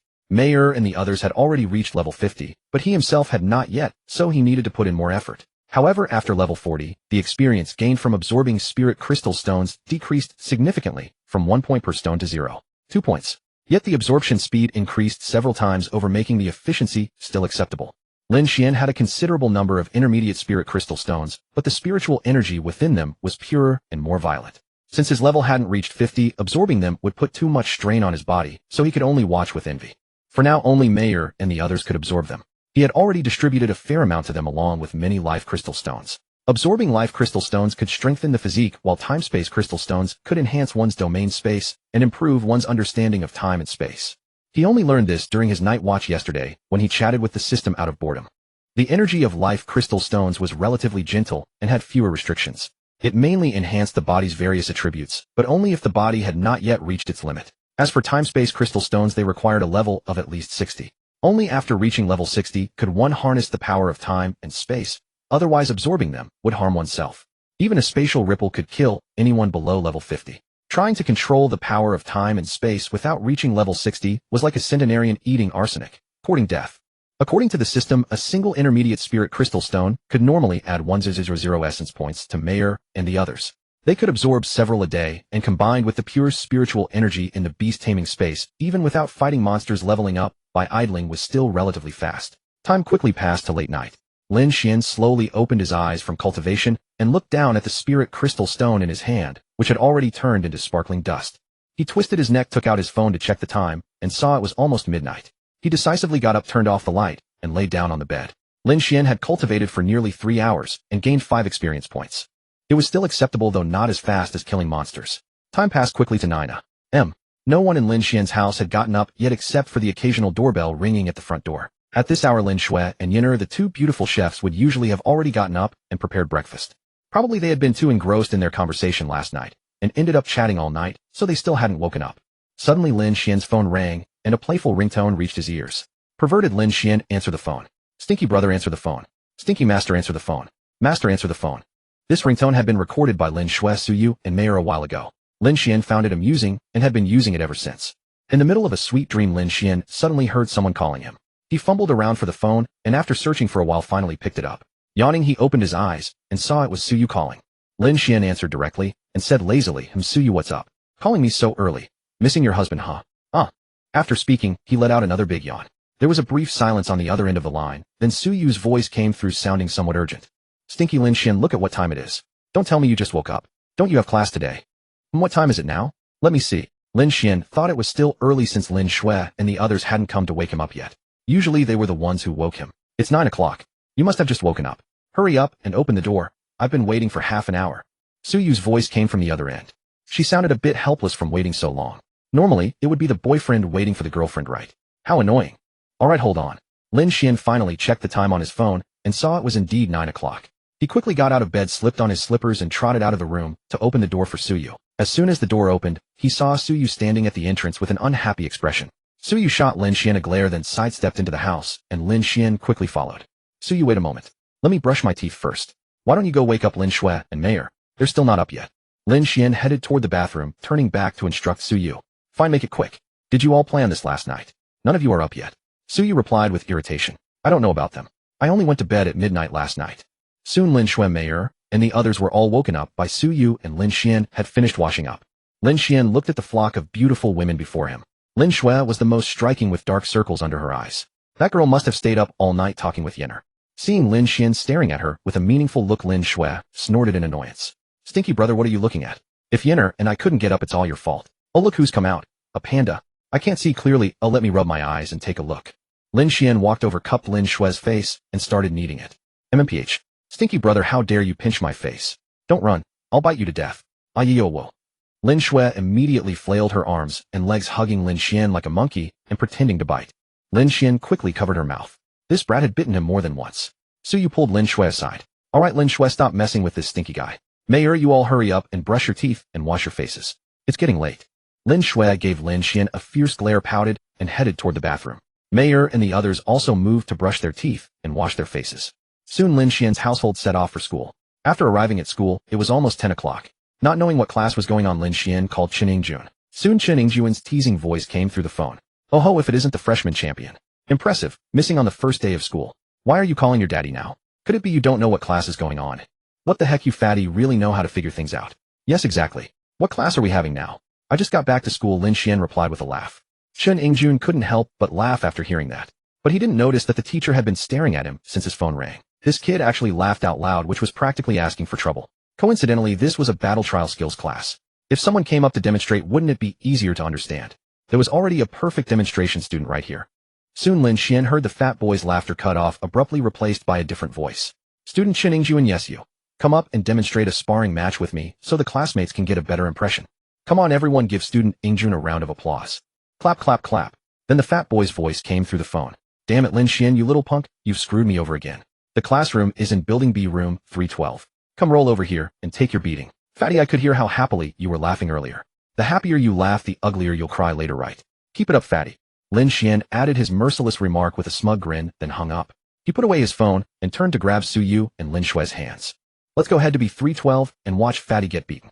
Soon Lin Xuan and the others reached the classroom in just a few minutes. They slipped in through the back door, found a seat, and settled down quietly. The classroom resembled a training hall, though, without the small holes of a typical training room. The space was vast, accommodating hundreds of people, with a square raised platform at its center where Chen Yingjun and the instructor stood. Chen Yingjun was still launching attacks against the instructor, but each one was effortlessly neutralized. The teacher simultaneously explained and pointed out the best ways to counter such strikes, demonstrating remarkable professionalism. Lin Xuan had little interest in fist and foot combat. He preferred using a sword and felt his enthusiasm waning. Time slipped by unnoticed until nearly noon, when the instructor finally concluded class with satisfaction, allowing Chen Yingjun a well-deserved break. After class, Chen Yingjun's eyes scanned the room restlessly until he finally spotted Lin Xuan. Rubbing his hands together with a wicked grin, he strode over. Seeing Chen Yingjun's expression, Lin Xuan knew exactly what he had in mind. Raising an eyebrow, he smiled. Fatty, seems the rain stopped and the sun came out. You feel ready to fight again, huh? Let me tell you, I could carry you around like a little chick. Oh, you've gotten bold lately. A little chick. Have you ever seen such a big chick? One phone call from you, and I took 2 hours of beatings. Don't you feel any guilt at all? Chun Yingjun gestured to his own body, then pointed at Lin Xuan. Lin Xuan certainly wouldn't feel guilty, but he did wonder what it would be like to carry such a big chick. Alright, it's noon. Let's grab a meal. I'm treating. No need to drag your sorry self over. Stop looking so aggrieved, you big lump. Lin Xuan said with mild exasperation. Well, sounds good. Let's go eat. You heard me, you're treating. The moment Chun Yingjun heard about food, his mood completely changed. Shortly after finishing their meal, Lin Xuan dropped Suyu off at her dorm and then wandered around campus with Lin Xuan, as there were still many places Lin Xuan had never visited.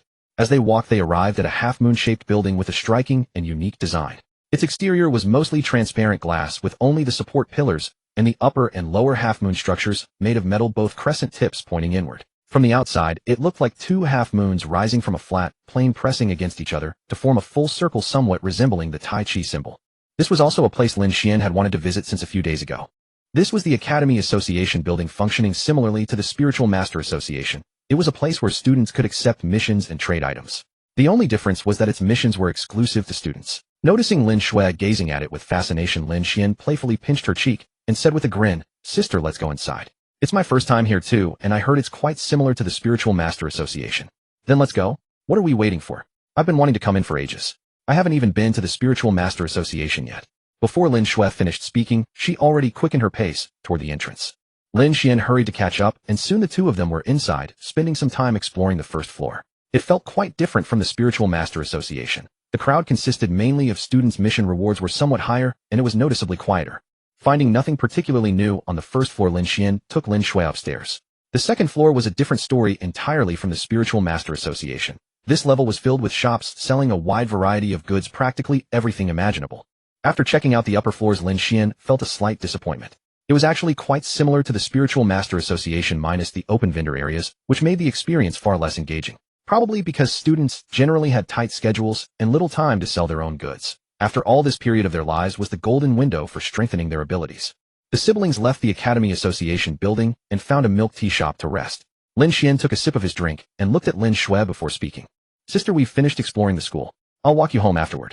If only there were open vendor stalls here, I could have let you have a look at some fine treasures." Hearing those words, Lin Xuan's previously cheerful mood instantly dimmed. The thought of having to wait several more days before seeing her brother again made her pout. Brother, I haven't had enough fun yet, and you're already sending me home," Lin Xuan said reluctantly, her expression full of reluctance. Noticing her longing, Lin Xuan softly reassured her. "Don't worry, sister. I'm coming home to stay tonight." "Really? That's amazing. Then let's head home right after we finish this." Upon hearing Lin Xuan would return tonight, Lin Xuan's face lit up with joy, barely able to wait to go home. Lin Xuan felt that the current classes weren't doing much to boost his strength, so it would be more efficient to take on missions with the Tian group instead, which would accelerate his growth considerably. Fortunately, their class counselor was Zhou Yanli. He could just mention it to her when he went to the Tian group. A formal leave request was still necessary, or it would be too much. Taking leave to cultivate independently or complete missions was a common practice here, for cultivation ultimately depended on the individual. Even if an instructor talked until their lips were raw, they still needed to observe the students' actual combat results. Therefore, for students with exceptional talent or those brave enough to put theory into practice, the school recommended gaining more real-world experience. Of course, safety must also be noted. One cannot grow like a flower sheltered in a greenhouse. Soon Lin Xuan finished her milk tea and the snacks on the table in no time, then dragged Lin Xuan out of school, hailing a taxi back home. After arriving home, Lin Xuan noticed the refrigerator was running low on ingredients, so they went to a nearby mall together and returned home with a large haul. Lin Xuan was busy running errands the entire time. Whenever Lin Xuan went shopping, Lin Xuan instantly transformed into a human carrying rack, a heartless bag carrier. After returning from shopping, Lin Xuan teamed up with Yenner in the kitchen. Lin Xuan wanted to help, but Lin Xuan refused. She was unusually happy today and wanted to cook a grand feast herself, unwilling to have some vegetable washing amateur bungle things up. "Alright then, sister. Let me know if you need any help later. I'm not boasting, but although my cooking skills are hardly palatable, I'm certainly proficient at washing vegetables." Before leaving, Lin Xuan couldn't resist promoting himself once more. Lin Xuan shot him an exasperated glance. This brother of hers truly only knew how to rinse vegetables without even splitting them open to clean properly, and yet he claimed to be skilled at it. Alright, I got it. Hurry back and sit down. Yenner helping me is more than enough. Your vegetable washing skills are hardly impressive, so stop flattering yourself." Finding Lin Xuan obstructing her workspace, Lin Xuan gently pushed him out. "Fine, silly girl, I'll leave then. Honestly, with my vegetable washing prowess, you still complain." Seeing this, Lin Xuan could only helplessly return to wait for dinner. He wandered into the living room and found a spot to lie down. Longer, noticing his arrival, grabbed Yaoer and dragged her over to Lin Xuan. Judging by Longer's pouting expression, he knew she had come to settle scores. She must have discovered he had raided her secret snack stash. As expected, Longer pointed at Lin Xuan angrily and asked Yaoer, "Sister Yaoer, a master told you that I have candied haws, right?" Lin Xuan immediately began frantically winking at Yaoer as a signal, but the girl completely failed to notice his gestures and simply nodded repeatedly, telling the truth. "Yes, master gave me those candied haws last time and said they belonged to Sister Long." After speaking, Yaoer's mouth began to water again. She tugged at Lin Xuan's hand and gazed up at him with pleading eyes. Her intention was clear, the girl wanted to eat once more. Realizing his secret was exposed, Lin Xuan simply abandoned all pretense and confessed outright. "Yes, I took them." "Long, you're not being this stingy over just a few candied haws, are you?"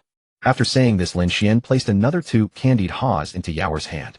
Upon witnessing this, Longer crossed her arms and turned her face away from Lin Xuan, huffing indignantly. "Bad master, you actually took my snacks right in front of me. I don't care. You have to compensate me, otherwise I won't speak to you anymore. You always bully me. I feel wronged and unhappy." Yaoer, watching from the sidelines, glanced at the 2 candied haws in her hand and offered one to Long. "Sister Long, here you go. I'll share one with you so we can eat together." Lin Xuan smiled knowingly and retrieved 2 spatial rings and 2 mobile phones from his backpack, items he had just purchased at the supermarket earlier. The rings were also filled with a generous assortment of desserts and snacks. Mayor Yenner and Binger had all signed contracts early, so Lin Xuan had already provided them with rings and phones. Only Longer and Yaoer had yet to receive theirs. Lin Xuan pulled the 2 girls to sit beside him, took Longer's small hand, slipped the ring onto her finger, handed her the phone, and spoke softly.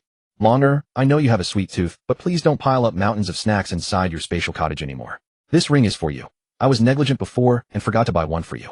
I filled it with lots of snacks as compensation." "Really? Then let me take a look."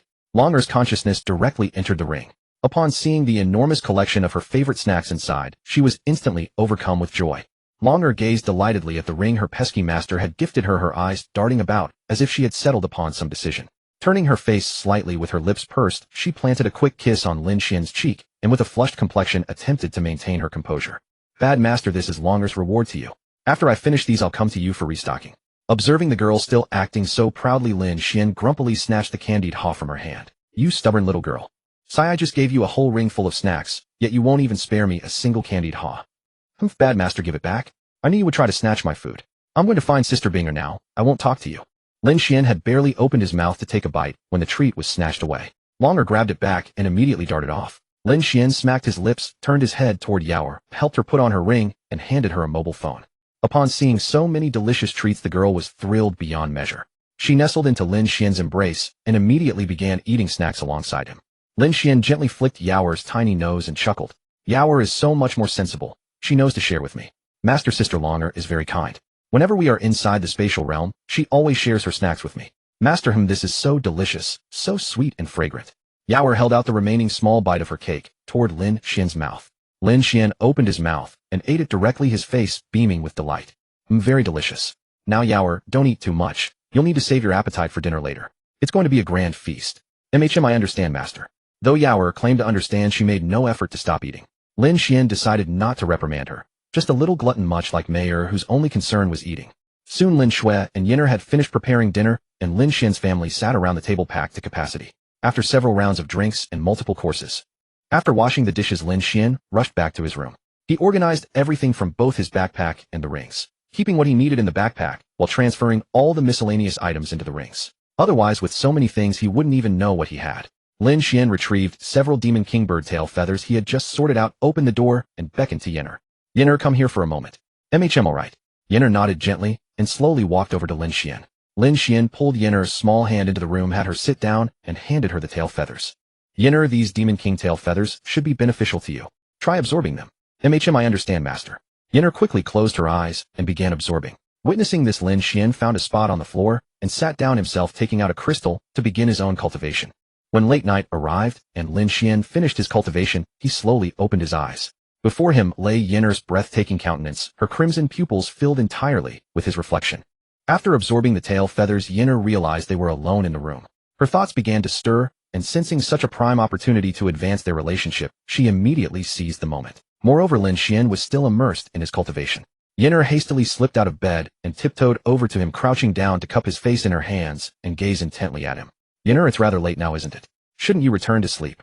Lin Xuan stood up and pulled Yenner along with him, asking deliberately.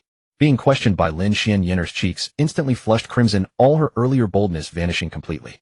She broke free from Lin Xuan's grasp, as though fleeing, and rushed to the bed, pulling the blanket tightly around herself. And Master Yinner wants to sleep here tonight, Lin Xuan said with a wry smile. Yinner, this doesn't seem like the bold you from the past few days. I don't like sleeping with the lights off. So Yinner was still the same Yinner. When things came to the most critical moment, she simply reverted to her true nature. Whether she was bold or behaved like a demure maiden, Lin Xuan liked her either way. Hearing this, Yinner blushed deeply and pulled back a corner of the blanket to look at Lin Xuan. Master, how can I sleep without turning off the lights? You'll find out soon enough. Lin Xuan pulled back the blanket and slid inside, then wrapped his arms around Yinner in one motion. Her heart was pounding like it might burst from her chest, her mind flooded with excitement, nervousness, and shyness. Whispering by Yinner's ear, Lin Xuan chuckled softly. Yinner, really won't you go back to your own room to sleep? Yinner blushed and curled into Lin Xuan's embrace, resting against his chest before giving a small nod. Soon after, while the next 2 hours were rather intimate and best left unsaid. The next day after Lin Xuan finished her morning routine, she wondered why Yinner still hadn't gotten up. After going to Mayor Binger and Xiaobai's rooms to wake them all, she walked slowly to Lin Xuan's room and opened the door. Oh, no wonder you weren't around today, you shameless Yinner, so you were actually. Lin Xuan cut herself off mid-sentence and quickly shut the door with an innocent expression. The perceptive young girl darted her eyes around deep in thought before happily turning toward the kitchen after a while. Hardly had Lin Xuan left when Mayor, already fresh from washing up, opened Lin Xuan's door, rushed inside, dragged Lin Xuan out, and left her and Yinner to chat in hushed whispers. Yinner blushed crimson from their conversation. Meanwhile, Lin Xuan rubbed his sleepy eyes, yawned, and headed toward the washroom. After washing up and having breakfast together, Lin Xuan set out for the heavenly group, needing to ask Zhou Yanli for leave. Zhou Yanli was even more absent-minded than he was. She hadn't shown up at school the day before and seemed to have taken up residence at the heavenly group. Lin Xuan had already informed Su Yu about the matter the previous day. After getting out of the car, Lin Xuan made his way to their squad's office. As soon as he entered, he indeed spotted Zhou Yanli. Lin Xuan explained his purpose, and she nodded in agreement without hesitation on the condition that he must participate in the university-wide competition at year's end, which Lin Xuan readily accepted. With that matter settled, Lin Xuan turned to his real task and approached Li Luoyao. Sister Luoyao, what hunting missions around level 50 are available? I'd like to take on a few. Upon hearing this, Li Luoyao operated the system and turned the screen toward Lin Xuan. Clear or drive away the flying demon beasts in the Southern City Rice District. Minimum requirement level 50, 1 person already assigned. Clear or drive away demon beasts near the small town by the Furnace Spirit Vein Mine Cave. Minimum requirement level 50, 0 people assigned. Investigate and root out demon beasts infiltrating the Eastern City area. Minimum requirement level 50, 3 people assigned. Li Luoyao thoughtfully walked him through each option. Lin Xuan, for the first mission in the Southern City Rice District, the objective is to drive away those Wind Valley sparrows. They're around level 40-something, but since they're flying demon beasts, the requirement was raised. The second mission at the Spirit Mine Cave has broader objectives. It involves all nearby demon beasts, and their levels are slightly higher, mostly hovering around level 50. However, considering you single-handedly took down hundreds of demon beasts last time, this mission should be no difficulty for you. The third one is more time-consuming and requires strategy, so if you enjoy using your wits, you could try that one. After hearing Li Luoyao's explanation, Lin Xuan decisively chose the second mission. The first one's level requirement felt too low for him, since his system missions already demanded level 47. As for the third, Lin Xuan felt he didn't have that much time. While his enhanced abilities could easily detect the scattered beast presence, eliminating them within the city would be troublesome. Sister Luoyao, please register me for the second one. Alright, I'll send you the location of the Spirit Mine Cave shortly. Li Luoyao quickly processed everything for Lin Xuan and sent him the address. Lin Xuan opened his phone and began reviewing the location details. The address led quite deep into the Furnace Demon Beast Forest. However, the demon beasts here weren't particularly high level, certainly not as fierce as those at Golden Lotus Mountain. The strongest were only in the 50s, which was relatively safe for Lin Xuan's current level. Lin Xuan memorized the terrain details near the destination, knowing there would be no signal and no navigation assistance out there. He'd have to find his way entirely on his own. Lin Xuan put away his phone, bid farewell to Li Luoyao and the others, and took a taxi to the north gate. Once outside, he summoned Yinner, transformed her into her vermilion bird form, and quickly climbed onto her back. Spirit masters and city guards passing through the north gate were intrigued by the stunning divine bird that suddenly appeared outside the city walls and stopped to watch. Some of the more experienced guards and spirit masters felt a hint of apprehension. Most spirit masters coming and going through the gate were at lower levels, judging solely by appearance, and sensing this divine bird was extraordinary. But the veteran guards and high-level cultivators were different. They were mostly above level 45 with broad experience. In an instant, they recognized this divine bird as absolutely S-rank, and they couldn't sense any spiritual energy fluctuation from it at all. This was truly a formidable expert. Once Lin Xuan was settled, he patted Yinner. She glanced back at him, meaningfully spread her wings, and lifted into the sky, her long tail feathers streaming behind her as she soared forward. The crowd at the North City gate watched the phoenix silhouette gradually disappear into the sky, gasping in astonishment. What had been a quiet city entrance with only the sound of footsteps instantly turned into a bustling marketplace. Sunflower seeds drinks popcorn. Make some noise if you want. Hey brother, sorry for bumping into you. Oh, I get it now? That divine bird is absolutely insane. Yeah, dogs can 3 your eyes are truly sharp. After staring so long you just blurt out insane, huh? From what I've seen, that divine bird looks like a vermilion phoenix. Vermilion phoenix. Who cares? Hey brother, I sense an extraordinary aura about you. Meeting you feels strangely fateful. Here, let me introduce a big business opportunity to you. Smack. Dogskin 3, have you forgotten? You scammed me once yesterday, and now you're talking about big business. Riding on Yenner's back, Lin Xuan raced through the sky toward the depths of the furnace demon beast forest. Along the way, all the flying demon beasts instinctively made way, daring not to provoke them. After flying for nearly 40 minutes, they finally reached the interior. Lin Xuan checked his direction before instructing Yenner to find a suitable place to land. Lin Xuan sprang down from Yenner's back as the spatial array unfolded her, and the others stepped out in turn, and Yenner transformed into a human. Alright, let's move out. We're deep inside the beast forest now, oh everyone stay on guard. Lin Xuan finished speaking and headed toward the northeast corner. From above he had already confirmed the approximate location of the spirit mine cavern. Now, they must go take a look, perhaps search around. Lin Xuan and the others sped through the jungle, and after less than 5 minutes they swept past a cave. The disturbance drew the attention of the beasts inside the cave. With a few quick roars, a group of fiery red figures charged out. They looked leopard-like, their fur blazing red with fangs around their mouths, and 3 tails swishing behind them. Seeing humans run, the beasts roared, and quickly closed in, surrounding Lin Xuan and the others. Lin Xuan, seeing this, turned to Mayer and the others, nodding to signal them to stop. His gaze blazing, he swept the circle. All the monsters' status boards were clear at a glance, 11 in total, the largest among them at level 56, the rest at level 50. Beast, Yinshi Fire Leopard King Elite. Attribute Fire. Level 56. Growth A can advance. Skills Flame Claw, Flame Kick, Flame Breath, Fiery Body, Refinement, Fiery Armor. Yinshi Fire Leopard King, seeing Lin Xuan and company stop, took the opportunity to roar several times, ordering his underlings to attack, while he himself charged toward Lin Xuan.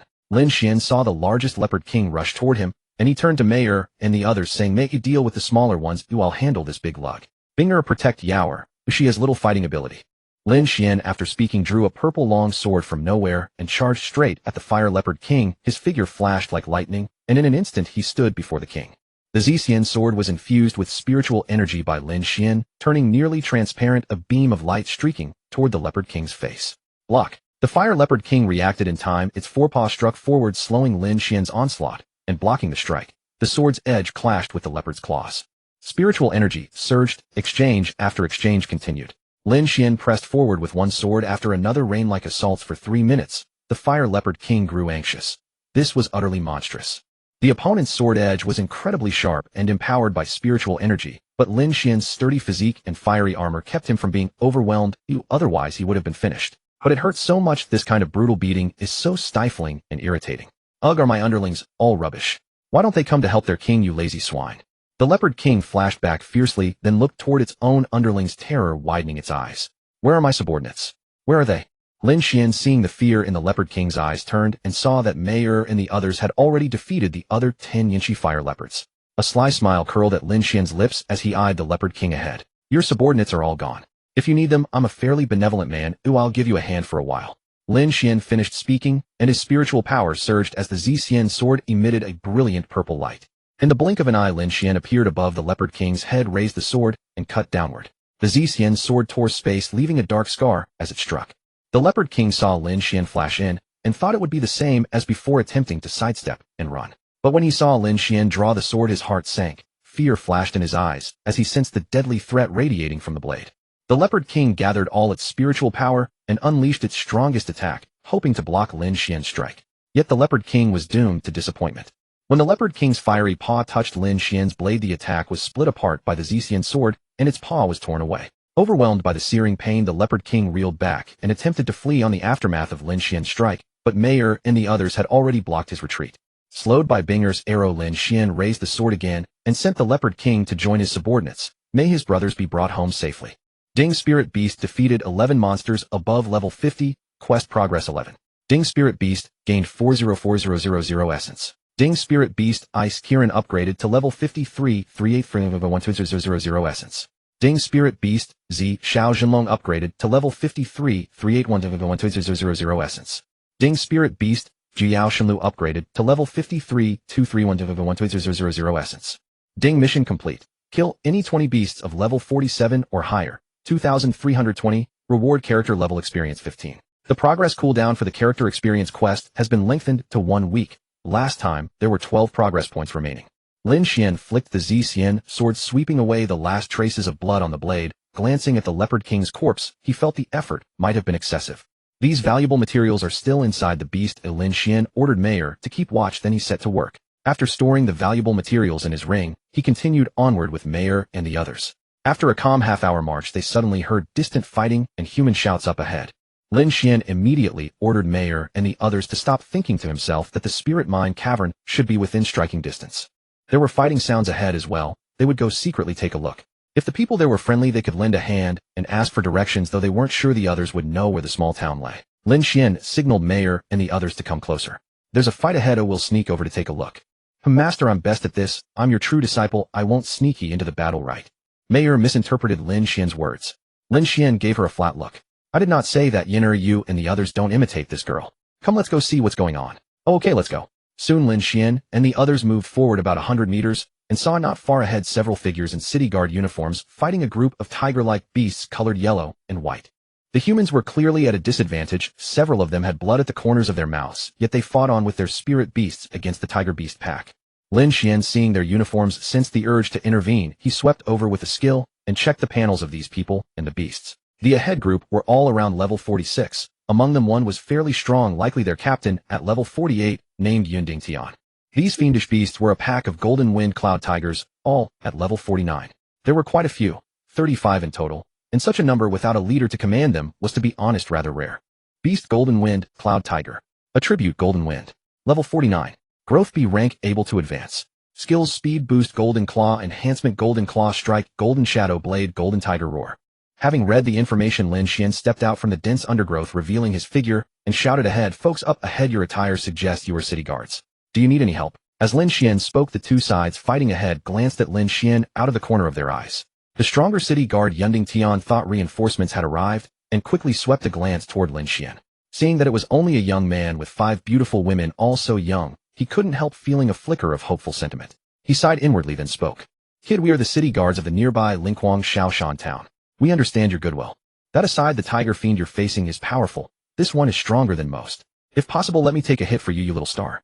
Few, kid, you should go ahead and keep your distance. This group is incredibly strong. If possible, let me take one blade for you, you little star." Seeing this, the tiger fiend about to roar raised its head.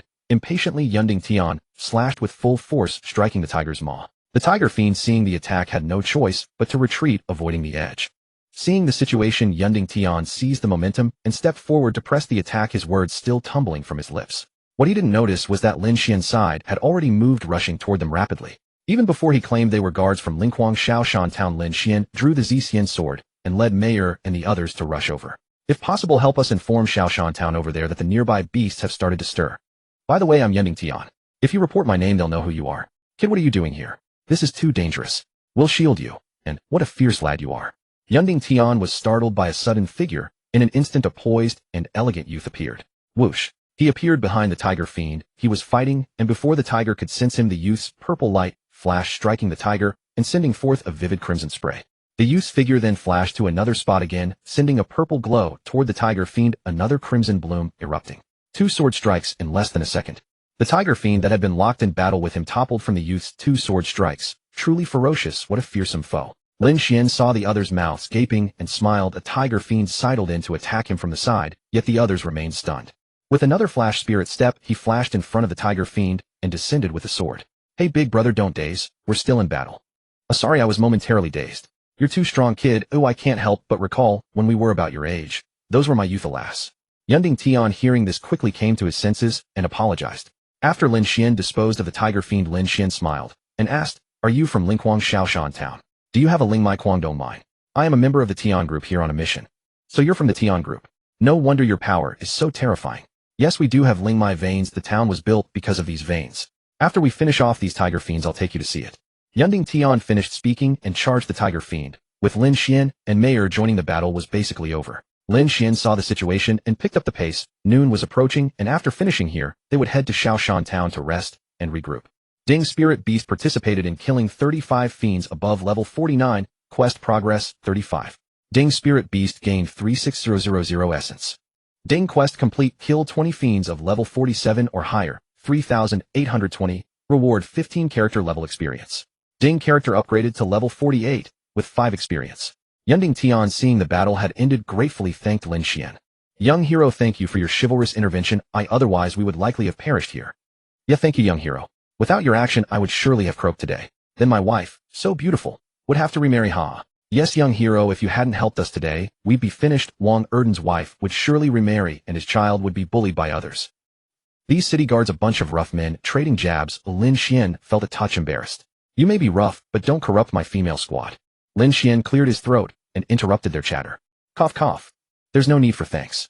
I intervened because I saw you were city guards. Oh, we belong to the same organization as well. I am with the Tian group. You all first dispose of the demon corpses, and once you're done I'll return with you to Shaoshan town. Yunding Tian could tell Lin Xuan was uneasy, so he quickly sent the city guards to deal with the beasts. Go on and work quickly. You later all materials and spirit cores will be handed to you, young hero. If it weren't for your chivalry, we wouldn't have earned a thing. Also bring back the meat. The tiger soup is said to be nourishing. Lin Xuan heard this and shook his head in refusal. Captain Yin, I don't want these beast spoils. Many of your spirit beasts are injured. These spirit cores will help them recover faster. After you guide me down the road, that will be the best reward for me. Mostly I feel these spoils aren't of much value to me, but for the diligent guards it's a sizable income. Beasts above level 40 and below 50 are typically worth about 500 points each. 35 of them would be around 1.75 million points. Split among 6, that's a fair amount. But, Captain Yin, there's no but. These spoils aren't valuable to me. I offered them to help you because I want you to guide me, so there's no need to bring this up again. Alright then, thank you, young hero. Wait a moment, I'll go help as well. Let's finish quickly and head back. Yunding Tian accepted. Not long after, nearly half an hour passed. Lin Xuan followed Yunding Tian to a cave guarded by walls. Yunding Tian spoke to the guards at the front, then led Lin Xuan inside. Upon entering, Lin Xuan immediately felt that it was truly a different world. From the outside it looked ordinary, but inside the space suddenly opened up, apparently dug deeper and wider, feeling as large as several football fields. Moreover, the buildings inside were neatly arranged with all basic facilities. It happened to be lunchtime, so the place was bustling with noise and figures in work uniforms were moving about everywhere. Ordinary people rarely came to this small mountain town, nor could they enter. Those here were mostly miners or guards. Therefore, someone like Lin Xuan dressed in casual clothes stood out conspicuously upon entering. Moreover, Lin Xuan was a handsome young gentleman followed by a group of beautiful girls, so passers-by would pause briefly and gaze at him curiously. Xiao Chui, come quick and see the handsome guy. Wow, so handsome, just a bit young. I like it, even more youthful vitality. Lin Xuan, accustomed to it, acted as if nothing was wrong and was led by Yunding Tian to a restaurant within the small town. Soon the waiter served all the dishes and drinks, and Lin Xuan chatted with Yunding Tian while eating. Captain Yin, aren't you city guards? Why did you go outside to fight with demon beasts? Lin Xuan was curious. The city guards were only supposed to protect the city gates, so why go out? Alas, it's mainly because the number of nearby demon beasts has suddenly increased a lot in recent days. We had no choice but to go out and clear them, fearing they might gather and attack the city gate. Unexpectedly, once we went out, we almost couldn't make it back. Fortunately, we met you, Brother Lin. Yunding Tian replied with lingering fear. Actually, my mission is to clear out the demon beasts around here. After we finish eating and rest a bit, I'll set off. Oh, Brother Lin, what about your teammates? Don't tell me it's just you alone. Yunding Tian looked at Lin Xuan somewhat puzzled. Lin Xuan downed the coconut milk in his cup in one gulp and said calmly, this time our Tian group has only me for now. I plan to complete this mission alone. Seeing his expression full of astonishment and worry, Lin Xuan thought, indeed, would a normal person come alone to clear out the demon beasts around here? Moreover, they had just narrowly escaped danger, so it was normal to have concerns. Even if they wanted to help Lin Xuan, their combat power was insufficient as their spirit beasts were still injured. It would be good if they didn't hold Lin Xuan back. Yaoer was too extraordinary, and Lin Xuan did not intend to reveal her abilities easily. Lin Xuan continued, rest assured, Captain Yin, you know my speed. If I can't win, I'll be the first to flee. Hearing this, Yunding Tian couldn't help but recall Lin Xuan's ghostly figure and said with relief, alright, but Brother Lin, if you need to flee, remember to run towards us. We'll support you immediately. Or if you're not in a hurry, you can wait a few days until our strength recovers, and we can fight together with you. Well, don't worry. Come eat the dishes. Soon the meal ended. After resting for a while with Mayor and the others, Lin Xuan left the small mountain town and wandered around the forest. Lin Xuan planned to directly send off any demon beast above level 40, but of course if he encountered one above level 60, he would run away immediately. However, he thought he wouldn't encounter any here. Oh, before they had wandered for long, a wolf's howl came from ahead, indicating that a demon beast had discovered Lin Xuan and his group. Lin Xuan remained calm as still water turned back and smiled at Mayor and the others. All right, the experience delivery has arrived. Prepare for battle. Master, I want to take on 10 at once. Sisters, don't compete with me, Mayor said, full of fighting spirit, pointing ahead. Slap. This girl is getting itchy. Don't follow her example. Ooh, she's a negative teaching material. We'll ambush when we can and gang up when we can. Got it. Lin Xuan directly gave a disciplinary strike, dispelling Mayor's immature idea, and earnestly taught Yinner and the other girls. Soon from the dense grass, a head wolf demons rushed out one after another, charging towards Lin Xuan. They were the size of tigers with fiery red fur and red flames burning in their mouths. Very peculiar. Aren't their mouths hot? The one charging at the front was probably the Wolf King, similar in size, but with blue flames in its mouth. Lin Xuan scanned with his skill. There were 26 in total, all level 50, and the leading Wolf King was level 55. Demon Beast Fire Spirit Wolf King Elite. Attribute Fire. Level 55. Growth Potential A grade, can evolve. Skills: Fire Affinity, Sharp Strike, Ground Splitting Fire, Palm Flame, Feather Breath, Fireball Breath, Blazing Wind. When the Fire Spirit Wolf King charged to within less than 20 meters of Lin Xuan, it launched an attack, first its whole body surging with spiritual energy and blue flames bursting from its mouth. With a whoosh, it suddenly spewed a large mass of blue fire which lightning fast formed a fire tornado rapidly hurtling towards Lin Xuan. Seeing this, Lin Xuan thought, if you want to play with fire, I'll let a fire expert play with you, and quickly transmitted a message to Yinner. Yinner, this fire-spitting fellow is yours. I'll deal with the smaller ones. As you wish, master, but Yinner wants a reward when we return tonight. Alright, I'm off. Then Lin Xuan's figure blurred directly, turning into a beam of light appearing before a fire spirit wolf, and swung his sword. Mayor and the other girls also attacked directly. Yinner activated her shield and charged straight at the fire tornado. As soon as the fire tornado touched Yinner's shield, it turned into starlight and was absorbed by the shield. The Fire Spirit Wolf King saw its strongest move so easily neutralized, felt angry and bewildered, as if question marks appeared above its head. Unconvinced, it opened its wolf mouth wide again to try another shot. Seeing this, Yinner wouldn't indulge it. She raised her hand and summoned countless small fire lotuses with terrifying heat, which shot towards the Wolf King. Meanwhile, a phantom vermilion bird was slowly solidifying above. The Wolf King saw the small fire lotuses swiftly approaching, decisively abandoned the idea of forming a fire tornado, dodged back a few steps, and evaded these fire lotuses. Unexpectedly, the small fire lotuses could turn, making a small drift, and all of them slammed into its face with a series of booms. The damage wasn't high, but the humiliation was immense. Just after the round of small fire lotuses struck the Wolf King's face, Yinner's vermilion bird clone was just completed. Yinner's beautiful eyes flashed like lightning, and she summoned again in the air. A large unbloomed fire lotus shot towards the Wolf King, followed by the newly formed vermilion bird clone. The Wolf King watched the fire lotus rapidly bloom in the air as it hurtled towards it. Suddenly all its fur stood on end, and it hastily tried to flee, but sadly an unexpected ice arrow struck it.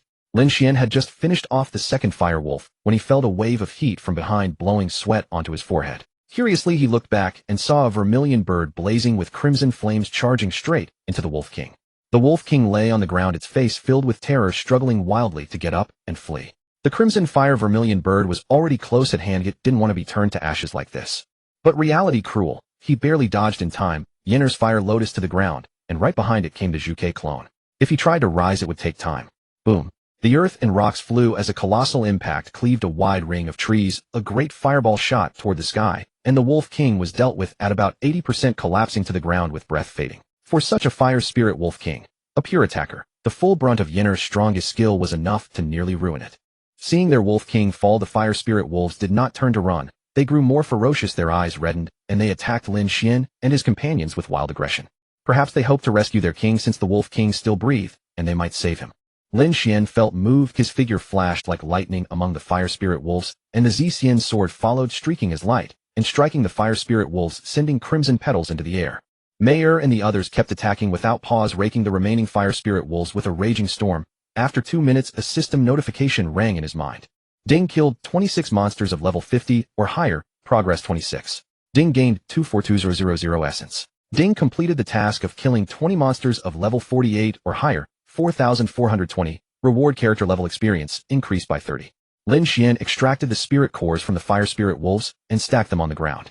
He wanted to stage a beast banquet to see which beasts would bite at the trap. Soon beasts from nearby were drawn by the bloody scent, coming in small bands, until near dusk a larger group finally appeared. Lin Xuan had already started processing the piled corpses. Evening had fallen, and it was time to return to Little Mountain Town for a rest.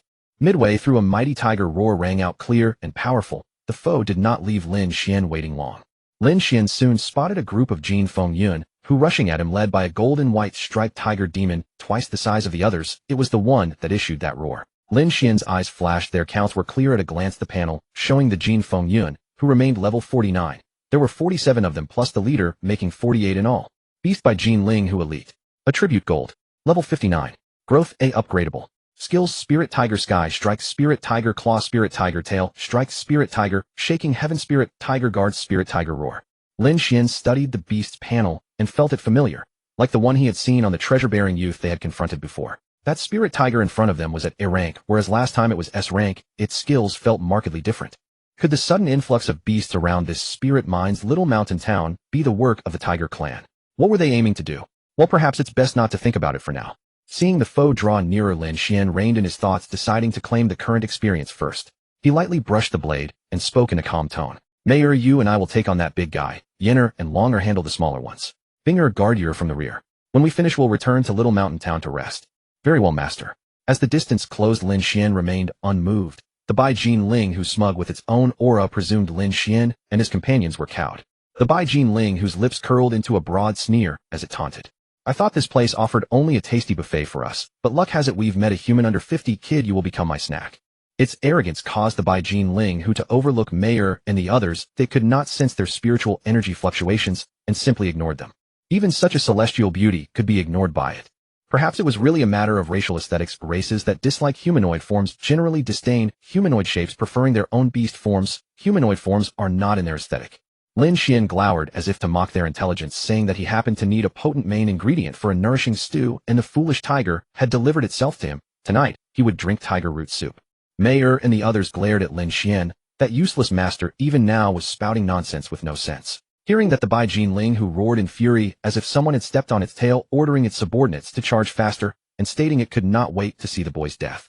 Charge! Lin Xuan darted forward like lightning, reaching the platinum spirit tiger in a breath. Mayor likewise flared with crystal fire, her form blurring as she closed in on Lin Xuan's pace. Clang! The Zixian sword clashed with the tiger's claws, a metallic clang sounding. In a flash, Lin Xuan's figure vanished like a specter. In the moment Lin Xuan vanished, Mayor transformed into crystal fire and charged straight ahead. Crystal fire, burning fiercely, swept toward the platinum spirit tiger, turning its rear into a blazing battleground. Behind it, the tiger cubs were swept into the blaze, their flesh exposed. Fortune saved the Bai Jin Ling, who from being knocked unconscious. Its spiritual energy surged, and it struck Mayor with a palm, then turned its jaws toward Lin Xuan. One tiger roar arose, its wave becoming visible ripples in the air that swept toward Lin Xuan.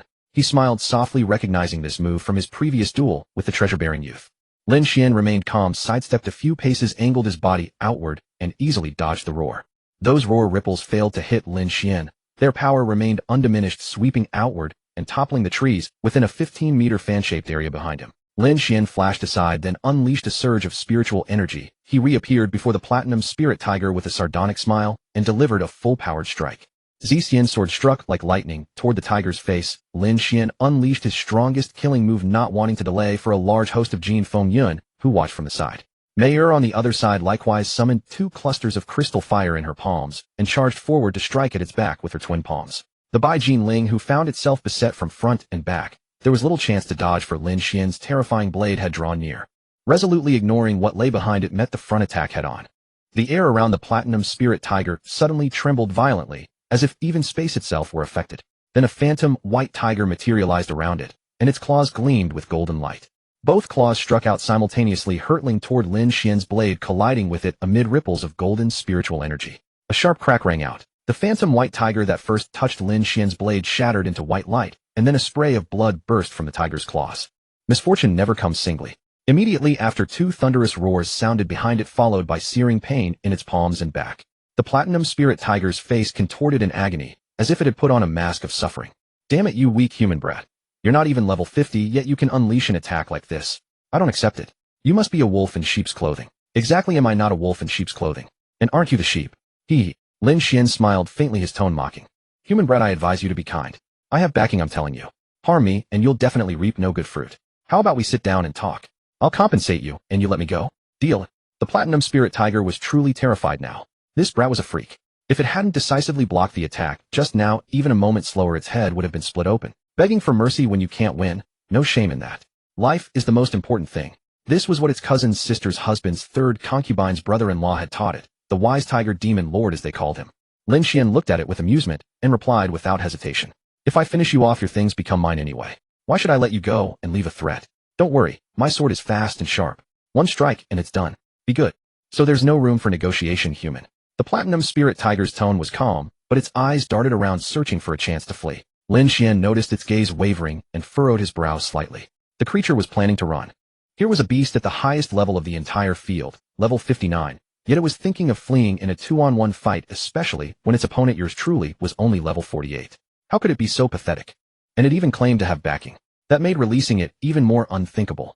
Let the tiger return to the mountain, and it would bring reinforcements to seek revenge. Lin Xuan's gaze turned icy. Spiritual energy surged within him, and the purple immortal sword in his hand transformed into a streak of light, shooting toward the platinum spirit tiger. The tiger was greatly alarmed. Hey, oh my god, I'll fight you to the death. Fighting to the death was even better. It was exactly what Lin Xuan wanted. He was afraid the beast would try to escape. If it was determined to run, it would be troublesome, especially here in the beast forest. The battle grew increasingly fierce. The platinum spirit tiger, realizing that its only chance to survive was to eliminate this human brat, unleashed a relentless barrage of attacks at Lin Xuan. Lin Xuan's movements were graceful, and since the beast was slightly slower than him, he could occasionally flash forward and land a strike. With him drawing the fire, Mayor attacked even more recklessly. Within 3 minutes, the once arrogant platinum spirit tiger fell unwillingly under Lin Xuan's blade. The remaining golden wind cloud tigers were swiftly dispatched as well. Lin Xuan immediately dealt with the beast carcasses, then led Mayor and the others back to Little Mountain Town. Ding! Spirit Beast killed 48 beasts above level 49. Task progress 48. Ding! Spirit Beast gained 365000 essence. Ding! Spirit Beast 9-tailed celestial fox upgraded to level 5569500 essence, 500 essence. Ding! Spirit Beast vermilion bird upgraded to level 5569500 essence, 500 essence. Ding! Spirit Beast ice Cheelin upgraded to level 55700 essence, 500 essence. Ding! Spirit Beast Purple Dawn True Dragon upgraded to level 55690 essence, 500 essence. Ding! Spirit Beast 9 Yao Divine Deer upgraded to level 55100 essence, 500 essence. Ding! Task completed. Kill 20 beasts above level 48, 10,220. Reward character level experience, 15.5. Ding! Character upgraded to level 49, 10 experience. Ding! Task completed. Kill 150 beasts above level 48, 163,150. Reward character skill random book. Back in Little Mountain Town, Yun Dingtian arranged a residence for Lin Xuan and then dragged him for a few drinks to relax and relieve stress. After a few rounds of toasting, Lin Xuan returned to his temporary lodging slightly tipsy and enjoyed a refreshing bath. That night, lying in bed, he stared at the ceiling, pondering what he had seen that day. He had cleared a large number of beasts in the afternoon, and he also discovered a clue. The proliferation of beasts in this area must have a reason. The platinum spirit tiger was probably connected to that young tiger-tailed fellow who had come to deliver riches last time. And before that guy ran off, he had been a chatterbox, throwing out quite a few threats. It was likely that the recent changes in the area were his doing. Could it be that he had his eye on this spirit mine? But this place was different from the Golden Lotus Mountains. If he stretched his hand here, the heavenly court would strike with thunderous force. It would be a thankless task. Was the Tiger Clan stupid? And after taking those 2 strikes from me, how could he still have the mind to send people here? He should still be nursing his wounds. If today's Platinum Spirit Tiger had taken those 2 blows, it would have died on the spot. There must be another Tiger Clan powerhouse here, probably an elder of his. Could it be they've come to seek revenge for him? Beating the junior brings the senior. Very likely. After all, he was at least S rank, and I almost dispatched him in 2 strikes like slicing vegetables. Wouldn't he come to reclaim his dignity? But then why would they send beasts to this area? The only thing of value here is this spirit mine. Could they really covet it?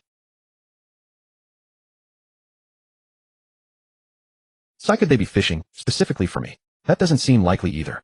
They wouldn't know who would take the mission here. Enough thinking. I'll go to sleep. Since I have the space talisman in hand, it doesn't matter. At worst, I'll just run away. Lin Xuan stopped pondering and closed his eyes to sleep. A night passed without incident. The next day, after a simple but hearty breakfast, Lin Xuan left Little Mountain Town and continued his cleansing journey. Lin Xuan first went to the jungle he had visited yesterday. It was now completely silent. Finding no beasts above level 40, he considered that area cleared. After circling through the jungle, Lin Xuan arrived at the area behind the side of Little Mountain Town. This was a vast plain, and there were far more beasts here than in the jungle. Compared to the jungle, Lin Xuan preferred the plain. The open view allowed him to maximize the use of his detection eye, and there were more opportunities for ambushes. Most importantly, there were more beasts. Sure enough, after clearing a few small groups of harassing beasts, Lin Xuan spotted a large herd of beasts resting on the ground up ahead. They were larger than deer with a peculiar shape resembling a horse deer, hybrid a horse-like head with antlers and gray gold fur. Lin Xuan shot a glance and immediately crouched down as if afraid of being discovered. He turned back to Mayer and the others, gesturing for silence with a series of frantic hand signals. The girls were left baffled, question marks practically materializing above their heads. Why was their master acting so strangely? Using hand gestures instead of telepathic communication. Master, what are you trying to say? Our channels are different, we can't understand you. Please use this channel to communicate. Mayer communicated directly with Lin Xuan through telepathy. Alright, I understand.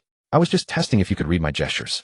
In truth, Lin Xuan had meant to convey, everyone stay quiet, sneak over, and launch a coordinated surprise attack. But perhaps his gestures were too quick or not precise enough. Lin Xuan relayed the plan through telepathy once more, and soon the group crept forward silently. As his gaze swept over the area, the stat panels of the opposing beasts materialized before him. Beast-Taming Golden Deer Leader Elite. Attribute Medal. Level 58. Growth A grade upgradable. Skills Speed Boost, Dash Impact, Golden Horn Strike, Golden Earth Split, Golden Shield, Golden Horn Heaven Strike. There were quite a few. 38 level 53 golden deer gathered in a cluster with the larger leader at the center. Their numbers felt a bit overwhelming, all being level 53 beasts with formidable skills. Hopefully the surprise attack would yield exceptional results, making the fight far easier. When we strike, we need to reduce their numbers, otherwise their charges will be a nightmare. I'll handle the leader, you prioritize the smaller ones. Come on ladies, time to shine, Lin Xuan said through the telepathic channel to Mayer and the others. At once snowflakes began to drift above the golden deer herd, falling gently upon them, like a natural snowfall utterly devoid of menace. Binger had deliberately controlled the ice to mimic nature, making it inconspicuous. After all, a successful ambush required the element of surprise. As the snowflakes landed on their bodies, a chill seeped into every part of them, causing them to shiver uncontrollably. Oh, dear me, is this September frost? First time seeing snow under a blazing sun. Can I eat this snow? My tongue's frozen. Oh my god, my whole body is frozen solid. The golden deer leader snapped its eyes open and looked up. This was no ordinary snow. There was a faint spiritual energy fluctuation above. Clearly it was man-made. Lure 2, you idiot, stop licking. This is an attack. All of you prepare to defend. Don't let the snow touch you. Though the leader saw through the ruse and warned them their numbers were dense and crowded, so many golden deer were still frozen. At that moment, several flashes of light blazed from directly ahead, hurtling toward them at terrifying speed. The lights reached mid-air in an instant. 3 attacks. The foremost was a long sword crackling with black-purple lightning, its entire body a deep violet. A 5-clawed true dragon coiled around the blade, the tail forming the tip, and the head the hilt, so lifelike that it seemed to be alive upon closer inspection. But the golden deer had no time to admire it.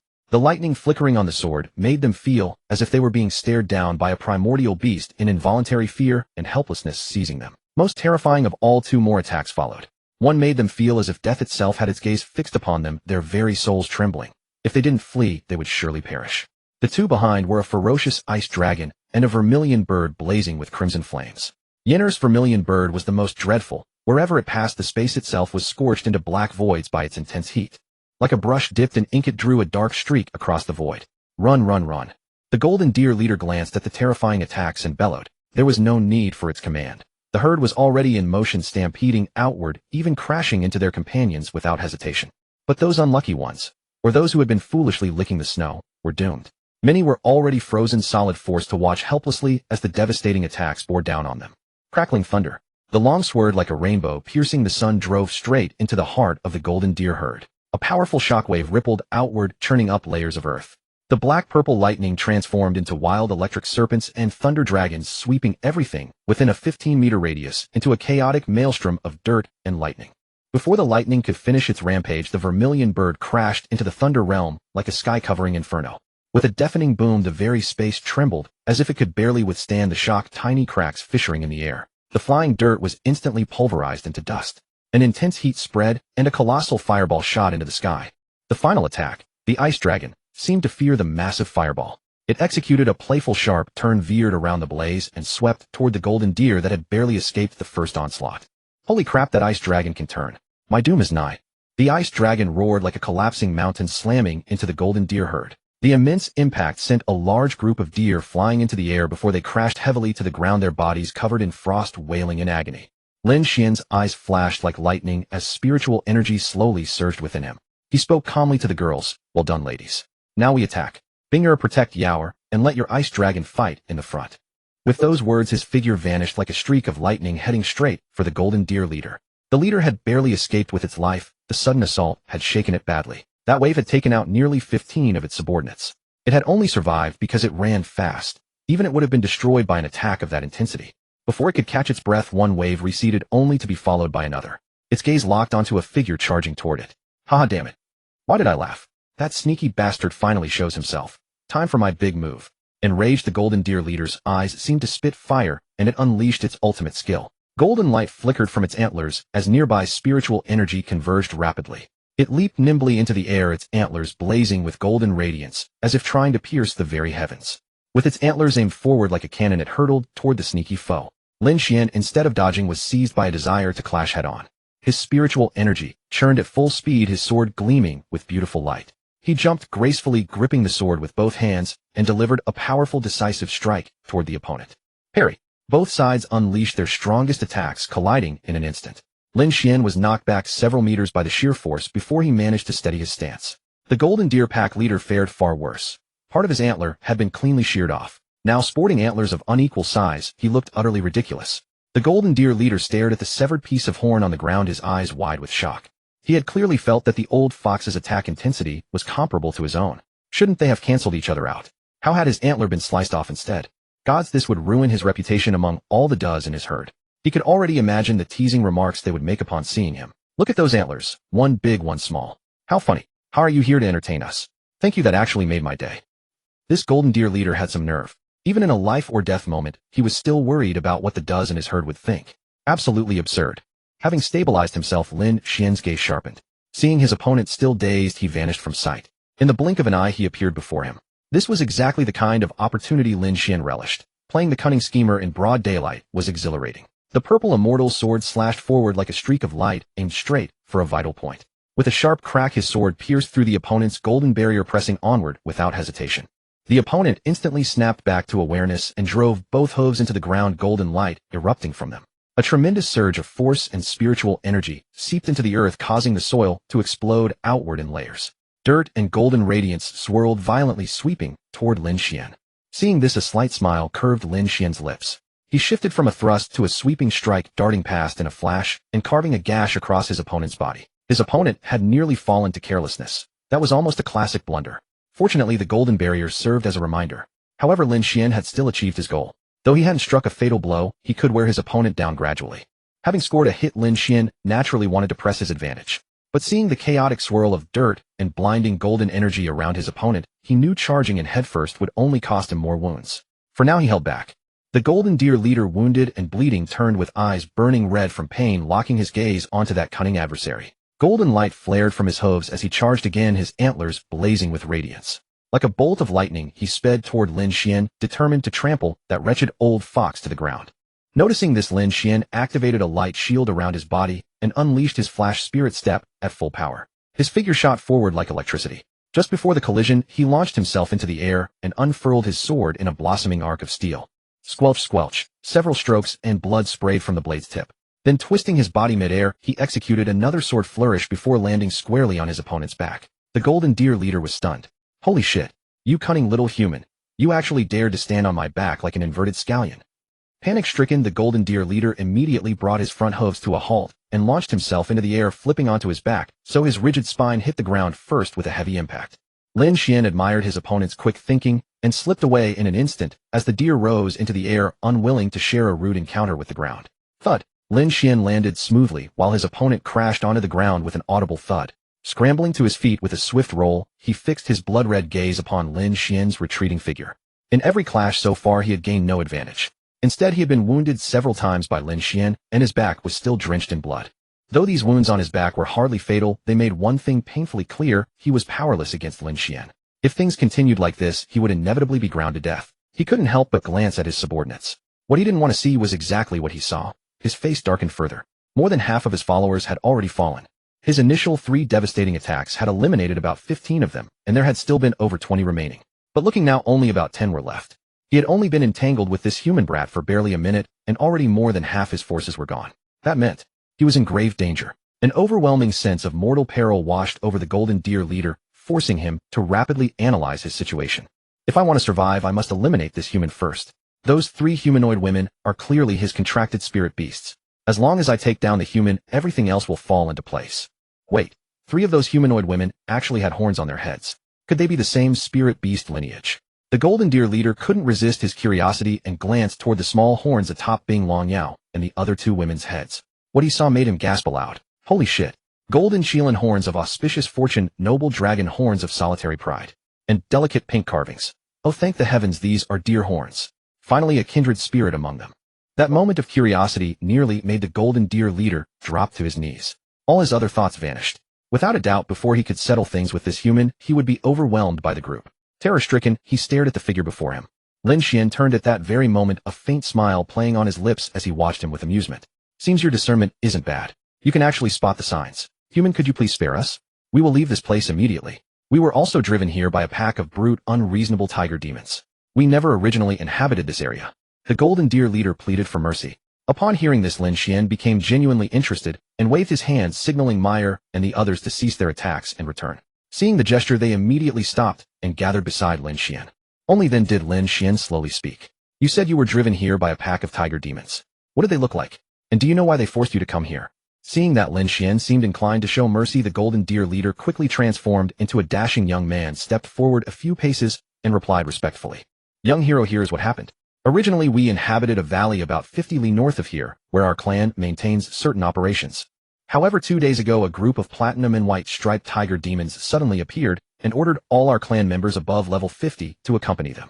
Of course we refused at first, but their strength was formidable and they had many young tiger demons assisting them. Unable to resist, we had no choice but to comply. With that, the young man raised his head and glanced around cautiously before speaking in a hushed tone. Young hero, I do not know why those tiger demons brought us here. However, they instructed us to cooperate with them over these past 2 days, claiming a major operation was underway. Through careful probing, I gathered that they intend to attack the spirit vein near your human territory. They did not specify a precise time. That is all I know. I beg you to show mercy, and we will immediately return to our original valley. After finishing his explanation, the young man looked at Lin Xuan with lingering fear, as though afraid he might suddenly change his mind. Having one's life held so securely in another's hands was truly terrifying. Lin Xuan pondered for a moment. Judging by the young man's demeanor, he did not appear to be deceiving him. Moreover, the description of the tiger demon's appearance matched exactly with the one he had encountered the previous day, the one who had boasted about having powerful backing. Lin Xuan pondered for a moment. Judging by the young man's demeanor, he did not appear to be deceiving him. Moreover, the description of the tiger demon's appearance matched exactly with the one he had encountered the previous day, the one who had boasted about having powerful backing. Although the Deer clan was a neutral tribe leaning toward hostility since they had provided him with an important piece of intelligence, it was only fair to reciprocate. Lin Xuan nodded slightly at the other and said calmly, Rest assured, our human race has always been clear about gratitude and resentment. Since you've given me the information I wanted, I naturally won't lay a hand on you anymore. Of course. As he spoke, Lin Xuan's tone sharpened noticeably. This intelligence you gave me is based on the premise that you won't turn against me. I hope you don't sneak back and tip off those tiger demons, otherwise I'll come directly for you. You can rest assured, young master, we absolutely won't go and inform on you. Those tiger demons must have dragged us here to be cannon fodder. We're not foolish enough to seek death again.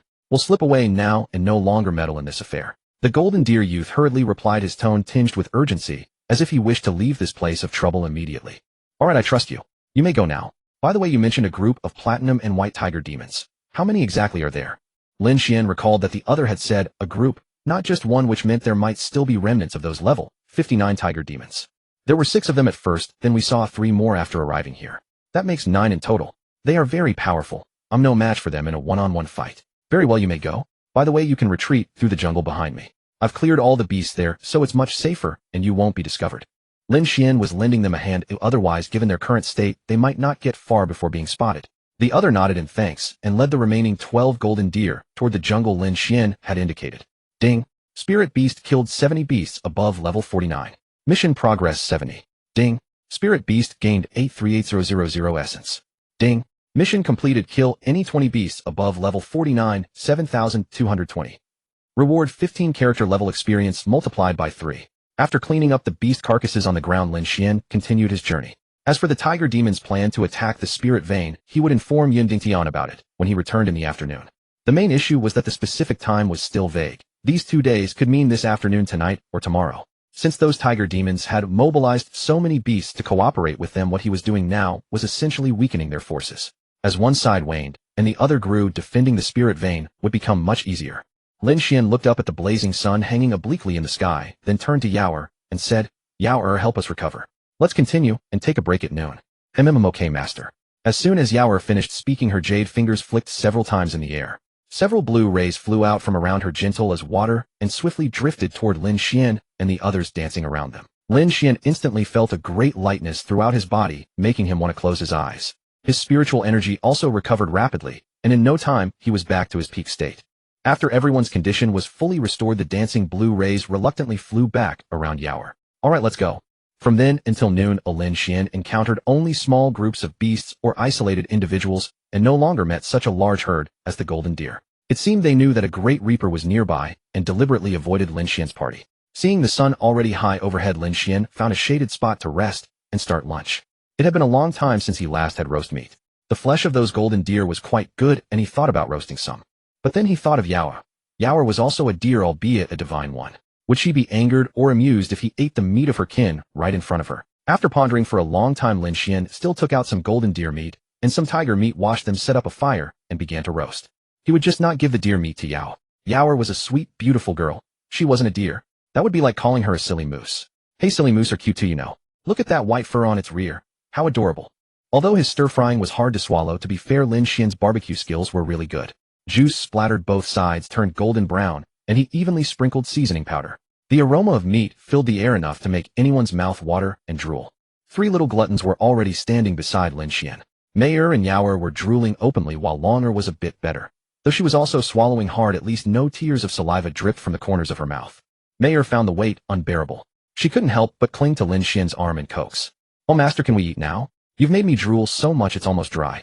Are you trying to dehydrate me? If I'm not happy drooling. Slurp. Right, master, can we eat? I'm drooling too. Even though I'm a water type and can replenish my own fluids, I can't directly replenish saliva. Yao, also unable to bear the weight, chimed in. Seeing that 2 little gluttons had already lost patience, Lin Xuan secretly gloated. His barbecue skills were perfect. Lin Xuan turned with a smile full of satisfaction and said, haha, almost done. Just wait a few more seconds. By the way, Yao, eat from the right side. The left side is golden deer meat. Don't accidentally eat it. Okay, ready, someone bring a plate. Longer immediately produced 2 plates and handed them to Lin Xuan. He took them, casually plated the roasted meat, and handed them back to Long. Alright, you can eat now. You gluttons go ahead, I'll finish roasting these, and then join you. Soon the 3 little gluttons wolfed down the food. By the time they finished, Lin Xuan had just finished roasting the rest. He brought over 4 more plates, and now it was 4 people devouring the food. Yinner and Binger watched from the side, puzzled. Was this meat really as delicious as spirit fruits that they ate so eagerly? Soon the roast meat was finished by the 4. Lin Xuan took out several cans of iced cola and tossed one to each of them. They opened them together. Crash. Gulp, gulp, gulp. Several big swallows. Ah, so satisfying. Lin Xuan reached out and touched his well-defined abs, exclaiming in admiration. Master, this will make me gain weight. Next time, please increase the portion. Okay. Mayer licked her little lips, feeling a bit unsatisfied. Exactly.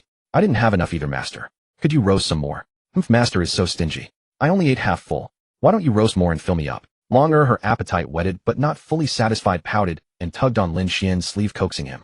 Lin Xuan finished his cola in one gulp and rolled his eyes at them. Your little stomachs are really capacious. I roasted so much and you're still not satisfied. Next time, we're still in the beast forest, you know. With that, Lin Xuan pulled the coaxing Longer into his arms. Longer, coaxing won't work. You ate the most just now. No, I didn't. It's all master's fault. You roasted too little. Not happy. Longer folded her arms and pouted. Alright, Longer, we still have to keep hunting beasts. When we get home this time, I'll hold a barbecue party and let you eat your fill. Master, you better not go back on your word, or I'll bite you.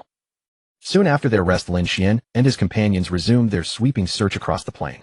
After nearly an hour of searching, the only demonic beasts they encountered were scattered small groups of weaklings, which made Lin Xuan feel something was deeply unusual. As expected, after Lin Xuan's group dealt with a herd of fierce sunhorn bulls, they had just encountered a thundering rumble, and relentless tiger roars suddenly echoed from far ahead. Looking up, Lin Xuan saw a massive horde of demonic beasts charging toward them from approximately 200 meters away, with many tiger demons among them. Lin Xuan had been puzzled why he kept encountering only small groups of demonic beasts. These tiger demons must have lured them all away. Those they had just fought were probably despised by the tiger demons themselves. As the horde drew closer, its sheer numbers were staggering. Eyes could barely take in the dense mass of diverse demonic beasts. If Yinner and Longer unleashed their ultimate techniques, the sight would surely be breathtaking. Without hesitation, Lin Xuan immediately relayed through their mental link for the girls to prepare their ultimate techniques and strike first. Better to preempt them than wait and face certain difficulty. Leading this massive horde were 3 platinum spirit tigers at level 59, flanked by over a dozen powerful beast leaders, nearly all hovering around level 57. Behind them trailed a vast contingent of subordinates. the majority being nearly 100 golden wind cloud tigers around level 49, along with over 200 other demonic beast followers roughly level 51. If this horde were to assault that spiritual vein town under cover of darkness, catching them off guard, they would likely succeed. Only Lin Xuan remained unafraid, already contemplating how to annihilate them all at once. Anyone else would have bolted faster than a rocket could launch. When the distance shrank below 20 meters, Yen Long and Bing, 3 women simultaneously, surged with spiritual energy, drawing the surrounding chi rushing toward them. Yenner's body erupted in crimson flames as a vermilion phoenix phantom materialized overhead. Guided by her control, the fiery sparks converged upon it, gradually solidifying the spectral form. Binger cupped her jade-like palms where swirling white mists of bitter cold formed. With a gentle breath from her cherry-red lips, the freezing vapor exploded outward, drawing in nearby spiritual energy and moisture until an ice dragon slowly took shape. Longer's method was far simpler.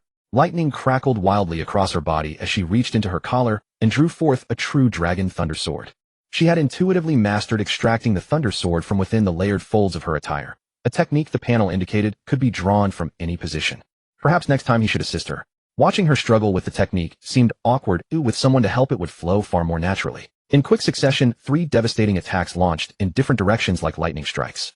Before the eye could blink, they crashed into the horde ahead. Beasts touched by the vermilion phoenix phantom were instantly annihilated. Those caught within the thunder sword's range fared slightly better, still able to wail and howl as they vented the agony of electrocution. Only those subdued by the ice dragon fared somewhat better, their bodies encased in frost, yet still capable of feeble movement. With the ranged assault complete, the demonic beast horde had closed to within 10 meters. Both sides launched their attacks in a chaotic collision. Lin Xuan's figure blurred into lightning as he swiftly scooped up Yaoer and retreated rapidly. The foolish girl had been cheering enthusiastically, completely unaware of her lack of combat prowess. After setting Yaoer down and instructing her to stay cautious, Lin Xuan transformed into lightning, once more charging toward the beast horde with his sword drawn. His eyes gleamed like electric shards as beast panels flickered across his vision, allowing him to target only the weaker followers. His figure moved like the wind, his sword flashing like a rainbow as crimson blooms splashed into the air. Lin Xuan resembled a primal beast consumed by bloodlust, charging into the horde as though no one stood in his path. Spiritual energy surged through him ceaselessly, every strike aimed at lethal precision. The 20 beast leaders who had been evenly matched against Mayer and the 5 women grew deeply confused upon hearing their subordinates wailing in agony behind them. They were outnumbered 6 to 20, yet these leaders struggled against a single opponent below level 50, still crying out in frustration. Finally, 2 wolf leaders and 3 boar leaders lost their patience. Whether driven by concern for their wounded subordinates or simple curiosity, they broke from the fray to look behind. Before them stood a crimson figure moving like a phantom, darting between attacks with lightning speed. It slipped through gaps in their assaults as if threading a needle, and even when escape seemed impossible, a luminous shield surrounding the figure deflected the blows. The purple sword in its hand was as deadly as a death warrant. Each flash of blade light sent another subordinate falling with undischarged resentment. No wonder the horde was filled with moans of agony. The crimson figure was nothing short of a demon, terrifying beyond measure. Already the enemy's 3 ultimate techniques had instantly eliminated nearly a third of their forces. If this continued, they would be left with nothing but empty ranks. We cannot allow him to continue slaughtering our forces. Our subordinates stand no chance against him. Then you 3 brothers should confront him. As long as it is not one of our wolf clan who falls, we sisters do not care. We need not pretend with you 2. Your disgusting faces after our leader rejected you make us sick to our stomachs. Big brother, third brother, let us go. Very well, second brother, third brother, advance. I am ready as well. Big brother, second brother. Lin Xuan himself remained unaware that 3 boar leaders had set their sights on him. Yet he continued dancing on the edge of blades, reaping demon beast lives with the ease of slicing through melons. In merely 5 minutes of fierce combat, nearly 50 demonic beasts had already fallen beneath Lin Xuan's sword.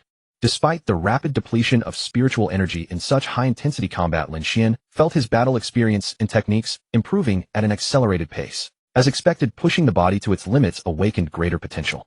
Lin Xuan was not overly concerned about his spiritual energy consumption. His natural recovery speed was swift, and with Yaoer present, he could simply request healing through their mental link. 2 orbs of light surrounded Yaoer, capable of delivering healing blue energy over great distances. As long as she could see her target, she could heal them. Just after Lin Xuan impaled a boar demon and sent it crashing to the ground, he suddenly sensed 3 powerful spiritual energy surges approaching from behind. These fluctuations were clearly stronger than those of the regular beast followers. Beast leaders were attacking, and there were 3 of them. Without turning his head, Lin Xuan immediately activated his flash spirit step, lightning flashing beneath his feet. In an instant, his figure vanished. When he reappeared moments later, he was already 10 meters away. Indeed, 3 beast lords, all boar demons. Not knowing the strength of the attackers, Lin Xuan retreated first to assess the situation. Three boar demons came into view, each as large as an elephant, their bodies a deep reddish brown, with thick leathery hides. Their snouts were noticeably longer than those of ordinary boar demons. These three turned out to be brothers, and of the same level. Likely true siblings, for boar demons are quite prolific. In that brief moment Lin Xuan was studying their information, they were not idle either. Their second skill allows them to sense the precise location of their locked target through the faint vibrations transmitted via the ground through their hooves. So the moment Lin Xuan stopped to study their panel, he was immediately detected by them. They all turned their heads and leaped up in unison, crashing down with the force of Mount Tai. The ground split open like lightning, the cracks spreading rapidly until they enveloped the earth beneath Lin Xuan's feet. Then crimson light seeped from the fissures, bathing the entire area in a blinding red glow. Suddenly the red light erupted like ignited gunpowder, detonating outward from beneath the boar demon's hooves. Immediately layers of soil were blasted upward by the crimson light, sweeping toward Lin Xuan's position like lightning along the cracks. Witnessing this, Lin Xuan was impressed. The three brothers combined the same skill together, and the resulting effect was surprisingly formidable. The spread had nearly exceeded 15 meters. The skill's range could rival a level 50 ultimate, but its power was too dispersed, adequate for hindering an opponent, yet not lethal. Lin Xuan smiled faintly and moved. His body shot forward like a cannonball, charging straight at the boar demons.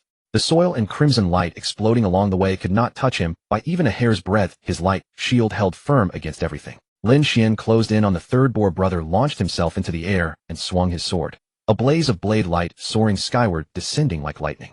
The third boar had already sensed Lin Xuan's movement the instant he acted, but it hadn't expected his speed to be so astonishing. In the blink of an eye he was upon it. Panicked, it simply lit its boar head with red fire and charged headfirst at Lin Xuan. The sword flare collided with its boar head. The outcome was obvious. Seeing their foolish younger brother charge head-on into a blade, the eldest and second boar brothers cursed inwardly and immediately joined the attack against Lin Xuan. Lin Xuan hadn't anticipated such sheer stubbornness. Having landed a heavy blow, he quickly twisted his body mid-air, evading the charge's range. Just then the eldest and second boar brothers struck simultaneously. Lin Xuan decided this was the perfect moment to test his limits. He unleashed his full power, sword light blazing, and engaged both of them in fierce combat. The third boar, its head grievously wounded by Lin Xuan's sword, stood dazed on the spot for nearly half a breath before the pain finally brought it back to reality. It seemed utterly stunned by its own earlier move. The third boar was also at a loss. None of its other skills were effective against aerial opponents, and when Lin Xuan had attacked, its mind had gone blank. It had simply charged forward recklessly. Against a slower opponent, this tactic might have been devastating, at least trading wounds effectively. Unfortunately, Lin Xuan's current speed matched that of a level A speed-type demon beast at the same tier. Regaining his composure, the third boar turned its head and locked eyes on Lin Xuan. Spiritual energy coursed wildly through its entire body, and both front hooves ignited with red glow. The soil beneath them turned to molten lava, billowing with white smoke. With a sudden roar, it raised its front hooves and stamped forward. The ground ahead instantly transformed into lava, spreading like a river toward Lin Xuan's feet. Seeing this, the other two boar brothers quickly fell back, attempting to cooperate with the third and further expand the magma zone surrounding Lin Xuan completely. But long before the third boar's spiritual energy surged, Lin Xuan had already sensed danger behind him. A quick glance from his peripheral vision was all the preparation he needed. He darted back several paces. His purple immortal sword flared with black energy and aimed at the third boar, still gasping after unleashing its ultimate. He vanished in an instant. A flash of black light appeared and disappeared. The third boar, moments ago still panting, stood utterly motionless, as if frozen in time. The scene grew eerily silent. The next moment, crimson blood spurted from the boar's mouth. Its eyes grew vacant, and it collapsed straight onto the ground, breaking the eerie stillness. The purple immortal sword swiftly returned to Lin Xuan's side. The eldest and second boar brothers were stunned to see their younger brother fall suddenly. Third brother, what's wrong? Are you alright? Don't scare your big brother like this. Unfortunately, no matter how much they called out, their third brother showed no response at all. The killing technique Lin Xuan had just used was a newly acquired spirit skill obtained before the Great Battle, Void Spirit Instant Kill. Spirit skill Void Spirit Instant Kill, Grade S. Description: consumes a massive amount of spiritual energy to grant the wielder's weapon temporary control over space and time.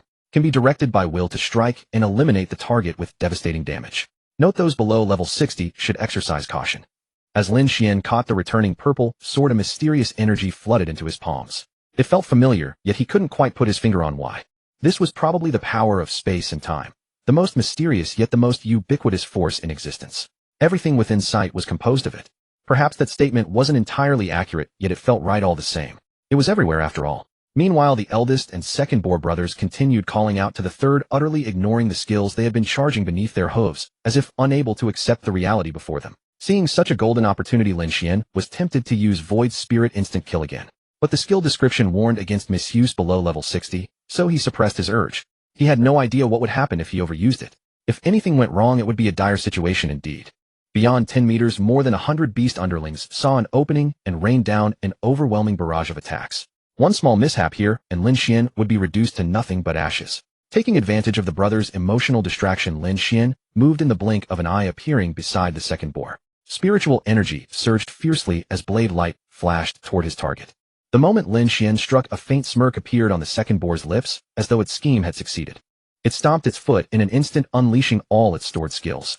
The ground beneath its hooves transformed into a hellish sea of lava, and pillars of molten rock shot skyward, raining down toward Lin Xuan. The eldest boar was equally busy coordinating skills to double the area of the magma zone, completely trapping Lin Xuan within. Seeing pillar after pillar of lava hurtling toward him, Lin Xuan tried to dodge, but the barrage was impenetrable, and with the ground consumed by lava, he had nowhere to land. He couldn't fly after all. Lin Xuan realized the second boar had been feigning weakness, deliberately offering a false opening to lure him in. This magma terrain was their home turf. Fighting here was an advantage built for them. Let Zhu Lauer be slaughtered outright and used as a stepping stone. Let's see if you still boast home field advantage. At once, Lin Xuan's spiritual energy surged even more frantically, and the purple immortal sword began to hum and vibrate, as though comprehending its master's intention. Sword glare flashed like lightning, swift and decisive, dividing life and death in an instant. Lin Xuan struck with all his might in a single resolute slash. A sharp buff sounded, followed by a crisp, clear noise. Zhu Lauer's eyes stood wide open, etched with incomprehension and sheer terror, watching Lin Xuan's flickering profile. His pupils gradually lost focus, and he fell. Having delivered the strike, Lin Xuan continued his motion without pause, swiftly parrying and dodging the magma pillars that came at him. He occasionally swung his sword to block and contend with Zhu Lauer. Fortunately, the massive form of Zhu Lauer beneath him made a quite suitable platform, though it remained to be seen whether he had been roasted to perfection. 2 minutes later, the magma on the ground gradually cooled, enabling Lin Xuan to retread solid earth and press toward Zhu Lauer. Though the two brothers had initially held their own against Lin Xuan in fierce combat, now reduced to one, Zhu Lauer could not sustain the assault. Within 3 minutes, a single sword thrust found his vital point, and he collapsed breathless with regret. With the three brothers dispatched, Yao sent a small sphere hurtling toward Lin Xuan. Now restored, Lin Xuan once again assumed the guise of a slaughtering deity and swept toward the horde of beast underlings. Meanwhile, the wolf demon sisters, who had been observing the clash between Lin Xuan and the three pig demons, were taken aback. They could hardly believe Lin Xuan had settled the battle in under 10 minutes. They hastily turned and slunk away. These two sisters were not even as powerful as the three brothers. If the three had fallen, what chance could two have? They had larked about for close to 10 minutes anyway, and that sufficed. Moments later, the fighting persisted for another half hour. For a time, Lin Xuan, drenched in blood like a wrathful deity, slashed his long sword without let-up. The beast underlings fell in scores, wailing and lamenting. Even the beast lords, locked in fierce struggle with Mayer and her companions, were shaken by the tale. 3 leopard demon chieftains, unable to bear the tension, broke off to bolster their fallen kin. Yet their end proved even more dire than the pig demon's fate. They were fast, frail beasts. The purple immortal sword needed but a grazing touch to spill their blood. Lin Xuan never bothered to race them in speed. He simply hunted down their minions. Let them come or stay away. If they came, the purple immortal sword would welcome them. A single touch from the blade was enough to wound them grievously. In less than 5 minutes, Lin Xuan sent them packing. Thanks to the diversion provided by these 3 leopard demons, Mayer and her companions felt a significant drop in pressure. Earlier, their blinding speed had kept Yenner's offensive at bay. Now free from harassment, Yenner unleashed her full arsenal. Working in tandem with Binger's control and slowing effects, she constantly hurled devastating spells. Those who failed to evade were grievously wounded. When Lin Xuan had finished off the last of the beast underlings, Mayer's group still faced only 2 of the mightiest platinum spirit tigers hanging on by a thread. Wordlessly having felled the minions, Lin Xuan spun around and, drawn upon his dwindling spiritual reserves, then surged toward the twin platinum spirit tigers. 2 heartbeats later, Lin Xuan was at the flank of 1 platinum spirit tiger. Swordlight flared. Nearly all his remaining spiritual energy surged into the purple immortal sword, and he brought it slashing down. The moment the swordlight flashed, the platinum spirit tiger perceived peril looming behind it. However, being already overextended with its internal spiritual energy nearly spent, even attempting to summon chi to dodge was beyond its means. It could only throw its entire body into a desperate leap to escape. The purple immortal sword struck true, critically wounding the beast. The platinum spirit tiger collapsed with a dying gasp, its breath failing. The final one, too, could not endure much longer. Before long, Lin Xuan and Mayer's group joined forces to slay it. Lin Xuan bade Mayer and her companions to rest on the spot. He then quickly collected the fallen beasts into his ring. With that done, he escorted them back to Little Mountain City. Ding. Spirit Beast has slain 341 monsters above level 49. Task progress advanced by 341. Ding. Spirit Beast has acquired 28,051 million essence points. Ding.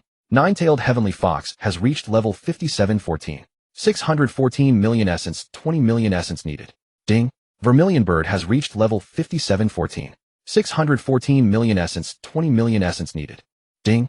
Ice Cheelin has reached level 5714. 49 million essence, 20 million essence needed. Ding. Purple Sky True Dragon has reached level 5714.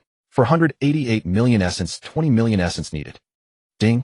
Nine Yao Divine Deer has reached level 5714. 338 million essence, 20 million essence needed. Ding. Task complete. Slay any 20 monsters above level 49. 39,320. Reward character level experience increased by 1519. Ding. Character has leveled up to level 50 with 240 experience points. Further leveling requires breaking through the barrier independently. Ding. Task complete. Slay any 300 monsters above level 49. 614,300. Reward 1 random A-grade Spirit Beast Egg. Upon returning to Little Mountain City, Lin Xuan sought out Yunding Tian forthwith and relayed everything he had learned that day so the city guards would be forewarned. Upon learning the situation, Yunding Tian hurriedly convened the city's defense personnel and managers in a conference room for a meeting. Lin Xuan was naturally among them. Inside the conference room, Yunding Tian, acting as convener, rose and addressed the assembly. My fellow city guards and managers of Ling, my small city, I have called this meeting because our settlement faces an imminent crisis. Yunding Tian swept his gaze over the assembled faces, then continued. As my companion from the heavenly group, Brother Lin Xuan, has informed me. Furthermore, the unusual surge in nearby demonic beasts over recent days corroborates everything Lin Xuan has told us. Oh, and you may not be aware, Brother Lin Xuan possesses formidable prowess. Yesterday, he single-handedly wiped out the demonic beasts infesting the forest beyond our city gates. Hardly had Yunding Tian concluded when the room erupted into heated debate. As an outsider, Lin Xuan did not understand the layout of this small mountain city, so he simply listened quietly on the side. Slaying demonic beasts was his forte, but discussing how to defend the city was something he knew nothing about. Finally, they spent half an hour discussing and came up with a final plan. Immediately, everyone started taking action. Some called for reinforcements, others worked on defensive fortifications. The entire small mountain city's 1,000-plus residents, like a machine, began to operate at rapid speed. As soon as various orders were issued, the people below moved quickly. Without delay, their busy figures everywhere in the city's alleys. The only one idle in the city was Lin Xuan himself. Having fought a full day outside, he decided to take Mayor and the others back to rest first. After all, he did not know what else he could help with. After returning, he could first improve his strength, break through the level 50 barrier. The stronger he becomes, the more he can contribute, and he can also protect himself. Back in his quarters, Lin Xuan asked Mayor and her companions to keep watch. He then sat cross-legged upon his bed, closed his eyes, and began meditating, calming his mind and preparing his spirit for the trials ahead. The level 50 barrier seemed non-existent to spirit beasts. As long as they had sufficient spiritual energy, they would naturally break through, and their leveling speed was much faster than that of humans. This was also because they were born with affinities. The spiritual energy in the world carried attributes, and by absorbing such attributed spiritual energy, they could gradually strengthen themselves and raise their levels. However, they were also limited by their innate bloodline. If their bloodline was not strong enough, their maximum level was fixed from birth. Humans were different. From birth, they had no attributes. Their bodies had to first convert the spiritual energy of heaven and earth before it could be absorbed. Thus, humans advanced very slowly unless they spent money, using spirit liquid and spirit crystals from the start to boost their power levels. Moreover, after reaching level 50, one had to comprehend at least one attribute to break through, and as the golden age passed, the speed of power advancement would gradually slow down with age. But this was also humanity's greatest strength. Being born without attributes meant they could potentially comprehend all attributes. Although they were far inferior to spirit beasts in the early stages, the ability to contract spirit beasts now compensated for that initial weakness. Therefore, as long as a human had excellent talent in all aspects of combat and good fortune, their level could be unlimited. Even breaking through the 100th level was not out of the question, though no one in this world had ever been known to surpass level 99. For details, one could refer to Su Daji, who had lived for who knows how long, and was still at the peak of the Emperor level. On the human side, there were certainly such peak-level powerhouses as well. 3 were known at present. Dragon Lord Yi Wentian, level 99. Rock Emperor Li Qie, level 99. Heaven Lord Ji Wuye, level 99. Half an hour later, Lin Xuan finally adjusted himself to the optimum in all aspects. Without hesitation, he took out spirit crystals and placed them around him, then began to comprehend. Lin Xian sank his consciousness into his mind, relaxed his spirit, and first drew all the nearby spiritual energy into his body, earnestly experiencing the sensations they brought him. Gold spiritual energy was sharp and aggressive, feeling as if it would cut him. Wood spiritual energy was vibrant and tenacious like a well-behaved child. Water spiritual energy was gentle and inclusive, of course, as long as it hadn't turned into ice. Fire spiritual energy was irritable and destructive, best not to provoke it to avoid trouble. Earth spiritual energy was solid and steady, full of a sense of security, just like you could fully trust Wulong. Wind spiritual energy was lively and a bit mischievous like a naughty child. Lightning spiritual energy was the most complex, wild and direct, appearing forbidding, yet inwardly upright, giving a feeling of adorable contrast.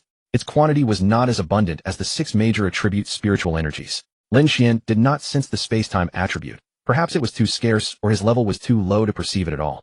Lin Xian gradually immersed himself in it, contemplating with all his heart, completely casting aside everything else, as if in deep meditation.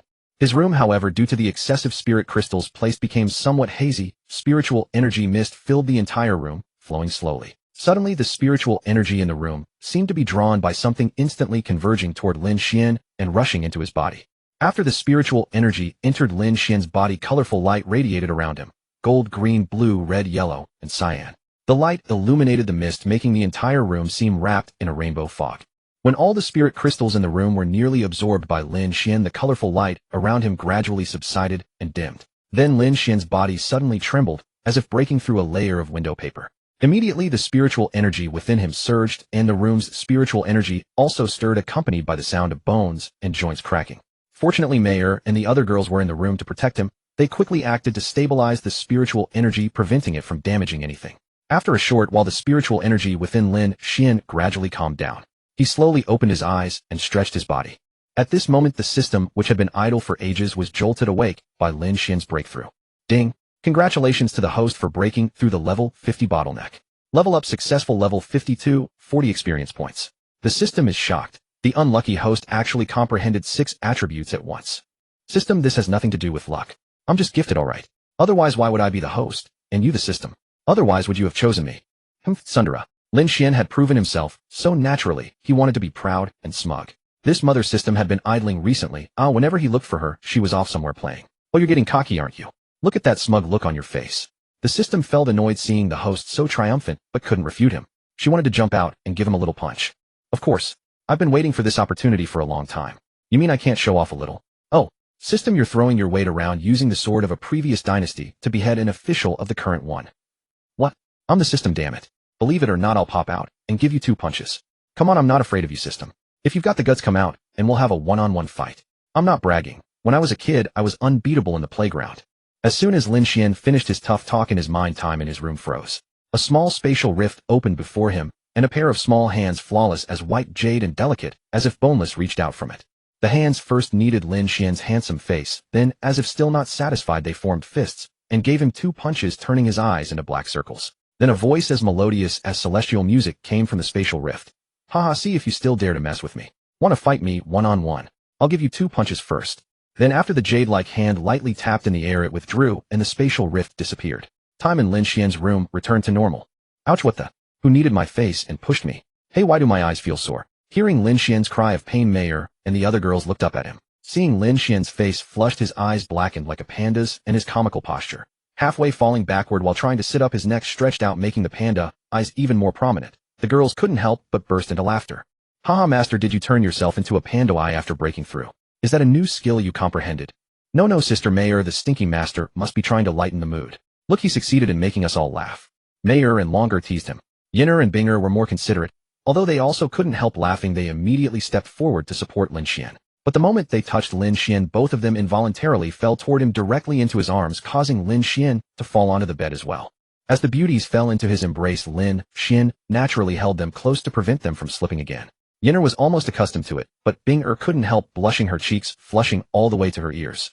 Lin Xian held the beauties, a foolish grin spreading across his face as his thoughts drifted elsewhere. As for the pain in his eye socket, it was nothing. Probably just an accidental bump. He would ask Yaoer to heal it later. Yinner, Binger, you've been tirelessly working today, and even willingly came to comfort me. I've decided to reward you both handsomely. After saying this, he planted a kiss on each of their cheeks. Binger, being thin-skinned, felt deeply embarrassed and shot Lin Xian a helpless glare before protesting coquettishly. Naughty master, you're so wicked. pushing us into your arms, and then kissing us. I. Before she could finish, she buried her face in his chest, too shy to speak. Yennefer, on the other hand, simply smiled charmingly. She shifted slightly in his arms, leaned close to his ear, and whispered softly, "Master, you mustn't play favorites. All 5 of us sisters have worked hard today. Shouldn't you reward everyone equally?" Lin Xuan rolled his eyes, thinking, is this girl trying to stir up trouble? He then reached out and gave Yennefer a light smack, a disciplinary measure. This girl was being far too well-behaved, it must be Mayor's influence. But considering the time and place, Lin Xuan could only speak earnestly. Yennefer, don't fan the flames recklessly. Besides, it's hot lately, and we're not at home. There's no herbal tea to drink. If they were at home, Lin Xuan would certainly have given Yennefer a proper lesson. But they were still in Spirit Vein Town, and there was no telling if the demon beasts would make a move tonight. It was hardly the right time. "Master, what are you talking about?" "I have no idea. I just said you shouldn't play favorites, that's all." Yennefer looked at him with a sly glint in her eyes, twisting and acting coy in his arms. Lin Xuan felt his blood surge, and his nose tingle slightly. He quickly held Yennefer still. If she kept this up, he would surely get worked up. All right, Yennefer, you little minx. You must have learned from Mayor. Just wait until I get home and deal with the 2 of you. Now, Binger, don't be shy. Let's get up." Lin Xuan patted the beauties in his arms, signaling them to rise. Mayor, who had been watching, shot him a disdainful glance. "Who's afraid of you?" That's right, Sister Mayor longer supports you." Lin Xuan stood up, ignoring them for the moment, letting them gloat, and walked directly to Yaoer, who was still snacking. "Yaoer, what's wrong with my face? Fix it quickly." "Oh, Master, hold on a moment." Yaoer's little hand glowed with blue light as she gently stroked Lin Xuan's eye socket. Lin Xuan felt a warm current enveloping his eye socket. The pain that had been there suddenly vanished, replaced by a soothing warmth. In no time, Lin Xuan was fully restored. Yaoer lowered her hand and said with a smile, "They're all better, Master. Would you like some bear-shaped cookies? They're cute and delicious." Lin Xuan smiled, stroked Yaoer's hair, and planted a kiss on her cheek. "Yaoer is the best. I won't have any. I'm not hungry yet. Let me go deal with a couple of proud, cocky ones first." "Okay, Master," Yaoer replied with a sweet, healing smile. Lin Xuan turned around, grinning mischievously at Mayor, and longer, the corners of his mouth curling up involuntarily. "You 2 have been exceptionally well-behaved lately, so I'm going to reward you both. First, Longer. Haha, I knew you'd try to slip away. Come here, you proud little minx." Before he could finish his words, he flashed forward and wrapped his arms around Long, leaving her no chance to escape. "Let me go, you wicked master." "MMM." Several minutes later, Longer's face was flushed red. She struggled out of Lin Xuan's embrace and fled the room like a startled deer. Next, Lin Xuan repeated the same tactic, sealing Mayor's rosy lips. Soon Lin Xuan led his group of ladies out for dinner. By chance, they ran into Yun Dingtian on the street, and the 2 found a restaurant to sit down together. They were only halfway through their meal when an alarm sounded from the cave entrance. Yun Dingtian dropped his chopsticks and dashed toward the entrance, shouting over his shoulder to Lin Xuan, "Brother Lin Xuan, the demon beasts must be attacking. I'll go check it out first. Take your time finishing your meal, we can hold the front line." Seeing this, Lin Xuan lost all appetite for food. Wasn't this a huge pile of experience waving at him? He quickly put down his chopsticks and said to Mayor and the others, "Let's go. We'll head over and lend a hand." Soon Lin Xuan arrived at the city wall by the cave entrance. The wall was already packed with people. Nearly everyone in town above level 40 had gathered. Their faces were serious, and they stared silently outside the city. Lin Xuan walked to the edge of the wall and looked out. 100 meters ahead of the wall stood a large horde of demon beasts. The dim light made it hard to count them, but the front line was clear. At the forefront were 33 powerful demon beasts, 5 platinum spirit tigers at level 59, and 28 other tribal leaders around level 57. Based on the configuration of the beast horde he had encountered that afternoon, the number of lesser beasts behind them would be no less than 500. Over 500 demon beasts around level 52 plus 33 powerful leaders. This was a tough situation. Had that tiger beast really managed to pull so many allies? Lin Xuan withdrew his gaze and looked back at the town's defensive forces. Ahem. In the silence that had fallen on the wall, Lin Xuan's cough was particularly jarring, drawing everyone's attention and making him feel awkward. It wasn't really his fault. The disparity in strength was too great.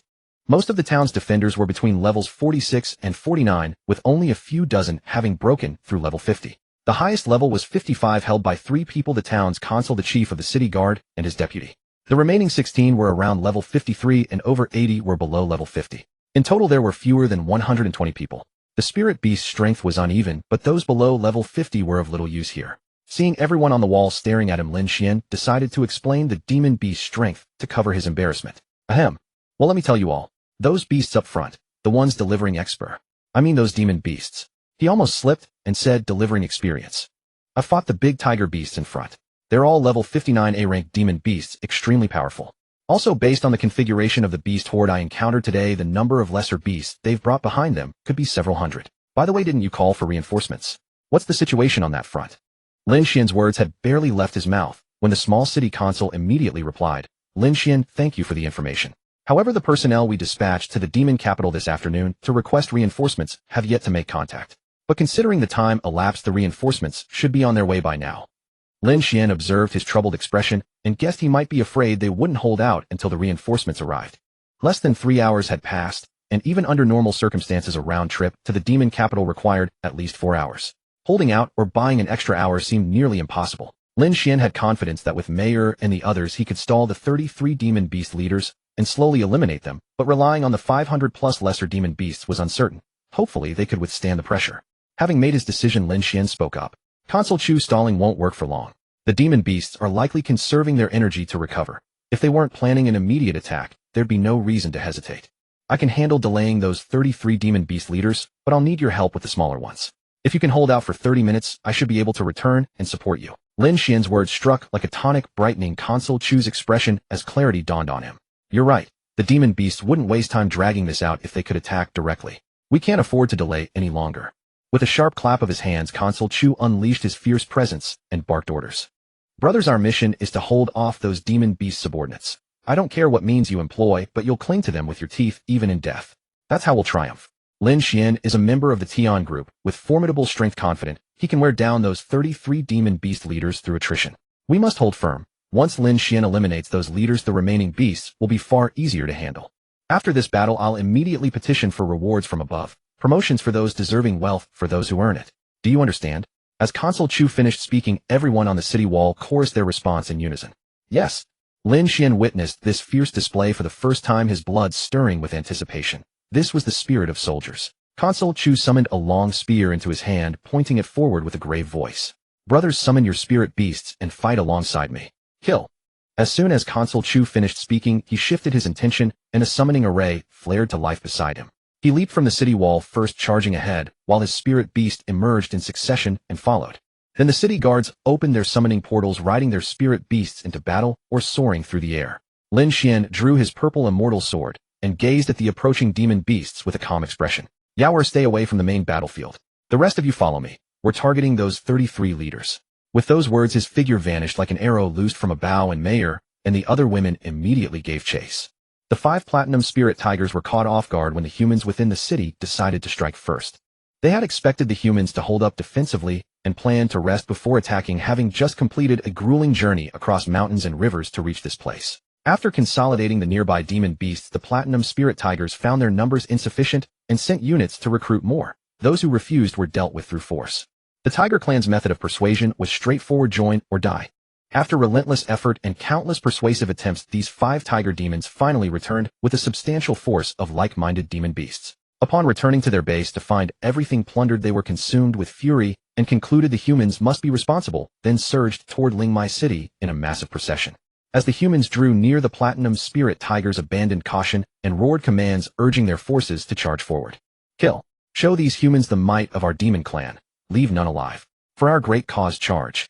The tiger roars echoed through the air, and the demon beasts behind surged forward in formation. This great battle began as the two sides rapidly closed the distance between them. Lin Xuan and his companions soared through the air, cutting through the weaker demon beasts like rice cakes as they raced toward the demon beast leaders. Soon Lin Xuan clashed with the demon beast leaders, splitting the battlefield into 2 zones.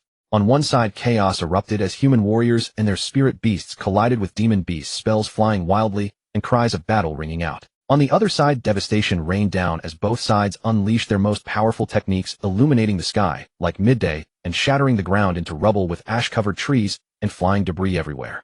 The battle had barely begun. Lin Xuan's team comprised 5 main fighters, with Yawer serving as the healers, staying in the rear to restore their energy.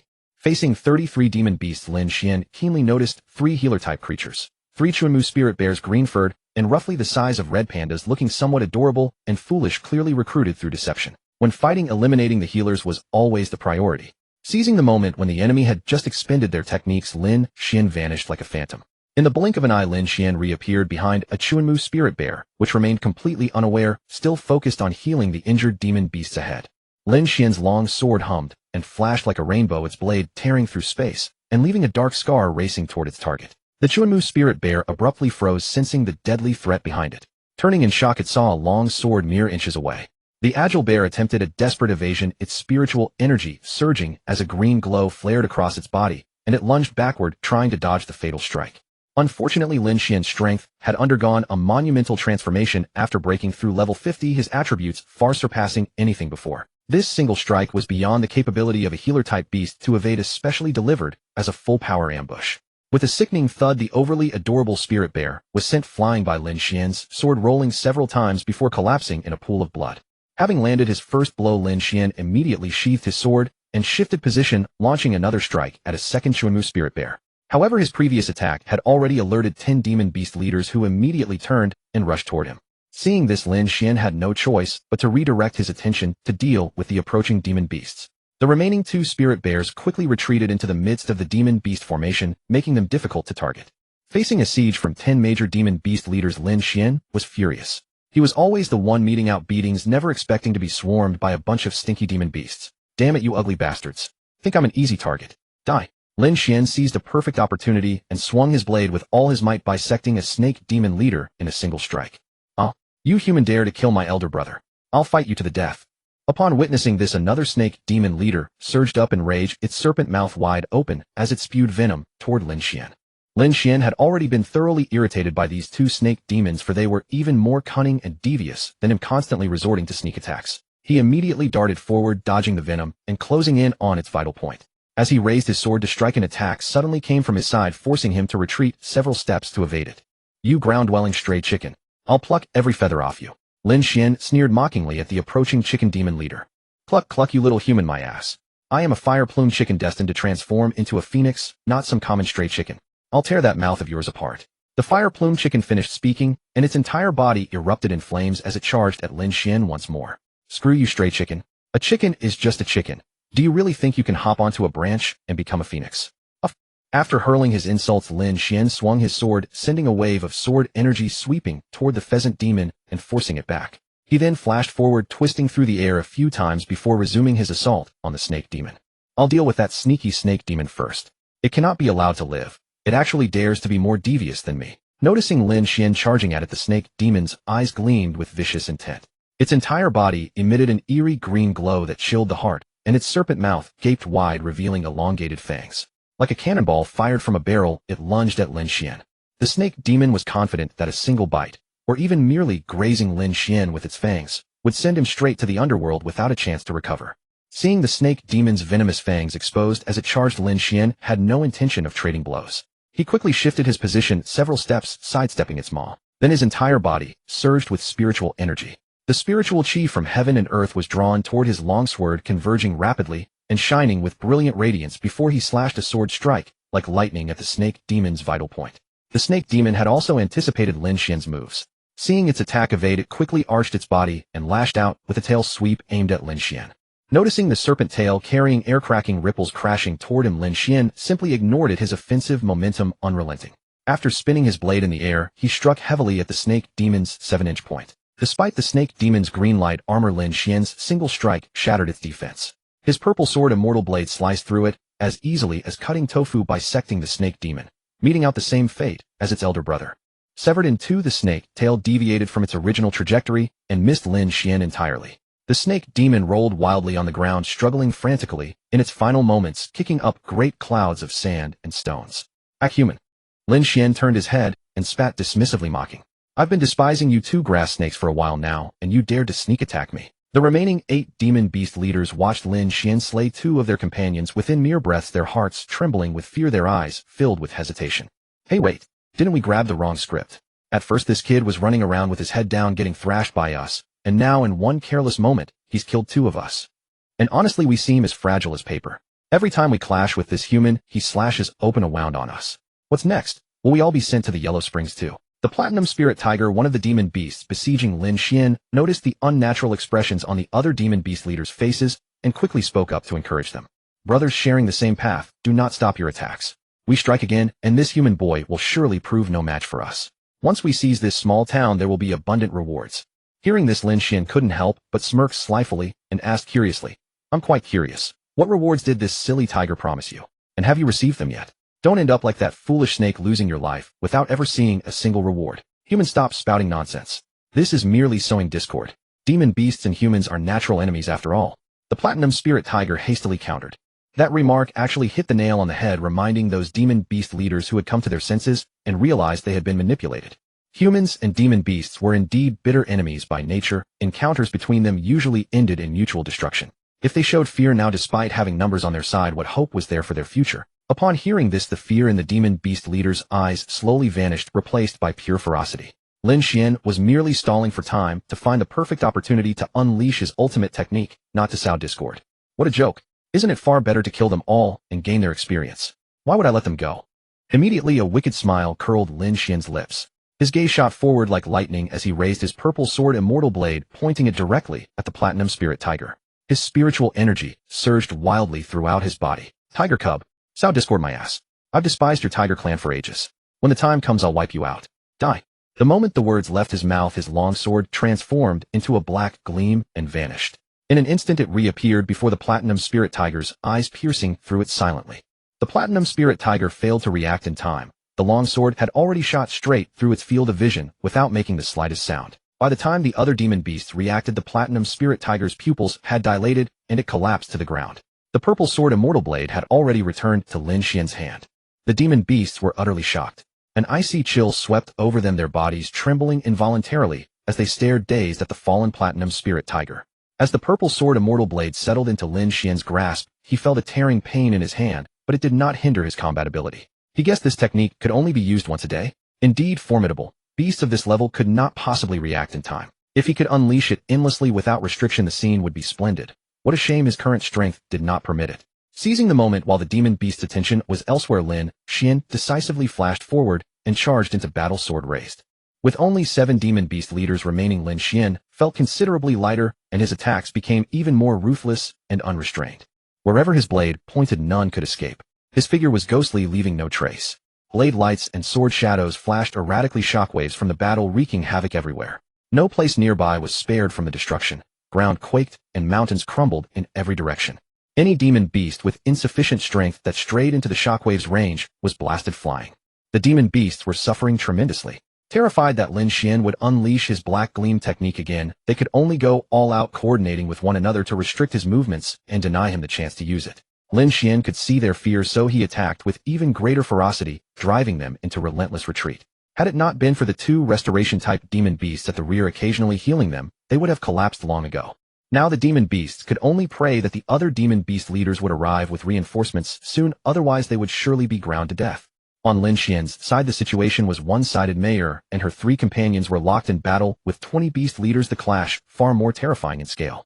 It was a barrage of ultimate skills and firepower, a pure contest of spiritual energy, a scene of sheer firepower insufficiency. That battlefield seemed like a world of its own. The sky was filled with thunderclouds, lightning flashing and striking wildly, while snow and ice fell haphazardly through the air. The ground was a sea of fire and magma, and the spiritual energy within was wildly turbulent, forming a dragon whirlwind of chi that swept everything around into it, shredding all to pieces. It resembled an apocalyptic, world-destroying scene. The ground had been scoured down several meters, a complete leveling.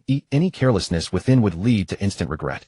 On the other side, the battlefield between the lesser beasts and the city guards was not as terrifying. It was even less intense than the initial clash. This was mainly because the shockwaves from Lin Xuan's battle were too great, affecting their area, forcing both sides to tacitly yield ground, which made them fight half-heartedly, frequently glancing over. Ultimately, the outcome of this great battle depended on Lin Xuan's result. The battle continued for nearly another 20 minutes.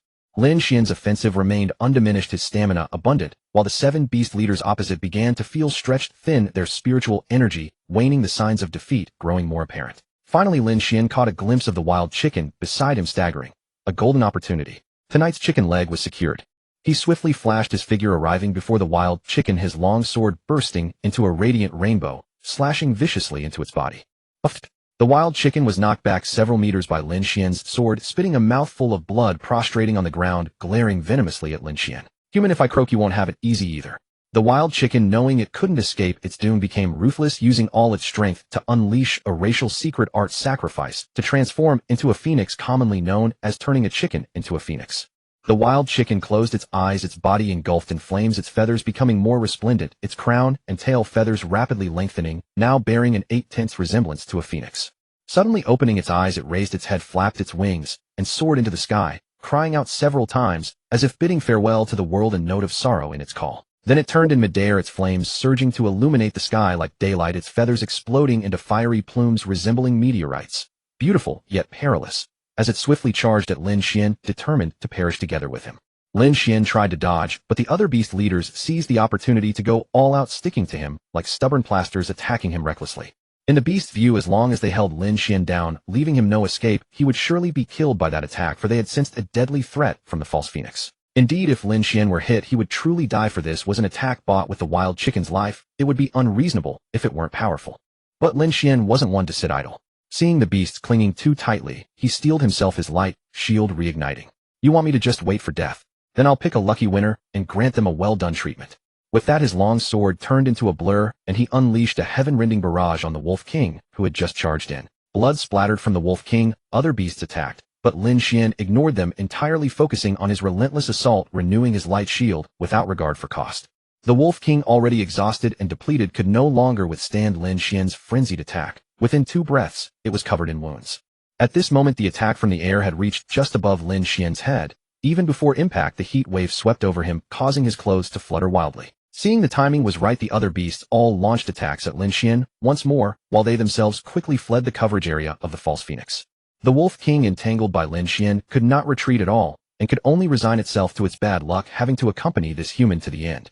Lin Xuan's lips curled slightly. He swiftly thrust his sword, piercing the Wolf King, then lifted it up, flashed forward, and swung a full-powered strike at the airborne Wolf King. The Wolf King was sent flying once more, hurtling toward the false phoenix, while Lin Xuan dashed forward like a fleeing hare. Within less than half a breath after Lin Xuan moved, the unlucky Wolf King collided with the false phoenix. That collision, like pressing a red button, erupted with a booming roar. The terrifying blast detonated directly in midair. The Wolf King was instantly reduced to ashes. The horrifying heat wave and visible energy ripples lashed out like lightning, causing the surrounding ground to split and collapse. Layers of earth swept into the air and turned to dust, hurtling outward. The fiery plumes that had not yet landed and exploded were also caught in this energy, scattering outward like raindrops, covering a radius of 200 meters. Lin Xuan had only run about 20 meters when the shockwave caught up his light shield. Crackling and groaning, he cursed inwardly, "Damn." Then with a crack, the light shield shattered, and he was flung into the air by the shockwave. Seeing the incoming fiery plumes, he twisted and dodged swiftly, narrowly escaping and stabilizing himself. The fiery plumes struck the ground, igniting patches of flames, turning the earth into a hellish magma. The scorching heat wave swept the entire battlefield, setting everything ablaze. Even the logistical personnel stationed in the small town could feel a wave of heat.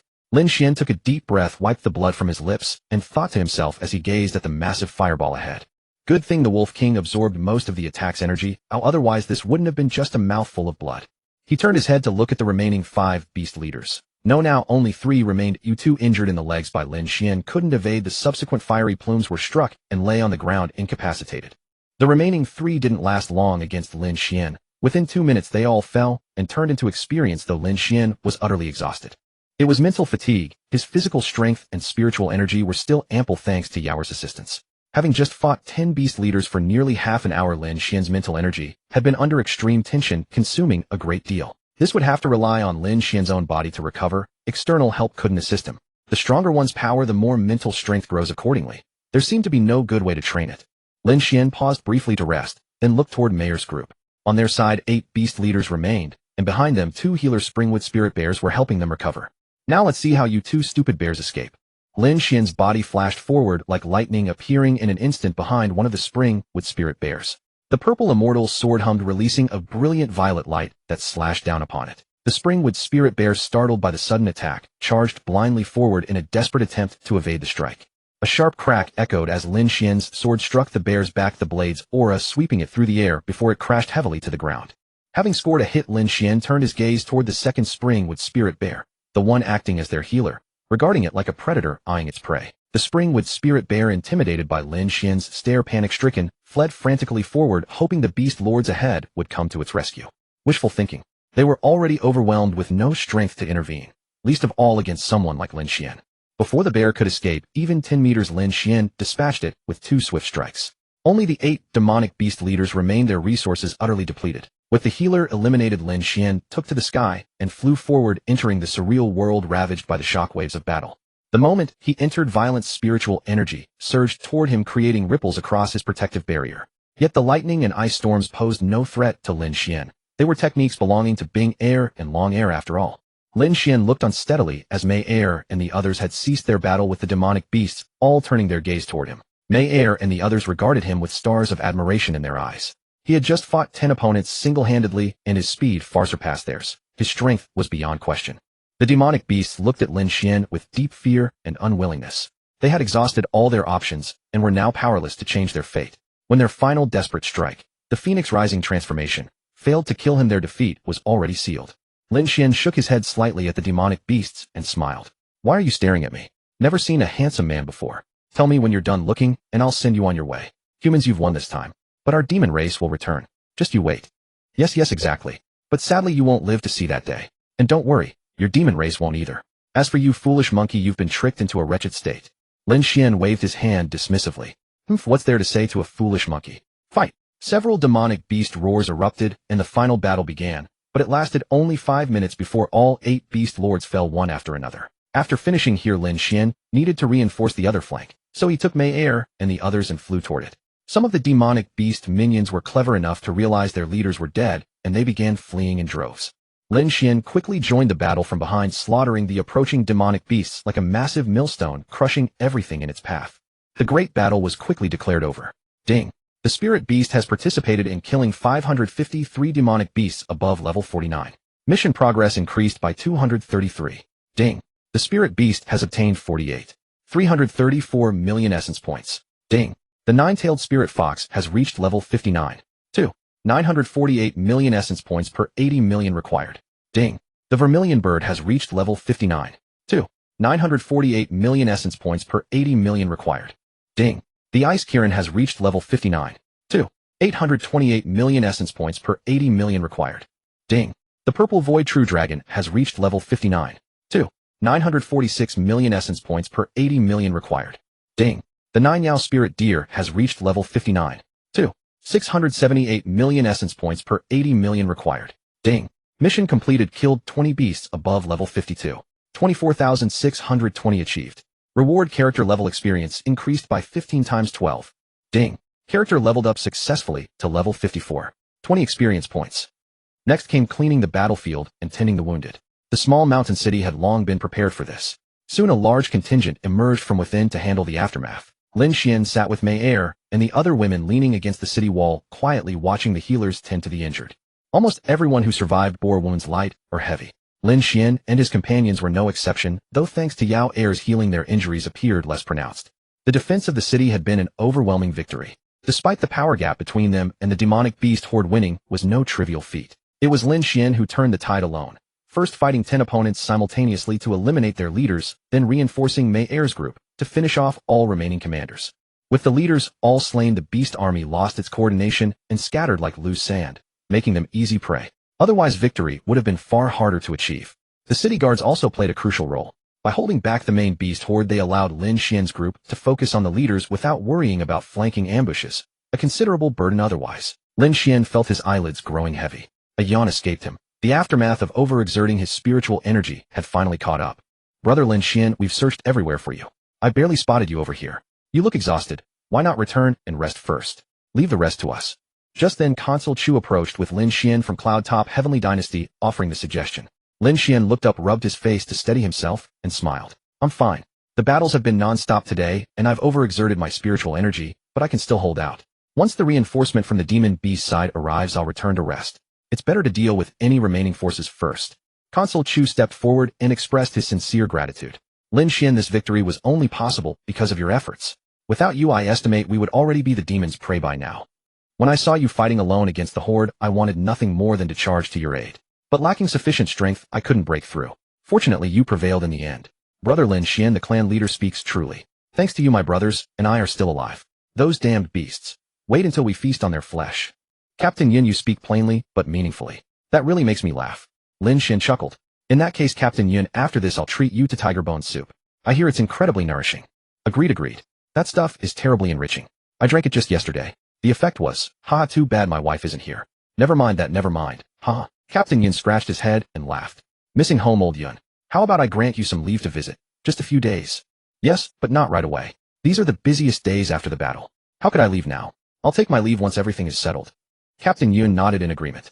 Most of the people in this small town had their homes in the monster capital, but due to the town's unique location, returning home was not an easy task. A day off was only enough for a single day, and traveling back and forth would waste half of it. The best was a holiday lasting several days, so that returning home would truly be worthwhile. Lin Xuan and the others chatted for a while longer, and then the reinforcements from the monster capital, the Beast-Taming squad of the Heavenly Group, finally arrived. Seeing that backup had come, Lin Xuan knew he should go back to rest. He stood up and smiled. Consul Chu, since the reinforcements are here, I'll head back to rest. Captain Yin, remember my soup. I'll go sleep for a bit, and wake up later for a midnight snack. Alright Lin Xuan, you go ahead. Leave this to us. Don't worry, I'll prepare it for you. I'll wait for you at that restaurant later. Lin Xuan nodded to them, then led Mayor and the others back to his temporary lodging. As soon as he entered, he went straight to take a shower without even drying his hair, then collapsed onto the bed and fell into a deep sleep. He slept straight until noon the next day. During that time, Yin Dingtian had packed the soup into a large pot and delivered it to Lin Xuan's place. Lin Xuan opened his eyes and stretched, finding it was already broad daylight. He left the room, washed up, and then sat down to grab something to eat. Yinner brought over a bowl of soup, placed it on the table in front of Lin Xuan, and said softly, "Master, it's time to drink your soup." Lin Xuan looked at the pitch-black soup, which was giving off a faint white steam, clearly just ladled out by Yinner. It reminded Lin Xuan of the famous scene, "Darling, it's time to take your medicine." "What soup is this?" "Shirkwan Daba soup." "Really? I don't know, that's what Captain Yin said." Yinner shook her head, answering uncertainly. Lin Xuan stared at the dark soup for a long time, then finally picked up the spoon and took a sip. Not bad, the pure herbal aroma is quite rich. Lin Xuan lifted the bowl and slowly finished the soup, then handed the bowl back to Yinner. Seeing this, a mischievous glint flashed in Yinner's eyes. She took the bowl and teased, "Master, how can you stop at just one bowl? There's plenty more in the pot. Why not take the chance to replenish yourself?" Lin Xuan looked up at Yinner's smiling face, then suddenly reached out and pulled her into his arms, breathing in the faint fragrance of her hair. Yinner let out a startled gasp, her cheeks flushing. What Lin Xuan said next made her blush even more. "Yinner, your words have a hidden meaning. You'd better worry about the family discipline when we get back. Go bring the whole pot. I'll drink it all straight. If I'm not afraid. With Sister Mayor in front, what do I have to fear?" Yinner blushed as she pulled herself out of Lin Xuan's arms and retorted stubbornly. After throwing down her defiant words, Yinner turned and went to fetch the soup. Watching Yinner's graceful figure, Lin Xuan thought this nourishing soup must have some effect. There's no way I'm wasting it. And it's definitely not, because I think it works like for like, it's purely for my health. Tisk host, is it really that hard to face your true feelings? You the system, what do you know? I call it the body as the foundation. To have strength, the body is the most important. If I can strengthen it, even a little, I will. Understand, you idle system. Tisk, I'm going out to play. I'll just idle, so what? Host, you can keep rambling on your own. Soon Yinner brought the whole pot. Lin Xuan downed it all in one go. There was no need for lunch. He was already full from the soup. Afterwards, Lin Xuan led his girls out and headed to the city wall to take a look. Many people were still cleaning up the battlefield. Apart from the barren land, stripped of grass and trees, there was a large sunken area that many earth spirit beasts were working to flatten. "Hey Lin Xuan, you're impressive. Consul Chu told us you took down 33 beast chieftains all by yourself. That stinky Xiangning really struck gold." Zhang Mingming with sharp eyes spotted Lin Xuan and ran over, slapping him on the shoulder in surprise. "Hey, it's you, Sister Mingming." Having just drunk too much soup, he started hiccuping when slapped. Lin Xuan quickly covered his mouth, regulated his breath, and suppressed the hiccups. "Did you eat a whole cow? A spirit master can still hiccup." Zhang Mingming couldn't help laughing, tilting her head curiously. Lin Xuan exhaled lightly, found the hiccups were gone, then put down his hand and smiled. "Not a whole cow, do you think I'm a pig? Just a pot of soup.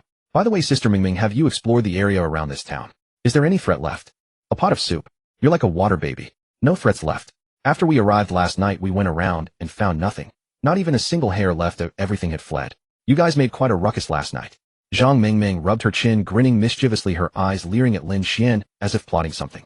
Feeling the atmosphere turn awkward with this roguelike Zhang Mingming surely up to no good, Lin Xuan decided to make a graceful exit. "Sister Mingming, since there's nothing for me here, and it's getting late, I'll head back now." As he turned to leave, Zhang Mingming grabbed his arm and threw an arm around his shoulder like a buddy, laughing. "What are you afraid of? I'm not going to eat you. Besides, I'm still a virgin. If I did, you wouldn't be losing outright. Come on, little brother Lin, let me ask you something." With that, Zhang Mingming pulled Lin Xuan into the grove by the city wall and asked Lin Xuan, "Do you want a wife? If not, I can introduce you to one. My cousin is amazing. Her figure is top-notch, absolutely stunning." Lin Xuan had thought something serious was going on, but she just wanted to set him up. "I already have a girlfriend, Sister Mingming." "No problem, it's no big deal. You can be friends first, and the relationship can develop slowly. Give me your phone, let me see your spiritual signal. When I get back, I'll add you and send you my cousin's info." I'm not bragging, her figure. A wall with my flat chest, I can't compare. Lin Xuan felt a mix of helplessness and curiosity, curious about who this cousin was. Faced with Zhang Mingming's overwhelming enthusiasm, he could only give her his number. "Well then, Sister Mingming, I'll head back. I've completed my part of the mission." "Yeah, go ahead, Ha." Zhang Mingming was grinning from ear to ear as if she had scored a huge bargain. Soon Lin Xuan found Yun Dingtian and Consul Chu bid them farewell and then flew toward the monster capital. For his first long-distance flight, Lin Xuan was thoroughly entertained. He tried all sorts of stunts, spinning in the air handstands mid-air walking, and even dragged Mayer and the others to join in experiencing every move he could think of.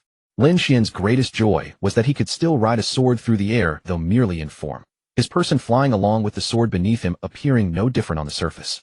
Unlike the depictions in cultivation novels where the sword bore the rider aloft. After nearly 2 hours of flight, they finally arrived at the demon capital city gates, though this pace was considerably slower than Yenner's.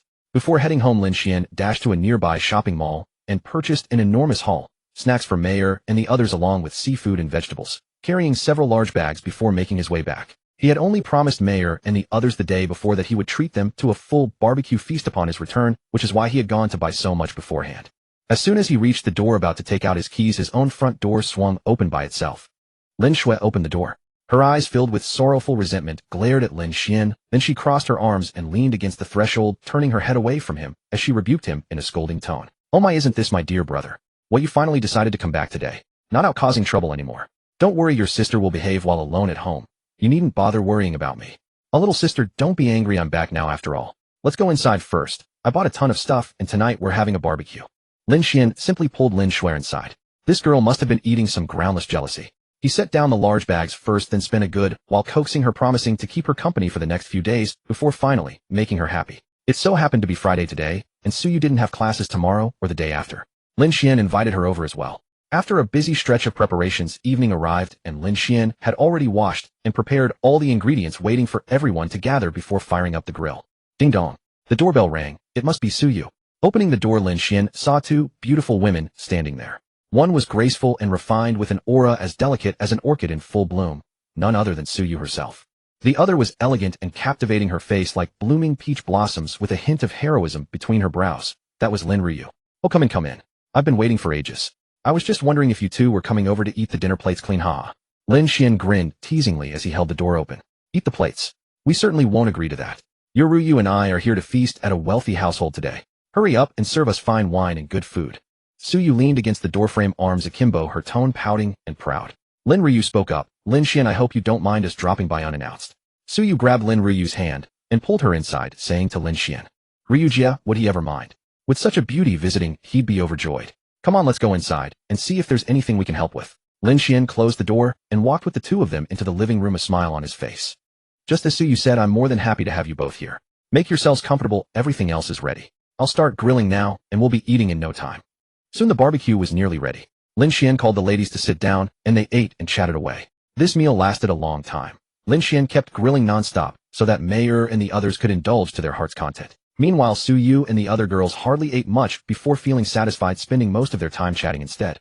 It wasn't until late at night that Suyu and Lin Ryu finally left, still longing for more. Lin Xuan helped Yenner clear away the dishes, then returned to his own room. Once back in his room, he took out a mid-grade spirit crystal he had been eyeing for a long time and began cultivating. Mid-grade spirit crystals were far more refined and turbulent. The moment he absorbed its spiritual energy, surged into his body like a wild horse broken from its tether, rushing wildly through every limb and vessel. Lin Xuan quickly took control, guiding his body to absorb this spiritual energy. It kept pouring in, and wasting even a drop would be a pity. After gradually absorbing the entire mid-grade spirit crystal in about half an hour, Lin Xuan curiously opened his status panel to check his level 5420. 2 experience points. One crystal took nearly half an hour and yielded only 0.2 experience points. 5 hours for merely 2 points. No wonder everyone said that after level 50, power growth relied on accumulation. It was indeed much slower now, and level 60 would surely be even more grueling. Lin Xuan pulled out 4 more crystals and continued cultivating. Not reaching a round number in experience felt truly uncomfortable. Deep into the night, he opened his eyes from meditation, glanced at the time. It was past midnight, and hastily rushed to brush his teeth before returning. The moment he stepped back into the room, he spotted 2 stunning beauties sitting seductively on his bed. Was this fate delivering lambs straight to his door? Without hesitation, Lin Xuan closed the bedroom door, ready to settle scores with the 2 rascals. Only after a long while did Lin Xuan drift off to sleep in a sea of soft fragrance. As for those 2 girls, after receiving a thorough scolding from Lin Xuan, they deeply realized their mistakes and repeatedly swore they would never dare do it again. Only then did Lin Xuan let them off the hook. There was no need to guess who those 2 were. Mayer and Yenner, of course.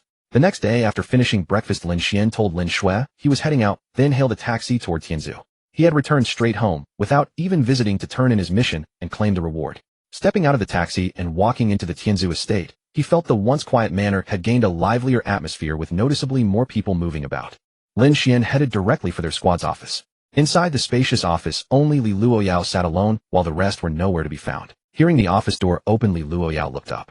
Lin Xuan, have you finished your mission? You're back so quickly. Yes, I returned yesterday. Sister Luoyao, why are you the only one here today? Lin Xuan entered and took a seat, asking curiously. Everyone went out. During the past few days you were on your mission. Multiple areas near us experienced gatherings of demonic beasts launching coordinated attacks. They've all been dispatched to provide support. Li Luoyao explained. Demonic beasts gathering in multiple locations? Exactly. For some reason unknown, those demonic beasts seem to be working together. Many small resource towns outside the city, as well as temporary rest areas where spirit masters cluster, have basically been raided. Some large-scale, some small. Lin Xuan added, Sister Liao, the spirit vein town I visited also suffered from demonic beast gatherings and attacks. Based on what I've learned, I suspect the Tiger clan is behind all this. He then recounted everything he had encountered during his few days at the spirit vein town to Li Luoyao. After listening, admiration welled up in her eyes as she looked at Lin Xuan and said, setting everything else aside, you really are a monster kid. Honestly, I feel like before long your strength will surpass ours. Lin Xuan replied, Sister Luoyao, isn't that a good thing? If my strength catches up to yours, joining you on missions will be much easier. Last time at Golden Lotus Mountain, I was basically just tagging along. Oh, and calling that merely tagging along. You really are something, you kid. Li Luoyao retorted, giving Lin Xuan an affectionate, exasperated glance. Speaking of Golden Lotus Mountain, Lin Xuan couldn't help but recall that fortune-bringing boy, the one who might very well have been the spark that ignited the demonic beast gatherings across multiple regions. Lin Xuan pondered for a moment, then decided to share the matter. Sister Luoyao, do you still remember that tiger-tailed youth we encountered last time at Jinlian Mountain? The one who was so arrogant and overbearing the moment we met. A transformed tiger demon. Well, I don't really recall. Li Luoyao thought for a while, but still couldn't figure out which one Lin Xuan was referring to. That was understandable. At the time, their attention was fixed on the powerful demon beasts, who would bother noticing a mere level 50 little tiger cub. They could have slain it with just a couple of strikes. When the disparity in strength is so vast, would a powerhouse ever remember the existence of an ant? Alright, Sister Luoyao, it's fine if you don't remember. I'll keep it in mind. As you know, I'm an ascension master, so my eyes are quite sharp. You might have dismissed that tiger youth as weak and paid him no mind. Saying this, Lin Xuan felt a bit parched, so he poured himself a cup of water and took a sip. And then, don't leave me hanging, sister. Li Luoyao, seeing him stop mid-sentence, urged him with a playful scowl. Hold on, let me have a drink. Gulp, gulp. After finishing, Lin Xuan continued. You didn't pay much attention to him, and once the battle started, his strength was about the same as mine back then. Naturally, he couldn't cross blows with you, so he singled me out. He was an S-rank demon beast. I saw it from the start. Of course, when he challenged me one-on-one, I utterly crushed him. Unfortunately, I could only severely wound him in the end. He escaped using a space talisman. And now with all these anomalies outside the city, don't you think this could be the spark? Oh, and that tiger demon was a golden gang white tiger. Lin Xuan concealed the matter of the ring, but told the rest. In his own estimation, the Tiger clan's massive mobilization might well be primarily due to those 2 gold source stones. A golden gang white tiger with a space talisman. That tiger demon's backing is no ordinary one. Space talismans require a level 90 Emperor tier powerhouse to craft, and the materials are extremely rare. I don't even have one. I need to report this to Tian Lao.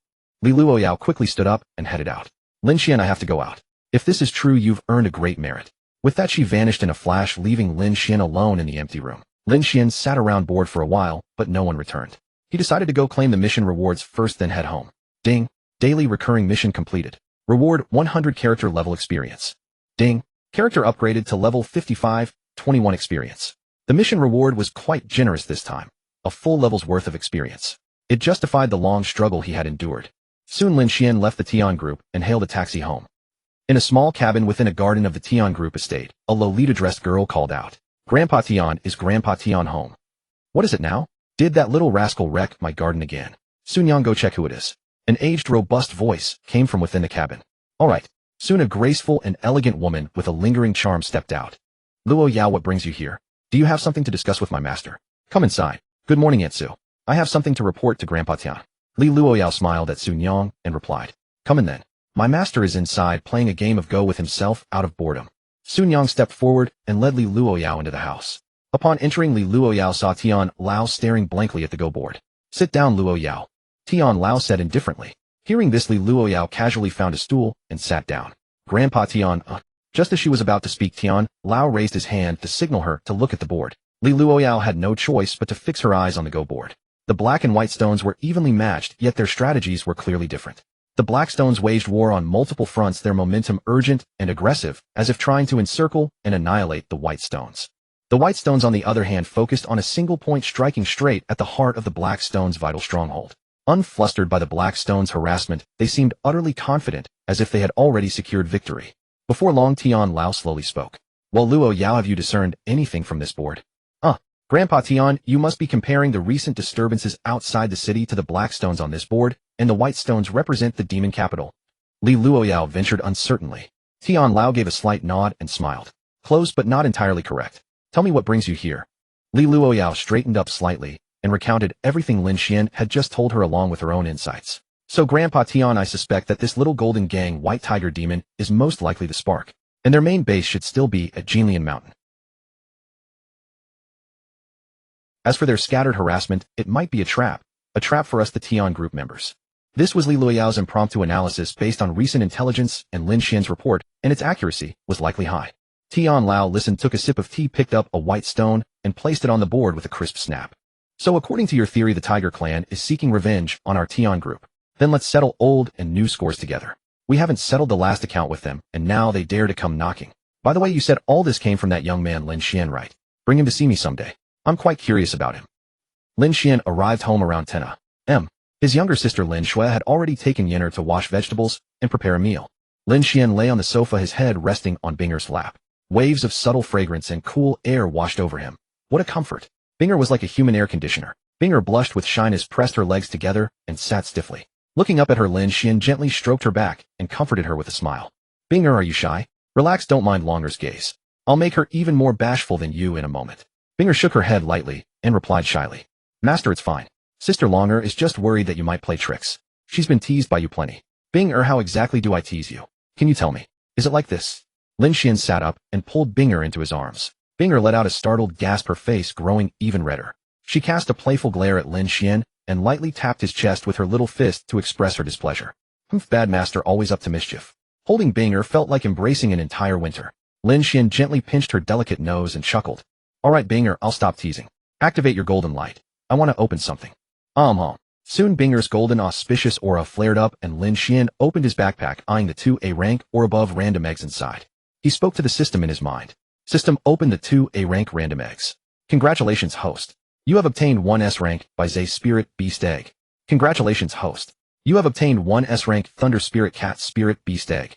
Listening to this cold and emotionless system prompt, the system had probably gone out to play and gone AFK again. Looking at the two newly obtained Spirit Beast eggs, Lin Xuan didn't hesitate and chose Baizay.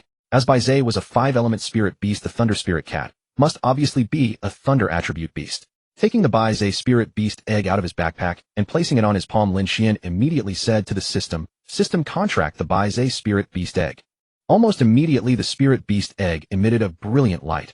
A dramatic display Lin Xuan couldn't help but witness. He decisively closed his eyes. After a short while, the dazzling white light gradually faded away, leaving only the egg's surface emitting a faint pulsating glow like slow breaths. At this moment, the system sent a contract success notification. Ding, successfully contracted S-Class Spirit Beast by Zay. Lin Xuan curiously gazed at the Spirit Beast egg in his hand, which pulsed with a rhythmic faint glow. The little one inside seemed fast asleep, not emerging for a long time. Had the system not provided confirmation, Lin Xuan might have worried something was wrong. Surely the little creature inside wasn't some lazy bug. Lin Xuan reached out and gently tapped the egg's surface. "Little one, wake up. Stop sleeping, or I'll spank your bottom." Perhaps Lin Xuan's little threat worked. No sooner had he finished speaking than the egg's surface erupted into a burst of white light and dissipated, transforming into a floating book suspended in the air. No longer encased in the eggshell, the little creature revealed its true form and appeared on Lin Xuan's palm. The little Baizay's fur was pure white like a spirit from the snow, its long slender tail resembling a fox's tail with remarkable agility. Its dragon-like body mirrored Binger's Qilin form, with a pair of pristine white wings sprouting from its back. Bright black eyes gleamed, 2 horn-like protrusions adorned its head, and twin ears flanked each side. Little Baizay, still groggy from sleep, yawned widely and gazed at Lin Xuan with listless, aggrieved eyes, complaining. "Master, why won't you let me sleep? I've only just been born and sleep is essential for growing properly. Actually, I mean, it's necessary for development, okay?" Had the little Baizay not slipped up, Lin Xuan almost would have believed her. He shot her a look of disdain. "Little one, you already gave yourself away. Do you think I'd fall for that, or are you looking for another spanking? Come, I'll take you to meet your sisters. Sleeping in right after birth is a bad habit. You must change this, understand?" Alright, I know. If I'm not sleeping then fine, huff.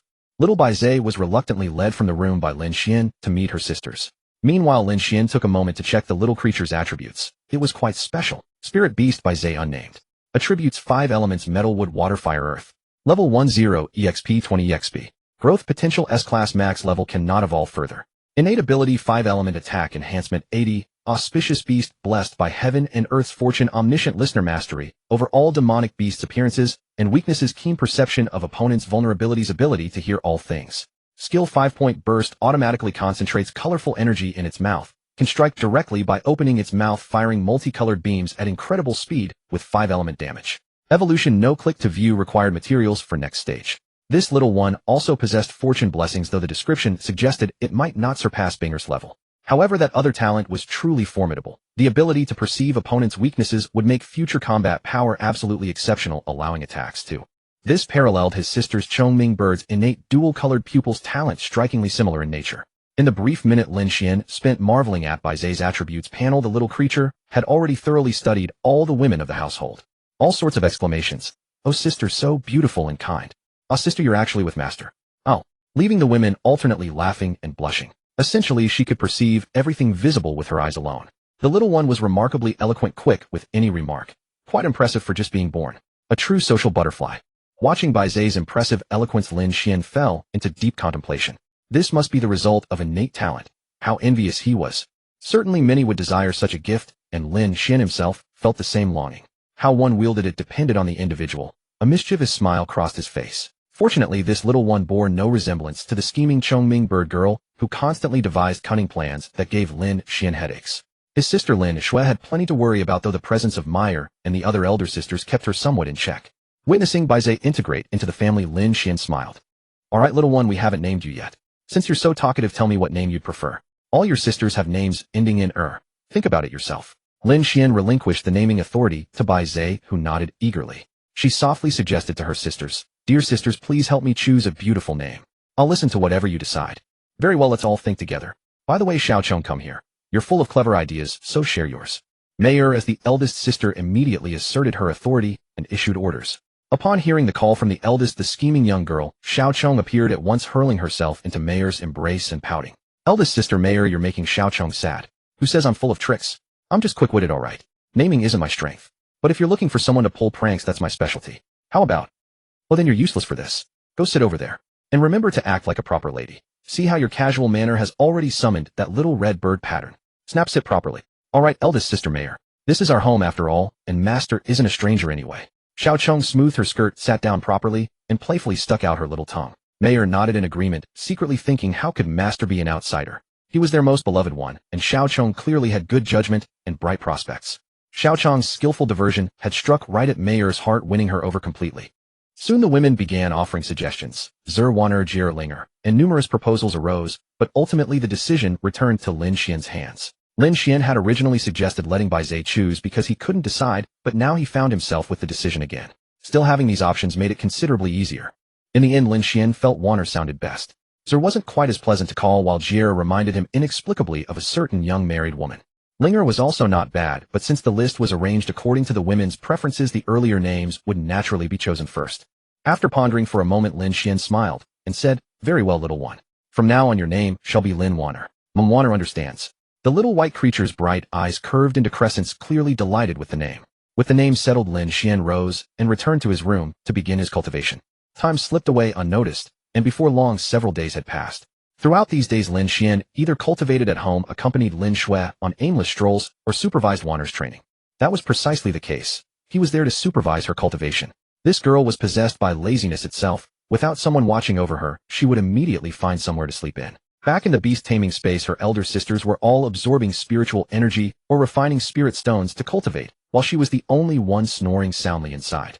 That is why Lin Xuan made it his habit to supervise her whenever he had time, and it was precisely then that Waner finally completed her evolution. As the white light gradually dissipated, what came into view was a petite figure with skin fair as snow, delicate features, and graceful posture. A cascade of jet black hair flowed straight down like a waterfall, and atop her head sat 2 tiny horns that added to her charm. Most healing of all, a pair of angelic wings sprouted from Waner's back.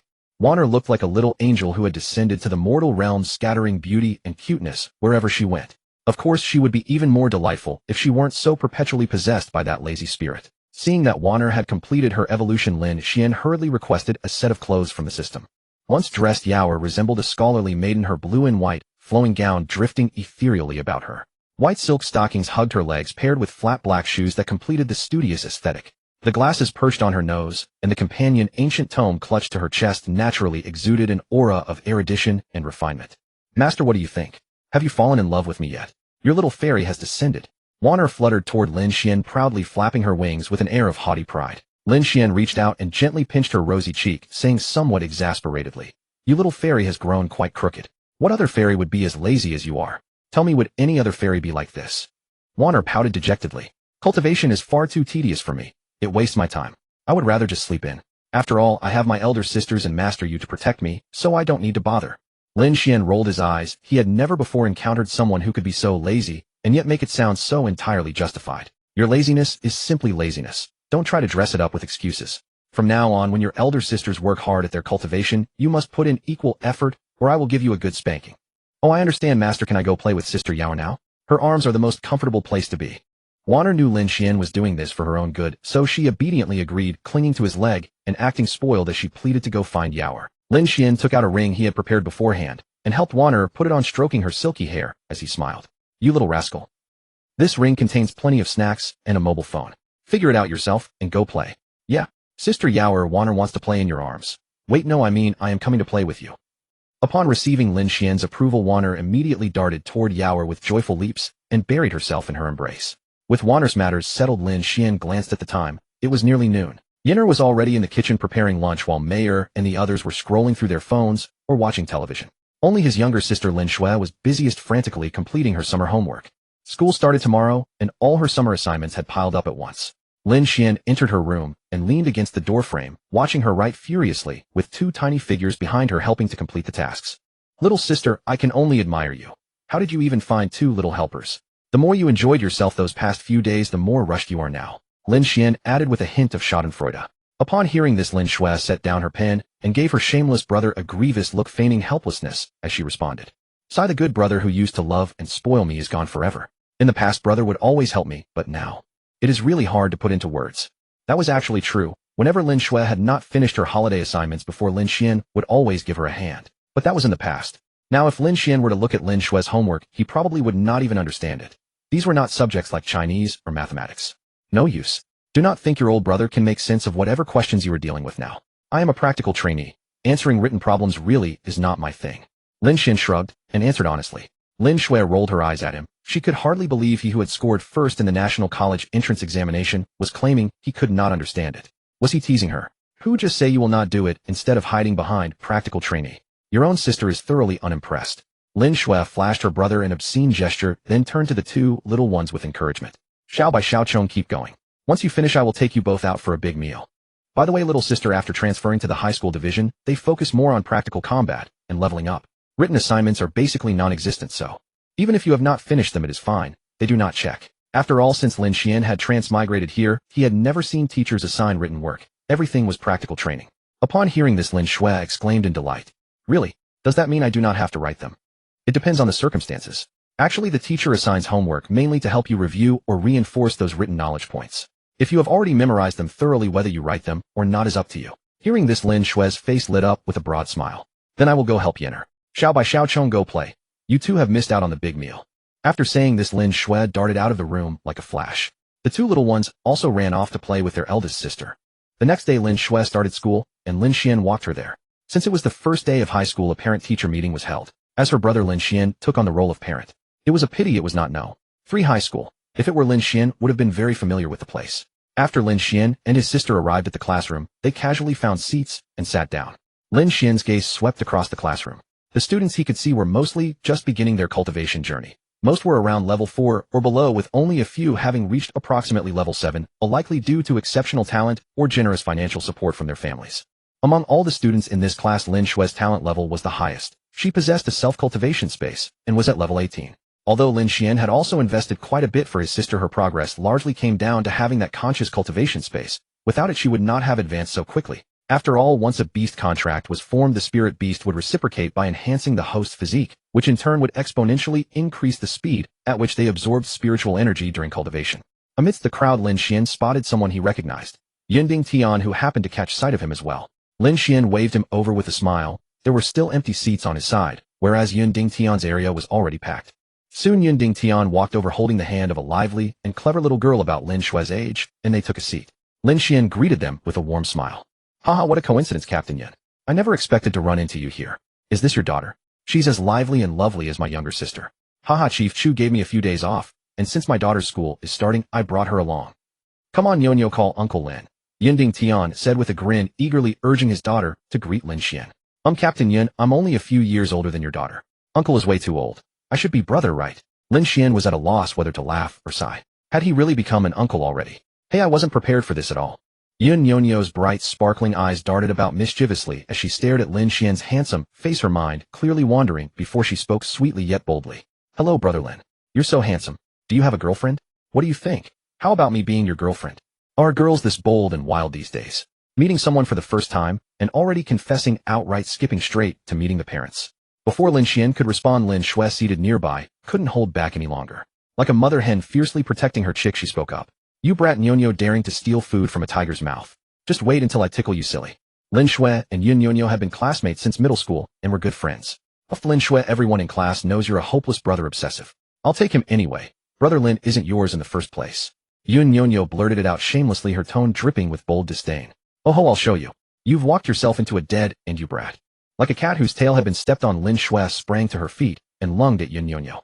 Not a match. Yun Nyonyo was quickly overpowered and begged for mercy in between laughs.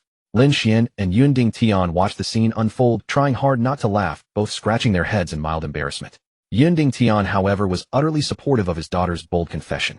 If only she could actually sweep Lin Xuan off his feet, that would be perfect. After all, Yunding Tian had seen Lin Xuan's talent and strength with his own eyes. What a fine future son-in-law. He'd be hard to find even with a lantern, and Lin Xuan felt like he already had several seaside villas forming under his feet from sheer awkwardness.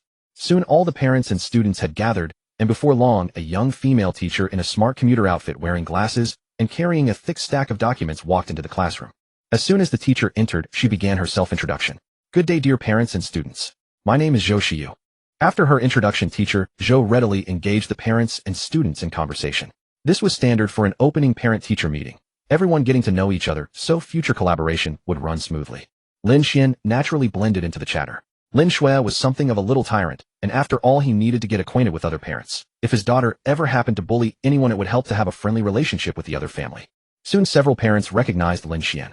After all, he had recently topped the examinations, and with Yunding Tian eagerly adding fuel to the fire, the other parents grew even more enthusiastic, eager to build rapport with a future powerhouse while they still could. Lin Xuan handled the attention with ease, chatting amiably with the assembled parents and kindly exchanging contacts on Spirit Link just in case he might need them someday. The parent-teacher meeting concluded successfully, and next came the students' awakening ceremony. Teacher Zhou led the parents and students to the school playground where the awakening equipment had already been set up and was waiting for the students to step forward. Hado Chi at stage 3, useless. It's been 3 years and still nothing. Shijin Duo, you've been reading too many novels. This is an awakening, not a rank assessment. You should be saying something like, the blue light blazed brilliantly. What a pity, innate, full soul power. Exactly. Alright, you rascals, stand still and behave, or you'll be getting bamboo stir-fried meat when you get home. An exasperated parent spoke up with a mock threat. Before long, teacher Zhou took charge and had each student line up to ascend the platform for their awakening. On the awakening platform sat a mechanical black egg, its surface inscribed with mysterious patterns. All one needed to do was place a hand upon it and empty one's mind. Staff would activate the machine, causing the patterns on the black egg to glow with an eerie light. It would emit a spiritual energy-like force into the student's body, guiding them to open their beast-taming space. Failure was exceedingly rare for ordinary people, unless one was so unlucky that the black egg actually exploded. One by one, the students stepped onto the platform and successfully awakened, each face beaming with joy. They would return home to find their own spirit beast awaiting them. Finally, it was the last person's turn. Of the class's 60 students, 59 had already awakened successfully. The only one remaining was Lin Xuan, who had been clinging to Lin Xuan the entire time. Teacher Zhou glanced at her roster and walked slowly up to Lin Xuan. As for Lin Xuan's current cultivation level, she had already been surprised by that earlier. A young person achieving such a level was uncommon, though some gifted disciples from prestigious families could manage it. Lin Xuan, the last one. Hurry up and ascend for your awakening. Teacher, I already awakened on my own not long ago. I've already formed a contract with my spirit beast. Lin Xuan held her head high and spoke with great confidence. Very well. Then go ahead. Wait, what? You say you awaken spontaneously. Are you serious? Teacher Zhou asked in utter disbelief. No wonder she couldn't believe it. Only true geniuses were capable of spontaneous awakening. It was much like in cultivation novels where one person could create their own perfectly suited technique, while another could only learn what someone else had already devised. The analogy might not be perfect, but the point was the gap in natural talent. More importantly, all three humans who had reached the absolute pinnacle had been spontaneous awakenings, a testament to just how extraordinary such individuals were. By the way, Lin Xuan had also awakened spontaneously, he simply hadn't been aware of it himself. Otherwise he would never have crossed over only to end up with not a single spirit beast. Yes, that's right. Would you like me to summon my spirit beast for you to see? No sooner had Lin Xuan finished speaking than a magical formation appeared beside her. The Xiaochongming bird swooped out first, closely followed by a little white fox chasing after it in a flurry. Lin Xuan watched the pair, and her expression immediately turned awkward. She shot them both a glare and forced a smile. You two are wonderful, aren't you? Can't you keep still even inside the beast-taming space? With that, Lin Xuan turned her head and smiled sweetly at Teacher Zhou, speaking in a soft voice. Haha, Teacher Zhou, these two are being rather mischievous. Let me educate them for a moment. Please excuse them. Yes, it's perfectly fine. Teacher Zhou was quite astonished to see that Lin Xuan had genuinely summoned a spirit beast. As for the spirit beasts being a bit unruly, she had long grown accustomed to such things. What pleased her most was that the class she led included a genius like Lin Xuan. Seeing the two little rascals still chasing each other, Lin Xuan directly summoned them back through the telepathic channel to mete out punishment. Soon after a scolding from Lin Xuan, the two little ones quickly nodded in admission of their mistake, and even promised it wouldn't happen again. Lin Xuan couldn't help but chuckle at the scene. These two little ones could recite that line in their sleep. You two little rascals, Xiao Chong, you're the naughtiest. You must have gone to provoke Xiao Bai again. Be careful, or I'll have my sister spank your bottom when we get back. Upon hearing this, Xiao Chong promptly took the opportunity to get cheeky, flapping her wings and flying onto Lin Xian's shoulder, nuzzling his face and softly coaxing. Big Master, you know me, I'm just a bit playful, don't punish me. From now on I'll listen to you just like Sister Mayor the Big Boss treats you. How about that? After saying this, she even winked at Lin Xian, her ingratiating intention unmistakable.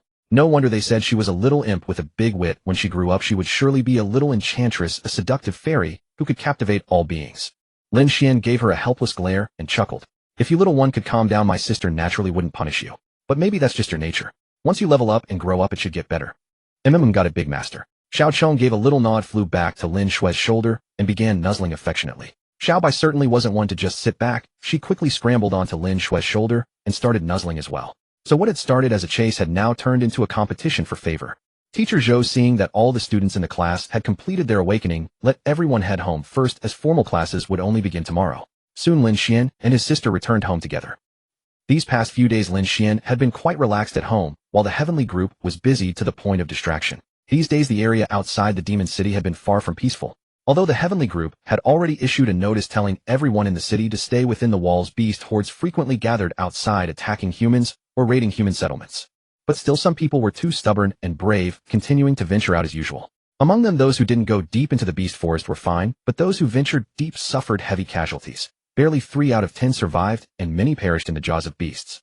The heavenly group had to prioritize protecting the resource cities outside the city, so they dispatched a large number of personnel to guard them, and only the remaining forces dealt with the beast hordes. However, after dealing with one group, another would emerge the next day in an endless cycle. To eradicate them completely, one had to find a route. After all, the beast forest was teeming with countless beasts. They could simply move to another spot and gather another horde. But this was just the heavenly group's surface action. A few days earlier, Elder Tian had already dispatched experts to secretly investigate the situation at the Jinlian Mountain. They had obtained quite a bit of useful information, though it wasn't yet comprehensive, and they couldn't infiltrate the deepest parts. Still, the information at hand allowed them to deduce many advantageous insights. The hidden hand that had stirred up such chaos outside the city was holed up inside Jinlian Mountain. Moreover, their strength was considerable. According to what was known so far, there were at least 3 at the sovereign level, many at the king level, and quite a few below that. As for their purpose, it was still unknown. Elder Tian was rather skeptical of Lin Xian's claim that it was revenge. Would a child who lost a fight bring out such a massive force just to get back at someone? Were the beasts out of their minds, or had the world changed so much that he, an old man, couldn't keep up? Times have changed, old man. In the eyes of a powerhouse like Elder Tian, any battle below level 60 was nothing but child's play. To deploy at least 3 sovereign-level powerhouses for such child's play was simply too shocking. Even for a top genius, it wouldn't be justified since the victim was only severely injured, not dead. Anyway, regardless of how many strong beasts there were, Elder Tian's principle was even more ruthless than Lin Xian's. If you can gang up on them, do it. If you can't, create an opportunity to do so. He directly called in several of his old comrades planning to lead the Heavenly Group's top combat power to essentially nuke Jinlian Mountain in a couple of days. He had never liked that mountain anyway, so why not just level it? It had been the source of trouble time and again. Soon 2 days passed. Since Lin Xuan had to go to school these 2 days, Lin Xuan had been living quite a shameless and lazy life. However, this laid-back existence was interrupted by a funny ringtone. Lin Xuan, resting his head on a pair of jade-like thighs, answered the call. Hey Xiaoning, my dear wife, what's up? Heard you've been living the easy life these past few days, so I called specifically to let you know it's over. A special mission has come down. I'll pick you up tomorrow morning. Shanggong Xiangning said with a hint of schadenfreude on the other end. Okay. By the way, Sister Xiangning, is it about Jinlian Mountain? As soon as Lin Xuan heard Shanggong Xiangning mention a special mission, he naturally thought of Jinlian Mountain and those tiger demons. The reply from the other end confirmed his guess. Yeah, that lousy place. But from now on it should be called Golden Pit Mountain. We're going to level it this time. How about it? Doesn't it get your blood pumping? Sister Xiangning, don't talk nonsense. Actually, my blood's been pumping since I got your call. You little brat, you're getting more and more disrespectful. I'm done talking, I'm hanging up and going to sleep. Shanggong Xiangning on the other end was a bit shy, her face flushed red like an apple. Hey Sister Xiangning, don't be so hasty. Lin Xuan quickly tried to keep her on the line. You little rascal, I really want to come over and give you a beating. Have you gotten stronger, and now your skin is itching for a beating? Not at all, Sister Xiangning. But you might not know this. Back when I was still at 3rd high school, you were the goddess of the entire school, teachers and students alike. The number of people you charmed could circle the city. I was one of them.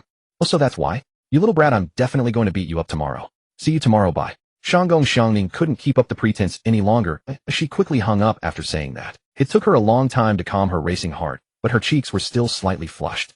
Shanggong Xiangning felt as if she had some kind of sickness. Whenever she heard that little rascal's cheesy words, or had even a little physical contact, she would blush and her heart would race.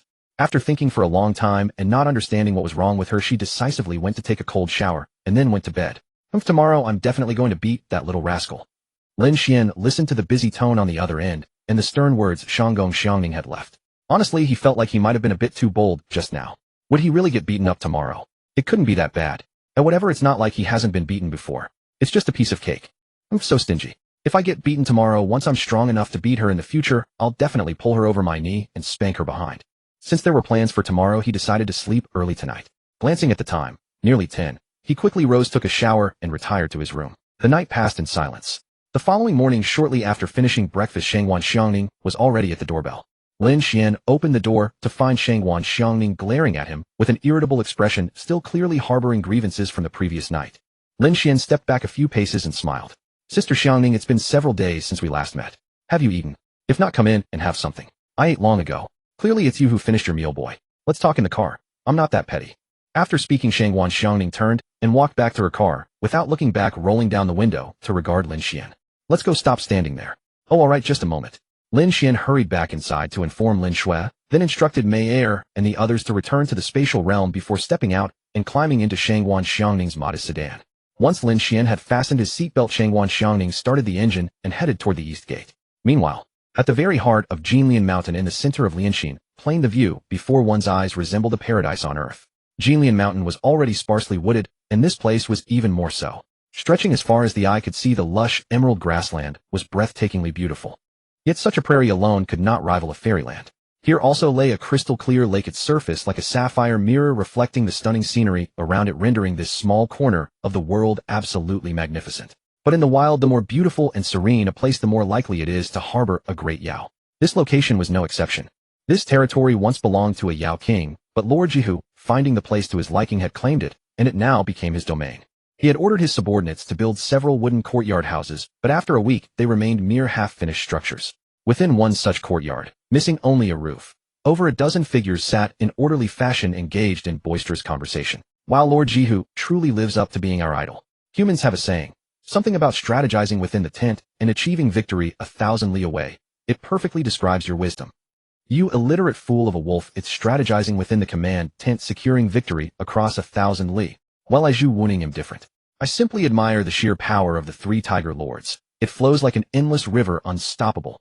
It's like, exactly the might of our tiger lords is beyond question. Indeed, indeed. In my lifetime to have followed. Lord Jihu sat at the head seat with 2 tiger Yao flanking each side, listening to his subordinates' endless stream of flattery. Though plainly pleased, a smile played upon his face. But today he had summoned them to issue orders not to indulge in their sycophancy. He raised his hand to interrupt. Enough, enough. Seeing them fall silent and regard him, he spoke in a calm, measured tone.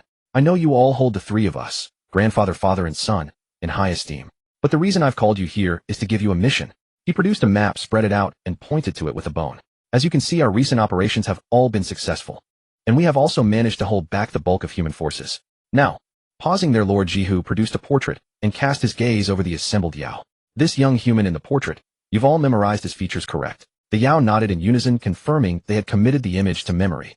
The young man depicted in the portrait bore an 8-part resemblance to Lin Xuan, though the artist had clearly maliciously distorted his features, rendering him slimy and contemptible. A gross caricature complete with filters. Were Lin Xuan present, he would have immediately come to blows, assuming his strength permitted it. Observing this, Lord Jihu nodded with satisfaction and smiled. Excellent. Now I want you to personally venture into the human settlement towns beyond. If you find this youth, report to us immediately. If not, clear them out. Disaster. Disaster. Reporting to the esteemed Tiger Lords. Who threw that bone? Suddenly a panicked outcry from outside shattered the atmosphere within the courtyard. I did. If you can't explain yourself properly, you'll become my appetizer tonight. Lord Jihu stepped out of the courtyard, his gaze fixed menacingly on the yapping little tiger Yao. This. The little tiger Yao was clearly terrified by Lord Jihu, stammering speechlessly for a long moment. Behind him emerged Ji Xing and Ji Jun, Lord Jihu's father and grandfather respectively. Seeing that the commotion came from their own kin, Lord Ji Jun laughed. Speak slowly. As long as it's genuine business, this fellow won't harm you. With another Yao lord's assurance, the little tiger Yao took a deep breath and composed himself. Esteemed lords, I am a minor Yao dispatched by the great tiger Yao King to the front lines. This morning, I went out to find food. Cut to the chase. Get to the point. Oh, humans are launching an assault in our direction. We cannot withstand them. We simply cannot hold them back. After the little Yao finished speaking, he dared not meet the expressions of the gathered overlords, lowering his head in silence. Anyone could tell those faces must have been extraordinary. If he looked too closely, he might not survive. Upon hearing the report, the faces of all the Yao Kings and the 3 Tiger Lords darkened simultaneously. So humans have reacted faster than expected. Plans have changed. Summon the beast tide. Prepare to charge and slaughter the humans. Jihu's gaze fixed on the distance as he issued his order in a grave voice. As you command. The Yao Kings dispersed in all directions to mobilize their subordinates, their roars echoing through the mountains. This was merely the vanguard of the Tian group, tasked with exterminating fleeing beasts at the periphery. The main force was still assembling at the city gates. Shangwan Xiangning drove like she was piloting a fighter jet, tearing through the hour-long journey in just 30 minutes. After alighting, Lin Xuan followed closely behind her, gazing dreamily at the graceful figure before him. Her figure-hugging silhouette with its narrow waist and curves moved with a captivating grace that held Lin Xuan's eyes firmly bound. Soon the two of them exited the city and arrived at the Tian group's assembly point. As for whether Shangwan Xiangning's sudden stop caused Lin Xuan to collide with her, she stopped abruptly, but he managed to avoid it. She had been aware of his heated gaze all along, but a mixture of shyness and unacknowledged delight kept her from turning around to reprimand him. Only upon reaching the gathering point did she turn, her cheeks flushed crimson as she shot Lin Xuan a look that was at once reproachful and alluring, conveying her inner displeasure. To an outside observer, that glance could hardly be described as anything other than a lover's complaint. Indeed, it was indistinguishable from one. Soon the main members of the heavenly group assembled and rushed toward Golden Lotus Mountain in a grand manner. At this moment, Lin Xuan wanted to recite a poem, but his poetic skill was too poor, so he could only utter a crude exclamation to express his stirring emotions. Flying at the forefront were several big shots, also the strongest combatants of the heavenly group. They were the 83-level Tian Lao, who walked on air, the head of the Yao Du heavenly group. The 83-level Lin Jinshan, who flew on a sword. Truly sword riding, not merely carrying a sword, was the vice president of the Spirit Master Association. Also the 87-level Shanggong Wuxia, who flew on a gourd carrying people, was the president of the Spirit Master Association. A woman sat behind him. She was his wife, Mrs. Shanggong, level 85, the principal of Yao Du Grand Academy. Another person Lin Xuan did not recognize, so he asked Shanggong Xiangning beside him, and learned that this man was called Ji Tianxing, level 81, the discipline elder of the heavenly group. He was extremely powerful, but usually loved to slack off, so he was rarely seen. As for why they were still flying like everyone else, even at level 80, on one hand their teleportation range was too short, and the consumption was high, it was generally only used when fighting enemies of the same level. On the other hand, it was also to preserve strength. After all, the opponent also had monarch-level existences. After flying for about an hour, everyone finally arrived at Lotus Heart Plain. As far as the eye could see, thousands of demon beasts had been waiting for them here for a long time. This time the main members of the heavenly group were all at least level 55, about 1,000 people. Compared to the combat power of the demon beasts, it was roughly equal. In terms of high-end combat power, the heavenly group had 5 monarch-level cultivators, while the demon beasts had 3 monarch-level ones.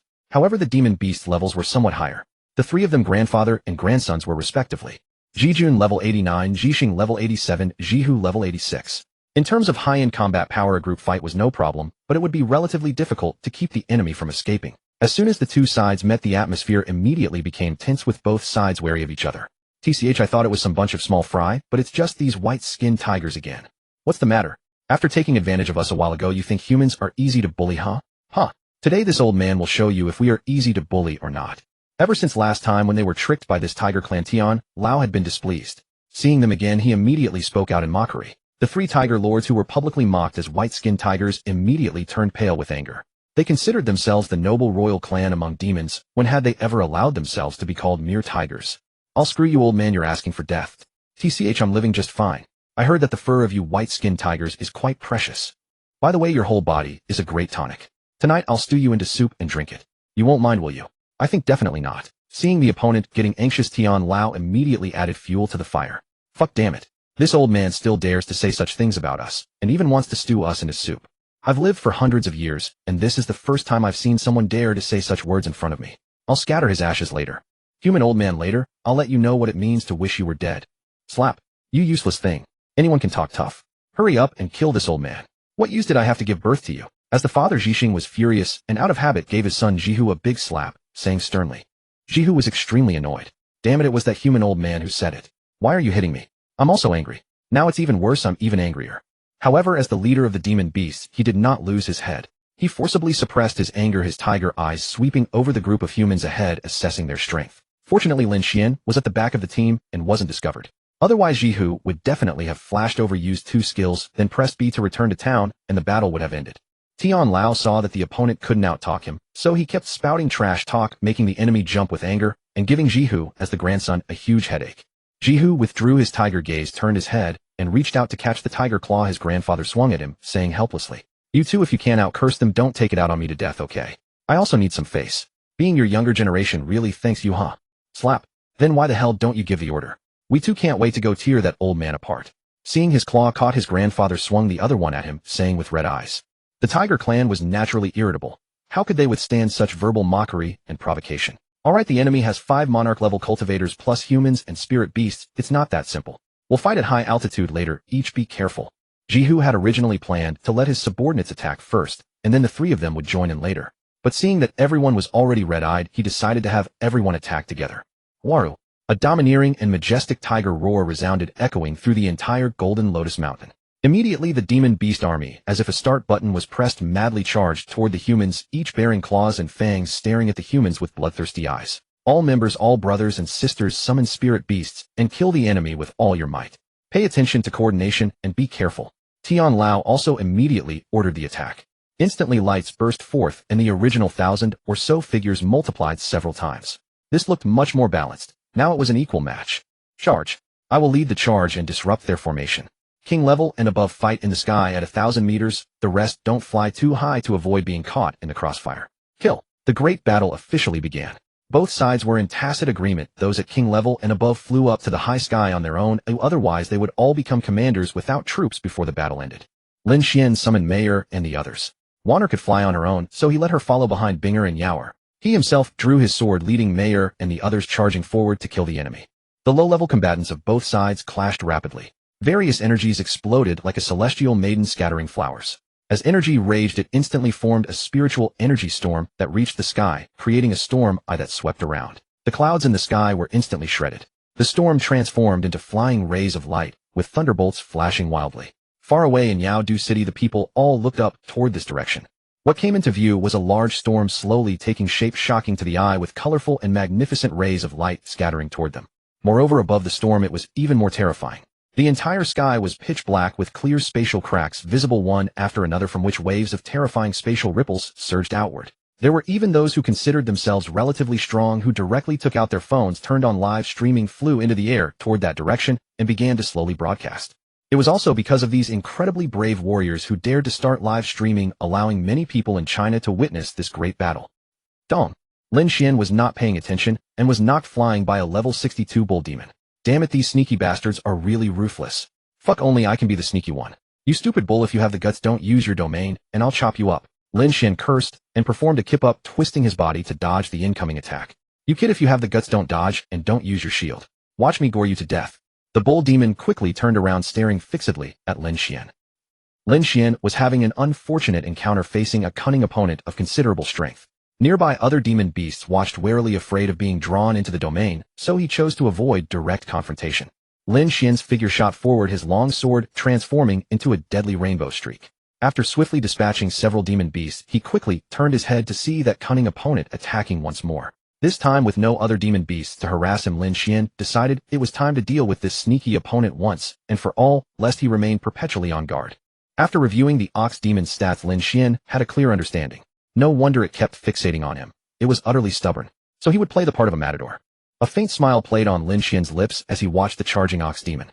Upon seeing this sudden grin, a cold shiver ran through the beast's body, and it halted its charge with cautious wariness. Lin Xuan chuckled and produced a piece of red cloth, hurling it toward the ox demon before vanishing like a phantom. The ox demon instinctively charged at the crimson fabric as it descended, as though possessed by some irresistible compulsion, unable to resist the sight of red. Ryup. Thud. The ox demon smashed through the red cloth, the sound of tearing fabric ringing out, followed immediately by a sickening sound of something piercing flesh. Agony surged from its rear, and the demon cried out in shock. "What the hell, you bastard, no honor."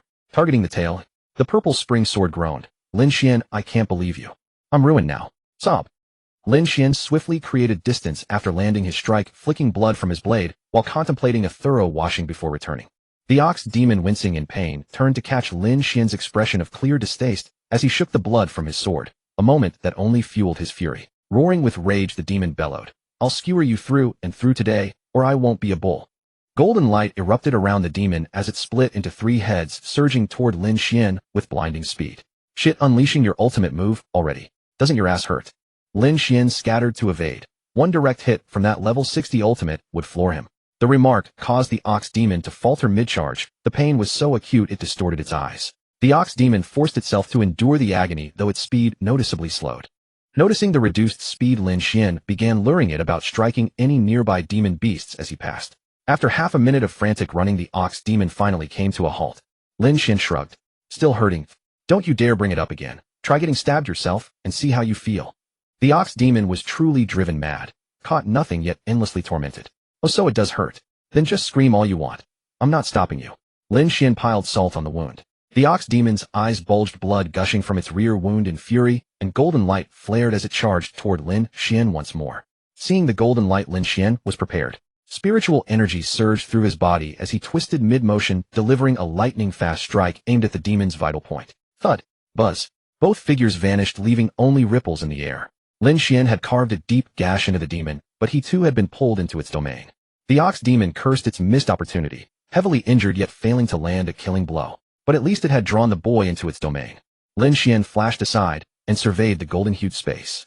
"Hey silly ox, your domain is so tacky. All this golden light. Are you flexing your wealth on your opponent?" Lin Xuan teased lazily. The ox demon panted excitedly, relishing finally being on home ground, able to kill this wretched boy. A sinister smile formed involuntarily. "You'll see how I flex soon enough. Don't worry, I'll take my time." Lin Xuan found the crooked-mouthed ox absurd and sneered. "Then I'll look forward to it." Lin Xuan raised his sword and charged.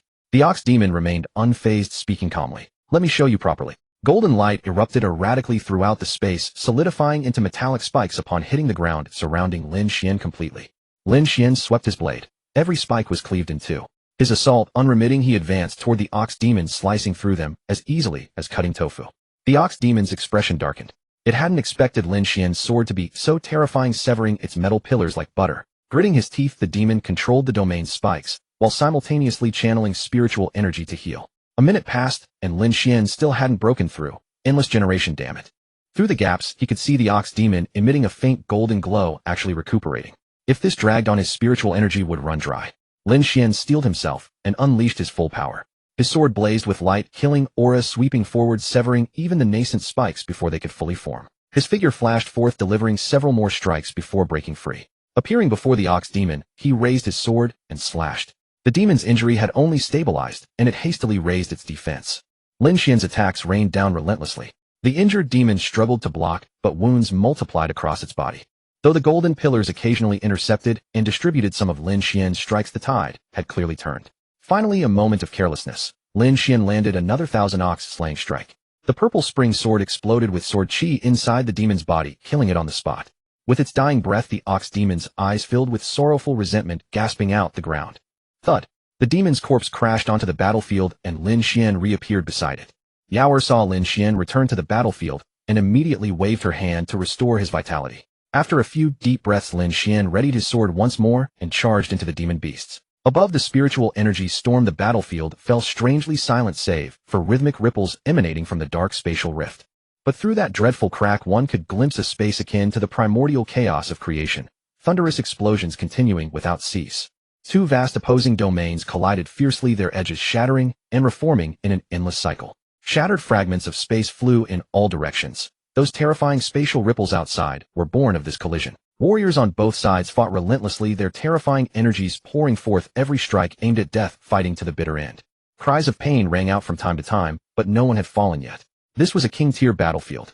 The gaze ascended once more, reaching an altitude of 30,000 meters, where the very heavens seemed to have been shattered into a gaping hole. Countless voids were torn into the space from which temporal currents surged outward, ravaging the entire main space into fragments, with pieces of spatial debris flying everywhere. Though the main world space was rapidly repairing itself, the dozen or so instigators were still locked in relentless combat. It was a drop in the bucket. The main space was destined to work overtime. Ha, I love a good brawl. How about it, you white-striped worm? Isn't this delightful? Old sword, let's step it up and aim for 100 remedy tonic soup tonight. Tian Lao, while launching attacks, never missed a chance to spew trash talk, hoping to break his opponent's composure. That would be even better. But his opponent was Ji, who had been raised under severe discipline from a young age, his mind as steady as an old dog's. The chance of breaking his composure was indeed slim. TCH, if it weren't 4-against-1, I would have torn you apart long ago, old man. Ji, who sneered, stubbornly withstanding the assault. Oh, I love that pride of yours. I hope you can keep it up. Tian Lao finished speaking, clenched his fist, and a vast, powerful spiritual energy enveloped it. He struck like lightning, his fist intent soaring into the sky. The gale force punch directly tore through space, reaching his opponent in an instant. Recognizing the extraordinary nature of the attack, Ji, who swiftly countered. A golden light surged before him, and his sharp tiger claws swiped through the air. Several golden claw blades shot toward Tian Lao's fist at lightning speed. The fist and claw blades collided instantly. The fist's momentum, undiminished, shattered the claw blades, though its intent was somewhat dulled. Bang! A sound like metal striking flesh echoed. The golden light before Ji, who was shattered by Tian Lao's punch. He was sent flying like a cannonball, only stabilizing himself after 100 meters, looking utterly disheveled. Seizing the opportunity, Lin Xuan's eyes flashed like lightning. He appeared behind Ji, who, his long sword bursting with sword light as he thrust forward.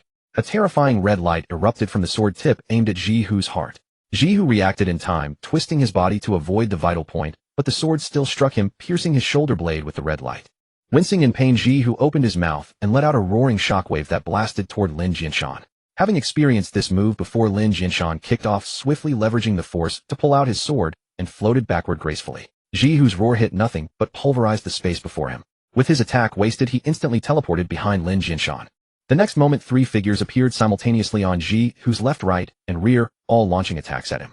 Trying to sneak an attack. In a 4-on-1 fight, it was impossible. Either you trade wounds, or you get ganged up on. And the deadly part was that trading wounds meant hitting your opponent once while taking 3 hits yourself. Seeing this, Ji, who had no choice but to abandon his charging attack, teleport away again, and glare at the 4 opponents with fury. What's the matter? Feeling pissed, white-striped worm? Tian Lao jeered, seeing the look on his face, as if he had swallowed something foul. To be honest, Lin Xuan, fear nothing in a fight except your old man's mouth. That skill alone would make any opponent miserable. Lin Xuan had been listening for nearly half an hour nonstop, and couldn't help but comment.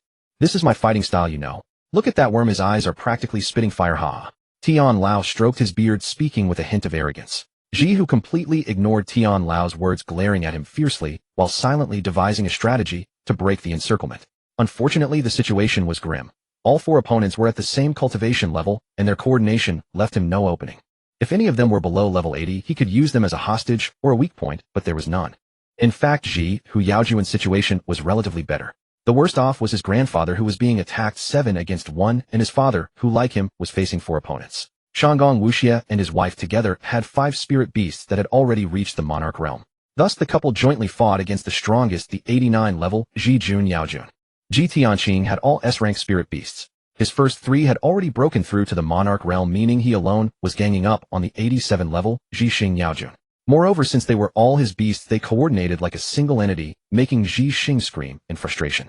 After cursing and taunting for half a minute, Tian Lao found the opponent's silence boring. Suddenly a mischievous idea struck him, and he acted on it immediately. Snap! He snapped his fingers, trying to startle the other. Indeed, Ji, who was jolted, instinctively preparing to counterattack, but after sensing the surroundings he realized it was just a prank. This was the last straw. The tiger brain, already on the verge of cracking, finally exploded. Yes, the ever-stable Ji, who had lost his composure. He had endured the taunts being used as a punching bag by his elders and the trash talk during battle. All of it. But the fact that Tian Lao, who claimed to be the Tiger Clan strategist, had been fooled by this trick was too much. He couldn't take it anymore, and he didn't want to. At this moment in this place, he was going to explode. His greatest desire now was to tear apart the old man before him, the one who had been endlessly mocking him. The enraged Ji Hu Yaojun let out a furious roar. Golden light and a white tiger phantom appeared before him. He tilted his head, staring at Tian Lao with a sick, twisted expression, like a complete psychopath. A chill ran down Tian Lao's spine. His mouth twitched as he exclaimed, "Oh no, I feel like a pervert is staring at me. Everyone be careful. The sick cat is about to go wild. Hee. Old man, I'll tear you apart, or I won't be able to quell my hatred. Die." Ji Hu Yaojuan's voice was icy, like a voice from the underworld. Bang. The moment he finished speaking, Ji Hu Yaojun teleported in front of Tian Lao. His tiger claws, wrapped in terrifying energy, clashed with Tian Lao's fist. Tian Lao, long prepared, received this earth-shattering blow. Then chaos erupted. Ji Hu Yaojun focused all his attacks on Tian Lao, while Tian Lao fought back desperately. However, there was a gap in their cultivation levels, and Tian Lao was slightly inferior, sustaining considerable injuries from the exchange. But Ji Hu Yaojuan's injuries were similar. He dodged Lin Xuan's assault, but directly took the attacks from Sun Yang, and by long all, while relentlessly pummeling Tian Lao. He was determined not to let Tian Lao off easy. Tian Lao and Lin Xuan exchanged a glance. Years of partnership meant they understood each other instantly. Ji Hu Yaojuan, oblivious to this, continued his fierce assault on Tian Lao. Suddenly Tian Lao faltered, struck back, and sent flying, his movements clumsy and full of openings. Overjoyed, Ji Hu Yaojuan's tiger claws blazed with golden light. He teleported behind Tian Lao, and the next instant the claws descended like spears, enveloped in golden radiance, pouring down from above Tian Lao's head. Tian Lao smiled faintly, his hands turning golden as he clapped them together. "White-striped worm, watch me catch your blade with bare hands." Clang. The tiger claws were firmly caught, and Tian Lao seized them. Danger! Danger! Danger! Ji Hu Demon Lord realized something was wrong, knowing he had fallen into a trap. Danger! He struggled to break free. However, both of them were masters who relied on their fists with terrifying grip strength, so it was not easy to escape. Buzz. In an instant, Lin Xuan appeared behind Ji Hu Demon Lord, swiftly swinging his long sword to unleash a black sword light, as thin as a hair strand, shooting forward. Although the sword light was as thin as a hair, its power was terrifying. As soon as it emerged, heaven and earth changed color, and the space it passed through shattered, as if it would cut the sky in two. Ji Hu Demon Lord sensed a great terror approaching from behind, but being held back, he could not escape at all, unable even to teleport. Old Man Tian had already used his spatial power to lock down this small area, preventing anyone from teleporting unless they were at the Emperor level. Having no other choice, Ji Hu Demon Lord maximized his defense and launched an attack with his feet to mitigate the damage. Block, block, block. Ji Hu Demon Lord felt a sharp pain, tasted sweetness in his mouth, and spat out blood as his body was sent flying. Old Man Tian was splattered all over his face.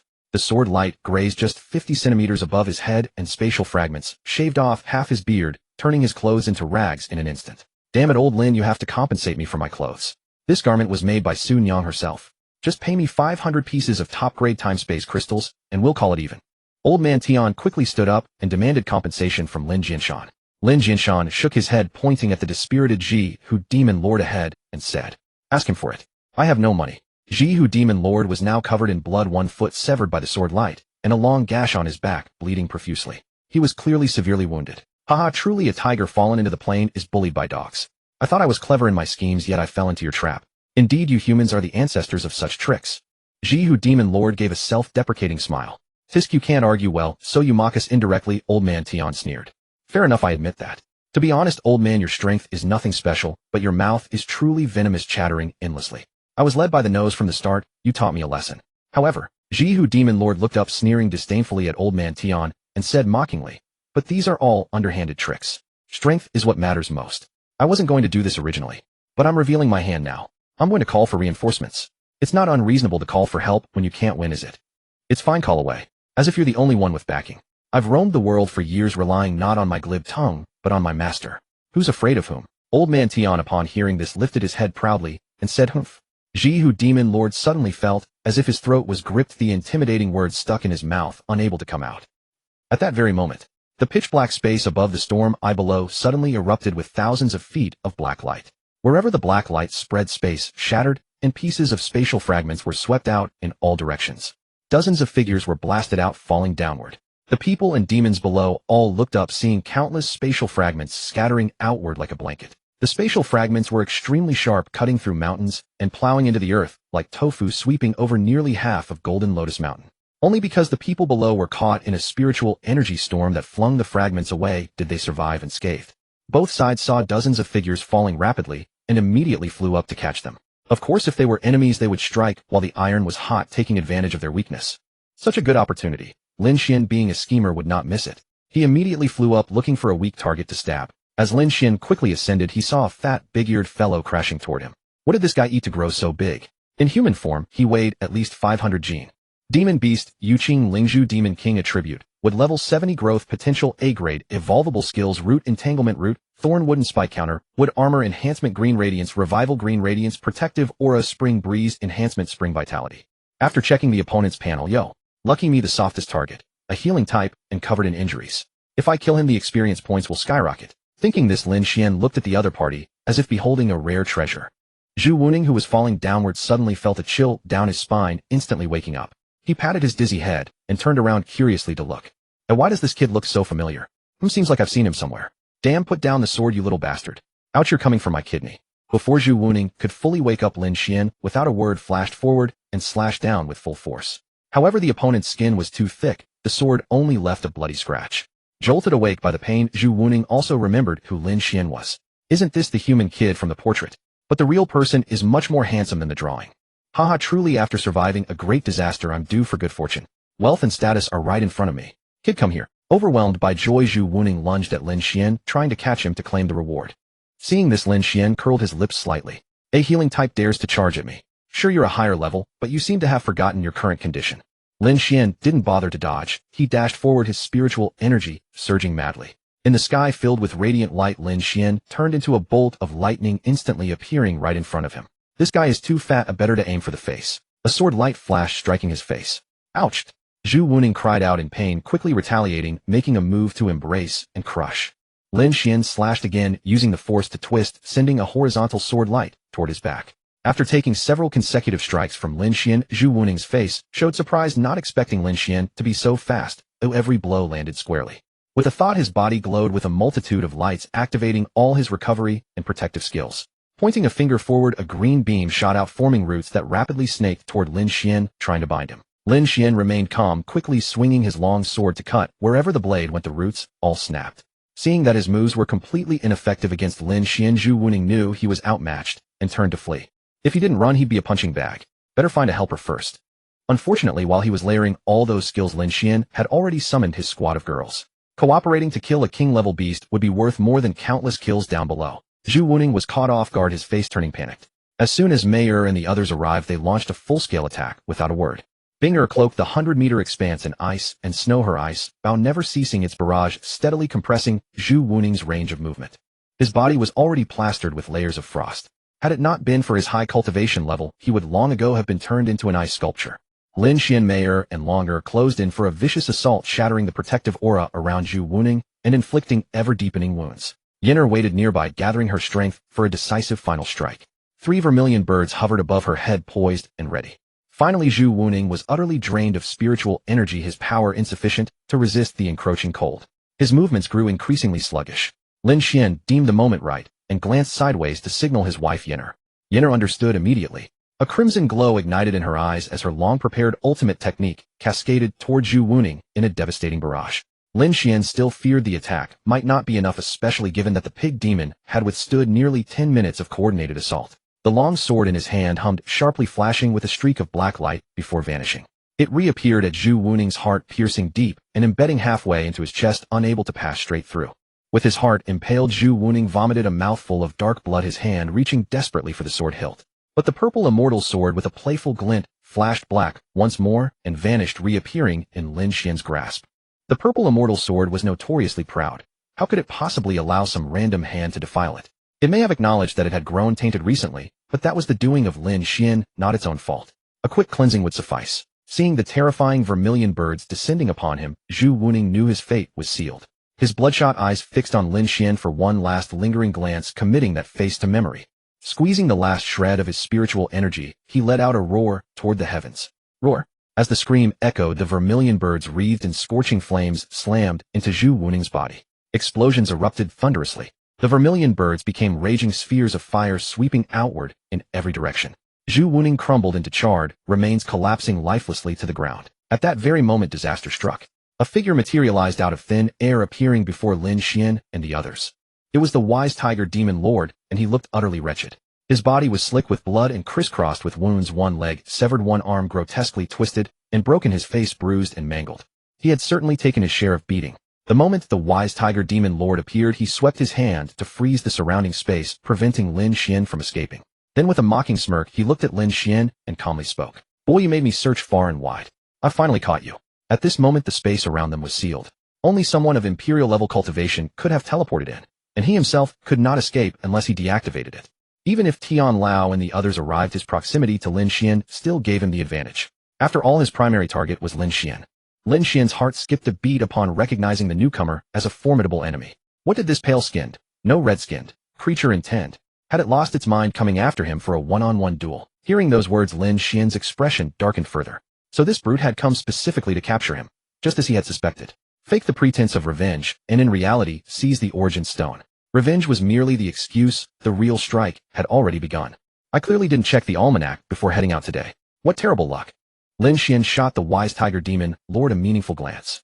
Thinking he would sit idle and wait for death was absurd. Handing over the origin stone, whether alive or dead, was out of the question. "Redskin worm, are you certain you've actually caught me?" Lin Xuan's words stunned everyone. He had already made up his mind. If worst came to worst, he would simply call for reinforcements. Who was afraid of whom? Bullying the young would get him nowhere. Of course, Mayor already had a jade pendant idly turning over in her palm. If the situation turned dire, she would immediately trigger a teleportation summon. Or she might call for her grandmother without delay. The wise tiger demon lord rubbed his ears in utter disbelief, then asked aloud, "Boy, what did you just say?" "Oh, I just mean, don't think that throwing on a red coat makes you anything special. Capturing me, you're dreaming." Lin Xuan spoke with an air of calm nonchalance. The nearby combatants, both human and demon locked in fierce struggle just moments before, froze in astonishment, staring at the scene in disbelief. "Wow, he's so brave. I absolutely love that. Too bad I'm male. Does that even matter? From now on I acknowledge no one but him. That's Lin Xuan, right? Wow, how does this kid dare? This demon respects him. And honestly, I wasn't fond of that red. Or just kidding, brother. Lower your claws. Consider us still friends." Tian Lao and Lin Jinshan also teleported down swiftly, though they remained at a distance of about 50 meters from Lin Xuan. "You shameless pale-skinned creature, actually coming down here to bully the youngsters. Your face is thicker than mine.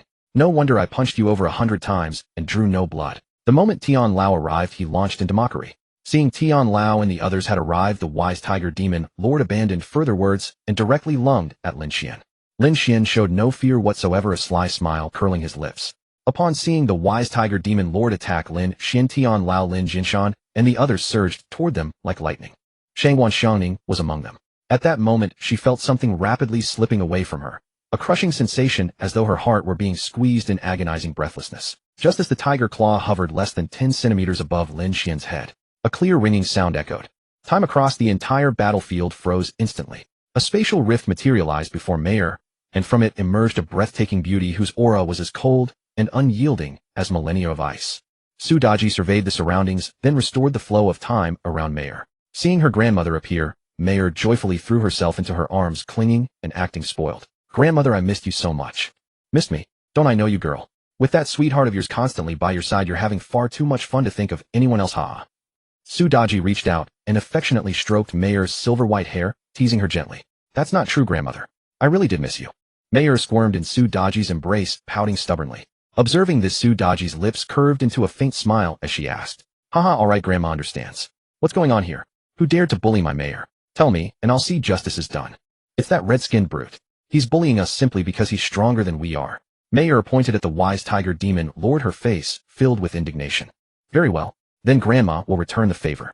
With those words, Su Daji casually flicked her sleeve. Time across the battlefield resumed its normal flow, and the wise tiger demon lord was sent flying with a sharp impact, crashing headfirst and carving a trench hundreds of meters long before finally coming to a halt. Tian Lao, Shangguan Xiangning, and the others rushed to Lin Xuan's side, utterly stunned by the sudden turn of events. One flick of a sleeve, and that shameless creature had been sent flying. However, as soon as Tian Lao and Lin Jinshan discerned the identity of the figure that had appeared beside Lin Xuan, they understood and hastily bowed in respectful greeting. This was the reverence owed to a supreme being. They were intensely curious about the relationship between Lin Xuan and Su Daji that he could even enjoy her protection. Seeing the two greats bow so deferentially to an ice-cold beauty, the crowd was filled with curiosity. Though none recognized Su Daji as seasoned veterans, they too promptly clasped their hands and offered greetings. Shanggong Xiangning, deeply worried for Lin Xuan, stepped forward and gave him a thorough inspection. Only after confirming he was unharmed did she pat her own ample chest and let out a long sigh of relief. She vaguely understood what that feeling within her meant. Though it seemed somewhat incredible, among all the young men she had been closest to and interacted with most harmoniously, Lin Xuan was indeed the only one. By the way, that brat's girlfriend seemed to be Su Yu. So did that mean she would have to compete with her own student? Wouldn't that be a bit inappropriate? No way. Was she, an older woman, actually falling for someone younger than herself, and even having to fight her former student over him? But wasn't happiness something one had to fight for? Ugh, how annoying. All because of this wretched brat. I really want to punch him to let off steam. Shanggong Xiangning plunged into a fierce inner battle of self-convincing, her face growing redder with each thought, while her eyes stared fixedly at Lin Xuan. Feeling somewhat uncomfortable under her gaze, Lin Xuan swallowed and reached out to tug at her, chuckling. Xiangning, my dear, stop staring. I'm fine. With Grandma here, there are very few in this world who can harm me. Huh. Oh, Grandma, thank you, Senior Grandma. Shanggong Xiangning snapped back to reality, her face as red as an apple, and she lowered her head in embarrassment.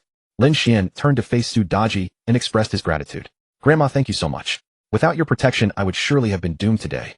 A smile curled on Su Daji's lips. She looked at Lin Xuan with keen interest, then pointed at the blushing Shanggong Xiangning beside him, teasing. You little rascal, you're quite something, already hooking another stunningly beautiful little girlfriend. Before Lin Xuan could respond, Shanggong Xiangning was the first to explain herself. No, Senior. Lin Xuan and I are still just friends. Haha, I understand. It's fine. If not now, then later. No rush, it's only a matter of time, Su Daji continued to jest. Shanggong Xiangning felt as if her secret thoughts had been exposed, and a wave of intense shame washed over her. She felt too embarrassed to face anyone, and could only bury her head even lower. Ahem, Grandma, Sister Xiangning used to be my teacher, now she's my friend and teammate.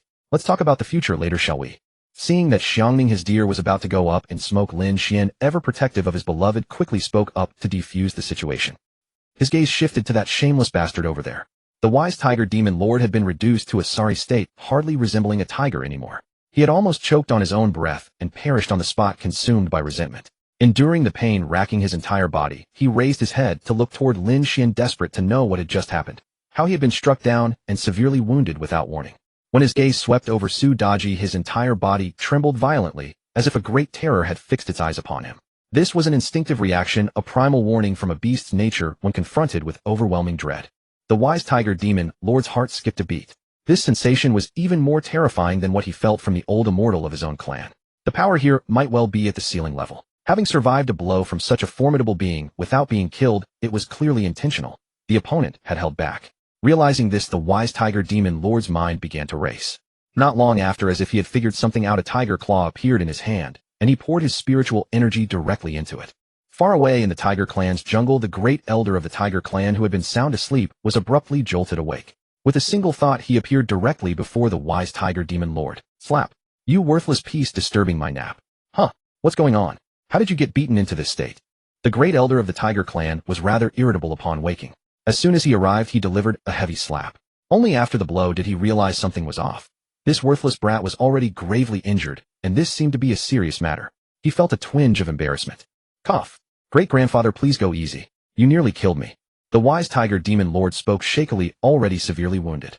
The additional slap made him cough up a mouthful of blood. Just then a furious roar rang out from above. Looking up an instant earlier, they saw a figure at an altitude of about 10,000 meters being pierced through the chest by a terrifyingly fearsome black thunder dragon, letting out an unwilling bellow as it fell. After passing through the figure, the thunder dragon's momentum did not wane. It made a sharp turn and continued its assault on the falling figure, striking it and carrying it like lightning toward the ground. Upon impact, it smashed through mountains and split the earth with devastating force. Soil was churned up by streaks of black light, blasting a massive crater over a kilometer in diameter. All of this happened in the blink of an eye, in less than half a breath. By the time the crowd heard the roar, the black light had already struck the ground and exploded. The figure that had been struck down was none other than the Jijun demon lord, the one who had been fighting against Shanggong Wuxia and his wife, the level 89 one. After such a terrifying blow, he was probably long dead. Lin Xuan said he would be seated at the children's table. The great elder of the tiger clan turned his head and exclaimed in shock, "Oh no, that's Jijun the child." The moment he finished speaking, he vanished in the blink of an eye. When he reappeared, a lifeless white tiger lay before him. The moment the great elder of the tiger clan appeared, Su Daji had already sensed him. However, at that time, she was busy teasing the young girl and had no time to pay him any attention. Now that the conversation was over, her attention shifted to him, and she fixed her gaze upon him. Suddenly, the great elder of the tiger clan felt as if he were facing a great enemy. He had not sensed her presence at all earlier, or else he would not have simply retrieved a tiger corpse. He would have started killing directly. The great elder of the tiger clan took a deep breath to steady his emotions, then swept his gaze toward Lin Xuan and spoke in a calm, unfathomable tone. Jixing returned first. His voice was soft, yet it carried across tens of thousands of meters. The Jixing demon lord, who had been fighting at an altitude of tens of thousands of meters, immediately dove down in a flash and appeared at his side. Upon landing, he saw his father lying on the ground and his son in a similar state. He stood there dazed and at a loss. The great elder of the tiger clan paid him no mind. He stepped forward a few paces and addressed Su Daji in a deep voice. Grandma Su of the Fox clan, do you intend to interfere in the conflict between our tiger clan and the humans? Su Daji's face was expressionless and a chilling aura swept across the entire scene. She sneered disdainfully. If you could fight until the heavens collapse and the earth turns upside down, and it would be none of my business.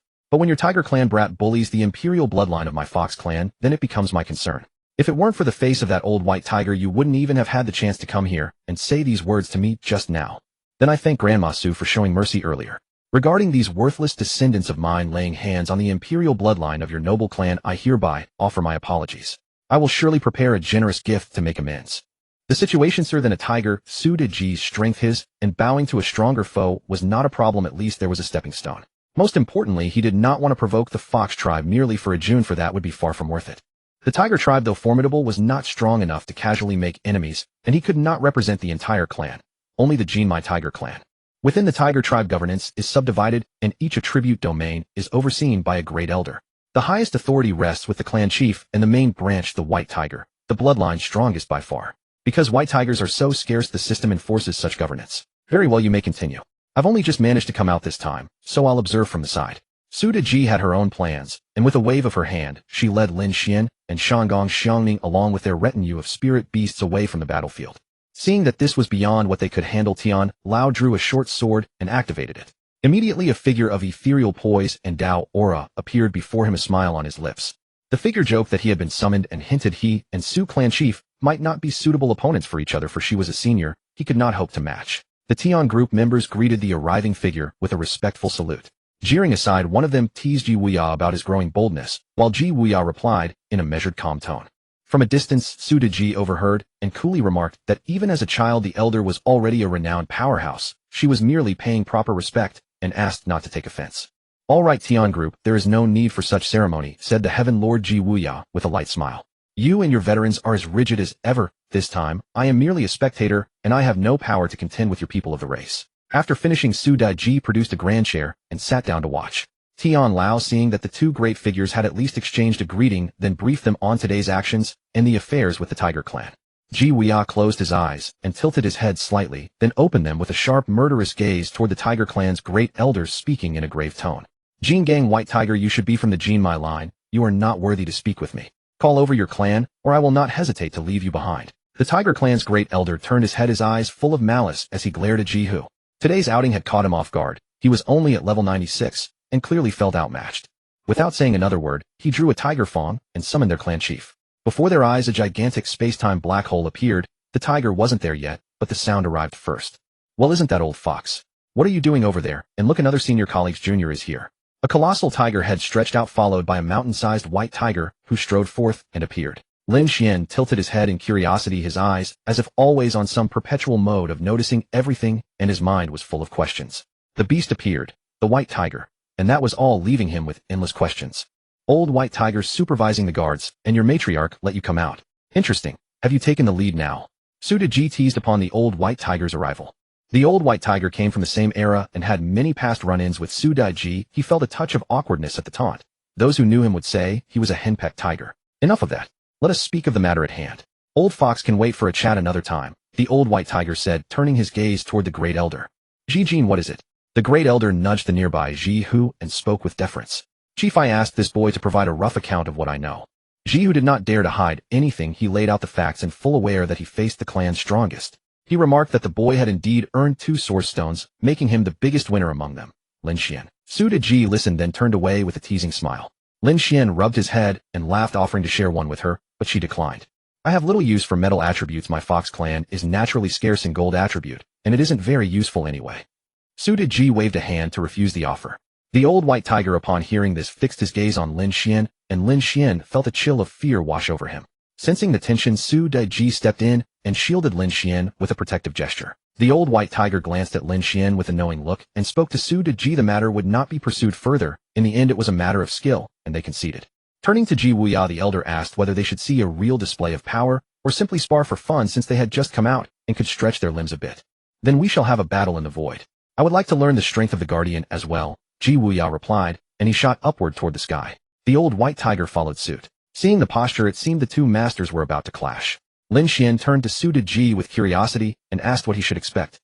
Granny, are they going to start fighting right away? Not likely. It will be a few exchanges at most. If they truly fought, it would last days and nights with no clear result, just an explanation for those below. So that's how it is. Your business with a June-level ant is nothing to us. We are not at a level where we can fight fiercely. You think an emperor level can fight at will? You'll see soon enough. Lin Xuan felt helpless, a June-level ant indeed, and he himself was not yet even level 60. Soon the sky dimmed abruptly, and an oppressive pressure rolled across the heavens, proof that the two masters had begun their exchange above the void. Not long after, the light returned to normal, and the two masters reappeared before the crowd, still calm and unruffled. Very well, let us return. The old white tiger did not wish to linger. With a single thought, a few of his fellows vanished. Seeing the grandees depart, the other beasts scattered in a panic, fleeing from the scene. Seeing the beasts scatter, Ji Wuya turned to Tian Lao and announced that the battlefield would be cleared and the wounded treated, signaling that the matter had been brought to a close. Tian Lao promptly set to work organizing the aftermath. Ji Wuya then approached Su Deji, hoping to invite her to stroll through the demon city. It was a rare opportunity, and if they could draw the fox tribe to the human side, that would be a good outcome. But Su Deji shook her head in refusal, and Ji Wuya let it go. He also took note of Lin Xuan nearby. After a few glances, his brow furrowed. Then he shook his head and smiled. What an interesting youngster. Ji kid, this boy is my Fox clan son-in-law. I've got him protected, so stop preying on him, I warn you. Su Deji understood Ji Wuya's intention. It wasn't that she couldn't read him, but rather that she was curious. It seemed you weren't as easy to discern as you appeared. Though Su Deji was quite casual with Ji Wuya, Lin Xuan dared not be so. He quickly greeted and introduced himself. Senior Tianjuan, hello. My name is Lin Xuan, and I'm also a member of the Tian group. This lady beside me is my captain Shang Gong Xiaoning. Ji Wuya smiled at Lin Xuan and nodded, then turned to Su Deji with a laugh. Haha, patriarch, so you jest. I'm merely curious with no ulterior motives. Well, there's nothing left for me here. I'll be going back now, said Su Deji. She had actually wanted to visit Lin Xuan's home for a few days to see how Mayor was doing, but circumstances left her no choice. Every move she made affected the entire Fox clan. How could she be so free? Shortly after exchanging a few more words with Lin Xuan and Mayor, she left. Seeing Su Deji gone, Ji Wuya no longer lingered and vanished with a teleport. With that, the great battle came to an end.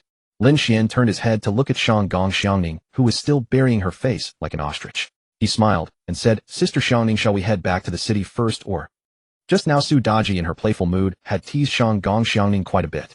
Moreover, Su Deji, shrewd and sharp-eyed as an old fox, could tell from Shang Gong Xiaoning's shy and flustered demeanor that she harbored feelings for Lin Xuan, so her teasing grew even more brazen. Even Lin Xuan, who was listening on the sidelines, felt a bit overwhelmed, let alone Shang Gong Xiaoning, who was a girl. Wife Xiaoning, sister Xiaoning. Seeing no response from Shang Gong Xiaoning, Lin Xuan stepped forward, took her soft hand, and gently shook it a few times. Huh.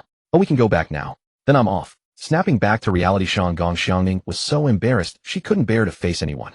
She fled like the wind, flying swiftly toward the demon capital. Watching Shang Gong Xiaoning's fading figure, Lin Xuan shook his head helplessly. He had wanted to discuss life more deeply with her, but it seemed he'd have to wait for another time, or just call her. At that moment, Li Luoyao and the other girls flew toward Lin Xuan. Not finding Shang Gong Xiaoning, they asked in confusion, Lin Xuan, where's that little girl Xiaoning? Wasn't she with you? She just left. You're a step too late. Lin Xuan replied truthfully. Oh, all right. Lin Xuan, let's head back together. By the way, Lin Xuan, find some time tomorrow, or in a few days, to go see Tian Lao. He specifically asked to have a chat with you. Don't worry, he's just curious about you, nothing else. Li Luoyao recalled Tian Lao's instructions from a few days ago and relayed them to Lin Xuan.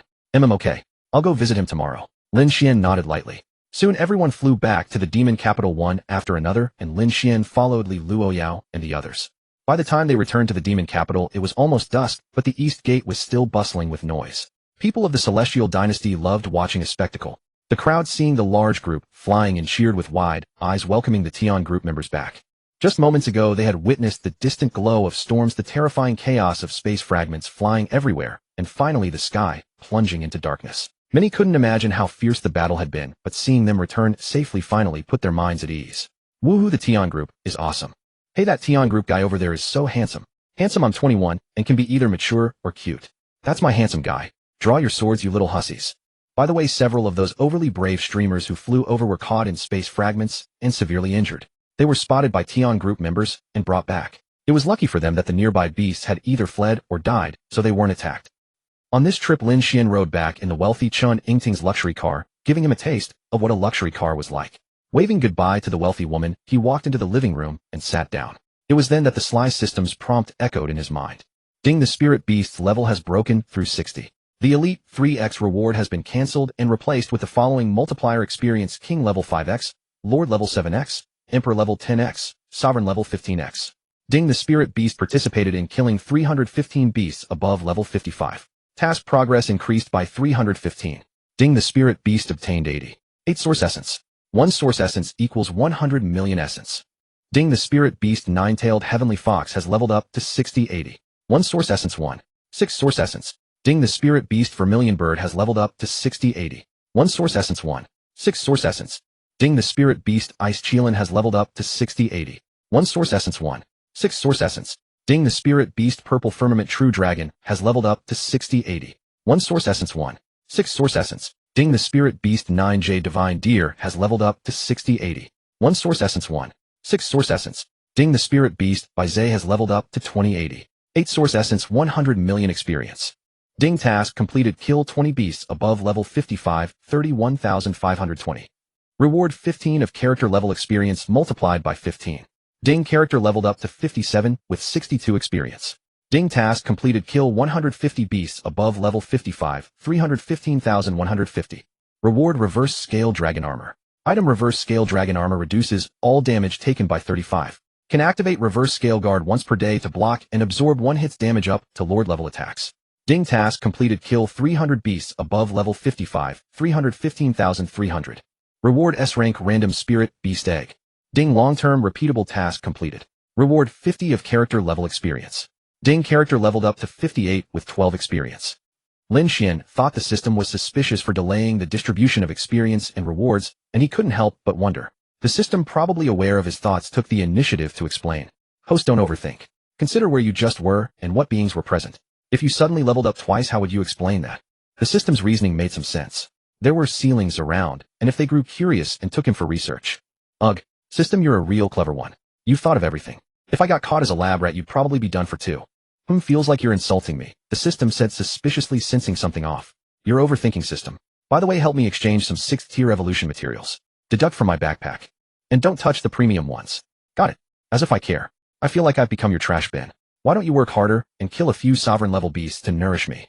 The system's words were astonishing. It directly mentioned sovereign level. Sovereign level like cabbages. I'd run before I even think of attacking. Lin Xuan expressed his exasperation. The system had quite the appetite, wanting to nourish itself with sovereign level beasts. By the way, does it have a body? What's its figure like? Hey system, do you think the Tiger Clan will really just let things go like that? Lin Xuan could be considered the spark that ignited the matter. Although the elder White Tiger had stated today that he would not pursue the issue further, Lin Xuan harbored deep skepticism about such an assurance from someone of that caliber. No one could truly fathom what lurked within such a formidable master's mind.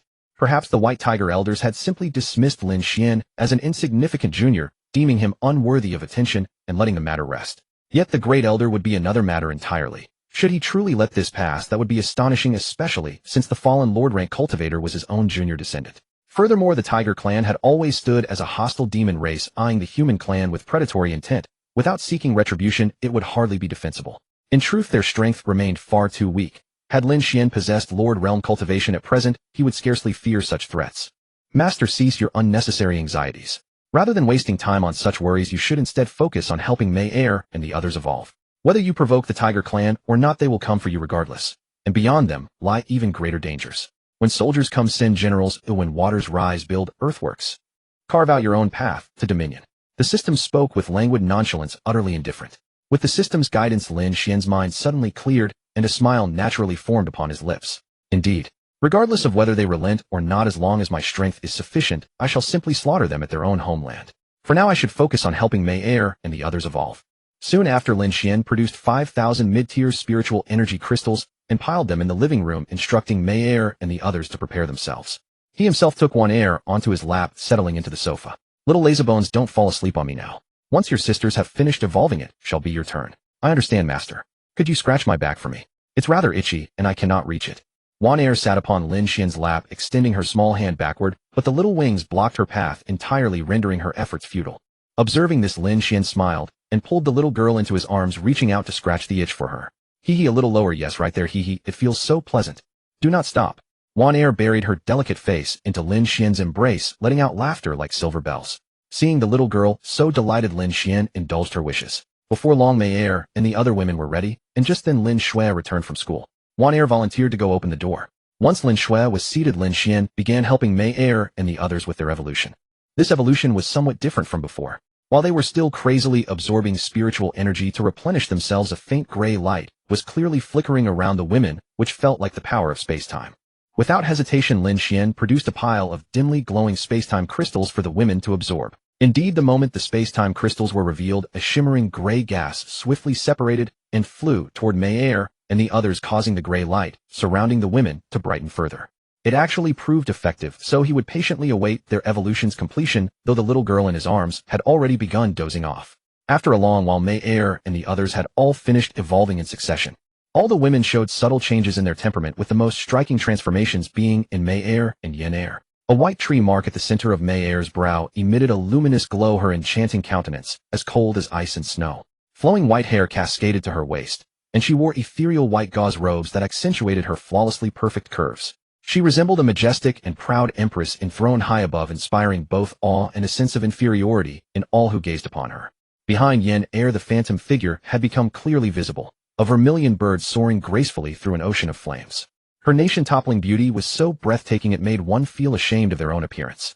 Her graceful and alluring figure radiated endless charm, while her gentle and refined demeanor resembled that of a celestial maiden descended to the mortal realm, exuding noble dignity, yet irresistibly drawing others to her. If Mei Er was like an untouchable empress, then Yin Er was the embodiment of the most beautiful aspirations dwelling within one's heart. The transformations of the other women were not as pronounced as those of Mei Er and Yin Er, likely because they were still. Perhaps their changes would progress more gradually given their younger ages. Regardless, the remaining women were already stunning beauties, so any changes would only enhance their loveliness further. Lin Xuan then gently awakened Wan Er from her slumber, as it was finally her turn. The drool from her sleep had already soaked through his clothes. Only after Lin Xuan and Yin Er had finished preparing dinner did Wan Er complete her evolution. 5 consecutive transformations had taken over an hour. The grown Wan Er appeared as if she were a living fairy or angel, her pristine white wings truly breathtaking in their beauty. Her ethereal, otherworldly beauty was complemented by cascading raven-black hair, while her slender waist and floral poise exuded youthful vitality. Clad in a blue and white fairy gown, she possessed infinite charm, appearing as pristine and transcendent as a deity from the jade pool, untouched by the worldly flames of the mortal realm. The moment Wan Er finished evolving, she rushed to Lin Xuan to show off her beauty, but a single remark from him nearly left her speechless with embarrassment. Wan Er, cease your vanity. Go observe your sister's figures yourself, particularly your sister Yao Er, and then compare with your own. You shall understand what I mean. Wan Er felt puzzled. Was she not beautiful enough? She glanced down at her own petite frame, then turned to observe Yao Er, and instantly comprehended the implication. Wan Er immediately pouted, glaring at Lin Xuan with indignation. You stinky master, deliberately pointing out my shortcomings. I shall go eat now and abandon you. Seeing Wan Er flustered, Lin Xuan chuckled and improvised. All right, Wan Er, if you practice harder in the future, you shall become just like your sisters. Really? You cannot deceive me, stinky master. Never mind, I wish to ask Sister Yao Er. She is the eldest and must surely possess some secret method. Wan Er seemed unconvinced and turned to run toward Yao Er. Lin Xuan grabbed her, reasoning that Yao Er was merely a gluttonous girl whose natural beauty required no special knowledge. Dine first, and afterward I shall provide you with some with spirit melons. I have heard they are quite effective. Furthermore, if you cultivate diligently henceforth, you shall undoubtedly witness remarkable results. Do you understand, Wan Er? Lin Xuan spoke with feigned seriousness. Very well, let us dine. Master, give me plenty later. I do not seek the largest, merely something larger. In her desperation, Wan Er chose to believe Lin Xuan, knowing his intentions were invariably for her benefit. Soon after finishing dinner, Lin Xuan had Yin Er provide Wan Er with a substantial pile of spirit melons, which she hugged and began consuming immediately. Only now did Lin Xuan have a moment to review the interface changes following the women's evolution along with his crystal inventory. The mid-tier spirit crystals had been completely depleted, having just been exhausted. The high-tier crystals numbered nearly 1,000 which could directly supply the women, as they could utilize high-tier crystals once reaching level 60. The top-tier crystals required level 80 to absorb, and there were nearly 300 of those remaining. The low-tier life crystals had also been exhausted. Some time ago Lin Xuan had distributed all the low-tier ones, and now they were beginning to use the mid-tier. Over 2,700 mid-tier crystals remained, but given that Mei, Air, and the others had just completed their evolution, when absorption proves most efficient, the quantity might still prove insufficient. 600 low-tier space-time crystals had just been consumed, leaving nearly 1,000 in stock, now running low. Moreover, Mei, Air, and the others would require substantial space-time crystals to comprehend the spatial arts and establish their own domains, and this resource was prohibitively expensive. It seemed he would need to find time to restock from the Spiritual Master Association. Today's Heavenly Group reward had granted him 10 million points, bringing his total to over 50 million, sufficient for several supply runs he presumed. Her gaze swept over the girl's status panels. Mayer had gained a charged ultimate skill, the Luyan Divine Tree, which condensed the crystalline divine tree in her palm. Its power depended on how much spiritual energy it had absorbed. The longer it existed, the more terrifying it became. Yenner's new skill was even more formidable and direct, the Nanming Lihua, a state-enhancing ability that fully boosted her strength. It directly upgraded her original Lotus Flame into Lihua, and Yenner mentioned that this Lihua could still grow, not yet reaching its peak state. Binger's new skill, similar to the previous one, was the Winter Ice Tiger. It conjured and summoned an ice tiger that could be controlled in battle or charged directly to explode and unleash attacks. Longer's was more straightforward, the Thunder Divine Punishment, literally meaning summoning a sky of tribulation thunderclouds to relentlessly bombard the target. Yaoer's skill was the Divine Deer 7, Yao, restoring 70 of all attributes. There was no need to even look at that girl's skill to know what it was. Wan'er, on the other hand, had gained quite a few new skills detailed in the panel below. Spirit Beast by Zhe Wan'er. Attribute 5 elements: metal, wood, water, fire, earth. Level 65, 29. 6 Source Essence, 52 Source Essence. Growth potential: S rank, max level, cannot be upgraded. Talent: 5 element, attack, boost, 80. Auspicious beast, blessed by heaven and earth's fortune, omniscient and omnipotent mastery of all celestial beasts' appearances and weaknesses, keenly discerning opponents' vulnerabilities. Skills: 5 Mantle Burst, spontaneously condenses multicolored light in the mouth. When cast, the light shoots toward the target with extreme speed, carrying 5 element damage. 5 Mantle Empowerment, infuses 5 element spiritual energy onto self or target, enhancing or weakening attributes. 5 Mantle Replication, uses an ancient tome to replicate one of the target's 5 element skills. Power depends on the relative strength of self and target. Replicated skill lasts 1 day.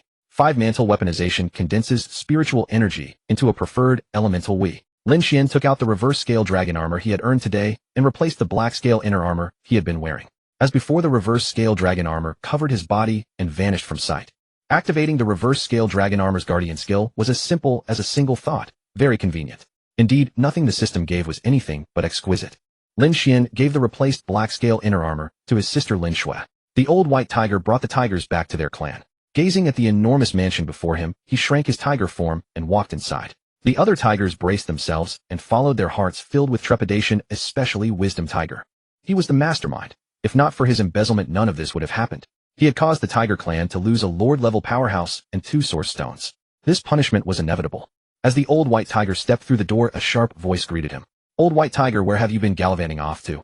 I didn't see a trace of you." The old white tiger looked up to see a tiger-tailed beauty staring at him with an imposing air. He quickly explained, "Oh my dear, I was handling serious business this time. I wasn't just fooling around." Yes, madam, it was I, Wisdom Gold, who urgently requested the clan leader to handle some matters. It was official business." Elder Wisdom Gold seconded the explanation. The tiger-tailed beauty stared at the old white tiger in silence, her expression skeptical. Come, my dear, let's go into the inner hall.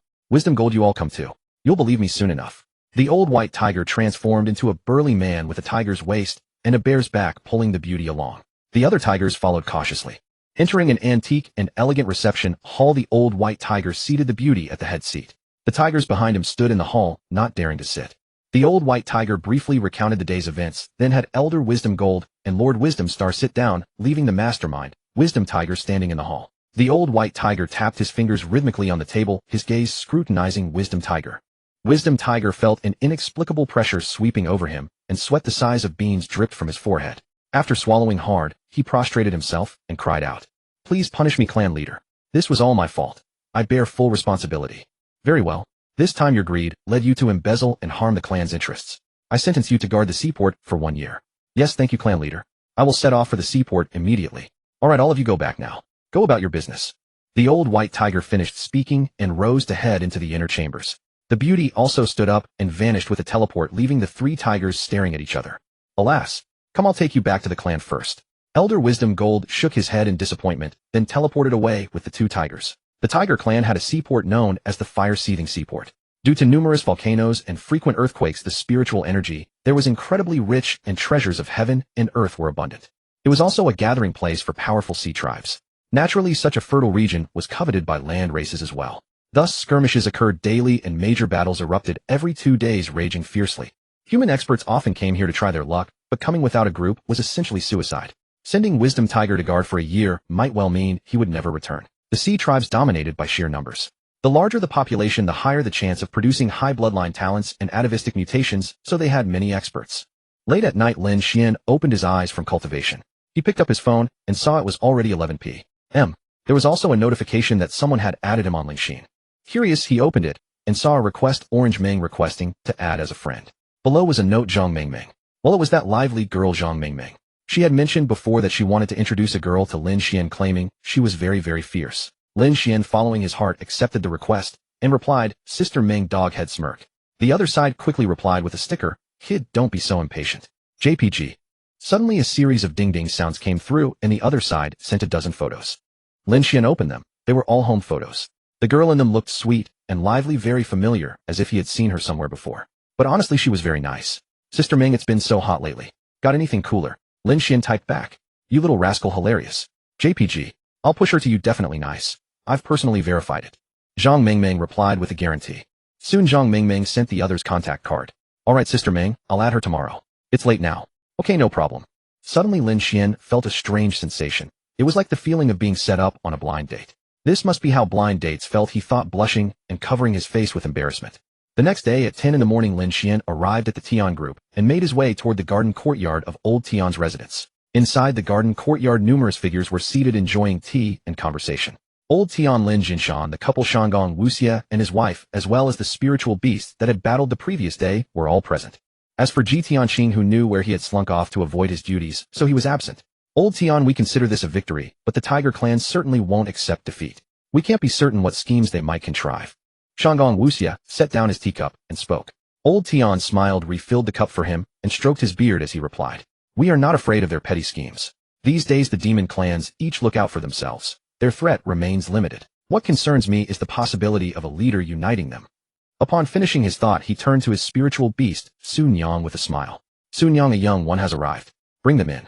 Sun Yang nodded at the instruction and rose to venture outside. When old Tian moved to refill Lin Xuan's cup, the older man waved his hand to stop him and proposed something instead. "How about we share a few drinks? It's rare we all gather like this, and your tea just doesn't satisfy me." Old Tian gripped the teapot and cast a sideways glance at Shanggong Wuxia with pointed sarcasm. "I have no objections, though I wonder if certain someone matches the rumors. Terribly henpecked." "Then let's drink." "Hurry, old man, Jian, fetch your fine liquor." After forcing out those words, Shanggong Wuxia cautiously glanced at his wife beside him. Seeing her maintain her usual composed demeanor without any hint of displeasure, he finally relaxed. "TCH, only a few drinks. Today I'm going all out. I've got plenty of good wine. Let's see if you'll still talk about sipping modestly." Old man Shanggong Lin Xuan said dismissively. Let's ignore him, old man Lin. If he won't drink, we can always pour more for ourselves. We're not leaving until we're properly drunk, I tell you." Lin Xuan produced a case of vintage liquor he'd been hoarding for years, uncorked it, and promptly filled several small cups. The three elders immediately began passing the cups back and forth. Shanggong Wuxia's wife watched with an exasperated shake of her head, unwilling to dampen their spirits, so she kept quiet. Just then Sun Yang returned, ushering in a dashing young man. Naturally, it was Lin Xuan. "Good morning, seniors. Drinking this early? Oh, it's no fun drinking without snacks. I happen to have some excellent appetizers. Would you like some?" Lin Xuan, seeing the lively gathering inside, quickly greeted them, while producing numerous dishes to accompany the alcohol. "That's perfect. Come, Lin Xuan, sit here. Have a cup. Old man here isn't boasting, this is something I've treasured for years and rarely bring out." Lin Xuan waved cheerfully to Lin Xuan, beckoning him to take a seat beside him. Old Tian and the Shanggong couple, upon seeing Lin Xuan arrive, all wore warm smiles. Before the battle, they might have regarded Lin Xuan as merely talented, a promising youth, but not particularly significant. Yet after the battle, everything changed. Though they hadn't witnessed Lin Xuan's full strength firsthand, they had seen with their own eyes the mighty protector behind him, one operating at the highest level. With such protection and Lin Xuan's innate talent, his ascension to power was virtually guaranteed. Consider his current cultivation level. He's nearly at 60 already. In a few more years he might surpass them all. Moreover, Lin Xuan is a member of the Tian group and friends with their younger generation. They grew fonder of him with each passing moment. Ideally, he would become one of their own. At these thoughts, Lin Xuan and the Shandong couple couldn't help but smile even more warmly. Lin Xuan arranged the accompaniments on plates and set them on the bamboo table, then pulled over a bamboo chair. When Lin Xuan poured wine for him, Lin Xuan felt somewhat overwhelmed and said, "Grandpa Lin, please eat first. I'll serve myself. If you pour for me, I'd have to finish it all, and my tolerance isn't great. Getting drunk would be problematic." "No harm in getting drunk. It's even better. Today we're drinking until we fall, understand? Go ahead and drink freely." "Hey old man Shandong, are you just staring into your cup like a fish?" Lin Xuan thought to himself, getting drunk would be perfect. I could bring this boy straight home and create an opportunity for my granddaughter. Wait, wrong. That girl has class today. Lin Xuan cursed inwardly. The opportunity would be ruined. He glanced up at Shandong Wuxia. He saw the old man leaning toward his wife, whispering unintelligibly, while Shandong's wife occasionally lifted her gaze to Lin Xuan with a knowing smile and nod. Are they plotting the same scheme as me? Lin Xuan muttered inwardly. I must find a way to bring my granddaughter back immediately. Old Tian, however, harbored no such ulterior motives. He regarded the young man with genuine admiration, marveling at how the younger generation had surpassed even their elders. When he was Lin Xuan's age, the gap was immeasurable. He had been nothing but a pampered scholar back then. It was only through relentless dedication and hard work that he placed first in the university championship, catching the heavenly monarch's attention and earning a place as his disciple. Only then did he achieve what he has today. Old Tian embodied the archetype of a genius forged through sheer perseverance, carving his path through sheer grit. Lin Xuan, come raise your cup. Don't be so formal. There are no strict rules here. Feel free to visit any time for tea. Of course, if you wish to drink, bring your own supplies. Old man here has exhausted his reserves, to Lin Xuan. Old Tian chuckled.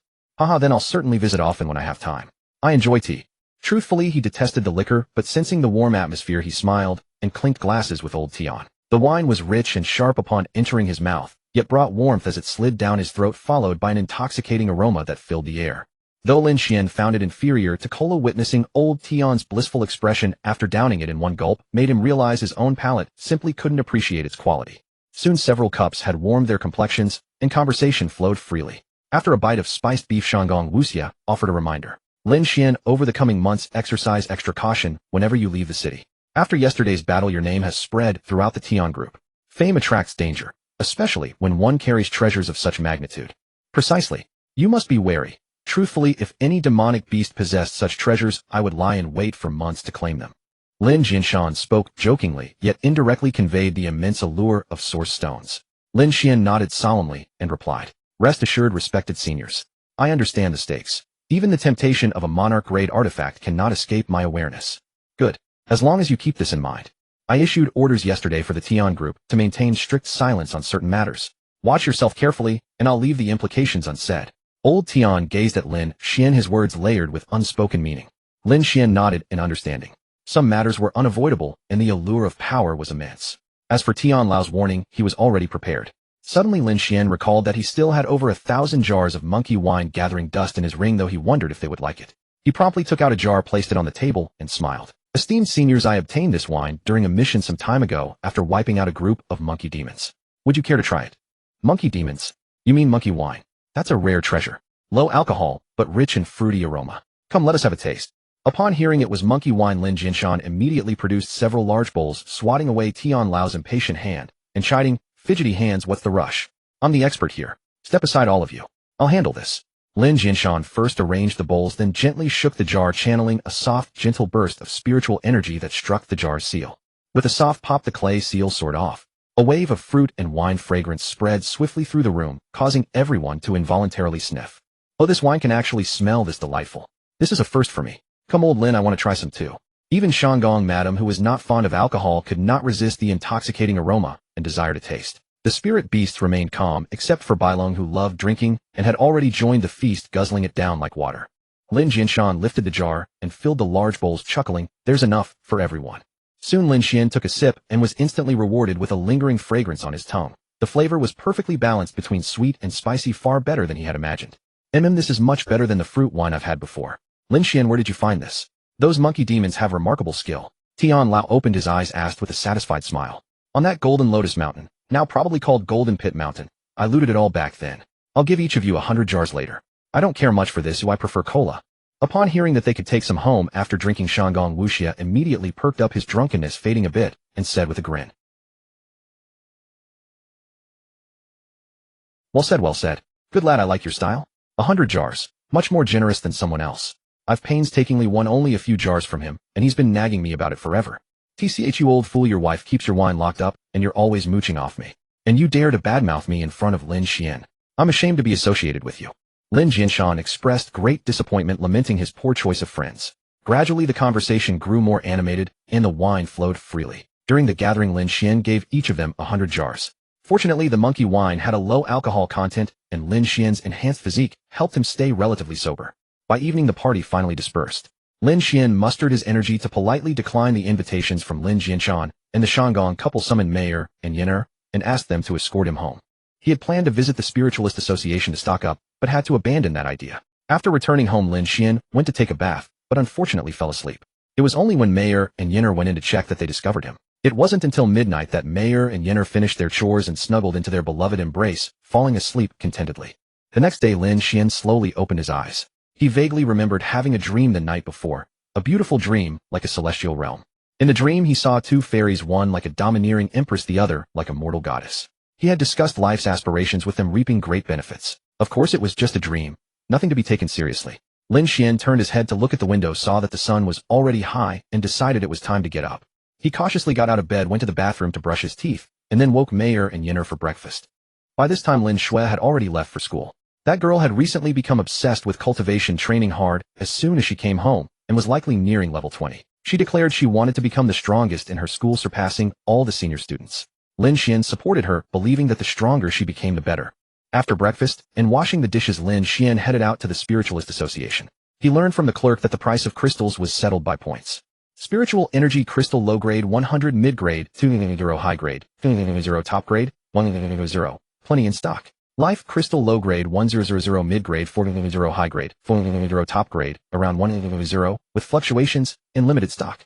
Space-time crystal low grade 100, mid grade 100, high grade 100, top grade starting at 500 and rarely seen, usually sold at auction.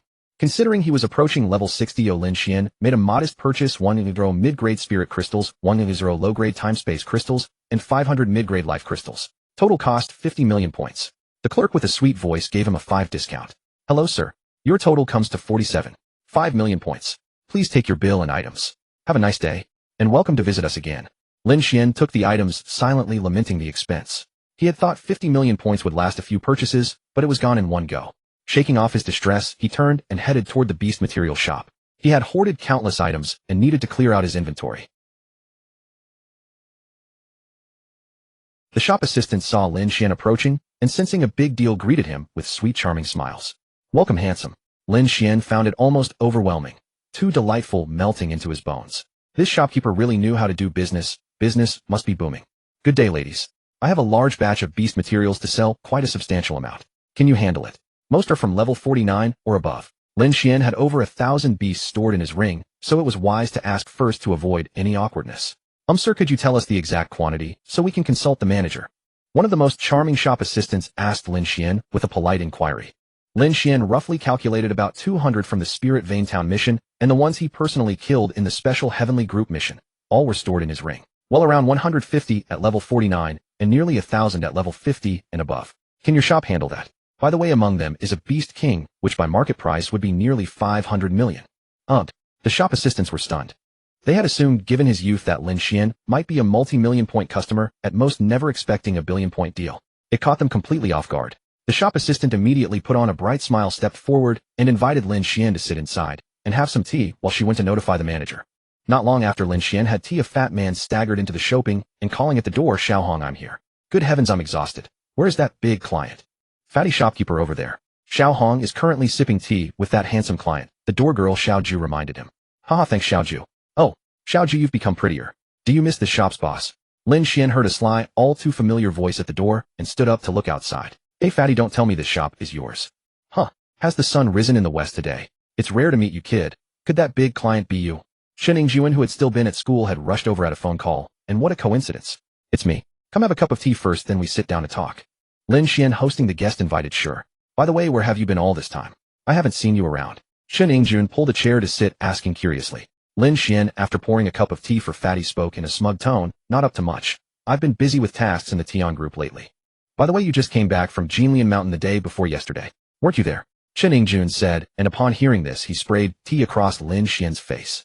Damn, what strength have you reached now? You went to Jinlian Mountain the day before yesterday. I was watching the live stream on my phone, but then your breakthrough happened with a roar, and the live stream went dark. Lin Xian shot the fatty a glare, while Xiaohong couldn't help but laugh, and handed him a few tissues. Lin Xian took them, wiped the tea from his face, and smiled. Nowadays, even dozens of you aren't my match. Oh, I'm almost 60. Livestream. Oh, those warriors. They got struck by space-time shards, and should still be unable to stand. Chen Yingjun is only level 38 now, and indeed dozens of them aren't Lin Xian's match. Man, that was so hot-blooded to watch live. It was so exciting, but alas, my strength isn't enough yet. By the way, kid, how are you so strong? Do you have any trick? I used to think I had decent talent compared to you. Is the gap this big? Fatty, it's nothing. The gap between people can sometimes be bigger than the gap between a man and a pig. Just keep pushing. If you want the trick, would you say I go to the beast forest 5 times in 3 days? The beasts I'm selling you today are the ones I've slain during this period. Lin Xian said with a cutting truth. Well then, thank you, Lin Xian. Chen Yingjun replied with a touch of irritation. Lin Xian shrugged, glanced at the shop's space, and smiled. Alright, I'll first bring out the goods for you to see. By the way, this place is a bit small, so it won't fit everything. Okay then, Lin Xian and Xiaohong, let's go inside to the warehouse. There's more space there. Chen Yingjun finished his tea, stood, and walked into the shop. Entering the inner warehouse, the space was much larger, nearly half a football field in size. No wonder the storefront on one side was mouth-shaped. The warehouse had claimed the space. Lin Xian didn't say more, he flicked his ring. Tap tap. A procession of demon beasts was hurled from the ring, filling half the warehouse in no time. Seeing this, Lin Xian stopped, turning to Fatty with a smile. This is only 1/5. Fatty, what are you waiting for? Start tallying and processing them. I'm telling you, are you this lazy? They're all unprocessed. By the way, how big is your ring's space? So much can fit in there. Chen Yingjun, directing the workers to handle the beasts, couldn't resist tossing a barb at Lin Xian as well. Thus Lin Xian watched as they finished processing, tossing out batch after batch, repeating 6 times until all were done. The final Black Demon King startled Chen Yingjun. Seeing Lin Xian stop tossing beasts, Chen Yingjun spoke. Okay, that's all. Now I'll state the exact quantities. Lin Xian nodded, signaling that it was finished. The level 49 Tiger Demon is 147 units. I've rounded to 150. The market price is 5,000. The beasts above level 50 total 970. There's also a level 61 and 1 Demon King. Level 50 market price is 5,000. The level 60 is 2,000. The Demon King is 1,500. All told, it's 510 million points. I'll pay an extra 10 million as premium. Do you accept? Chen Yingjun roughly calculated this deal would net about 50 million. After all the deductions to take, would be around 40 million. If we extend a discount of 1,000, we could still earn around 3,000. Lin Xian nodded lightly and smiled. Find your buyers of materials don't earn much either, unlike those spirit crystals. Let's leave it at that for now. By the way, Fatty, you're also with the Tian group. Why does it feel like you're always at school? Strength isn't enough, but what can I do? I'm not even at 40 yet, and can't take on tasks. Alright, keep at it. I'll go buy some more high-grade spirit crystals. Please tell those 2 boys that Dad misses them. You're buying crystals? Come, I'll take you to the shop under my master's line. It'll be much cheaper. We can get a 10% discount. Chen Yingjun, upon hearing that Lin Xian would go shopping, promptly led him to the crystal shop Lin Xian had just visited. Lin Xian felt a touch of embarrassment. This trip had turned into a full sweep of Fatty's family's business, truly a large enterprise. Soon Lin Xian spent 180 million to buy 1,000 high-grade spirit crystals, waved goodbye to Fatty, and returned home. Back home, Lin Xian asked Mayor and the others to come out first and distributed the crystals among them. Mayor, your current task is to shape your own domains first. Other things can wait. If we fight on the enemy's home ground, it's too disadvantageous. We can't absorb heaven and earth spiritual energy, and we'd lose a kind of auxiliary attack. Lin Xian recalled how last time he'd been dragged into a domain by that bull demon and fought mainly with his own spiritual power. Prolonged combat would be costly. Understood, Master. In the past 2 days, the few of us sisters have started shaping our domains. They're already taking form. Do you want to take a look? Mayor clutched Lin Xian's arm and spoke softly. Yinner also wrapped her other arm around him, adopting a slightly arrogant pose, and lifted her chin. Right, especially my younger sister Long. Her domain is almost fully formed now. Stinky Master. Long, seeing Yinner imitate her tone, pouted and pulled Binger, whining softly. Binger, sister, our elder sisters are fine now. They're all learning to copy that nasty master. In Longer's view, Mayor and Yinner have lately teased her, and clearly Lin Xian is to blame for all this. Longer, if you keep acting like this, the elder sisters will like teasing you even more. Binger's big eyes sparkled with mischief as she teased. Wu sister Binger has changed too. It must be that stinky master's fault. I don't care anymore. Master, give me back the Bing I used to know. I'll bite. Longer pounced on Lin Xuan like a fierce dragon, opened her small mouth to reveal her little dragon teeth, and bit right on his nose. What did I do this time? Your mayor's sister corrupted you. You brat, let go right now? Lin Xuan privately reflected. He hadn't really taught Binger anything. At most he'd only borrowed some of her luck when opening things. How is this my fault? And Longer, don't you know you're a true dragon? Don't you know how sharp your teeth are? It hurts. Whimper whimper. Longer bit down and wouldn't let go, her words muffled. You brats speak human language. Let go now, or I'll tickle you. No, won't. Seeing this, Lin Xuan reached out to tickle Long. Oh, what are you two doing? Let go immediately. Mayor and Yinner exchanged glances, then turned their heads, as if pretending not to see, yet held onto Lin Xuan's arm tightly. Lin Xuan was at a loss. He hadn't expected Mayor and Yinner to suddenly betray him. Such close sisterhood indeed. Before Lin Xuan could threaten them, the original onlooker Binger joined in too, running behind the sofa and using her long hair to tickle Lin Xuan's face. Now all four girls had rebelled, leaving Yaoer and Wanner watching from the side, one snacking, the other eating melon. You four brats, you'll see what happens next. Ouch. Binger, your butt will be split open later. Binger persisted relentlessly, and upon hearing Lin Xuan's harsh words grew even more brazen, a little devil smile playing on her lips as she retorted coquettishly. Master, they say when you're under someone else's roof you have to bow your head. Yet you're threatening to make us sisters bloom. Exactly, Master. Do we really fear you? Not afraid. Anyway, Sister Longer will be the mastermind later, so we're not afraid. Huh. Why am I the mastermind? Sister Yenner, don't talk nonsense. I won't admit it. Upon hearing this, Longer immediately protested. If she was the mastermind, she'd definitely be the one to suffer. Lin Xuan saw an opportunity to sow discord among them, and quickly fueled the rift. You started it, and now you deny being the mastermind. Either get off me right now and I'll let it go, or I'll settle the score later. And your butt will definitely be split open. Hearing this, Longer's natural tsundere nature flared up. No. Longer won't bite, Master, okay? I'm the best girl here. It's all Sister Yenner's fault. She told me to do it. Lin Xuan's lips curved into a slight smile as he turned to look at Yenner teasingly. Yenner, as the mastermind, do you have anything to say? Sorry to disappoint you, stinky master. These so-called sisters are plastic at best. Look at that arrogant face. Huh. Yenner lifted her chin and mimicked that same tsundere laugh. Look, Sister Yenner is teasing me again, Master. Lin Xuan smiled and said, All right, let's stop this for now. Let's go check your domains first. Wanner, Yaoer, you two foodies, stop eating and come here. Okay, coming. The two girls hurried over upon hearing this. Good, then let's first check Mayor's. Buzz, buzz, buzz. Before Lin Xuan could finish his sentence, Mayor pulled everyone into her domain. What came into view was a space still shrouded in gray mist, the terrain not yet formed. As soon as Lin Xuan entered, he began to fall, and he quickly activated his flight ability. He gave Mayor an annoyed glance. This girl was definitely doing this on purpose. Curious, Lin Xuan looked around and noticed a small white tree growing slowly at the center of the space, with bright, glazed fire burning in its canopy. This must be the true form of the white tree. Master, my little tree has only been growing for 2 days, and currently has little combat capability. With a steady supply of spiritual energy, it should reach fighting strength within a month, growing to about 100 meters in height. Mayor flew over with her sisters and began to explain. Lin Xuan nodded lightly and looked at the small white tree, asking, This tree wasn't given to you by that crazy big white tree, was it? As for spiritual energy, I'll give you 10,000 low-grade spirit crystals later. Use them as you see fit. Upon hearing this, Mayor rolled her eyes at Lin Xuan and teased him with glee. Master, let me tell you something. The divine tree can assist me in battle through this small white tree, so. Did she hear what you just said? What's there to be afraid of? That big white tree never says a word. It's probably sleeping all day, otherwise how could it grow so big? At this moment, the small white tree instinctively trembled, as if saying, I'm listening. Keep going, kid. I'll be right here waiting for you to walk right into my trap. Oh no, divine tree. This was just a joke. Next time I visit, I'll bring you some local specialties. Don't worry, I promise you'll be satisfied. Just kidding. Please don't take it to heart. Lin Xuan immediately cowered. The power of this white tree was unknown, but only Su Daji could communicate with it directly. Could her true form possibly be weak? Hearing this, the small white tree trembled again, producing a rustling sound. Likely saying something, but unfortunately Lin Xuan couldn't understand. Brother tree or sister tree, I don't understand what you're saying. Mayor, standing nearby, tugged at Lin Xuan's hand and said, Ahem, Master, the divine tree says the weather has been hot lately, and she'd like a water source stone to replenish her moisture. Oh, why do you? Cough, why do you want that? Well, I'll do my best then. You know these things aren't easy to find. Rustle, rustle. Lin Xuan's gaze went straight to Mayor. Understanding his look, she smiled and said, Master, the divine tree says she'll exchange branches with you later. Those branches can enhance fire abilities. Sister Yenner should find them useful. Alright then. Lin Xuan was puzzled. This tree covered in fire, why would it need a water source stone? Truly a strange tree. He couldn't figure it out, probably just a difference in perspective. However, for others, water source stones had to be sought in the deep sea, but he didn't need to go there. There was one place where such things were certain to exist.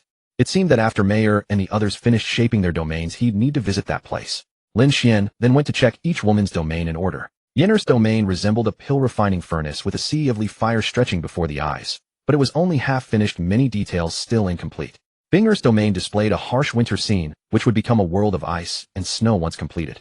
Yaoer's domain, on the other hand, looked almost untouched, a uniform blue expanse with nothing distinguishable.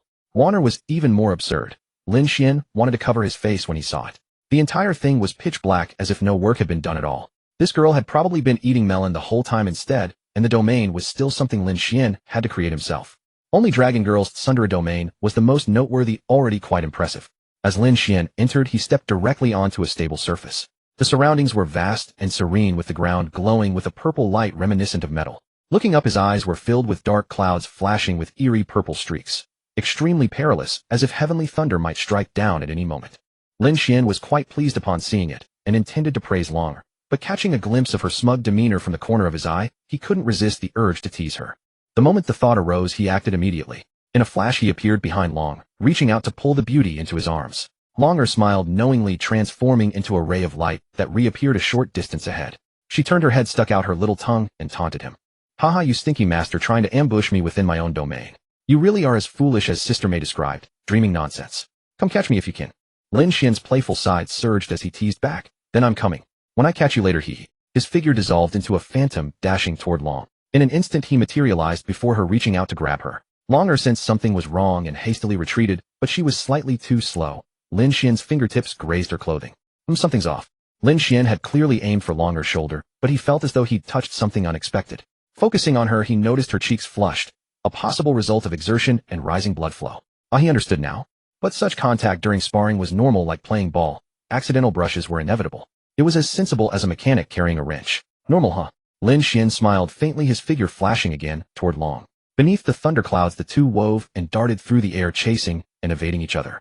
The other women, noticing Longer clearly at a disadvantage, cheered her on and secretly interfered to hinder Lin Xuan's speed. Finally, Lin Xuan twisted through the air in a lightning-like path, weaving through swirling snowflakes, before successfully grasping the beauty's jade-like hand, claiming victory. "TCH, you're cheating, master. It was too fast." "Exactly, even the snowflakes couldn't keep up. You must be cheating." "I thought it went well, my little fire lotus, just kept following right behind your rear." Lin Xuan turned his head, utterly exasperated. "I'll settle scores with all three of you later. You're causing nothing but trouble." He turned back, gently smoothing Longer's slightly disheveled hair with a soft smile. "Longer, would you be interested in transforming back to your dragon form?" "No, I prefer this form," Longer replied, shaking her head in refusal. "Alright, actually, I just wanted you to give me a ride through the sky for a few loops." Hearing this, Longer's expression first brightened with joy, then shifted to shy hesitation. "Master, you understand our dragon race is proud by nature. Riding us requires special conditions. How could true dragons simply allow others to mount them? But if the person was a direct elder or someone exceptionally close, that would be acceptable. What special conditions? Tell me. If I can't meet them, or you're uncomfortable, we'll forget it. No harm done. It's not that I'm uncomfortable. It's just that our true dragon clan has rules. Only our elders, or those dearest to us, may ride upon our backs," Longer said hesitantly, her face flushed with rare shyness.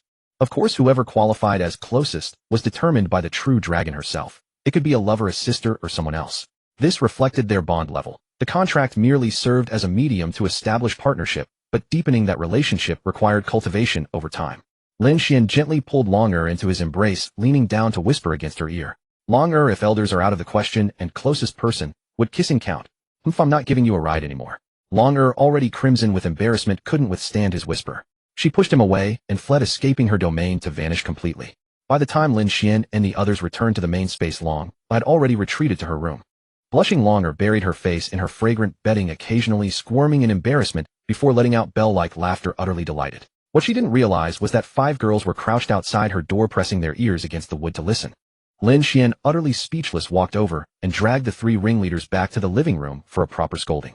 Soon a week passed, and Mayer and the others had nearly finished shaping their domains. They only needed to refine the details gradually.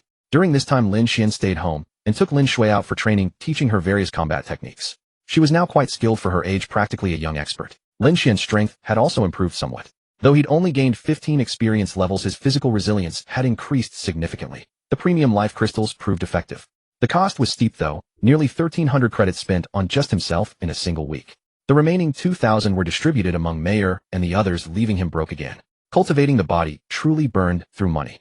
The high-grade ones cost over 600 credits each, which Lin Xuan wasn't ready to use yet. So he went to Fat Bro's place and bought 3,000 mid-grade ones, spending over 100 million. Now Lin Xuan finally understood why Zhang Pinghua and the others constantly complained about being broke. Or rather, he had misunderstood. Their spending was nothing compared to his reckless investments. They each invested modestly per level to enhance their physical attributes gradually, which proved most effective and economical. Lin Xuan, however, had leveled up several tiers at once, requiring far greater quantities. Combined with his body undergoing profound purification, his expenditure naturally felt like water flowing away. Others advanced one level per month, while he leveled up multiple times in the same period. Of course, his spending was excessive. After completing his purchases, Lin Xuan headed toward Yaodu University. He hadn't seen his wife Su Yu in some time, and since he was taking a leisurely day off, he decided to visit her. While riding in the car, Lin Xuan mindlessly scrolled through short videos and came across news from the Modu region. A large number of sea demons and snake demons had appeared there, potentially harboring hostile intentions. The Modu Heavenly Division had already increased their personnel to investigate, and they couldn't rule out the possibility of an attack on the city. Snake demons being natural enemies made sense, but the involvement of sea demons seemed strange. Couldn't they survive on land without turning into dried fish? Having nothing better to do, huh? Damn it, I'll just drain the entire ocean and see how you die.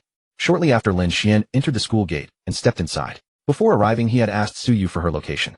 After winding through a series of paths, he reached a small grove where Su Yu happened to be attending an outdoor combat class. As soon as he entered the forest, the sounds of sporadic fighting reached his ears from ahead.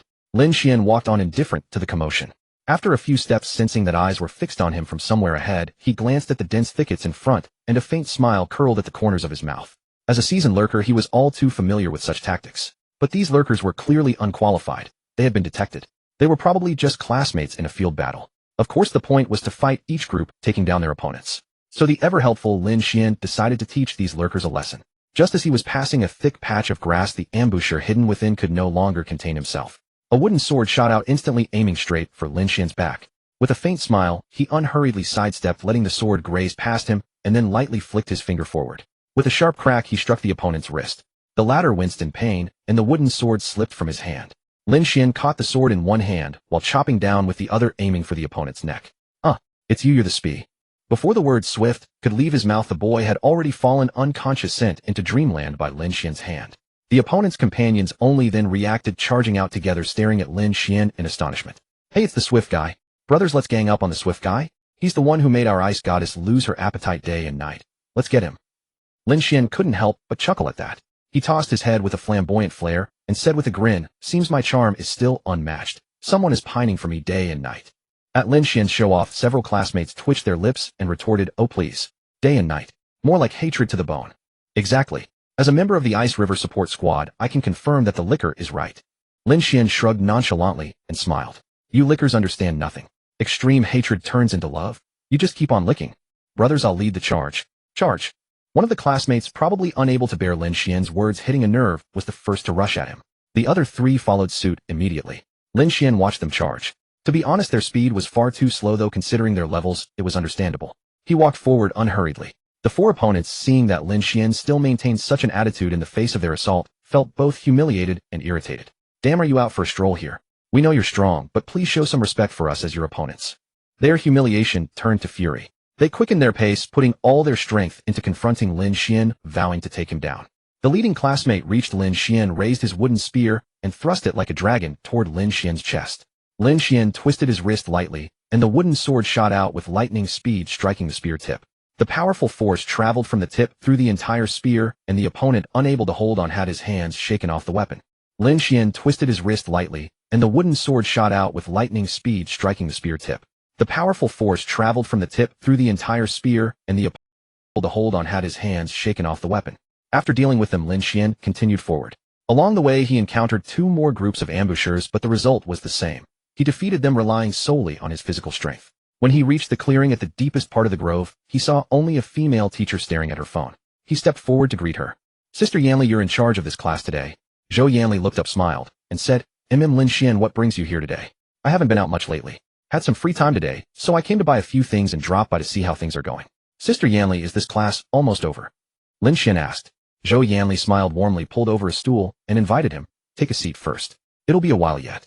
Lin Xuan sat down without ceremony. Zhou Yanli pointed at her phone and said, "I saw the 3 teams you just took down on my phone. What do you think of them?" Lin Xuan replied without hesitation, setting aside their actual strength. Their coordination is poor, lacking any strategy. It feels like each of them is fighting alone with no clear understanding of their roles.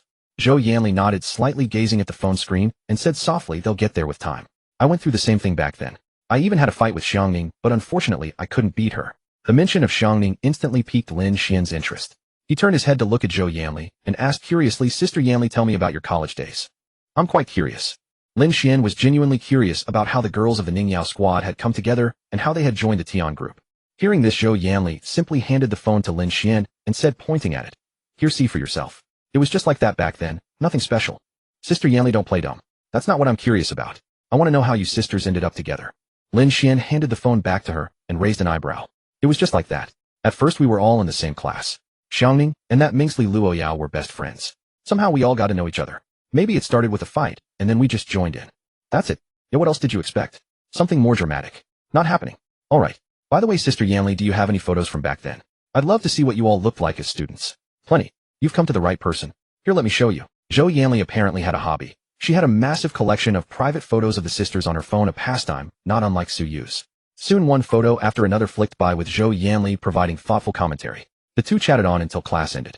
Lin Xuan waved goodbye to Zhou Yanli, took Su Yu's hand, and walked out with Fatty and the others trailing behind. Seeing that it was about time, they went to grab a meal. Su Yu also invited her best friend Lin Yuru to join them. After eating and drinking their fill, Chen Yingjun sidled up to Lin Xuan with a sly grin. You coming to school? It's definitely not to see us big guys. We get it, so we won't disturb you lovebirds. We'll be off now.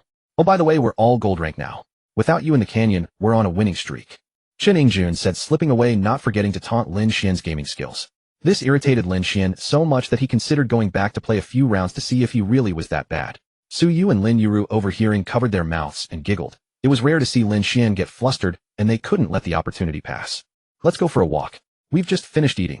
How about a stroll? Lin Xuan said, seeing the two beauties smile like not be troubled, inviting them. Sure, let's go, Sister Ruyu. Su Yu took Lin Ruyu's hand and led the way. The three of them reached a tranquil lakeside, found a shaded lounge chair, and sat down gazing at the beautiful lake surface. Lin Xuan turned to the two women and asked, you two haven't really gone out to train much recently, have you? Su Yu shook her head in reply. Not really. Not long ago outside the city there were monsters swarming in crowds. We stayed, and it's too dangerous. Lin Ruyu turned her head, smiling slightly, and said, Lin Xuan, why are you asking? Do you want to invite us to train together? Yes, I have that idea. Lin Xuan nodded lightly and continued. Do you remember the secret realm we visited last time? The one behind the waterfall, eh? I remember. The underwater world there was incredibly beautiful. Oh, I still have photos on my phone. Su Yu giggled. We've explored it all there. There doesn't seem to be anywhere else inside to go right. Lin Ruyu frowned, slightly puzzled, as that time they had already explored the entire underwater world level and found no other entrances or anything. Of course, Lin Xuan hadn't told them there was a next level, so they didn't know. There's a next level inside. How about it? Are you two interested in going to take a look? But the monsters in the second level would likely be quite a bit stronger. In fact, even if the two won't go, Lin Xuan would go alone since that place was discovered by them together, so he asked, and the other three, let Su Yu use her phone to inquire. As for the monsters inside, that is the puppets. Lin Xuan felt they wouldn't be too formidable or insane. After all, puppets are not living beings, they surely lack a domain, and should be nothing more than bodies with physical attributes, non-living. From their status panels, all their skills were of the enhancement type, which supports this. Their level should top at 60. There might be a few anomalies that are higher, but probably rare. After all, without a domain, piercing beyond 60 would be extraordinarily difficult. Su Yu and Lin Ruyu's powers have surged forward, she at level 42, the other at 43. Su Yu nearly caught up. Not sure how the two leveled up so quickly, even faster than Pongzi. Pongzi rose by 1 level since we last met, now at 39. Su Yu could hardly wait to be with Lin Xuan every day and answered eagerly, yes, I'll go. We've been at school for over a month, it's time to go out and train. And you, Sister Ruyu? Lin Ruyu thought for a moment, then didn't answer immediately, and asked Lin Xuan, what is your current strength? If we go with you, won't we be a burden? Lin Xuan smiled slightly, and summoned Mayer and Yinner. It was time to show his strength before the beauties, adopting a tsundere air, head held high, while gazing at the starry sky, he said. Ruyu, as you can see, I am already at level 58, and Mayer and Yinner have also broken through to level 60, each possessing their own domains. Tiskmaster. If you won't learn properly, don't learn at all. Along or always starts with an humph, you know. Mayer was the first to react, eyeing Lin Xuan's full routine and teasing him. Behind Longer, hearing her sister's taunt, looked up and saw Lin Xuan with his head held high. Instantly understanding what she said about him, she snorted involuntarily. Humph. Master, you see the original's humph just now, don't forget it later. Yinner teased after seeing Longer snort. Longer gave Yinner a glare, then scampered over to Su Yu, snorting. Humph, reporting to Master is useless, I'll go tell the mistress. Lin Ruyu and Suyu, initially astonished by Lin Xian's claimed strength, ended up laughing so hard at Mayor and Yinner's teasing. The shift from astonishment to laughter was irresistible, and they burst out laughing. Lin Xian, seeing this, glared at Mayor and Yinner in annoyance. You two little brats spend all day causing trouble. Do you know how hard it is for me to keep up the act? Suyu, master, please stop laughing for a moment. I'm telling you, master and the elder sisters, they all bully me. Imitate my speech, humph. Longer pulled Suyu's small hand, speaking in a plaintive manner. Okay, Longer. I'll talk to them later. Suyu forced back a smile, patted Longer's hand, and comforted her aloud. Hooray, Suyu, master is the best. Longer exclaimed, her smile blooming. Two little dragon fangs, bared a sharp and cute. Lin Xian said, it is pretty to look at, but it hurts. Suyu and Lin Ruyu quickly summoned their spirit beasts. The once tranquil lakeside instantly became lively. A chorus of chirping swallows and magpies cried out incessantly, accompanied by silver bell laughter. Passing students couldn't help but stop and stare for a long while before continuing on. Mayor Yinner and all the younger sisters. Xiaoqing misses you. You've all grown so strong. I'm so envious. Xiaoqing emerged, seeing Mayor and the others. She immediately led her sisters toward them, and even those she didn't know would introduce themselves to each other. From Lin Ruyu's side, the spirit beasts came out. One first bowed to Longer, then went to entwine Binger. This time Longer not only didn't stop it, but joined in a true display of plastic sisterhood. Then Lin Ruyu walked to Lin Xian and asked with some doubt, your Longer is a real dragon, right? I noticed Ziyun and Feng Yun always treat Longer with great respect. Guess. Lin Xian smiled, deliberately playing coy. Lin Ruyu gave Lin Xian a sultry eye roll and couldn't help laughing. If you hadn't said it, I would have figured it out too. Ziyun and Feng Yun, though they advanced to S rank, have excellent bloodlines. Only a true dragon could make them bow their heads willingly. So you know it all already. Then why ask? Be careful, or I'll get Longer to bully your dragon cubs. Lin Xian teased. Lin Ruyu nudged Lin Xian with her elbow and looked at Binger. Bullying? I doubt it. You all bully Binger together. By the way, what spirit beast is Bing? Why do my dragons always gravitate toward yours? Guess. Lin Xian replied again. This time Lin Ruyu found themselves at a loss. After all, she couldn't guess. Only Lin Xian, Suyu, and Lin Xuan knew what Binger was. Mainly because the mutated Qilin has never been seen by anyone. When many saw Binger in her human form, their first impression was that she is a dragon. Lin Ruyu attempted to query her own spirit beasts. They only answered, we really like this elder sister's aura. It benefits our power. They knew nothing else. Lin Ruyu, unable to find an answer despite deep thought, looked at Lin Xian with a plaintive gaze like a deserted wife. Lin Xian, unable to withstand her stare, finally spoke. I'll tell you, but don't go blabbing it. Don't worry if I spill it, I'll just marry you, how about that? Lin Ruyu's words were startling.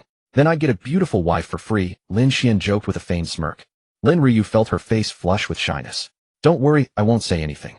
Alright, Binger is an ice Qilin. Your dragon cubs are attracted to the golden light and fortune energy she emits.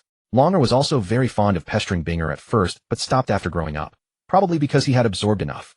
Lin Xian answered truthfully. Then he pondered and decided to explain the effect of fortune energy. In essence, it enhances the dragon clan's comprehension. Longer was able to form his domain so quickly, precisely because of the aid of fortune energy. After listening, Lin Ruyu was stunned for a long time before coming to her senses. She couldn't help exclaiming, truly monstrous. No, monstrous isn't even enough to describe you. You're a demon. I feel that the spirit beasts you've contracted all have remarkable origins. The most mysterious one should be yourself. No wonder I was so curious from the very start. Actually, I'm not from this world, Lin Xian said with a grin. What kind of novels have you been reading to get so full of yourself? Let me recommend some normal ones for you. Lin Ruyu said disdainfully. Lin Xian shrugged, knowing this would be the reaction. After all, the strong in this world had a profound understanding of time and space. They had attempted to traverse worlds, but failed. The experts speculated that either there were no other main worlds, or their power was insufficient. Soon it was getting late. Lin Ruyu agreed with Lin Xian to set off 3 days later, and left first, leaving Lin Xian and Suyu, the young couple, alone. The two, who hadn't seen each other for several days, soon went home as well. The next day, Lin Xian slowly opened his eyes at dawn, and the first thing he saw was Suyu's languid, sleeping face. Suyu was like a koala, clinging to him with all 4 limbs, sleeping soundly. Lin Xian's playful mood arose, and he reached out to pinch Suyu's delicate nose. In her sleep, Suyu slightly frowned, opened her drowsy eyes, and swatted away the mischievous hand, then said lazily, "You rascal, stop it. What time is it?" After speaking like a lazy cat, Suyu shifted a few times in Lin Xian's arms, found a comfortable spot, and lay down again. Lin Xian embraced the beauty in his arms, making her lie more comfortably. "The sun is already shining on you, but what time do you think it is, eh? Let it shine anyway today." "Aunt, I have class today. What time is it now?" Suyu suddenly remembered she had class, jolted wide awake, and sat up to search for her phone. Just then a phone ring interrupted Suyu's search. The sound came from under Lin Xian's covers. As Lin Xian was about to retrieve it himself, Suyu had already reached and fumbled around, and pulled out the phone. Suyu's face flushed slightly. She glanced at the phone and saw it was from Lin Ruyu, probably calling to ask why they hadn't gone to class yet. Although they were in different classes, some courses were shared by several classes, and this morning's class was one of them. Suyu answered the call directly, and Lin Ryu's teasing voice came through. So you just woke up, huh? Want me to ask for leave for you? Thanks, Sister Ryu. I just woke up. After saying that, Suyu felt mortified and could only shoot Lin Xuan a resentful glare. It was all his fault. Alright then, I'll let you go. Class is about to start. Lin Ryu felt that Suyu had just woken up, so she decided not to disturb her further. Okay.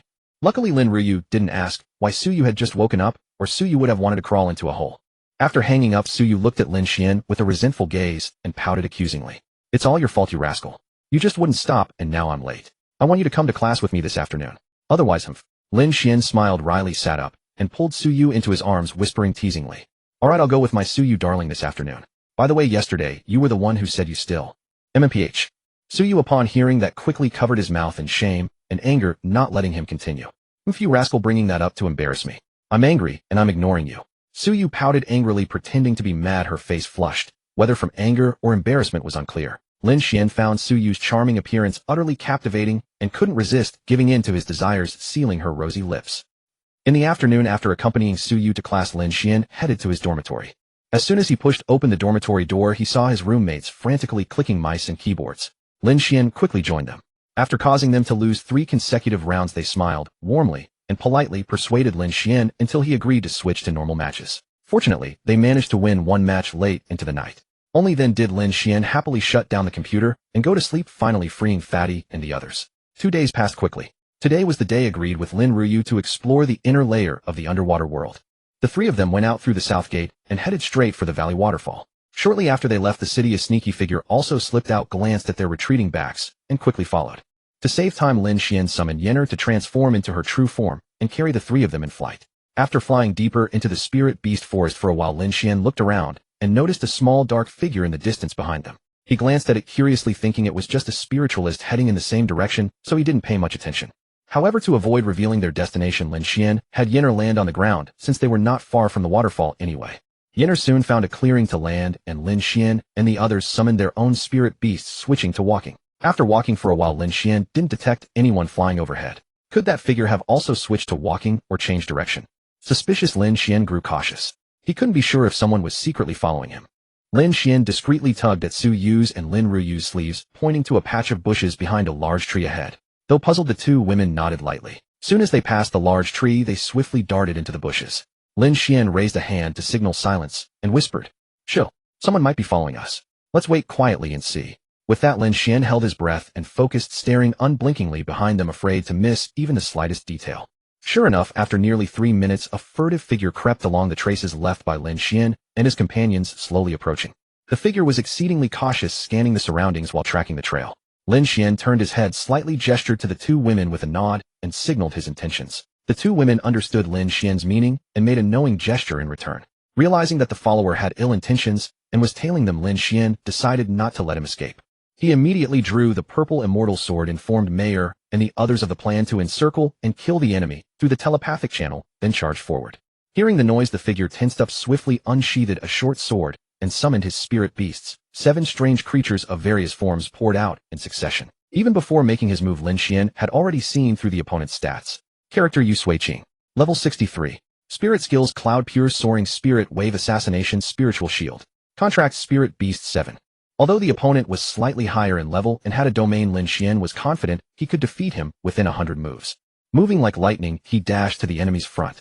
Seeing the stunned expression on the opponent's face, clearly surprised at being discovered so quickly, Lin Xuan noticed a momentary lapse in defense. Delighted, Lin Xuan wasted no time. His long sword hummed, turning into a streak of light, and came crashing down directly. The opponent, accustomed to a life on the edge, reacted swiftly and parried the blow.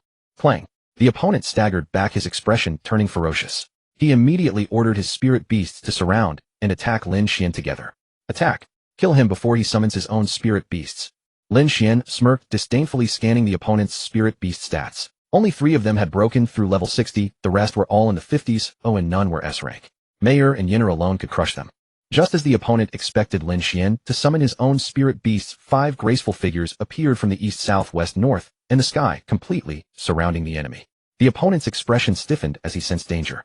Worse, he couldn't detect any spiritual energy fluctuations from the 5 suddenly appearing figures. This immediately made him think of fleeing. The lack of spiritual fluctuations meant they were far above his level. As the saying goes, where there's life there's hope. From the start, Lin Xuan had told Mayer and the others to prepare for the ambush, and they arrived just in time. Master, he's gathering power to escape, heading towards Sister Longer's direction. Wanner, flapping her wings in the sky, saw through the opponent's intention and warned through the channel. Good, got it. Longer, don't let him slip away. Drag him into your domain. Mayer and I will handle his spirit beasts. Lin Xuan thought that he might as well make Wanner the commander in the future so as not to waste her talent. Shaking off the thought, he twisted his long sword and shot forward, charging at the enemy's spirit beasts. Mayer and the others attacked simultaneously. To save time, Longer flashed directly beside the opponent, unleashing a flurry of blows that left him dazed, then dragged him into her domain.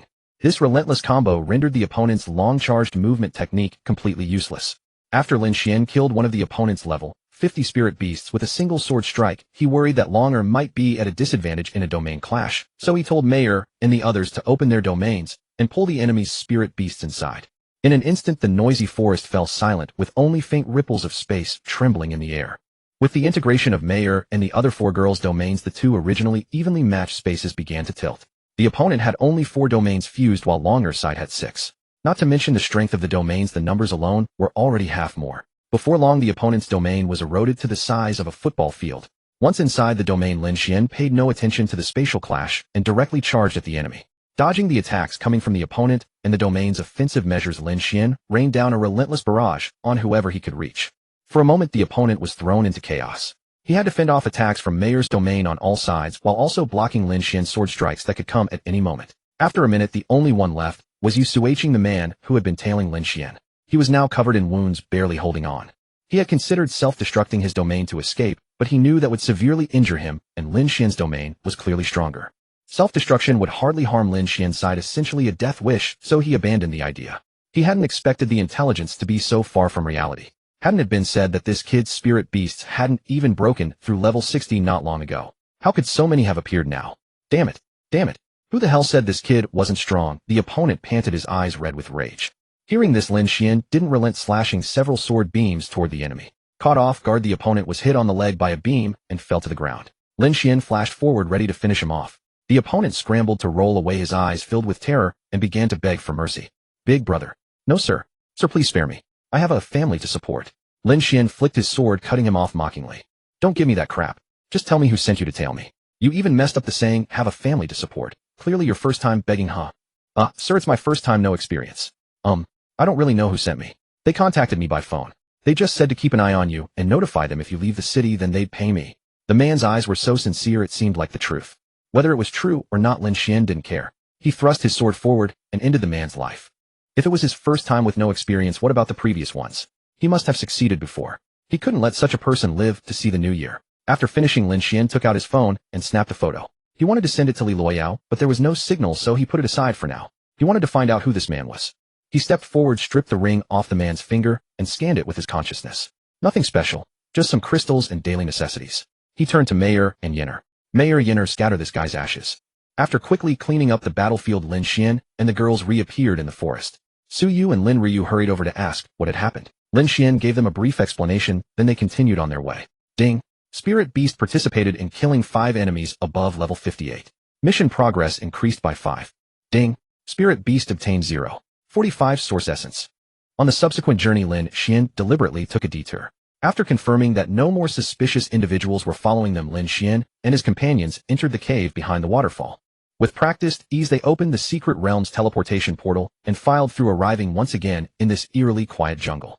After a brief glance around, Lin Xuan directly ordered Yenner to transform into Vermilion Bird and carry the 3 of them forward. After another hour of flight, they finally spotted water in the distance. Lin Xuan and his companions rested by the lake for a while and had a simple lunch. Then, continuing straight down, Lin Xuan led the 2 women into the underwater world and arrived at the platform that opened the inner layer. It was just as they had seen last time, still ruins, lifeless and desolate.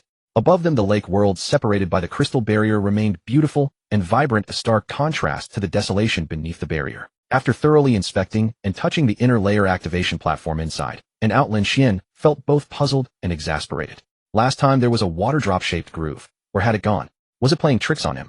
Item: inner layer activation platform requires Water Heart Source Stone to activate. Description: a teleportation stone platform placed by the Water Dragon clan at the outer layer of the Central Water Palace, allowing clan members to travel to the inner layer for leisure. He checked the panel. It hadn't changed. Lin Xuan tried taking out the water source stone from his beast-taming space, and the water drop groove reappeared. Damn, it's got perception, huh? Really advanced, he muttered. Lin Xuan smacked his lips, feeling rather outsmarted by this stone. Live and learn, he thought. Turning his head to look at Su Yu and the other woman, he pointed at the stone platform and said, "Summon your spirit beasts first. We don't know what's inside the inner layer." All right. Soon after everyone was ready, Lin Xuan carefully placed the water source stone into the groove. With a hum, a sound resonated. A water curtain materialized out of thin air in front of the stone platform.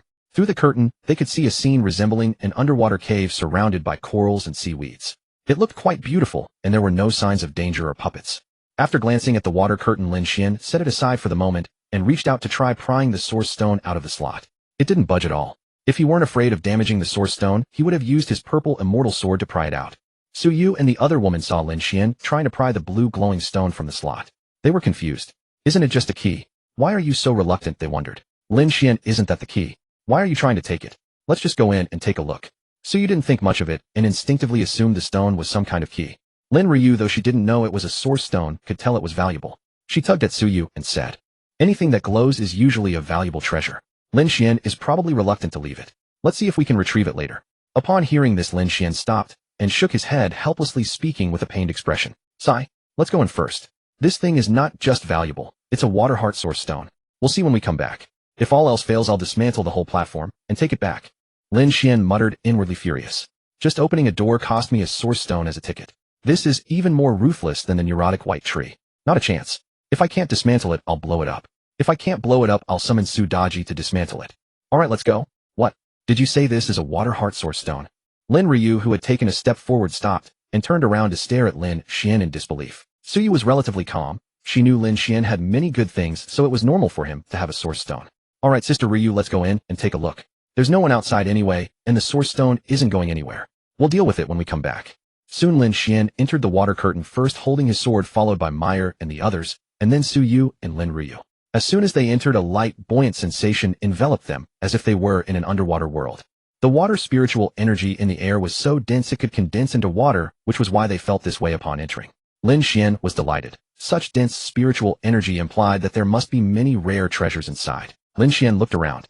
It was similar to what they had seen from outside, an underwater cave surrounded by rock walls with a single passage ahead leading to an unknown destination. Above, night pearls illuminated the entire cave. Lin Xuan glanced back and saw that all the women had entered. Slowly, Lin Xuan led the women forward along the passage. After nearly 100 meters, they saw the space suddenly widen into what seemed to be a new cave with a small fountain of clear water in the center. Noticing the dense seaweed along the walls, Lin Xuan asked the women to rest for a while and stealthily went ahead alone to scout the situation.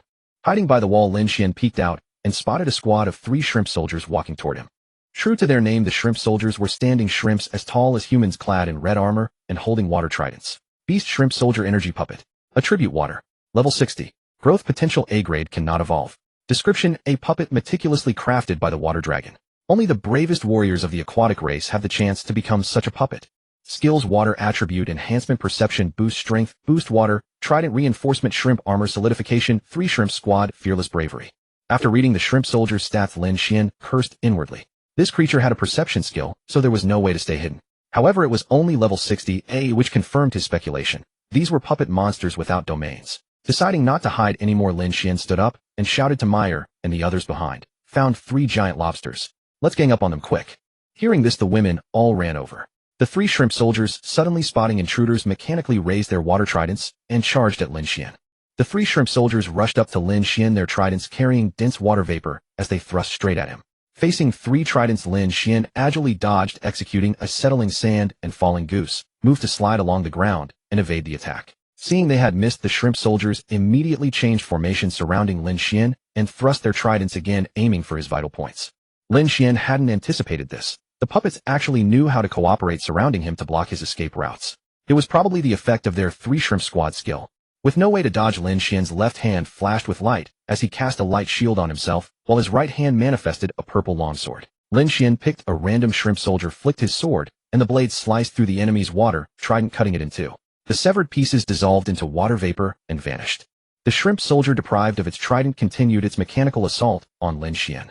The water trident that had dissolved into mist was rapidly reforming, reappearing in its grasp once more. Lin Xuan seized the opportunity and swiftly unleashed another sword strike, slicing open the enemy's armor and exposing its stony shrimp body. Then he flashed forward, breaking through their encirclement. Mayer and the others arrived in quick succession, joining the fray to assault the 3 shrimp soldiers.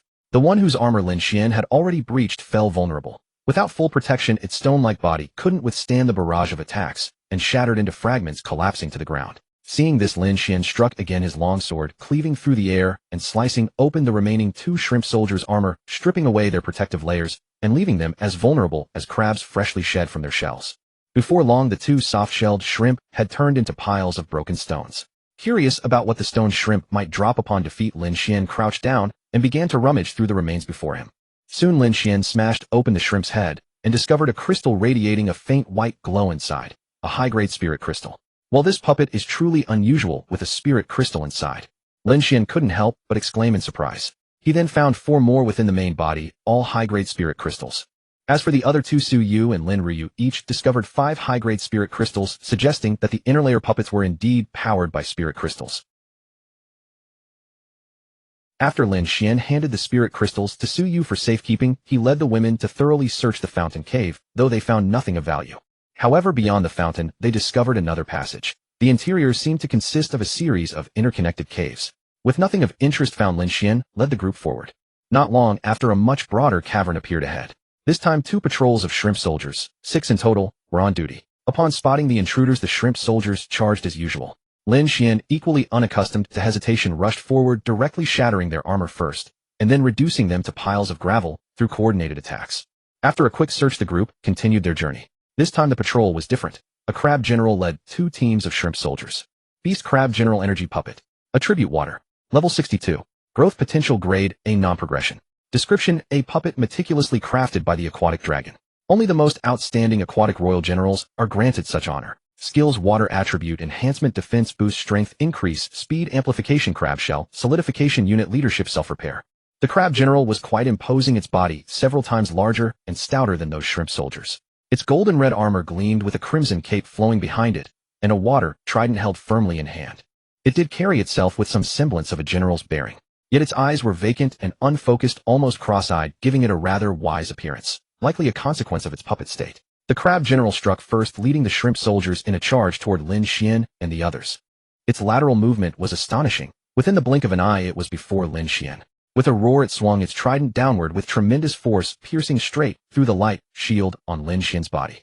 With a sharp crack, the light shield shattered, though the trident's momentum slightly diminished as it continued its assault toward Lin Xuan. Lin Xuan gripped his sword with both hands and swiftly angled it upward, catching the forked prong and halting the attack. That description was truly accurate. It was indeed the finest general. Such ferocity upon first contact. Had it not been for the light shield, he might not have been able to withstand that blow. Seeing this, Lin Xuan committed his full strength to the encounter. Spiritual energy surged throughout his body as his longsword erupted with blade aura. He withdrew and slashed back, splitting the opponent's trident cleanly in 2.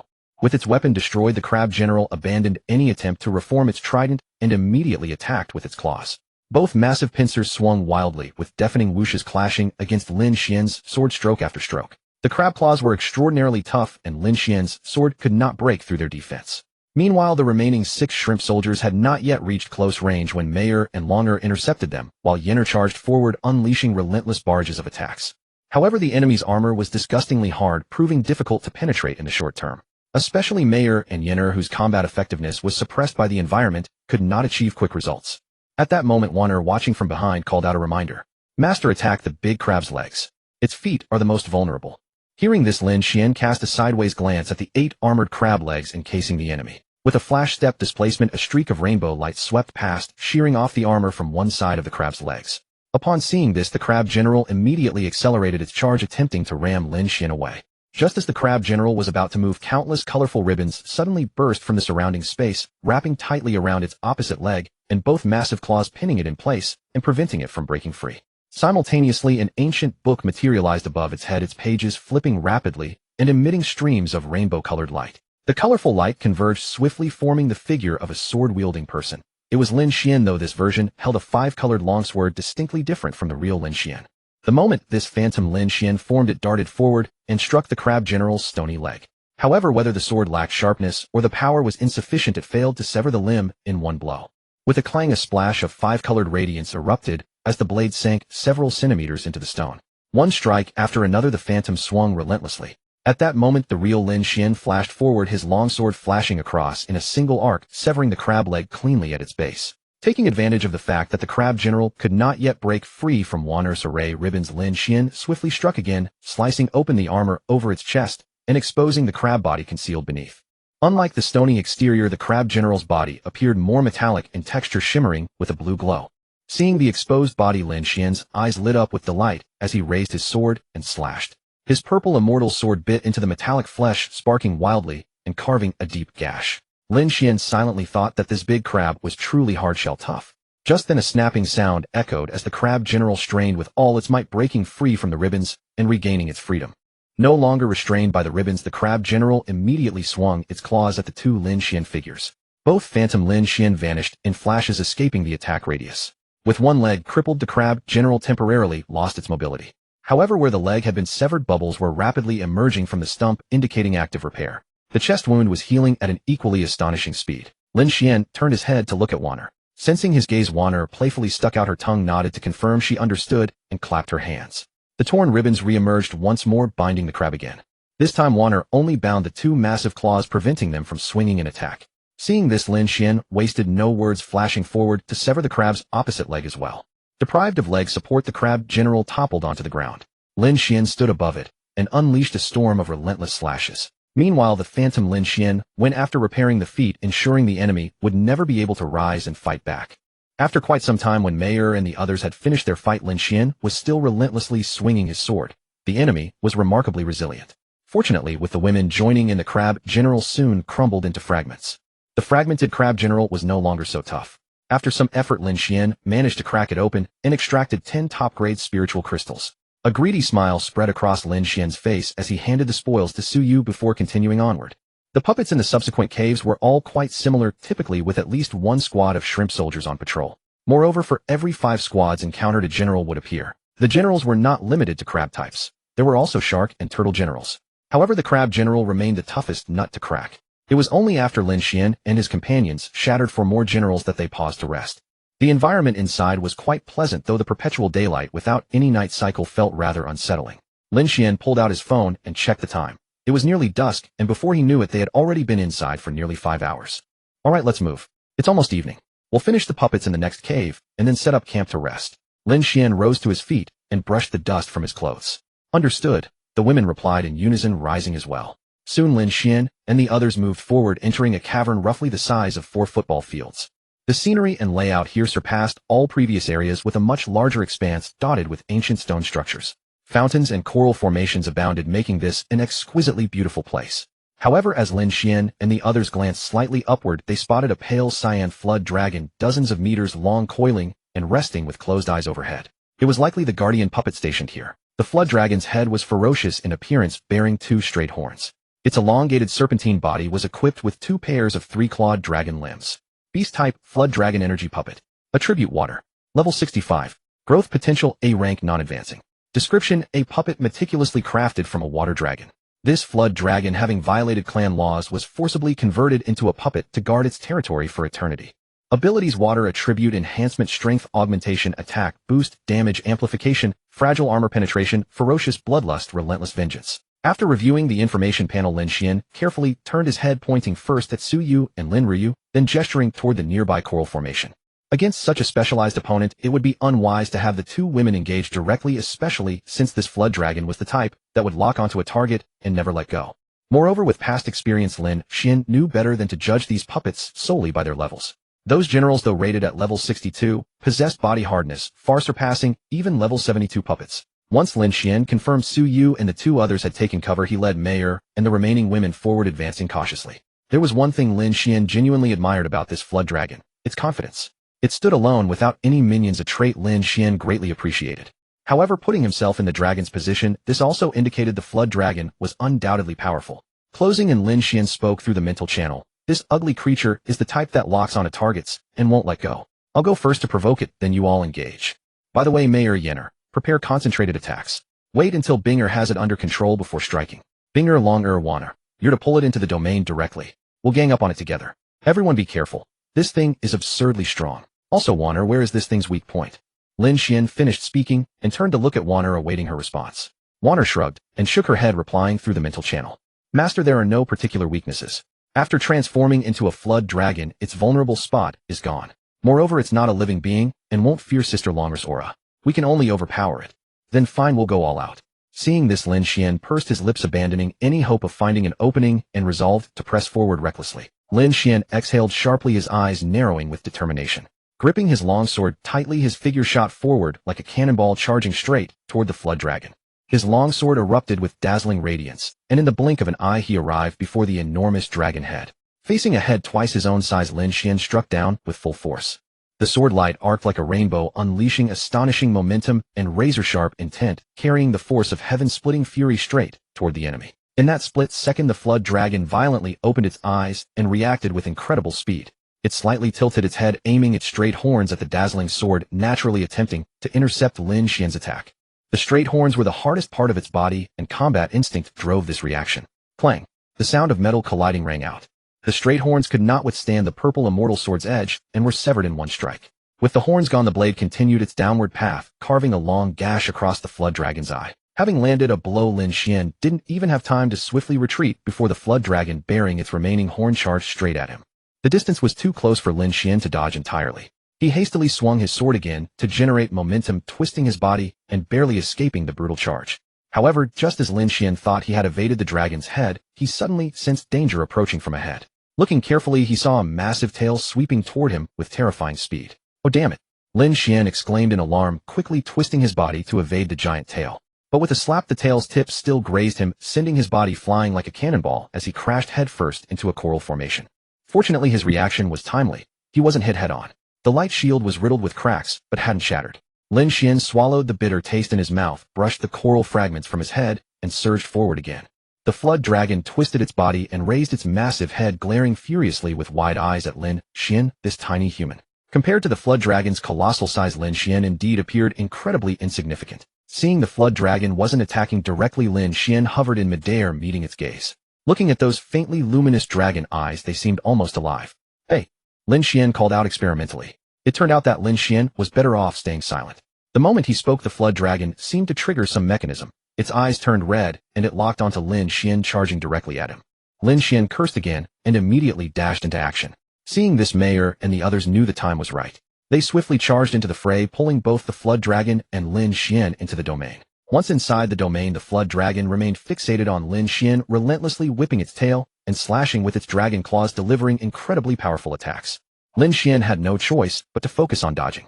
Though he managed to evade every attack he could, the dragon's massive size naturally expanded its attack range, and Lin Xuan was still struck repeatedly. However, the flood dragon also suffered greatly in return. Mayer and the others' domain attacks, along with their own strikes, rained down upon the dragon continuously. Especially Binger and Yinner subjected the flood dragon to a combined ice and fire assault. Binger summoned ice dragons and ice tigers to charge ahead, colliding with the flood dragon to drop its body temperature to freezing. Immediately after, Yinner dispatched 2 flame phoenixes to explode against the frozen body, raising the temperature to incandescent red. This ice-fire combination proved extraordinarily devastating against the flood dragon. Before long, the flood dragon's entire body was cracked from tip to tail, as though it would shatter at the slightest touch. However, Lin Xuan was not faring well either. If not for Wanner's colored shield and Yaoer's healing, he would have likely perished by now. The opponent's attacks were terrifying. Even a grazing blow against the light shield produced loud, crackling sounds. Had Lin Xuan failed to dodge, the shield would have been obliterated, leaving him no choice but to take the hit head-on. After some time passed, Lin Xuan dodged another claw strike and heard a cracking sound ahead. The sound came from the opponent itself. Lin Xuan felt it was courting death, or rather it was already dead, merely lashing out in desperation. Its entire body was riddled with cracks, yet it arched its body, preparing to strike Lin Xuan with a massive tail blow. Lin Xuan, seeing this, lost his patience. "You're already breaking apart into fragments, and you still think you can land a hit on me?" Lin Xuan swiftly dodged the incoming attack and activated the reverse scale protection, a skill that could only be used once per day, which he had been saving for just this moment. This was Lin Xuan's first time using this equipment skill. A flash of light appeared, and a dragon scale materialized above his head, continuously emitting a faint glow that enveloped his entire body. With this protection, Lin Xuan felt confident. His speed surged, and the radiant light from the long sword in his hand shot skyward, dazzling and brilliant. Ahead, a humming sound echoed, and the flood dragon's tail slammed toward Lin Xuan like a coiled spring, releasing its tension. Any attacks in its path were swept away with visible shockwaves rippling outward. This was likely the opponent's final move. As it unleashed this attack, cracks across its body creaked ominously and some parts shattered completely. Lin Xuan's spiritual energy surged throughout his body, and suddenly, he gained a deeper understanding of the sword in his heart. The sword light in his hands intensified further as he unleashed a full-power strike against the incoming flood dragon tail. The sword light erupted into a brilliant radiance, illuminating the entire space and transforming the colorful domain into a single unified hue. One strike that seemed to reshape heaven and earth itself. The peerless sword aura cut through the air like it would rend the heavens and earth asunder, its momentum utterly devastating. Mayer and the others watched in awe, etching this moment into their memories. It was the first time they had ever witnessed their master unleash such a terrifying sword strike. Ka-ka-ka. The sword aura collided with the flood dragon's tail with tremendous force, both sides locked in a fierce struggle that erupted with explosive sounds. Countless fragments exploded outward from the flood dragon's body. After 2 breaths, it could no longer withstand the pressure, and with a thunderous boom, its entire body shattered into pieces that flew in all directions. The sword aura, freed from obstructions, surged through the space and tore a rift in the spatial barrier, vanishing into nothingness. The shattered flood dragon had finally met its true end. Lin Xuan descended with heavy breathing. The sword technique he just unleashed was indeed terrifying, but it nearly drained all his spiritual energy. This sword strike was essentially Lin Xuan's own creation. He had originally wanted to name it the life-taking sword, but the system wouldn't allow it, so he settled on Swan-like heaven-shaking slash. Ding's self-created spiritual technique, named successfully Swan-like heaven-shaking slash. This skill cannot be upgraded, and its level is unknown. The system's designation of an unknown level left Lin Xuan puzzled. He felt the power was quite formidable. It was just that the consumption was considerable. It should qualify as at least A rank. Regardless, he decided to let it be. Since he had comprehended it himself, its true potential depended on how he wielded it. He gestured toward Mayer and the others and smiled. Stop gaping at me in shock, I'm exhausted. Haven't you seen how long I've been beating that thing? Yao, quick heal me. My body feels like it's not responding, it hurts like hell. Oh. Hearing this, the women snapped back to reality from the previous sword strike and hurried over to support Lin Xuan while Yao unloaded every healing technique she had onto him. After recovering somewhat and feeling better, Lin Xuan addressed the women. Alright, let's head out first. We'll set up camp and rest here tonight. Anyone want some roasted meat? Yeah, really, master. I want some. And me too. I want it extra spicy. And me? Master, I'll eat it however you make it. Yao tossed herself into Lin Xuan's arms playfully, then turned to Wanner with a confused expression. Sister Wanner, aren't you a divine deer? Don't deer only eat plants? Yao shook her head. Deer meat is delicious too, you'll see.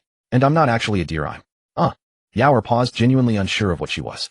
Looking up at Lin Xuan, she asked hopefully, Master, what am I supposed to be? Oh, you're a divine deer. The celestial deer from the jade pool in heaven. Strictly speaking, you're not really from the deer clan, understand? Lin Xuan wasn't certain his explanation was accurate, but Yao was always mysterious and likely didn't belong to any ordinary species anyway. Hearing this, Yao beamed at him warmly, then turned to Wanner with a smile. If Master says I am, then I am. I follow Master completely. Master is my everything. Lin Xuan chuckled affectionately, ruffling her hair. You're quite the foodie, aren't you? I know, right? It's all so delicious, especially the spicy strips. Master, you wouldn't believe how much I love them. All my mouth is watering. Yao covered her mouth mid-sentence, swallowing hard. Lin Xuan found her comical. Thinking about the spicy strips made him hungry too. Yao, bring me some spicy strips first. I'll roast the meat for you afterward. Oh, spicy strips. I have plenty. Here, Master. You can have them all. I want to eat my fill later, maybe enough for 2 oxen. Longer quickly pulled out over a dozen packets and stuffed them into Lin Xuan's arms, muttering constantly. Lin Xuan ate one first to test it, wondering why she suggested 2 oxen's worth. That would kill him. Soon Lin Xuan and the others exited the domain, followed by a pile of rubble, the remains of the flood dragon. Lin Xuan noticed many fragments glowing with white light. His eyes turned to those of avarice as he began examining the stones, chipping them open to reveal top-grade spirit crystals, one by one. After counting them all, he found exactly 100 worth 100 million points. The dragon clan truly lived extravagantly. Joyfully, he summoned Steward Suyu and handed her the spirit crystals. Surveying the vast cavern, he sensed something valuable still awaited discovery. Without hesitation, Lin Xuan organized everyone to begin searching. Leading the women, he walked toward the nearest ancient structure. The buildings throughout resembled each other in design. Constructed from gray-white marble, their roofs adorned with lifelike carvings of birds and beasts arranged around the edges. At the highest central point stood a magnificent dragon sculpture, rearing its head in a roar that commanded submission from all creatures below, like stars orbiting the moon. There was no doubt this was the work of the dragon clan.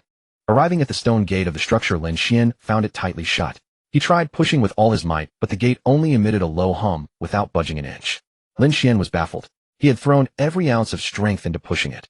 If he pushed with such force against a mountain, it would have groaned in protest.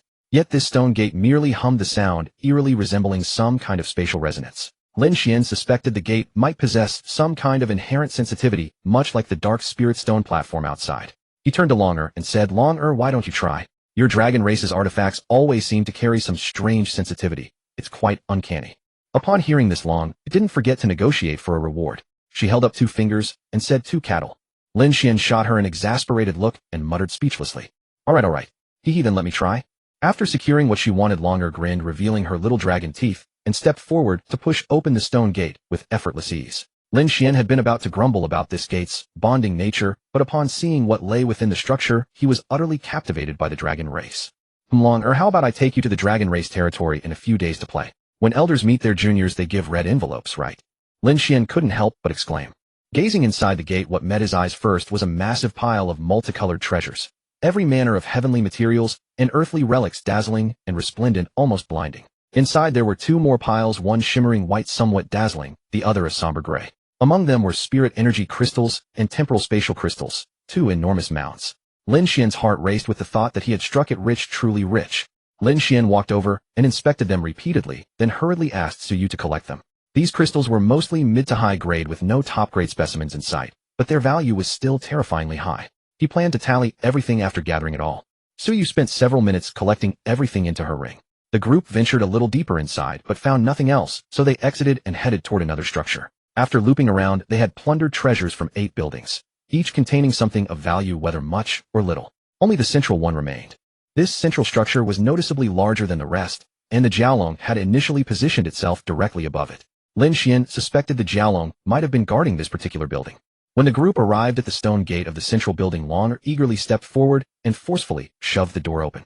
Boom, crash. Before Lin Xuan and the others could take in the interior, a torrent of water surged from within, sending them tumbling back more than 10 meters. Lin Xuan felt a gentle yet relentless stream of water surging toward him, desperately penetrating his body, as his physique automatically began absorbing it. This was the result of countless pure water spiritual energies condensing into liquid form. Previously, spatial forces within the structure had kept the water spiritual energy locked away, preventing it from escaping and allowing it to manifest as a tangible substance. By opening the stone gate, Longer had essentially flipped the switch and released the valve. All the condensed water spiritual energy erupted forth as rushing streams. Lin Xuan and the others, along with their water attribute spirit beasts, fell silent and quietly absorbed the pure water spiritual energy. Soon after, some time had passed, and the once thick liquid water spiritual energy had fully dissipated into heaven and earth. They slowly opened their eyes and sensed the changes within themselves. Su Yu and Lin Ryu each gained 2 full levels, and their water attribute spirit beasts advanced several ranks as well. Lin Xuan himself only gained 2 experience points, understandable given his high cultivation level. The ones who benefited most were Bing Yao and Wan'er. All 3 gained 4 points of origin essence. For Lin Xuan, the improvement was far from dramatic considering his already high level. But for someone of lower cultivation, having such pure and gentle spiritual energy enter one's body would be akin to receiving a direct transmission of power in the cultivation world, resulting in a massive breakthrough. Su Yu and Lin Ryu beamed with joy, thoroughly delighted by this unexpected harvest. But the greatest surprise was yet to come. Lin Xuan and the others quickly returned to the gate and peered inside. There was no glittering spectacle as they had expected, only a single water drop-shaped object emitting a blue glow floating at the center. Lin Xuan's eyes lit up at the sight. At last he had found exactly what he sought most, the water-hard origin stone. Alas, there was only one. Suppressing his restless heart, Lin Xuan asked Su Yu to keep the origin stone for safekeeping. The inner chambers of this water palace had not yet been fully explored. Earlier they had discovered a new passage on the opposite side of the rock cave, which they would investigate the following day. He then searched the entire building and discovered additional crystals in the inner chambers, all of top grade. However, the quantity was far smaller than the mid to high grade crystals, numbering only about 100. Noting that the building contained quite a few rooms, Lin Xuan and the others decided to rest there for the night and continue their journey the next day after waking. He took out a large pile of pillows and bedding for Mayer and the others to arrange, then went outside to prepare dinner himself. Cunning as a fox, Mayer noticed Lin Xuan was missing and guessed he had gone outside to cook. She promptly tossed the quilt to Yen Er and ran off to help him. Keep it up, sisters. I'm going out to help master. Seeing her eldest sister leave, Longer also wanted to go along. But noticing her second and third sisters still busy, she felt a bit guilty about slacking off. Yenair had noticed Longer's behavior from the start, her frequent glances toward the door and the way she kept swallowing her saliva. What an insatiably greedy child she was. All right, Longer, go. If you keep picking at those little dragons on your pillow, you'll scratch them all off, Yenair said with playful exasperation. Hearing this, Longer grew embarrassed and clutched her pillow, demurely stammering. And no need, I was just At that moment Bing Er also looked up, glanced at the pillow in Long Er's hands, and immediately set down the quilt she was holding. She walked over and pinched her little mouth, reprimanding her. "You cheeky girl, how dare you? I spent so much effort embroidering those little dragons for you, and you're about to scratch them off." Bing Er had learned this craft from watching television. Seeing how delicious Yen Er cooked, she wanted to learn something to pass the time, since watching TV every day was rather tedious. She saw some beautiful embroidery on the screen and took a keen interest. Unexpectedly, she possessed a natural talent for it, and before long, she became quite proficient embroidering patterns onto every pillow and quilt in the house. "Oops, sorry about that. Here, third sister, please fix it for me. I'm going to find eldest sister." After stuffing the pillow into Bing Er's hands, Long Er bolted. If she didn't run, she'd surely get another scolding. "What a carefree and reckless girl," Bing Er muttered with a half-amused, half-frustrated sigh after Long Er ran off. "Isn't that thanks to how you raised her? When Long Er was still a baby dragon, she was curled up by your side all the time." Yen Er teased. Bing Er shot Yen Er an annoyed glance. Wan Er then asked Yen Er with great curiosity, "Sister, Yen Er, was Sister Long Er curled up by Sister Bing Er when she was little?" "Let me tell you something. Among us sisters, what does Yao Er pride herself on the most? I've already said it. It's about whether Dragon Sister is still the little milk dragon." Yen Er giggled mischievously, dropping a riddle that was anything but cryptic. As expected, Wan Er understood immediately and gasped in surprise. Then Master must be terribly envious of Sister Dragon. I think. Woo he. Senior Sister Bing Er, I won't say any more, I won't say it. Upon hearing those words, Bing Er felt an overwhelming wave of embarrassment. She immediately lunged forward, covered Wan Er's mouth with her hand, and tickled her relentlessly. After hearing Wan Er beg for mercy, Bing Er was far from satisfied, and set her sights on Yen Er. Yen Er smiled gracefully, read Bing Er's intentions, and struck first. She subdued Bing Er, pinning her beneath herself. Seeing an opportunity for revenge, Wan Er immediately joined in. Yao Er stood aside, torn about whom to support, hoping to slip away before being dragged in. However, Bing Er spotted her and pulled her into the fray, forming an alliance. Soon the two sides erupted into a playful battle, tumbling and laughing together. After a long while, when Lin Xuan finished roasting and came to call them, what met his eyes was a sight that made him pause. These four girls had turned the bedding into chaos, and they themselves were. Ahem. Lin Xuan couldn't help but glance a few more times. "Did you four just overthrow the heavens, or were you tidying up the bedding?" After speaking, Lin Xuan walked over and helped each of them up one by one. The four girls stood up and glanced at each other's disheveled appearance, bursting into suppressed laughter. Their hair was wildly tousled, and their clothes were barely decent. The ethereal fairy aura had long been abandoned, replaced by the wild beauty of forest maidens. "What are you laughing at? You lot look like four little wild cats. Come on, let's go eat dinner first, and then you can clean yourselves up at that large fountain." Lin Xuan had no idea just how wildly the girls had played to end up in such a state. Soon after devouring their dinner, Lin Xuan went alone to tidy the bedding while the women headed off to bathe. After finishing the bedding, Lin Xuan also found a fountain and took a bath. In truth, when camping outdoors, one might go several days, or even much longer, without a chance to bathe. Having any opportunity at all was a blessing, and honestly, soaking in this fountain was quite pleasant. Clear spring water gushed forth, gently flowing downward and slowly washing over Lin Xuan's back. The sensation was exquisite. And so the night passed without incident. Wait, that's not right. There was no night here at all. After sleeping until naturally waking, everyone resumed their journey. After walking through a corridor roughly 100 meters long, Lin Xuan and the others arrived at a cave of moderate size. There were no shrimp soldiers guarding it, but 5 new passages had appeared. Lin Xuan felt somewhat puzzled, but remembering the introduction on the teleportation platform, designed for clan members to visit for leisure, he reasoned that a normal mindset wouldn't place dangerous traps in such a recreational area. Moreover, this secret realm seemed to have been created by a powerful dragon clan elder as a display of prowess.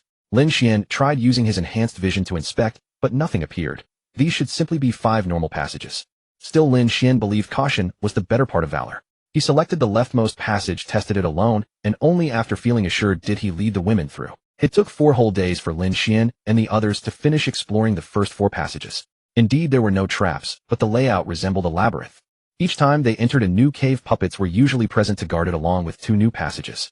The number of puppets varied. Sometimes many, sometimes few, always random, and only one of the 2 passages led the correct way. Furthermore, at the end of every passage lay an exceptionally large cavern, where a level 65 aquatic puppet stood as the final guardian. Of course, treasures were abundant as well. Lin Xuan and the others gathered quite a haul. Among them, the water heart origin stone that Lin Xuan desired most was present in every large cavern, 1 per chamber. As a result, Su Yu and Lin Ryu both benefited greatly, advancing several levels to reach level 49. Once they comprehended their attributes, they could break through the barrier and reach level 50. The 3 women, Bing Er, Yao Er, and Wan Er, also gained considerably. Their current level experience surpassed even that of their senior sister Mayer. Mayer shrugged it off, saying it didn't matter. She would remain their eldest sister regardless. Night had fallen outside. Or rather, it was past 10 o'clock by the phone's display, but within this inner layer daylight still reigned. Just as Lin Xuan was about to lie down in his bedding to sleep, he suddenly felt spiritual energy churning violently within his body, followed by a mysterious power enveloping him.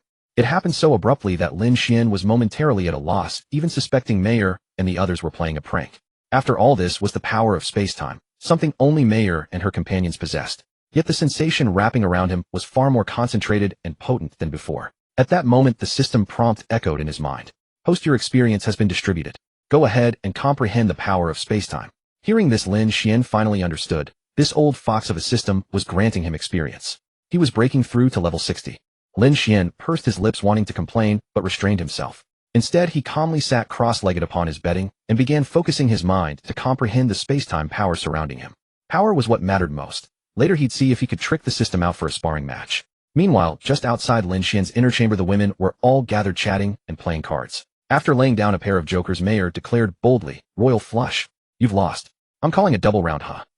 It was at that instant that Mayer and the other women all turned their heads toward Lin Xuan's inner chamber. They keenly sensed waves of space-time energy emanating from within. "Let's stop playing for now. I'll go check what's happening with Master." Mayer tossed the two deuces aside and hurried toward Lin Xuan. Yinner and the others quickly rose to follow. Su Yu and Lin Ryu, being of lower cultivation, had not sensed anything, but seeing Mayer and the others rush toward Lin Xuan's direction, they knew something was amiss and promptly followed. Soon the women filed in one after another, making the once spacious inner chamber rather crowded. Upon entering, the women saw Lin Xuan floating mid-air, radiating a bright gray light.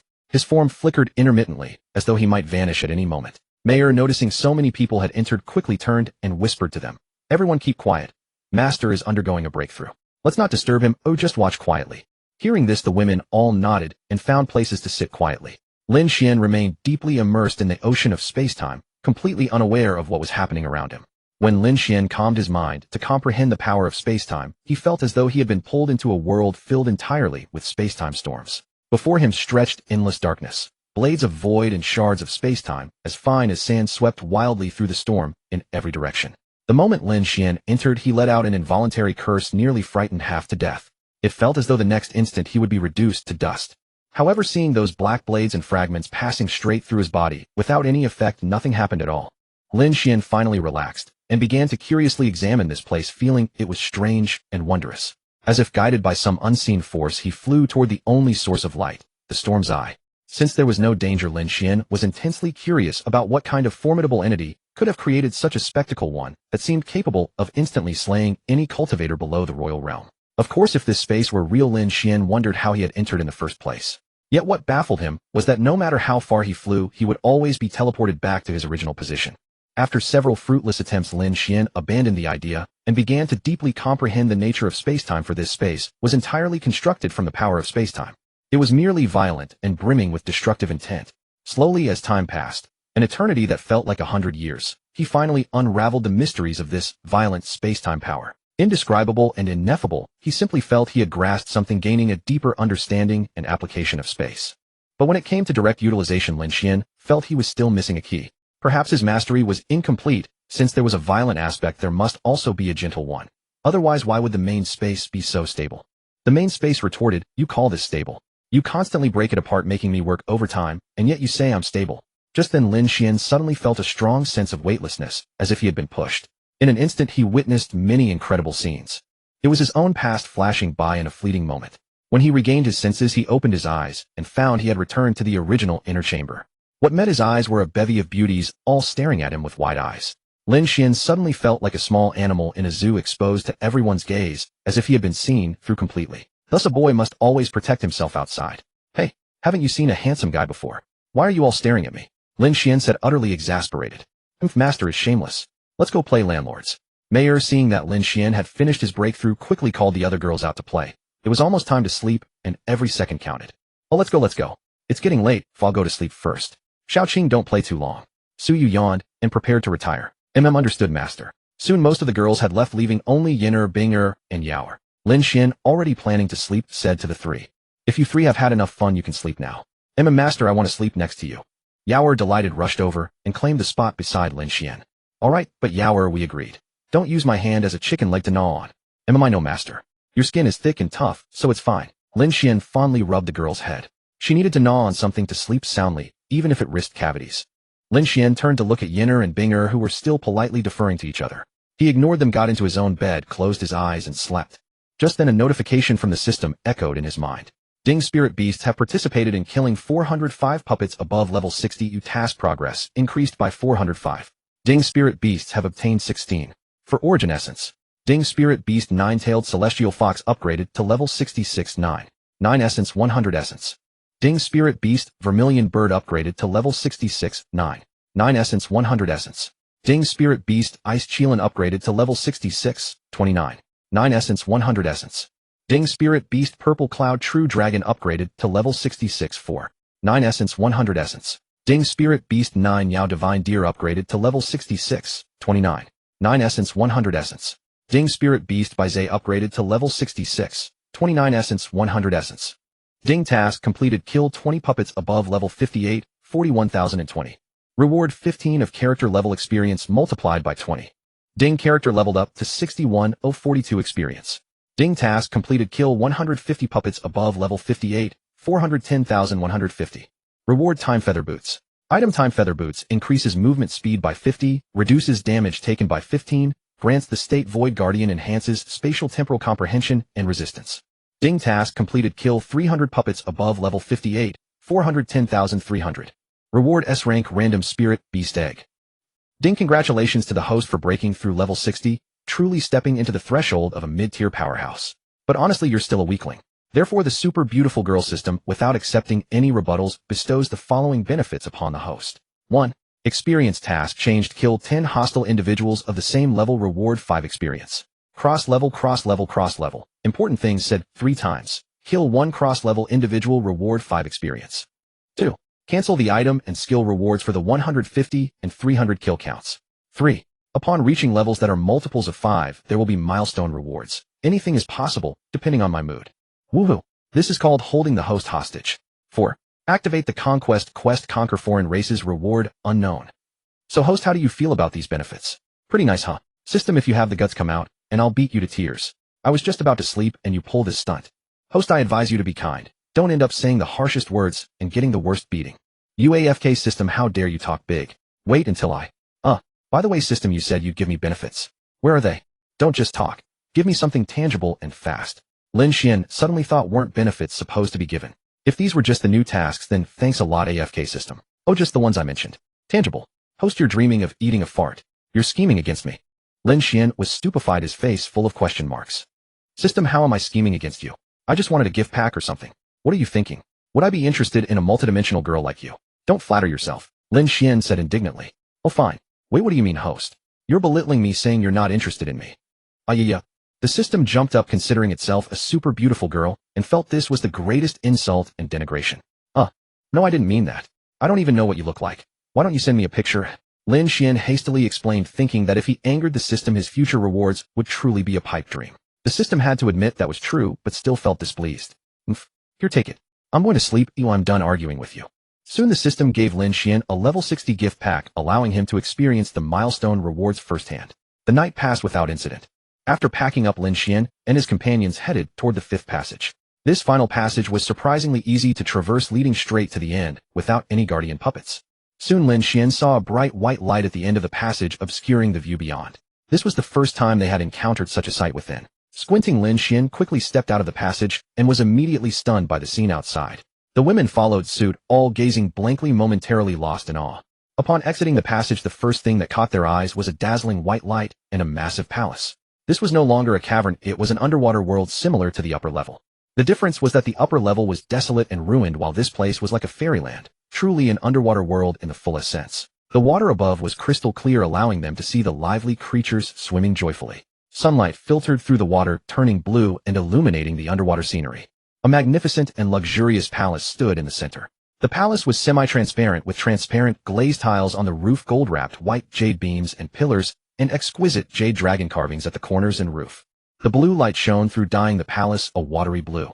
At a glance, it harmonized with the underwater world above, giving the impression of a unified whole. One couldn't help but marvel at the divine craftsmanship. Lin Xuan studied the dragon palace for a long while, then couldn't help but remark, how sunny it would be to live inside. Hearing this, the women all turned to look at this mood spoiler, giving him a collective eye roll. What a beautiful palace. The builder must have put in a lot of effort, Su Yu exclaimed in amazement. Seeing this, Lin Ryu proposed. Such a beautiful palace with no guards.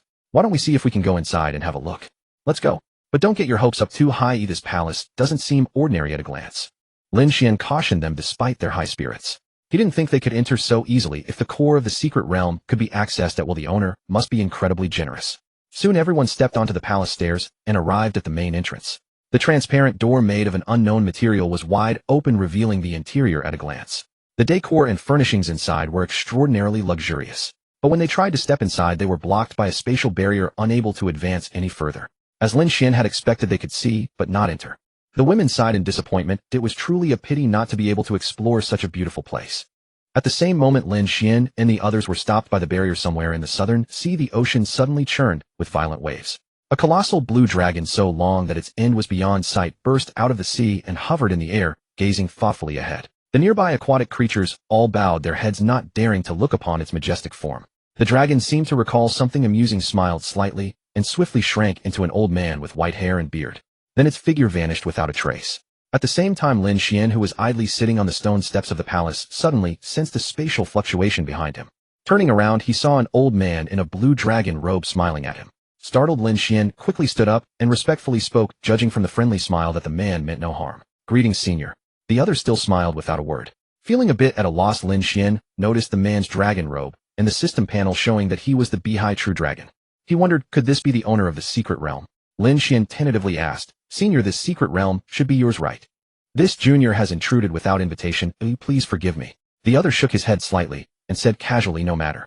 This place was already abandoned. If you hadn't triggered the spatial barrier, I would have completely forgotten about it. And your arrival here is also your fortune."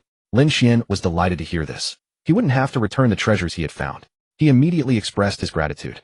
"Thank you, senior." At that moment, the women returned from exploring, chattering excitedly. Seeing Lin Xuan conversing with an old man in a dragon robe, they stopped curiously and watched.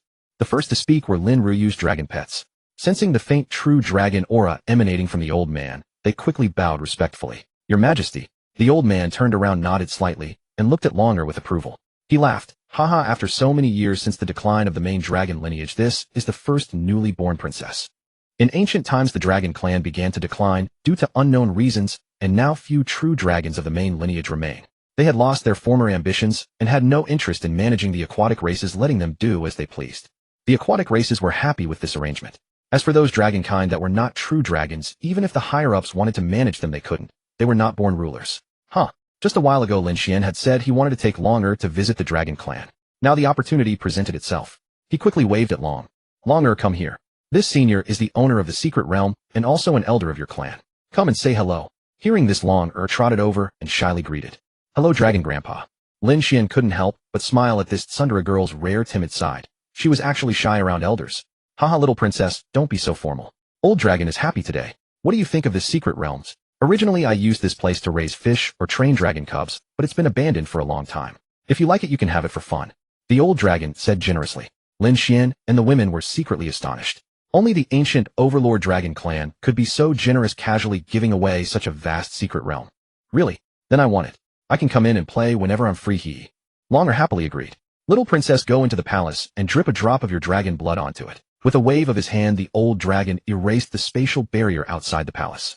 He felt that the secret realm was now useless to him. It was better to give it to the younger generation to help strengthen their power. Leave it to keep raising fish. He didn't have that much free time.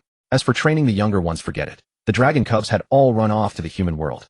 This old man had long become an empty nester, sleeping all day. The relationship between the dragon clan and the human race had always been good through generations. When the great upheaval first began, the dragons had helped humans quite a lot. Hearing this, Longer walked into the magnificent palace, bit her finger with her little dragon fang, and squeezed out a drop of purple gold blood, letting it fall downward. As the blood droplets touched the crystal floor of the palace, they instantly dissipated into specks of light and vanished. The palace brightened, and the entire secret realm trembled slightly, as if welcoming its new master. Then the old dragon chatted with Lin Xuan for a while. Lin Xuan gave him 100 jars of monkey wine as a return gift. Ever the courteous one, Lin Xuan had nothing particularly extraordinary, but he figured the wine might be appreciated, so he gave it a try. The other party accepted it without disdain, clearly a dragon with a taste for fine wine. After bidding farewell, he vanished with a teleport, and only then did the others relax, no longer feeling so restrained. The delighted women toured the palace, taking a plethora of beautiful photos before finally stopping. Since the tour was over, Lin Xuan checked the time on his phone. It was nearly noon, so he proposed heading back. After all the secret realm had been fully explored, they retraced their steps. Although Longer was now the master of the secret realm, she couldn't yet teleport within it, as she could only send people in or out directly. They quickly returned to the teleportation stone platform.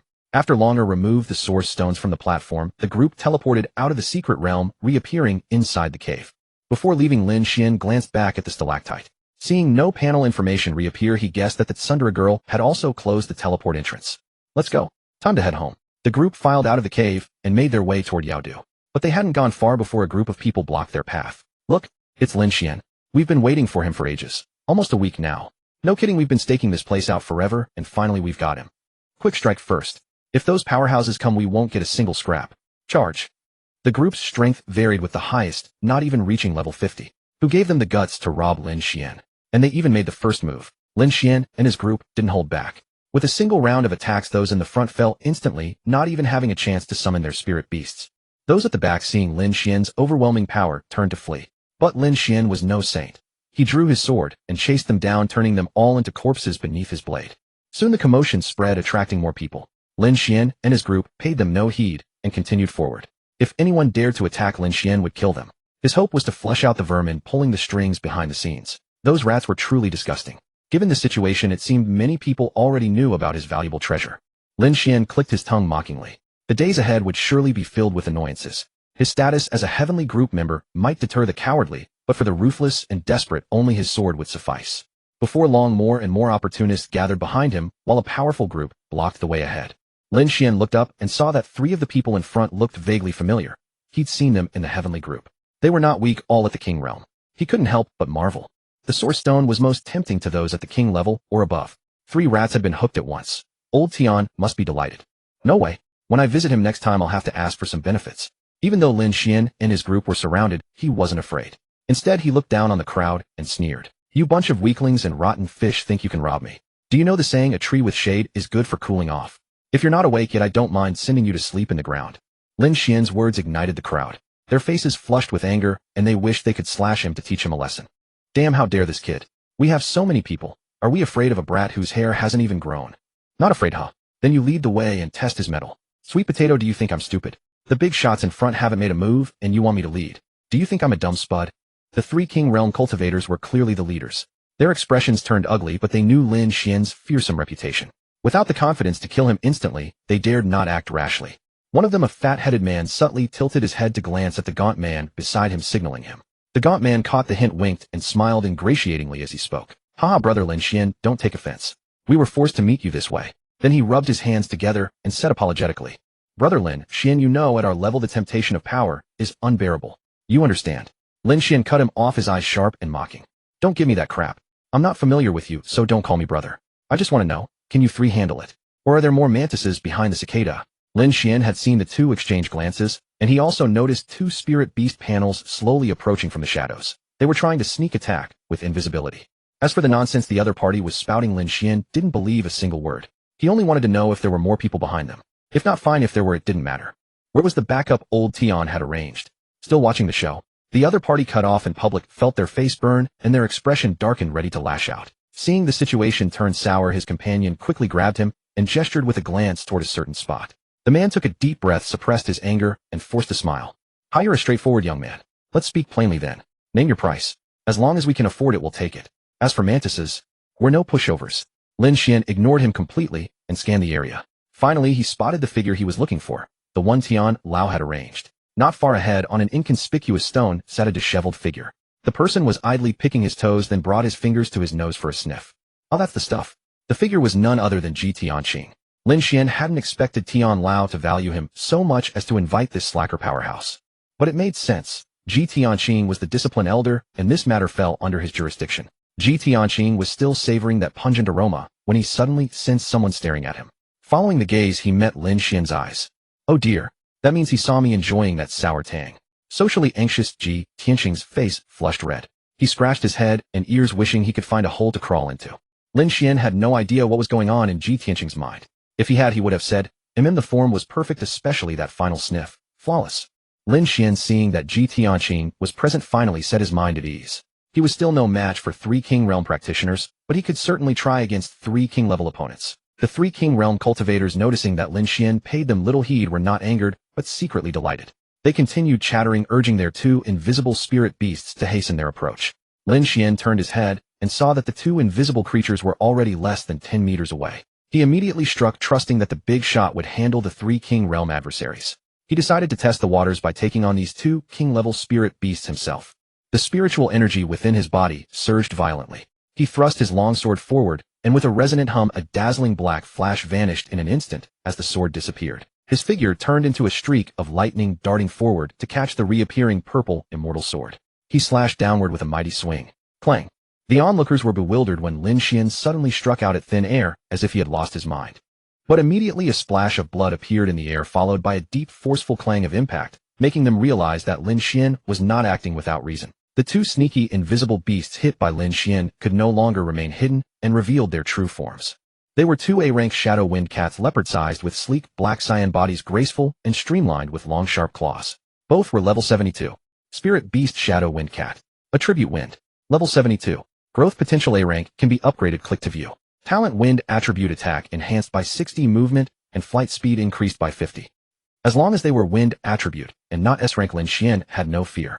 Their speed was high, but their attacks were lackluster. Without the advantage of stealth, a single sword strike could draw blood. Of course, if they were S-rank, their speed would be utterly annoying. One of the 2 wind cats was still bleeding profusely. Lin Xuan's first sword had pierced straight through it. The 3 King Realm cultivators found it baffling. How had Lin Xuan known, and how had he landed a direct hit with his first strike? But they were decisive. Abandoning all pretense, they immediately summoned their remaining spirit beasts and prepared to charge at Lin Xuan. Tianqing had originally wanted to see Lin Xuan suffer a setback, but he was surprised that the young man had both known and acted decisively. Seeing summoning portals appear beside the 3 King Realm youths, he decided to stop watching. He teleported directly in front of the 3, his hands sweeping across swiftly. Slap, slap, slap. 3 loud slaps resounded, followed by the sealing of the space around them, preventing any chance of escaping with spatial talismans. Lin Xuan paid no attention to that side. He had anticipated this outcome when he struck. Tianqing's actual combat strength was even slightly superior to that of Tian Lao. Bullying 3 King Realm cultivators below level 75 was a piece of cake. The wind cat before Lin Xuan roared, its claws flashing with cyan light as it raked through the air, sending out blade after blade of wind at Lin Xuan. Lin Xuan twisted his longsword, slashing and shattering the wind blades one by one without dodging, charging forward. When the distance was right, he exploded into motion, his sword turning into a beam of light like a rainbow, piercing the sun, slashing downward. Seeing this, the opponent turned into lightning and retreated rapidly. Lin Xuan smiled slightly, then pushed the sword, which was mid-swing, forward with force. With a hum, another black flash streaked by. The sword pierced through space and appeared before the creature, leaving it no time to evade. It was instantly pierced through, bringing forth a spray of red. Having landed a hit, Lin Xuan swiftly closed and catching the purple immortal sword again and slashing once more, striking the opponent. Using the force of Lin Xuan's strike, the wind cat quickly retreated to join the other. Before it could catch its breath, snow began to fall rapidly in its space and streaks of multicolored light shot toward it, also catching the other cat in the blast. The 2 cats had no chance to dodge, the light struck them directly. Though the damage was not severe, the accompanying elemental damage made them extremely uncomfortable. They endured the pain trying to hold on when a small white tree appeared silently and exploded instantly.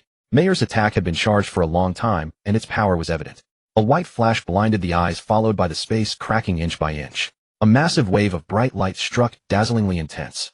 Then flames of lapis lazuli erupted, sweeping outward, consuming everything, even the space itself. The 2 wind cats took the brunt of the blast, engulfed within. Lin Xuan was indifferent to their injuries as the subsequent attacks had already arrived. The attacks from Yin-Er, Bing-Er, and Long-Er came one after another, slamming violently into the epicenter of the explosion.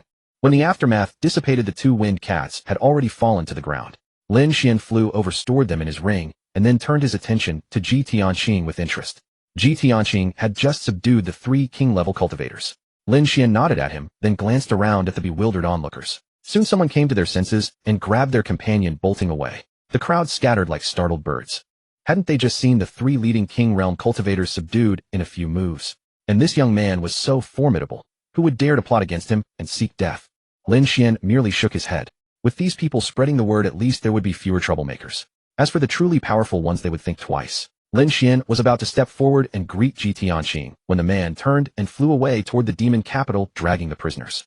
Lin Xuan could only give up. Soon Lin Xuan and the others returned to the city. Ding Spirit Beast gained 1280 Source Essence.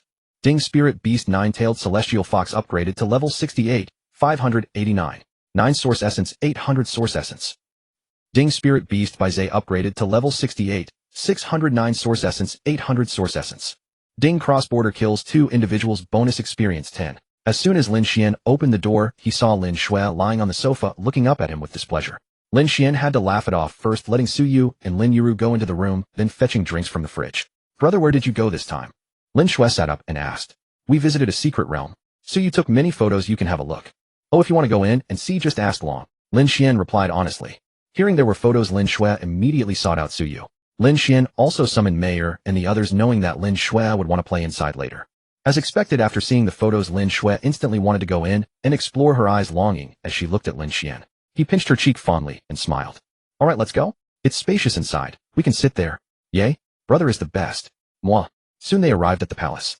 Lin Xuan took Lin Xuan on a preliminary tour, while Su Yu and Lin Ryu, having already explored, stayed behind to sort through the spoils of battle. When Lin Xuan and his sister returned from their tour, they saw several dazzling small hills. Every one of them was filled with treasures. The spoils were soon distributed. Lin Xuan received 40%, while Su Yu and Lin Ryu each took 30%. The majority consisted of mid to high-grade spirit stones, with top-grade ones being less common. After distribution, each person received over 100 stones, while Lin Xuan's share was slightly larger at nearly 200. As for the Water Heart Origin stones, each of the two women claimed one, with the remainder going to Lin Xuan. Satisfied with their shares, they exited the secret realm. Su Yu, Lin Xuan, and Yin'er went to prepare lunch, leaving Lin Xuan in the living room to chat with Lin Ryu. Lin Xuan wrote out a list of materials for Lin Ryu. She still had a few spirit beasts that hadn't reached S rank yet, and it was merely a matter of glancing at them. After finishing their meal, the two women bid farewell and headed home. Lin Xuan settled onto the sofa and opened his inventory, gazing at the level 60 reward package within. "Super beautiful girl system, please open this level 60 package for me. Can't you just tap it yourself? You're troubling me with such trivial matters." Although the system complained, it still helped Lin Xuan open the package. The item in his inventory suddenly blazed with starlight, transforming into 2 pet eggs and 2 cards. Obtain 2 S-rank spirit beast eggs and 2 spirit skill upgrade cards. "Haha, thanks system. Do you need me to open the beast eggs for you as well, host?" "Hold on system." Lin Xuan quickly rose and walked over to sit beside Bing-er, pulling her into his arms. "System, go ahead. Open all 4. Congratulations on obtaining an S-rank Void Spirit Cat Beast Egg. Congratulations on obtaining an S-rank Medusa Beast Egg. Congratulations on obtaining an S-rank Golden Noob Beast Egg. Congratulations on obtaining an S-rank Crystal Spirit Deer Beast Egg." After the beast eggs were opened, Lin Xuan examined them. The Void Spirit Cat was still the most rare with its time-space attribute. It was his first time encountering such a spirit beast. The Medusa and Golden Noob both possessed the metal attribute, while the Crystal Spirit Deer was of the wood attribute, which Su Yu also had. Adding the Thunder Spirit Cat Beast Egg he had been saving for Lin Xuan in his inventory, Lin Xuan now held 5 eggs in total. Lin Xuan had now reached level 21 and could form contracts with spirit beasts. Lin Xuan called her out from her room and gave her both the Thunder Spirit Cat and the Crystal Spirit Deer eggs. He then took out the Void Spirit Cat egg and began the contract.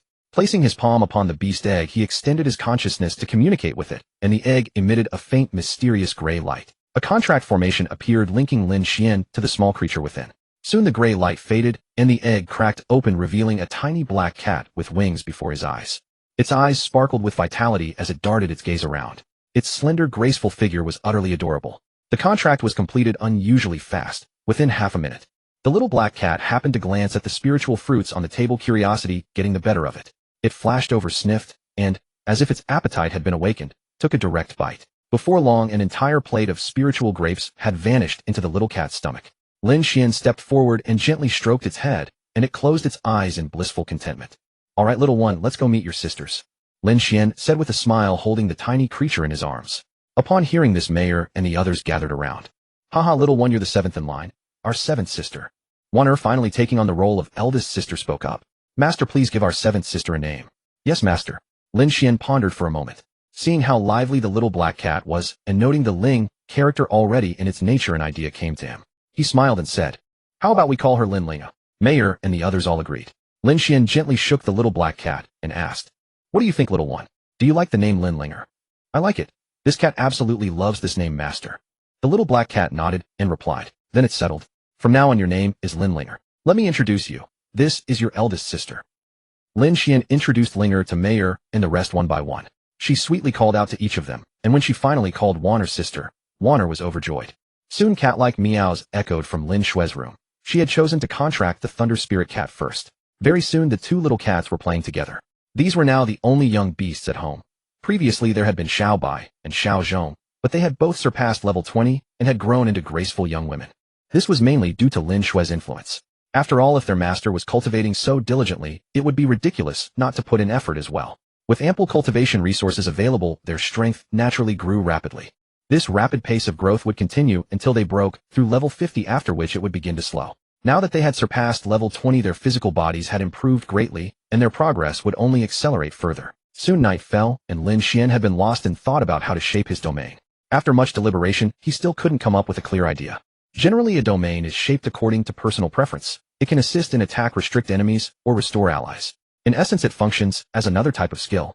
Lin Xuan had comprehended 5 attributes, giving him quite a few options. Blending them all together was possible, but might feel cluttered. His grasp of the time-space attribute was still mediocre. He had not fully mastered it yet. Shaking his head, Lin Xuan muttered to himself, "I'll stop thinking about this for now. Time to sleep." 2 days passed. Although Lin Xuan still hadn't decided on the domain's exact form, all the preparations were complete. He simply lacked the final concept. Fortunately, the suggestion the system offered was quite good. Since Lin Xuan's time-space attribute was only half-baked, why not directly use it as the core and employ the other 5 attributes as supplements? He couldn't be sure it would work miracles, but even if it failed, he could always reshape it. That day, Lin Xuan received a call from Shanggong Xiangning, asking him to come to the Tian group. After breakfast, Lin Xuan set out and arrived at the Tian group. Pushing open the door to Ning Yao's office, he found everyone present. Shanggong Xiangning lifted her head, cast a resentful glance at Lin Xuan, and waved him over, saying, "Take a seat. Our squad will hold a meeting." Hearing this, Lin Xuan found a spot and sat down. The moment he was seated, Li Luoyao and Zhang Tianhua beside him subtly nudged him with their elbows and whispered, "Master Lin, where have you been lately? I heard that Xiangning has been infuriated because she couldn't find you." "Exactly. Apple's right. A few days ago I curiously asked her about it, and she gave me a withering stare. How did you provoke Xiangning, you rascal?" "Provoke her? I don't think I did. Do you know what she wants from me?" Lin Xuan countered. "We don't know the specifics, but she's clearly very upset. Be careful later," Li Luoyao warned kindly. "Yeah, all right," Lin Xuan replied. "All right, cut the whispering. Especially you, Lin Xuan. Meet me after this meeting." Shangwan Xiangning glanced up, catching Lin Xuan still spacing out, and reminded him, "Oh sure." Then the main agenda today has 3 items. First, the situation in Mo2 has grown increasingly precarious, and our team may be called upon to provide support. Second, Lin Xuan from our team will be receiving a promotion to the same rank as mine. Of course, Lin Xuan, if you wish to establish your own squad, that would also be permissible. Third, due to unexplained incidents in certain capital cities, personnel transfers may occur, though these will ultimately depend on your individual preferences. Given the prospect of a promotion and the opportunity to form his own squad, it would be disingenuous to claim he wasn't pleased.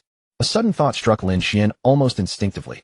He should recruit Su Yu and Lin Yuru, and later bring in his sister Lin Shui once her level was sufficient. After tallying things up, there would be 4, including himself, 1 short, and ideally another vice commander. As for who could fill that gap, Lin Xuan's gaze drifted upward to Shangwan Xiangning. Having her join would be perfect. That was fanciful thinking for now, though. Shangwan Xiangning remained captain of the Ning Yao squad, making it impractical. Finishing her remarks, Shangwan Xiangning noticed Lin Xuan still gazing at her absently. An inexplicable pleasure stirred within her, but the thought of her elders nagging throughout the past week instantly soured her mood. Enough talking. The transfers will depend on higher-up notifications. Lin Xuan, come with me outside. Shangwan Xiangning walked over without waiting for a response, roughly pulling him to his feet with an exasperated tone. "Let's go." "All right." Lin Xuan followed Shangwan Xiangning out of the office. The moment they stepped through the door, the remaining women broke into hushed conversations. "What do you think is going on between Xiangning and Lin Xuan?" "No clue, can't figure it out either. I've been single my whole life. I don't understand these things between men and women." "Oh, please, acting like you understand." "Exactly." Soon the two arrived at the garden and took seats across from each other on the swing bench. Noticing Shangwan Xiangning seemed preoccupied, Lin Xuan spoke first. "Sister Xiangning, what's wrong? I heard you've been looking for me these past few days." "Let's put that aside for now. First, I want to ask about you. Have you considered forming your own squad?" Lin Xuan felt puzzled by the question. Why would she ask about that out of nowhere? Was it connected to those transfer rumors? "To be honest, I have thought about it," Lin Xuan replied, turning the question back to her. "But our squad is doing fine. Why the sudden interest?" Hearing Lin Xuan's question, Shangwan Xiangning let out a wistful chuckle. "The truth is, this round of reassignments could see several members of our squad transferred elsewhere. Wenqing and Yin Li are both from Mo2. The authorities are considering relocating them back to their hometowns." Lin Xuan nodded. Without counting himself, there wouldn't even be 5 people left. "What about the rest of you?" he asked. "What else can we do? Apple's been with Tian Zhu since the beginning. I believe it was she who suggested we join in the first place. Ying Ting will likely return home to take over the family business. As for Luo Yao and me, we're flexible either way. Then how about this, Sister Xiangning? I'll form a new squad and recruit several people. You could all join us. What do you think? We'll see about that. Now let's talk about why I actually came to find you. Shangwan Xiangning's earlier gloom lifted as she smiled. Perhaps it was Lin Xian's words that brought her some inexplicable comfort. After all, these close friends had worked side by side for so long, and the thought of parting was genuinely unsettling. Noticing Shangwan Xiangning's improved mood, Lin Xian smiled and asked, "So what did you want to discuss with me?"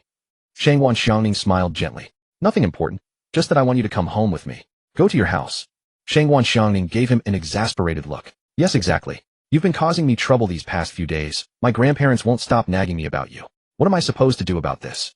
The mere mention of it sparked her irritation. Whatever spell Lin Xian had cast over her grandparents, they couldn't stop praising him or pressuring her about marriage. Lin Xian paused to consider this, then shook his head with a smile. "Sister Xiangning, I doubt it's just idle chatter from them. They probably pressured you too, didn't they, eh?" At this, Shangwan Xiangning shot Lin Xian another exasperated eye roll, her voice tinged with embarrassed frustration. "I don't care who started this. You caused it, and you're coming home with me tomorrow." "All right then, when are we leaving tomorrow?" Lin Xian suggested. "Should I pretend to be your boyfriend? That way you won't have to face the pressure." Shangwan Xiangning thought it over for a moment before nodding. "Fine, that's settled. I'll pick you up tomorrow." With the plan in place, they spent some time going over the details and precautions to avoid any awkward situations if their ruse was discovered. Lin Xian also sought her advice on domain cultivation. Her suggestion was straightforward: experiment as you think of ideas, since good things take time to develop. Afterward, Lin Xian headed to Su Yu's residence. She had just reached level 50 the previous day and was resting at home. When he pressed the doorbell, Su Yu's mother answered. "Oh, Lin Xian. You're here. Come in. Su Yu's watching TV in the living room. "Yes, thank you, Andy. I'll just change my shoes and come right in." "Make yourself at home. The fridge has snacks and drinks. Help yourself. I'll get started on lunch," Su Yu's mother said. "All right, thank you." Lin Xian changed his shoes and made his way inside, settling beside Su Yu. Noticing her subdued mood, he asked about it. "What's wrong? You just broke through. Why the gloomy expression?" Su Yu took his hand, leaned against him, and nestled into his embrace. "Nothing serious, just a bit of stomach discomfort." Upon hearing this, Lin Xian checked his phone for the date, understood immediately, and quickly channeled spiritual energy into his hand, pressing it gently against her abdomen with concern. "Feel better?" Su Yu buried her face in his chest, murmuring contentedly. "Much better now." "Good." Lin Xian simply held her, quietly breathing in the pleasant scent of her hair. After a while, when the discomfort faded, Su Yu spoke sweetly. "Lin Xian, did you come here for something?" "Yeah, actually." Lin Xian then explained the situation at Tianzhu, mainly checking whether she might be interested in joining. Without hesitation, Su Yu agreed. After their last expedition into the secret realm, she was more determined than ever to close the gap between them. Their level difference had already narrowed to just 10 ranks. After enjoying lunch at the Su residence, Lin Xian returned to his own home. Before leaving, Lin Xian handed Su Yu the remaining 2 spirit beast eggs, the surplus spirit stones, and the hollow spirit boots he had replaced, which increased speed by 30 and reduced damage taken by 10. This girl was already level 50, yet she still hadn't made a contract for the level 40 position. Lin Xian also explained to her how the boots functioned and the ingenious application of placing spirit stones within the beast-taming space, which was particularly fitting since both of the new spirit beasts he had given her belonged to the metal element. After returning home, he placed a call to Lin Yuru's side, who also expressed their consent.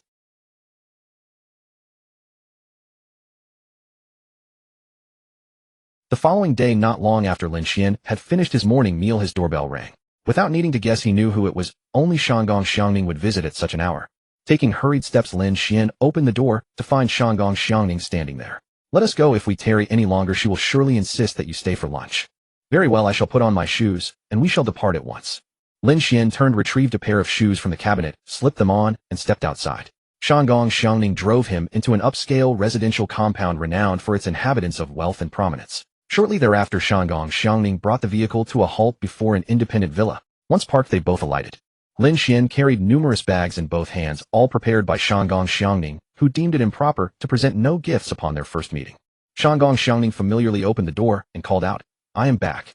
"Indeed you are back. There is no need to announce it so loudly." Her mother, seated in the living room watching television, remarked with mild exasperation. "Oh, I understand," Shangong Xiangning replied, then turned and linked her arm through Lin Xian's as they entered. As boyfriend and girlfriend, they certainly needed to display appropriate affection, even if it was merely pretend. Shangong Xiangning led Lin Xian slowly into the living room.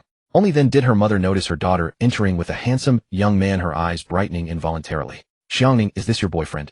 Just as Shangong Xiangning was about to respond, Lin Xian offered a gentle, courteous smile. "Greetings, auntie. I am Lin Xian, Xiangning's boyfriend. You may address me as A Xian or simply Lin Xian. This is a humble gift, I hope you will like it despite our first meeting." Shanggong Xiangning's mother, upon hearing that Lin Xuan claimed to be her daughter's boyfriend, could not help but examine him closely. Indeed, Lin Xuan, please take a seat. I shall go wash some spirit fruits. Xiangning, you entertain our guest for a moment. I shall return shortly. Haha. Almost immediately, using the pretext of washing spirit fruits, her mother ascended to the second floor to summon Shanggong Xiangning's grandparents, as their father happened to be absent. Upon descending, the elders greeted Lin Xuan with considerable courtesy. Haha, so it is you, Lin Xuan. I heard from Xiangning's mother that this girl had brought her boyfriend home, and it turns out to be you. Haha. Shanggong Wuxia remarked with evident delight. However, Shanggong's wife harbored some skepticism and could not help but inquire, Lin Xuan, are you truly together? Do not deceive us elderly people, will you? Upon hearing this, Shanggong Xiangning immediately grew indignant, happily nestling against Lin Xuan's embrace, as she protestively replied, Grandmother, how could this be false? In that case, when will you give me a great-grandchild? I shall assist in raising them. Shanggong's wife had leapt directly to discussing when they would have children, a jump so abrupt that even Shanggong Wuxia beside her felt somewhat startled. Ahem. Grandmother Shanggong, we are not even married yet, and you are already thinking of childcare. Let us proceed gradually, Lin Xuan chuckled. At this moment, Shanggong Xiangning's mother happened to finish washing a plate of spirit fruits and brought it over. Mother, do you intend to frighten the young ones? Do you expect them to immediately produce a child for you to raise? Having spoken, she turned toward Lin Xuan and invited, Come, Lin Xuan, partake of some spirit fruits. Yes, very well. Auntie, I shall help myself, he replied. Then Shanggong Wuxia spoke. Lin Xuan, remain here for lunch today. Oh, I should like to share a few drinks with you. By the way, daughter-in-law, prepare several additional dishes today. Lin Xuan and I shall drink until neither is sober. Very good, father. I shall go purchase more dishes immediately. Lin Xuan, please wait here, she replied. Having said this, Shanggong Xiangning's mother did not wait for Lin Xuan to respond before stepping out the door. Lin Xuan thought to himself, experience truly prevails. They did not give him any opportunity to decline. Seeing this, he had no choice but to agree. Very well, grandfather Wuxia. Shanggong's wife had been closely observing Shanggong Xiangning, noting how her daughter, after leaning into Lin Xuan's embrace, seemed utterly rooted to the spot with happiness. Nevertheless, this only strengthened her conviction that the pair were genuinely together. Of course, it must be genuine. Oh, Shanggong Xiangning was expressing her true feelings. Not long afterward, Shanggong Xiangning's mother returned and engaged in prolonged conversation with Lin Xuan, growing increasingly satisfied with him. Had it not been for her husband's busy official duties, she would have wished to summon him to observe as well. Soon it was noon, and everyone took their seats. There were but 5 present. Shanggong Xiangning's 2 elder brothers remained elsewhere, and their father was at work. Shanggong Wuxia directly requested a bottle of white liquor that had been treasured for many years from his wife. Upon seeing it was white liquor, Lin Xuan felt somewhat apprehensive. How much better it would have been if it were monkey wine. However, perceiving the old gentleman's robust spirits, he found it difficult to refuse. After several rounds of toast and a succession of dishes, Lin Xuan had scarcely touched the food, dedicating himself entirely to drinking alongside the old master. His head spun with considerable discomfort, and walking had become somewhat arduous. He was nearing intoxication. He forthwith declared, Grandfather Wuxia, let us cease drinking. If we continue, I shall become intoxicated. Let us reserve further drinking for another occasion. Haha, very well, then we shall conclude here. Xiangning, take Lin Xuan to rest. He is nearly intoxicated. Shanggong Wuxia laughed. Shanggong Xiangning, upon hearing this, felt somewhat bashful, yet nodded, and supported Lin Xuan toward her boudoir. Shanggong Xiangning's chamber was quite simple, though naturally, it contained many plush toys favored by young women. Lin Xuan lay upon Shanggong Xiangning's fragrant bed and sank into deep slumber. When he awoke, the sky was already darkening. Shanggong Xiangning's mother had originally intended to detain Lin Xuan for the night, but he politely declined. Soon Shanggong Xiangning escorted Lin Xuan back home. Upon arriving at his doorstep, the two sat in comfortable silence within the vehicle. Ultimately, it was Lin Xuan who broke the quietude first. Sister Xiangning, shall we enter and partake of tea? And no, it is unnecessary. Today I thank you. You allowed me to temporarily escape the torment of being urged to marry and simultaneously allowed me to experience. Shanggong Xiangning's face flushed crimson as she spoke those final words. Although Lin Xuan could not hear precisely what she had concluded, he could discern her meaning from her expression. Immediately he took the fair maiden's small hand in his and smiled. Sister Xiangning, do you wish to truly liberate yourself from the anguish of such urgings? If you do, I should like to transition to a formal relationship. Might I inquire if this is permissible? Upon hearing this, Shanggong Xiangning adopted the demeanor of a maiden, somewhat demure and hesitantly stammering. Truly, indeed. Observing such beauty in this state of embarrassment, Lin Xuan slowly leaned closer and savoringly tasted the maiden's rosy lips. After a prolonged interval, Lin Xuan descended from the vehicle, waved to Shanggong Xiangning, and only upon watching the car recede into the distance did he turn to enter his home. 2 days later, Lin Xuan brought Su Yu and Lin Ryu to the Tian group. After registration and a simple assessment of their combat skills, they were found to be quite capable. Lin Xuan had also put together a provisional squad of his own, which was not yet named, and currently fell under the Ningyao squad. It would only be formally established after personnel adjustments were completed. Soon Lin Xuan led the two women to the office. With no missions recently assigned to the Tian group, all the women were gathered there chatting. Lin Xuan brought the two women inside and found a place to sit, introducing them to one another. Women have endless topics, and within moments the two newcomers had warmed up to the group, chatting and laughing freely. Just as everyone was enjoying the lively conversation, Shanggong Xiangning's phone rang. She glanced at the caller ID and immediately answered. Heavenly Elder, what is it? The voice from the other end came through shortly after. Xiangning, as you know, the situation in Modu is not optimistic. We are preparing to dispatch several squads there. Your squad also has members from Modu, so please ask whether they would be willing to be transferred. Shanggong Xiangning pondered for a moment before replying. Alright, I'll ask them right away. Very well. Your squad's departure is scheduled for tomorrow. Please notify them. After Heavenly Elder hung up, Shanggong Xiangning put away her phone and turned to the others, a trace of melancholy in her expression as she spoke. We've received notice from above. We're heading to Modu tomorrow. Also, Sai, Zhou Yanli, Li Wenqing, your transfer orders have come through. If you'd like to stay in Modu after this mission, you may. After Shanggong Xiangning finished speaking, everyone's gaze turned to Zhou Yanli and Li Wenqing. The previously relaxed atmosphere suddenly grew heavy with an indescribable weight. Zhou Yanli raised her head and offered a slightly stiff smile. Don't all stare at us like that. We'll see how things go when the time comes. Even if I'm stationed over there, I can always come back to visit you all. Li Wenqing, being more reserved, simply nodded in agreement. Seeing this, Lin Xuan quickly chimed in with a reassuring smile. Come on, meeting up will only be a round trip away. Let's focus on discussing our mission to Modu instead. All right. Soon Shanggong Xiangning briefed everyone on the current situation in Modu, and the group began making preparations for their departure the next day. Modu City.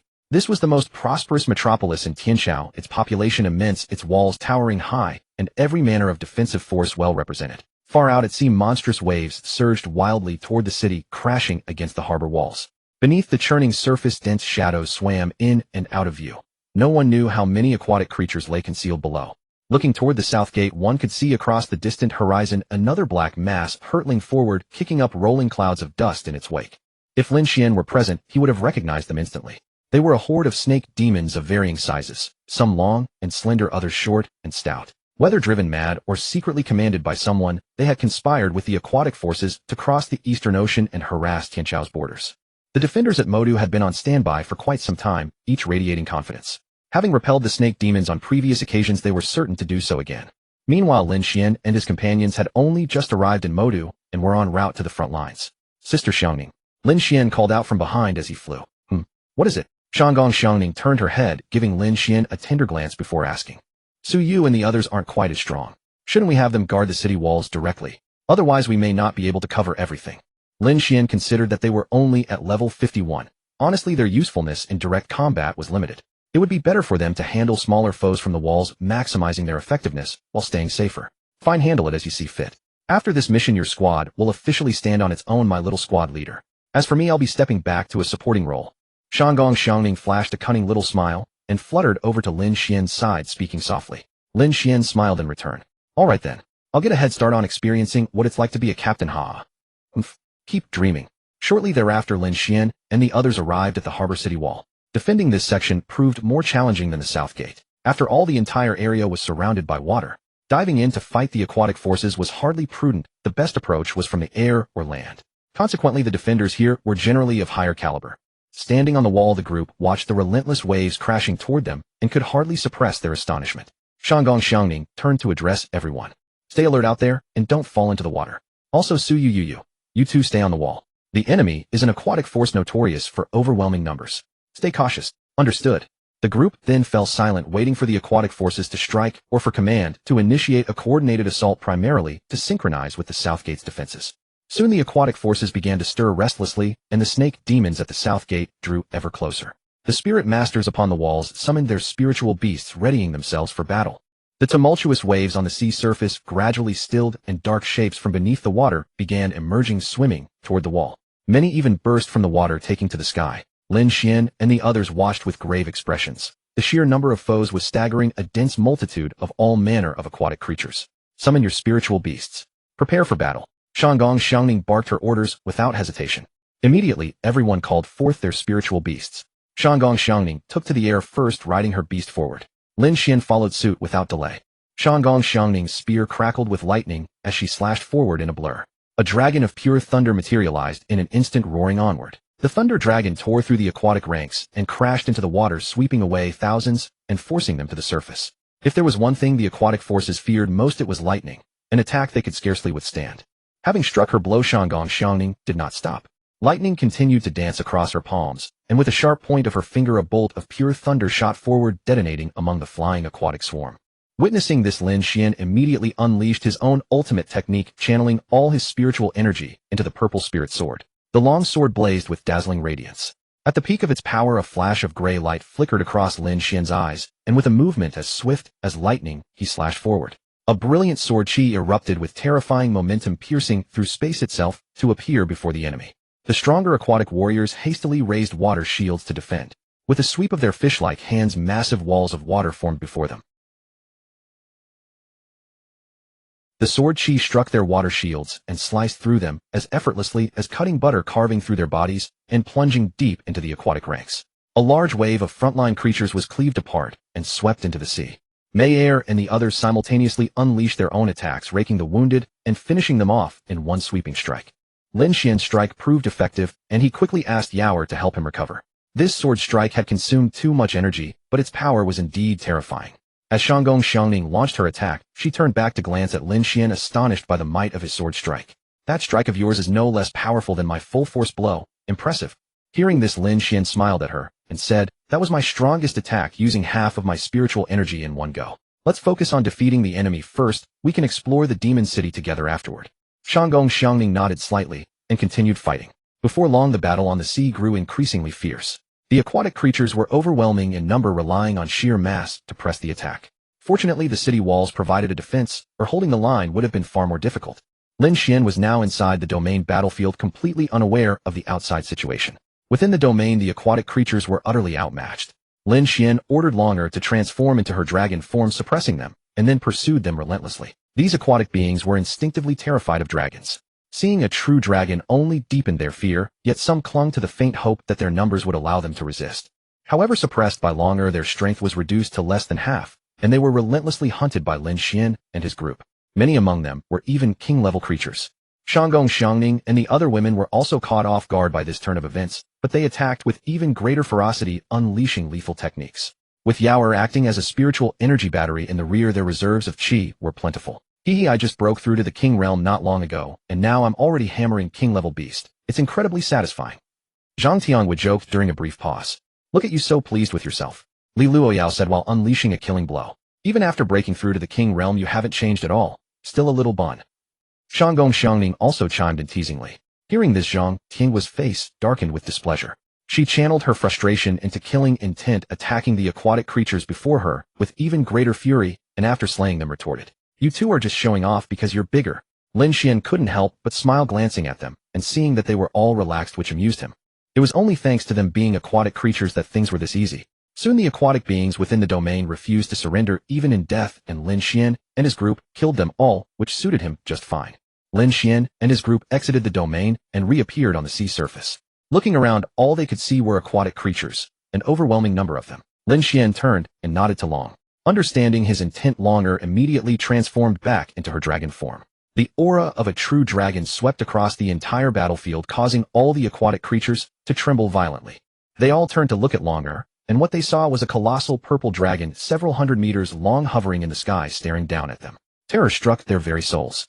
Moreover, the aquatic creatures outside were generally weaker, lacking the cunning of their king-level counterparts.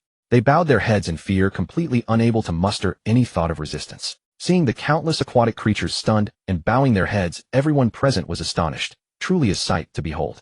Their gazes unconsciously turned to the true dragon in the sky. At that moment, Lin Xuan spoke to Longer. "Longer, ask these aquatic creatures if they wish to live. If they do, they must obey you and follow us to support the southern gate." Soon, all the aquatic creatures complied. Naturally, those who refused were instantly eliminated by the group. Taking a detour, Lin Xuan led the aquatic army charging toward the snake demons at the southern gate. The snake demons initially thought that the aquatic forces were sending reinforcements to aid them, so they let their guard down. It was only when the dense mass of aquatic creatures rushed toward them that they realized something was wrong. There were humans flying in front. Were the aquatic creatures betraying them? Yes, indeed. The aquatic army surged like a plague of locusts, crashing into the snake demons and catching them completely off guard. The defenders on the southern city wall were overjoyed at the sight and rushed down to join the encirclement of the snake demons. The battle continued until dusk, finally ending with the complete annihilation of the snake demons. After the battle, Lin Xuan allowed the aquatic creatures to return, warning them to behave and not to be used as labor again. Then he and the women returned to the demon city to rest. After a full day of fighting, everyone was exhausted. Ding Spirit Beast obtained 10940 Source Essence. Ding Spirit Beast 9-tailed Celestial Fox upgraded to level 72, 59296400 Source Essence. Ding Spirit Beast by Zay upgraded to level 72, 59496400 Source Essence. Ding Spirit Beast Void Spirit Cat upgraded to level 20. Ding killed 350 individuals of equal level hostile forces, awarded 175 experience. Ding killed 12 individuals across levels, awarded 60 experience. Ding completed long-term repeating quest, awarded 100 character level experience. Ding character successfully upgraded to level 65 is 8 experience. Post the rewards for level 65 have been distributed. Open them yourself. That night Lin Xuan woke up hungry. He got up to find something to eat, but noticed his phone glowing. He picked it up and saw messages from Su Yu and Shanggong Xiaoning. Su Yu, if you're up, come out. We're having a late night snack. Love you. JPG. Xiaoning, having a midnight snack. Since you were sleeping like a log, we didn't wake you. Come over if you want some. Seeing this, Lin Xuan abandoned the idea of grabbing a quick bite. He got up, woke Mayor and the others, brushed his teeth, and led them out. Following the location Su Yu had sent, Lin Xuan quickly arrived. All the women were there with only Lin Xuan missing. You're here, take a seat. You're the last one. The dishes haven't all arrived yet, and none of us have eaten all day, Shanggong Xiaoning said with a sweet smile. Lin Xuan nodded and walked over, taking a seat between Shanggong Xiaoning and Su Yu. Soon the dishes were all served, and they ate and chatted. Today feels like the most exhilarating battle I've ever fought. Do you all feel the same? The talkative Zhang Tiang was said while eating. It's true, but it's also thanks to Lin Xuan's longer. Otherwise we wouldn't be here enjoying a feast right now. We'd probably still be fighting. Chun Yingting nodded in agreement. Absolutely. Without Lin Xuan's longer, the sheer number of aquatic creatures would have been a headache, and we'd never have been able to turn them against the snake demons, Zhou Yanli said. Let's raise our drinks, using juice as wine, and toast to Lin Xuan and long. Early Luo Yao proposed. Hearing this, all the women raised their glasses. Lin Xuan quickly swallowed the food in his mouth and raised his glass, saying, it was all thanks to everyone's cooperation. Otherwise those aquatic creatures might not have listened. Cheers. After the late-night snack, Lin Xuan took Su Yu and Shanggong Xiaoning for a stroll. However, due to the special situation in the demon city, there wasn't much night scenery to see. The three of them turned back. Su Yu and Shanggong Xiaoning walked on either side of Lin Xuan, chatting and laughing along the way. Both women knew the situation clearly, but after meeting each other, they actually felt that this arrangement was fine.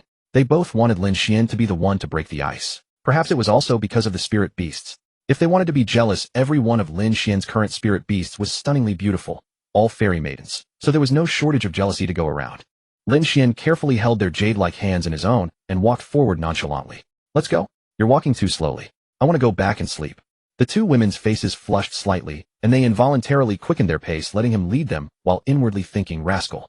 Seeing this, Lin Xuan was overjoyed and couldn't help but suggest, how about we all go sightseeing in Modus City tomorrow? Su Yu shyly turned to Shanggong Xiaoning and asked, Sister Xiaoning, what do you think? Should we go with this rascal?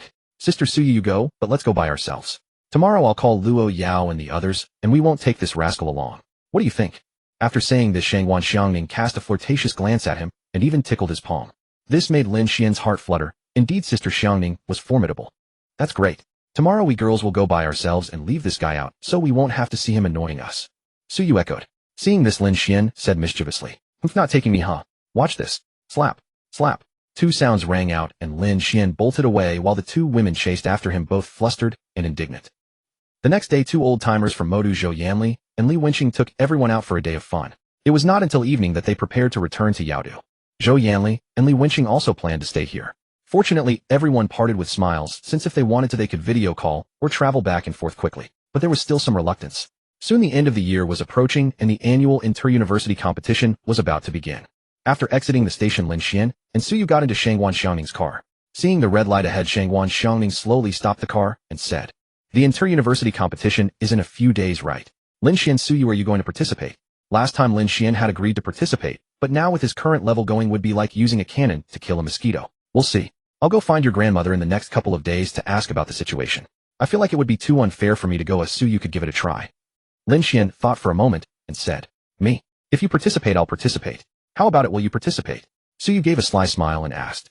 In the driver's seat, Shanggong Xiaoning turned around and teased, "You two want to put on a domestic violence scene at the competition, don't you? Oh, Sister Xiaoning, how could I beat this rascal? Why don't you show me a demonstration so I can use it as a reference?" Hearing Su Yu's words, Lin Xuan was reminded of those painful, yet joyful memories from the past, all flooding back to his mind. Oh right, and that touch of black, Lin Xian's favorite color, black. Thinking of this, Lin Xuan couldn't help but smile slightly. Now that she was his wife, why dwell on those things? I used to get beaten by Sister Xiaoning a lot, Su Yu. Upon hearing this, Shangwan Xiaoning rolled her eyes at him and said, "That's what you deserved, and you still have the nerve to say that. It was during school, right? Back then Lin Xuan was often called to your office." Su Yu interjected with a grin. "Who told him to sleep all day? The light is green. I'll drive now." Shangwan Xiaoning saw the green light and quickly drove forward, and soon they arrived at Lin Xian's home. Soon Lin Xuan and Su Yu got out of the car. "Alright, I'll head back now. It's getting late." Shangwan Xiaoning rolled down the window and said, "Okay, Sister Xiaoning, drive slowly." Soon Lin Xuan and Su Yu waved goodbye, watching until Shangwan Xiaoning was far away, then they went home together. Whose home? Lin Xian's home, of course. These 2 days Lin Xuan felt quite busy. First, on the first day, he went to the Tian group to sort out the team matters, and then he went to Yaodu University to find Madame Shangwan. Today he was called by Lin Xuan to attend a parent-teacher meeting. Fortunately, it was just sitting there and listening to the teacher talk about grades. After the meeting, Lin Xuan was considered on vacation. Lin Xuan on vacation seemed liberated. She pulled Lin Xian's hand and headed toward the supermarket. Lin Xuan also called out Mayer and the others, taking the opportunity to replenish their snacks. Soon Lin Xuan and Mayer and the others, like celestial maidens descending to earth, each pushing a shopping cart, gracefully walked into their favorite snack area and swept through the shelves. After they filled their shopping carts, Lin Xuan led them to the checkout counter. With a grand gesture, he paid the bill and immediately took them home. The impact of Mayer and the others appearing together was too great for ordinary people. Everyone stared at them regardless of gender or age. It made the supermarket unable to do business. Once home, the girls brought out all the snacks they had just bought, each picking their favorites. During the shopping spree, they had just swept through without really looking. But it didn't matter. There were a few foodies in the house who weren't picky and ate anything. The ones that no one wanted in the end were all divided between Mayer and Yaoer. At night after dinner, Lin Xuan helped Mayer and the others evolve. These past few days he had been busy, but now he had time. Linger evolved in succession, taking quite a bit of time, but her skills were terrifying. As expected of the space-time type, all of them were abilities that others could only use after reaching level 80. Linger's appearance after taking human form exuded a cold and mysterious aura. Her gray-white mysterious hair cascaded like a waterfall, naturally beautiful. Her face was exquisite, and especially her incredibly lively eyes seemed to speak. Cold and stunningly beautiful, her red sleeves fluttering, her posture graceful. A snow-white immortal robe accentuated her jade-like skin. The robe was slightly form-fitting, making her voluptuous figure appear tantalizingly indistinct, evoking much imagination. Seeing Lin Xuan staring at her with an appraising look, Linger couldn't help but grin slyly. With a teleport, she sat in Lin Xuan's arms, placing her little hand on his chest to feel his heartbeat, and teased, "Master, is your heart racing?" Lin Xuan was not only heart-racing, but also extremely excited. Who taught this girl to be so flirtatious? Lin Xuan hugged the beauty in his arms and whispered in her ear, "Ling, who taught you these things? You're so good at it." Linger also breathed softly in his ear, her breath like orchid. "Master, guess. Even if you guess right, I won't tell you. Dream on. Let me tell you today, Sister Yinner dragged Sister Binger to launch an attack." "Good, Linger, just tell me. By the way, why did Yinner drag Binger to attack? Treating me like a beast. They'll soon know what they're in for." "Yo, Master, anyone can boast. With so many sisters of ours, what do you think? Anyway, I'm worried about your future." "You little rascal, what are you saying? Don't have such worries in the future, got it?" Lin Xuan was somewhat speechless. "I'll wait and see your performance." After saying that, Linger teleported away to whisper with Mayer and the others. Soon Mayer came over and pulled Lin Xuan over. "Master, come here for a moment. I need to talk to you about something." "Oh, okay." Lin Xuan stood up, walked over to their side, sat down and smiled. "What is it, everyone?" As the eldest sister, Mayer spoke first. "Master, actually this question is for Binger and the others. It's about what kind of relationship you will have with them in the future." Actually, this question had been on his mind ever since Mayer took human form. Lin Xuan looked at Mayer and the others, seeing that all the women were looking at him with expectant eyes.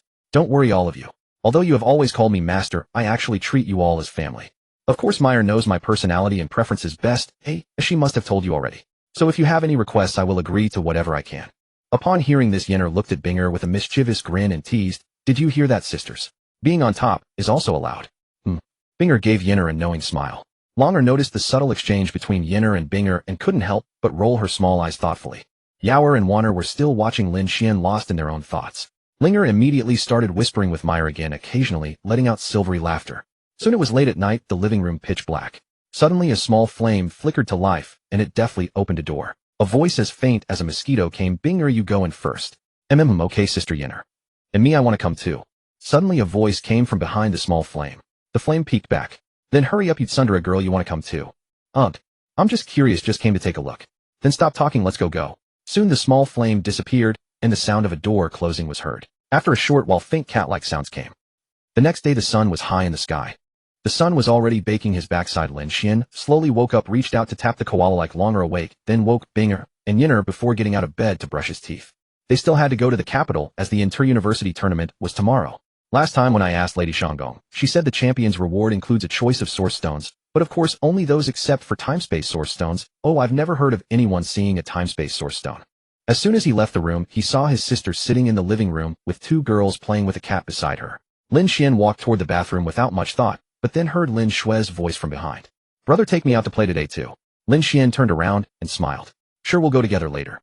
Yage, brother, you're the best. Lin Xuan stood up and ran over to Lin Xuan, hugging him like a koala. Alright, I'll brush my teeth first. You pack some clothes, so we'll leave soon. Soon Su Yu and Lin Ryu arrived along with Shanggong Xiangning, who also came to join the fun since there was nothing much happening in the demon capital lately. Most of the high-level demon beasts in the area had been cleared last time, so they couldn't cause any trouble. Before long the five of them arrived at the demon capital university. Students who were participating had to gather first, register their personal information, and then travel together to the capital. After all students registered, the demon capital principal Lady Shanggong gave a brief speech, and then they set off. It took 3 hours before the underground shuttle arrived at the capital, Kyoto City. This was a city with a long history passed down through millennia. In many historical eras, it had played an extremely important role either as a center of power or a center of strength. Even now it remains the same. If you were to ask which city in the Celestial Dynasty is the nightmare of demon beasts, it would definitely be Kyoto, for it has 3 top-tier powerhouses guarding it. Of course, sometimes the 3 go out for a stroll to handle some matters. These past 2 days Kyoto has welcomed many talented students from universities all over, attracting many family forces to come and recruit promising seedlings or make connections. Of course, many ordinary people also came on their own to watch since it was the annual all-university tournament. Who wouldn't want to witness such a grand event? As soon as the Demon Capital University group came out of the station, reception staff came forward to greet them and took them by car to the arranged accommodation. The arranged accommodation was quite nice with all the necessary furniture similar to a private villa. The host's arrangement was 4 people per room. Lin Xuan was quite lucky. They happened to be 4 girls, but Lin Xuan said she would share a room with Su Yu, leaving 1 room for Lin Xuan, so the 5 of them stayed together. After briefly checking their rooms, everyone came to the living room and sat down. It was still early, so they rested a bit before going to lunch. Lin Xuan sat on the sofa stretched and said, "Where should we go for lunch? Who among you is familiar with this area?" Lin Xuan, Su Yu, and Lin Xuan were all first-timers. Only Lin Ryu and Shanggong Xiangning had been to Kyoto a few times. "I know a good place, but it's quite far from here," said Lin Ryu, shrugging. Then I'll lead the way. I've been here a few times before. I used to be a participating student, just like you know," Shanggong Xiangning said with a yawn leisurely. "Alright then, let's sit a bit longer, and then go. We can also take a stroll around Kyoto City," Lin Xuan said with a smile. "Great." So you said. Lin Xuan didn't care. Wherever Lin Xuan went, she would follow like a little shadow. Before long, Shanggong Xiangning took them to lunch, and after eating, she led them to play around nearby, but they only toured Kyoto University. Soon it was the next morning. In a vast open-air arena, several fighting platforms stood in the center, and the surrounding seats were full of people. Many large screens floated in mid-air, their cameras focused on the platforms below. At that moment, an old man in a red robe walked through the air, pressed his palm down, and spoke loudly. "Everyone, I am the principal of Kyoto University and the host of this tournament." His voice was powerful, heard clearly by everyone present. This tournament is divided into 3 groups by grade: Group A, Group B, and Group C. First-year students are Group A, second-year students are Group B, and third-year students are Group C. Each group is independent, and rankings will be determined separately. As for the rules, they are the same as before: no external assistance, and no lethal force. That's all. Contestants come up to receive your numbers and prepare for the competition. Soon Lin Xuan, Su Yu, and Lin Ryu went up and received their numbers. Lin Xuan was A66, Su Yu was A601A, and Lin Ryu was A101. Since there were many participants, platform hosts would call out numbers. So after receiving their numbers, the 3 returned to the Demon Capital University's contestant seats and sat down. "So what numbers did you get?" "Let me see." Shanggong Xiangning smiled and asked the 3. They opened their palms to show her. "A66, then Lin Xuan, you'll probably be called up soon, and Ryu, you too." Shanggong Xiangning had participated before, so she had experience. "It's fine, at least I'm not number 1. When I was a freshman, I was always the first to go," Lin Xuan said with a wry smile. Then he walked over to sit beside Shanggong Xiangning and took her small hand. "It's fine, I don't mind. I'll just do my best. Early or late doesn't matter," Lin Ryu said, then sat down and looked at the screen in the air. Su Yu also came to sit beside Lin Xuan, leaning on his shoulder, idly playing with her hair. "Let's all do our best." Only Lin Xuan remained silent, watching them, as if discovering a new world. Soon all participating students had received their numbers. After all the participating students had drawn their numbers, a voice came from the arena. "On Arena 1, competitor A1 versus A458, please step onto the stage." On Arena 21, competitor B1 versus B536, please step onto the stage. On Arena 41, competitor C1 versus C486, please step onto the stage.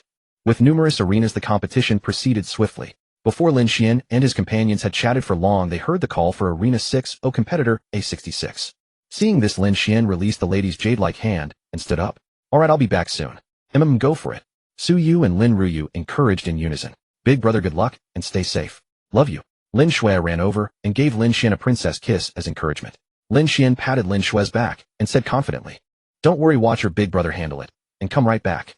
Go on, you rascal." Shangguan Ningning's cheeks flushed slightly as she spoke with feigned annoyance.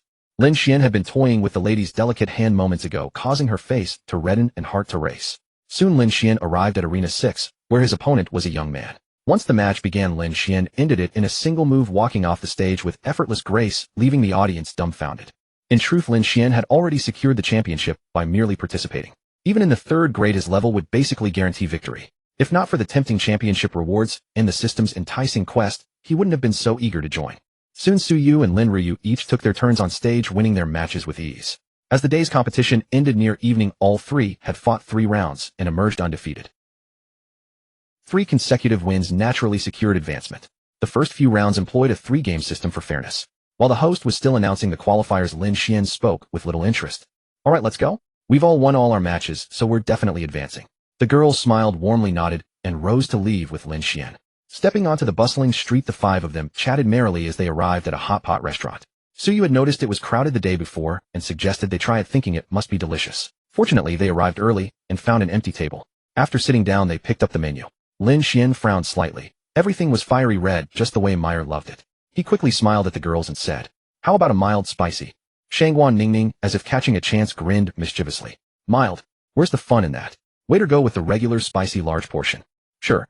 Anything else?" the waiter quickly wrote down and asked. Then the girls named their favorite dishes, and soon everything was served. Lin Xuan looked at the bright red broth, feeling a bit distressed. He had forgotten to order a half-and-half pot. After tentatively picking up a slice of meat. "Hey, it's actually okay, just spicy, not numbing." "Hee, so you're afraid of this?" Shangguan Ningning laughed softly. "Sister Ningning, you didn't know? My brother dreads numbing spice the most. He never eats this at home." Lin Xuan looked up and said with a smile. Shangguan Ningning shook her head and replied, "I didn't know. Actually, I rarely eat spicy food either." "Rarely eat it, yet you ordered regular spicy." Lin Xuan gave her a disgruntled look, but his mouth kept moving. Tisk saying one thing while meaning another. "Aren't you just afraid of the burning sensation afterward?" Shangguan Ningning rolled her eyes at him in annoyance. "Alright, let's eat. We'll head back after this." Su Yu, who found the food quite tasty, said with a smile. Soon they devoured the meal like a whirlwind and slowly walked back. The next day after breakfast, Lin Xuan and the others arrived at the venue. When the time came, the competition was declared open and the announcers on the stages began calling out numbers. Since the order was randomized this time, Su Yu was the first to be called up.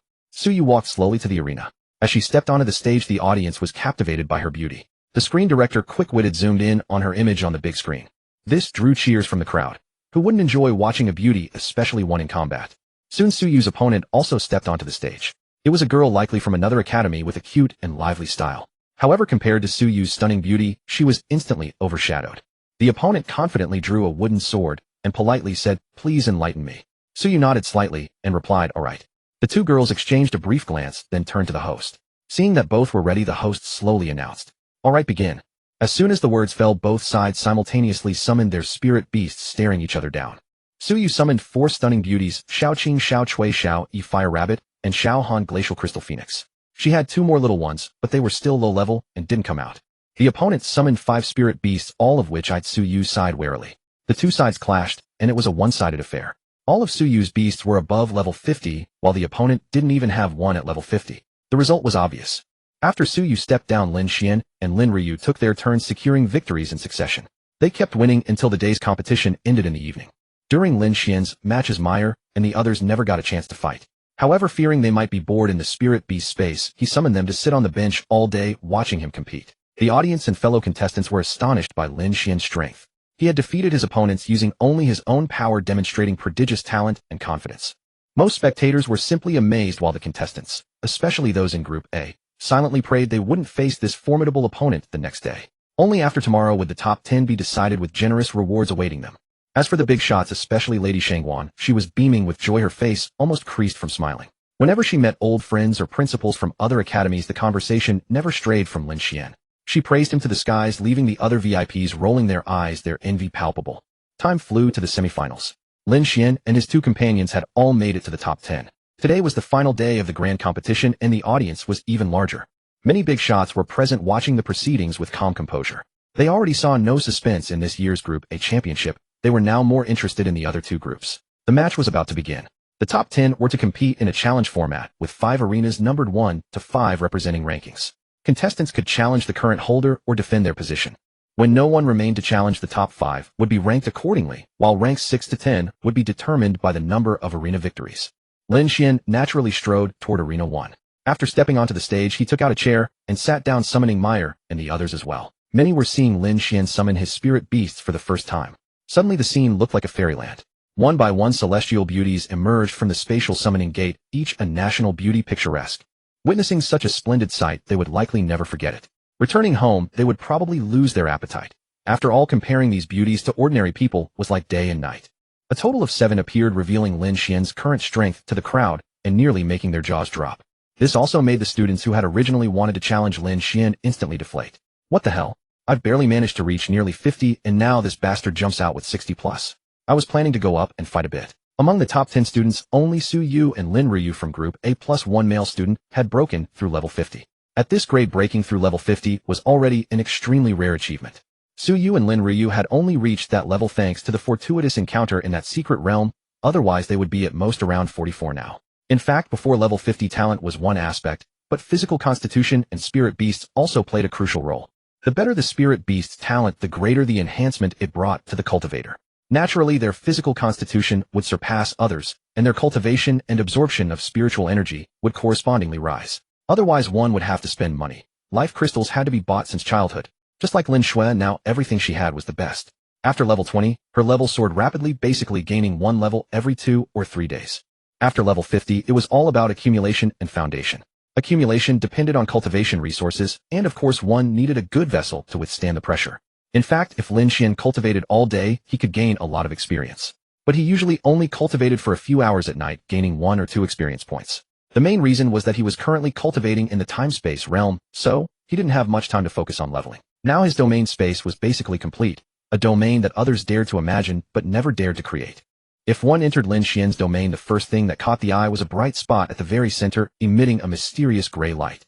The rest was filled with colorful mist, giving a strange and alluring feeling, as if inviting one to step into the mist and explore. As one slowly descended, they would land on solid ground, but the surroundings were entirely covered in colorful mist, with only the bright spot visible above. When Lin Xuan fought enemies, he would control the bright spot to emit void blades. These blades were formless and invisible, leaving only faint spatial ripples, a favorite trick of the crafty. This was something he had tried to create after witnessing the temporal storm last time. After all, he had a bit of understanding of time and space. Soon the students who had snapped out of their trance all turned to look at Arena No. 2. Now Arena No. 1 was out of the question. They wondered if they could take Arena No. 2. When they arrived at Arena No. 2, they saw that someone was already there. It was Lin Ryu. Lin Ryu had also summoned her 6 contracted beasts and was quietly waiting for a challenger. They were also 6 stunningly beautiful women, chattering incessantly and occasionally calling out greetings toward Arena No. 1. Princess Long, how have you become even more beautiful than before? That's right, and Sister Bing too. What happened to you two? Both your temperament and appearance have improved so much. Sisters, do you have any secret? Teach us. Lin Xuan turned his head to look and wanted to retort. How about a beauty injection? Want one? Longer, Binger, your little fans are asking you questions. Lin Xuan turned around and teased the 2 girls with a mischievous smile. Longer's face instantly flushed red, and she glared at Lin Xuan with a mix of shame and anger. If you jerk, don't even think about it anymore. Binger was also a bit shy. She walked over to Lin Xuan and playfully punched him with her little fist. Lin Xuan pulled Longer and Binger into his arms and hugged them, laughing. Alright, I won't tease you anymore. Let's sit down and watch them.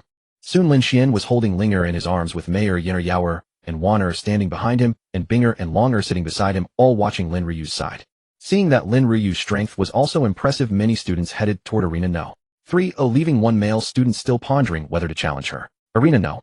3 featured Su Yu, whose lineup was similar to Lin Ryu's. 4 great beauties and 2 elegant young beauties. Seeing that Su Yu's strength was also formidable, they ran toward Arena No. 4. Soon the male student who had been deliberating at Arena No. 2 for a long time finally stepped up to challenge. After both sides were ready, they engaged in battle. Lin Ryu's spirit beasts were all dragon type, incredibly powerful, and quickly suppressed her opponent, eventually knocking him off the stage. After losing, he turned his attention to Su Yu's side. However, because he had just fought and his combat power was not at its peak, Su Yu knocked him off the stage again. After a long time, the host saw that the situation in Group A was basically settled and announced the end of the Group A competition. At the same time, the top 10 were invited onto the stage. Lin Xuan took first place, Lin Ryu second, and Su Yu third. They directly swept the top 3. Zhang Yuqin was 4th, Su Tiangang 5th, Min Lina 6th, Bing Yuhuan 7th, Mu Xingtian 8th, Tian Wuhan 9th, and Zhang Yunqing 10th. Ding. Completed random mission, win first place in the university competition. Reward 2 character level cards, 3 spirit beast level cards. Ding. Completed random mission, win a top 3 place in the university competition. Reward 1 character level card, 2 spirit beast level cards. Ding. Completed random mission, win a top 10 place in the university competition. Reward 1 character level card, 1 spirit beast level card. Next came the reward distribution. Lin Xuan happily chose a Thunderheart Source Stone, and the rest included 200 top-grade spirit crystals each. Lin Ryu and Su Yu also received generous rewards. Each had a Source Stone and 100 top-grade spirit crystals. Both girls chose the Wind attribute. Lin Ryu had originally wanted to choose the Thunder attribute, but it was out of stock, so she settled for the next best. The lower rankings did not receive Source Stones, only spirit crystals. After receiving the rewards, Lin Xuan led the 2 girls off the stage. Soon many students from the same Demon City University came forward to congratulate them. Lin Xuan and the others smiled and nodded, replying with thanks. The Group A competition had ended, but the other 2 groups were still in a heated battle. The main reason was that Lin Xuan was such a monstrous talent that competition for first place had lost its meaning. Since they knew they couldn't beat him, going up would only waste spiritual energy. It was better to strive for the lower rankings. Take Su Tiangong for example. He had also broken through level 50, but because he first fought Lin Ryu, then Su Yu, he had no choice but to settle for 5th place. As soon as Lin Xuan and the other 2 returned to their original seats, Lin Xuan rushed over and threw her arms around Lin Xuan, planting sweet kisses several times before she was satisfied. Shanggong Xiangning also stood up and gave the 3 a big hug. Lin Xuan took the opportunity to steal a kiss from her, earning him a series of eye rolls. In public, it's so embarrassing, she muttered. To be fair, Lin Xuan also kissed Su Yu. What about me? What about me? Brother still owes me one. I want one too. Seeing this, Lin Xuan immediately became dissatisfied. How could he not kiss his own sister? All right, moi. Lin Xuan smiled and kissed his sister. After kissing her, he felt he still owed one more person, so he quickly pecked Lin Ryu on the cheek. Lin Ryu's face instantly flushed crimson to the tips of her ears. With her somewhat chivalrous personality, she felt terribly embarrassed, especially since many people were watching them. Embarrassed, Lin Ryu buried her head like an ostrich. Haha, look at you, you bad guy, you've completely flustered Sister Ryu. So you couldn't resist teasing her best friend. Blushing with shame, Lin Ryu stammered, unable to speak, and could only reach out to pinch Su Yu's cheek. Ouch. Sister Ryu, you ambushed me. I'm going to pinch you back, ha. Su Yu refused to take it, lying down, and quickly retaliated. Su Yu was not one to suffer losses, so she quickly retaliated. You troublemaker, you caused this. Handle it yourself. So many people are watching, but so embarrassing, said Shanggong Xiangning from the side. Shanggong Xiangning, who was not as thick-skinned as Lin Xuan, spoke up. Alright, Su Yu, Ryu, stop messing around. Many people are watching. Do you want to make the headlines? 2 great beauties fighting in public. Upon hearing this, the 2 girls simultaneously turned their heads and gave the guy who had taken advantage and then acted innocent a disdainful glare. Alright, Sister Ryu, let's stop for now. Let's watch the competition first, and then we can play when we get back, Su Yu said, pulling Lin Ryu toward their seats. Su Yu pulled Lin Ryu toward their seats. Seeing this, Shanggong Xiangning breathed a sigh of relief and pulled Lin Xuan and his sister back to sit down properly. The other 2 groups fought until the afternoon before the matches concluded. For the top 3 positions, they battled tooth and nail, since their strengths were roughly equal. Why should he be first? Attack him. Yes, attack him. Take turns wearing him down.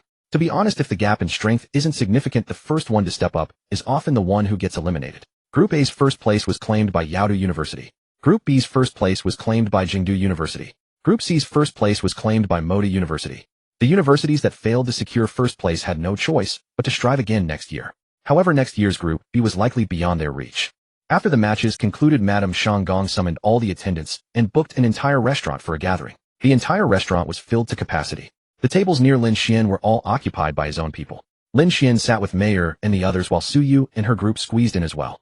For those spirit beasts whose level was insufficient to transform and whose bodies were too large, there was no choice but for their masters to compensate them. Everyone laughed and chatted, enjoying a harmonious meal. After the meal, everyone returned to their lodgings. The next day they could rest and go sightseeing, and the day after that they would all head back together. Back at the small villa, Lin Xuan and the others began discussing where to go the next day. They deliberated back and forth, feeling that time was simply insufficient, mainly because there were so many scenic spots in Jingdu, leaving them somewhat conflicted. In the end, they left it undecided, opting to see how things went. The next day Lin Xuan and his group spent the day visiting the Forbidden City and the Great Wall, and then the following day they returned with the teachers and students from Yaodu. After returning home, Lin Xuan noticed that Lin Xuan was on break and felt the urge to take her on a training expedition or some sort of tempering. He also thought it would be a good opportunity to enhance the strength of Su Yu and Lin Ryu. Taking advantage of the moment when the women had just returned and were watching TV at home, he said, "Su Yu Ryu, little sister, do you have any plans for the coming days? How about I train you to improve your strength?" The three women's beautiful eyes lit up at his words. "Sure, big brother, but my level is much lower than yours. Will it work?" asked Lin Xuan, putting down the remote. She was worried that her low level would make it hard to keep up. "Don't worry, my dear sister-in-law. Your low level simply means a lower intensity of training. Your brother dotes on you too much to let you suffer." Su Yu pinched Lin Xuan's little face and said mischievously, "How do you plan to train them? Su Yu and Ryu already have decent combat skills." Shang Gong Xiangning asked with curiosity. This was because Su Yu and Lin Ryu had already developed their own combat habits and styles, and the training equipment from the Tian group was essentially ineffective for them. Lin Xuan smiled upon hearing this, and said, "Sparring, of course. Either with me, or with our spirit beasts." Saying this, he looked at Su Yu and the other woman. "You two haven't experienced much high-intensity combat. Sparring directly with me will yield more noticeable results. As for you, little sister, I'll have Binger train you. If you can evade her ice and snow, you'll be considered passable." "That's a good idea," Shang Gong Xiangning nodded. Su Yu and Lin Ryu were naturally very willing to accept this proposal and nodded in agreement. Lin Xuan was completely baffled. Evading Binger's ice and snow? What kind of training was that? Big brother, is Binger's ice and snow that formidable? You just want me to dodge it? Lin Xuan gave her a mischievous grin and said, "You'll find out soon enough." "I'll find." Lin Xuan decided not to ask further and turned back to watch her TV drama. Seeing that there was nothing to do, Shang Gong Xiangning said, "How about we start now? Since we have nothing else to occupy us. Lin Xuan, you take Su Yu, and I'll take Ryu. We'll train directly inside the domain." "Sure, shall we go?" Lin Xuan looked at the three women. "Let's go." "All right. Then let's enter my domain, but its area is spacious enough." For sparring and training, a larger space was naturally required. Generally, the stronger one's strength, the larger the domain. At present, Shang Gong Xiangning was the strongest among them. "No need. I'll have Longer open the secret realm, and we'll go inside." Lin Xuan finished speaking and tugged at the Tsundere girl, who was still playing on her phone on the sofa. Longer belatedly nodded and opened the secret realm, teleporting everyone inside. Soon they appeared in the Dragon Palace. Shang Gong Xiangning looked around in amazement, repeatedly expressing wonder. "You really are full of mysteries, even possessing a secret realm." Lin Xuan walked over to her, pulled her into his arms, and said mischievously, "That just means you don't know me well enough yet. How about we get to know each other better?" Shang Gong Xiangning naturally understood the implication behind Lin Xuan's words. Blushing, she pushed him away. "Who wants to get to know you better? You naughty rascal, never serious. All right, first find a place." "Fine, let's go."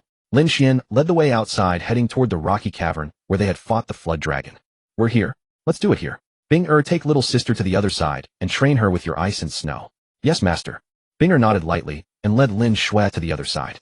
Soon flakes of snow began to drift in that area, accompanied by Lin Xuan's startled cries. Shang Gong Xiangning hesitated for a moment before speaking. "I'll have Xiao Lu go over and keep an eye on them. It won't hurt her, but getting frostbitten wouldn't be good. Someone would be heartbroken." "All right, I also wanted to let that girl suffer a bit and temper her character. Having Xiao Lu check on her is a good idea." Soon Lin Xuan led Su Yu to another area.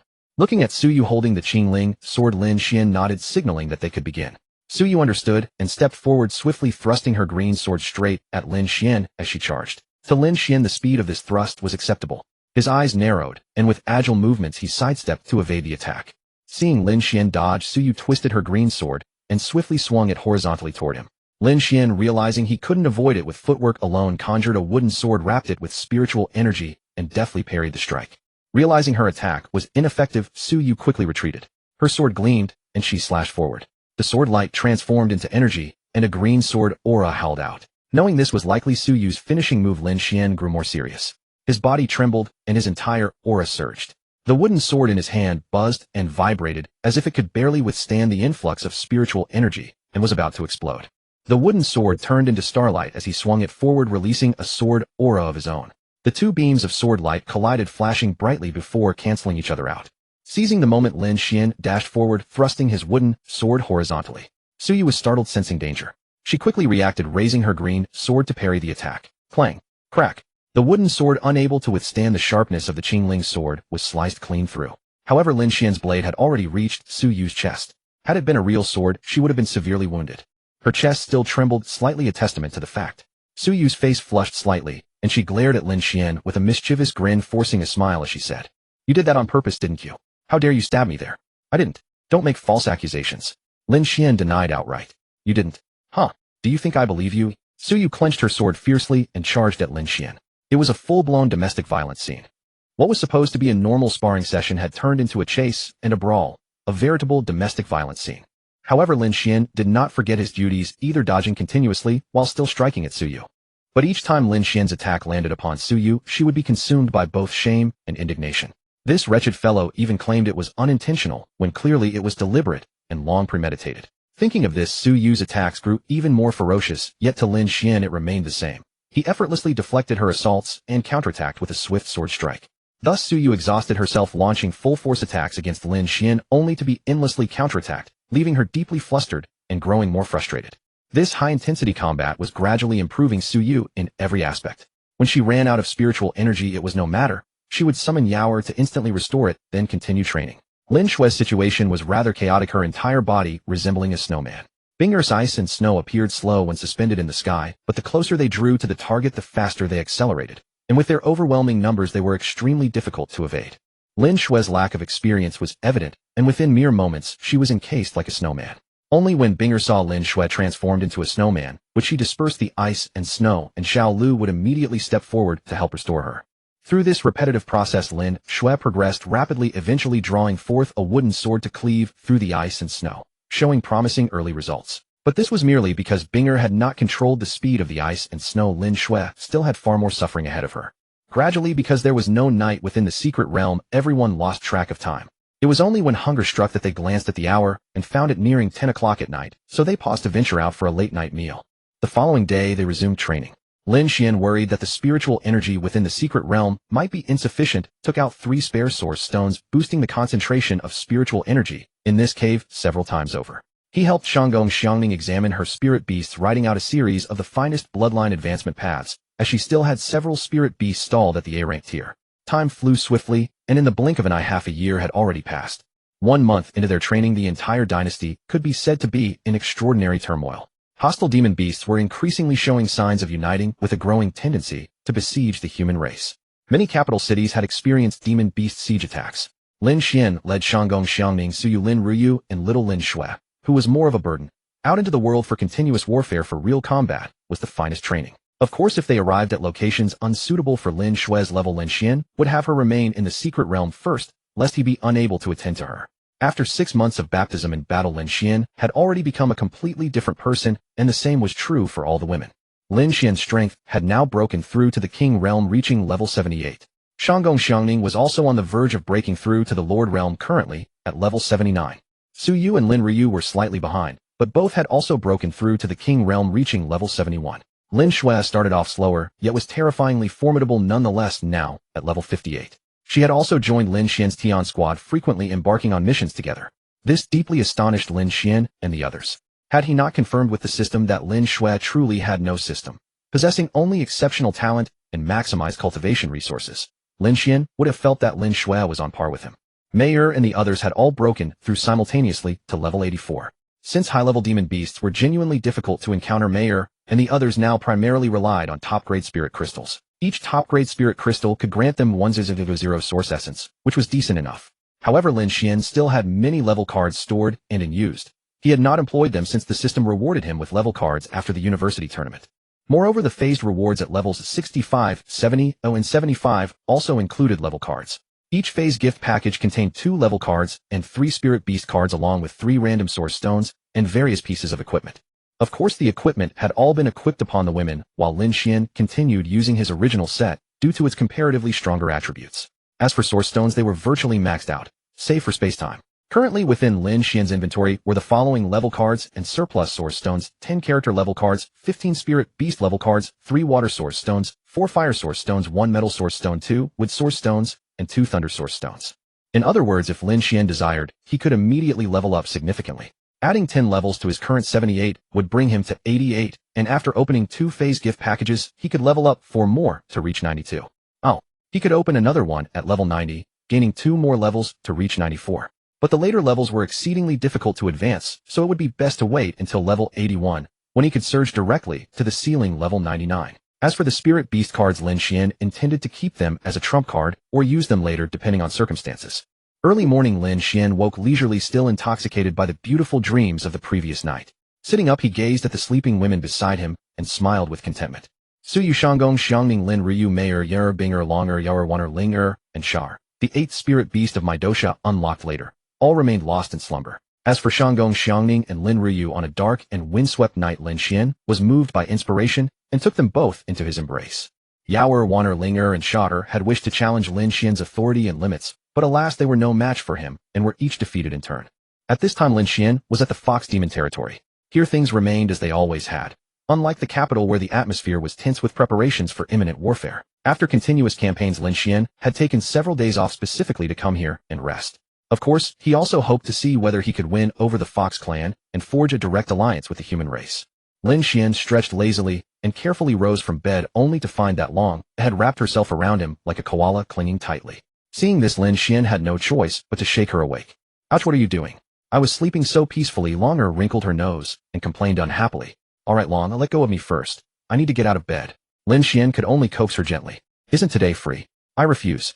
I want to cuddle and sleep with you, Longer insisted. Longer's voice was much louder this time, directly rousing all the women. Now it was settled. They all rose to brush their teeth and Longer could no longer sleep. After brushing their teeth, Lin Xuan also woke Lin Xuan, and the group shared breakfast together before heading to the main hall to seek out Su Daji. Upon entering the hall, they found Su Daji seated at the place of honor savoring tea. Mayer flashed forward and launched herself into Su Daji's embrace, acting coquettishly. Good morning, Grandma. What tea are you drinking this morning? Let Mayer taste it as well. Oh, you pesky girl. Do you wish to bump yourself to death? You are already a nine-tailed maiden, yet still so playful. Rise quickly, grandmother will give you some. Although Su Daji scolded her verbally, her hand still affectionately stroked Mayer's lustrous hair. Only then did Mayer rise, taking a seat beside Su Daji and mimicking her grandmother's demeanor as she delicately sipped at her tea. Lin Xuan could not help but cast her a sidelong glance. This girl knew nothing of properly appreciating tea. It was like cattle devouring peonies. Very well, all of you take your seats. How was your rest last night? Su Daji waved her hand at everyone and spoke. Hearing this, everyone took their seats one by one, chatting and laughing amongst themselves, while Lin Xuan and Su Daji also fell into easy conversation. By the way, Lin Xuan, there's something I want to tell you. When you return, inform those three of your human race. Su Daji suddenly said with a serious expression to Lin Xuan. Seeing this, Lin Xuan knew that anything that could make her look so serious must be a matter of great importance, so he quickly replied earnestly, Grandmother, please speak. Do you remember the time you asked me to come help you? That was when you first had a conflict with the Tiger clan. Su Daji said. Lin Xuan nodded in acknowledgement. Su Daji's eyes grew deep as she looked outward and slowly spoke. That old white tiger. I don't know if he's gone mad coveting that realm. At first, their so-called grand elder, the one you met last time, named something like Jean, directly went to the Eastern Island to tell the Snake Clan that you humans possessed a secret treasure to break through that realm. Those fools actually believed it and colluded with the Water Clan to cross the Eastern Ocean and harass your human race. Later, the Tiger Clan became even more aggressive, leading to the current situation. If the old white tiger hadn't nodded in approval, Su Daji looked at Lin Xuan with a beaming smile and said, Kid, I feel that if that realm truly exists, the one who can break through it would probably be only you. Alright, I've said my piece. If you have anything to say, speak your mind. Lin Xuan was slightly stunned upon hearing this. So that's how it was. And that old white tiger must be really obsessed. He actually believed that. Lin Xuan shook his head slightly and asked with some confusion.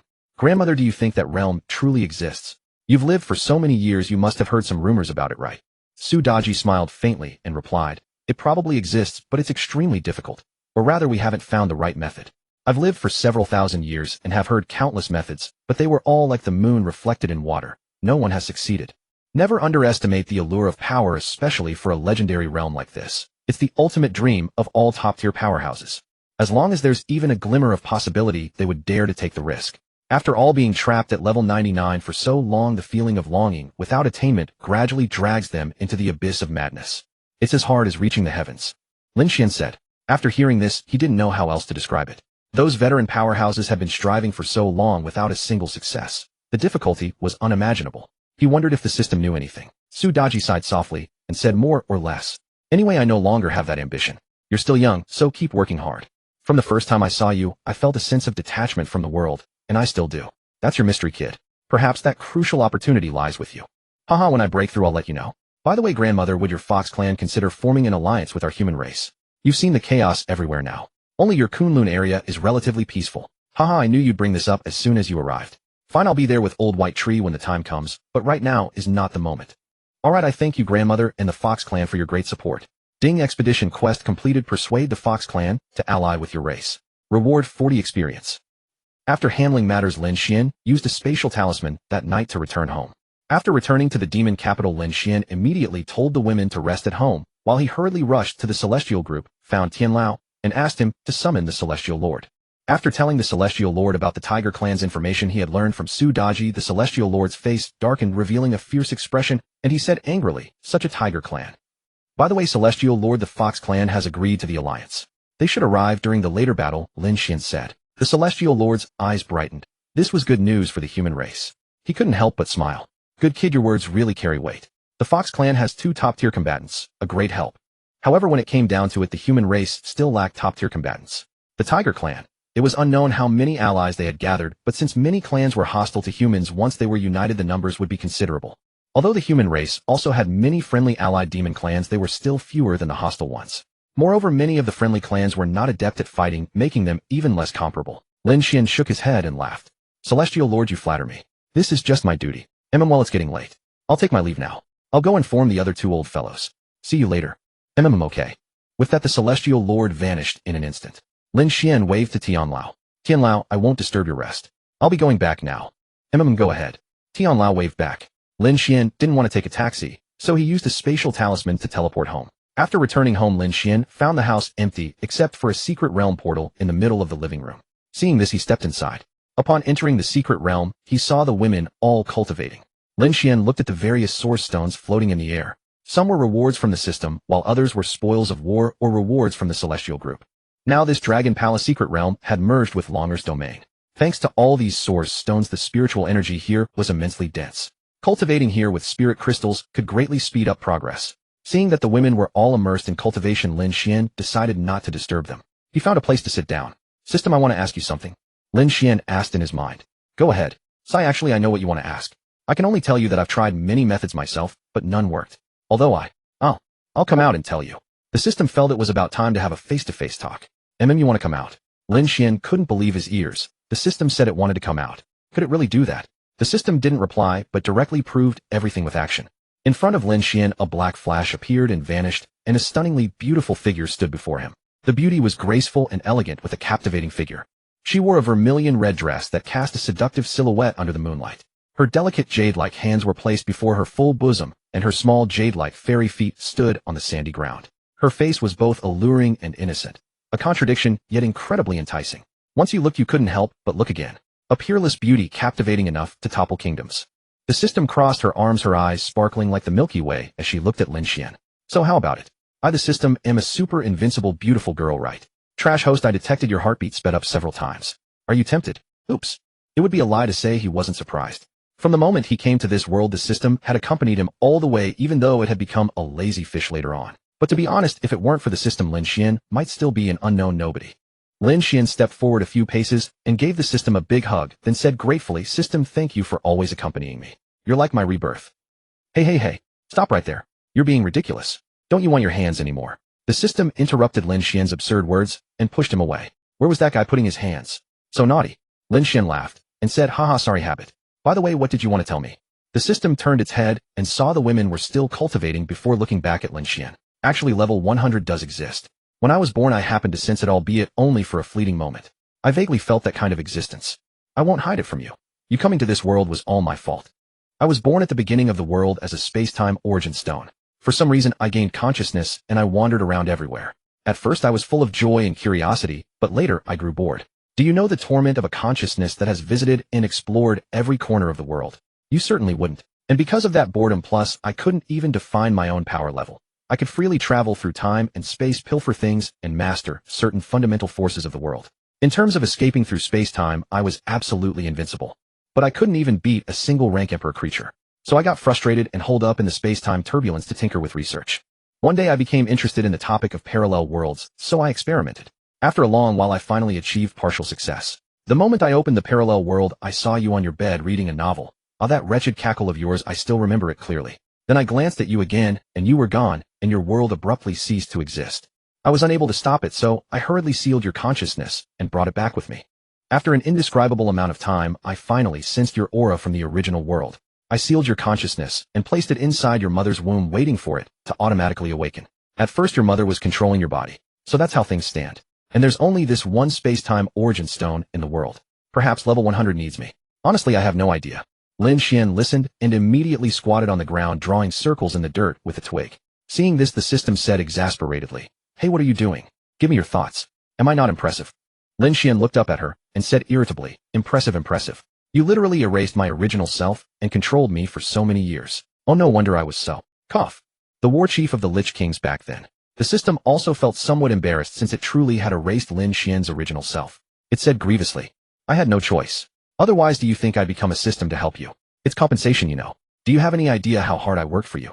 The system stepped forward and pulled Lin Xuan up, saying, "Humph. You have no idea? It was fine at first, the workload wasn't heavy. I just needed to find some things as rewards and create a backdoor with world origin power. But later it became unbearable." Alright, I was just joking. By the way, system, if you can open a backdoor with origin power, can't you just raise our levels directly? Lin Xuan asked. The system shook its head and said calmly, "That's not possible. Origin power also follows rules. Your quests are part of those rules. I can help you bypass them, but you must pay a price. However, I can accelerate the spatial flow rate within an object. Would you like that? As long as you have enough space-time crystals, I can activate it." Lin Xuan's eyes lit up. He had plenty of those. He had raided many powerful figures' enemy Yaozu strongholds and earned quite a lot. Then it settled. I have over 300,000 top-grade space-time stones. How long can they sustain it? If it's not enough, I'll ask my wives to chip in. We should have over 1 million combined. The system calculated for a moment and then glanced around the secret realm before speaking. 500,000 should be enough. It'll provide a 50-fold acceleration for 1 month. Prepare your cultivation crystals too. I'll assign you a quest later. Take the women along and their upgrades will benefit you as well. Lin Xuan nodded happily and replied, "That's wonderful. 50 times for 1 month is equivalent to 4 years. That's more than enough." Lin Xuan's goal was simply to reach level 81. The remaining levels would be handled by the miracle level cap. Alright, get ready. I'll set up a spatial barrier here, first to prevent spiritual energy from leaking out. Then take out your origin stones to increase the spiritual density. After finishing, the system began setting up. Lin Xuan also nodded, walked over to the women, and awakened them, briefly explaining the situation. Then everyone exited the secret realm, first to inform their families. Lin Xuan also told Elder Tian that he would enter seclusion for a month. Once everything was arranged, everyone returned to the secret realm together and longer retrieved the secret realm teleportation gate. Lin Xuan looked at the dozens of women, all gazing at him with bright eyes. Smiling, he said, "A 50-fold time flow will be activated shortly. We'll spend 4 years inside. Find a spot and sit down. The crystals are ready in your rings. Just absorb them as you normally would. What if we want to spar with you during that time?" Shanggong Xiangning asked with a smile. She was now the one with the most experience. "Right, what about that? Let's stay here then." "I don't mind," Meyer chimed in. "Oh, big sister, you're so bold. Count me in too." Yenner was equally fearless. "Haha, don't just act on impulse. That rogue might actually do it," Su Yu said, looking at Lin Xuan with affection. "Hey, am I invisible? A little decorum in public, will you?" Lin Xuan interjected, defending her brother-in-law. "Oh, so the sister-in-law is still here. Want me to include you?" Lin Ryu teased, her cheeks slightly flushed.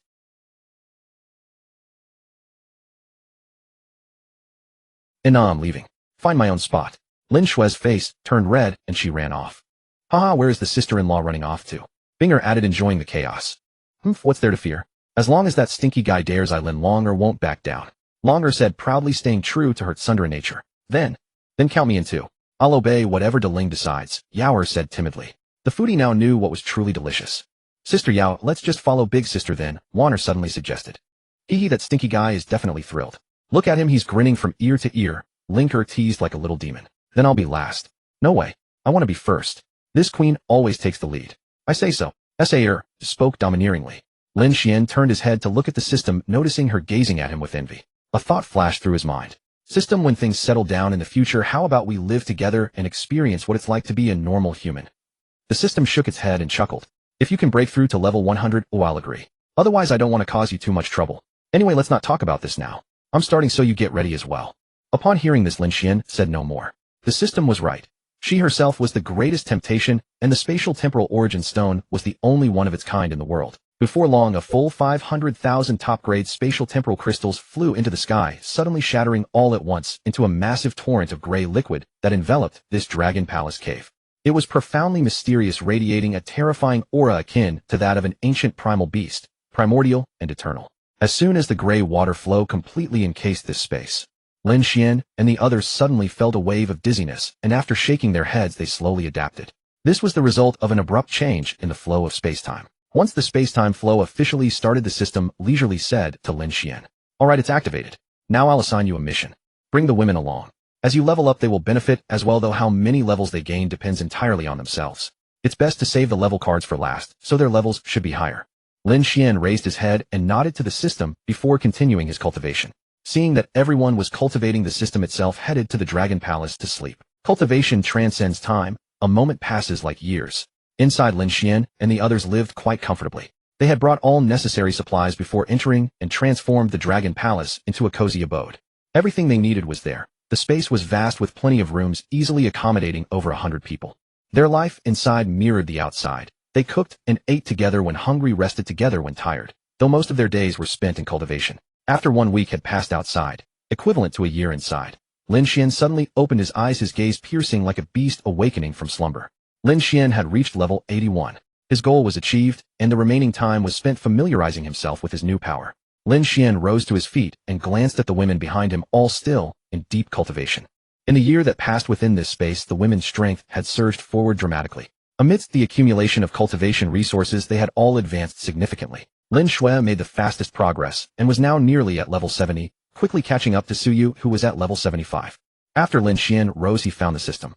Knowing his level, the system couldn't help but suggest, "How about I tease you a bit?" Upon hearing this, Lin Xuan replied with disdain, "TCH, am I afraid of you? I've wanted to beat you for ages, and now's the perfect chance to try." The system watched him with amusement and instantly flashed forward to attack. Lin Xuan cried out in pain and quickly counterattacked, but soon his pained cries echoed constantly as he was thoroughly dominated. From then on, whenever Lin Xuan or the women had free time, they would come to provoke this laid-back system and practice honing their abilities. Free sparring partners, and top-tier ones at that. Where else could they find such an opportunity? Soon the final 2 days arrived. All the women had reached the Emperor tier, with Shanggong Xiangning being the most outstanding at level 89. Lin Xuan, who had made rapid progress, reached level 87, while Suyu and Lin Ryu were both at level 85. Ironically, Lin Xuan remained the weakest at level 81. Mayer and the others had also reached level 90, breaking through just the day before. The spirit beasts of Suyu and the others were at comparable levels as well. Fortunately, those dozens of source stones had been invaluable, though otherwise they wouldn't have had enough to absorb. Seeing that all the women had gathered and were ready, Lin Xuan said to the system, "Let's begin." The system nodded and immediately used the level card for Lin Xuan. Lin Xuan suddenly felt spiritual energy surging violently within his body, his aura escalating rapidly. The same phenomenon occurred to all the women. After a long while, Lin Xuan opened his eyes, his aura sweeping across the entire area, emitting a deathly terror that made one's blood run cold. Lin Xuan's level had finally reached 99. After briefly familiarizing himself with his new power, he slowly turned his head and looked at the women. Their eyes wide with disbelief, the women stared at him. Their own levels had also risen significantly, reaching the heights they had once only dreamed of. Emperor. Both Shanggong Xiangning and Lin Xuan had reached level 99, while Suyu and Lin Ryu were close behind at nearly level 98, likely to catch up soon. Mayer and the others had also reached the Emperor tier. Mayer, Yin'er, Binger, Longer, and Wan'er all hit level 99 directly, while Yaoer, Linger, and Shar were at level 96, perhaps due to insufficient bloodline, but there was no matter as they still had spirit beast cards. The system also understood and immediately reached level 99. The women's spirit beasts, not being Lin Xuan's direct companions, had mostly broken through to the Emperor tier as well. Lin Xuan smiled and said, "I told you all I had a system. You wouldn't believe me then, but now you do. That smug system of mine is the Wuchao King. He's corrupted all of you. Hey, are you abandoning ship now? Your wings have grown hard, have they? Who do you think you're talking to like that?" The system retorted irritably. The women could not help but laugh. Years ago, or rather a year inside, the system had casually mentioned to them that the Wuchao King was actually a system belonging to their matriarch, but none of them had believed her. Now they had no choice but to believe. Such unbelievable things were something they had only ever read about in novels, yet here, it was becoming reality. However, it didn't matter that they knew. Whose system would they boast about anyway? Besides, no one else would believe them. The women stepped forward and each rewarded Lin Xuan with a small kiss, then went to prepare dinner. After eating, they would do as they pleased. After years of hard work, they deserved a few days of rest.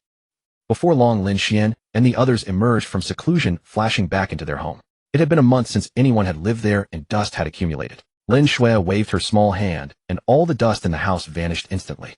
"Sister-in-law, you're quite the one using spatial temporal power to suck up dust," Shanggong Xiangning remarked. "If I have the ability, why shouldn't I use it? There are so many places to clean," Lin Xuan replied. "Enough, everyone take a seat. Let me see what happened during this month." After finishing, Lin Xuan took out his phone and checked it. No signal. Oh no. Had the bill gone unpaid? No signal. Something's wrong. Let's go up high and take a look. With a thought, Lin Xuan brought all the women and flashed upward, arriving tens of thousands of meters in the sky looking down. Light erupted from Lin Xuan's eyes as he scanned the horizon, discovering that all 4 city gates were engulfed in battle, with numerous flying demon beasts rampaging in the skies. He immediately ordered, "Sister, clear all the flying demon beasts. Xiangning, take the south gate. Suyu the east gate. Ruyu the west gate. I'll handle the north gate. I have an old acquaintance there." "Yes." The women responded in unison, vanishing in flashes with their spirit beasts. Lin Xuan did the same. At 20,000 meters above the north gate, Tian Lao and the others were engaged in a fierce battle against a group of powerful demon beasts whose numbers exceeded theirs by more than double. Tian Lao and the others were clearly on the losing end, yet they gritted their teeth and refused to yield. Bang bang bang bang bang. Suddenly a series of explosive sounds rang out, and all the demon beast experts were blown to smithereens. Then a figure flashed into existence, materializing out of thin air before the crowd. It was none other than Lin Xuan. Lin Xuan smiled. "Tian Lao, are you all alright?" "We're fine. Wait, you just appeared out of nowhere. Did you break through to the royal level?" Tian Lao asked, returning to his senses in disbelief. "Add 2 more tears to your guess, old man, and you'll be close." After saying this, Lin Xuan pointed a finger behind him, then reached into the void and grabbed. A figure was caught in his hand and pulled out. It was none other than the great elder of the Tiger Clan, Ji Jin. "Oh, isn't this the great elder of the Tiger Clan's gold faction? How come after a few months you've fallen so low?" Lin Xuan taunted. "Release me." "No, wait, how is it, you brat? How is this possible? Your strength. Oh, by the heavens, this is impossible." Ji Jin struggled fiercely, but when he saw Lin Xuan's face, he was nearly scared to death. "Release you? Fine. Go sleep forever down there." Lin Xuan's hand flashed with a burst of gray light, crushing the space within his palm into fragments. Ji Jin was gravely wounded, blood spilling from his mouth, and he attempted to flee. Lin Xuan gave him no chance. A purple sword appeared in his hand, and he swung it through the air. A sword light burst forth like the Milky Way in the sky, radiating with countless stars, dazzling and magnificent. The Milky Way pierced through time and space, shattering the timelines and spaces around Ji Jin into dust, immobilizing him completely. After swinging his sword, Lin Xuan turned back calmly and said to Tian Lao and the others, "Maybe you all should give him a beating. I've severed all his temporal and spatial connections. He's no stronger than a king level now." No thanks. This old geezer is level 96. Even if we beat him, we can't breach his flesh." Tian Lao waved his hand. Already understanding Lin Xuan's strength. To be so nonchalant about it, he must be the ceiling. Seeing this, Lin Xuan acted directly. He had originally wanted to let Tian Lao and the others vent their anger. With a single sword stroke, Ji Jin was reduced to dust. Lin Xuan then looked down below. "Tian Lao, I'll be right back." After 3 breaths, Lin Xuan reappeared before Tian Lao with Mayor and the others. Everything below had been resolved. "Tian Lao, what happened in this past month?" "I came out of seclusion after a month, and everything has changed drastically," Lin Xuan asked. Then Tian Lao explained in detail. 3 days ago, the demon clan could no longer hold back and launched a full-scale attack. Moreover, the battle in the capital was even fiercer. That was the main attack point of the various demon clans where most of the emperor levels were gathered. As for the outcome, it was unknown, but the human side was not optimistic. Lin Xuan nodded upon hearing this and said calmly, "I'll take my people to reinforce the capital. I have over a dozen level 99s here that should turn the tide." Tian Lao and the others were nearly scared to death. Shanggong Wuxia was also among them and asked, "Grandson-in-law, do you mean your spirit beasts have also reached the same level as you?" Lin Xuan smiled slightly and replied casually, "Yes, that's right. And not just me, our sister Xiangning is now at the same level as me too." Upon hearing this, Shanggong Wuxia burst out laughing. Haha, my granddaughter and grandson-in-law are truly amazing." After laughing, he glanced proudly at the crowd and said triumphantly, "See, my judgment is superb, isn't it? You old fogies compare with me." This old man was quite mischievous. He couldn't resist a little jab at the others. "Oh, and Ruyu is almost there. She's now level 98. Lin Xuan said to Lin Jinshan to make him happy as well. Soon the 2 old men started arguing. Lin Xuan smiled at the sight. At their age, what they enjoyed most was bickering with old friends. Soon many graceful figures appeared beside Lin Xuan out of thin air. Shanggong, Xiangning, Suyu, Lin Ruyu, Lin Xue, each accompanied by their own spirit beasts, appeared beside Lin Xuan. Seeing that it was about time, Lin Xuan said to the elders, "Tian Lao, Grandpa Wuxia, Grandpa Jian, we'll head to the capital now. Wait for our good news." Go ahead, children." Lin Xuan and the others nodded and vanished together. The battle in the capital had turned the world upside down, day and night reversed. But with the arrival of Lin Xuan and his group, the emperor-level combat power suddenly far exceeded that of the opposing demon clan. The situation was quickly turned around by Lin Xuan. Lin Xuan fought fiercely with the old white tiger. Mayor and Su Daji fought side by side, suppressing the tiger woman. Su Yu and Lin Ruyu formed a small battle circle, constantly cutting through the enemy forces. Shanggong Xiangning with her spirit beasts alternated with Yenner and the others encircling the enemies. Time passed slowly. The sky above the capital had been dark for a month, but finally it suddenly cleared with a blazing sun overhead. The people and beasts below, seeing the long-lost sunlight shining down, all froze in place and looked up to the sky. The battle was meaningless now. A victory or defeat depended on which side would appear from above. Soon the humans and the allied demon clans rejoiced and charged at the enemy with high spirits. The hostile demon clans, looking defeated, turned and fled. The outcome was decided. The human side emerged victorious. Another month passed. After the great victory over the hostile demon clans, the vengeful Lin Xuan led the women to the tiger clan's territory the very next day, annihilating them completely. And then there was nothing more. During this month, Lin Xuan lived like a lord, with food brought to his mouth and clothes handed to him, living in bliss. In the demon capital at Lin Xuan's home. Hey you brat, what's the plan? When are you going to hold the ceremony? Suddenly a spatial rift appeared in the living room, and a voice came through before the person. Lin Xuan quickly sat up straight. Su Daji was coming. If the elders saw him like this, they'd definitely scold him. Ouch. Damn, Lin Xuan, are you asking for a beating? I just finished my nails. Look. Longer extended her slender boneless jade fingers and complained to Lin Xuan. Originally Lin Xuan was pillowing his head on Longer's plump jade-like thighs, savoring the fragrance of the beauty. But he got up too quickly without paying attention, and it seemed he had angered this little princess. Su Daji stepped out of the spatial rift, looked at Lin Xuan curiously, and teased. So this is your status at home, boy. Amped. Cough. Granny, please sit. That girl Mayor has recently taken a liking to sweets, and has taken the sisters to the supermarket to buy sweet snacks. Lin Xuan coughed a few times to cover up his embarrassment. He thought to himself, I'll have to teach this proud girl a lesson 5 times tonight, he petty girl. Oh, so you're quite impressive, boy. This wouldn't be what you humans call a dragon and phoenix pregnancy, would it? Su Daji sat down nearby and laughed. After a spirit beast breaks through to the emperor level, its life essence changes, and it can conceive with a human. It's not that fast. Mayor only broke through to the emperor level a month ago. How can we know so soon? Lin Xuan asked, puzzled. According to human thinking, doesn't it take several months to know? Our fox clan is different from you humans. The baby forms quickly, then slowly absorbs spiritual energy and nutrients. Normally it stays in the womb for about a year before being born. So boy, you better tell me properly, when will the ceremony be? Su Daji grew more urgent as she spoke. Lin Xuan scratched his head and explained with an apologetic smile. Grandma, it's already being arranged. It'll be done in a little while. You know there are many people and many more are coming, so arranging everything is quite complicated. Alright. By the way, where has that stubborn stone gone again? Oh, she went along to buy snacks. Su Daji had been coming over recently, whenever she had free time, to study with the system how to break through the 100th level, so they were quite familiar. Lin Xuan sometimes joined in, but he was the subject of the study.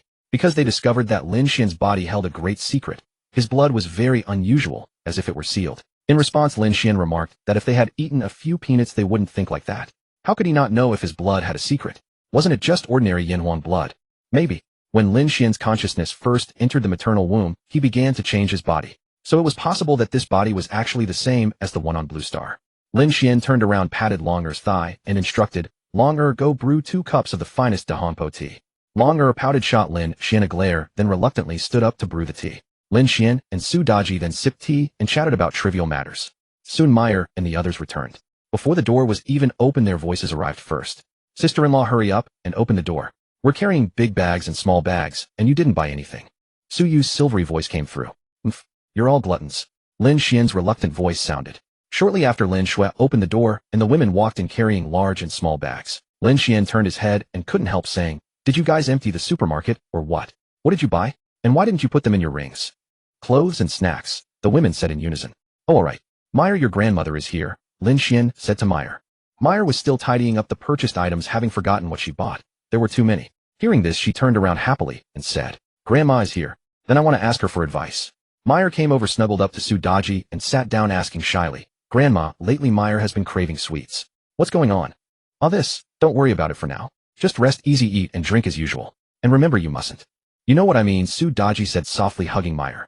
Su Daji had never given birth to a little fox herself.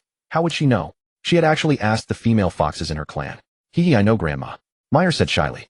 The other women looked on with envy, their gazes turning to Lin Xuan. Shanggong Xiangning came over and sat beside Lin Xuan, staring at him with plaintive eyes. With Lin Xuan's level of power, he could naturally sense whenever someone was watching him. He slowly set down his teacup, pulled Shanggong Xiangning into his arms, feeling her fiery body, and smiled faintly. Why are you all staring at me? This requires our joint effort, all right. You rascal, how conceited. Grandma is still here, and you have the nerve. Shanggong Xiangning directly punched him. Sister Xiangning, let's go try on new clothes. I just bought a few sets from Sister Luo Yao's place. They're pretty good, very impressive. Meyer and Yinner weren't interested. They all had shape-shifting celestial robes made by the system. Lin Xuan often asked them to change outfits. Meyer and Yinner weren't interested. They all had shape-shifting celestial robes made by the system. Lin Xuan often asked them to change outfits. By the way, what did you all buy? Lin Xuan asked Yenner and the others. Hearing this, Yenner's eyes lit up. She came over, took Lin Xuan's hand, and was about to head into the room. Lin Xuan exclaimed in surprise, "Wow, it's still broad daylight. Yenner, are you that bold?" Yenner saw the look in Lin Xuan's eyes and knew he had misunderstood. She couldn't help chiding him. "What are you thinking? We sisters bought a lot of clothes and some of them are for you. Come with me to the room to try them on." Seeing this, Lin Xuan couldn't help feeling a bit disappointed. "All right." Yenner gave him a glare, then said to Binger and the others, "Sisters, bring this rascal's clothes in. We'll help him change." Soon the women looked through the bags, took out Lin Xuan's clothes, and then headed into the room. Quickly, laughter and joy came from inside the room. "Haha, this one is so funny. It seems like it was picked by Yao, right?" "No, it wasn't me. I picked this one, give it to Sister Yenner." "Haha, this set is great. Much more handsome. Darling, you really please this king." Such a domineering tone could only come from Shar. "Oh, and this one. This black-blue one is also very handsome," Binger said. "Sister Binger, add this one to match, then it'll look good." Wanner said. "We'll have all the sisters finished changing. Linger hasn't gone in yet. Could you open the door?" Almost. Shortly after the door opened, Lin Xuan walked out, his casual clothes replaced by a formal suit. Yenner and the others had very discerning eyes. They had picked the clothes according to Lin Xuan's measurements, and they fit perfectly. His hairstyle was also slightly adjusted. He looked exceptionally handsome, far more so than before. There were many more sets inside. Lin Xuan quickly went back and changed into a dragon robe. These were bought by the women for Lin Xuan to wear at the wedding. Dong! Bang bang bang. Countless spirit masters, seemingly tireless, gathered spiritual energy and shot it into the sky, exploding into brilliant fireworks during the daytime. In Yaodu City, the entire city was immersed in a joyous atmosphere. Today, a great figure was going to hold an unprecedented grand wedding. The whole city rejoiced, cheering and leaping. All the famous media across the Heavenly Dynasty were focused on this wedding, presenting it live to those who couldn't come to witness it in person. Lin Xuan, seeing that the time was about right, walked out of his large villa. Today's groom was truly captivating. Wearing a dragon robe with a red background and golden dragons, it accentuated the already handsome Lin Xuan, giving him a sense of both domineering and charming wickedness. One glance was unforgettable, truly unique. Lin Xuan smiled at the staff from various media and said, "All right, let's go welcome the bride." After speaking before anyone could react, he moved with his mind, and they disappeared, arriving at Suyu's home. This teleportation shocked the staff and the audience watching on TV and phones, who secretly thought it was thrilling. This was far more impressive than a long line of luxury cars picking up the bride. After all, this kind of thing couldn't be bought with any amount of money. It was true power, the kind that was most enviable and desirable. Soon Lin Xuan entered Suyu's home and invited one of the breathtakingly beautiful brides out. Suyu was adorned that day in a phoenix crown and rosy veil, her red attire resplendent. The classical Chinese red wedding gown draped over her figure accentuated her beauty and perfect physique with exquisite charm. Many viewers, after watching, were filled with envy toward Lin Xuan. Of course, in the end, they bitterly regretted why they had ever watched this live stream, as if all the most beautiful women in the world had been monopolized by Lin Xuan. Suyu's parents and relatives also came out, joyfully blessing the couple. After Suyu's relatives had made all the preparations, Lin Xuan and his group went to Shangwan Xiangning's home, then to Lin Ruyu's home, and invited the brides out. Next, Lin Xuan led everyone to the Fox clan. This time there were many brides: Mayer, Yenner, Binger, Longer, Yaoer, Wanner, Linger, and Shar. 8 brides of peerless beauty in total. This part took more time as they had to invite each one individually. After everyone had gathered, Lin Xuan led the group to the hotel. When they arrived, the venue was already adorned with red silk draping the sky and red happiness symbols covering the ground. The distinguished guests who had come to congratulate Lin Xuan were all present. Dragon Lord Yi Wentian, Rock Emperor Li Qiye, Celestial Lord Ji Wuya, the Old Dragon Emperor. All those who were friendly with the human race had sent their most powerful representatives. Lin Xuan quickly stepped forward to express his gratitude, and they responded with blessings. Entering the main wedding hall, the elders of each bride were seated in the central hall. Lin Xuan and all his brides bowed in unison, though some sharp-eyed observers noticed something unusual. The number of brides seemed to have increased. Counting them, there were 13, but no one voiced it. Soon after the couple bowed to each other, Lin Xuan took out rings and put them on each of his wives one by one. When it came to the last 2, the brides seemed to have prepared in advance. With a jade hand, they produced 2 rings, one of which was handed directly to Lin Xuan for him to put on her. Soon the wedding ceremony concluded, giving the audience around the world a thrilling experience. Even though the brides were veiled in red cloth, their breathtaking beauty remained hidden from view. After the ceremony, there was of course the wedding banquet. Finally, despite his immense power, Lin Xuan's alcohol tolerance was still poor. After making 1 round of toasts, he became dizzy and lightheaded. The night was a beautiful one. From Lin Xuan's new home, the sounds of a cat's meow or an oriole's song would occasionally drift, lingering and melodious. Afterwards, the women no longer called Lin Shui sister-in-law, but instead Sister Lin Shui. The system also gave her a name, Lin Yukong, Sister Yukong. Lin Yukong had lived for countless ages, yet she was called sister, and the youngest one at that.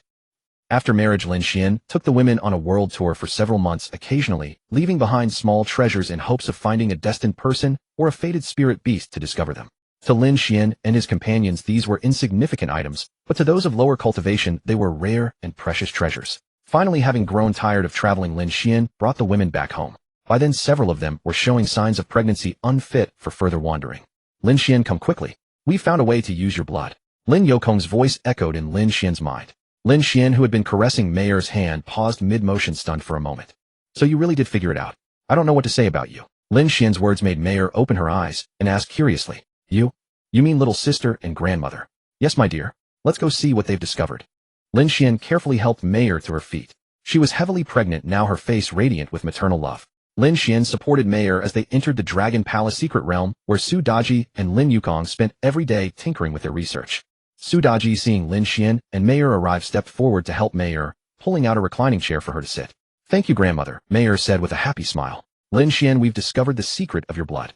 By extracting a tiny amount of essence from each source stone and mixing it with your blood becomes transcendent. It elevates all your blood, raising your bloodline to a new level, potentially allowing you to break through to that realm. Lin Yukong said, her excitement palpable. Essence from each source stone. What about you? Lin Xuan asked involuntarily. Don't worry. First, take this drop of blood. It will cause all your blood to ascend. According to our analysis, this is a good thing. The probability of adverse effects is less than 1%. The question is, what do you think? Lin Yukong said honestly. Lin Xuan thought for a moment. All right, I'll try it. He took the bottle containing the golden drop of blood, looked at it, and swallowed it directly. The golden blood exploded in his stomach, rapidly assimilating and elevating all of Lin Xuan's blood. His body emitted a dazzling golden light, as if plated in gold. Suddenly Lin Xuan felt as if an invisible, intangible barrier had been pierced. The world became transparent and clear, as if nothing could hide from him. It was as if he had transcended the 3 realms and eluded the 5 elements. Lin Xuan extended his hand and gently traced a line in the air. Panes of space appeared before him, each like a different world, as if he could step into any of them with a mere thought. Seeing Lin Xuan's finger trace a series of blurred spaces in the air, Lin Yukong's eyes lit up. She knew she had succeeded. She and Su Daji had succeeded. Yes, we did it. We did it. Huh. Whoa. Lin Yukong wept with joy, overwhelmed with emotion. The dream of many years had finally come true. Su Daji nodded at Mayer. I told you that kid was the most likely candidate. I never expected it to be a bloodline issue. Could it be that the racial bloodlines of our world are inferior to those of that kid's blue star? Holy crap. If that's the case, then blue star, where Lin Xuan came from, must be terrifyingly powerful.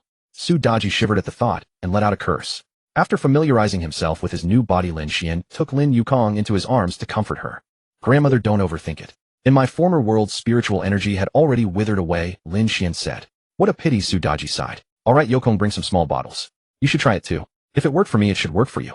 I can sense that it was the golden blood that assimilated and elevated my entire bloodline, so it mainly depends on the golden blood.